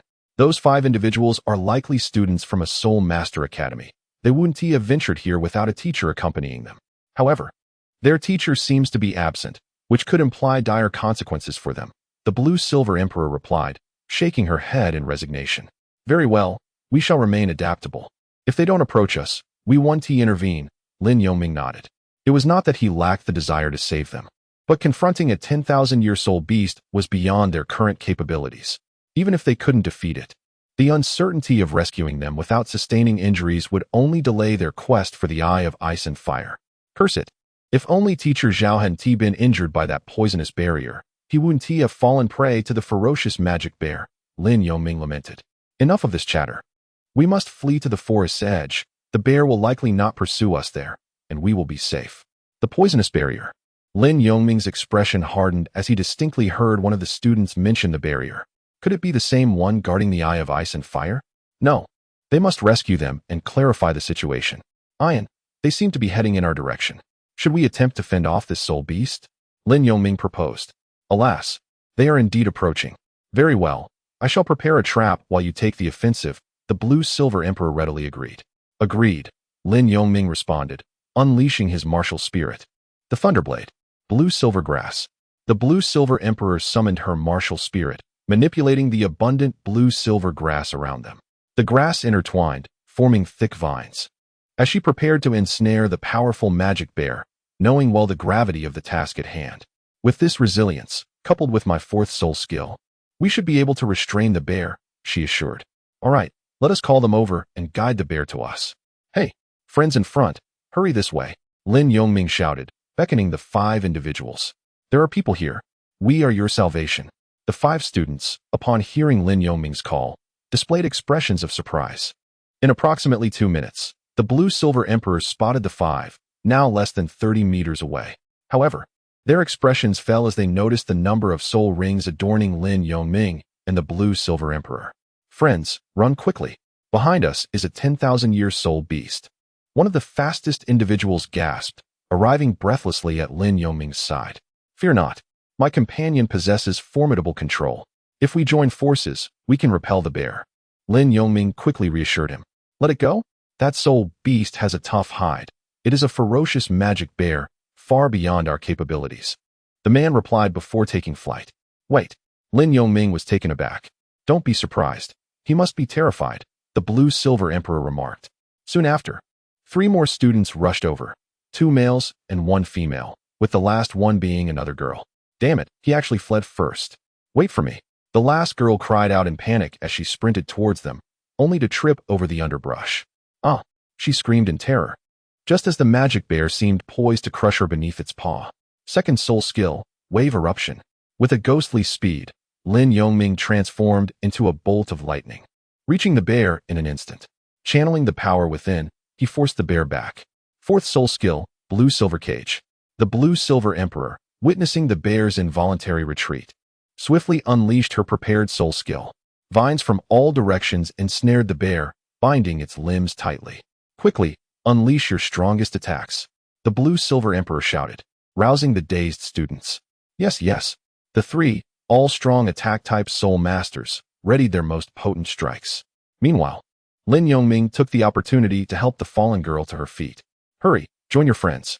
Lin Yongming soon realized that the formidable female soul master was a support type, which explained her disadvantage.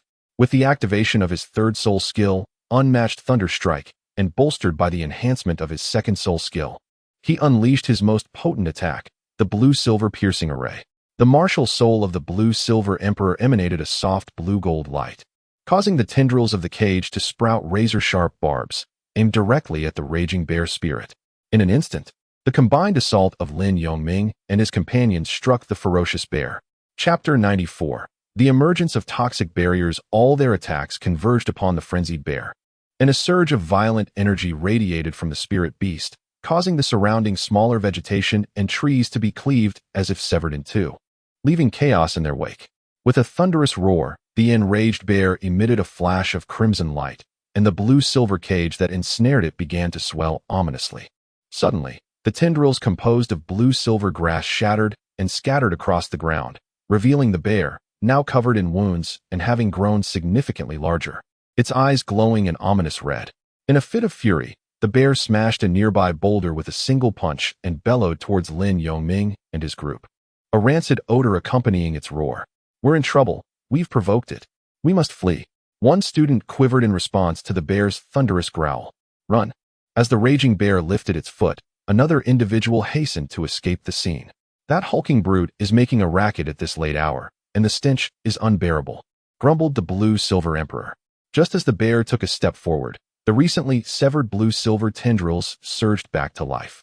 And with the light emanating from the blue-silver grass in the Blue-Silver Emperor's hand, the cage activated once more. Blue-Silver Piercing Array. Unmatched Thunderstrike. Lin Yongming, witnessing the scene, once again fell in step with the attacking rhythm of the Blue-Silver Emperor. These two are truly formidable. Furthermore, is that truly a blue-silver grass martial soul?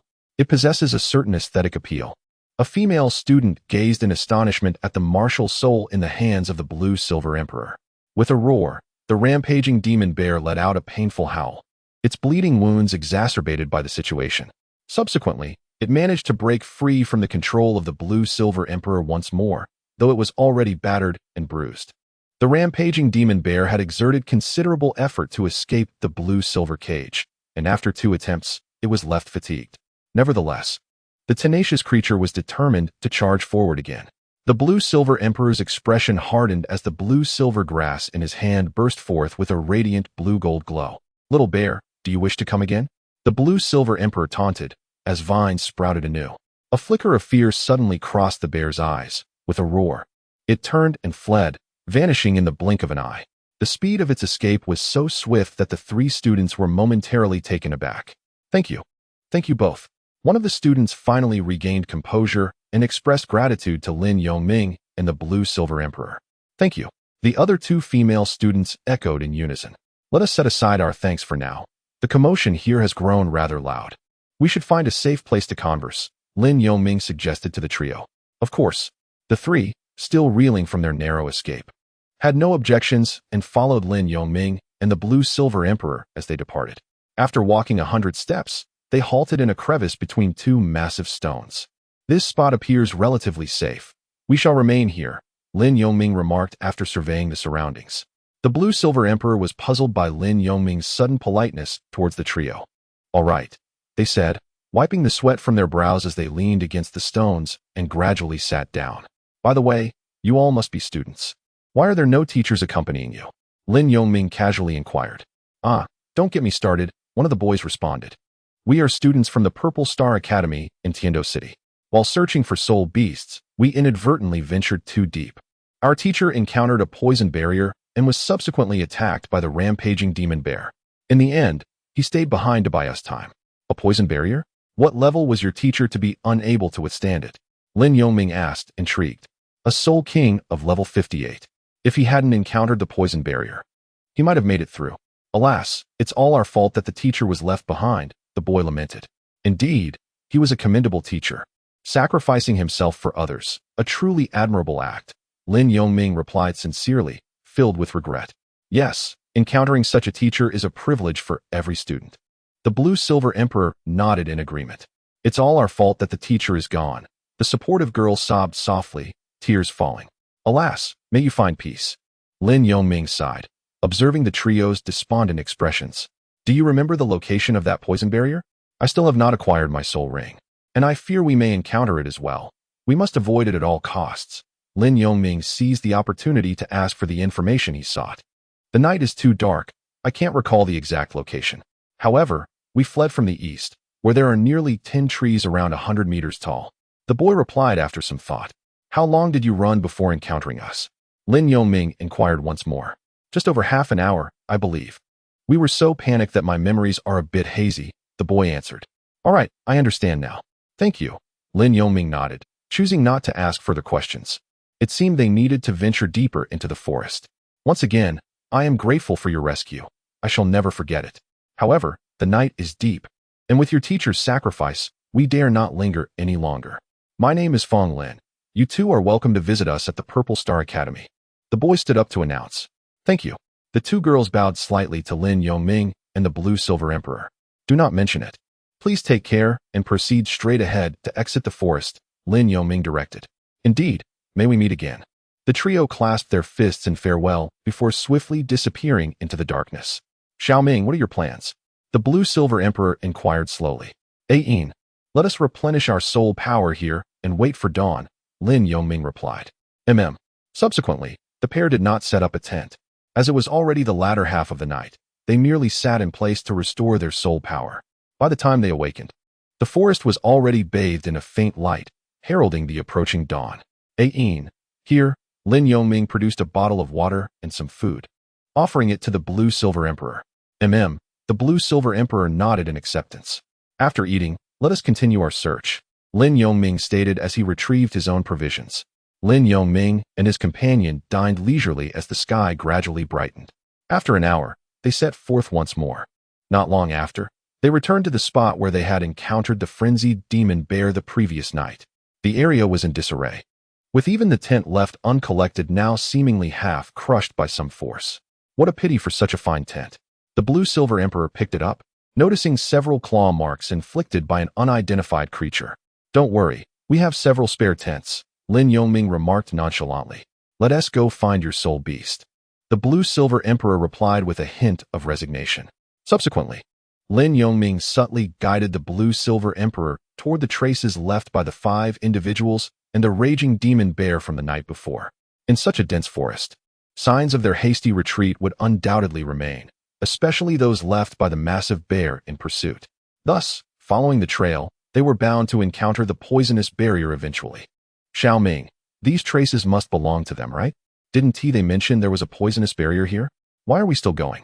The Blue-Silver Emperor asked, perplexed. It wouldn't hurt to take a look. The commotion they caused might attract a few soul beasts, perhaps even one suitable for me, Lin Yongming explained with earnestness. That makes some sense, but what if there are too many soul beasts? The Blue-Silver Emperor inquired. That shouldn't be a problem. Different types of soul beasts usually keep their distance from one another. Lin Yongming scratched his head in thought.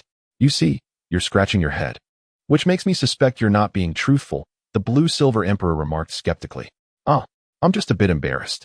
Goodness, Ain, you're not so easily deceived. Lin Yongming chuckled awkwardly. In any case, let's hurry. What if we do encounter a suitable soul beast? All right, I'll follow your lead. As you do seem to have some rationale, at least it gives us some direction, the Blue-Silver Emperor conceded, no longer pressing the matter. However, the Blue-Silver Emperor took the lead. Lin Yongming, following closely behind, heightened his awareness, for the poisonous barrier was nearby, and he would not let the opportunity slip by. Thus, they ambled on at a steady pace for about an hour until they stumbled upon a dismembered corpse, utterly unrecognizable. Alas, this must be one of the teachers from our Purple Star Academy, the Blue-Silver Emperor sighed. Indeed, Lin Yongming nodded, catching the faint scent of fresh blood. "I shall bury him," the blue-silver emperor declared, using his martial soul to manipulate the blue-silver grass and interring the body beneath its verdant growth. After completing this solemn task, they pressed forward. Suddenly, Lin Yongming halted, sensing a wave of energy filled with poisonous gas within his heightened awareness. "At last, we have found the poisonous barrier," Lin Yongming exclaimed. "Xiao Ming, there's a patch of poison not far ahead. It must be the barrier they spoke of." The blue-silver emperor noted, having perceived the anomaly as well. "Is that so? Let us investigate how extensive the poisonous barrier is," Lin Yongming responded, his curiosity piqued. "Agreed." Soon after, they advanced nearly 100 steps, revealing several colossal trees, behind which loomed the poisonous barrier. A dark green miasma clung to the air, dense and unwavering, as though something lay hidden within the toxic veil, with no signs of dispersion. Lin Yongming discovered that the toxic mist formed a thickness of at least 50 meters. Most notably, this noxious fog could also obstruct mental detection. Were it not for the uniqueness of his inner vision, Lin Yongming would have been entirely unaware of its presence. At the heart of the mist, a dense concentration of spiritual energy prevailed, particularly the essences of ice and fire, permeating every nook and cranny. For those lacking in strength, prolonged exposure to this place would undoubtedly lead to dire consequences. Lin Yongming sensed an unusual, violent power within the small pit where the duality of ice and fire converged. The murky green toxic barrier. One could only imagine the depth of its toxicity. No wonder a level 58 Soul King fell victim to this perilous barrier. The blue-silver emperor gazed at the expanse of poisonous mist, astonished. Furthermore, this toxic barrier appeared peculiarly stable, refusing to dissipate. Otherwise, the spread of these toxic fumes would spell disaster for the life within the Sunset Forest, leaving only toxic soul beasts able to survive. The blue-silver emperor subsequently expressed his profound sentiments. Lin Yongming approached the poison barrier, swiftly reaching a distance of over 20 meters from its perimeter. "Xiao Ming, it's dangerous," Lan Yinhuang exclaimed, following closely behind. "Are you courting death by getting so close?" "Ain, it seems the toxic mist isn't expanding. Perhaps last night, in the darkness, that teacher from Zixing Academy inadvertently touched the barrier," Lin Yongming mused, stepping forward to perceive more keenly. "You're still smiling," Lan Yinhuang replied with exasperation. "Yet this poison barrier is indeed extraordinarily peculiar. Ain, take a moment to sense it carefully. The spiritual energy within the barrier appears denser than what we experience outside. Could there be some treasure controlling the dispersal of these toxic mists?" Lin Yongming suggested softly. He estimated that the uniqueness of the ice and fire duality might also captivate Lan Yinhuang. If one were to be precise, Lan Yinhuang was also a one-of-a-kind plant, akin to a celestial herb. In the original narrative, the ice and fire duality could accelerate the growth of Lan Yinhuang's true form post-sacrifice. "Ah, Xiao Ming, upon your suggestion, it does seem there is something within, and inexplicably, it possesses an allure for my martial soul." "How intriguing," Lan Yinhuang pondered, becoming still to absorb the sensation, feeling drawn by an unseen force. What could it be that evokes such attraction? Could the depths of the toxic mist be a fertile ground for my growth? Lan Yinhuang thought in silent astonishment. She was well aware of her own origins. The place where she had thrived was a rare haven of accumulated spiritual energy, allowing her to reach a level of 100,000 years. "Ain, I share this sensation. My perceptive waves indicate that entering could unveil unexpected treasures." Lin Yongming nodded in agreement. "Ain, shall we venture inside?" Lin Yongming then quietly proposed to Lan Yinhuang. "Absolutely not. The toxicity of this mist is too potent. If the venom within is more concentrated than that outside, we won't be able to withstand it." Lan Yinhuang firmly shook her head in disapproval. "Must we let this opportunity slip away?" Lin Yongming lamented, his voice tinged with resignation. Lin Yongming was aware that he had underestimated the toxic gas protecting the eye of ice and fire, realizing that only a soul saint-level individual could penetrate it. "Alas, I shall test the density of this toxic mist. If it is indeed entirely composed of poison, I will have no choice but to temporarily retreat and return when my strength has increased." The blue-silver emperor lamented deeply. It seemed that the blue-silver emperor found it increasingly difficult to resist this alluring force, feeling that departing would mean missing out on a tremendous opportunity. "Ain, how do you intend to test it?" Lin Yongming inquired with curiosity. "I have attempted to penetrate this toxic mist with my mental strength, but it proved futile. I can only utilize my martial spirit, the blue-silver grass, transforming it into vines for exploration, the blue-silver emperor explained, as her martial spirit emanated a radiant glow. Very well, if the situation appears unfavorable, retract it promptly. Do not overexert yourself, Lin Yongming advised. Understood. The blue-silver emperor crouched down, allowing her martial spirit to sprout a vine that ventured towards the toxic barrier. Remarkably, ordinary blue-silver grass began to sprout alongside her vine, advancing together. However, upon contact with the toxic mist, the ordinary blue-silver grass withered instantly, while only the blue-silver emperor's vine remained unaffected. Chapter 95. The Eye of Ice and Fire. Lin Yongming's inner vision followed the tendrils as they extended, ready to disrupt the blue-silver emperor's demonstration should the situation turn dire. This was a manifestation of extreme fire poison and frigid cold poison. The blue-silver emperor's martial soul resonated with his intentions, and shortly after entering the toxic mist, he discerned the most potent toxicity within. The amalgamation of ice and fire poisons, along with various other toxic gases, formed this complex miasma. The blue-silver emperor sensed the toxic barrier, which was infused with an array of toxins, with the cold and fire poisons being the most intense, complemented by weaker toxins that coalesced into this murky green fog. However, this did not explain why the toxic mist remained suspended or its origin. There must be something guiding it. The blue-silver emperor analyzed with a hint of gravity on his face. Ian, your breathing has suddenly become labored. What is it? If it's too much, retreat. Lin Yongming urged hastily. Xiaoming, I am fine. It is merely the toxicity of the mist that startled me. It harbors various toxins, and should we come into contact with them, it is likely that no antidote exists in this world, the blue-silver emperor elucidated. Is it that toxic? Can we still venture inside to explore? Lin Yongming inquired, perplexed. It may be difficult. Even a soul emperor would struggle to endure the toxicity for more than a few minutes. Only those at the soul saint level, relying on their robust physique and immense soul power to protect themselves, could attempt to enter. Yet, the toxic mist stretches over 100 meters, perhaps even larger. With mental faculties rendered useless and sight obscured, a careless move could spell doom even for a soul saint, the blue-silver emperor explained, halting the exploration. By your account, entering would subject us to the torment of the ice and fire 9 heavens. Is there truly nothing else? My intuition suggests that this mist exists to safeguard some treasure, implying that the mist's core is not merely toxic but the location of that treasure, Lin Yongming pondered, resting his chin on his hand. I shall continue to probe the mist to ascertain what lies within, the blue-silver emperor nodded. He then directed the growth of the tendrils deeper, extending them further into the depths. The further he ventured, the more concentrated the cold and fire toxins became. What kind of treasure could simultaneously give rise to such extreme poisons and maintain a harmonious coexistence? The blue-silver emperor's curiosity grew immensely. Before long, the tendrils had stretched over 50 meters, and suddenly, it felt as though he had entered a new realm. The overwhelming toxicity seemed to dissipate. Is this the end? The blue-silver emperor mused inwardly, thinking he had traversed the mist. Yet, although the potent toxins had vanished, the air here was suffused with the energies of ice and fire, and his martial soul seemed to revel in it. The vibrations indicated an open space below, as if a pit had been carved out by some force.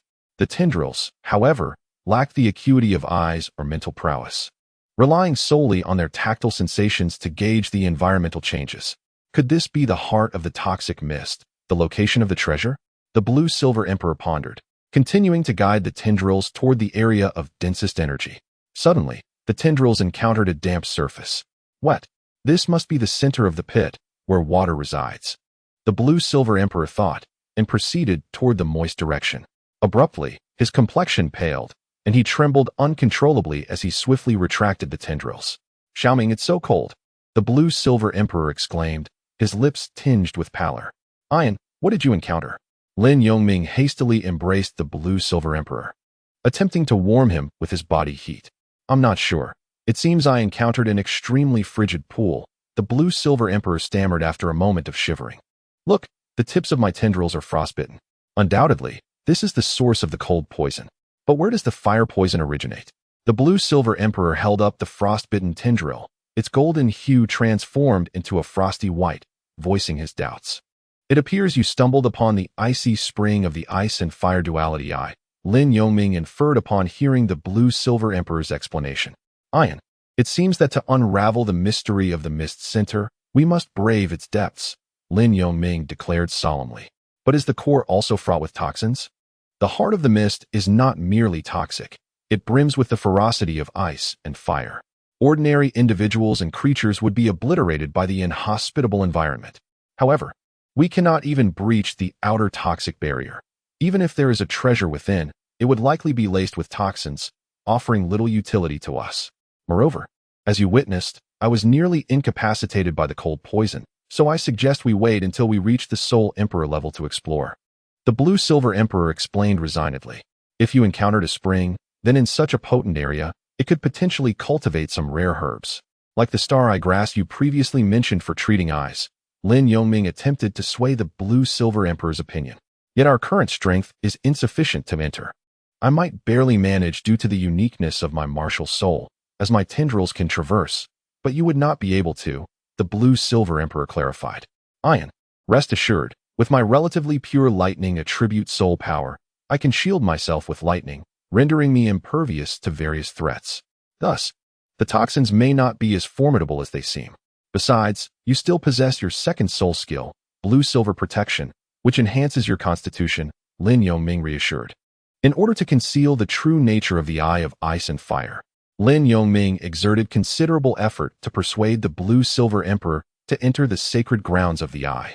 However, even so, with your current rank of level 40 Soul Master, there exists a 90% probability of succumbing to poison. Although the Blue-Silver Emperor felt somewhat swayed, she ultimately shook her head, unwilling to risk Lin Yongming's safety. Ian, do you not wish for me to see the dawn once more? What if within lies the star-eye grass you mentioned, which could restore my sight? Lin Yongming expressed his disappointment. This, the Blue-Silver Emperor. Observing the black bandage adorning Lin Yongming's eyes and the despondency etched upon his face, found herself momentarily at a loss for words. Ian, rest assured, I possess confidence in my abilities, Lin Yongming reassured her, grasping her arms gently. Very well, I shall contemplate it. The Blue-Silver Emperor replied, resignedly. The toxic miasma here is exceedingly severe. There must be some herbs nearby that can counteract the poison. Allow me to search. All right, Ian, I appreciate your help. Lin Yongming responded. The Blue-Silver Emperor then began to survey the ground, and suddenly approached a stone wall, where she plucked 2 herbs from it. Xiaoming, fortune smiles upon us. Indeed, there are antidotal herbs nearby. Although they may not fully neutralize this complex toxin, they should provide some measure of protection, she stated, removing the leaves to reveal the brownish-yellow roots. Truly, that is splendid news, Lin Yongming replied, his spirits lifted. The Blue-Silver Emperor subsequently took out her water flask to cleanse one of the roots before handing it to Lin Yongming. It is ready, Xiaoming. But it is quite bitter. Indeed, Lin Yongming nodded, accepting it and immediately crushing it in his mouth. The intensely bitter flavor surged forth, and he swallowed the resulting juice, spitting out the remnants. Ian, this is exceedingly bitter, Lin Yongming remarked, his expression akin to one wearing a mask of anguish. I did warn you about its bitterness, the Blue-Silver Emperor said, placing the root in her own mouth. Ugh, this is unbearably bitter, she exclaimed, taken aback by its potency. Indeed, Lin Yongming echoed, the bitterness still overwhelming his senses. Enough of that. If this is the case, let us venture into the heart of this toxic mist for the sake of your eyes, the Blue-Silver Emperor declared, taking a sip of water. All right, given the extensive width of this toxic fog, we shall traverse it with great speed, Lin Yongming agreed, nodding. Very well, I shall enhance you with the effect of my second soul skill, the Blue-Silver Emperor affirmed.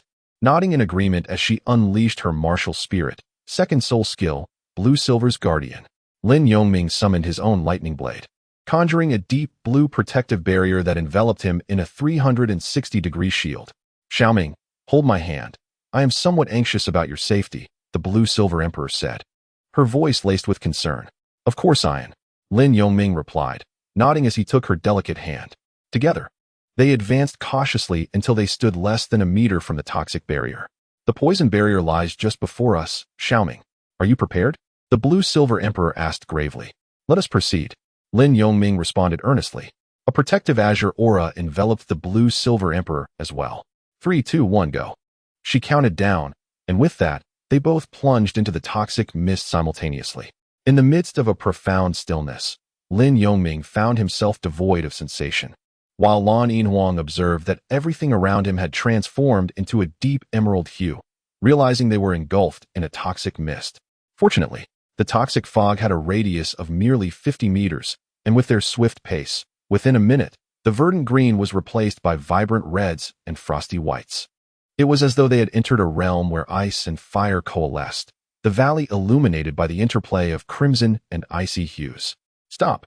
Lin Yongming suddenly grasped Lan Yinhuang, narrowly averting a plunge into the abyss below. Could it be? We have arrived at the fabled divine realm? Lan Yinhuang, captivated by the astonishing landscape, gazed wide-eyed at the wonders beneath. Surely, I must be dreaming to find myself in this legendary divine domain. Words failed him in expressing the beauty before him. He could only regard the environment of the ice and fire eyes as a divine setting. Ayin, what do you see? Lin Yongming inquired knowingly. Wow, so many herbs. These are the legendary immortal grasses, the unparalleled sovereigns among rare flora. What fortune! Lan Yinhuang did not directly respond to Lin Yongming's question, but rather leaned over the cliff's edge, fixated on the blooming flora below. If eyes could twinkle like stars, then Lan Yinhuang's gaze would surely have transformed into sparkling orbs. Amazing. This place, the ice and fire eyes, formed by the cold extremity spring and the fire extremity spring, is truly extraordinary. No wonder the toxic mist is so potent. It is infused with the cold and fiery toxins, likely emanating from the very essence of these immortal herbs. Lan Yinhuang rambled, as if in a trance, pointing out one marvel after another. It seems Ayin is quite overwhelmed, Lin Yongming remarked, exasperated as he rubbed his forehead. Yet after such a long journey, we have finally beheld the ice and fire eyes, and it appears that Douluo has yet to discover this place, he pondered aloud. After some time, observing Lan Yinhuang's unceasing praise, Lin Yongming approached and gently tapped him on the back, reminding, Ayin, have you spotted any star-eye grass? What? Star-eye grass? Such a thing wouldn't even qualify as weeds here. Lan Yinhuang responded without turning back. Lin Yongming sighed, not out of dissatisfaction with Lan Yinhuang's retort, but rather his frustration over his companion's continued enchantment with the ice and fire eyes. Eventually, Lan Yinhuang managed to temper his excitement. Xiaoming, my apologies. The scene before me is simply beyond imagination. I became momentarily lost in wonder, he said playfully, coming closer to Lin Yongming and shaking his arm.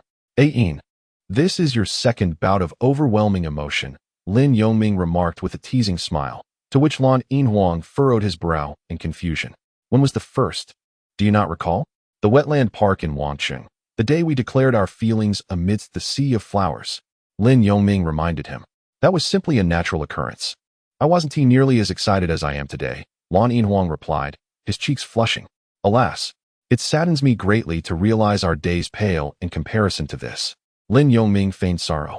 No, Lan Yinhuang insisted earnestly, his expression a mixture of seriousness and anxiety.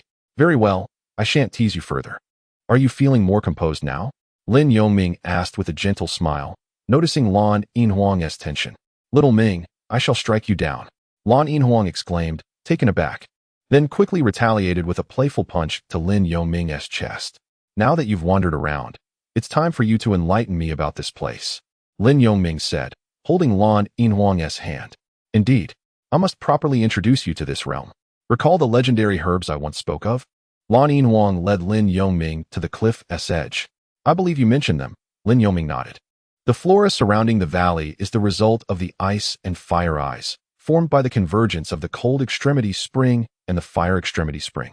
It is said that for the ice and fire eyes to exist, both an ice mountain and a volcano must coexist, which is remarkable considering fire and water cannot naturally coexist. Yet, here I am, fortunate enough to witness this phenomenon that defies earthly existence, akin to the legendary divine realm. Lan Yinhuang elaborated for nearly an hour. Remarkable. With such a detailed description, this truly is an enchanted paradise. No wonder it generates such a dense toxic mist for its protection, Lin Yongming concurred, expressing his astonishment. Indeed, I suspect that hidden within this vast toxic fog lies a singularly potent immortal herb, capable of gathering such toxins, feeding off them and becoming a vessel for poison. Lan Yinhuang asserted confidently. Is that so? Your words sound almost fantastical. Nature is truly wondrous. If what you say holds true, it is no wonder you deem the star-eye grass as mere weeds in this place. Lin Yongming replied thoughtfully. Now that I've shared all I can, Xiao Ming, since you are not versed in these matters, you should remain here while I venture forth to seek treasures. Lan Yinhuang exclaimed, her excitement bubbling over. I'll accompany you. Lin Yongming insisted. No need. Your vision is impaired, and you are unfamiliar with these herbs. Should you inadvertently encounter a toxic plant, it would not bode well for you. Stay here and await my good news, Lan Yinhuang said, springing lightly down the cliffside. Yin, please be cautious. Lin Yongming called after her. Xiao Ming, await my good news. There must be an herb here that can heal your eyes. Lan Yinhuang's enthusiastic voice echoed from below. Could it be the autumn water dew? Lin Yongming mused inwardly, keeping a watchful eye on Lan Yinhuang's movements. Upon reaching the valley floor, Lan Yinhuang scanned her surroundings before heading toward the confluence of the ice and fire eyes. Suddenly, she paused to observe a flower. Could it be the fragrant Kiro immortal flower? No wonder this valley lacks toxic fumes. It's due to this beauty, Lan Yinhuang murmured, admiring a large, pale pink blossom, with petals resembling transparent crystals, exuding a delicate fragrance. Not yet. I shall continue my search, she decided, glancing around before moving toward the cold extremity spring. Along her journey, she encountered various cold-attributed flora until she arrived at the center of the cold extremity spring, where she halted in awe before an octagonal immortal herb. The supreme cold toxin herb, octagonal xianbing grass. She gasped, instinctively stepping back. After a moment of contemplation, she turned her gaze toward the blazing fire spring and hurried over, carefully watching the flora at her feet. Indeed, in the heart of the fire spring, the supreme fire toxin herb, Lihua Xingjiao, flourished, mirroring the properties of the octagonal xianbing grass. On this side of the blazing fire spring, upon spotting an exquisite crimson herb, the blue-silver emperor revealed an expression that mirrored his previous conjectures. A splendid find. Observing this, he unleashed his martial spirit, manifesting the tendril-like blue-silver grass, which entwined itself around the roots of the fiery herb before plucking it free. Having completed this task, the blue-silver emperor swiftly approached the octagonal ice grass, employing the same method to harvest it. Xiao Ming, a pure offensive soul master with formidable attack power, possessed a weaker constitution and defense. Thus, it was decided that he should undertake some training. The blue-silver emperor mused to himself as he regarded the two herbs, one to his left and one to his right. Yin must have obtained the dual celestial treasures of ice and fire, Lin Yongming softly remarked. Xiao Ming, come down. I have something splendid for you. The joyful voice of the blue-silver emperor resonated in Lin Yongming's ears. Really? What treasure could it be? I'm on my way. Lin Yongming exclaimed, hastily leaping down into the valley. Lin Yongming sprinted towards the blue-silver emperor and inquired, Yin, have you discovered any treasures? Previously, I mentioned that the waters from the ice spring and fire spring could be utilized for body refinement. Yet they are rife with chilling and fiery toxins that are utterly unbearable. However, I have now unearthed the antidotes to these two toxins, which can also be regarded as the incarnations of the ice spring and fire spring. They are the supreme cold toxin celestial herb, octagonal profound ice, and the premier fire toxin celestial herb, fiery apricot blossom. By absorbing the medicinal essence of these two celestial plants, one can refine their body within the spring waters, leading to a significant enhancement of one's physical constitution. Additionally, it may bestow upon you extraordinary effects, potentially cultivating a body that is immune to both ice and fire, as well as a resistance to all toxins. Thus, navigating through the surrounding poisonous mist would pose no challenge. The blue-silver emperor elaborated. Is that truly the case? Lin Yongming exclaimed, astonished. Absolutely. Though the process may be somewhat painful, the blue-silver emperor assured him. In that case, since you have found them, why don't you absorb them yourself? Lin Yongming suggested eagerly. What need does a girl have for such a formidable physique? Moreover, my martial soul is blue-silver grass, which holds little benefit for me. You are the most suitable candidate for this endeavor, and there are other supreme celestial herbs here as well, the blue-silver emperor explained. Humph. I refuse to have my pure bloodline tainted by any random substances, the blue-silver emperor thought with a hint of pride. Very well. How does one absorb the medicinal essence? Lin Yongming nodded, conceding. It is quite simple. Take one of each herb in hand, pluck the petals simultaneously, and then swallow them together. When the toxins of ice and fire begin to take effect within your body, you must leap into the heart of the spring waters. The blue-silver emperor instructed solemnly, presenting the vines before Lin Yongming. I understand, Ayin. Lin Yongming nodded. Furthermore, this process is indeed excruciatingly painful. But I have faith that with your resilient will, you will endure the torment of the ice and fire toxins clashing within you, the blue-silver emperor remarked, nodding in acknowledgement. At that moment, the vines released by the blue-silver emperor manifested one as frosty and the other as a vibrant red. Had the blue-silver emperor's martial soul not been among the most exalted, but rather an ordinary blue-silver grass, mere contact with the two celestial herbs would have resulted in instant demise from the toxins. Lin Yongming said nothing at that moment, simply nodding solemnly as he slowly extended his hands. Upon making contact with the two ethereal herbs, a chilling and a warming sensation surged through his palms. Without a moment's hesitation, he swiftly placed them in his mouth and swallowed. They were quite delectable. He hoped they would not cause too much turmoil later. The first sensation he experienced was that of instant dissolution, accompanied by a subtle fragrance that penetrated his heart. However, within mere seconds, Lin Yongming's expression shifted to one of shock as he alternated between extreme heat and cold, beads of sweat cascading down his body and pooling on the ground. Ah! He involuntarily cried out in anguish, and in an instant, his garments were shredded and fell away. The blue-silver emperor blushed, quickly averting her gaze from Lin Yongming. Yet she couldn't help but remind him, Xiaoming, hurry and jump into the spring. All right. Lin Yongming gritted his teeth and replied with great difficulty, then leaped into the spring with a resounding splash.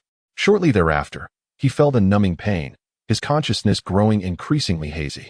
It was not unbearable pain, but rather a numbing agony that reached its pinnacle. Xiaoming, I believe in you.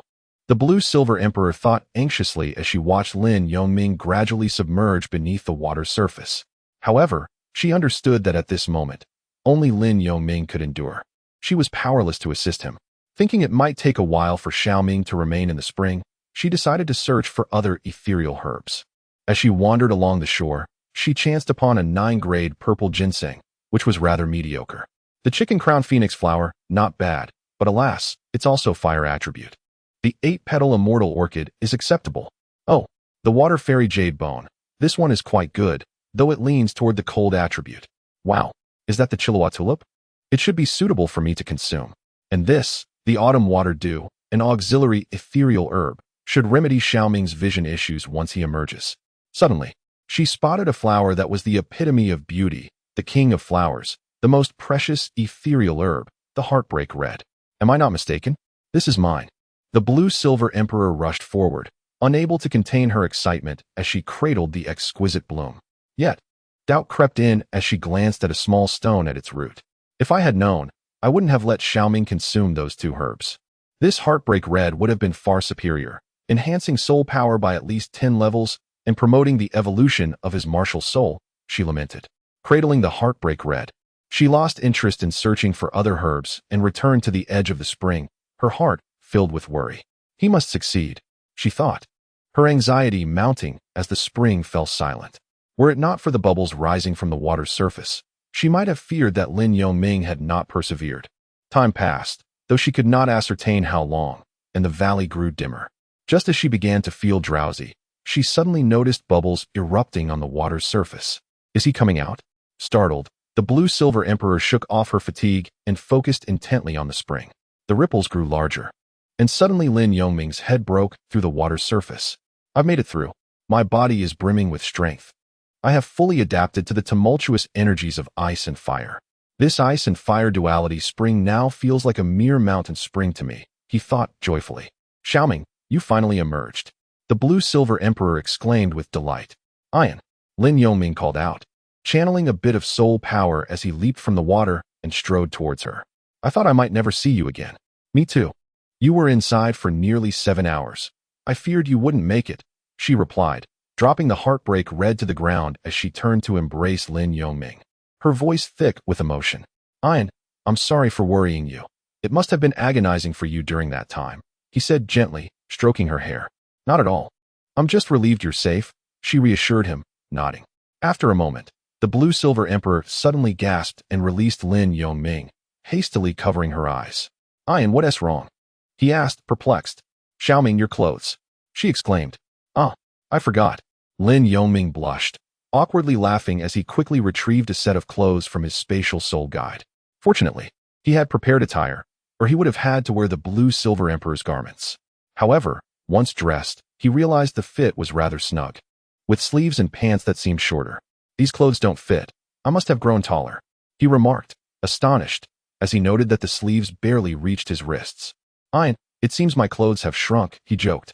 "Wow, Xiaoming, you look completely transformed. You're taller than me by a head or more and have become quite handsome. You hardly resemble a 10-year-old boy anymore. Your ice and fire body refinement must have been a resounding success." The blue-silver emperor gazed at Lin Yongming, her eyes sparkling with surprise. "Is that so?" Lin Yongming replied with a satisfied smile. After the ice and fire body refinement, he had indeed grown over 10 centimeters. No one would believe he was only 10. Unfortunately, his original soul power level of 40 was now undetectable without obtaining the fourth spirit ring. Moreover, due to the body refinement, even bone probing wouldn't reveal his exact age, marking a fundamental transformation. "Indeed, your aura has changed for the better." The blue-silver emperor nodded appreciatively. "Ian, did you find any suitable ethereal herbs for yourself?" "I stand guard for you," he inquired. "I found several, but only 2 are suitable for me. The Chihuahua tulip and the heartbreak red, especially the latter, known as the king of flowers," she explained. "Wait, where's my flower king?" She looked around, realizing she had left the heartbreak red behind. "What are we waiting for? Since it's the king of flowers, its effects must be exceptional," Lin Yongming urged. The king of flowers is not so easily consumed. I still need to see if I can recognize it as my own. Only then can I pluck it from the 7 absolute stone," she said, somewhat doubtful. "Ian, there's no rush. It seems the sun is about to set. I sense a small cave at the edge of the cliff. Let us sit and take our time to bond with it," Lin Yongming encouraged. "All right," she nodded, planning to adjust her mindset. "Let us head up." Together, they navigated the rugged stones to reach a damp little cave platform. Lin Yongming moved a stone to summon the Thunderblade, cleaving it in 2 to serve as a seat. Subsequently, he kindled another fire, and the 2 leaned against each other. "Ian, are you hungry? Perhaps we should dine first," Lin Yongming inquired. "Not just yet.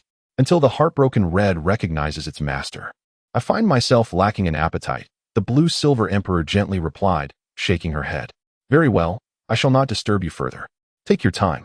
Lin Yongming nodded, harboring a deep desire for the blue-silver emperor to successfully bond with the heartbroken red. Chapter 97. Ascension to Divine Spirit. The blue-silver emperor cradled the heartbroken red, a celestial herb, and remained in quiet contemplation for a moment. The flickering flames cast a warm glow upon their faces, revealing a hint of anticipation on Lin Yongming's countenance. Meanwhile, the blue-silver emperor occasionally glanced at Lin Yongming or the divine herb, her expression tinged with complexity. What an extraordinary flower! The blue-silver emperor, well aware of the heartbroken red's divine qualities, also understood the method of establishing a bond. Yet, this very knowledge instilled a twinge of apprehension within her heart. To bond with the heartbroken red, one must think of their beloved with unwavering sincerity, sprinkling their blood upon the petals, devoid of any hesitation. Thus, despite its magnificent nature, the bonding process was exceedingly demanding. As the blue-silver emperor contemplated her true identity, a sudden fear enveloped her while gazing at Lin Yongming, a dread that one day he might uncover her secret and choose to leave her. What should I do? With my current mindset, it is utterly impossible for me to establish a bond with the heartbroken red, she thought, her heart in turmoil. Ain has yet to take further action. Could it be that she harbors some hesitation, or perhaps lacks the confidence to bond with the heartbroken red? Lin Yongming, sensing her prolonged inaction, felt a twinge of confusion, believing there should be no obstacles. "Xiaoming," the blue-silver emperor suddenly spoke softly. "Ain, what is it?" Lin Yongming replied. "If one day you discover that I have kept a secret from you, would you hold it against me?" The blue-silver emperor inquired gently. Lin Yongming was taken aback upon hearing this. Indeed, there lingered a sense of unease in Ain's heart. He then returned to the side of the blue-silver emperor, gently assuring, "Do not harbor any doubts. Every individual possesses their own private matters. Trust yourself, and trust that I will understand." "No, you cannot understand. I am terrified that knowing this secret will drive you away from me," the blue-silver emperor replied anxiously. Ain, regardless of how you may change in the future, I will always stand by your side, safeguarding you with my very life. So, please, have faith in yourself, will you? Lin Yongming concluded, softly kissing the blue-silver emperor's forehead. Xiaoming, the blue-silver emperor exclaimed, overwhelmed with emotion, and nodded vigorously. I understand. Keep going, Ain. I believe in your capabilities. Lin Yongming encouraged once more. Upon hearing Lin Yongming's words, the blue-silver emperor cast aside her worries, dispelling the shadow that had loomed over her heart. With unwavering determination, she bit her fingertip, allowing a drop of blood to fall onto the petals of the heartbreak red flower, merging with its essence. Xiaoming, I love you. The blue-silver emperor gazed at Lin Yongming, her lips moving slightly, yet no sound emerged. After silently reciting her feelings, she cradled the heartbreak red flower and slowly closed her eyes. It had begun. Lin Yongming nodded discreetly. Soon after, he sensed a surge of potent spiritual energy emanating from the heartbreak red flower, which even propelled him backward. Before long, a faint red glow emerged from the flower's core, coalescing around the blue-silver emperor, gradually forming a delicate crimson circle. Lin Yongming seemed to hear a click sound, and he noticed a stone suddenly fall from the root of the heartbreak red flower, while the entire blossom floated before the blue-silver emperor. It was truly enchanting. Lin Yongming marveled, continuing to observe the transformation. Before long, the pale red glow emanating from the blue-silver emperor gradually merged into her being, and the heartbreak red, like a sprite, gracefully danced into her left hand. It's done, Lin Yongming exclaimed with a smile. Just as he thought this, the blue-silver emperor, holding the heartbreak red, opened her beautiful eyes. Xiaoming, I have succeeded. Thank you. Thank you for your encouragement, she said, her face radiating childlike joy as she approached Lin Yongming. Truly, how wonderful. Ain, you are amazing. Lin Yongming expressed his happiness for her. But how do you plan to thank me? What do you suggest I do to show my gratitude for your encouragement? The blue-silver emperor replied with a smile. How about a kiss? Lin Yongming jested. Oh, Xiaoming, you've become increasingly mischievous as you grow older. However, I am in a good mood today, so I shall indulge you. She blushed, yet did not refuse upon seeing the heartbreak red in her hand. Really, I want a kiss, Lin Yongming reiterated his request. You wishful thinker. The blue-silver emperor teased before quickly planting a light kiss on his cheek. There, is my gratitude sufficient now? That's it. Nothing more? Lin Yongming stood dumbfounded. Ain, do it again. That was hardly a kiss. What more do you want? She pouted. How about a kiss on the right side as well? Lin Yongming shamelessly suggested. You're so annoying. This is the last time, the blue-silver emperor said, leaning in for another gentle peck. However, Lin Yongming suddenly embraced her, bringing their faces close together. Ain, you smell delightful. It seems to be the fragrance of the heartbreak red, he murmured softly. Where? Before she could finish her sentence, Lin Yongming kissed her. It was not until she was slightly breathless that he released her, her face flushed. You are being naughty. The blue-silver emperor lightly punched his shoulder. You are getting worse. Ain, do you not like it? Lin Yongming asked tenderly. I do, she replied softly. What? I didn't hear you. He pretended not to have heard. If you didn't hear me, then forget it. I want to talk to you, she retorted, quickly returning to her seat by the fire. All right, I was just joking. Lin Yongming soon joined her once more. Ain, now that you, the flower queen, have been recognized by the heartbreak red, what do you plan to do with it? Will you consume it or keep it? Lin Yongming asked earnestly. What would I keep it for? Naturally, I shall absorb its unparalleled medicinal properties, she replied. I can't help but feel that this flower possesses a certain spirit. Perhaps you should keep it with you. Eating it would be quite a pity, considering it is the only one of its kind in the world, Lin Yongming suggested. In his heart, he hoped that the blue-silver emperor would carry the heartbreak red with her to mask her soul beast's aura, allowing her to accompany him on adventures through various cities, just as in the original story where Xiao Wu carried it, even amidst the scrutiny of titled Douluos in the Spirit City headquarters. Therefore, Lin Yongming did not wish for her to consume the heartbreak red, as he was uncertain if she could still conceal her aura after doing so. Xiaoming, rest assured, even if this one is gone, as long as the ice and fire yin-yang eye remains, a new heartbreak red will appear. Even those 2 8-pointed ice grass and fire apricot blossoms you consumed will be reborn in a few years. I've told you before, the growing conditions around the ice and fire yin-yang eye are such that 1 year here is equivalent to 100 years outside, and the effects are even better. Moreover, if I don't consume it and just keep it, it will never give rise to another, as an emperor cannot have two exist simultaneously during a single period. Hence, this unique celestial herb has remained hidden for hundreds, thousands, or even tens of thousands of years, resulting in only one unparalleled specimen. Most importantly, I have a premonition that absorbing this heartbreak red will lead to unforeseen changes within me, a transformation akin to rebirth. The blue-silver emperor gradually shared her reasoning with Lin Yongming. Lin Yongming found himself at a loss for words, unable to refute the claims made against him, as his knowledge of celestial herbs paled in comparison to that of the blue-silver emperor. In light of this, he could only offer his support, saying, "You may absorb the medicinal essence. I shall guard you." "Thank you, Xiao Ming." The blue-silver emperor nodded appreciatively. "You are far too courteous. That deserves a reprimand." Lin Yongming playfully tapped the blue-silver emperor on the head. "I shall hold you accountable for this later."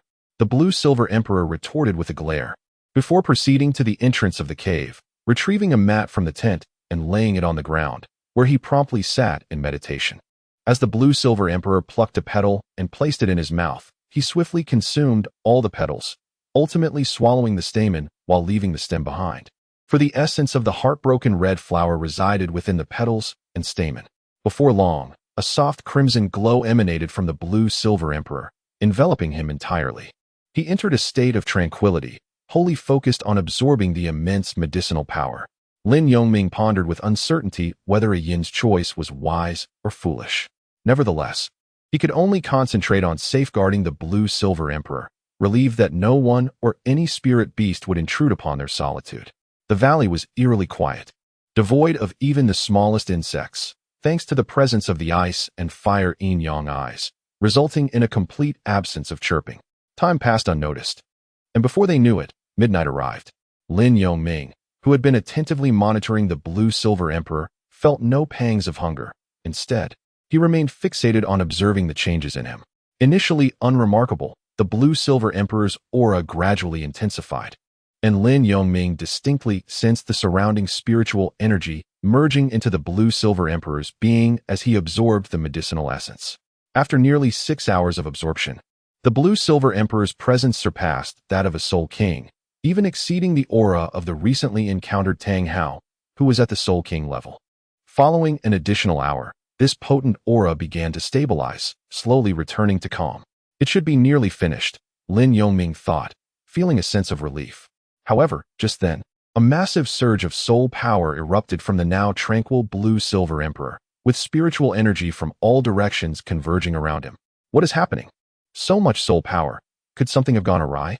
Lin Yongming's expression shifted to one of alarm as he quickly stood up, taking a few steps forward to closely observe the blue-silver emperor's condition. Yet, he dared not interrupt the blue-silver emperor, uncertain of the consequences that might ensue from such an action. Instead, he anxiously watched the unfolding developments, his heart racing with apprehension. Surrounding the blue-silver emperor, a haze of soul power dust began to coalesce into a luminous ring, which soon transformed into a black hue. Before long, mysterious patterns emerged within the black ring, mirroring those found on a soul ring. "Ah, this is a self-condensing soul ring," Lin Yongming exclaimed in astonishment, albeit his racing heart gradually found solace. However, he could see that the black ring was interspersed with specks of soft crimson light. What a delightful surprise. It seems I have been granted a fifth soul ring. The blue-silver emperor mused inwardly. This remarkable occurrence was due to the exceptional quality of the heartbroken red flower, which had thrived in proximity to the ice and fire yin-yang eyes for years, effectively becoming an extraordinary plant spirit beast. As the blue-silver emperor's soul power reached the threshold of level 50, a unique soul ring was forged exclusively for him.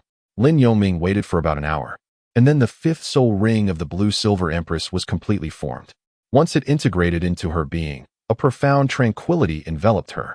Shortly after, the blue-silver empress opened her eyes, revealing an awe-inspiring and regal aura that surpassed her already captivating beauty.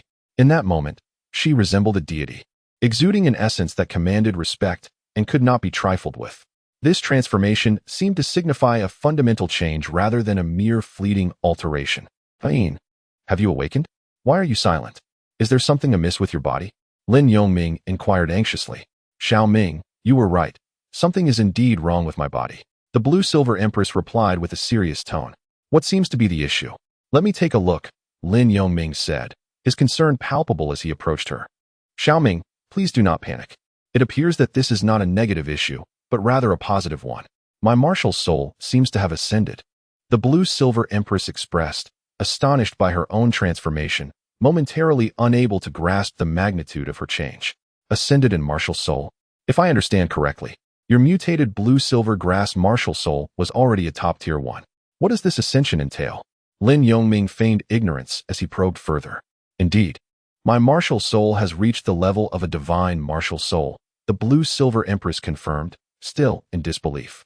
As she released her martial soul, the leaves and stems of her resplendent golden martial soul exhibited intricate patterns composed of runes, akin to those found within soul rings. This indicated that the blue-silver empress had effectively transitioned from a top-tier soul beast to a divine soul beast. With diligent cultivation, she could evolve into a true divine beast, becoming a soul master of the 100th level. Additionally, she naturally emanated a divine aura, devoid of any soul beast scent, which hinted at her unachieved divinity. Moreover, I have comprehended the realm of my martial soul, which I have named all-encompassing nature. Previously, I could only guide the blue-silver grass, but now I can utilize all plants within this domain to replenish my energy and suppress my enemy's attributes by 20% during combat. This means that with my current soul power at level 55, I can easily handle anyone below the soul sage rank, even against a soul sage in the forest. I would not falter.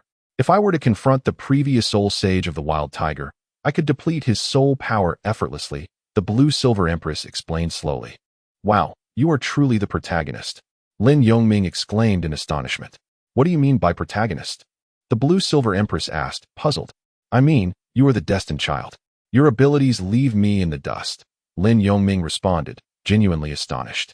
If the blue-silver empress's words held true, her martial soul capabilities, aside from her soul power deficiency, were fundamentally on par with Tang San's blue-silver grass martial soul at the rank of title Douluo from the original narrative. Once she attained the soul sage level, she would likely rival title Douluo status, which was indeed a frightening prospect. It was clear that the blue-silver empress possessed the purest and most authentic bloodline, and with a single opportunity, she soared to new heights. Yet, Lin Yongming remained uncertain whether her essence had fully shed the remnants of a soul beast after this fundamental ascension. Chapter 98. The elevation of insight and intention. The blue-silver empress picked up the fallen root of the heartbreaking red and remarked, "It is not as mystical as it seems. It is merely the potent medicinal power of the heartbreaking red. I did not anticipate that consuming it would not only elevate my soul power by at least 10 levels, but would exceed my expectations. Considering this is my first encounter with the heartbreaking red, I feel as though my martial soul has transcended, and my essence has completely transformed. As if I have entered a mature phase ahead of schedule."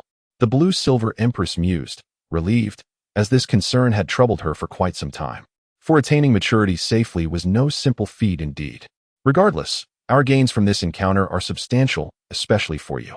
Not only have you reached the 55th level of Soul King, but your martial soul has also ascended, and you have acquired a perfect soul ring.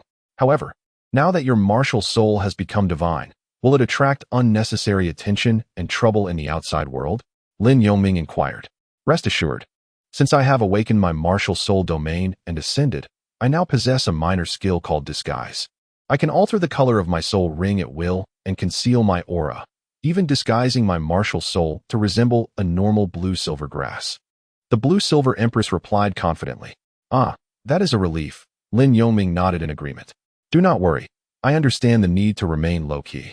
Although we may be considered extraordinary talents among our peers, we lack the support of elder figures. Thus, we must exercise discretion. Xiaoming, you should also claim to be 20 years old when we venture out. After all, you are quite tall, and no one would believe you are merely 10.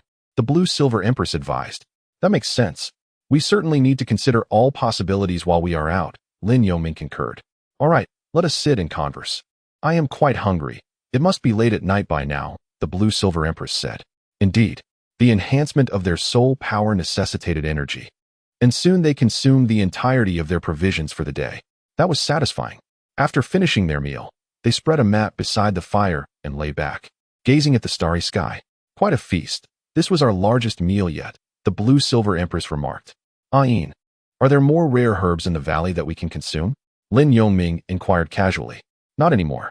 We still possess the medicinal power from the herbs we have consumed, which can sustain us up to the soul sage level. Even if we could eat more, it would not significantly benefit us and would merely be wasteful. The blue-silver empress gently shook her head. By the way, there is a herb called the autumn gaze dew, which has a tremendous effect on mental acuity and significantly enhances vision, far surpassing the starry-eye grass. You might try it to see if it can remedy your eyesight. The blue-silver empress recalled the herb they had found earlier. But you just said we should not consume any more herbs, Lin Yongming responded, perplexed. Do not worry. This herb is a top-tier auxiliary variety, and it will not conflict with the medicinal properties of the eight-pointed ice grass or the fiery apricot blossom. Moreover, since you have already ingested those two herbs, it is perfectly suitable for you. It may even grant you the ability of the fire eye, enhancing your vision. The blue-silver empress clarified. Well, regardless of the fire eye ability, I just hope I can open my eyes and see you and my parents clearly, Lin Yongming said with a hint of resignation. Xiaoming, you have endured much. Shall I go and fetch it for you now? The blue-silver empress turned to face Lin Yongming, gently brushing his brow with her hand. Ayin, no need for that now.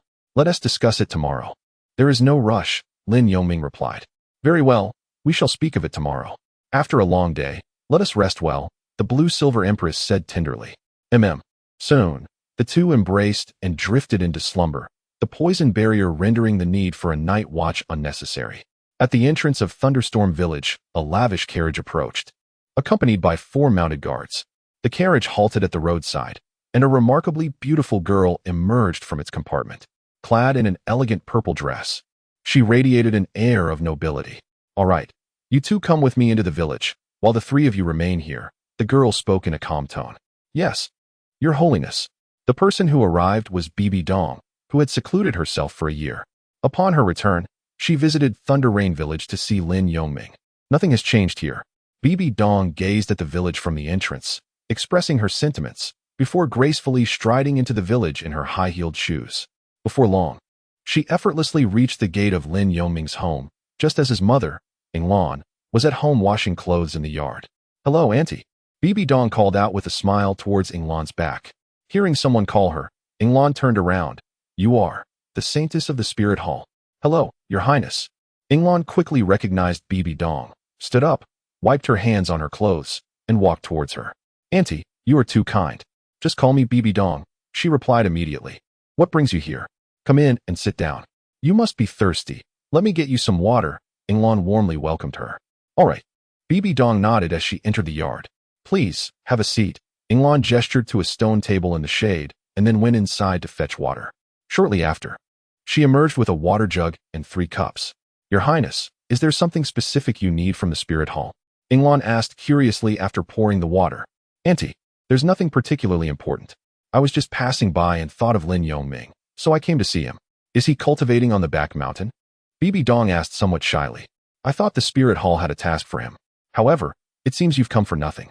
Minger and Ayin went out to explore a few days ago because Minger said he reached level 40 and needed to obtain a spirit ring, Englan explained. Oh, he reached level 40 so quickly? That's impressive. Did they mention where they were going? Bibi Dong asked in surprise. Yes. Minger and Ayin kept saying they were going to the Sunset Forest, so they must have gone there, Englan replied. Though she was unaware of the exact location of the Sunset Forest, having only heard about it from Lin Yongming. The Sunset Forest. Auntie, I understand now. Thank you for telling me, Bibi Dong said after taking a sip of water.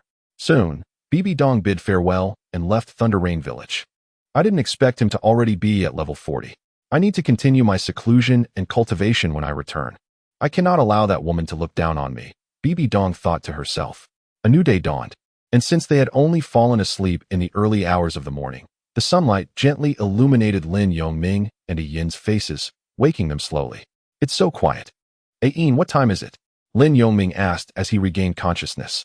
It should be close to noon, Ayin replied, looking up at the sun.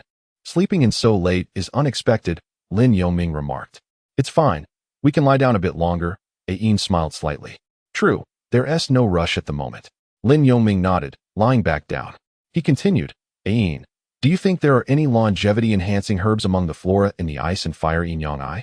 Little Ming, Are you planning to give them to Uncle and Auntie? Ain realized Lin Yongming's intention. Yes, since such things exist. I naturally want to share them with my family.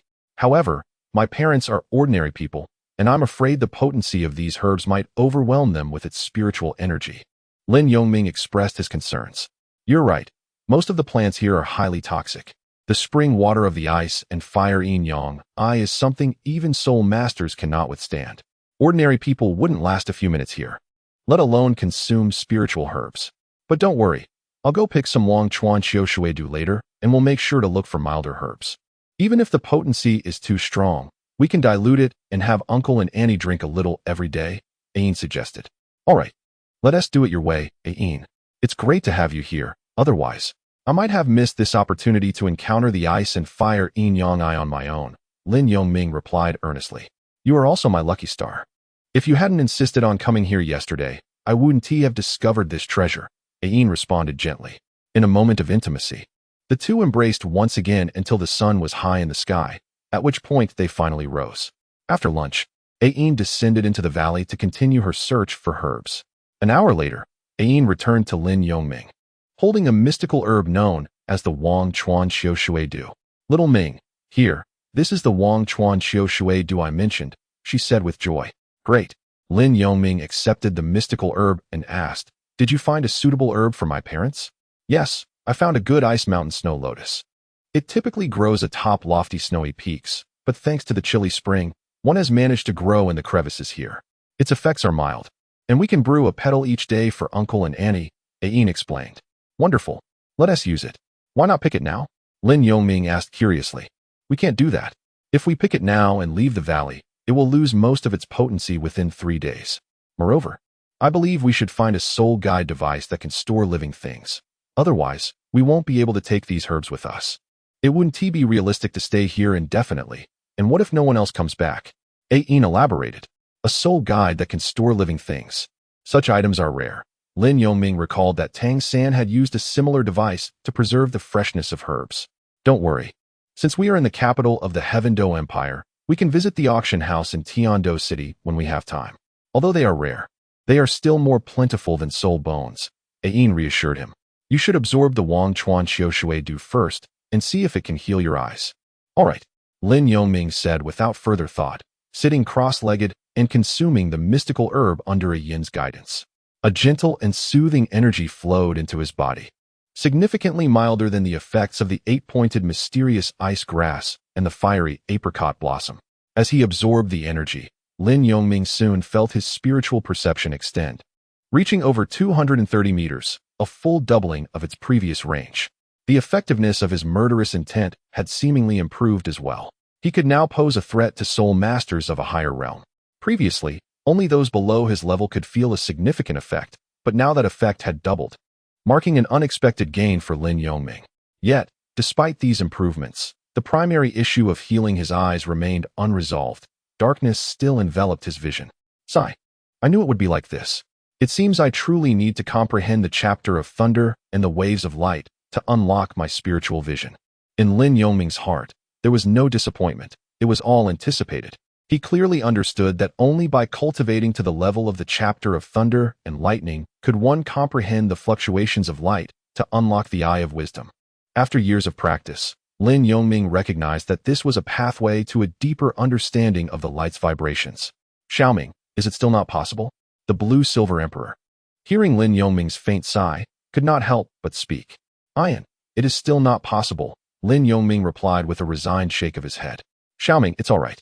Even if you can never see again, I will forever be your eyes. The blue-silver emperor comforted Lin Yongming with a warm embrace. Sensing the profound sadness that enveloped him, feeling the need to provide solace. Suddenly, the blue-silver emperor recalled the unsettling crimson eyes of Lin Yongming, which seemed to gaze into the abyss, evoking a chill. Could it be that Xiaoming's blindness was not a mere ailment, but rather a seal?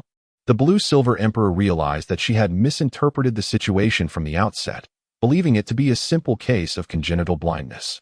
As this thought crossed her mind, she remembered the bizarre dream of crimson eyes she had experienced the first time she met Lin Yongming, and she suddenly recognized that it might not have been a dream, but rather a warning. Thank you, Ian. Lin Yongming nodded and said, I will not give up on regaining my sight. If it is not possible now, then perhaps when I reach the soul sage level and possess my martial soul's true form, it may be achievable. If that fails, then upon reaching the titled Douluo level, I refuse to believe that my eyes cannot be healed. Xiaoming, I believe you can do it. Let's strive together. The blue-silver emperor kept her thoughts to herself, as this was merely her conjecture. For the moment, she could only encourage Lin Yongming. Chapter 99. The Soul de la Douluo. Yes, let us strive together. Lin Yongming nodded with a smile, feeling that having an empathetic confidant, especially someone like the blue-silver empress, was truly wonderful. At this moment, Lin Yongming truly understood the meaning of having a beloved wife. What more could a husband desire? Xiaoming, are there any other changes? Lan Yinhuang inquired with a puzzled expression. Indeed, my range of perception has significantly expanded, making me more attuned to the movements around me. This indicates that my mental strength has enhanced, far surpassing the level of a soul sect, Lin Yongming explained. Alas, although my vision is obscured with my current perceptive abilities, I find little difference aside from my inability to see colors. Therefore, Ain, there is no need for you to worry about me, even in my blindness. Today's soul sect poses no threat to me, Lin Yongming said with an air of ease. I understand. Everything will improve. Lan Yinhuang nodded affirmatively. Now, our powers have rapidly advanced thanks to the celestial herbs, and I have already been at the 40th level for quite some time. Perhaps it's time to venture out in search of my fourth soul ring, Lin Yongming suggested promptly. No, precisely because we have consumed celestial herbs. Our strength has surged too swiftly. While these herbs indeed fortify and enhance our foundations, I believe we should remain here for a while longer to adjust and adapt. Lan Yinhuang articulated. I will heed your advice. I am in no rush, and you make a valid point. It is indeed necessary to acclimatize to the transformations brought about by my ice and fire cultivation technique. Lin Yongming conceded with a nod. That's the spirit. After a period of time, once we have acquired our soul rings, we shall proceed to Tiando City to seek spatial soul-guiding devices capable of housing living beings. Lan Yinhuang smiled as she spoke. Lin Yongming honestly admitted that he had never truly experienced the body-refining effects brought by the two mystical herbs. It is worth noting that when Lin Yongming consumed the herbs, he felt as though he was at the center of a volcano one moment and at the heart of an iceberg the next. Lin Yongming sat cross-legged on the ground, earnestly attuning himself to his surroundings. Indeed, as the blue-silver emperor had stated, his defensive constitution had significantly improved. He felt as though a miniature eye of ice and fire resided within him, with the lingering effects of the medicinal potion gradually transforming his physique. Thus, Lin Yongming and the blue-silver emperor remained in the Valley of the Eye of Ice and Fire for nearly a month. During this time, the blue-silver emperor ascended another level of soul power, reaching Soul King level 56. This rapid progression was largely due to the continuous effects of the medicinal herb, Heartbroken Red, which perpetually bolstered the blue-silver emperor's soul power. Old Poison Master, I have heard you decline to join the Spirit Hall. I offer you another chance. Join us, or you shall not escape my grasp, a voice declared, belonging to the formidable Chrysanthemum Pass. You can forget it. I cherish my freedom too much. Why must the Spirit Hall press me so relentlessly? The elder retorted defiantly. It seems I must take matters into my own hands, came the response. Try if you dare. Though you hold the title of a titled Douluo, restraining me will not be an easy task. Then let us see. Fifth soul skill, Gathering of Cold Blossoms. Fifth soul skill, Serpent Python Heavenly Shield. In a certain part of the Sunset Forest, a 9-ring titled Douluo clad in dark gold confronted an elderly man with a full head of green hair. The elder was merely an 89th level soul Douluo. The two quickly engaged in a fierce battle, reducing the surrounding trees and underbrush to ashes. Waves of soul power crashing outward and causing numerous soul beasts to flee in terror. Old Poison Master, do you truly seek death? 8th soul skill, Glimmering Light of 10,000 Rays. The youthful fighter, appearing rather flamboyant, unleashed his ultimate technique in a fit of anger. Chrysanthemum Pass. I may not be able to defeat you now, but if I want to leave, you alone cannot stop me. 8th soul skill, Time Freeze. As the elder spoke, he released a dark green orb of light that melded directly into the youth's martial soul. 3rd soul skill, Phosphorescent Enchantment Formation. The elder observed the motionless youth, and within a radius of 100 meters, an expanse of dark green mist enveloped the area, causing the elder to vanish within the haze, losing his sense of direction. Break free.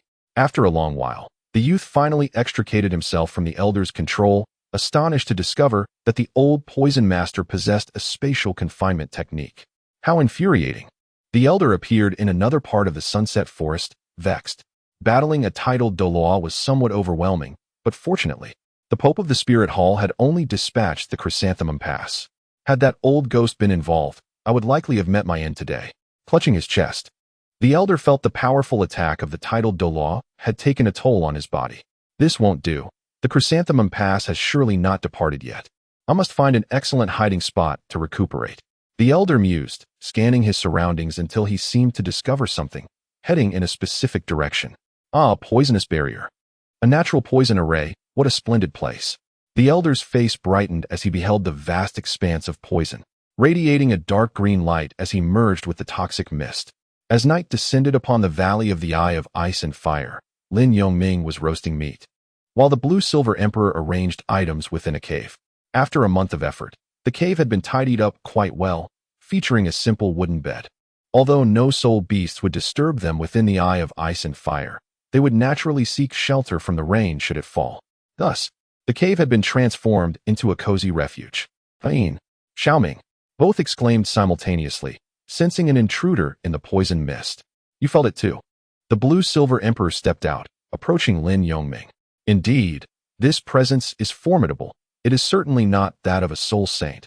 Lin Yongming nodded.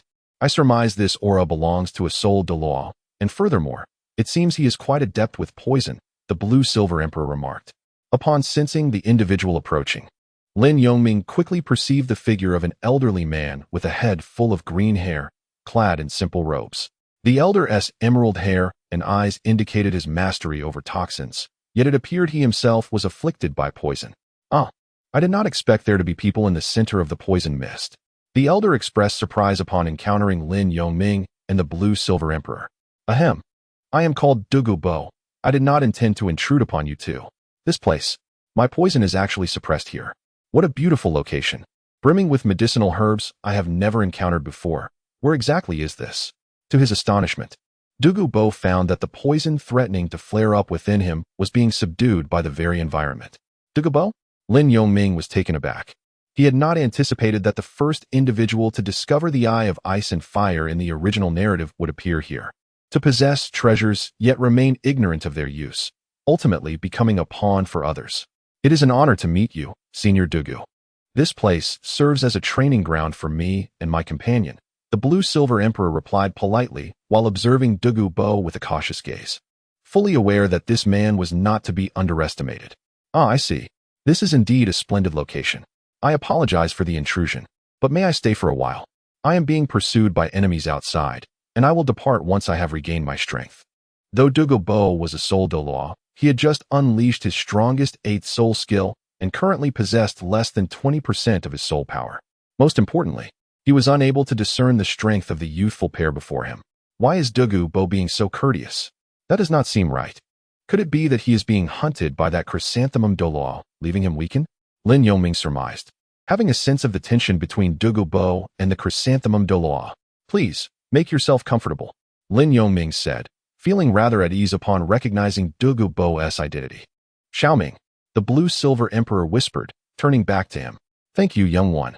Douluo replied flatly, promptly settling down to recuperate his soul power. Xiaoming, we do not know who this individual truly is. Why did you agree to his request? The blue-silver emperor inquired quietly, moving closer to Lin Yongming. I sensed a genuine plight in his tone, hence my agreement, Lin Yongming replied calmly. This man is teeming with toxins, clearly a poison master. Such individuals are not to be trifled with, the blue-silver emperor cautioned in a serious tone. Can his poison surpass that of the Eye of Ice and Fire? Lin Yongming asked softly. That certainly cannot be the case. Regardless, since you have already consented to his request, it matters little. Any poison he possesses poses minimal threat to us, the blue-silver emperor reflected. Recognizing Lin Yongming's resilience after consuming celestial herbs and refining his physique within the Eye of Ice and Fire, the meat is ready. Ah-in, hurry and eat. Lin Yongming offered the freshly roasted meat to the blue-silver emperor. She accepted the meat, careful of its heat. Thus, the two enjoyed their dinner, seemingly unperturbed. After a while, Just as they finished their meal, the sound of thunder echoed above, followed by a sudden downpour. It is about to rain heavily. We should retreat into the cave, Lin Yongming urged, pulling the blue-silver emperor inside. What about that man? There is no other place to shelter from the rain. The blue-silver emperor inquired. Why worry so much? He is a soul Douluo. Perhaps he is not concerned about this rain, Lin Yongming replied. True enough. The blue-silver emperor conceded, deciding not to press further. Damn it. Why must it rain at such a time? Douluo was startled awake by a thunderous rumble. He glanced up, his expression somewhat awkward. Not long after, he rose to his feet and cast a fleeting look towards Lin Yongming, suddenly conjuring a tent that he swiftly erected. An irritating sensation began to emerge in his ribs, signaling the resurgence of the toxins within him. Douluo's countenance darkened as he gritted his teeth, and then he lay down inside the tent. It appears that this Douluo is suffering from the backlash of his own toxins, murmured the blue-silver emperor, who had been observing him intently. Did you not say he was proficient in toxins? How could he be harmed by his own poison? Lin Yongming responded with a hint of amusement masked by a calm demeanor. It is quite simple. The toxins within him are so vast that he cannot even control them. Alas, individuals like him often pursue the impossible, relentlessly cultivating their abilities while endangering themselves and others, lamented the blue-silver emperor. Indeed, it may be a side effect of his martial spirit, Lin Yongming remarked. So, Ain, can you alleviate the toxins afflicting him? You are correct, it does seem innate.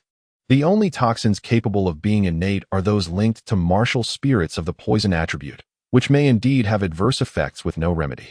As for his poison, without the ice and fire yin yang I would have no confidence in curing it. However, with so many medicinal herbs at our disposal, it becomes remarkably simple to treat him, the blue-silver emperor replied confidently. Truly impressive, Ain. You are remarkable, Lin Yongming praised. Humph. Now you acknowledge my prowess. The blue-silver emperor said with a hint of pride. And how do we counteract the poison? Lin Yongming inquired. The blue-silver emperor then whispered several methods for detoxifying Douluo. Shortly thereafter, they were startled by a series of gritted teeth and the incessant squeaking sounds emanating from across the way. It seems he is indeed in great pain from the toxin backlash. Yet he endures quite well, Lin Yongming commented indifferently. The backlash indicates that his toxins have already penetrated his very marrow, causing immense pain, especially for someone like him, whose bones feel as though they are being gnawed upon by ants, a torment that drives one to the brink of despair, the blue-silver emperor stated coolly. Despite Douluo's evident suffering, Lin Yongming and the blue-silver emperor did not approach him. As the night progressed, Douluo lay drenched in cold sweat within the tent, his body racked with discomfort. Cursed be this situation. My soul power has not yet recovered. I never anticipated that without the restraint of my soul power, the toxins would wreak such havoc. Damn that Douluo. I will remember this grievance, he silently seethed, attributing his plight to Douluo. His thoughts turned dark as he considered whether to silence Lin Yongming and the blue-silver emperor, fearing they might reveal his vulnerabilities to others. With this thought in mind, he approached them with a sinister expression. Apologies, esteemed ones, did I disturb your slumber? He said with a hint of a cold smile. Seeing Douluo approach, Lin Yongming and the blue-silver emperor stepped out of the cave, unfazed by the light drizzle. Not at all, esteemed elder, are you poisoned? Lin Yongming responded nonchalantly. Nonsense. I am a renowned poison master. How could I possibly be poisoned? It is you two, young and inexperienced, who find yourselves in a valley rife with toxins. I presume you possess some knowledge of poison, Douluo inquired, scrutinizing them carefully. Study poison?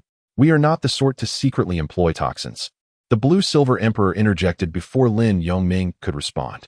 Oh, then I am curious how you managed to traverse the toxic barrier outside, Douluo questioned. That is our own business. I have yet to mention that you intruded upon our cultivation grounds, the blue-silver emperor retorted. Moreover, your soul power appears to have nearly recovered. It is time for you to leave. The blue-silver emperor spoke with a tone of disdain. And what if I choose not to depart? Douluo coldly replied, a mocking smile gracing his lips. Upon hearing his chilling tone, Lin Yongming recalled that Douluo was a character of both virtue and vice, with a temperament as unpredictable as the wind. Haha, esteemed elder Douluo. Are you not concerned that we might disclose your predicament regarding the backlash of your own toxins? Lin Yongming said with a faint smile. You seem somewhat blind yet possess a keen heart. It is evident that you have discerned my plight. Tell me, Should I not make things difficult for you? Douluo slowly articulated. With your emerald hair and green eyes, anyone knowledgeable about toxins would realize that only by harnessing your soul Douluo power can you suppress your own poison and survive to this day. However, I suspect the backlash is becoming increasingly severe, making it ever more agonizing as your soul power strengthens, the blue-silver emperor remarked, a hint of chill in her tone. You speak the truth. I indeed underestimated your abilities. It seems that you too possess extraordinary talent, especially for cultivating in such a place filled with peculiar spiritual energy. Douluo acknowledged, surprising Lin Yongming. He had not anticipated Douluo would readily concede to the assessment made by the blue-silver emperor. It was possible that Lin Yongming and the blue-silver emperor had witnessed the effects of his toxin reaction, compelling him to be forthright. Generally, I only have a basic understanding of this matter, the blue-silver emperor replied coolly. Are you a disciple of the Yang family, an auxiliary sect of the Haotian school? Only someone well-versed in pharmacology, like the Yang clan leader, could possess such detailed insight into my condition. Douluo scrutinized the blue-silver emperor closely before asking. The Yang family? The blue-silver emperor replied, puzzled. I have not heard of them, but in such a vast continent, there are bound to be exceptions. Indeed, if that is the case, do enlighten me on any methods to alleviate the poison afflicting me. Douluo shifted his focus. Would you believe me if I claim to have 100 methods to resolve your poison? The blue-silver emperor countered. Are you attempting to mock me? Douluo's tone turned icy. We have never met. Even if I were aware, I would not disclose it to you, the blue-silver emperor stated nonchalantly. Do you not fear that I might poison your little companion right now? Douluo suddenly threatened. Esteemed Elder Douluo, I must express my discontent with your words. If you were in your prime, we might tread carefully, but given your current state of toxin backlash and lack of recovered soul power, do you truly think we would fear you? Lin Yongming replied coolly. Haha, arrogant little brat. Even in my weakened state, do you think I should fear two mere children like you? Douluo laughed heartily, before his expression turned frigid. His green eyes glimmered with the mercilessness of a serpent, fixating on the two of them. Douluo gradually unleashed his optimal spirit ring configuration, 2 yellow, 2 purple, and 4 black rings, emanating an overwhelming aura that pressed down upon Lin Yongming and the blue-silver emperor. 89th level Soul Douluo. The unsuspecting blue-silver emperor was momentarily taken aback, exclaiming in surprise. Yet Lin Yongming, upon witnessing the arrival of Douluo, instinctively anticipated that his soul power would be at the level of 88 or 89. If Lin Yongming's memory served him correctly, in the original narrative, Douluo had explicitly stated that he had ascended to the rank of title Douluo by discovering the ice and fire yin-yang eye, leveraging its power to counteract his own toxic afflictions. For ordinary individuals, cultivating within the ice and fire yin-yang eye would only result in discomfort, leading to a gradual erosion by the ice and fire toxins. However, for someone like Douluo, a poison soul master, it represented an exceptional training ground. Senior Douluo, your profound cultivation is indeed admirable. However, given your current state, I perceive no threat to myself, Lin Yongming declared, his expression firm as he released his own soul power and soul rings to counter Douluo's imposing aura. Indeed, your soul power currently amounts to little more than 30%. Does it not? The blue-silver emperor nodded, also channeling her strength to withstand Douluo's pressure. One with an exceptionally solid foundation at the 40th level, a 3-ringed soul master, and another at the 56th level, a soul king. Douluo was taken aback, observing that they were both under 20 years of age. He found their prowess astonishingly unexpected. Since you both have an interest in toxins, let us see how you fare against my green phosphor snake poison. If either of you can withstand my 2 toxins, I shall cease my pursuit. However, you must keep my secret under wraps. Should I hear even a whisper of it thereafter, do not blame me for my lack of courtesy, Douluo said, his tone measured. Who among you will take on my green phosphor snake poison? I shall counter your poison, Lin Yongming declared without hesitation. Although Douluo's toxins were formidable, they paled in comparison to the chilling venom of the octagonal ice grass and the fiery poison of the fiery apricot blossom. The blue-silver emperor recognized this fact and refrained from dissuading Lin Yongming. Xiaoming, go for it. Break his pathetic poison, she urged, her excitement palpable. The two displayed such confidence that even Douluo was momentarily taken aback. He thought to himself, incredulously, I cannot believe these 2 young lads think they can overcome my poison. I am the continent's foremost poison soul master. Very well. Prepare yourself, Douluo proclaimed, swiftly raising his right hand and unleashing a swirling mass of dark green toxins towards Lin Yongming. Let us see how you shall counter this, he mused, a cold sneer forming in his heart. Lin Yongming never anticipated that Douluo would act so swiftly, with no delay whatsoever. In an instant, Lin Yongming felt a chilling surge of soul power enveloping him. However, he quickly acclimated, as the frigid poison of the octagonal Xianbing grass was far more intense by comparison. Within minutes, as Douluo's green phosphor snake venom coursed through Lin Yongming's body, he found himself harnessing the medicinal properties of 2 celestial herbs, transforming Douluo's toxin into sustenance for himself. Senior Douluo, it seems that I have the upper hand now, Lin Yongming said, a relaxed smile gracing his face after absorbing the venom. Impossible. Even if you can indeed withstand my green phosphor snake venom, it shouldn't be this effortless, Douluo exclaimed incredulously. This was his means of survival, yet it had been effortlessly resolved by an obscure youth, leaving Douluo with a profound sense of imbalance. Haha. Well done, Xiaoming. I told you, it's just trash poison. This green phosphor snake venom is rather mediocre, Lan Yinhuang mocked mercilessly. Senior Douluo, shall we continue? Lin Yongming asked with a gentle smile. Very well. It appears I must resort to some of my more formidable techniques, Douluo replied, his expression turning cold, his pride slightly wounded. A slender snake began to coil around his arm, a jade-green serpent with 9 distinct segments. Is that the 9-segment emerald snake? Lan Yinhuang remarked in surprise as he beheld the creature. Impressive discernment. This is my pet, one of the most venomous serpents.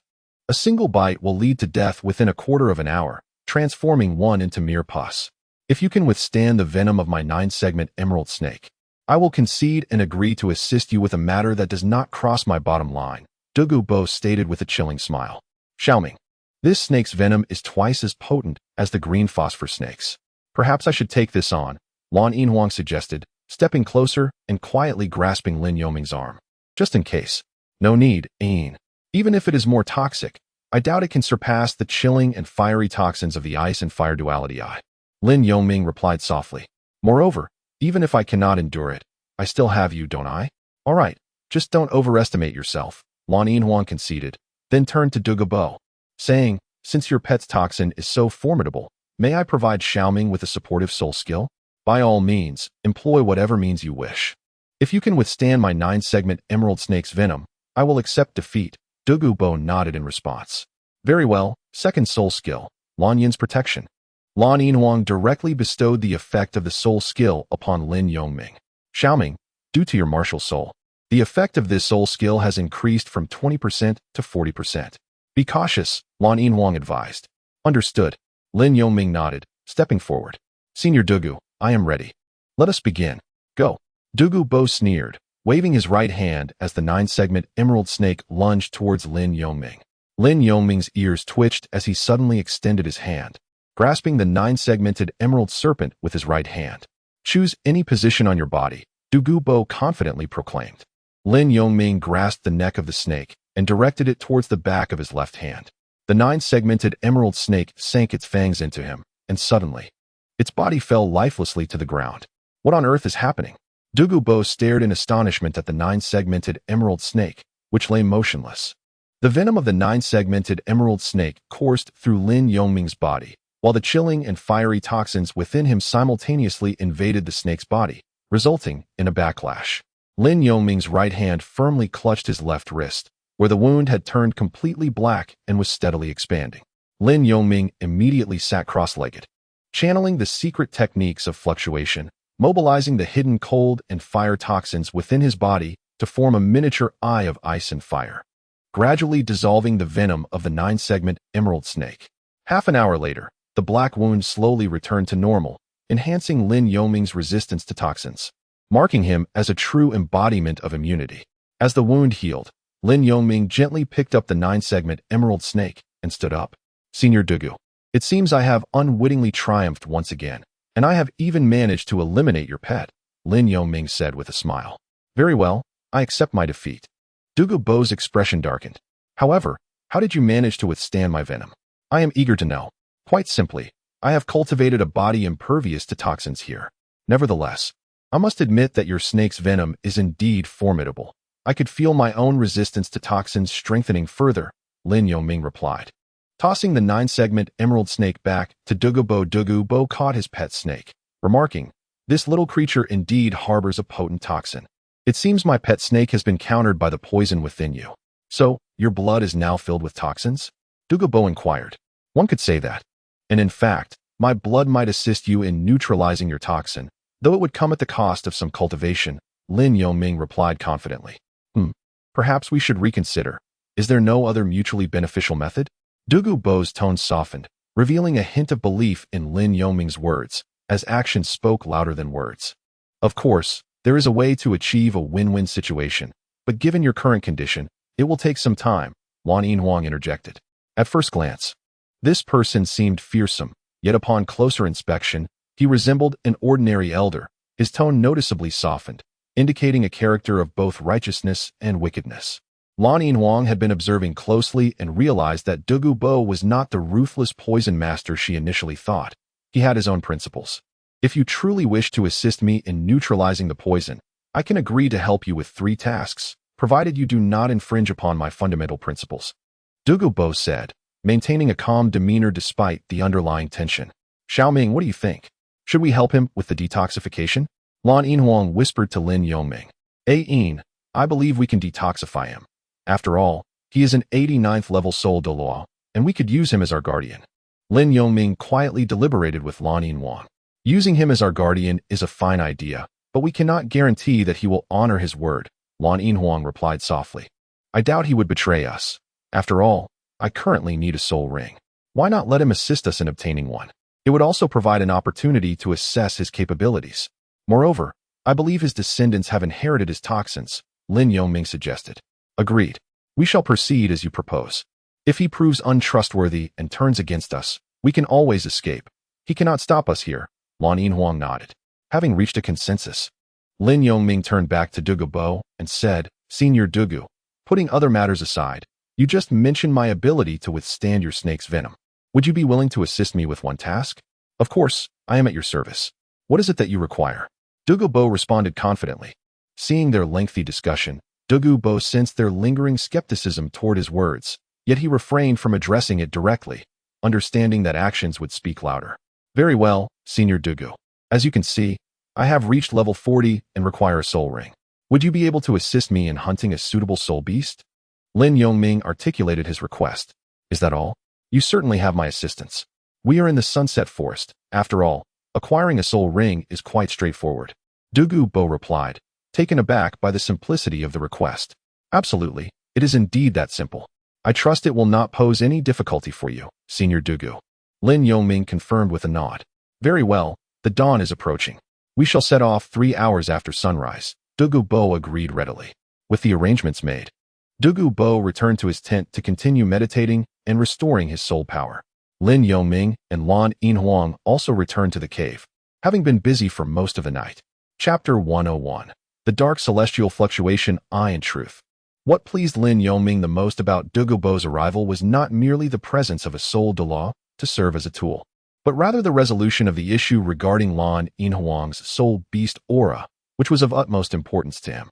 Lin Yongming noted that despite the prolonged standoff between them, Douluo harbored no doubts regarding Lan Yinhuang's identity. He exhibited no unusual expressions or reactions throughout their encounter. This lifted the heaviest weight from Lin Yongming's heart, allowing him to finally breathe easy. This indicated that after consuming the Heartbreak Red, Lan Yinhuang had transcended to a mature state ahead of schedule, alleviating Lin Yongming's concerns about her exposure in both Heavendo City and Wuhan City. Thus, this was the matter of greatest concern for Lin Yongming, and the outcome of their venture to the Eye of Ice and Fire had proven fruitful. The 3 hours passed swiftly in meditation among the trio. Although Douluo had not yet regained his peak soul power, the dawn had arrived. Remembering his earlier words, Douluo made his way to the cave entrance where Lin Yongming and Lan Yinhuang awaited. "Good morning, it is now light, and my soul power has nearly fully restored. We are ready to depart," Douluo announced with his hands clasped behind his back. "Let us proceed," Lin Yongming and Lan Yinhuang responded in unison as they stood. "By the way, since you are assisting me in hunting the soul beast, could you please specify the type of soul beast you require?" Douluo asked. I have no particular requirements. Any lightning attribute soul beast will suffice, though the purer, the better, Lin Yongming replied. Very well, since this is for your fourth soul ring. Around 7,000 years should be appropriate. However, what is the situation with your second soul ring being at the 1,000-year level? Douluo inquired, recalling Lin Yongming's earlier soul ring configuration. This situation is rather lengthy. Let us discuss it as we walk. However, you are mistaken. My fourth soul ring actually requires a beast over 10,000 years old, Lin Yongming corrected him. Xiaoming no? Lan Yinhuang interjected anxiously. There is a vast difference between a 1,000-year and a 10,000-year soul ring. A 10,000-year soul ring can unleash a mental shock that only a spirit power at the Soul King level can withstand, along with the requisite physique. You speak true. But even if your physique meets the standard, cultivating the mental power necessary for absorbing a 10,000-year soul ring is no simple feat.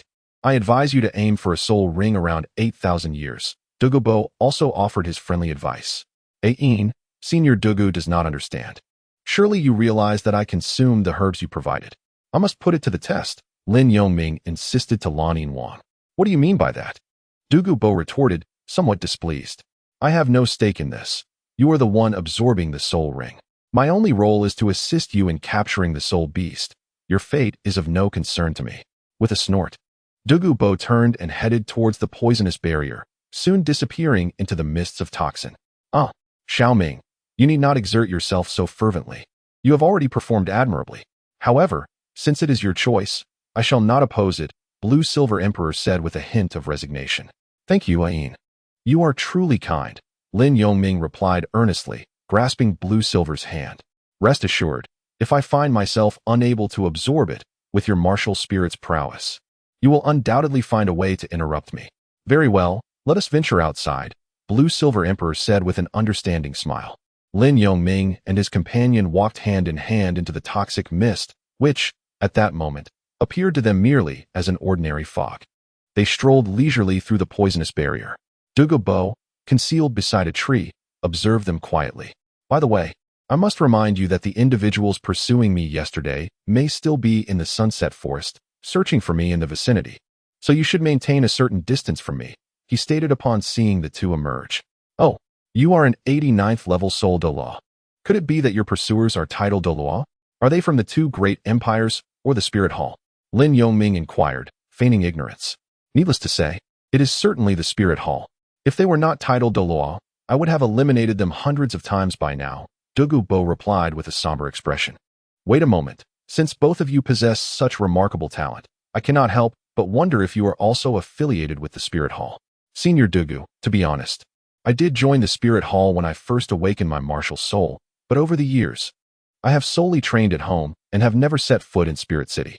You must understand that someone like me would not be able to refuse the Spirit Hall. I lack the strength to do so, Lin Yongming stated calmly. You have a point. You do not appear to be from a wealthy family, and indeed, you have little choice, Douluo conceded before shifting his tone. However, since you are affiliated with the Spirit Hall, how can I be sure you won't divulge my circumstances to them? Senior Douluo, you are overthinking it. As I mentioned, I have been training at home. Although I hold the identity of a Spirit Hall member, informing them of your situation would not benefit me in any way, Lin Yongming replied. I can attest to this. Xiaoming has had little contact with Spirit Hall members. He only reluctantly agreed to their recruitment when he was unable to refuse after awakening his martial soul. However, in these years, he has had minimal interactions with them, Lan Yinhuang added in support of Lin Yongming. In that case, I shall choose to trust you for now. I will move ahead, Douluo said, scrutinizing their faces before turning to enter the forest. He did not venture far, maintaining a distance of about 100 meters, well within the range of mental perception for the three of them. Let us go. Lin Yongming and his companion proceeded toward Douluo. As time passed, after nearly 4 hours of searching, close to noon, Lan Yinhuang suddenly halted, keenly observing and discovering a soul beast. Lin Yongming was aware that after Lan Yinhuang's martial soul ascended to a divine level, she gained the domain of myriad phenomena, allowing her to sense a greater range than his hard SI. Ain, have you found something? Lin Yongming paused and asked. Yes. There is a relatively rare lightning flying dragon horse soul beast to our right, which possesses a trace of dragon blood.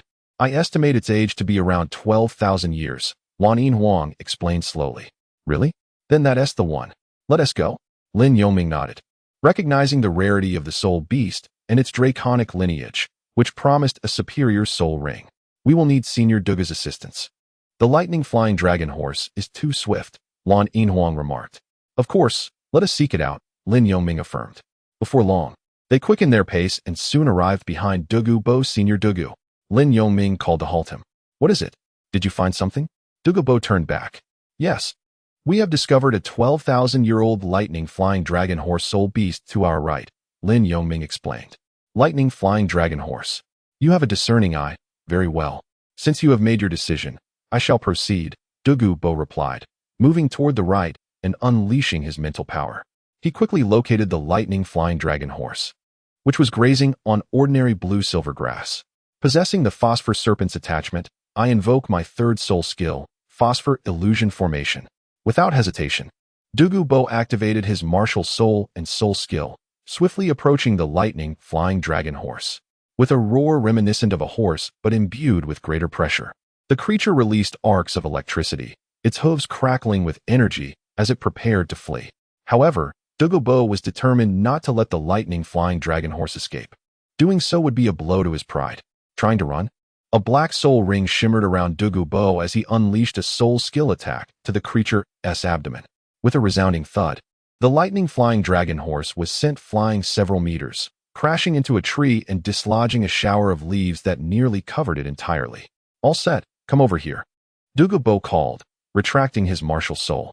Senior Douluo, your strength is impressive, Lin Yongming remarked, approaching with a thumbs up, impressed by the swift and decisive action. Hurry. If that tidal Douluo from the spirit hall arrives, I will not be responsible for you. This is a 10,000-year soul beast. If you cannot absorb it, do not blame me if you end up dead or crippled. Douluo, unperturbed by Lin Yongming's praise, dismissed it, for someone of his experience would not be swayed by flattery. Understood. Lin Yongming nodded and moved toward the ailing lightning-flying dragon horse. Xiaoming, good luck. At this point, all Lan Yinhuang could do was cheer him on. The lightning-flying dragon horse soul beast had the head of a horse with a small horn in the center, a lizard-like body covered in scales, and a dragon's tail, measuring nearly 5 meters in length. Lin Yongming approached, raising his martial spirit, the Thunderblade, and with a swift motion, severed the carotid artery. Shortly thereafter, Lin Yongming sensed a surge of energy emanating from the electric lightning dragon steed, realizing that it was a soul ring. It struck him as peculiar. Why did a soul ring materialize upon the death of a soul beast, yet not upon the demise of a human? Logically, both soul masters and soul beasts possess soul power within them. Thus one would expect a soul ring to manifest upon the death of a soul master as well. As Lin Yongming contemplated the formation of the soul ring, he found himself lost in a whimsical train of thought. After a moment's reflection, he could not arrive at a conclusion, so he chose to set aside his musings.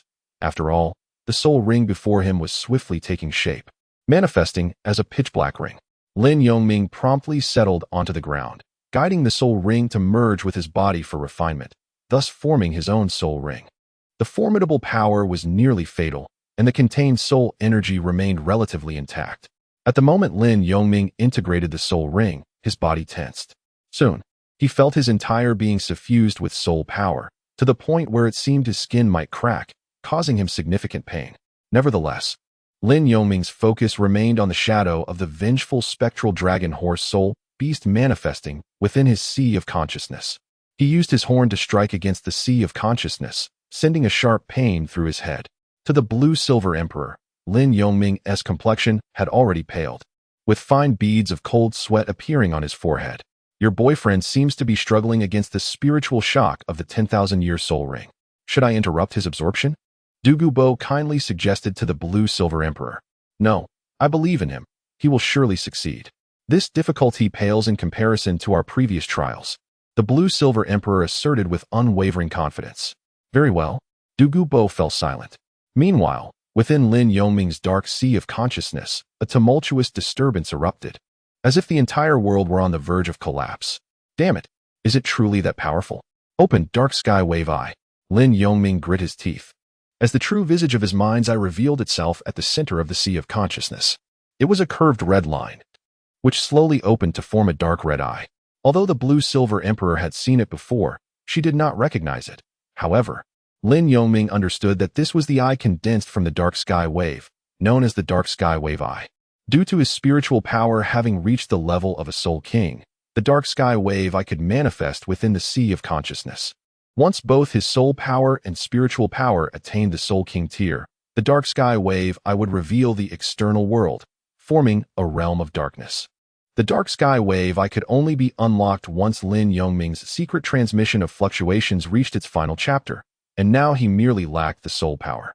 Once his soul power reached the soul king level, the dark concluding chapter would finally arrive. As the mind's eye opened, a dark red power of deathly gaze directly shattered the remnants of the vengeful spectral dragon horse's soul. Fortunately, with the miraculous herb that pierces through autumn waters, I can first access the dark concluding chapter of the fluctuation secret transmission with my spiritual power, drawing upon a fragment of the dark sky wave eye's ability. Lin Yongming sighed in relief, having resolved the spiritual shock of the 10,000-year soul ring. The subsequent absorption of the soul power contained within the soul ring would be considerably easier. Approximately half an hour later, the soul ring of the spectral dragon horse fully merged with him, indicating the successful acquisition of his fourth soul ring. Shoo! Finally, under the tense watch of the blue-silver emperor, Lin Yongming's exclamation was heard. "Xiaoming, you did it!" The blue-silver emperor exclaimed joyfully. Lin Yongming rose to his feet, nodding earnestly. "Ian, you need not worry. I have successfully absorbed it." This young man, who would have imagined he would truly succeed? What an anomaly!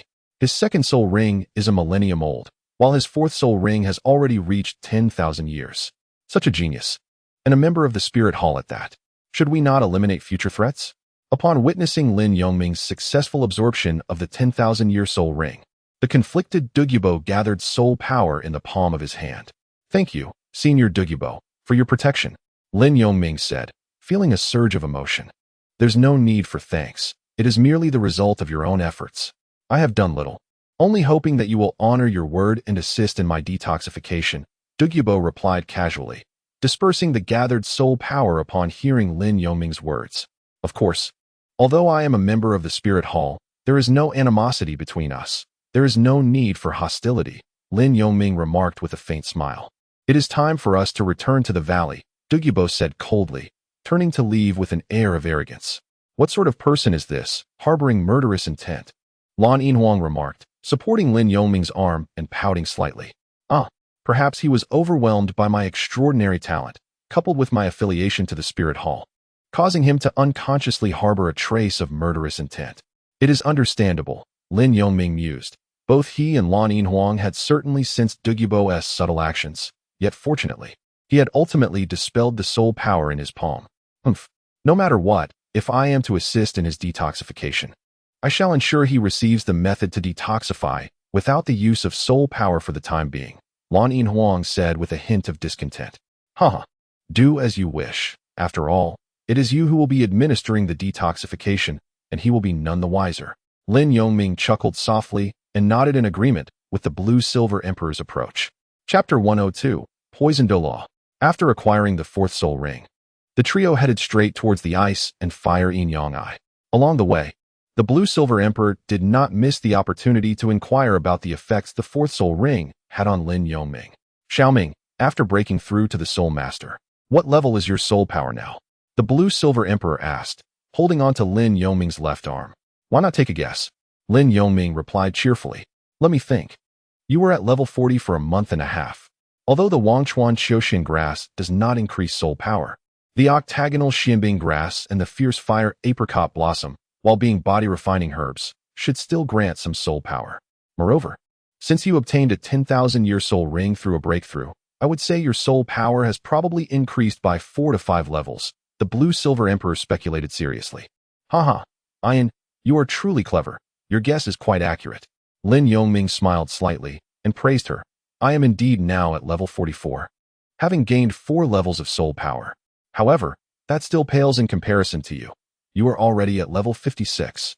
Of course, I am 5 years older than you. Gaining a few more levels is only natural. Furthermore, I consumed the King of Flowers, the Heartbreak Red, which is unmatched even if you were to eat 10 divine herbs." The blue-silver emperor replied with a hint of pride. "Indeed, my Ian possesses the greatest talent," Lin Yongming complimented. "How is your fourth soul skill?" The blue-silver emperor inquired again. I have named my soul skill immovable king array. It can unleash a large thunder bead surrounded by 4 smaller beads, creating a powerful thunder wave formation. Aside from its impressive thunder attribute attack power, it also has a strong control effect. The large thunder bead is at the center of the formation, and the 4 smaller beads rotate around it. Additionally, at the start of using my 4th soul skill, I enter a state of invincibility for about 2 seconds, Lin Yongming explained to the blue-silver emperor in detail. Indeed, it is one of the signature skills of the Azura class, although it may seem a bit cumbersome to use in games. Lin Yongming can unleash it in an instant here, complete with a 2-second invincibility. If utilized well, it can be a formidable soul skill, the blue-silver emperor remarked. Impressed with Lin Yongming's immovable king array, while the soul skill is impressive, I know that I must practice diligently. The main challenge lies in how to unleash its maximum power and effect in actual combat, Lin Yongming acknowledged, nodding in agreement with the blue-silver emperor. Indeed, there is no rush. Take your time, the blue-silver emperor comforted. As they spoke, they soon returned to the Valley of the Ice and Fire Yin-Yang-I. The solitary Douluo approached them proactively. The soul rings have been hunted for you. Can you help me with the poison? Certainly. Since you have kept your promise, we shall not disappoint you. However, your soul power has not returned to its optimal state since last night. You should meditate first. As I still need to find auxiliary herbs and prepare the antidote for the snake poison, the blue-silver emperor responded. All right, Douluo nodded, realizing that he would require the herbs. He then returned to his tent to meditate once more. Xiaoming, I want to eat roasted meat. You prepare it for me while I search for some herbs at the bottom of the valley, the blue-silver emperor playfully requested from Lin Yongming. Understood. Lin Yongming replied without objection. After finishing her sentence, the blue-silver emperor leaped towards the valley floor, meticulously searching for herbs that could cure the snake poison.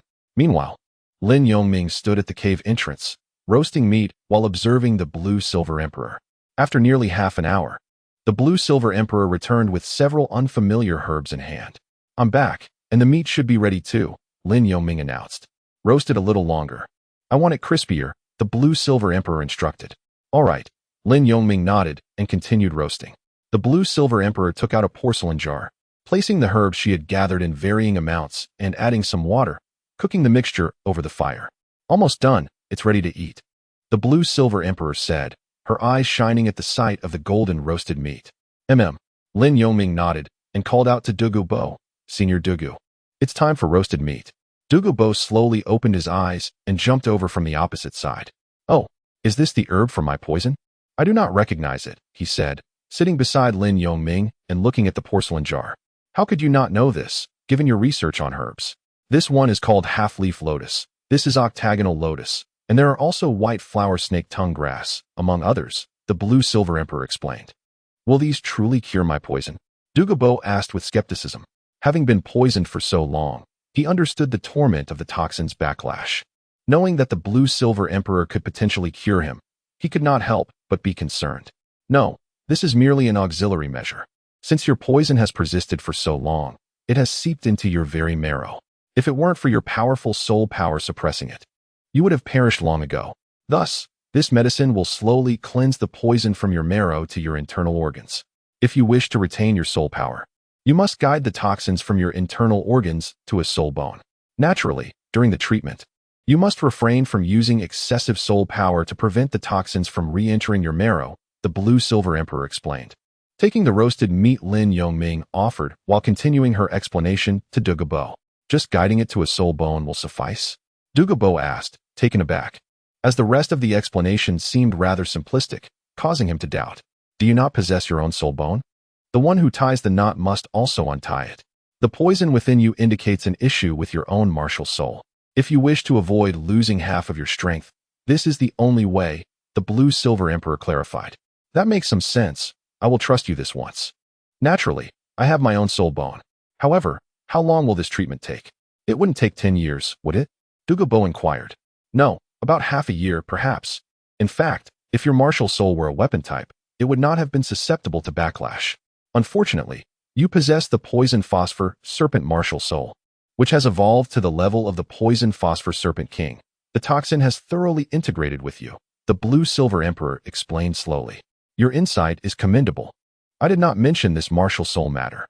Since you have discerned that my poison phosphor serpent martial soul has indeed undergone an evolution, as you said, I have cultivated it to the rank of poison phosphor serpent king. It seems your method is indeed feasible. How true it is that one must untie the knot they have tied. Douluo reflected, his doubts now dispelled by the blue-silver emperor's explanation. Were it not for preserving your strength, there would be simpler methods, such as drinking a few drops of Xiaoming's blood, which contains powerful toxins that could expel the poison from your body.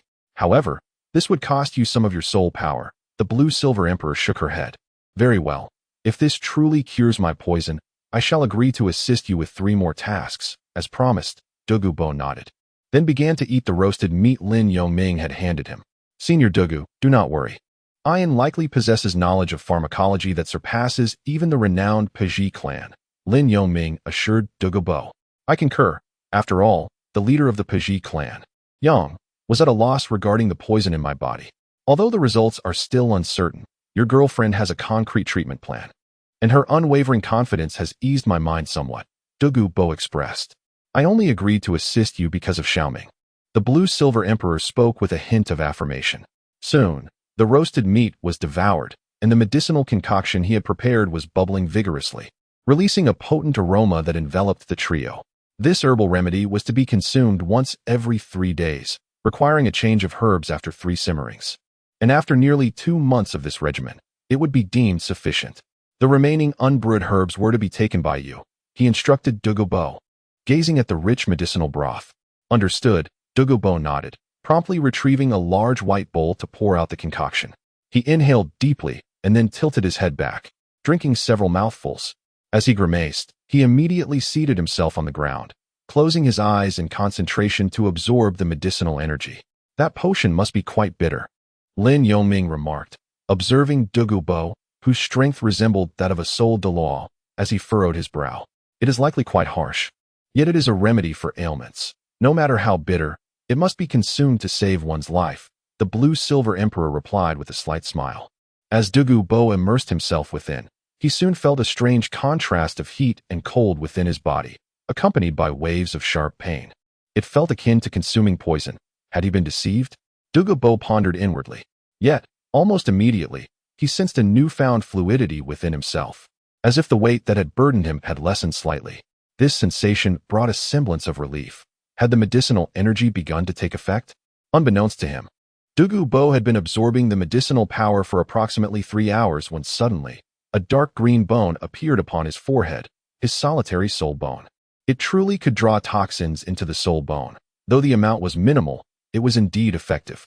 A smile broke across Douluo's face. But as the soul bone faded, his expression returned to normal, and he opened his eyes.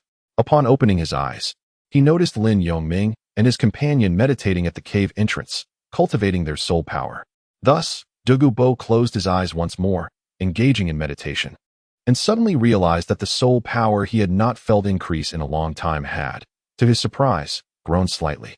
He had once believed that the toxins within him would forever bind him at level 89, yet unexpectedly, a fraction of the toxins had been alleviated, and his soul power had seen some advancement. Douluo rejoiced internally. Before long, Lin Yongming and his companion awakened, prompting Douluo to cease his pretense. Thank you. My poison has indeed reacted. I am yet unaware of how to address you, he sincerely expressed to the blue-silver emperor. As long as it is effective, that is all that matters. We feared you might unleash your wrath upon us if it failed. My name is Blue-Silver, the blue-silver emperor acknowledged with a nod. Senior Douluo, I am Lin Yongming. You may call me Xiaoming. Lin Yongming introduced himself. Very well, I shall remember. Once my poison is entirely eradicated, I will assist you with 3 matters, Douluo stated earnestly. Agreed, but do prioritize curing your poison first, Lin Yongming responded with a smile. Indeed, Lin Yongming and the blue-silver emperor had been residing in the ice and fire Yongai Valley for nearly a month, during which they diligently continued to strengthen their cultivation. Suddenly, they sensed a formidable surge of soul power emanating from the opposite cave. Shortly thereafter, an exuberant, hearty laugh echoed throughout the valley. It was the voice of Douluo. Haha. At last, I have broken through to level 90. Jiuhua, await your reckoning. I shall repay the humiliation of the past. Douluo proclaimed loudly. Congratulations, Senior Douluo, on achieving level 90 in soul power. This signifies that you will acquire a soul ring and officially become a titled Douluo, Lin Yongming remarked as he emerged from the cave. Congratulations indeed. The blue-silver emperor added calmly.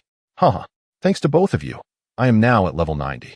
If it weren't for this past month, where the toxins were significantly alleviated, my soul power would not have advanced. Douluo laughed heartily. The feared poison Douluo had finally emerged, officially stepping into the ranks of titled Douluo, nearly reaching the pinnacle of Douluo continent. This is all the result of Senior Douluo's hard work. I have heard that upon reaching the titled Douluo level, one can acquire their own title. I wonder what title Senior Douluo will choose, Lin Yongming inquired knowingly. Since I have traversed the continent with poison, I shall adopt the title Poison. Thus I shall be known as Poison Douluo. What do you think, young friend? Douluo joyfully decided upon his title. Salutations to Poison Douluo. Lin Yongming smiled and playfully exclaimed. Ah, you are too courteous, young friend. Just call me Old Poison. Consider me a friend. If you were not so young, I would genuinely wish to forge a brotherhood with you, Douluo expressed, allowing Lin Yongming to refer to him as Old Monster, indicating his fondness for the two. It was no surprise, as Lin Yongming and his companion had alleviated the toxins that had burdened him for many years, allowing his children and future generations to escape the afflictions of inherited poison. Quite so, Lin Yongming nodded. Do not forget, although you have reached level 90, you are still in recovery and should not exert too much soul power. The blue-silver emperor reminded. I understand. Now that I have attained level 90, there is no rush. I will wait until my toxins are completely guided into the soul bone before seeking a suitable 9th soul ring, Douluo remarked earnestly. Senior Douluo, we have been here for over 2 months. Silver and I plan to venture out to the Sunset Forest to experience Douluo City and seek a soul guide device that can preserve medicinal herbs. You may take your time detoxifying here, Lin Yongming stated. It is indeed time to prepare for departure, as I have solidified my soul power for nearly a month. It is time to undertake some trials and witness the bustling splendor of Douluo City, he continued. Oh, that is acceptable. Rest assured, with me here, no one dares to approach. You may attend the Douluo auction to keep abreast of matters. If you find nothing, do let me know. I still hold some influence within the Douluo Palace. Douluo nodded, then added, regrettably, I cannot accompany you outside. Otherwise, I would show you around Douluo City. Do not worry, focus on detoxifying here. It won't be long before we return, especially since you have yet to fulfill the 3 promises you made to us. Lin Yongming casually replied. Ian, let us be off. Lin Yongming and Lan Yinhuang glanced at the valley and, under the watchful gaze of Douluo, stepped into the poisonous mist. Chapter 103. A chance encounter with the young Ningfengji. All things considered, Lin Yongming had not engaged in a serious battle for nearly a year. Coupled with his recent surge in power, he was uncertain of his exact strength after consuming the celestial herb and obtaining the 10,000-year soul ring. Originally, soul beasts in the Sunset Forest would have been the most suitable opponents for Lin Yongming's training, but a confrontation with them would result in a life-and-death struggle. A fight to the finish. Though Lin Yongming refrained from voicing his thoughts, he anticipated that the blue-silver emperor would vehemently oppose his intentions. From Lin Yongming's perspective, the blue-silver emperor was concerned for his safety, and standing on the side of the soul beasts, she could not bear to witness him indiscriminately slaying them. Thus, regardless of the standpoint, the blue-silver emperor was unwilling to witness such a scenario. Lin Yongming desired to ascertain the extent of his own strength, and the optimal choice for this was none other than the Grand Soul Arena in the Douluo Imperial City. At last, they were departing from the Sunset Forest. Although the Eye of Ice and Fire was a splendid location, prolonged exposure had begun to induce a certain visual fatigue. The blue-silver emperor gazed back at the poisonous barrier protecting the Eye of Ice and Fire, reflecting on their circumstances. Indeed, their sustenance had been limited to roasted meat and dry rations, and after an urgent period of cultivation, it was time to afford both their minds and bodies a respite. Lin Yongming nodded in agreement.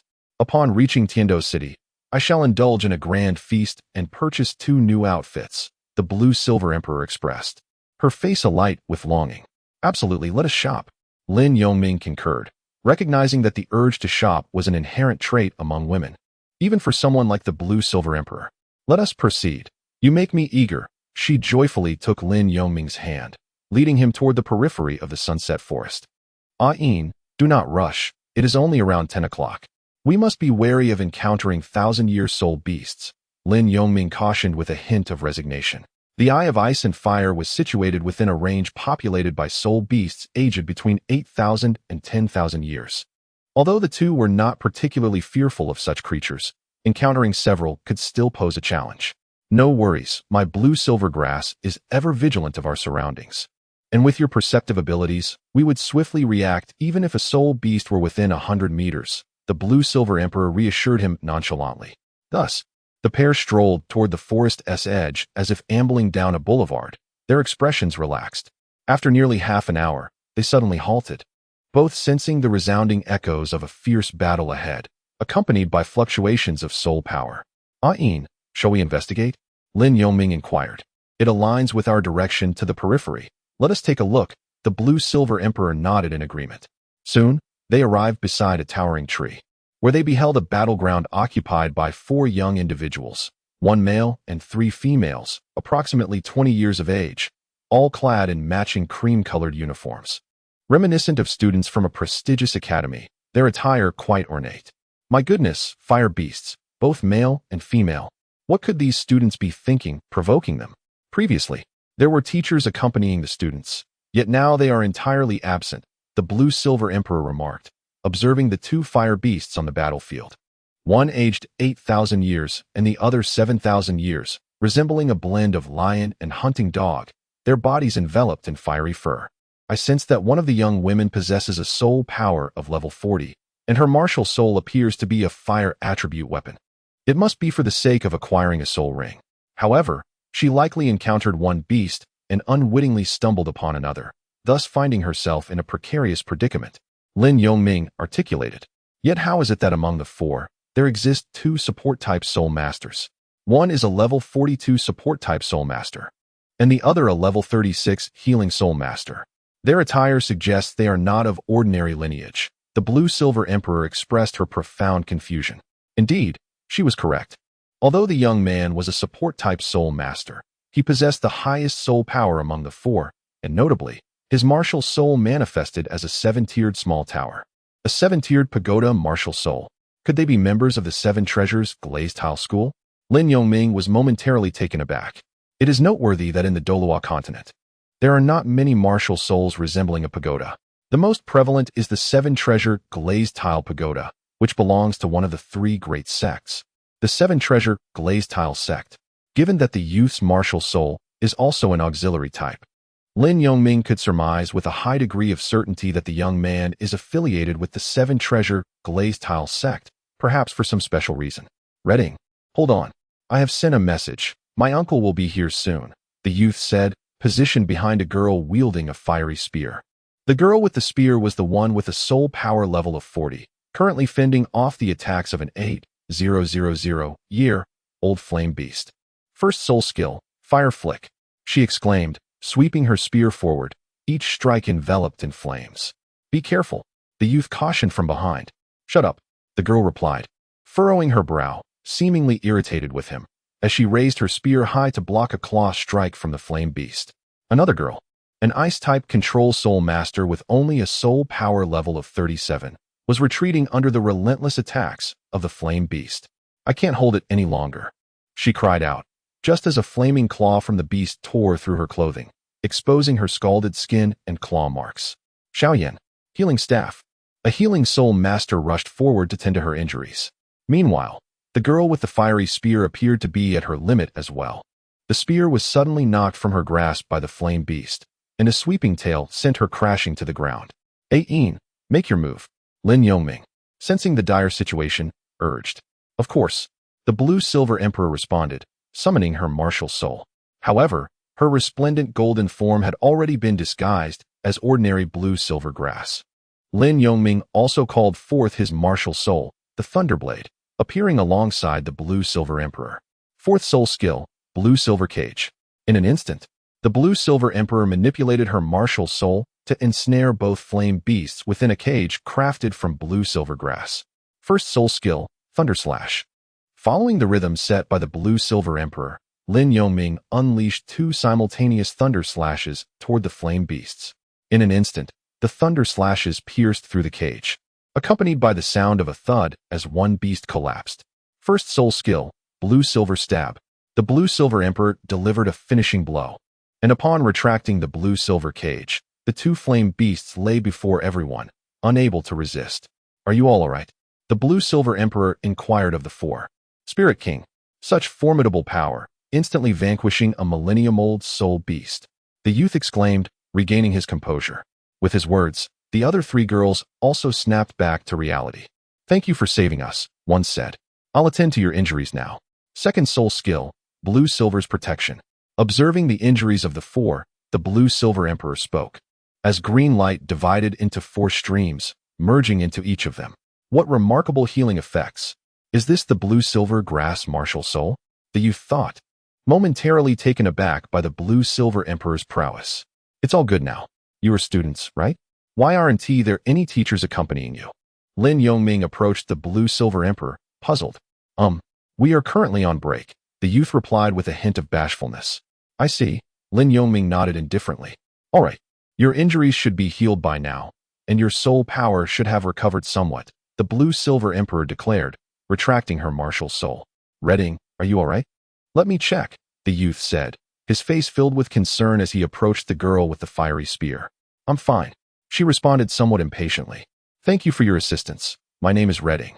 She stepped forward to express her gratitude to Lin Yongming and the blue-silver emperor. It's nothing. I assume you are in search of a soul ring. May I inquire which one you desire? Lin Yongming asked curiously. Thanks to you. I shall take that 7,000-year-old flame beast, Redding replied. Please do. However, refrain from attacking the other one, Lin Yongming advised with a nod. Upon hearing this, Redding remained silent. Instead, she jabbed her fiery spear towards the flame beast, ending its life. With the appearance of a purple soul ring, Redding sat cross-legged to absorb it, seemingly unafraid of any interference from Lin Yongming and the blue-silver emperor. Thank you for saving all four of us. We are students of the Tiando Royal Academy. My name is Ning Fengji, the youth said, smiling as he watched Redding absorb the soul ring. You are Ning Fengji, Lin Yongming exclaimed in surprise. Indeed. Ning as in tranquility, Feng as in wind, and Ji as in far-reaching. Do you know me? Ning Fengji asked, sensing Lin Yongming's familiarity. Not really. Perhaps I have heard the name before. After all, with such a vast continent, it is normal to encounter namesakes, Lin Yongming replied calmly. How curious to encounter Ning Fengji here. Lin Yongming thought to himself, bemused. By the way, are you all heading to the outer forest? Why not join us? Once we reach Tiando City, I'll treat you to a meal, Ning Fengji invited. No need. It was merely a trivial matter. There's no need for such courtesy. The blue-silver emperor interjected on Lin Yongming's behalf. But we genuinely wish to express our gratitude, especially given that you saved our lives, Ning Fengji insisted. Yes, sister. We are quite familiar with Tiando City, said the girl named Xiaoyan. Really, it's unnecessary. We have our own matters to attend to, the blue-silver emperor reiterated. However, Fengji, your sword uncle has arrived. Suddenly, a shadow of a sword descended from the treetops. Fengji, are you all right? The newcomer was a middle-aged man with grayish-white hair, exuding a sharp sword aura. Sword uncle, you've arrived. I'm fine. I encountered noble benefactors. Ning Fengji quickly replied to the middle-aged man. Such powerful soul power. More unfathomable than that of Douluo. Both Lin Yongming and the blue-silver emperor silently noted. While the blue-silver emperor was unfamiliar with him, Lin Yongming recognized that the person whom Ning Fengji referred to as sword uncle could only be one individual, the esteemed elder of the Seven Treasure Glazed Tile sect, titled Douluo Qinshin, whose title is sword. Thank you for saving my nephew, the sword Douluo said. His imposing aura considerably tempered upon realizing the identities of Lin Yongming and the blue-silver emperor. We pay our respects, senior. Since you are here, I assume they are now safe. We have matters to attend to, so we shall take our leave, Lin Yongming politely greeted. My apologies.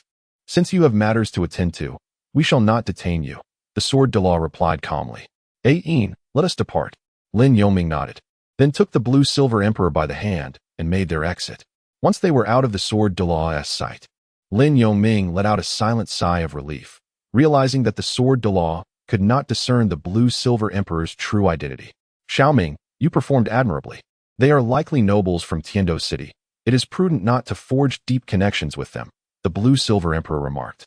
Lin Yongming was aware that the blue-silver emperor held a disdain for noble science. Had it not been for the misfortune of the four, the Blue-Silver Emperor would have paid them no heed. It seemed that the members of the great families possessed even deeper soul power than that of Douluo, truly being titled Douluos, likely disciples of sects or noble lineages. Lin Yongming nodded in agreement.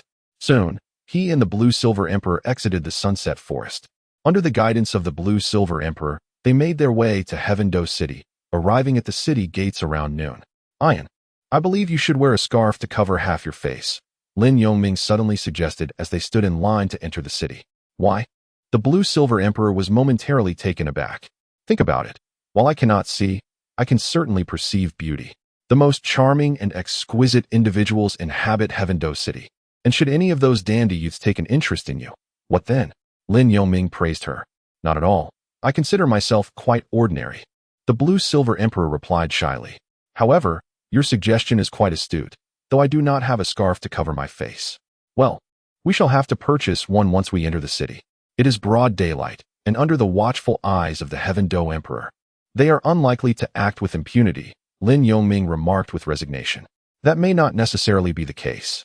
Some noble youths lack common sense and might indeed behave recklessly in broad daylight, relying on their status, the Blue-Silver Emperor stated thoughtfully. Fear not. Should we encounter such individuals, I shall handle them, and then we can seek assistance from the Spirit Hall in Heaven-Do City, Lin Yongming reassured the Blue-Silver Emperor. Indeed, once we enter the city, we should first procure a scarf. Attracting trouble is always a hassle, and one cannot hide in the Spirit Hall forever. The Blue-Silver Emperor acknowledged. As Lin Yongming and Lan Yinhuang conversed softly, it soon became their turn to enter the city. After a brief inspection of their Soul Master credentials, they safely passed through the gates. Upon entering, it felt as though they had stepped into an entirely different realm. Bustling with crowds and vibrant with life, flanked by rows of small vendors on either side. Xiaoming, look at all these people. There are so many stalls selling all sorts of curious items, Lan Yinhuang remarked, linking her arm with Lin Yongming's. Amidst the cacophony of enthusiastic shouts, Lin Yongming suggested, let us see if we can find some silk scarves along the way. Indeed, that is a splendid idea, Lan Yinhuang agreed. As they wandered towards the heart of the city. After walking a considerable distance, Lan Yinhuang tugged at Lin Yongming's sleeve, exclaiming, Xiaoming, I see scarves of various colors. Let us go and inquire. Sir, how much for these silk scarves? Lan Yinhuang asked the vendor. Miss, these scarves are handcrafted by my wife, made from the finest silk. Each intricate pattern is meticulously embroidered by hand, thus they are priced at 5 silver coins each. The vendor, a man in his 50s with a humble demeanor, replied.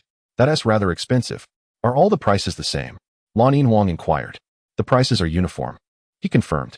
Very well, we shall take 2, Lan Yinhuang decided, handing over a gold coin for a pale blue and a light white scarf. Immediately, she adorned herself with the pale blue scarf, which elegantly concealed the lower half of her face, imparting an air of mystery that sparked a desire to unveil the secrets hidden beneath. This scarf carries a delightful fragrance, likely infused with spices. Wearing it should mitigate some inconveniences, Lan Yinhuang remarked after donning the veil. Let us hope so. Lin Yongming nodded in agreement before asking, Ayin, should we seek a place to dine or find a hotel first? Let us find a hotel. It is rather inconvenient to wash up in the forest. And we Haven Tea had a proper bath. We should freshen up before dining and perhaps shopping for new clothes, Lan Yinhuang proposed. Very well, I shall follow your lead. If I am not mistaken, we are currently in the eastern district of Tiando City, Lin Yongming smiled. Yes, indeed. The east borders the Sunset Forest, while the north adjoins the Arctic ice field. However, Tiando City is vast. The eastern district alone rivals the entire Soto City. A map of Tiando City would be quite beneficial, Lan Yinhuang explained, surveying the intricate streets. Let us procure a map, just as we did in Soto City, and find a hotel near the Grand Soul Arena. How does that sound? Lin Yongming suggested thoughtfully. There's a stall selling maps, just ahead. Let us go, Lan Yinhuang urged, pulling Lin Yongming along. In a new city, acquiring a local map was the wisest course to quickly familiarize themselves with their surroundings. Perhaps due to its proximity to the Sunset Forest, the area boasted numerous academies, indicating a significant population of Soul Masters, and most activities were related to them. For instance, the Grand Soul Arena was situated at the intersection of the eastern and southern districts, as the southern city gate led to the Spirit Hall. Additionally, the Spirit Hall, located in Tiando City, was also situated in the eastern district, close to the city center. It could be said that the residences of major powers were all near the royal palace of Tiando. With Lan Yinhuang now adorned in her scarf, they presented quite the peculiar pair on the streets, one veiled in black, the other with a pale blue scarf concealing her lower visage, attracting many curious glances. By the time they found a suitable hotel, it was already past noon. The rates for rooms in Tiando City were relatively steep. Lin Yongming rented a room of nearly 150 square meters for 33 gold coins per day. Fortunately, the room was well equipped and lavishly decorated, ensuring a safe night's rest. "Oh, what a soft sofa. I haven't sat on such a plush seat in ages," exclaimed Lan Yinhuang, joyfully sinking into the large sofa in the hotel's living room, which featured 2 armchairs and a nearly 3-meter-long couch, with a spacious balcony offering a pleasant view. Lan Yinhuang remarked on the room's comfort. "This hotel is quite impressive."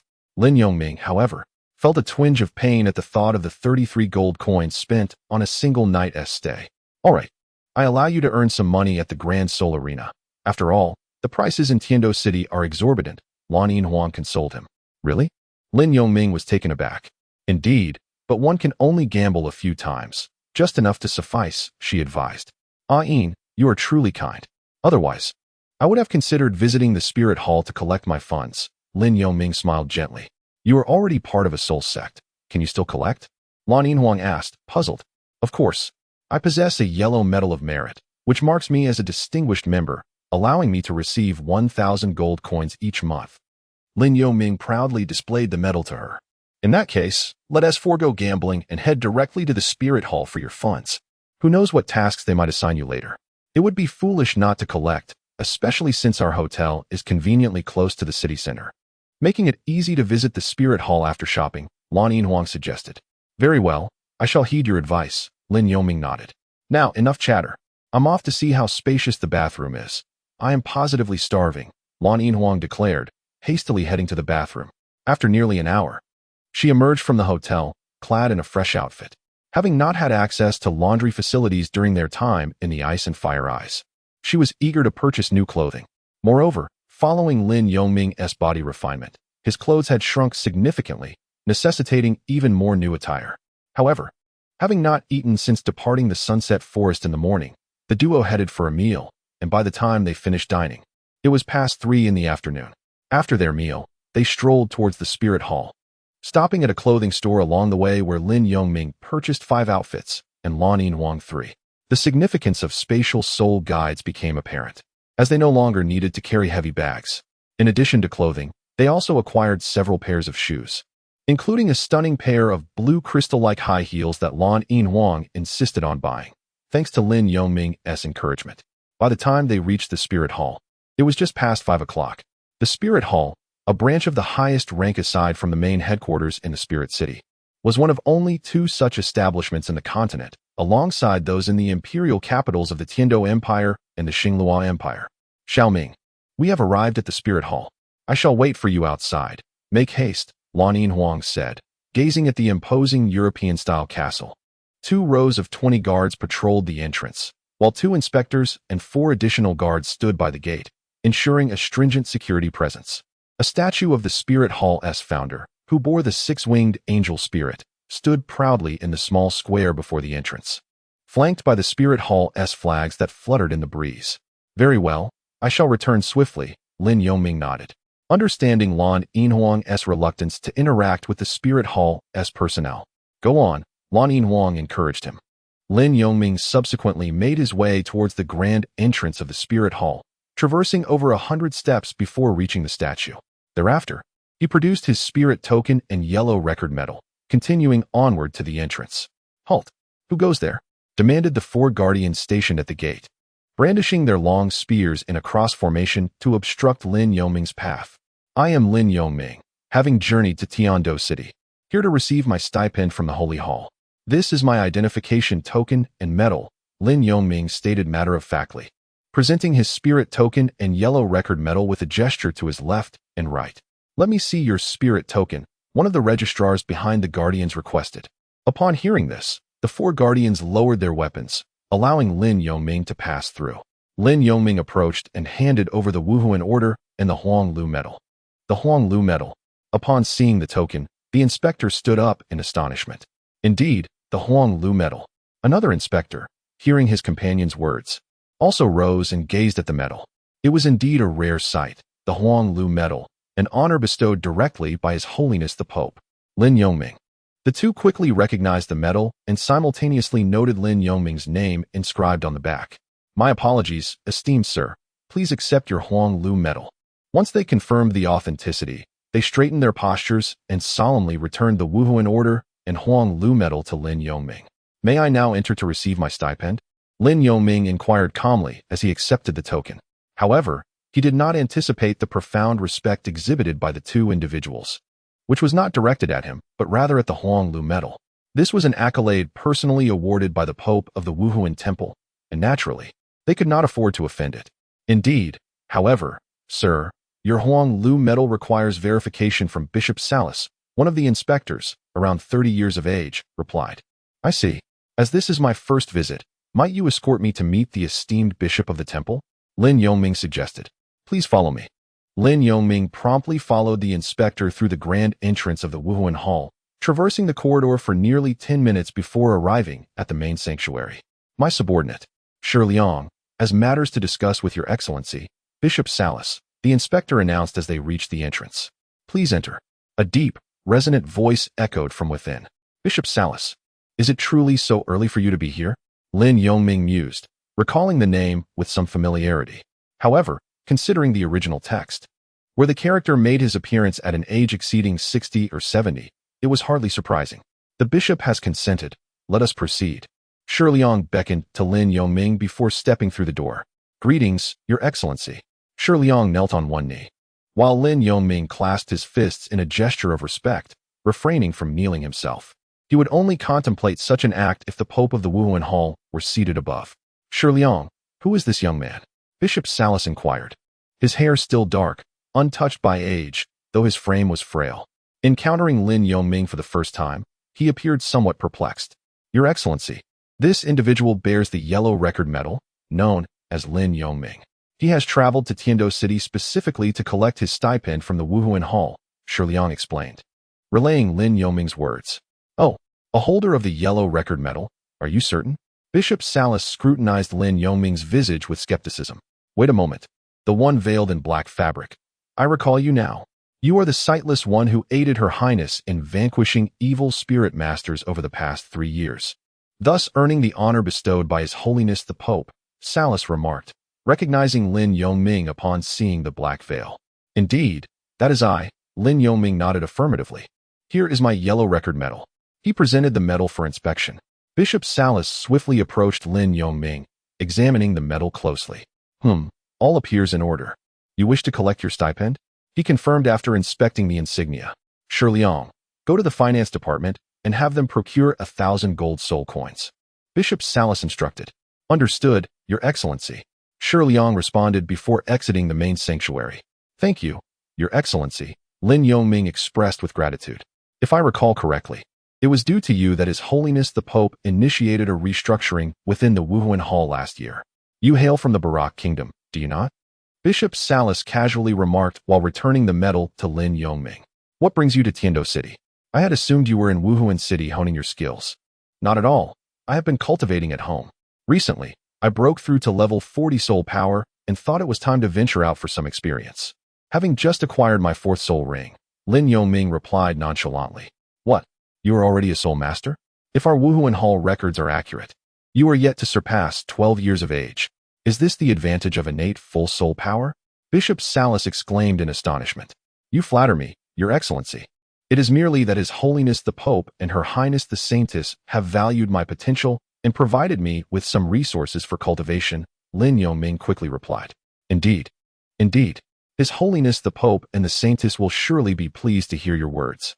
Continue to strive, for it will soon be the responsibility of youths like you to safeguard the Wuhuan Hall. Bishop Salas nodded in approval. Indeed. I sense that Your Excellency still possesses great vigor. I shall rely on you for support as I train at the Great Soul Arena in Tiando City. Lin Yongming humbly remarked. Practical experience is essential. The Great Soul Arena is indeed a public venue, and with your talent, you are bound to attract attention. However, fear not. As long as you identify yourself as a member of the Wuhuan Hall, no one will dare to harm you. To do so would be tantamount to opposing the Wuhuan Hall, Bishop Salas reassured confidently. Thank you, Your Excellency, Lin Yongming graciously replied. By the way, do you have accommodations? Would you require a quiet room here? Bishop Salas inquired unexpectedly. No need to trouble yourself, Your Excellency. I have a friend accompanying me, and we have already secured a hotel, Lin Yongming promptly responded. Very well. Should you encounter any difficulties while training in Tiando City, feel free to seek me out, Bishop Salas said warmly. Understood, Lin Yongming nodded in acknowledgement. At that moment, Shi Liang and others entered the chamber. Please hand over the gold soul coins, Bishop Salas commanded. Yes. After receiving a pouch of gold soul coins, he approached Lin Yongming once more. Lin Yongming. Although you are a holder of the yellow record medal and may collect once a month, previous months cannot be accumulated. So you shall receive only 1,000 gold soul coins. This regulation was set by His Holiness the Pope at headquarters. Your Excellency, I understand, Lin Yongming acknowledged with a nod. However, as it is now mid-month, should you find yourself in Tiando City at the beginning of next month, you may collect your stipend at any time. Naturally, if you find yourself short on funds, you may also borrow from me. It is a trivial matter. Bishop Salas spoke earnestly. Your Excellency, you are exceedingly gracious. Very well, I shall come if the need arises, Lin Yongming replied, accepting the pouch of coins. It is getting late. Would you care to join me for a meal? Bishop Salas suddenly invited. Alas, I have a friend waiting outside, and she is somewhat apprehensive about meeting strangers. Your Excellency, if there is nothing further, I shall take my leave, Lin Yongming said, clasping his fists in farewell. Very well. Do come by when you have the time, Bishop Salas nodded in understanding. Shi Liang, please see him out. Of course, Your Excellency, Shi Liang responded. Though he was internally astonished, choosing not to voice his curiosity, aware that some matters were better left unasked. Chapter 105. The Treasure Pavilion Auction House. As Lin Yongming exited the main sanctuary, he found himself somewhat bewildered by Bishop Salas's warmth. It was inconceivable to him that the cunning and treacherous Bishop Salas from the original narrative would display such enthusiasm towards him. Was it merely because he was affiliated with the Wuhuan Hall? Not only Lin Yongming, but even Shi Liang, a long-time resident, was equally baffled. In his understanding, Bishop Salas was a serious individual, known for his strictness regarding Wuhuan Hall affairs. Little did Lin Yongming know that Bishop Salas was already aware of Bibidong's persistent search for him, leading the bishop to recognize Lin Yongming's worth. Furthermore, knowing Lin Yongming's precise age and that he had attained the rank of Soul Master, Salas understood that the young man before him was destined for exceptional achievements in Wuhuan City. Thus he was disinclined to maintain a stern demeanor. To have reached the rank of Soul Master by merely 11 years of age, clearly, His Holiness the Pope and the Saints hold this youth in high regard. Bishop Salas pondered solemnly as Lin Yongming departed the main sanctuary. It appeared that Bishop Salas had come to believe Lin Yongming's assertion that the Wuhuan Hall had provided him with some cultivation resources. Otherwise, the bishop knew well the challenges of attaining the rank of Soul Master at such a young age. Should I inform His Holiness the Pope of his circumstances? Bishop Salas contemplated relaying Lin Yongming's situation to the Pope. Ultimately, he decided against it, reasoning that His Holiness likely knew more about Lin Yongming than he did, and that it sufficed to ensure the young man remained safe in Tiando City. If only Lin Yongming could glimpse the imaginative scenarios conjured in Bishop Salas's mind. He might well quip, "Your imagination is quite the gift." Upon reaching the entrance, Lin Yongming turned to Shi Liang and said, "Thank you for today. This shall be the end of our journey." "Of course, my lord, please take care," Shi Liang replied humbly. Lin Yongming nodded and subsequently departed from the spirit hall. "Xiaoming, you finally emerged," greeted the blue-silver emperor as she approached. "Aye, and did you wait long? Let's go have a meal," Lin Yongming said, taking the blue-silver emperor's hand. "Not at all. This time it was much quicker than when we first met," she replied with a faint smile. "You remember that?" Lin Yongming asked in surprise. "Of course. I could hardly stand after squatting for so long," she reminisced. "It was my first time registering as a Soul Master. It required some time, but it's much better now." The two engaged in conversation as they headed towards the hotel they had rented, resolving to dine at a nearby restaurant around 6:30. After dinner, upon returning to the hotel, Lin Yongming took a shower while the blue-silver emperor sat on the sofa examining a map. "Xiaoming, once you're done, come over. I have something to discuss," she called out as he emerged from the bathroom. "Aye, and what's up?" Lin Yongming asked, settling beside her. "I just studied the map carefully." Aren't we supposed to buy a storage device for spirit herbs? I noticed a marked auction house on the map called the Gathering Treasure Pavilion. It must be the largest auction house in Heaven-Do City, the Blue Silver Emperor explained. Are we planning to check it out tomorrow? Is it far? Lin Yoming inquired.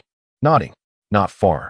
It's located in the southern district of Heaven-Do City, quite close to the Grand Seoul Arena, she responded. Perfect. We can visit the auction house in the daytime to see if there are any space soul tools capable of storing living creatures, and in the evening, we can stroll around the Grand Seoul Arena to compare the soul masters here to those in Soto City, Lin Yoming stated thoughtfully. Exactly. The Grand Seoul Arena only gets lively at night, so we'll explore the auction house during the day. If we find something, that would be splendid. I just wonder about the prices, the Blue Silver Emperor concurred.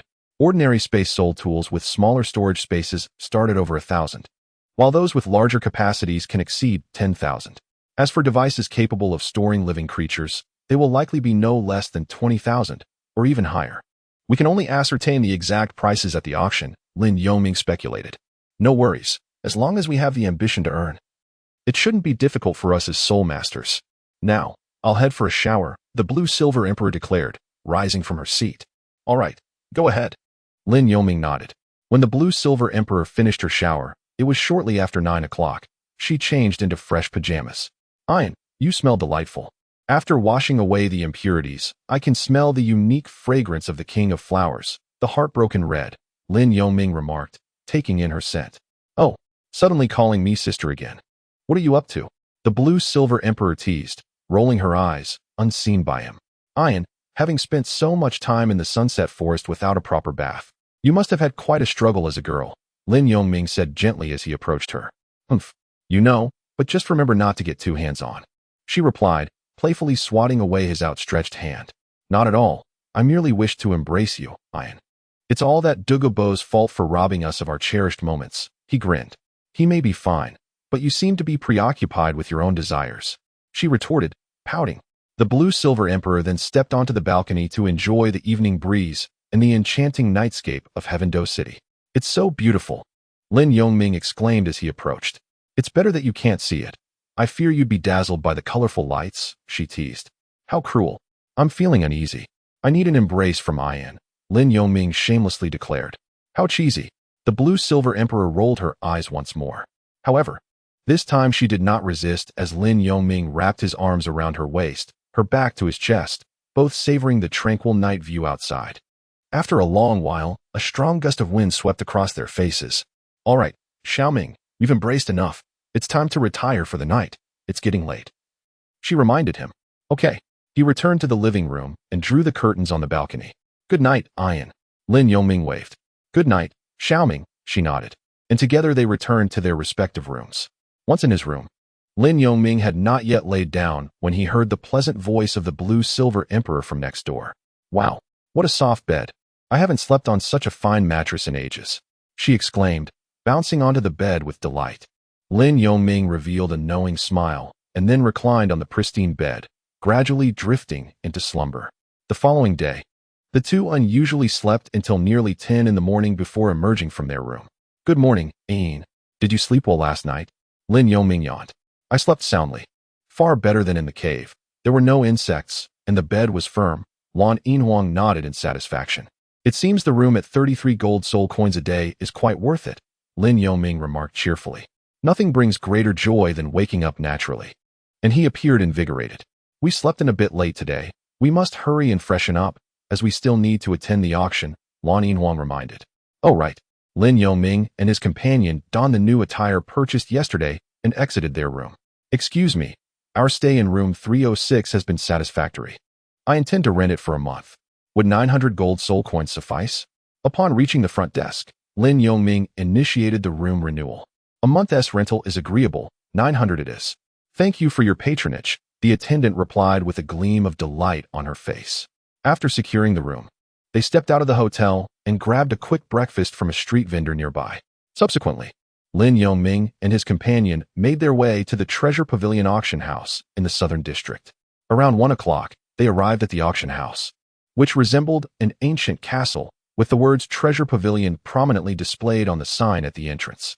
2 attendants flanked the entrance, and a small counter on the left was also manned by a staff member.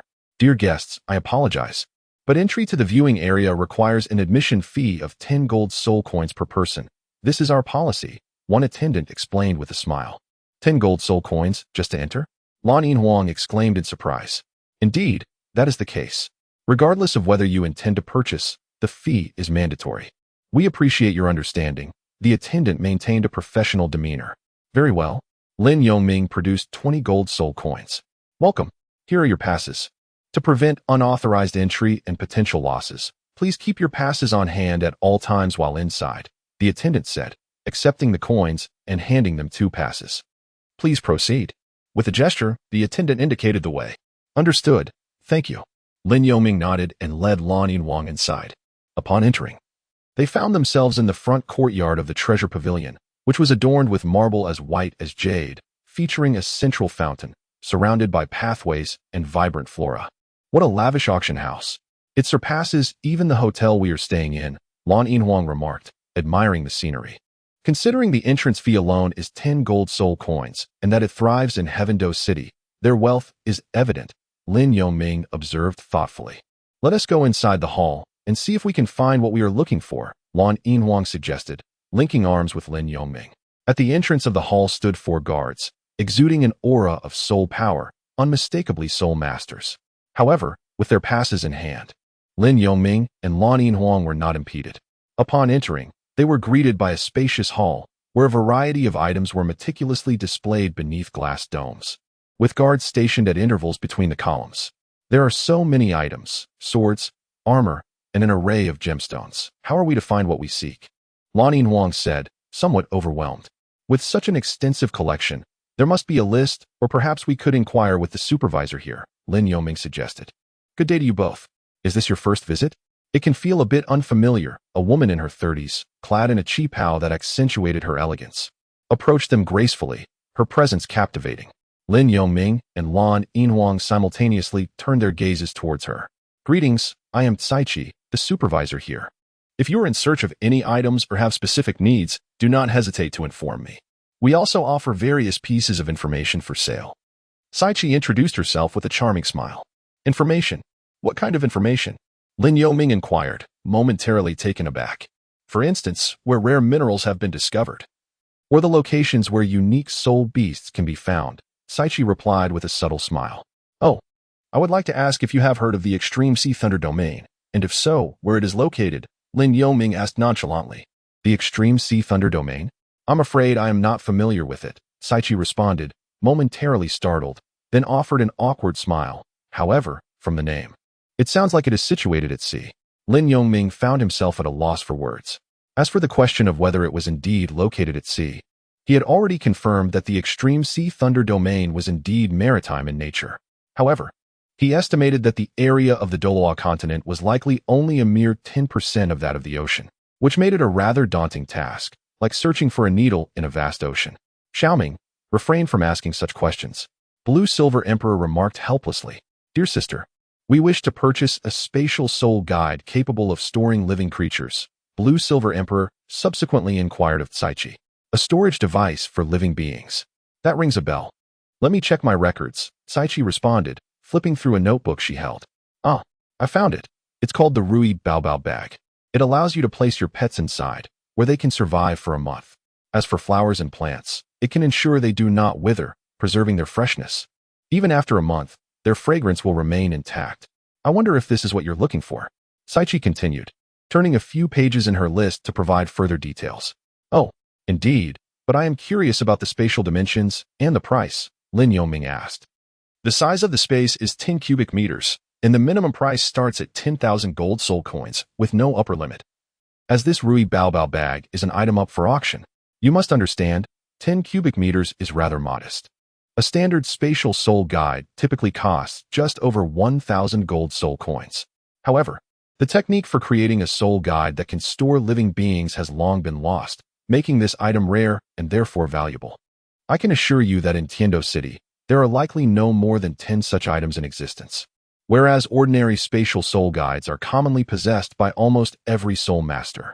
Moreover, this Rui Baobao bag does not belong to our treasure pavilion, but is merely entrusted to us for auction, Caichi explained slowly.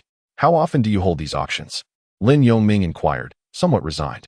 3 times a month. The next auction will take place at the end of this month, in 8 days, and this item will be included. Saichi replied, Dear sister, could you provide us with a baseline? What would the upper limit for the auction of this Rui Baobao bag be?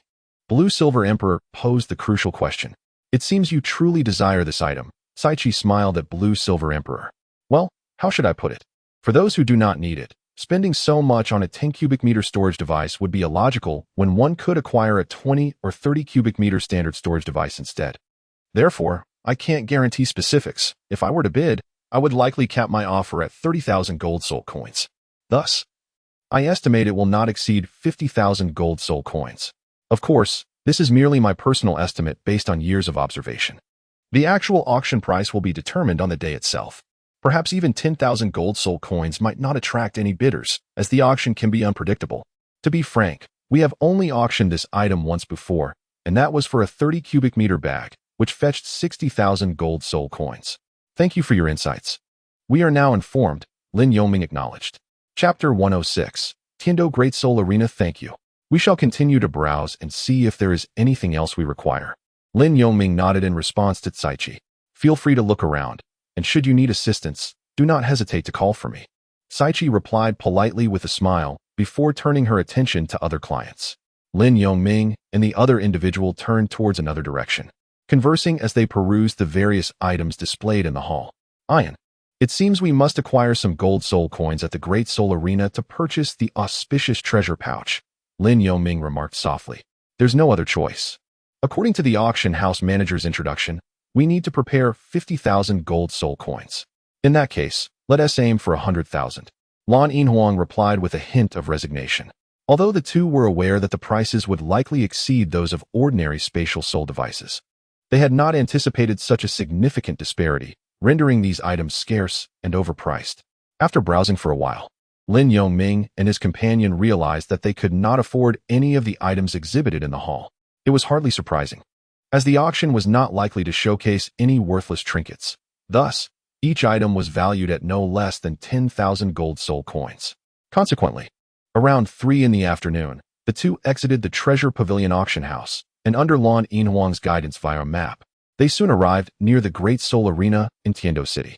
After dining, they approached the grand entrance of the arena during the twilight hour.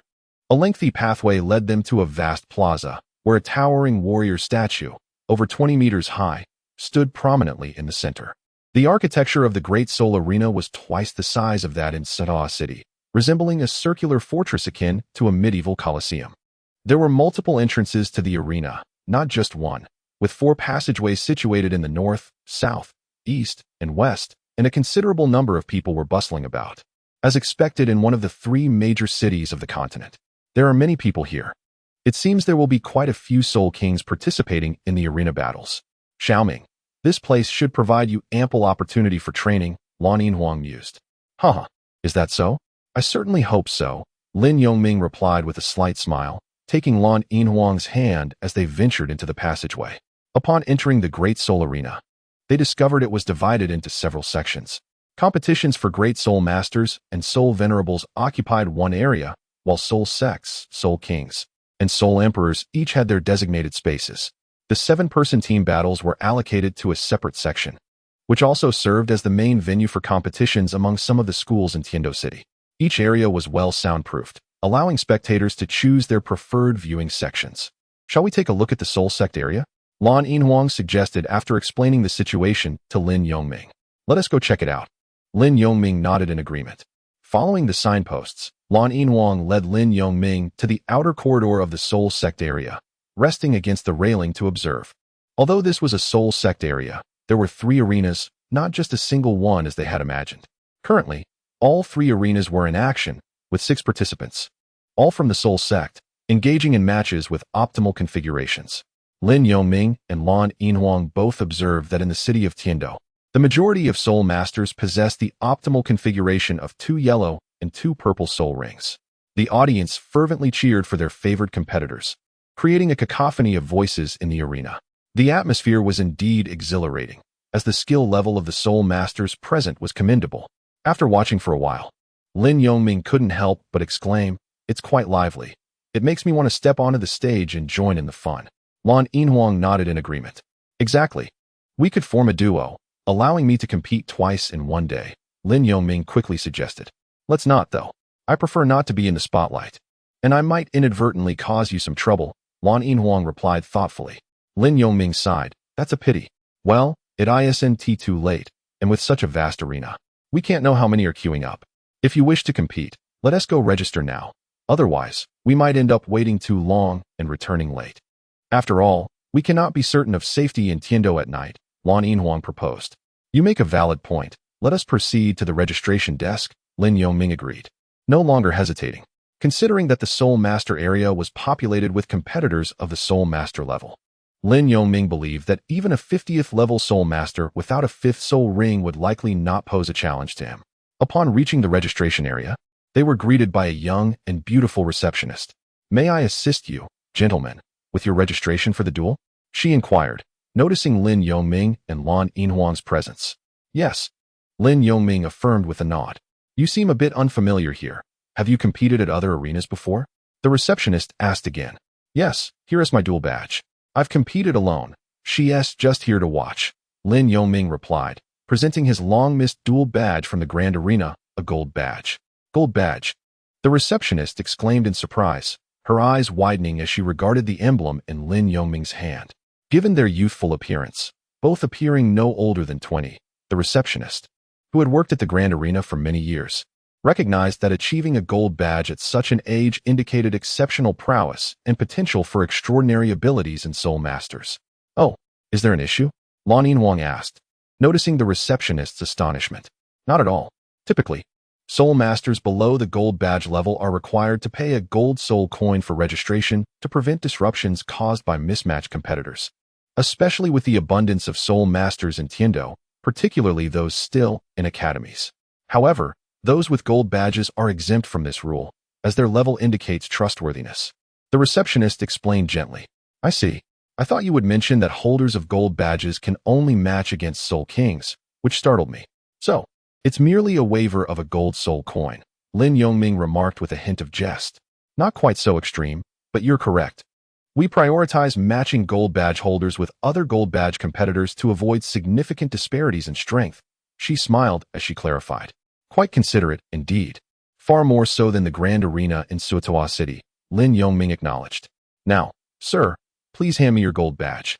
As I need to verify your records in the Grand Arena, the receptionist requested. Here you go, Lin Yongming complied, handing it over. Axel. The receptionist read the name etched on the back of the badge with professionalism.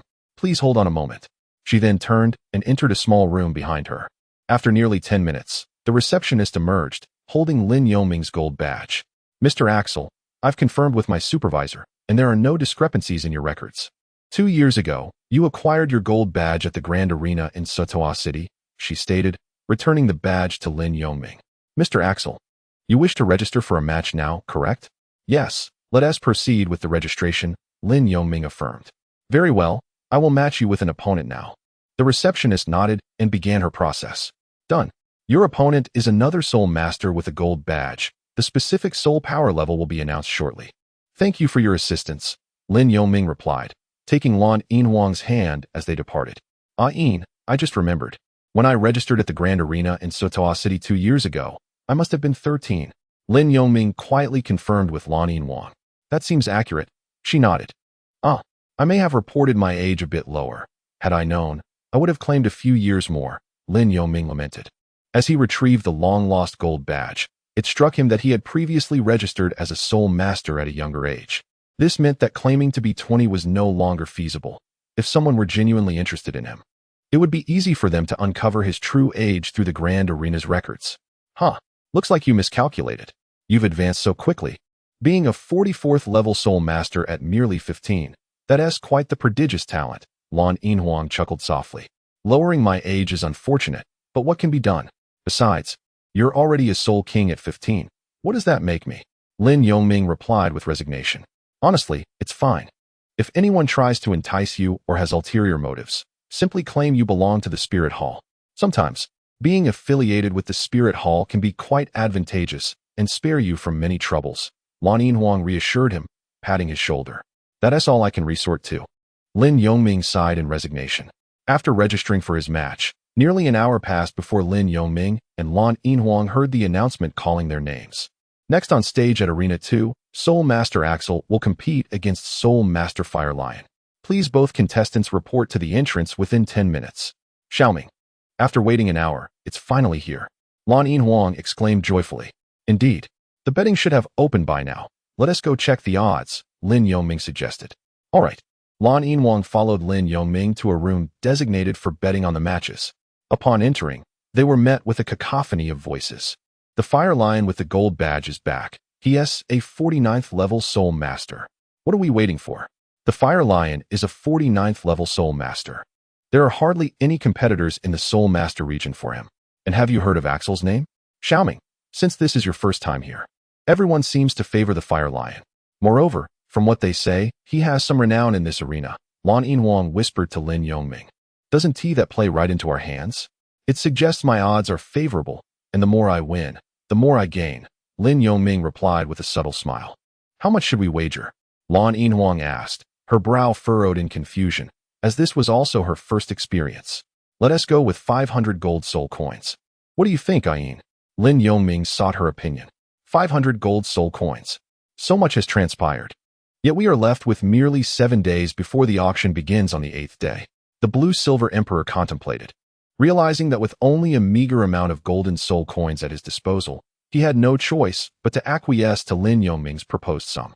Ultimately, Lin Yongming wagered 500 golden soul coins on himself, with odds set at 5-1. This means that aside from recouping his stake, a victory would yield Lin Yongming an impressive 2,000 golden soul coins. Welcome, one and all, to the fervent and electrifying Colosseum of the Night City, where I shall be your commentator for the match at Arena 2. Let us invite our familiar competitor from the Tiando Great Soul Arena, the Fire Lion, to the stage. 10 minutes swiftly elapsed, and after placing their bets, Lin Yongming and the Blue-Silver Emperor arrived at the entrance of Arena 2. As the match drew near, the host appeared above the arena, announcing the commencement of the event. The Fire Lion was a robust man in his 30s, clad in light garments, with a mane of fiery red hair. He held a golden soul badge and was at the pinnacle of level 49 soul power. Wielding a ferocious martial spirit in the form of a tempestuous lion, unparalleled in strength and defense among his peers, with formidable offensive capabilities bolstered by his fire attribute. As the Fire Lion took the stage, the host elaborated on his attributes. His opponent, known as Azura, was then summoned to the stage. According to my first-hand information, this marked Azura's debut at the Tiando Great Soul Arena, having previously secured his golden soul badge at the Soto Great Soul Arena under King Balak's reign. However, when he obtained the badge, he was merely a soul master, his true strength remaining unfathomable. Currently, Azura possessed level 44 soul power, with a martial spirit in the form of a thunderous long sword, boasting exceptional attack power. Let us eagerly anticipate the thrilling duel these two will present. Upon Lin Yongming's arrival at the arena, the host began to enlighten the audience, ensuring they had a clear understanding of the competitors. What? A soul master secured a golden soul badge? Is that true? One exclaimed. Huh, can you really believe that?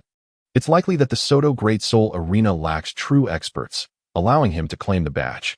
Another chimed in, at only level 44, the Fire Lion could toss him off the stage in 10 moves. Look, he is even blind. Laughter erupted from the crowd, mocking Azura's apparent disadvantage. Despite the cacophony of voices surrounding him, Lin Yongming maintained his composure as he approached the Fire Lion. Enough chatter, let us become acquainted on the battlefield. I hereby declare the match at Arena 2 officially commenced, the host proclaimed. Ah, Azura, given your blindness, perhaps it is you who should withdraw, the Fire Lion scoffed, crossing his arms with a derisive smile. Is that so? I feel it is you who should take your leave, Lin Yongming replied calmly, brandishing his thunder sword. In an instant, a series of soul rings appeared around him, dazzling in their brilliance, 1 yellow, 2 purple, and 1 black. At that moment, the arena fell silent. Chapter 107. Yu Xiaojing. Xiaoming looks rather dashing. The Blue-Silver Emperor, stationed at the entrance, gazed at Lin Yongming, who was enveloped by the 4 soul rings, his eyes glimmering with intrigue. The audience, unable to contain their excitement, rose from their seats, leaning forward in unison, some even rubbing their eyes in disbelief, questioning whether they were indeed colorblind. How is this possible? The Fire Lion took a step back, astonished. How could anyone absorb soul rings beyond their years? Wow. The soul rings released by Azura are truly eye-opening. Although our records indicate that Azura was a soul master with 1 yellow and 2 purple rings, I never anticipated the 4th would be of 10,000 years. Having witnessed various soul masters in the Great Soul Arena, I understand that the community adheres to the optimal configurations of 2 yellow and 2 purple, the host remarked, momentarily stunned before regaining his composure and continuing with fervor. Indeed, the 2nd soul ring being a 1,000-year ring is astonishing enough, yet the 4th being a 10,000-year ring is quite excessive, exclaimed a young man from the crowd incredulously. What is the rationale behind such an unprecedented arrangement of soul rings? How could one possibly absorb a 10,000-year soul ring? Despite being blind, Azura's backing must be formidable. The spectators murmured amongst themselves, captivated by the unfolding spectacle. Thundersword, I implore you for guidance, Lin Yongming declared, sensing the Fire Lion's surprise and retaining his calm demeanor. How dare you? What insolence is this? Do you look down upon me? The Fire Lion's expression darkened. Do not celebrate prematurely. Although your 4th soul ring is surprising, I still possess 5 levels of soul power over you, and my practical combat experience far exceeds yours. The outcome remains uncertain. Violent Fire Lion manifest. With a fierce shout, the Fire Lion summoned his inner strength. 2nd soul skill, Fury. He ignited his arms, donning protective gauntlets as his fingers transformed into lion-like claws, preparing for an onslaught as he charged toward Lin Yongming. Lin Yongming brandished his sword with a swift motion, advancing 2 paces without unleashing any soul techniques. He executed a straightforward downward slash at the Fire Lion. Observing this, the Fire Lion slightly shifted its body, retreating its left leg to evade Lin Yongming's strike. Just as the Fire Lion prepared to counterattack, Lin Yongming deftly rotated his wrist and launched a horizontal assault towards it. Instinctively, the Fire Lion raised its arms to shield itself, and fortunately, its arm guards provided some protection. Nevertheless, the impact caused a tremor in its arm, forcing it to stagger back 2 steps before regaining its balance. What a close call. Such formidable power. The strength is not inferior to my own, the Fire Lion thought in astonishment. Yet, Lin Yongming pressed forward with relentless attacks. The Fire Lion proactively retaliated, using its left arm to block the blade, while its right fist surged towards Lin Yongming with tremendous force. Upon witnessing the situation, Lin Yongming swiftly drew his blade and assumed a defensive stance. With a powerful punch from the Fire Lion, he was forced to slide back approximately 1 meter. Initially, both Azura and the Fire Lion engaged in mutual probing. However, the Fire Lion unleashed his 2nd soul skill, while Azura refrained from deploying any soul abilities, relying solely on his physical prowess to contend with the might of a power-type soul master. The commentator provided real-time analysis, noting that the ice fire body refinement had indeed exceeded expectations, allowing one to match a level 49 soul master purely through physical strength. Lin Yongming mused to himself that after several encounters with the Fire Lion, he conservatively estimated his pure physical attributes to be no less than that of a soul king. Yet, he failed to consider that if his physical prowess did not reach the level of a soul king, it would be impossible for him to withstand the soul power impact of a 10,000-year soul ring. It could be said that Lin Yongming somewhat underestimated the benefits derived from the ice fire body refinement. With this thought in mind, Lin Yongming once again swung his blade, launching a fierce assault on the Fire Lion. However, this time, the Fire Lion did not retreat but instead met the attack head-on, his expression resolute as he braced his arm against the Thunderblade. 1st soul skill, Roar. The Fire Lion activated his 1st soul ring, releasing a deafening lion's roar that left the audience momentarily dazed. Fortunately, Lin Yongming sensed the soul power fluctuations emanating from the Fire Lion's activation, allowing him to evade with the advantage of speed. 1st soul skill, Thunder Slash. Reaching the edge of the arena, Lin Yongming unleashed his soul skill, sending 2 blades of lightning directly toward the Fire Lion. The thunder blades were promptly dispersed by the Fire Lion's roar. Realizing that his Thunder Slash posed no significant threat to the Fire Lion, Lin Yongming activated his 3rd soul ring. 3rd soul skill, Unmatched Thunder Movement. The blade of the Thunder Sword crackled with electricity before detaching and launching toward the Fire Lion. The agility of a lightning attribute soul master was indeed remarkable. However, the Fire Lion's combat experience proved invaluable as he quickly devised a counter against Lin Yongming's assault. 3rd soul skill, Violent Armor. The Fire Lion shouted, engulfed in flames that coalesced into a fiery red armor. The battle between Azura and the Fire Lion reached a fever pitch as both unleashed their third soul skills. With the commentator continuing to provide analysis, Lin Yongming was surprised by the Fire Lion's choice to augment his own defenses with a second soul skill, indicating that his third soul skill was likely designed to enhance his defensive capabilities. Lin Yongming speculated that the Fire Lion's fourth soul skill would undoubtedly be a powerful single-target attack. As the unmatched thunder movement struck the Fire Lion, it exploded instantaneously. Yet the Fire Lion, fortified by his defensive soul skill, suffered only minor injuries, and the cracked armor quickly restored itself with the replenishment of soul power. His attacks are formidable. I wonder if his 10,000-year soul ring is a strong offensive skill or an enhancement for his own attacks, Lin Yongming pondered. Regaining his composure, the Fire Lion countered, "You shall receive my next blow, fourth soul skill, violent flame wave." After deflecting the unmatched thunder movement, the Fire Lion concentrated flames into his right fist, unleashing a column of fire toward Lin Yongming. Thunder slash. Lin Yongming remained steadfast, executing a thunder slash that met the Fire Lion's strike head-on, then swiftly dodging the remaining attacks. The Fire Lion retaliated with another violent flame wave. It's too late. This ends now. Recognizing the Fire Lion still possessed considerable strength, Lin Yongming decided it was time to reveal his ultimate move, gradually illuminating his previously unutilized fourth 10,000-year soul skill. The Fire Lion was momentarily taken aback, surprised that Lin Yongming did not evade. Does he truly possess such confidence?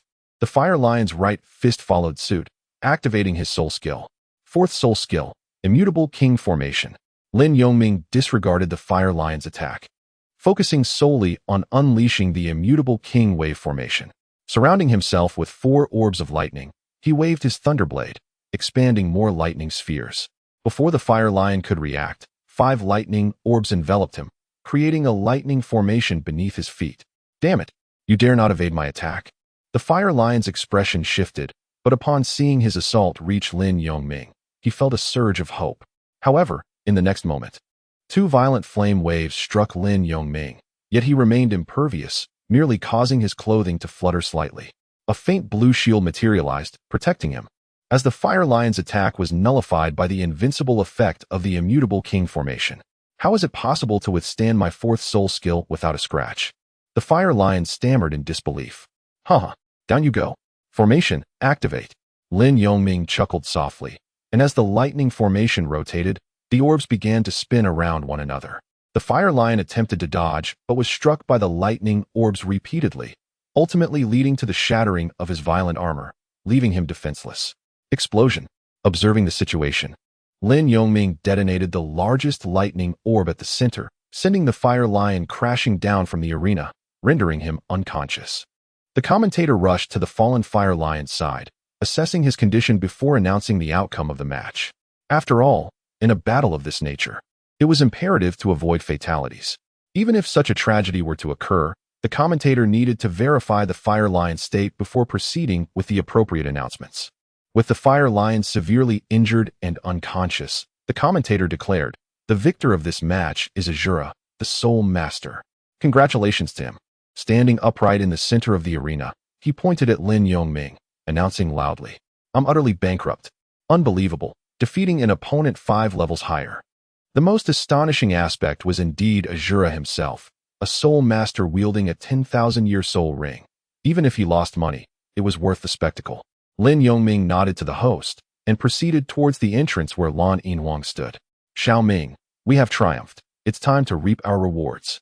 Lan Yinhuang approached with an air of relief, joyfully welcoming Lin Yongming.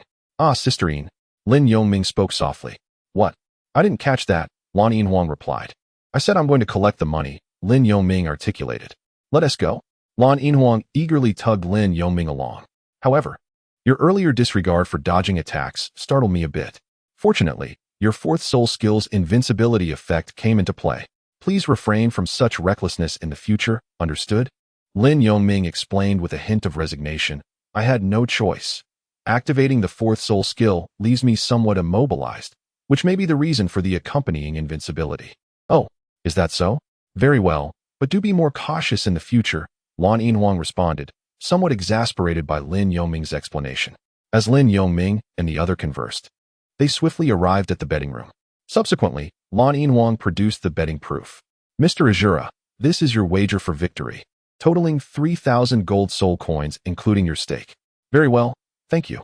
Lin Yongming accepted the gold soul coins, noting that just a minute before the match commenced, the odds had reached 6-1. Ian, please keep it safe, Lin Yongming instructed as he handed the pouch of coins to Lan Yinhuang. Oh, all right, I shall take care of it. Lan Yinhuang joyfully accepted the pouch and promptly stored it in his spatial soul guide. Let us return. Lan Yinhuang cheerfully linked arms with Lin Yongming. Indeed, Lin Yongming and his companion walked out of the Soul Sect's Grand Hall, hand in hand, and then traversed through the front hall before finally exiting the Great Soul Arena. However, as they stepped outside, a figure obstructed their path. Excuse me, may I have a moment? The individual was a young man in his 20s, adorned in lavish black attire, with a cropped head of black hair. Who are you? What do you want? Lan Yinhuang immediately suppressed her smile and responded coolly. Please, do not misunderstand. I merely have a few questions for this Azura, and I hope he can enlighten me, the young man explained awkwardly, offering a polite smile. By the way, my name is Yu Xiaojing. It is a pleasure to meet you. Yu Xiaojing. You are named Yu Xiaojing? Lin Yongming was taken aback, unable to restrain his curiosity. You know the Azura? Upon hearing Lin Yongming's words, Yu Xiaojing's gaze shifted inquisitively. No, it's just that the surname Yu rings a bell. It seems to belong to someone from a certain sect. Lin Yongming quickly regained his composure. What is it that you seek? Well, you see, I have been researching the theories surrounding martial souls and soul rings for many years. In my extensive study of numerous texts, I have yet to encounter a soul ring configuration as extraordinary as yours, unless it pertains to a twin martial soul, which you do not appear to possess. Yu Xiaojing ventured. Upon hearing this, Lin Yongming understood what Yu Xiaojing was about to inquire. Therefore, this question is something you must explore on your own. It is rather late now, and I must take my leave. Yin, we should go, Lin Yongming calmly declared, pulling Lan Yinhuang past Yu Xiaojing. Azura, could you please share the details of your soul ring with me? Once I formulate my theoretical research, I aim to present it to soul masters across the continent. If you could disclose your soul ring configuration, it would greatly benefit all soul masters, and you would gain immense accolades. Yu Xiaojing hastily caught up to Lin Yongming. Not interested. Should you persist in following me, do not blame me for being unkind. Lin Yongming halted momentarily to respond, subsequently exuding his imposing aura. This startled Yu Xiaojing, dissuading him from further inquiries. Azura, I shall not give up. I will wait for you here, Yu Xiaojing called out to Lin Yongming's retreating figure. What an absurd person. Approaching someone with such inquiries right away, utterly rude. Xiaoming, you handled that well. If your situation were to become widely known, it would likely lead to a deluge of unwanted attention, Lan Yinhuang remarked, indignantly. Yin, do not be upset. Let us ignore him. The notion of studying martial soul theory is laughable, Lin Yongming replied, somewhat exasperated. Lin Yongming was utterly taken aback to encounter Yu Xiaojing at this location, who immediately inquired about the situation regarding his spirit rings. To make matters worse, Yu Xiaojing audaciously sought to benefit from him, claiming it was for the honor of benefiting soul masters across the continent. Chapter 108. Being followed, Yu Xiaojing gazed at the receding figures of the two and lingered at the entrance of the great fighting spirit arena, reluctant to depart. How could this be? According to the data I have meticulously gathered over the years, the first spirit ring is 423 years old, the second approximately 750 years, and the fourth ring is only about 5,000 years old, which is a far cry from the requisite 10,000 years that only a spirit king can absorb. How did he manage to absorb a 10,000-year spirit ring within the spirit sect? This is unacceptable. I must ascertain how he has surpassed the conventional limits of spirit ring absorption. Once I uncover this secret, my own identity will become immeasurable. Yu Xiaojing, with a resolute expression, contemplated Lin Yongming's departure. Standing still, he fantasized about the countless adoring gazes he would receive after publishing his spirit ring theory. Suddenly, he felt a euphoric sense of elevation. Meanwhile, Lin Yongming, oblivious to Yu Xiaojing's musings, soon returned to the hotel with Lan Yinhuang. Yin, it's rather late. Aren't you hungry? Shall we grab a late-night snack before heading upstairs? Lin Yongming inquired upon reaching the hotel entrance, noticing several barbecue stalls nearby. I'm not eating. Late-night snacks can lead to weight gain, and I'm not particularly hungry. What about you, Xiaoming? Would you like to get something? Lan Yinhuang replied, shaking her head. Very well. Although we did engage in a battle, I'm not especially famished either. Let us return to our room and restore our depleted spirit power, Lin Yongming conceded. Upon returning to their hotel room, he took a shower, engaged in casual conversation, and then meditated for a while before retiring for the night. At the Hall of Spirits in Heavendo City, a shadow appeared before the door of Bishop Salas's chamber. Your Excellency, I have returned, the shadow announced as the door opened, revealing the slender figure of Bishop Salas. What news? Where did Lin Yongming go today? Bishop Salas inquired slowly as he settled into his chair. Your Excellency, it is truly astonishing. You cannot fathom what I witnessed. The moment was utterly breathtaking. The man clad in black exclaimed. Speak plainly, what did you see? Salas's gaze turned piercing. Didn't you instruct me to follow Lin Yongming and protect him covertly? This morning, I accompanied him to the treasure pavilion, where he seemed intent on making a purchase. When funds fell short, he proceeded to the Great Fighting Spirit Arena to participate in gambling. However, when he ascended the stage and released his spirit rings, I was utterly flabbergasted. The shadow recounted Lin Yongming's activities of the day. Releasing spirit rings? Are you truly astonished by this? Could it be that his spirit rings possess some extraordinary qualities? Bishop Salas replied, sipping water with irritation. Indeed, he has performed astonishing feats, and you would not believe his spirit ring configuration, the shadow said with a confident smile. Surely, his spirit rings cannot be suboptimal? Salas questioned, puzzled. Quite the contrary. They are not the best configuration, the shadow affirmed with a nod. That cannot be. If the data is accurate, his second spirit ring is 1,000-year purple. It should be 1 yellow and 3 purple, which is indeed not the optimal configuration, Salas remarked. Nodding. What is so strange about this? I was already aware. No, Your Excellency, I am unsure whether Her Holiness is aware of this. But Lin Yongming's fourth spirit ring is not 1,000 years old. It is a 10,000-year black spirit ring. He effortlessly defeated a level 49 power-type soul master tonight. The shadow stated gravely. What did you just say? A 10,000-year spirit ring? Salas stood up in shock, fearing he had misheard. Yes, I would not mistake it. And with so many witnesses at the Great Fighting Spirit Arena, it is unlikely that they could all be mistaken, the shadow insisted earnestly. Shall we report Lin Yongming's spirit ring situation to Her Holiness? Bishop Salas began pacing thoughtfully, his head slightly bowed. When he was here yesterday afternoon, did he not mention acquiring his fourth spirit ring in the Sunset Forest? He suddenly asked. Yes, the shadow nodded, setting aside how he absorbed a 10,000-year spirit ring. We must consider how he managed to slay a 10,000-year soul beast. Was it with the assistance of his friends, or has Her Holiness secretly dispatched individuals to protect him? Which scenario do you find more plausible? Salas inquired, voicing his doubts. I believe it is likely due to his friends. He mentioned yesterday that his friends were waiting for him when he left. Given Lin Yongming's formidable attacks, it is not impossible that one of his friends is a soul king. I noticed a woman in blue accompanying him. She must be the one, the shadow reasoned. Otherwise, if Her Holiness truly possesses a method to absorb a fourth 10,000-year spirit ring, there would be no reason to conceal it from us.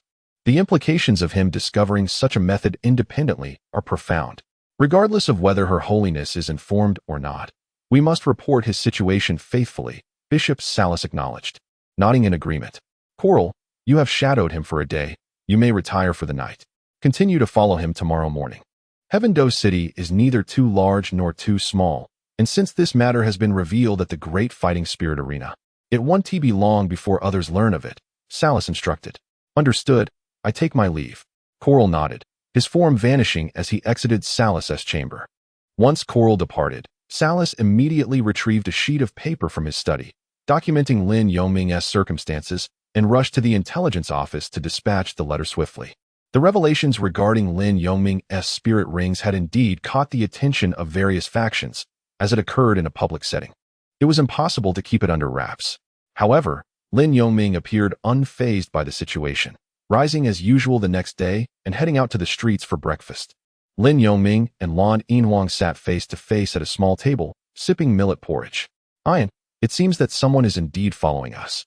But there appears to be no hostility, Lin Yongming remarked as he continued to eat. Yes, it must be the same person from yesterday. Their aura feels identical. Who do you think it could be? Lan Yinhuang whispered. Initially, they believed that their presence at the Grand Soul Arena had merely piqued someone's curiosity due to the exposure of their soul rings. After returning to the hotel last night, They thought they had left the matter behind, only to discover this morning that they were still being tracked, confirming that someone was indeed following them constantly. No hostility towards us, Sai, Lin Yongming said softly. I suspect it might be someone from the spirit hall, perhaps sent by Bishop Salas. What leads you to that conclusion? Lan Yinhuang inquired curiously. I believe it is due to the enthusiastic demeanor I exhibited when I met Bishop Salas, Lin Yongming explained. I never expected that your standing in the spirit hall has grown so significant, Lan Yinhuang chuckled, covering her mouth with a smile.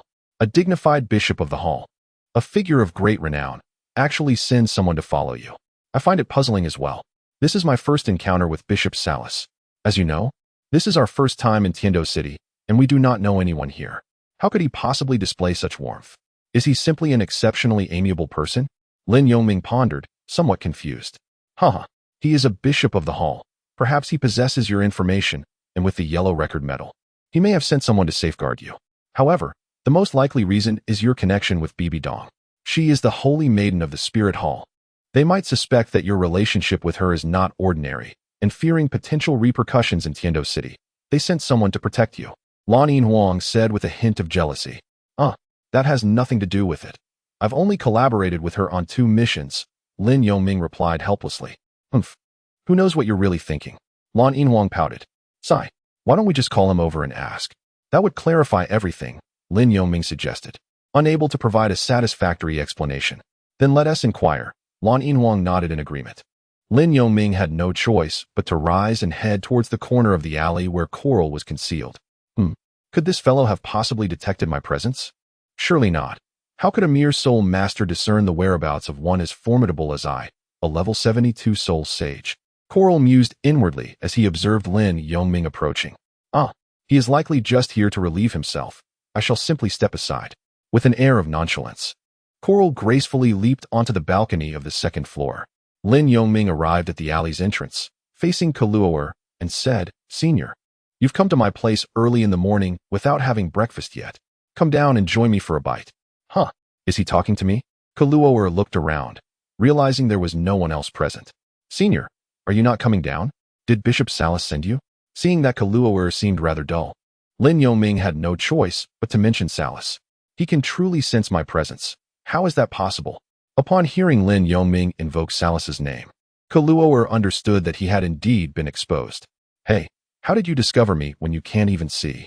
Kaluoer exclaimed in surprise from the balcony. Senior, please come down first. Let's chat over breakfast. Lin Yongming replied with a slight smile before turning to head toward Lan Yinhuang. How strange, I thought I was well hidden. How did he find me? Kaluoer examined himself, clad in black with a veil covering his lower face, concluding that his disguise was flawless.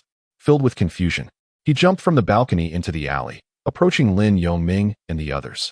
Boss, add another serving of millet porridge and pickles, Lin Yongming said. Senior, please take a seat. Hey, how did you find me? I thought I was well concealed. Kaluoer removed his veil to reveal his full face.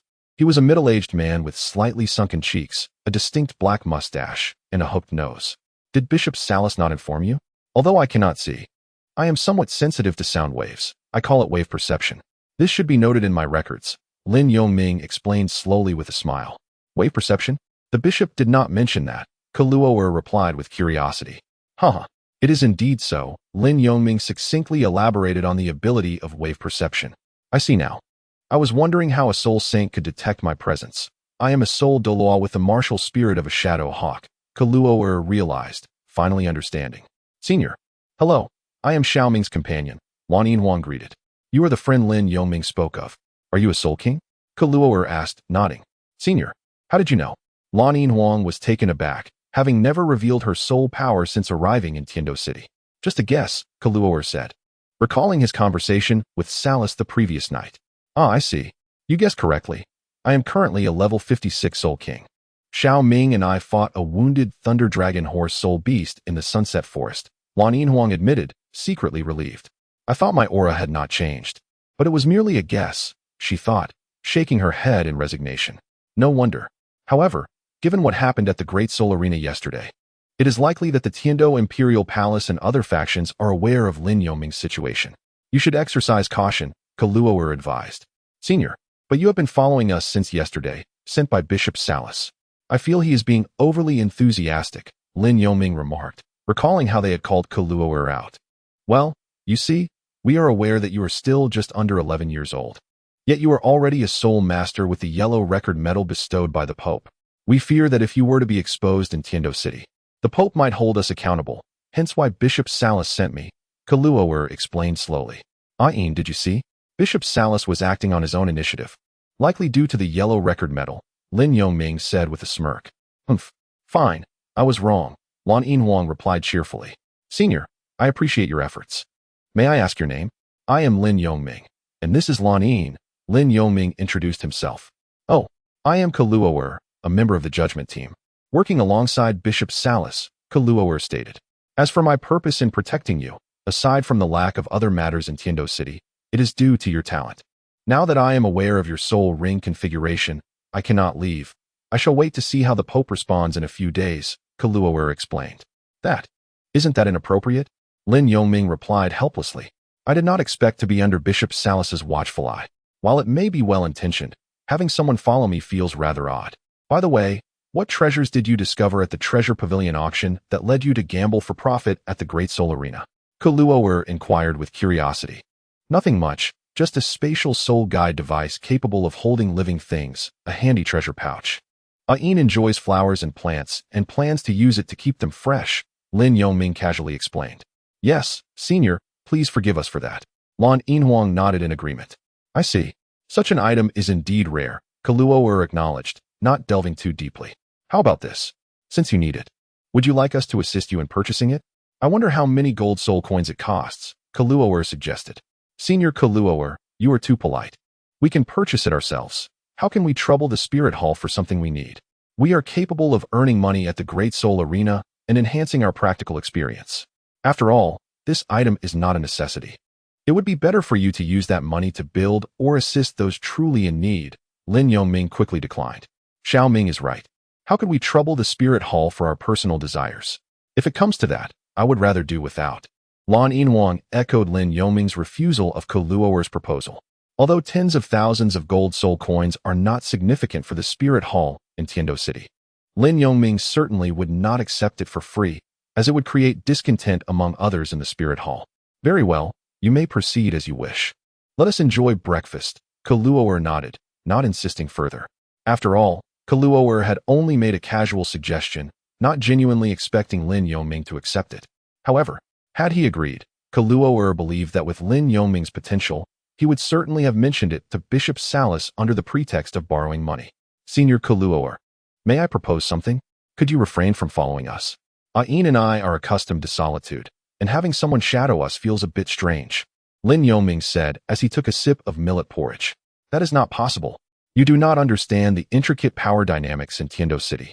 The 3 great sects and 4 minor sects are all present here. Given your exceptional soul ring configuration, I cannot possibly leave. However, rest assured, I will not disturb you. You may carry on as you wish, Douluo assured immediately. Lin Yoming helplessly shook his head at the blue-silver emperor, indicating his inability to proceed. After all, given his current strength, it seemed rather difficult to force a soul saint to leave. Although Lin Yoming could not see, he was still aware and perceptive, prompting the blue-silver emperor to merely nod in acknowledgement. Are you all going to the Grand Soul Arena tonight? Coral inquired after a moment of silence. Having taken a few bites of food. Yes, we must go. The auction at the Gathering Treasure Pavilion is in 7 days, and during this time, I hope to gather a few tens of thousands of gold soul coins, Lin Yoming replied. Well, rest assured, I will conceal myself within the crowd. In the city of Tiando, ensuring your safety should not pose a problem, Coral confidently nodded. After finishing breakfast, Lin Yoming and the blue-silver emperor lost interest in further exploration and returned to their hotel room. Xiaoming, Coral said, the bishop here has already reported your situation back to Spirit City. I wonder if the Pope of the Spirit Hall will send someone, and what their strength might be. I don't know. If they insist on sending someone, a soul Douluo is unnecessary since Bishop Salas is already at that level. It will likely be a title Douluo. We'll see in a few days, Lin Yoming said, lowering his head slightly to analyze. Forget it. Let us not dwell on it. It's all for your safety. However, being followed is indeed a bit strange. Perhaps I'm just not used to it. Let's rest and meditate, the blue-silver emperor casually replied. Fortunately, I entered maturity early due to consuming the heartbreak red, so I am not afraid of encountering tidal Douluo, the blue-silver emperor thought to herself. Feeling a sense of relief. Yes, for now, we should focus on enhancing our strength. Lin Yoming nodded in agreement. To avoid disturbances, he returned to his room and sat cross-legged on the bed to meditate. The day quickly passed in training.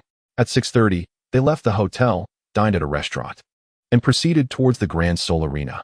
Upon arriving at the arena, it was just past 8 o'clock. Although the sky had darkened, the area around the Grand Seoul Arena remained brightly lit. It's already 8, and Azura hasn't shown up. Could it be that he's afraid to come to the Grand Seoul Arena due to the exposure of his soul rings? Yu Xiaojiang sat in the spectator area for Seoul Zone, anxiously awaiting. He had arrived around 6:30, fearful of missing Lin Yoming. Next up on Ring 3, Seoul Zone Azura will compete against Seoul Zone Hongying. Please prepare for the duel, which will commence in 10 minutes. The announcement echoed, bringing a smile to Yu Xiaojiang's face. Finally, it was happening. At that moment, many gazes in the private boxes of the Seoul Zone area turned towards Ring 3. Meanwhile, Lin Yoming and the blue-silver emperor approached the betting station, placing a wager of 2,000 gold soul coins. With odds of 3-1, Xiaoming. Why have your odds decreased? Instead, this Hongying seems familiar, as if I've heard that name before, the blue-silver emperor questioned, puzzled. The Grand Seoul Arena is quite cunning. Perhaps this opponent's soul power is even lower than the last one, which is why the odds have changed, Lin Yoming replied with a hint of resignation. Well, you did easily defeat a level 49 Soul Zone last time. They probably consider you to have the strength of a Soul King, the blue-silver emperor remarked. Alright, I won't come to the Soul Zone area tomorrow. I'll head straight to the Soul King area to challenge them, Lin Yoming declared. That seems to be the only option, especially since the current odds make it difficult to earn 30,000 in 7 days. I suppose I'll also register for the Soul King Arena tomorrow, the blue-silver emperor suggested. That sounds great. Let us form a team and call ourselves the Grassroots Duo. What do you think? Lin Yoming smiled. Having already thought of the team name the moment the blue-silver emperor spoke. Ugh, what a terrible name. I propose we call ourselves the Thunder Emperor Duo instead. The blue-silver emperor retorted with reluctance. Thunder Emperor. That name sounds too ostentatious. Let us choose another, Lin Yoming responded in surprise. Indeed, it is a bit flashy. Then let us call ourselves the Blue Thunder Duo. Forget about the Grassroots Duo, the blue-silver emperor revised her suggestion. Blue Thunder. Fine, we'll go with Blue Thunder Duo, but I still think Grassroots sounds better, Lin Yoming conceded. I'll hit you. What kind of Grassroots Duo is that? Aren't you afraid of being ridiculed? The blue-silver emperor raised her fist in mock threat. Let us go. I'm heading to the entrance of Ring 3, Lin Yoming said, darting outside. The blue-silver emperor hurriedly followed, playfully tussling as they reached the entrance to the arena, awaiting the announcer's declaration. Hongying, why don't we skip this fight? I've heard people say that Azura possesses a 10,000-year soul ring as a soul zone. Ning Fengji advised Hongying as he stepped forward. Mind your own business. And can you stop following me? I've told you I don't like you, Hongying replied. A hint of annoyance in her voice, clearly impatient with Ning Fengji. Ning Fengji, please don't hinder Hongying. You know how she is, Hongying's friend Lin Yin interjected. Indeed, Hongying's stubborn nature is such that even 10 oxen couldn't pull her back, chimed in Song Zhu, a girl possessing a healing staff. You see, I've pursued Hongying for 3 years, yet she seems so impatient with me. Am I really that annoying? Ning Fengji lamented, watching Hongying's retreating figure with a sense of helplessness. This might be related to Hongying's past, Lin Yin ventured hesitantly. Ning Fengji, don't give up. Hongying might have some misunderstandings about you. After all, you are quite the figure in the academy, ranked first on the best prince list, Song Zhu encouraged. Ugh, don't mention that. It's rather embarrassing to think about. Ning Fengji grimaced. Strangely enough, given Ning Fengji's looks and background, even the princes of the Tiando Empire would think twice, as he garners the affection of many noble young women. Yet, upon first seeing Hongying, who is a few years younger, his once restless heart gradually found peace. Ning Fengji sighed as he moved to the window of the private room, observing Hongying stepping onto the stage. Ning Fengji, if you truly like her, don't give up. However, you must also amend your headstrong and arrogant demeanor. You've graduated. It's time to start taking on responsibilities within the sect, Jian Douluo said as he approached Ning Fengji. Uncle Jian, was I really that headstrong in the past? Ning Fengji retorted. Well, a bit, but you were young then. You've matured significantly since 2 years ago, Jian Douluo replied candidly. Ning Fengji found himself momentarily speechless. His gaze locked on the entrance of the opposing ring where Hong Ying's opponent awaited. Wait, Azura is him, Ning Fengji suddenly exclaimed in surprise. After Hong Ying ascended the stage, the announcer called for Lin Yongming to make his entrance. Azura has returned. I believe he wasn't present last time, but he is here today, the announcer stated. Wait, you're Azura. Hong Ying recognized Lin Yongming immediately as he stepped forward, a smile breaking across her face, remembering him as her savior. And you are? Lin Yongming asked, his expression one of confusion. A few days ago, you saved us from the flame beast in the sunset forest. I am Hong Ying, she explained with a gentle smile. Oh, now I remember. I thought the aura from my opponent felt somewhat familiar, as if we had met before. My apologies for not properly thanking you last time. I was preoccupied with absorbing my soul ring. By the time I awoke, you had already departed. Thank you, Azura, and that sister of yours. Hong Ying solemnly bowed slightly to Lin Yongming in gratitude. You are too kind. It's merely a trivial effort, and you need not take it to heart. Lin Yongming replied with a nod. How could it be her? I recall that name from somewhere, he mused. Lan Yinhuang stood at the entrance, naturally observing the situation on the arena. It seems that Ashura and Hong Ying are acquainted. Shall we wait for them to finish their conversation? The host interjected humorously. Let us proceed with the duel, Lin Yongming reminded. Very well, I would appreciate your guidance, Hong Ying replied earnestly, clearly aware of her inability to triumph over Lin Yongming, yet still igniting her fighting spirit. In an instant, a blazing red weapon spirit, the fire spear, manifested in her hand, accompanied by 2 yellow and 2 purple soul rings. I am unworthy, truly unworthy, Lin Yongming said, also summoning his weapon spirit, the Thunderblade, treating the encounter with utmost seriousness. Please enlighten me. Hong Ying, clad in tightly fitted red and white armor, raised her spear and charged towards Lin Yongming like a whirlwind. Sweep. As she drew near, her spear swept horizontally at Lin Yongming, not employing a soul skill. Block. Lin Yongming shifted his stance, deploying a defensive maneuver that absorbed the blow effortlessly, still possessing ample strength. Thrust. Hong Ying pivoted her body, thrusting her spear forward with great force. Upon witnessing the situation, Lin Yongming skillfully deflected the attack of Miss Hong Ying by striking the tip of her spear with his blade. Miss Hong Ying, there is no need for such trivial probing, he stated calmly, halting his movements. Very well, first soul skill, blazing flames of war. With that, Hong Ying activated her soul ring, enveloping her fire-tipped spear in flames, unleashing a fan-shaped wave of fire directed at Lin Yongming. However, having consumed divine herbs to refine his physique, Lin Yongming was immune to both ice and fire, rendering the flames released by Hong Ying less than 1/10 as potent as the legendary fire herb. Thus, he merely executed a simple parry without resorting to any soul skills. Second soul skill, Cloud Chase. Observing that her first skill failed to yield results, Hong Ying released her second soul ring. Grasping the fire-tipped spear behind her back, she danced with elegance, her speed leaving behind fleeting afterimages. As she approached Lin Yongming, she suddenly swung her spear forward in a fierce horizontal strike, flames trailing its path. Impressive, Lin Yongming acknowledged, summoning his own first soul skill, Thunder Slash. The clash of his thunderous blade against Hong Ying's spear resounded. With a clang, it was evident that her strength paled in comparison to his, causing her to stagger back several steps, while Lin Yongming remained steadfast in his position. Is the disparity truly so vast? Hong Ying gasped in astonishment. Brother, please try utilizing the fourth soul ring you acquired for me. Unfazed, Lin Yongming responded, of course. Fourth soul skill, Inferno 100 Slashes. Upon hearing Lin Yongming's affirmation, Hong Ying unleashed her purple soul ring, transforming into a goddess of fire as she executed a series of fiery slashes with her spear.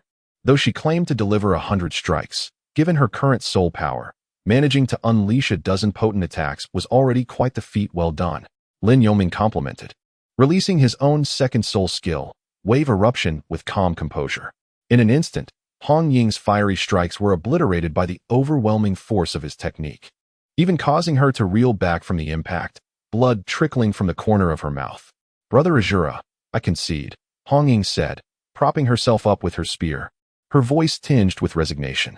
You performed admirably, yet do not be disheartened. After all, you are merely a level 41 soul master. While I possess 3 levels more in soul power, and slightly superior soul ring configurations. You did exceedingly well, Lin Yongming replied with a nod. With her concession, the host promptly declared Lin Yongming the victor of this contest. Ning Fengji, let us head to the entrance. Hong Ying is injured, Song Zhu promptly instructed. Soon, Hong Ying's friends rushed to the arena's entrance to assist her. Hong Ying, how severe is your injury? Lin Yin inquired as she supported Hong Ying's arm. I'm fine. It's just a minor injury from his explosive soul skill, Hong Ying reassured. Song Zhu then activated her healing soul skill to treat Hong Ying's wounds. With Azura finished, he can only compete once a day at the Grand Soul Arena, which means he will likely be leaving soon. I must go wait for him at the entrance, Yu Xiaojing remarked, promptly making his way to the Grand Soul Arena's entrance. Xiaoming, you must exercise restraint against a young lady, especially one you know. Lan Yinhuang admonished Lin Yongming.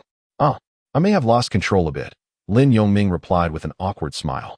Nevertheless, injuries are inevitable in a competition. I see her friends, including a healing soul master, are present, so she should be fine. Let us go collect our rewards, Lan Yinhuang said, observing the situation at the opposite entrance with a sense of assurance. Indeed. Chapter 110. The gathering of various forces. Lin Yongming and Lan Yinhuang had only earned a mere 1,000 soul coins this time, primarily due to the low odds. Just 1,000. Now, on the second day, they had yet to accumulate even 5,000, and with only 6 days remaining, how could they possibly gather 50,000? It seemed I must enter the fray myself, Lan Yinhuang remarked, clutching the pouch containing the 1,000 soul coins with resignation. Not to worry, tomorrow in the Soul King's region, let us employ an unexpected strategy and place larger bets. We should be able to net ourselves a tidy sum of around 10 to 20,000 soul coins. Lin Yongming consoled him. It seems that is our only option, Lan Yinhuang nodded in agreement. As they conversed, the duo swiftly made their way to the main hall, heading towards the hotel entrance. Xiaoming, that fellow named Yu Xiaojing from yesterday is back, Lan Yinhuang pointed out, noticing Yu Xiaojing pacing near the entrance. Let him be. As long as he doesn't trouble us, Lin Yongming replied with a nod. I fear that may not be possible. He has spotted us. Lan Yinhuang observed as Yu Xiaojing approached their direction. Azura brothers, I've been waiting for you. I apologize, my manner of speaking yesterday was inappropriate. How about I treat you to a late-night snack as an apology? Yu Xiaojing smiled as he jogged over, having caught sight of Lin Yongming. Apologies. But we do not wish for a late-night snack, Lin Yongming replied tersely. Perhaps we could share a drink instead? It would be nice to sit down and chat. Yu Xiaojing persisted, undeterred by Lin Yongming's tone. Excuse me, but are we even acquainted? Lin Yongming continued to decline. Yu Xiaojing was momentarily at a loss for words. After all, they had only crossed paths hastily on 2 occasions. Even if we are not familiar, we can gradually get to know each other. It's always beneficial to make new friends while out and about. Lin Yongming, upon hearing Yu Xiaojing's words, couldn't help but ponder. How could the shameless Yu Xiaojing possibly have captured the attention of the exceptionally astute Bibi Dong? Was it truly due to Yu Xiaojing's incessant coaxing and persuasion? Lin Yongming expressed his confusion with a slight shake of his head. I apologize, but it seems unnecessary for us to become acquainted. And are you not approaching us solely to further your own theories? Retorted Lan Yinhuang with a hint of arrogance. Indeed, while that may be the case, my intention in befriending you is not to refine any theories. Rather, I simply enjoy making friends, responded Yu Xiaojing. Though he felt a twinge of reluctance, maintaining a smile. Just by looking at you, it's evident that you are weak, lacking in resolve, timid as a mouse, and full of deceit, all while wearing a facade of false cheer, Lan Yinhuang swiftly critiqued. Lin Yongming secretly gave a thumbs up to the words of the blue-silver emperor, thinking to himself how perceptive he was. Yu Xiaojing's expression darkened instantly as he thought. For the sake of perfecting my theory, I shall endure this. I realize that my intervention last night may have been rather hasty. But if you are familiar with my words, you would see that this is merely a partial view. Thus, I am not merely seeking your company, but extending my apologies. Yu Xiaojing's face seemed to ignore the blue-silver emperor's sarcasm as a smile quickly appeared, and he spoke. Let me formally introduce myself. My name is Yu Xiaojing. I am 20 years old and a direct descendant of the Blue Lightning Tyrant Dragon sect, one of the top 3 sections. My father is the current sect master. Oh, so you are a disciple of the Blue Lightning Tyrant Dragon sect. I thought that surname was quite familiar, Lin Yongming remarked, somewhat astonished. Oh, it is merely the honor established by our predecessors, Yu Xiaojing replied, a hint of pride in his voice upon hearing Lin Yongming's surprised tone. However, I must apologize. We are just ordinary soul masters and do not feel deserving of being associated with the illustrious Blue Lightning Tyrant Dragon sect. Nor do we have any interest in such fame. Lin Yongming swiftly changed the subject, speaking calmly. You are from the Blue Lightning Tyrant Dragon sect? You don't seem like it. The soul power you exude appears to be less than level 20. Surely, you would not be pretending.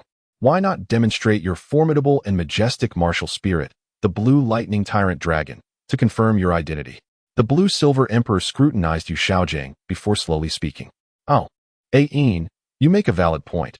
It's not uncommon for someone with the surname Yu to carry the name of the Blue Lightning Tyrant Dragon sect for deceptive purposes. Yu Xiaojing, was it? If you could release the martial spirit of the Blue Lightning Tyrant Dragon, we could indeed sit down for a chat. Lin Yongming couldn't help but praise the Blue Silver Emperor for her inquiry. Yu Xiaojing's face turned dark. He had no such martial spirit. Or he wouldn't be studying martial spirit theory or humbling himself to seek assistance here. Brother Azura, a familiar voice suddenly called from behind, belonging to Hong Ying. I thought you and my sister had left. A group of people approached, and Hong Ying quickly dashed away from the crowd to stand before Lin Yongming and the others. Thank you for your mercy. If you have no other plans, shall we go for a late-night snack? I still owe you for what happened a few days ago. Sister Hong Ying, there's no need. We are not in the habit of having late-night snacks. Please, no need for formality, the Blue Silver Emperor replied with a slight smile. Her lower face still hidden beneath a pale blue scarf. Indeed, we really must decline the late-night snack. We were about to return to the hotel to meditate and cultivate. Lin Yongming added, how about you tell me where you are staying, and we could have lunch together tomorrow? Hong Ying suggested once more. Hong Ying is correct. We ought to express our gratitude for saving us in the Sunset Forest. Otherwise, we would feel quite uneasy and not sleep well at night. Song Zhu and Lin Yin chimed in, joining Hong Ying's side. Why is she so warm towards him, yet treats me with such cold indifference? Ning Fengji thought, feeling somewhat aggrieved. What they said is true. We should indeed express our gratitude, Ning Fengji remarked calmly, despite feeling a twinge of jealousy. I was wondering who the Azura was that has been causing such a stir at the Grand Soul Arena. So it is you, Lin brother. Long time no see. A deep and familiar voice came from beside him before Lin Yongming could respond. Tang Xiao and Tang Hao strode over from the Soul King area, walking with their heads held high, while Tang Yuehua was not accompanying them. Oh my, what is going on? Representatives from the Haotian sect, the Blue Lightning Tyrant Dragon sect, and the Seven Treasure Glazed Tile sect have all gathered. Lin Yongming thought, somewhat exasperated. He was surprised to find himself in the presence of Tang Hao, Ning Fengji, and Yu Xiaojing all at once. What is this kid up to? He knows direct descendants from both the Haotian and Seven Treasure Glazed Tile sects? Koror mused silently, observing everything. Good to see you both after such a long time. Over 2 months have passed, and you are still in Heaven Do City, Lin Yongming finally responded. Yes. I heard that the Grand Soul Arena is excellent for practical training, so we stay for a few days. But you, after 2 months, you have already reached level 44. That's a rapid advancement. Tang Xiao explained as he approached. Lin brother, I heard rumors that your 4th soul ring is a 10,000-year soul ring. Is that true? Tang Hao asked, casually putting his arm around Lin Yongming's shoulder. It's barely around 10,000 years, Lin Yongming replied with a wry smile, pushing Tang Hao away gently. It really is. How did you manage that? Tang Hao inquired, astonished. Yu Xiaojing perked up his ears, intrigued by Tang Hao's question. Ning Fengji and the others also leaned in to hear how Lin Yongming would respond. It's not merely about strength. There's really nothing difficult about it. Lin Yongming replied with a calm smile. All right, I understand it's your secret. I won't pry, but I would love to spar with someone who possesses a 10,000-year soul ring, Tang Hao said, observing the crowd around Lin Yongming and deciding not to press further. Get lost. You are a soul king and possess the Haotian hammer, Lin Yongming retorted, somewhat annoyed. What? The Haotian hammer? One of the top 3 sects treasures from the Haotian sect? Ning Fengji and Yu Xiaojing turned their gazes towards Tang Xiao and Tang Hao. They were well aware that the Haotian hammer was renowned as the continent's greatest weapon martial spirit. Lin brother, you are being rather ungracious. Are these your friends?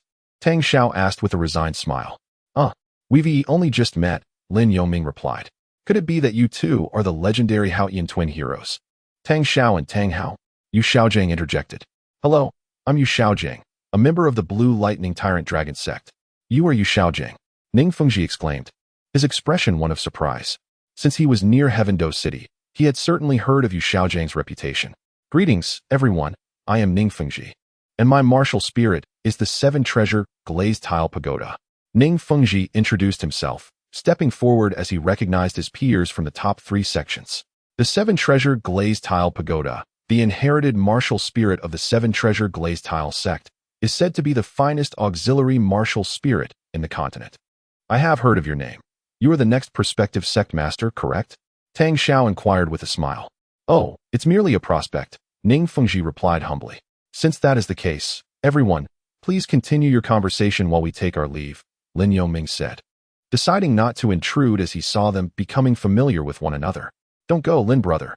It's rare to see you again, and with so many friends around. We should at least finish a late-night snack and enjoy ourselves before heading back, Tang Hao insisted. However, before Lin Yongming could respond, a new wave of people approached the entrance of the Grand Soul Arena, this time a group clad in armor, led by someone dressed in splendid attire, exuding an air of nobility. Seems I have arrived late. Who is Azura? The newcomer appeared to be in their 30s, yet carried an aura of someone accustomed to high status. Greetings, Your Highness, the Snowstar Prince. Hong Ying and the others promptly addressed the newcomer. Seeing the crowd growing larger, the Blue-Silver Emperor instinctively linked her arm with Lin Yongming's. I am, Lin Yongming replied candidly. Haha, truly impressive for one so young. I must say, you have caught my attention, the prince exclaimed. Prince Xuexing gazed upon Lin Yongming, whose eyes were veiled by black cloth, and inferred from the intelligence that Lin was indeed truthful. I have heard you hail from the kingdom of Balak, which signifies your connection to the Tiando Empire. The emperor holds you in high regard and wishes to bestow upon you a baronial title. What are your thoughts on this proposition? It is, of course, a matter open for discussion. Prince Xuexing, unreservedly revealing his intentions to court Lin Yongming in the presence of the three upper sects, did not conceal his ambitions. Damn, this situation is becoming increasingly complicated. Had I known, I would have preferred to let my father handle this, muttered Yu Xiaojiang, seething with frustration. Thank you for the emperor's kind offer, but I have already pledged my allegiance to the Spirit Hall, and I fear I cannot accept this title, Lin Yongming replied, producing the Spirit Hall token to politely decline Prince Xuexing's overtures. This matter does not conflict with your acceptance of an imperial title, Prince Xuexing remarked, momentarily taken aback by the token but continuing. After all, most soul masters on the continent tend to join the Spirit Hall. Is that so? Lin Yongming thought he must have misheard. Indeed, the Spirit Hall is regarded as the sanctum of soul masters. Even the esteemed Douluo, protector of the seven-treasure glazed tile school, is an honorary elder of the Spirit Hall, is he not, young Master Ning? Prince Xuexing stated with a casual tone. Oh, indeed. The Spirit Hall is universally acknowledged as a sacred ground for soul masters. Ning Fengji nodded in agreement, acknowledging the prince's words. While that may be the case, we do not concern ourselves with others, but he cannot accept your imperial title solely, because he is a core member of our Spirit Hall, Koror interjected, stepping forth from the shadows to defend Lin Yongming. He bears the yellow record medal personally bestowed by His Holiness the Pope, and is not far from attaining the purple record medal. Moreover, Lin Yongming's fourth soul ring is of a 10,000-year caliber, a result of meticulous training under the Pope's guidance. Furthermore, his blindness was a consequence of absorbing a soul ring beyond his limits.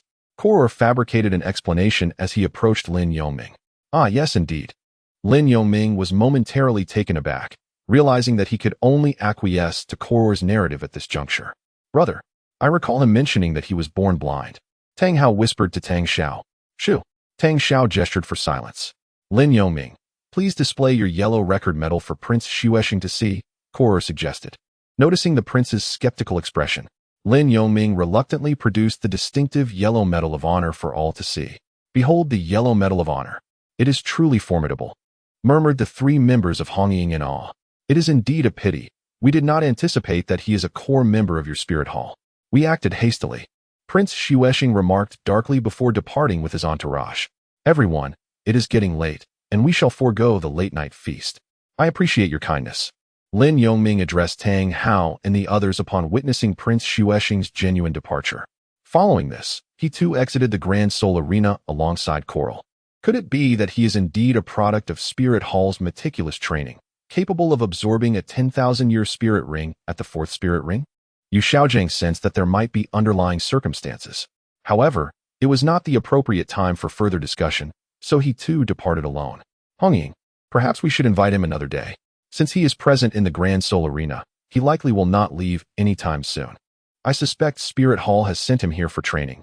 We shall have the opportunity to see him again, Ning Fengji observed, noting the pained expression on Hongying's face as she gazed at Lin Yongming's retreating figure. Hongying cast a glance at Ning Fengji and silently left the Grand Soul Arena. Lin Yongming, I feel compelled to book a room next to yours at the hotel where you are staying, Coral suggested to the two. Perhaps that is unnecessary. Chapter 111. The Blue-Silver Emperor makes her debut at the Soul Arena. Lin Yongming and his companions returned to the hotel, while Coral ultimately chose to book a room next door. Today, they encountered quite a number of individuals, nearly missing their chance to depart. Upon returning to his room, Lan Yinhuang sank into the plush sofa and couldn't help but exclaim in wonder. Indeed, not only did they meet members of the three sects, but they also attracted the attention of a prince from the Tiando Empire. Does my possession of a 10,000-year soul ring hold such allure? Lin Yongming replied with a hint of exasperation. Of course, aside from the second martial soul of the twin martial souls, the Soul Master community has adhered to the long-standing optimal configuration of 2 yellow, 2 purple, and 1 black soul rings. After all, the higher the age of the soul ring, the greater the enhancement it provides to the Soul Master. Thus, Soul Masters tend to pursue the best soul ring age that corresponds to their cultivation level. Nowadays, with the emergence of someone who defies conventional wisdom within the Soul Master realm, it is only natural that they would seek your verification. Fortunately, you have joined the Spirit Hall, and with Coral providing you cover, you managed to escape tonight. Oh, I have come to realize that your affiliation with the Spirit Hall is not entirely disadvantageous, particularly in this instance. Had it not been for your identity as a member of the Spirit Hall, who knows how the night might have unfolded? Lan Yinhuang elaborated enthusiastically, ultimately praising Lin Yongming's decision to join the Spirit Hall. Indeed, for a soul master of common origin, the Spirit Hall is undoubtedly the optimal choice, which is why it has taken years to reach its current scale. One can only commend the wisdom of the leaders who established the Spirit Hall. Lin Yongming couldn't help but reflect. However, he understood that as an organization's power grows to dominate the world, its ambitions will inevitably expand, leading to discontent with the present. All right, as long as you comprehend this, it suffices. There are others nearby, and excessive words may lead to missteps. As long as you can extricate yourself should any issues arise within the Spirit Hall, that is all that matters, Lan Yinhuang cautioned in a softer tone. Agreed. It is getting late. Let us wash up and retire for the night. Lin Yongming nodded. Subsequently, the two of them bathed, meditated for about 2 hours, and then settled down to sleep. The following day, Ning Fengji and Tang Hao did not seek them out. It wasn't until after dinner that Lin Yongming went to the Great Soul Arena as usual, where he encountered Tang Hao and Ning Fengji. Although he did not see Yu Xiaojing, Sister Lan, Brother Lin, I see you have truly come here. As they stepped into the Great Soul Arena's hall, a striking figure approached Lin Yongming and Lan Yinhuang. Tang Yuehua, greetings. Lan Yinhuang smiled warmly. Hello, Tang Yuehua. Lin Yongming greeted her with a nod. Greetings. It has been over 2 months since we last met. I thought you had long since departed from Tiando City. I only learned from my brothers last night that you were here, so I came to pay a visit. Tang Yuehua replied, her face radiating joy. These past 2 months were spent in the Sunset Forest, training until I acquired my soul ring and solidified my soul power before emerging, Lan Yinhuang explained slowly. I see. Spending so much time in the forest must have been quite challenging. Tang Yuehua nodded in understanding, her brow furrowing in curiosity. It was manageable. Training is rarely without its struggles, and one cannot afford to be lazy, Lin Yongming responded. Yuehua, what about you? You weren't with your brothers yesterday. Have you joined a music academy? Lan Yinhuang inquired. Yes, I have joined the Royal Etiquette Academy of the Tiando Empire, primarily attended by noble ladies. Tang Yuehua replied cheerfully. Then give it your all, Lan Yinhuang encouraged. Brother Lin, you should participate in the gambling fights as well. Tang Xiao and Tang Hao approached and suggested. Indeed, I could use some funds. Competing here and placing some bets could yield returns, Lin Yongming acknowledged. Brother Lin, Sister Lan, are you in need of money? Perhaps I could lend you some, Tang Yuehua offered, opting for the term lend as she understood Lin Yongming's self-sufficient nature. Brother Lin, while my brother and I may not have much, my sister Yuehua does possess some assets. Tang Hao chuckled. No need. I appreciate your kindness. But I have already engaged in a few gambling fights with Ain, and we are nearly set. Besides, I don't want to cultivate a reliance on others. Lin Yongming replied with a gentle smile, declining their offer. Indeed, both Ain and I have grown accustomed to self-sufficiency. Lan Yinhuang concurred with Lin Yongming. Very well, Tang Yuehua said with a hint of resignation. All right, let us not dwell on this any longer. Ain and I will go register and see how long the queue is. Lin Yongming interjected. Go ahead, we will chat later. Tang Xiao nodded. Under Lan Yinhuang's guidance, Lin Yongming and she made their way toward the registration area for Soul Kings. Miss, please register me as a Soul Master at the Great Soul Arena. May I inquire about the fee? Upon reaching the counter, Lan Yinhuang spoke directly. Please provide your martial soul and soul power level, as well as your desired title. The registration fee is 10 gold soul coins, the attendant explained promptly. All right, my martial soul is Blue Silver Grass, soul power level 56, and I shall go by the name Blue Silver. Lan Yinhuang nodded in agreement. By the way, if we are forming a team, do we need to register as a duo? Lin Yongming asked. Yes, there is a combination token, but it does not accumulate points. Rather, it is settled against the individual tokens, the attendant clarified earnestly. Understood. Then please register us as a duo under the name Blue Thunder. Blue for the color and thunder for the lightning. Lin Yongming spoke slowly. That will be a total of 20 gold soul coins. After paying the fee, they received 2 iron tokens, one engraved with blue silver and the other with blue thunder. The registration fee was consistent with that of the Soto Great Soul Arena, with no excessive charges. Now that we have completed the registration, let us have our opponents matched. After a few more procedures, Lin Yongming and Lan Yinhuang each registered for individual gambling fights. Initially, they intended to register as a team, but the attendant explained that doing so could result in them being matched against each other, risking their time on stage and potentially losing the match. After all, if they did not take the stage within 3 minutes of the fight commencing, they would automatically forfeit. Oh, a thought suddenly struck me. If we register together, we won't end up as each other's opponents, will we? Lan Yinhuang queried Lin Yongming. That shouldn't happen, right? If it does, I will simply concede, Lin Yongming replied indifferently. Why should you concede? You've worked hard to accumulate your points while I have none. I have no fear of forfeiting, Lan Yinhuang immediately countered. As they spoke, they moved toward the corridor where Tang Hao and his siblings approached, accompanied by Ning Fengji and Hong Ying. Brother Lin, are you registering in the Soul King area? Are you planning to face the Soul King level? Tang Hao asked, perplexed. Indeed, the Soul Sect level poses little challenge for me at this point. Fortunately, I possess the Golden Soul Badge, which allows me to register beyond my current level, Lin Yongming explained. Indeed, I sense that the Soul Sect level no longer captivates your interest, Ning Fengji remarked thoughtfully.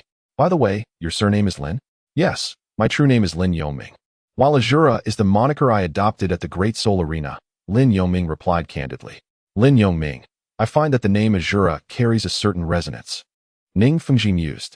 I too believe that Brother Lin's chosen name, Azura, possesses a unique charm. In contrast, your true name seems rather ordinary, Ning Fengji added. Tang Hao could not help but speak up. You are truly discourteous. A name is given by one's parents, and regardless of how ordinary it may seem, it carries a unique significance.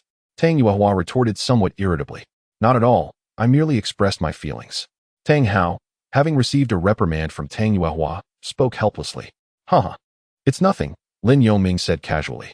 The others chuckled lightly, but suddenly the announcement came through, declaring that the Blue Silver Emperor had matched an opponent.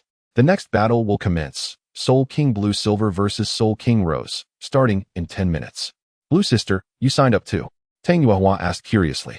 Indeed. Since the Grand Soul Arena is so lively, now that I am here, I might as well partake in the festivities, the Blue Silver Emperor replied with a gentle smile.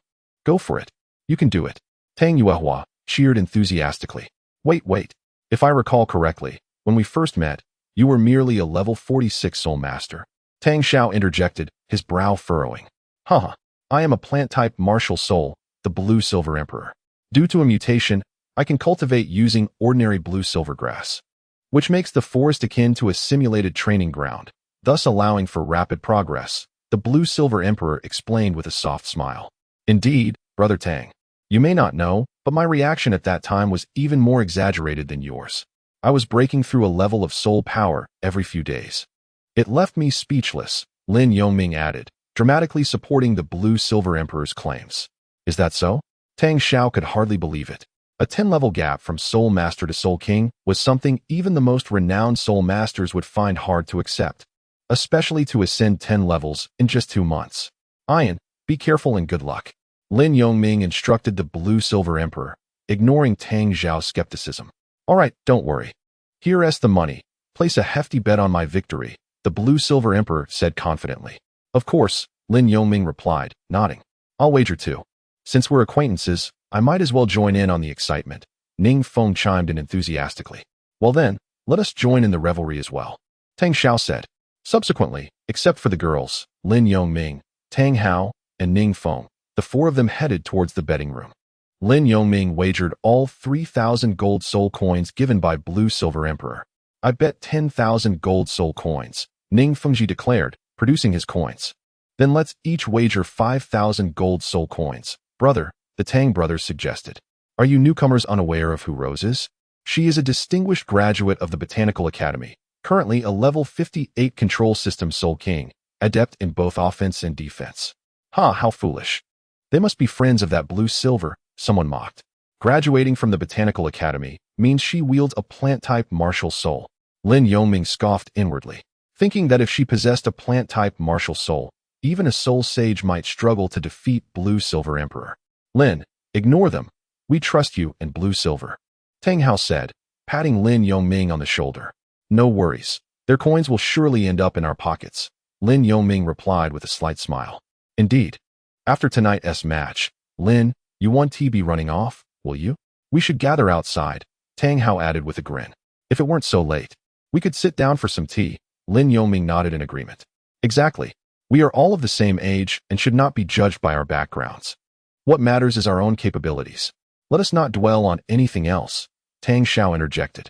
Lin Yongming comprehended Tang Xiao's words. It was merely a matter of setting aside the affairs of the Spirit Hall and the 3 upper sects. Upon returning to the railing, he found that Lan Yin Huang and several girls, including Tang Yuehua, had already arrived at the entrance of the arena. Sister Lan, I truly envy you for having such a wonderful boyfriend. Your relationship must be splendid, Tang Yuehua remarked softly, linking her arm with Lan Yin Huang's. Of course, we are childhood sweethearts, and Xiaoming is indeed remarkable, possessing a commendable character, Lan Yin Huang replied with a gentle smile. I envy the bond you share, Tang Yuehua said, her face filled with admiration. Indeed, such a relationship is truly delightful, Hong Ying chimed in. All right, enough talk. It is time for me to take the stage. Lan Yin Huang said as she heard the host's announcement. Let us welcome our newcomer to the Great Soul Arena, Soul King Lan Yin, whose martial spirit is the blue-silver grass. Indeed, this is the most prevalent martial spirit across the continent. But today marks the first time I have witnessed someone cultivating the blue-silver grass to the level of Soul King. What kind of thrilling duel will she present us with? The host's voice resonated as he introduced Lan Yin Huang. Now, let us invite our popular Soul King from the Soul King region, Soul King Qiangwei, whose martial spirit is the thorny rose, wielded with exceptional mastery. As the host passionately elaborated, Lan Yin Huang's gaze shifted towards her opponent, Qiangwei, who donned a dark green dress and appeared to be in her 20s. With a tall and elegant figure and refined features. Thorny rose, a plant martial spirit. How trivial, Lan Yin Huang mused to herself, a faint smile gracing her lips. Albeit concealed by her scarf, blue-silver grass can indeed reach the level of Soul King. Qiangwei observed Lan Yin Huang, whose demeanor exuded a more refined and elegant air than her own, making her appear more like a child of nature. Instinctively, she sensed that Lan Yin Huang was far from ordinary, contrary to what the host had suggested. As someone with a plant-type martial spirit, Qiangwei was acutely aware of the frailty of the blue-silver grass. Even if it were to fortuitously manifest soul power, it could not exceed the second rank, let alone ascend to the level of Soul King. The 2 girls on the stage are quite impressive. Brothers, we are in for a visual treat, exclaimed a spectator. Indeed, they are remarkable, but alas, we cannot afford to provoke them. They are Soul Kings, merely watching suffices, another commented. Their eyes gleaming with admiration as they beheld Lan Yin Huang and Qiangwei, nearly drooling in awe. Lin, how many minutes do you think it will take for Lan Yin to defeat her opponent? Tang Hao inquired. Approximately 3 minutes, certainly no more than 5. Lin Yongming replied confidently with a smile. Oh, Such confidence. Her opponent is a level 58 Soul King with the rare thorny rose martial spirit. I believe Lan Yin will find victory a considerable challenge, Ning Fengji spoke calmly. Indeed, although Lan Yin's martial spirit has mutated, it remains blue-silver grass, which is inherently weaker than the thorny rose, Tang Xiao added, uncertainty lacing his words. Well then, let us await the outcome, Lin Yongming said, a mysterious smile upon his lips. I hereby declare the Soul King duel officially commenced. As Lan Yinhuang and Xiang Wei took their positions on the stage, the host exclaimed, Martial spirit, thorny rose. Xiang Wei lightly unleashed her martial spirit towards Lan Yinhuang. Before them was a vine-like plant, with a dark red root and thorn-covered stems, topped with a budding pink rose, flanked by 2 green leaves. With its inherent thorns, despite being a control-type soul master, it possessed a naturally stronger offensive capability compared to blue-silver grass. Martial spirit, blue-silver grass. Lan Yinhuang then released her own martial spirit, showcasing the smooth and delicate blue-silver grass, measuring about 20 centimeters in height, lacking any thorns. In comparison to Xiang Wei's thorny rose, Lan Yinhuang's blue-silver grass appeared notably inferior. What a mystery! Although her blue-silver grass is taller, it bears no distinction from ordinary specimens. How did she cultivate it to the level of Soul King? Am I overthinking? Xiang Wei pondered, observing Lan Yinhuang's disguised blue-silver grass. No matter. I shall find out through trial. Xiang Wei promptly summoned 5 soul rings, 2 yellow, 2 purple, and 1 black, igniting her first soul ring. First soul skill, Thorn Bind. 3 thorny vines emerged from her martial spirit, slithering towards Lan Yinhuang. If you wish to test me, there is no need, Lan Yinhuang stated plainly. She swiftly unleashed a vine that shattered Xiang Wei's assault in an instant. The thorny vines faltered before Lan Yinhuang, appearing as if they were wilting in her presence. What is happening? It feels as though I have encountered a natural enemy. My attack has weakened significantly, Xiang Wei realized, sensing the unusual shift in her thorny vines. Allow me to demonstrate what true binding entails, Lan Yinhuang declared as she summoned countless blue-silver grass at her feet, transforming them into numerous vines that surged towards Xiang Wei. Impossible. How can you conjure so many blue-silver grass? With your soul power, you cannot possibly sustain such a multitude, let alone control them, Xiang Wei gasped. But there was no time for astonishment. She swiftly channeled her soul power, conjuring nearly 10 vines to repel Lan Yinhuang's blue tendrils. Yet the sheer number of vines Lan Yinhuang produced was overwhelming. If Xiang Wei could produce 10 vines, Lan Yinhuang was capable of producing 100, with significantly less soul power expenditure. Thus, Xiang Wei was soon forced to abandon her offensive and resort to her second soul ring, activating her second soul skill, Thorn Armor. Retracting her previously summoned vines, Xiang Wei enveloped herself in a thorny armor crafted from her martial spirit, prepared for defense. First soul skill, Blue-Silver Lunge. Lan Yinhuang, accompanied by her soul ring's activation, sharpened the tips of her vines, launching a direct assault on Xiang Wei.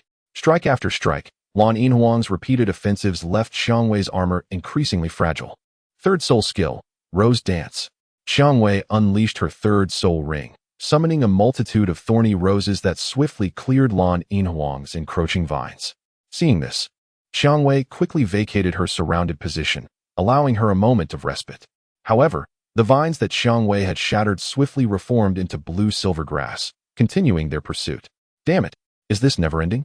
Xiang Wei's expression shifted, grappling with disbelief. How could Lan Yinhuang command such an abundance of blue-silver grass, as though her soul power were limitless? Wow. Is this the manifestation of blue-silver grass, cultivated to the level of Soul King? How can this be? This is the first time I've witnessed a battle involving a soul master with blue-silver grass, an entire arena occupied by blue-silver grass. The host exclaimed, utterly astonished. Lin, what is this technique Lan Yin is employing? How can she control so many blue-silver grass simultaneously? There must be no fewer than 100 vines on that stage. Xiang Wei appears to be at a severe disadvantage, akin to a small sorcerer facing a grand wizard. Ning Fengji remarked in utter disbelief. He understood that commanding such a multitude of vines would require immense mental fortitude. I never anticipated Lan Yin's martial spirit had reached such heights. Witnessing her in action evokes a belief that she might have advanced 10 soul power levels in merely 2 months, Tang Xiao confessed, equally astonished by Lan Yin's prowess. Lin, I truly envy you for having such a breathtaking confidant. You are indeed a match made in heaven. Tang Hao observed the formidable prowess of Lan Yin and could not help but express his envy. Yin's abilities were indeed remarkable. Due to the frailty of the blue-silver grass, her control relied heavily on entanglement, which over time had cultivated an unending supply of blue-silver vines. Moreover, she had mastered the art of wielding a greater quantity of blue-silver grass with minimal soul power, as Lin Yongming explained with a faint smile. As they spoke, the rose found herself nearly enveloped by the blue-silver vines, which had twisted around the arena, leaving her with increasingly little advantageous ground. Impossible. It cannot be the blue-silver grass. Rose realized that although the blue-silver emperor's martial spirit appeared ordinary, it was, in fact, vastly different from the common blue-silver grass. Could it be a mutated version? Rose thought to herself, regardless whether her martial spirit is mutated or not. I cannot afford to remain passive. Suddenly, Rose faltered in her steps, pausing as her 4,000-year soul ring illuminated. Fourth soul skill, Blooming Rose, she exclaimed, cradling her martial spirit. The bud of the rose blossomed, releasing a dense pink mist. Soon, the mist spread to envelop the blue-silver emperor. Is it toxic mist, or an illusionary control? The blue-silver emperor found herself disoriented within the thick fog, devoid of any tangible harm. In an instant, she sensed the pink gas adhering to her skin, merging with her essence, yet a brilliant red glow soon emerged on her surface, dispelling the encroaching pink gas. This crimson radiance bore an uncanny resemblance to the color of the heartbreak red, the essence of the Flower King, revealing that it was indeed Rose's pink confusion attack, which elicited an automatic defense in response. Outside the pink mist, Rose observed the still blue-silver emperor with a smirk, believing she had successfully incapacitated her opponent. However, a stunning red light soon erupted from the blue-silver emperor, piercing through the pink haze. What is that? Rose gasped in surprise, realizing that the red light had dispelled the fog. Fourth soul skill, Blue-Silver Cage. Utilizing the essence of Heartbreak Red, the Blue-Silver Emperor activated her skill the moment she spotted Rose. Before Rose could react, she found herself ensnared tightly within the vines. Damn, I can't break through. It's too dense. Upon regaining her senses, she realized the overwhelming number of vines surrounding her, recognizing that as a control-type soul master, she lacked the powerful offensive skills necessary to escape. You have lost. Please exit the arena, declared the Blue-Silver Emperor, unwilling to harm Rose, refraining from utilizing barbed thorns against her. Instead, she controlled the cage and flung it towards the arena's edge. As Rose's vision cleared, she found herself outside the arena, and according to the rules of the Grand Soul Arena, her exit meant elimination. With Rose out of bounds, the Blue-Silver Emperor emerged victorious in this match. The host raised an arm towards the Blue-Silver Emperor, promptly announcing the outcome. Did you see? It barely lasted 5 minutes. Lin Yongming remarked with a subtle smile to Tang Hao and the others. Well, it seems we underestimated her. Ning Fengji sighed, shaking his head. However, we profited. We'll treat you all later as a recompense for our lack of discernment, Tang Hao added. Agreed, let us settle on that, Lin Yongming nodded. But we still have 2 matches to go. On the other hand, as the Blue-Silver Emperor stepped back onto the stage, Rose approached, acknowledging her defeat. Thank you for your mercy. May I inquire whether your martial spirit is truly blue-silver grass? The Blue-Silver Emperor, meeting Rose's hopeful gaze, replied, Indeed. It is blue-silver grass, albeit a mutated variant. Thank you for clarifying. Rose expressed her gratitude before departing the arena. The Blue-Silver Emperor nodded in response and made her way towards her passage.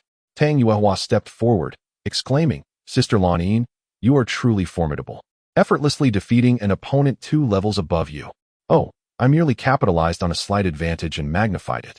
Had Rose truly wished to fight, it would not have been so easy to overcome her, the Blue-Silver Emperor humbly replied with a smile. Sister Lan Yin, your humility is commendable, Tang Yuehua remarked. Indeed, to triumph over an opponent of the same control type at a higher level is no small feat. Your modesty is unwarranted, Hong Ying added. Enough of this talk. Let us return to their side, the Blue-Silver Emperor suggested, redirecting the conversation.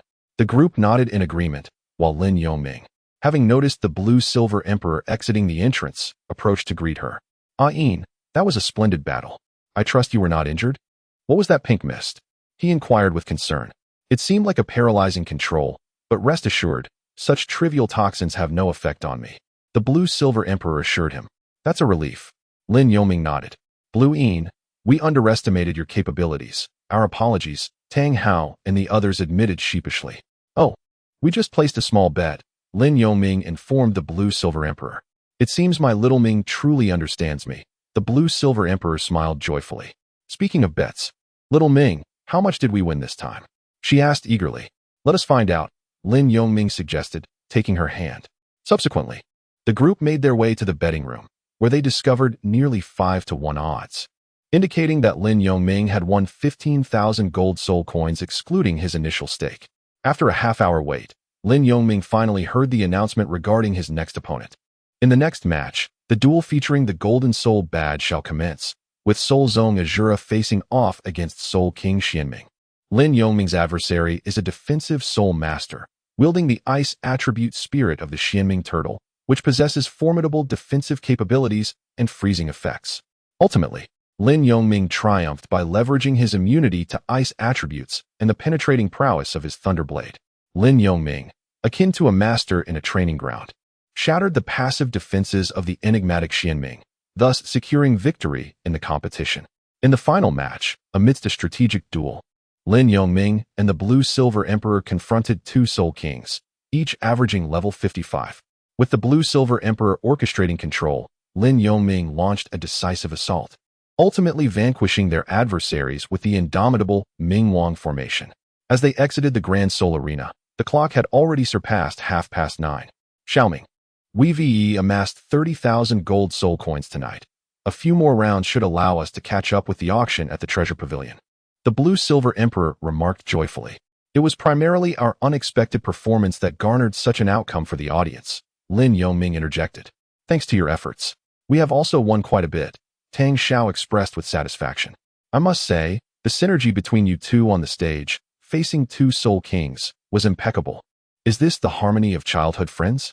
Tang Hao commented with a hint of envy. The Treasure Pavilion auction. Are you both planning to attend the upcoming auction? Ning Fengji inquired curiously. Indeed, I seek to acquire an item there, which is why Ain and I have been wagering at the Grand Soul Arena these past few days, Lin Yoming responded. Is it also for purchasing a soul bone? Ning Fengji asked slowly. Soul bone? Are you saying the auction will feature soul bones? Tang Hao exclaimed in astonishment. It appears you are all unaware. It is rumored that in a few days, the Treasure Pavilion will auction a soul bone, specifically a torso bone, though they have stubbornly withheld its age. Ning Fengji explained with a gentle smile. A torso bone soul bone. To think they would auction what they do not retain, Tang Hao expressed with a hint of disbelief. I suspect it is likely a millennium-old soul bone, but given that soul bones hold a price, yet lack a market, it cannot be procured for just a few tens of thousands of gold soul coins. Should it be a 10,000-year soul bone, its value could be incalculable, possibly ranging from 100,000 to 1,000,000, especially since it is a torso bone, which adds to its rarity, Tang Xiao elaborated, his tone imbued with curiosity. If that is the case, Ain and I shall merely observe. Fortunately, I intend to purchase a spatial soul device capable of containing living beings, Lin Yoming replied, shaking his head. A spatial soul device for living beings.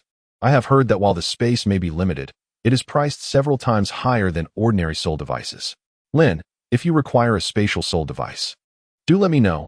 I happen to possess several commendable ones with ample internal space, Ning Fengji promptly offered to Lin Yoming. Lin Yoming could only acknowledge that the Seven Treasures glazed tile school was indeed affluent. Its wealth was said to rival that of nations.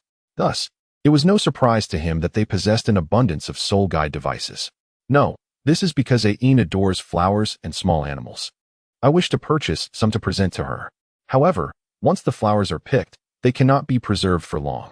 I have heard that soul guide devices designed to contain living creatures can maintain their freshness, which is why I wish to acquire one. Lin Yoming explained after declining Ning Fengji's kind offer. Oh, I see.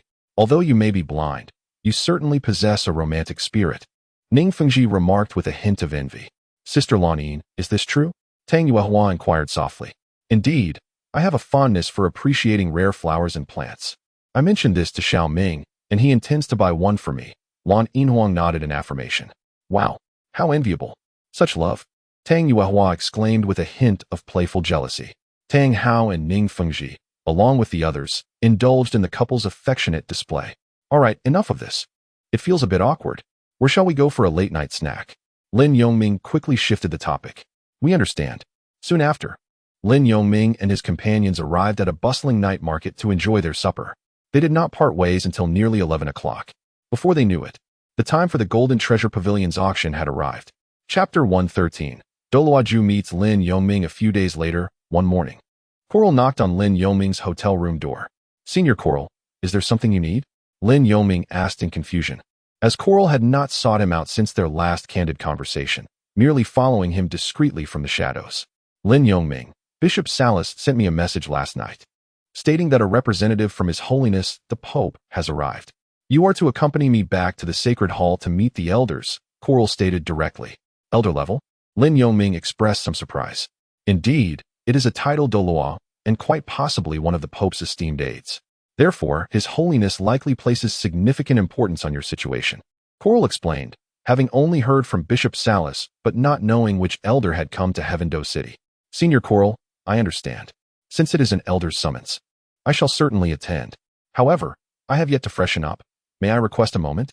Lin Yongming replied with a gentle smile. No rush. As long as it is before noon.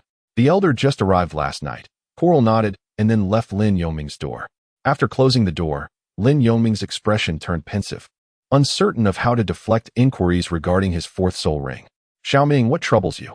Lan Yinhuang emerged from the bathroom and noticed Lin Yongming's troubled demeanor, prompting her curiosity. Coral mentioned that an elder from the Spirit Hall has come, presumably concerning my fourth soul ring. Lin Yongming sighed as he sat on the sofa.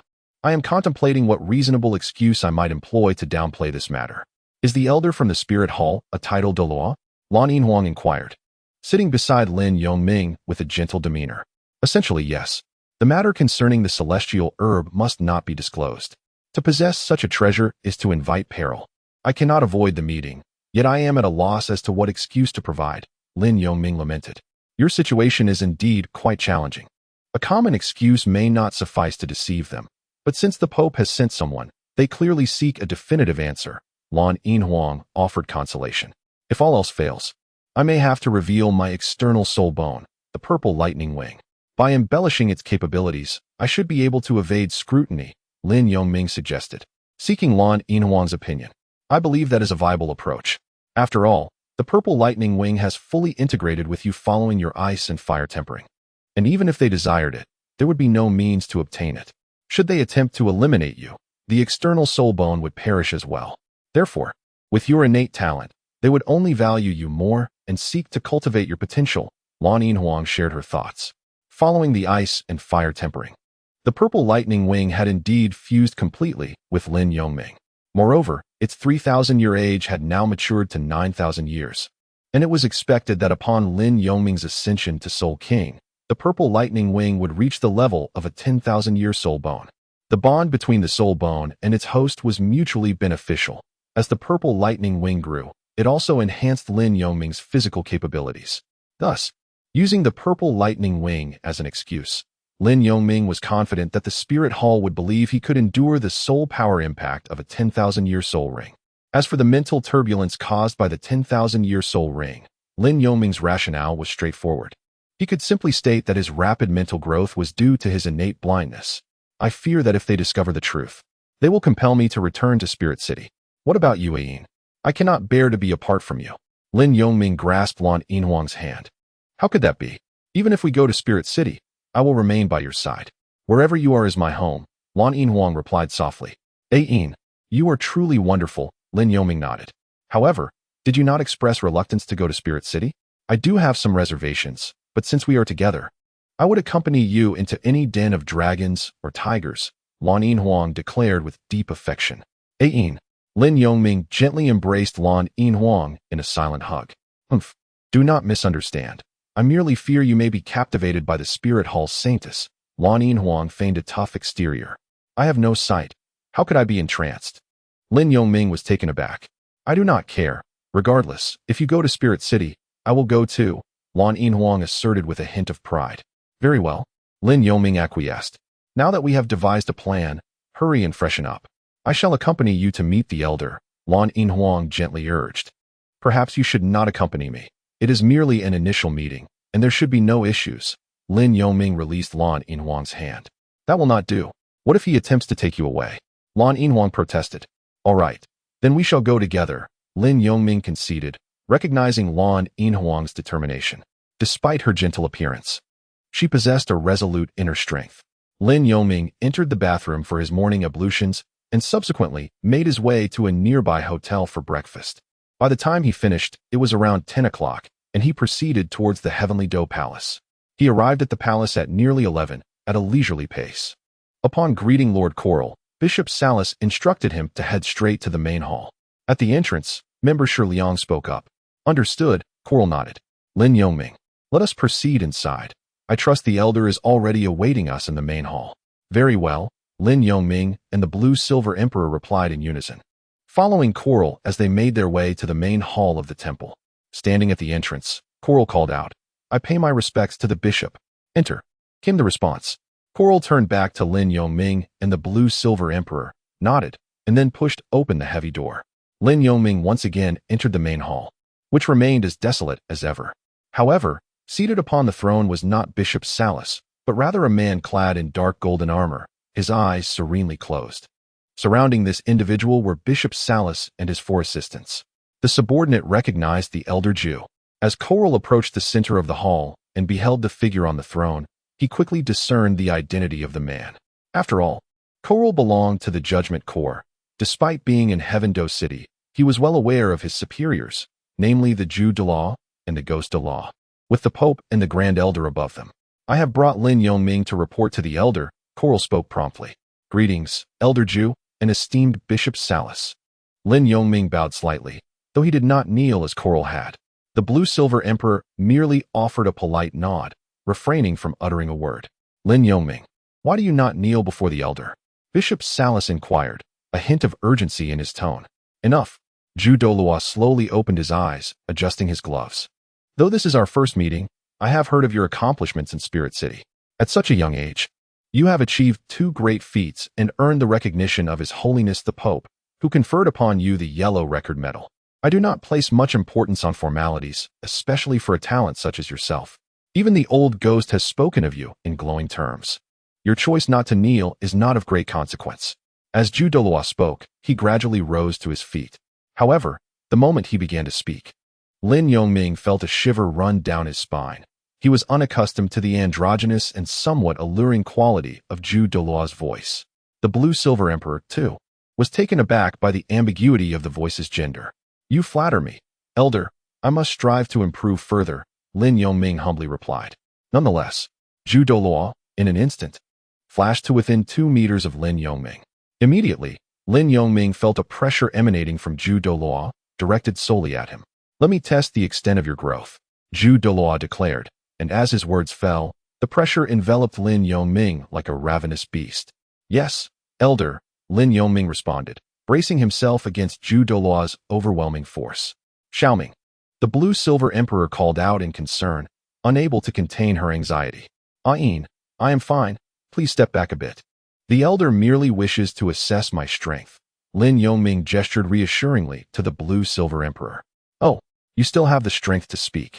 It seems you are not yet sufficient, Jew Douluo remarked, gradually intensifying his imposing aura.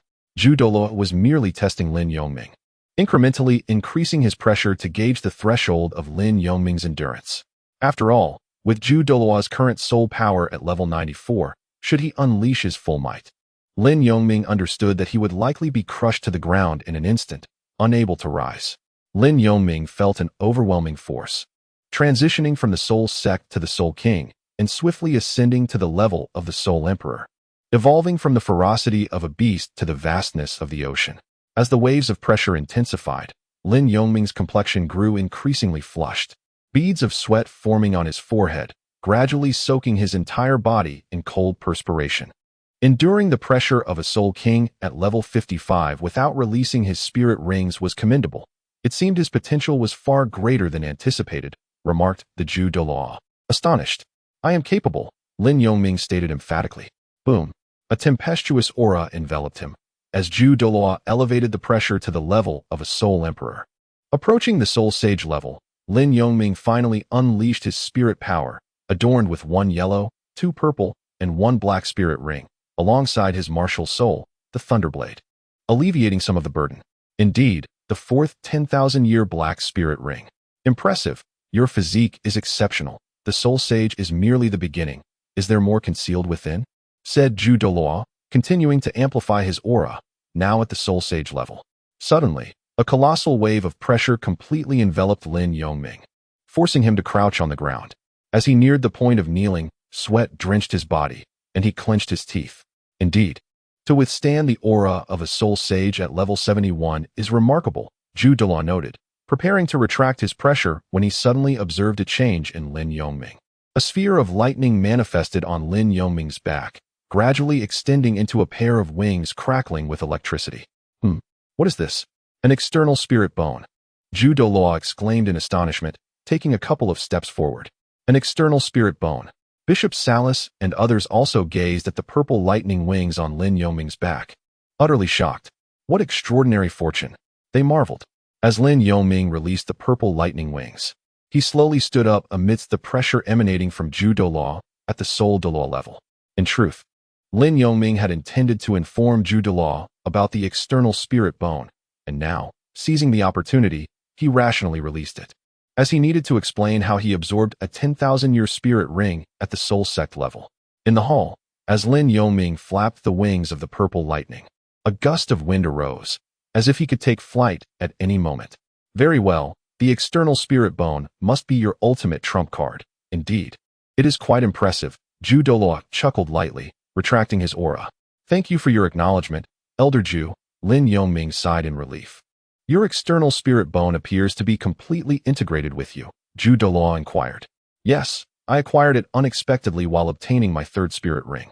After years of careful nurturing, it fully merged with me 2 months ago, Lin Yongming explained with a nod. Now I understand.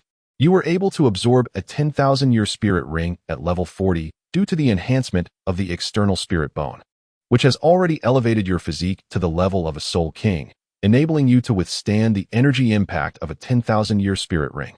However, can you tell me how you overcame the mental turbulence associated with the 10,000-year spirit ring? Logically, the external spirit bone should not enhance your mental power, Douluo continued. Elder Ju, your keen insight is commendable. You discerned my condition instantly, Lin Yongming flattered, pausing before explaining. In truth, I am unsure how my mental power withstood the mental turbulence. It might have been a stroke of luck.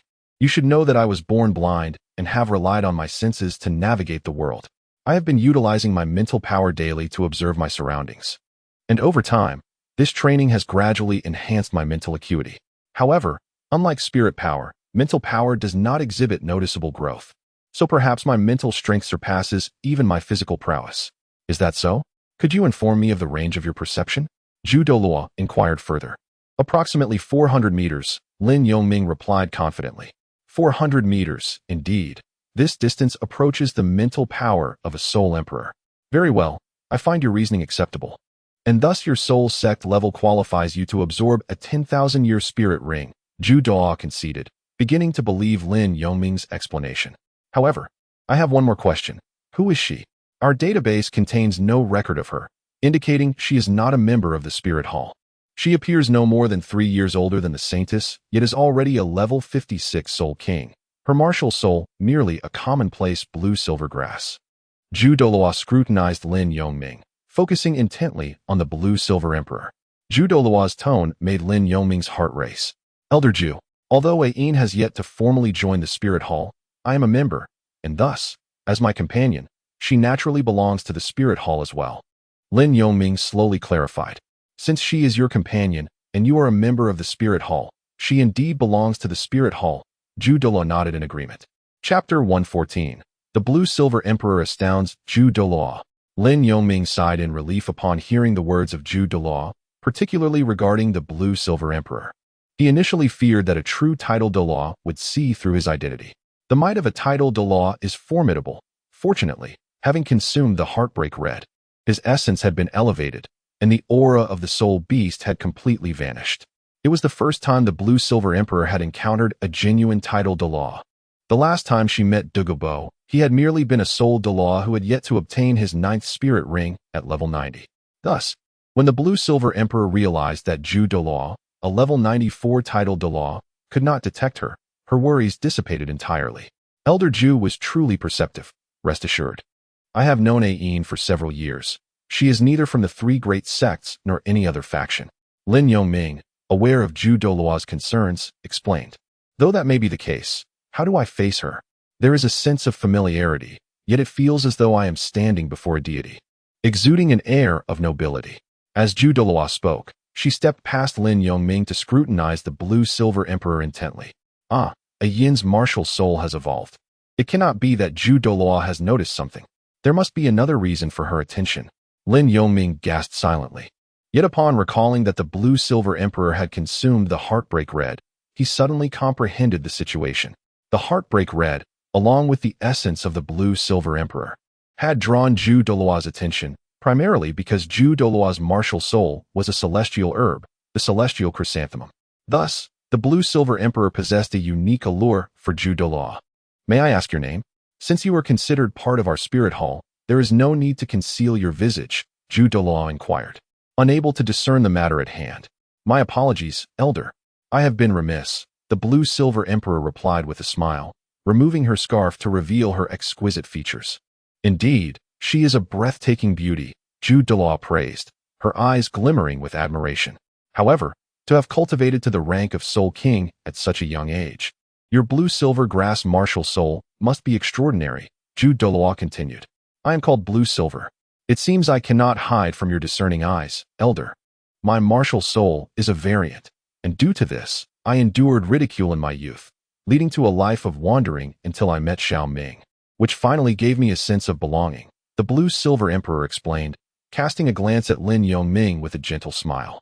Having said that, the blue-silver emperor released her martial soul, deliberately adding a hint of golden threads to the ordinary blue-silver grass stem. Ah, the blue-silver grass adorned with golden silk threads appears far more enchanting than the ordinary variety. Moreover, your martial soul emanates a captivating floral fragrance, uniquely familiar, as if I have encountered records of such a scent before. It invokes a sense of warmth and attraction towards my own martial soul, Douluo remarked as a flower materialized in her hand. A magnificent chrysanthemum, radiant in purple hues, appeared. Strangely, every petal of this chrysanthemum appeared delightfully fuzzy, creating a harmonious whole, with its central stamen towering above the petals, shimmering with a gentle golden light. Yes, this feeling is quite pleasant. Douluo inhaled the fragrance of her flower, becoming enraptured. This was Douluo's martial soul, the celestial chrysanthemum, which also thrived in the eye of ice and fire. Celestial chrysanthemum, the blue-silver emperor exclaimed upon witnessing Douluo's martial soul. Ah, you possess knowledge. You recognized my martial soul at a glance. It seems you are also a lover of flowers, Douluo chuckled. Your martial soul is remarkable, and your talent is equally impressive. As a fellow plant-type soul master, would you care to take me as your master? Douluo proposed unexpectedly. Ah, the blue-silver emperor is about to soar. Elder Ju actually wishes to take her as a disciple. Saras and several others watched the blue-silver emperor with envious eyes. Lin Yongming was momentarily taken aback, not expecting the chrysanthemum Douluo to utter such words. It became clear why the chrysanthemum Douluo sought out the blue-silver emperor. She had recognized the latter's exceptional talent and wished to take her as a disciple. For the chrysanthemum Douluo, the blue-silver emperor was evidently more aligned with her interests than Lin Yongming, as they both belonged to the rare and unique category of plant-type soul masters. Thank you for your kindness, Elder, but I already have my own cultivation goals, so I do not wish to apprentice myself, the blue-silver emperor replied politely, her expression momentarily faltering. Oh, are you rejecting me? Know that with my assistance, your achievements would undoubtedly surpass mine, the chrysanthemum Douluo responded, her tone tinged with a hint of haughtiness. Could it be that the chrysanthemum Douluo was about to lose her temper? Regardless, if she dared to act aggressively, Lin Yongming would immediately escape with Aine using the purple lightning wings. He maintained an outward calmness, yet internally, he was already stirring. His gaze fixed intently on the chrysanthemum Douluo, observing her every move. She had rejected the request of the esteemed assistant to the Pope, a titled Douluo. Bishop Salas and several others exchanged glances, too apprehensive to speak. I apologize, Elder, but I truly have no such intentions, the blue-silver emperor said slowly. The chrysanthemum Douluo, seemingly indifferent, fixed her gaze upon the blue-silver emperor, a palpable pressure enveloping her. A mere soul king dares to repeatedly refuse me? Am I a titled Douluo to lose face? The chrysanthemum Douluo mused inwardly. Elder Chrysanthemum, please do not misunderstand. Lin Yongming intervened, positioning himself protectively in front of the blue-silver emperor and bowing slightly. Ain is a kind-hearted girl, devoid of grand aspirations as a soul master. How about this? I shall become your disciple instead. Even if your talent is commendable, do you think just anyone can be my disciple? I warn you, step aside. For I am determined to take her as my disciple today, the chrysanthemum Douluo retorted, a proud smirk on her face. I was prepared to give up. The chrysanthemum Douluo's displeasure was evident, as Lin Yongming's interruption thwarted her intentions. With others present in the hall, her pride was momentarily challenged, igniting her haughty spirit. Before Lin Yongming could finish, the chrysanthemum Douluo unleashed a wave of soul power towards him. Block! Lin Yongming swiftly employed the thunderblade to defend, yet was instantly pushed back by the overwhelming force of her soul energy. The blue-silver emperor, quick to react, supported Lin Yongming's back, allowing him to stabilize himself and calm the turbulent energy within. Such power! Is this the chasm between me and a titled Douluo? A mere wave of soul power has thrown my energy into disarray. Oh, quick on the uptake, are we? Let us see how you fare against this. The chrysanthemum Douluo declared, wielding her extraordinary chrysanthemum and sending forth a small surge of soul power from its center. Be careful, Xiaoming. The blue-silver emperor hurriedly positioned herself in front of Lin Yongming, unleashing a vine from her blue-silver grass. However, upon contact with the chrysanthemum Douluo's soul power, it disintegrated into ash. Realizing the imminent danger to her martial soul's essence, the blue-silver emperor's martial soul manifested a brilliant red aura, successfully countering the casual strike from the chrysanthemum Douluo. This aura, and might have even caused my extraordinary chrysanthemum to tremble. The chrysanthemum Douluo's flower quivered, its blossoms retracting into buds. As the king of flowers, the heartbroken red, despite merging with the blue-silver emperor, instinctively perceived a challenge to its status when confronted with floral martial soul attacks, thus protecting the blue-silver emperor. Tell me, what flowers have you consumed? The chrysanthemum Douluo inquired eagerly. Elder Chrysanthemum, how do you know Ain has eaten flowers? Lin Yongming interjected, smoothly continuing the conversation. Ain once told me that when her blue-silver grass martial soul had yet to mutate, she accidentally consumed a vibrant red flower while lost in the mountains. I did indeed eat a flower when I was young. At that time, when my blue-silver grass martial soul was awakening, I was ridiculed and wandered through a mountain, eventually finding a cave at night where I encountered that flower. The blue-silver emperor, upon hearing Lin Yongming's words, instantly grasped his intention and began to weave an excuse for the chrysanthemum Douluo. Describe that flower to me. The chrysanthemum Douluo urged. Reluctantly, the blue-silver emperor recounted the appearance of the heartbroken red. Elder, I vaguely remember it looking like this. But the most striking detail was that its root had a stone. Isn't that amusing? The 7 absolute stone. The heartbroken red, a supreme celestial flower. My heavens! No wonder. The chrysanthemum Douluo exclaimed in astonishment. It is no wonder your blue-silver grass underwent mutation, achieving level 56 as a soul king before the age of 20. Such an extraordinary fortune. If I possessed it, I too could reach that realm. Quickly, do you still possess that 7 absolute stone? The chrysanthemum Douluo stepped forward, her excitement palpable. Is this what you refer to? I found it quite fascinating, so I kept it, the blue-silver emperor replied, retrieving the stone from her spatial soul guide. Yes, indeed, it is the 7 absolute stone. The chrysanthemum Douluo swiftly took the stone, inhaling its essence deeply, her expression turning blissful. After all these years, its aura still lingers. Since the heartbroken red has recognized you as its master and has been consumed by you, then as long as you remain within the spirit hall, I shall be your protector. I vow that no one in the spirit hall shall dare to bully you.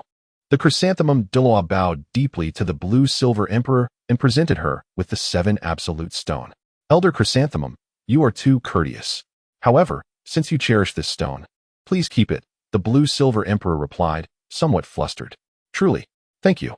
The chrysanthemum Douluo's face lit up with joy as she expressed her gratitude to the blue-silver emperor. What is happening? Has the elder lost her mind? Bishop Salis and the others stared, dumbfounded at the chrysanthemum Douluo, though internally they chastised themselves for their incredulity. Others exchanged puzzled glances with Bishop Salas, wondering why such a fuss over a mere flower. Lin Yongming found himself at a loss for words. He initially prepared to exert himself to the utmost. But the situation shifted unexpectedly, and Douluo had to express his gratitude to the Blue-Silver Emperor. In Chapter 115, A Narrow Escape, Lin Yongming could not help but acknowledge Douluo's profound affection for flora, especially for the rarer species, which he likely cherished even more. Upon learning that the Blue-Silver Emperor had consumed the legendary Heartbreak Red, it was the first time he encountered her, and Douluo unhesitatingly declared, in the Spirit Hall, "I shall be your guardian." To his surprise, this visit yielded unexpected gains. The mythical herb was said to possess the ability to seize the very essence of heaven and earth. Today, he witnessed that the blue-silver grass, transformed by the Heartbreak Red, had already surpassed the quality of his own rare heavenly chrysanthemum martial spirit. Your name is Blue-Silver, is it not? Press on. Your future achievements will undoubtedly surpass mine. Should you encounter any problems on your cultivation journey, feel free to consult me. I will share all my knowledge, Douluo praised, holding the 7 absolute stone with great affection. It seemed that Douluo had entirely forgotten that he had come to Heavendo City for Lin Yongming. Just as in the original tale, where he originally intended to ambush the Shrek 7 monsters. However, upon encountering the Heartbreak Red and the White Tiger, who had consumed the heavenly chrysanthemum, his attitude shifted dramatically. "Thank you, Elder Ju," Lin Yongming replied, unable to refuse Douluo's goodwill. Although Bishop Salas and his companions were somewhat perplexed by Douluo's words, the statement regarding the Blue-Silver Emperor, suggesting that she might surpass the title Douluo at level 94, astonished them. This indicated that the girl before them could potentially ascend to the revered Hall of Offerings.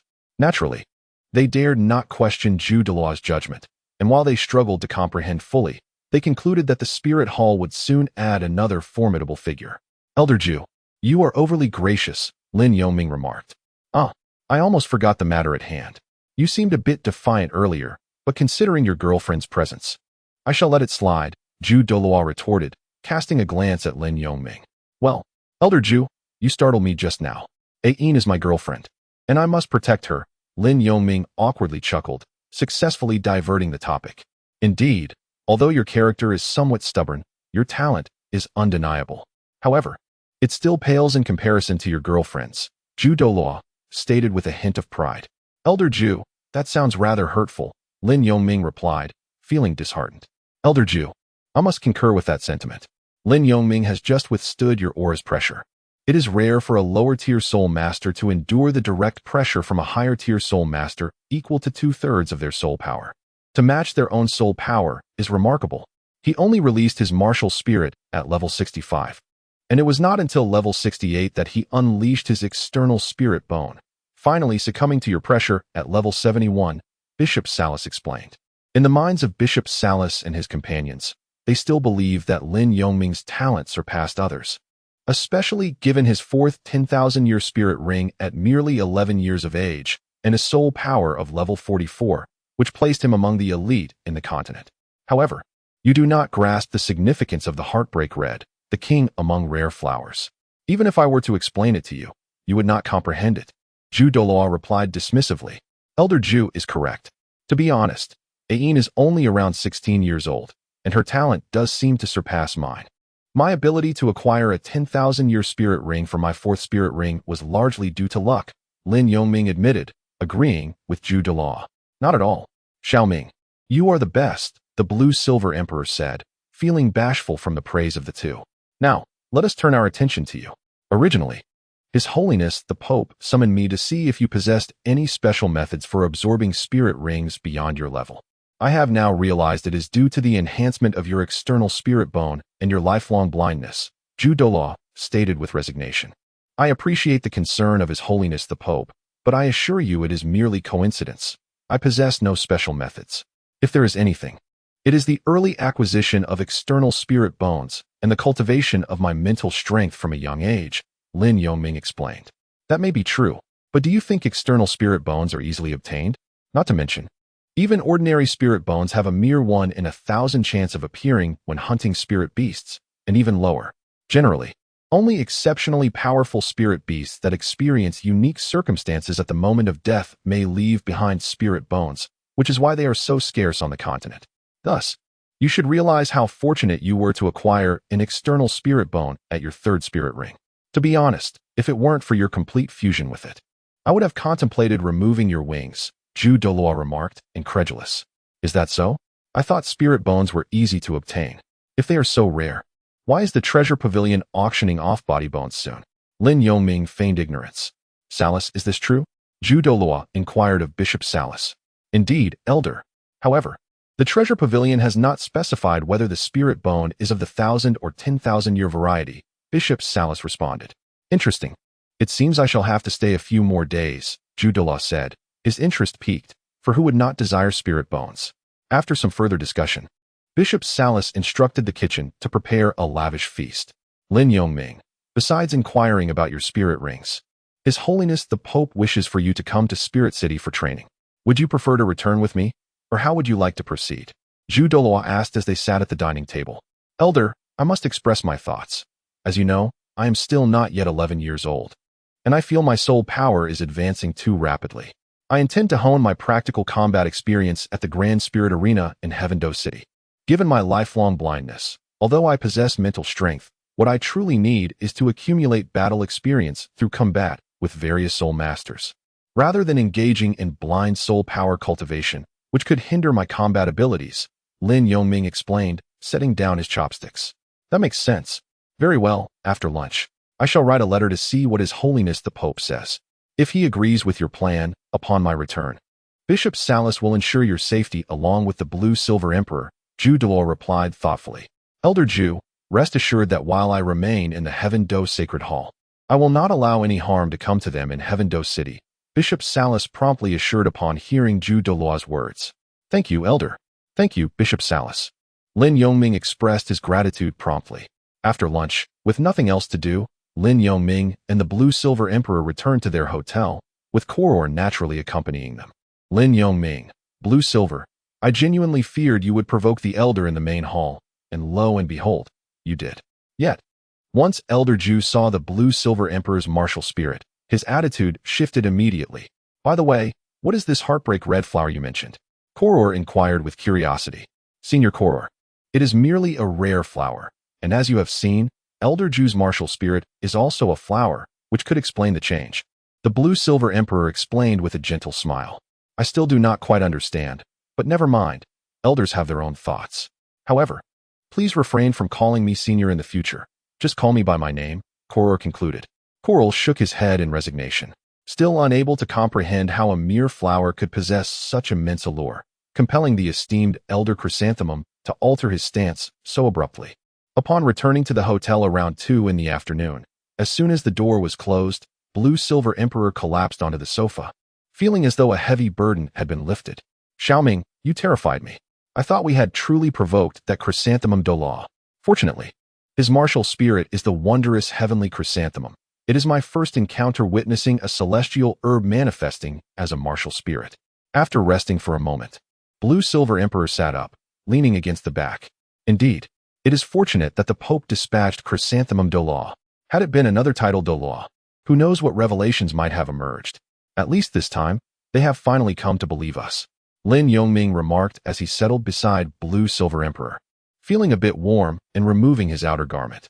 However, I did not anticipate that the heartbreak red I consumed would integrate with me, automatically manifesting its essence when confronted with floral-type assaults. The last time in the Great Soul Arena, the rose exhibited similar behavior. Only when the heartbreak red activated was I able to escape that pink fog. Thankfully, the excuse I concocted served me well, Blue-Silver Emperor continued. Ain, I apologize for causing you distress. Had I known, I would not have let you accompany me, Lin Yongming said sheepishly. Not at all. It was my insistence to follow you. Besides, this day was inevitable. Now that Chrysanthemum Douluo is aware, in the future, when I accompany you to Spirit City, neither he nor the Pope will inquire excessively. Blue-Silver Emperor explained gently. I truly worried that something might happen to you, Lin Yongming confessed, still haunted by the memory. When Chrysanthemum Douluo had launched his attack, Lin Yongming had indeed felt a surge of anxiety, constantly contemplating how to escape from a title Douluo. Fortunately, it was the emergence of the Heartbreak Red's essence that ultimately diffused the crisis. At this moment, Lin Yongming profoundly realized the meaning of the phrase to accompany a sovereign is akin to befriending a tiger. It seemed that in future visits to Spirit City, he must adopt a more discreet demeanor. Lin Yongming reflected deeply on this. It is not just you. At critical moments, you stand before me. Thank you, Xiaoming, spoke the gentle blue-silver emperor. I have promised to protect you, Lin Yongming replied with deep affection. Xiaoming, the blue-silver emperor, moved by emotion, could not help but lean in and kiss him. Lin Yongming gently embraced Lan Yinhuang, responding to her with tenderness. After sharing a kiss, Lan Yinhuang rested her head on Lin Yongming's shoulder, enveloped in a profound sense of safety, her face aglow with a radiant smile. I apologize for alarming you today. Please return to your room and rest. A good nap will do you well, Lin Yongming advised. Lan Yinhuang nodded, retiring to her chamber for an afternoon nap. Although they had not engaged in battle, the day's emotional strain had proven more exhausting than any physical confrontation, particularly in the face of the formidable pressure exerted by Douluo. Chapter 116. A reunion at the auction. As Lan Yinhuang settled into her room for a nap, Lin Yongming made his way to the bathroom to wash away the cold sweat brought on by Douluo's pressure. 2 days later, Lin Yongming and Lan Yinhuang donned entirely new attire, garments purchased for over 100 gold coins, and stepped out of their door.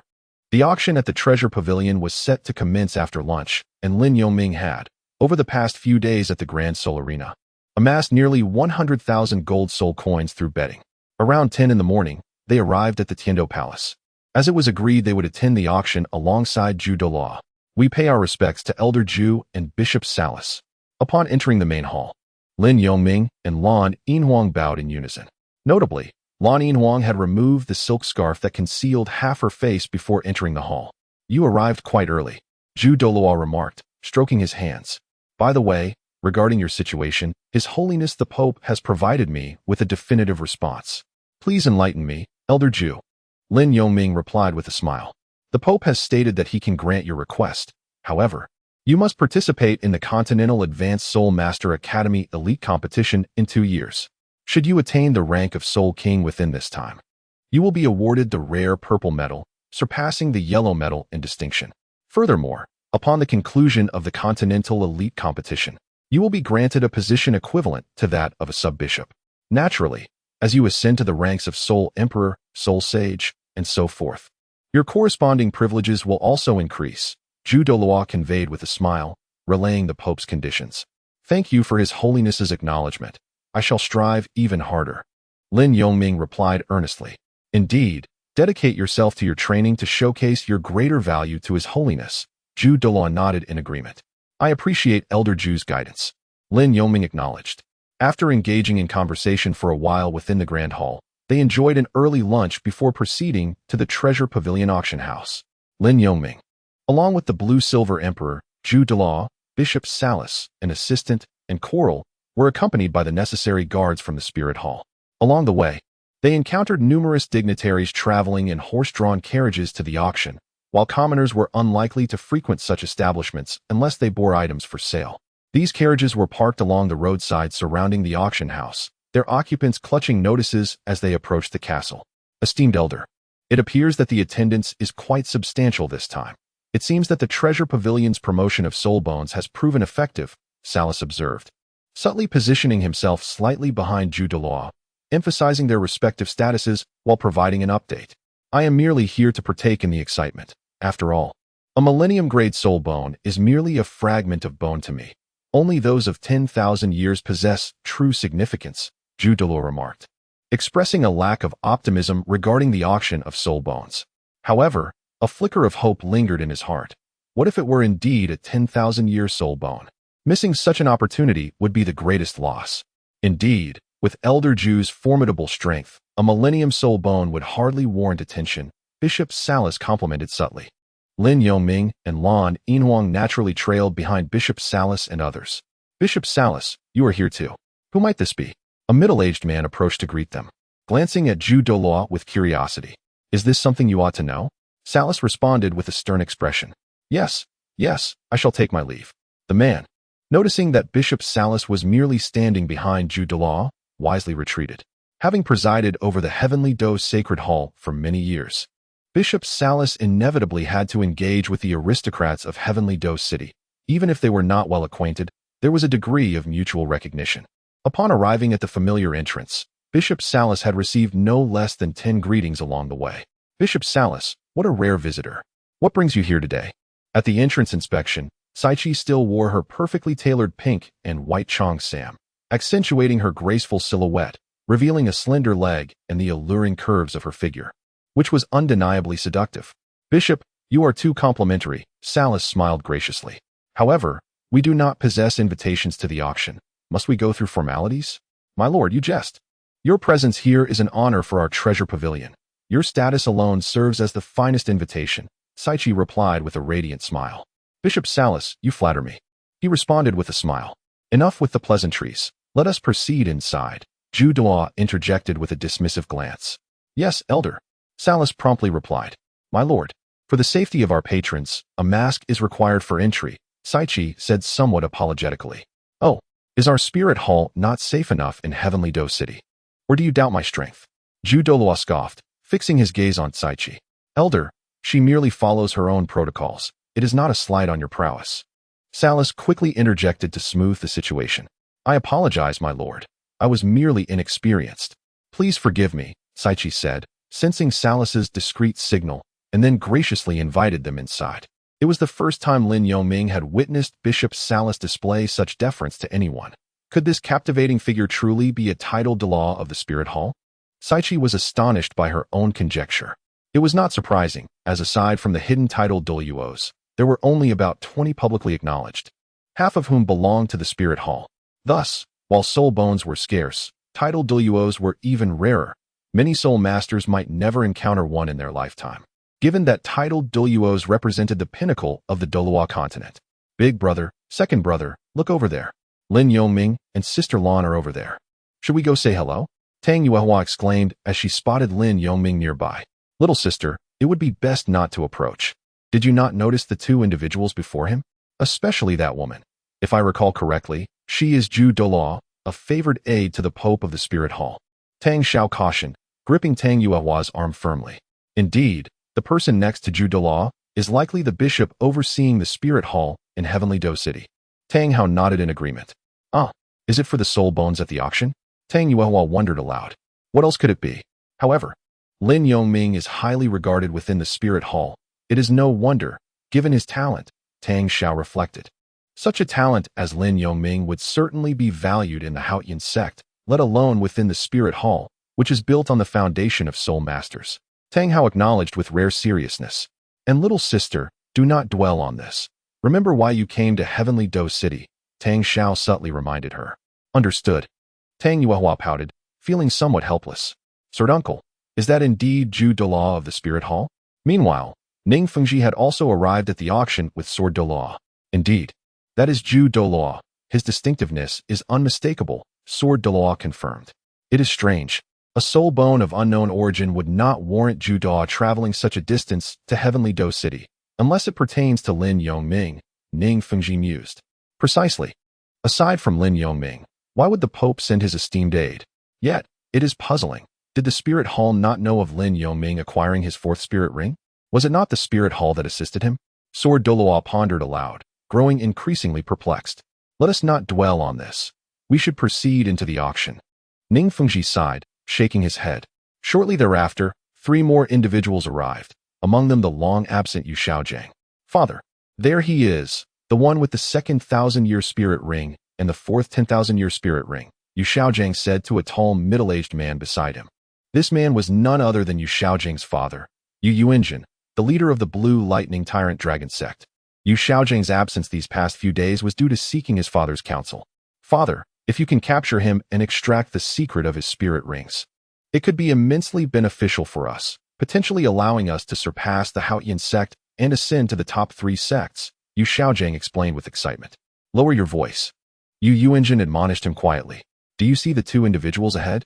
One is a 94th level title Douluo, Douluo, and the other is an 83rd level spirit Douluo, Bishop Salas of the Heavenly Dose Sacred Hall.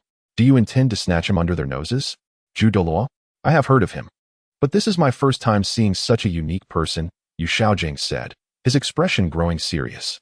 But Father, the secret of this spirit ring is too valuable to overlook. If we grasp this secret, our sect's overall strength will increase. And we could attract more soul masters to serve us, he insisted earnestly. It is not so simple to seize from the jaws of the spirit hall. This matter requires careful consideration. Now, let us not speak further to avoid drawing unwanted attention. We must enter the auction, Yu Yuanjin cautioned sternly. Yes, Father, Yu Xiaojiang replied reluctantly. Ah-in, how lively it is. Lin Yongming remarked quietly to Lan Yinhuang. Indeed, it is quite bustling, she replied, glancing around. No, I mean familiar faces have gathered here, Lin Yongming elaborated slowly. Despite the throngs within the auction, Lin Yongming remained unaffected in his observations. For his keen awareness and perceptive abilities allowed him to sense several familiar gazes upon him. Oh, is that so? The one named Yu Xiaojiang has appeared again. It seems he has come seeking reinforcements, Lan Yinhuang noted as she spotted Yu Xiaojiang and his companions entering through the entrance. Chapter 117. The intense auction. Lin Yongming and Lan Yinhuang discovered that, apart from Yu Xiaojiang and a few members of the Blue Electric Tyrant Dragon sect, there were also the three siblings of Tang Hao, the Ning Fengji clan, as well as Prince Xuexing of the Tiando royal family. In other words, with the exception of those from the Star Luo Empire who could not attend, all prominent figures had gathered at the treasure-gathering auction house. It must be said that the allure of soul bones is indeed immense, for a single soul bone possesses the power to significantly enhance a soul master's capabilities. Moreover, soul masters are particularly abundant in wealth. By approximately 1:30 in the afternoon, the influx of attendees had completely filled the seats for the auction. Lin Yongming occupied a position within a curved area, where 2 or 3 female attendants graced each aisle. Despite their masks, their attire was rather revealing. Xiao Ming observed that the expressions on the attendants' faces were devoid of warmth, their eyes betraying not a flicker of emotion.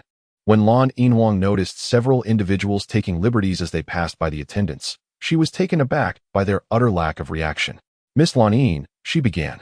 These attendants are well-trained slaves from the treasure pavilion. As you can see, their lives have lost all color. They exist merely as soulless shells. Lan Yinhuang, regarded highly by Zhu Douluo, received a peaceful explanation from Bishop Salas, who dared not make any promises. Isn't it true that the 2 great empires publicly prohibited the buying and selling of slaves? Lin Yongming queried, perplexed. Do not take such proclamations too seriously. When sufficient profit is at stake, what is there to fear? Moreover, do you truly believe that the treasure pavilion lacks partners? Can you be certain that no nobles from the 2 empires are involved? Bishop Salas scoffed lightly before quietly elucidating the matter to Lin Yongming and his companion. He speaks truthfully. Do not envision this world as overly idyllic, and do not entertain thoughts of rescuing them. Even if they were liberated, they would lack the means to sustain themselves and would still perish. Zhu Douluo cautioned Lin Yongming and his companion in a measured tone. We understand, Lin Yongming replied, grasping Lan Yinhuang's hand. Lin Yongming was acutely aware of Lan Yinhuang's inherent kindness, unable to bear witnessing such scenes. He could only grasp Lan Yinhuang's hand and offer silent comfort. The moment for the auction items approached swiftly, as Kai Chi entered the stage through the grand door at the back. Thank you all for gracing the Jubileage auction with your presence. On behalf of the auction house, I extend a warm welcome to each of you. It is truly an honor to have you here.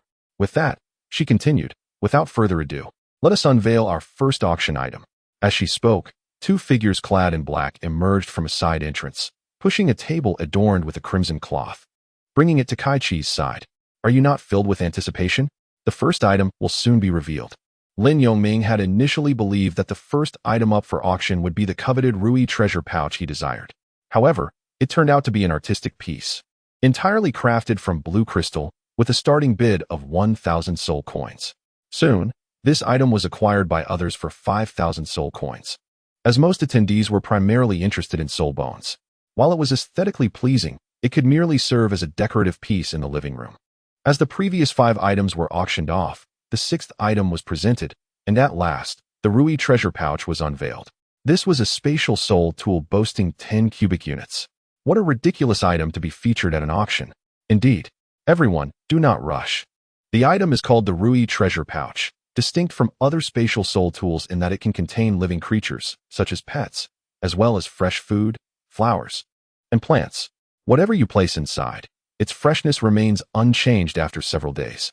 Imagine when you travel far and cannot conveniently carry your pet or desire fresh meat. It can fulfill those needs.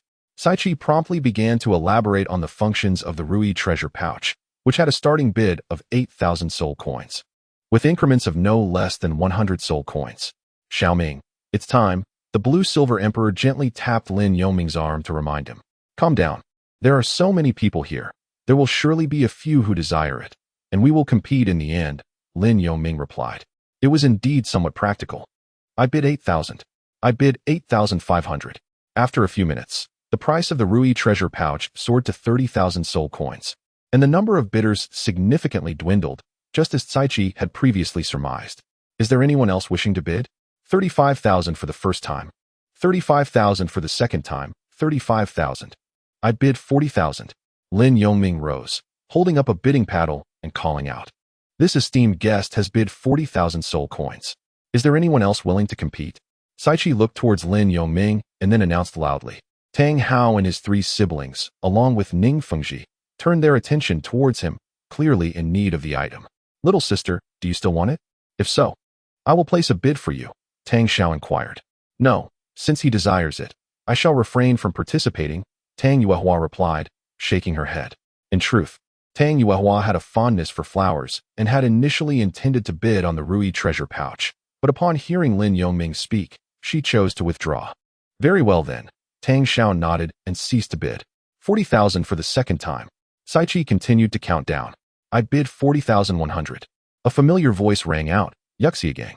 Upon hearing Yuxiagang's declaration, he glanced towards Lin Yongming. I remember the humiliation you caused me at the Great Soul Arena, Yuxiagang thought. A smirk playing on his lips. 45,000. Lin Yongming continued to raise the bid without acknowledging Yuxiagang. 45,100. After Lin Yongming spoke, Yuxiagang continued to call out, each time increasing the bid by a mere 100 soul coins. Damn it, Xiaoming, he is clearly toying with us. The blue-silver emperor exclaimed, barely containing her fury.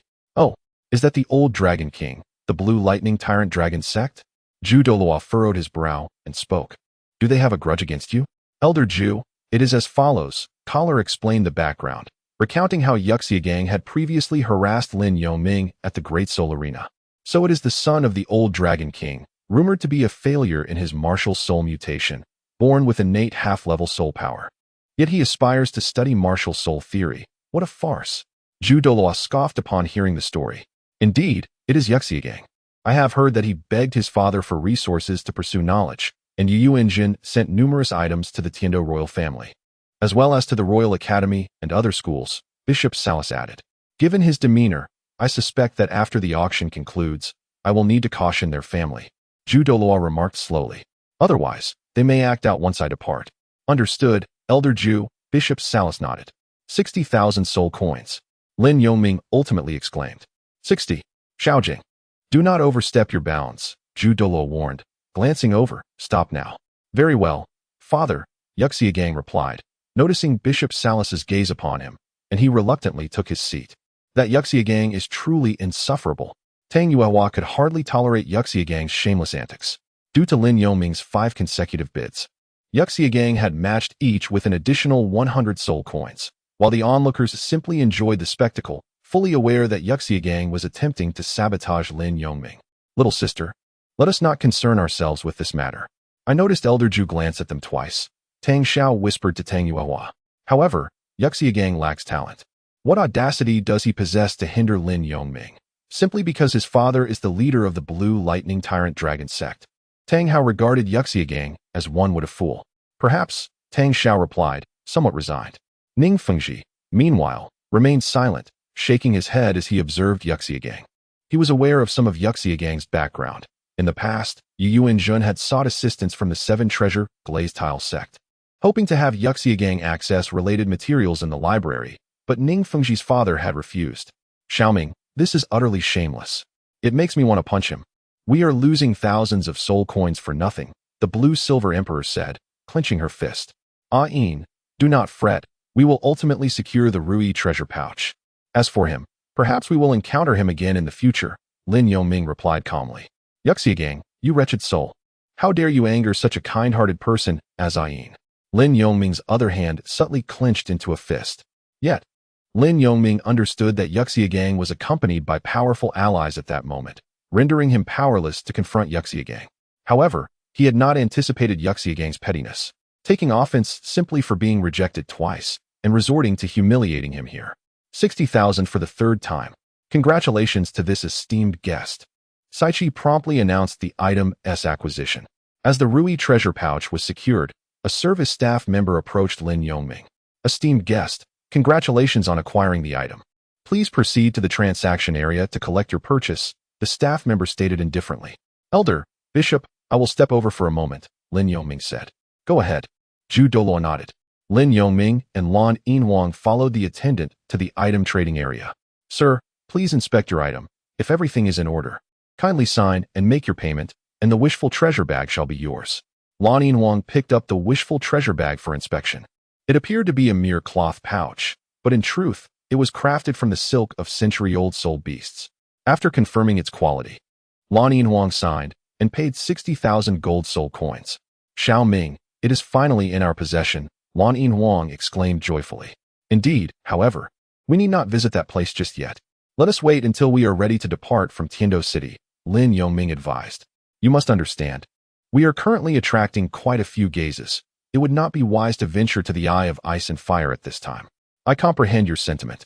There is no need to rush. Lan Yinhuang acknowledged Lin Yongming's words. Let us proceed. Lin Yongming and the other two stepped out of the goods trading area, discovering that the auction was brimming with fervent shouts. Beside Saichi, there was a woman confined within a cage. Chapter 118, Ning Fengji Bids. The woman had 2 pink rabbit ears atop her head and a fluffy rabbit tail, her face a portrait of panic as she curled up, glancing anxiously at the surrounding crowd. The starting bid was set at 100,000 soul coins, with increments no less than 10,000 soul coins. Saichi was generously introducing the girl, who symbolized a rabbit, to the guests.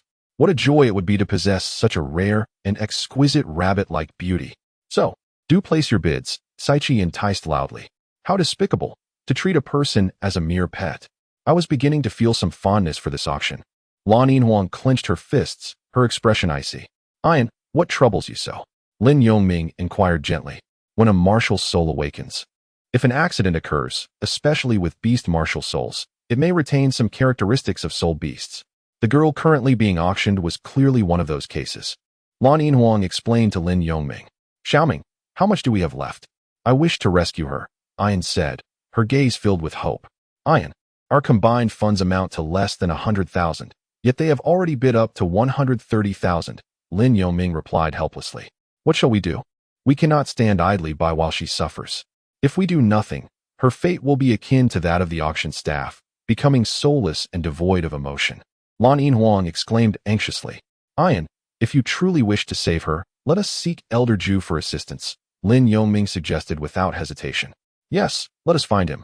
Lan Yinhuang nodded, eagerly pulling Lin Yongming toward Douluo. 15,000. Upon their arrival, the two heard Salas urgently calling out a bid, then immediately covering his mouth in embarrassment. Salas, what are you doing? Douluo turned to question him. Elder Ju. I merely wish to rescue her upon seeing her plight, Bishop Salas replied, flustered. Damn it. Why can't I control my tongue at such a moment?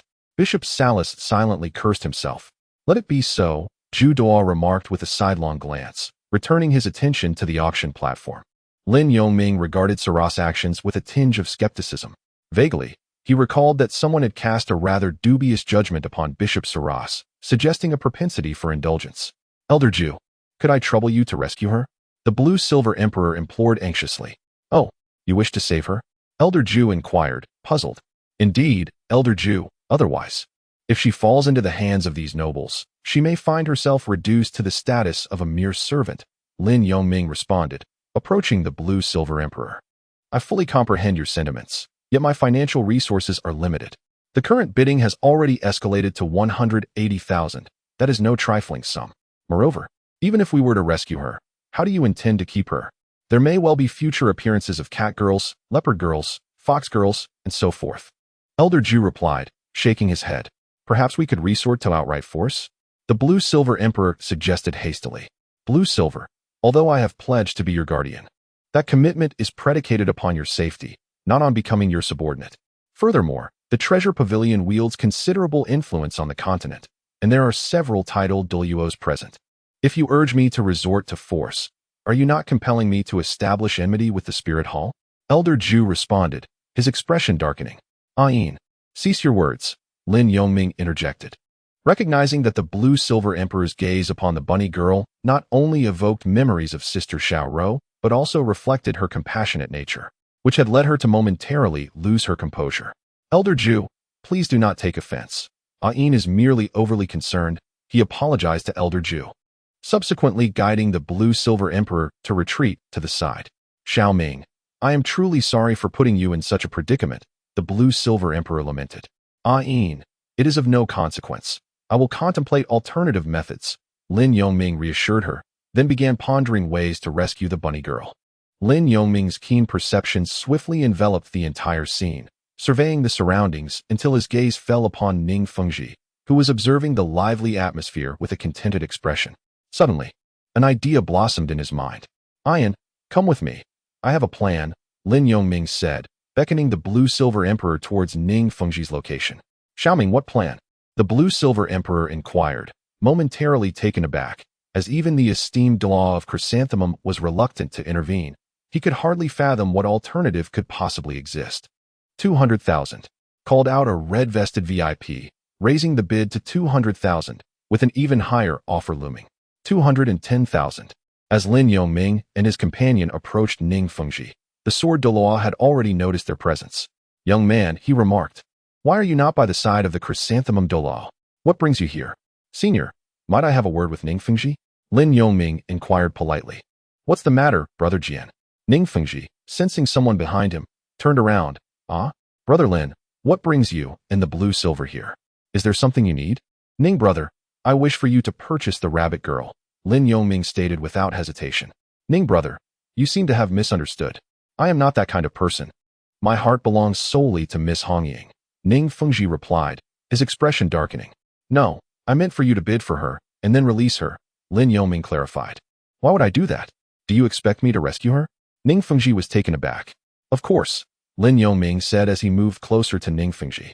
I am aware that your 7-treasure glazed tile school is quite affluent, and saving her might be advantageous for you. Lin Yongming smiled gently. Ning brother, your words are only adding to my confusion.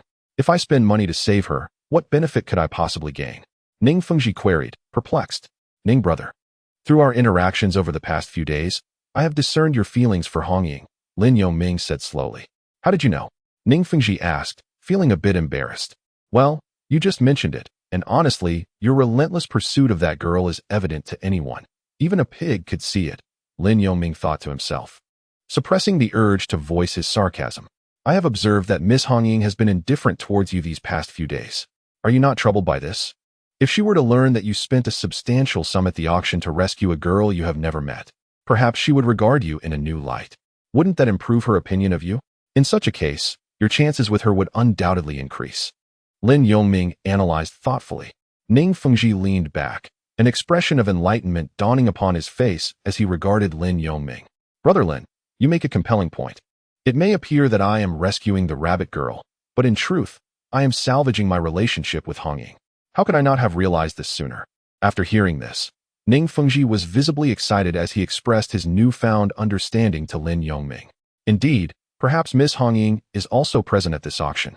Lin Yongming affirmed gravely. Ning brother, I will remember your wise counsel.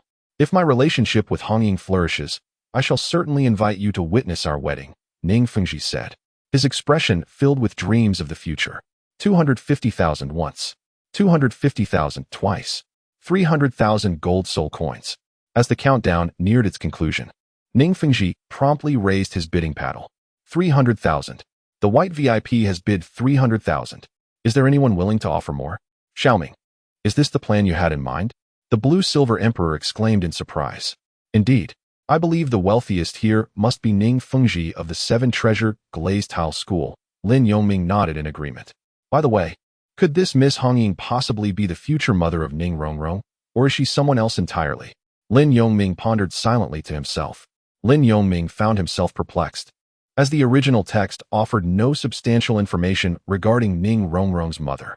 However, It was evident that Ning Fengji held a deep affection for the young lady Hong Ying, which perhaps elucidated Ning Fengji's indulgent treatment of Ning Rongrong.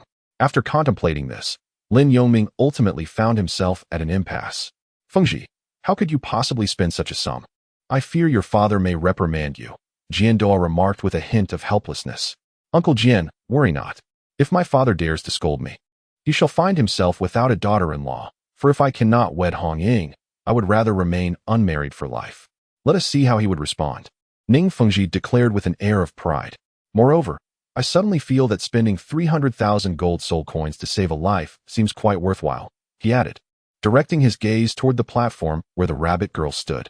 Well, money is merely a material possession. You may decide as you wish, Jian Douluo nodded, somewhat gratified by Ning Fengji's words. Ning brother, you are right. How can one measure the value of a life in terms of money? My companion Ain and I wish to assist, yet our capabilities fall short, which is why we sought your help, Lin Yongming interjected with a gentle smile. Haha. While I may not possess your prowess in martial spirits, I dare say I excel in the art of treasure appraisal and profit-making. Thus, 300,000 gold soul coins is but a trifling matter. Besides, you have lent me your support. I shall likewise extend my aid to you. Ning Fengji replied with a smile. Indeed, after all, you possess the 7-treasure glazed tile pagoda, Lin Yongming acknowledged with a nod. 300,000 for the first, 300,000 for the second, 300,000 for the third deal. Congratulations to the distinguished white guest for acquiring the item, Kai Chi promptly announced, gesturing toward Ning Fengji. Who is this foolish young master, spending 300,000 on a pet rabbit girl? Silence. He is from the 7-treasure glazed tile sect. The 7-treasure glazed tile sect. Ning brother, I have secured it. Tell me sincerely, does Hong Ying truly harbor any feelings for me? Ning Fengji inquired with a hint of uncertainty. It seems that Ning brother is genuinely fond of Miss Hong Ying. I cannot ascertain what transpired between you in the past, but I can only say that sincerity is the finest declaration of affection, Lin Yongming replied, recognizing that he could not dictate another's heart, and thus advised Ning Fengji accordingly. I understand now.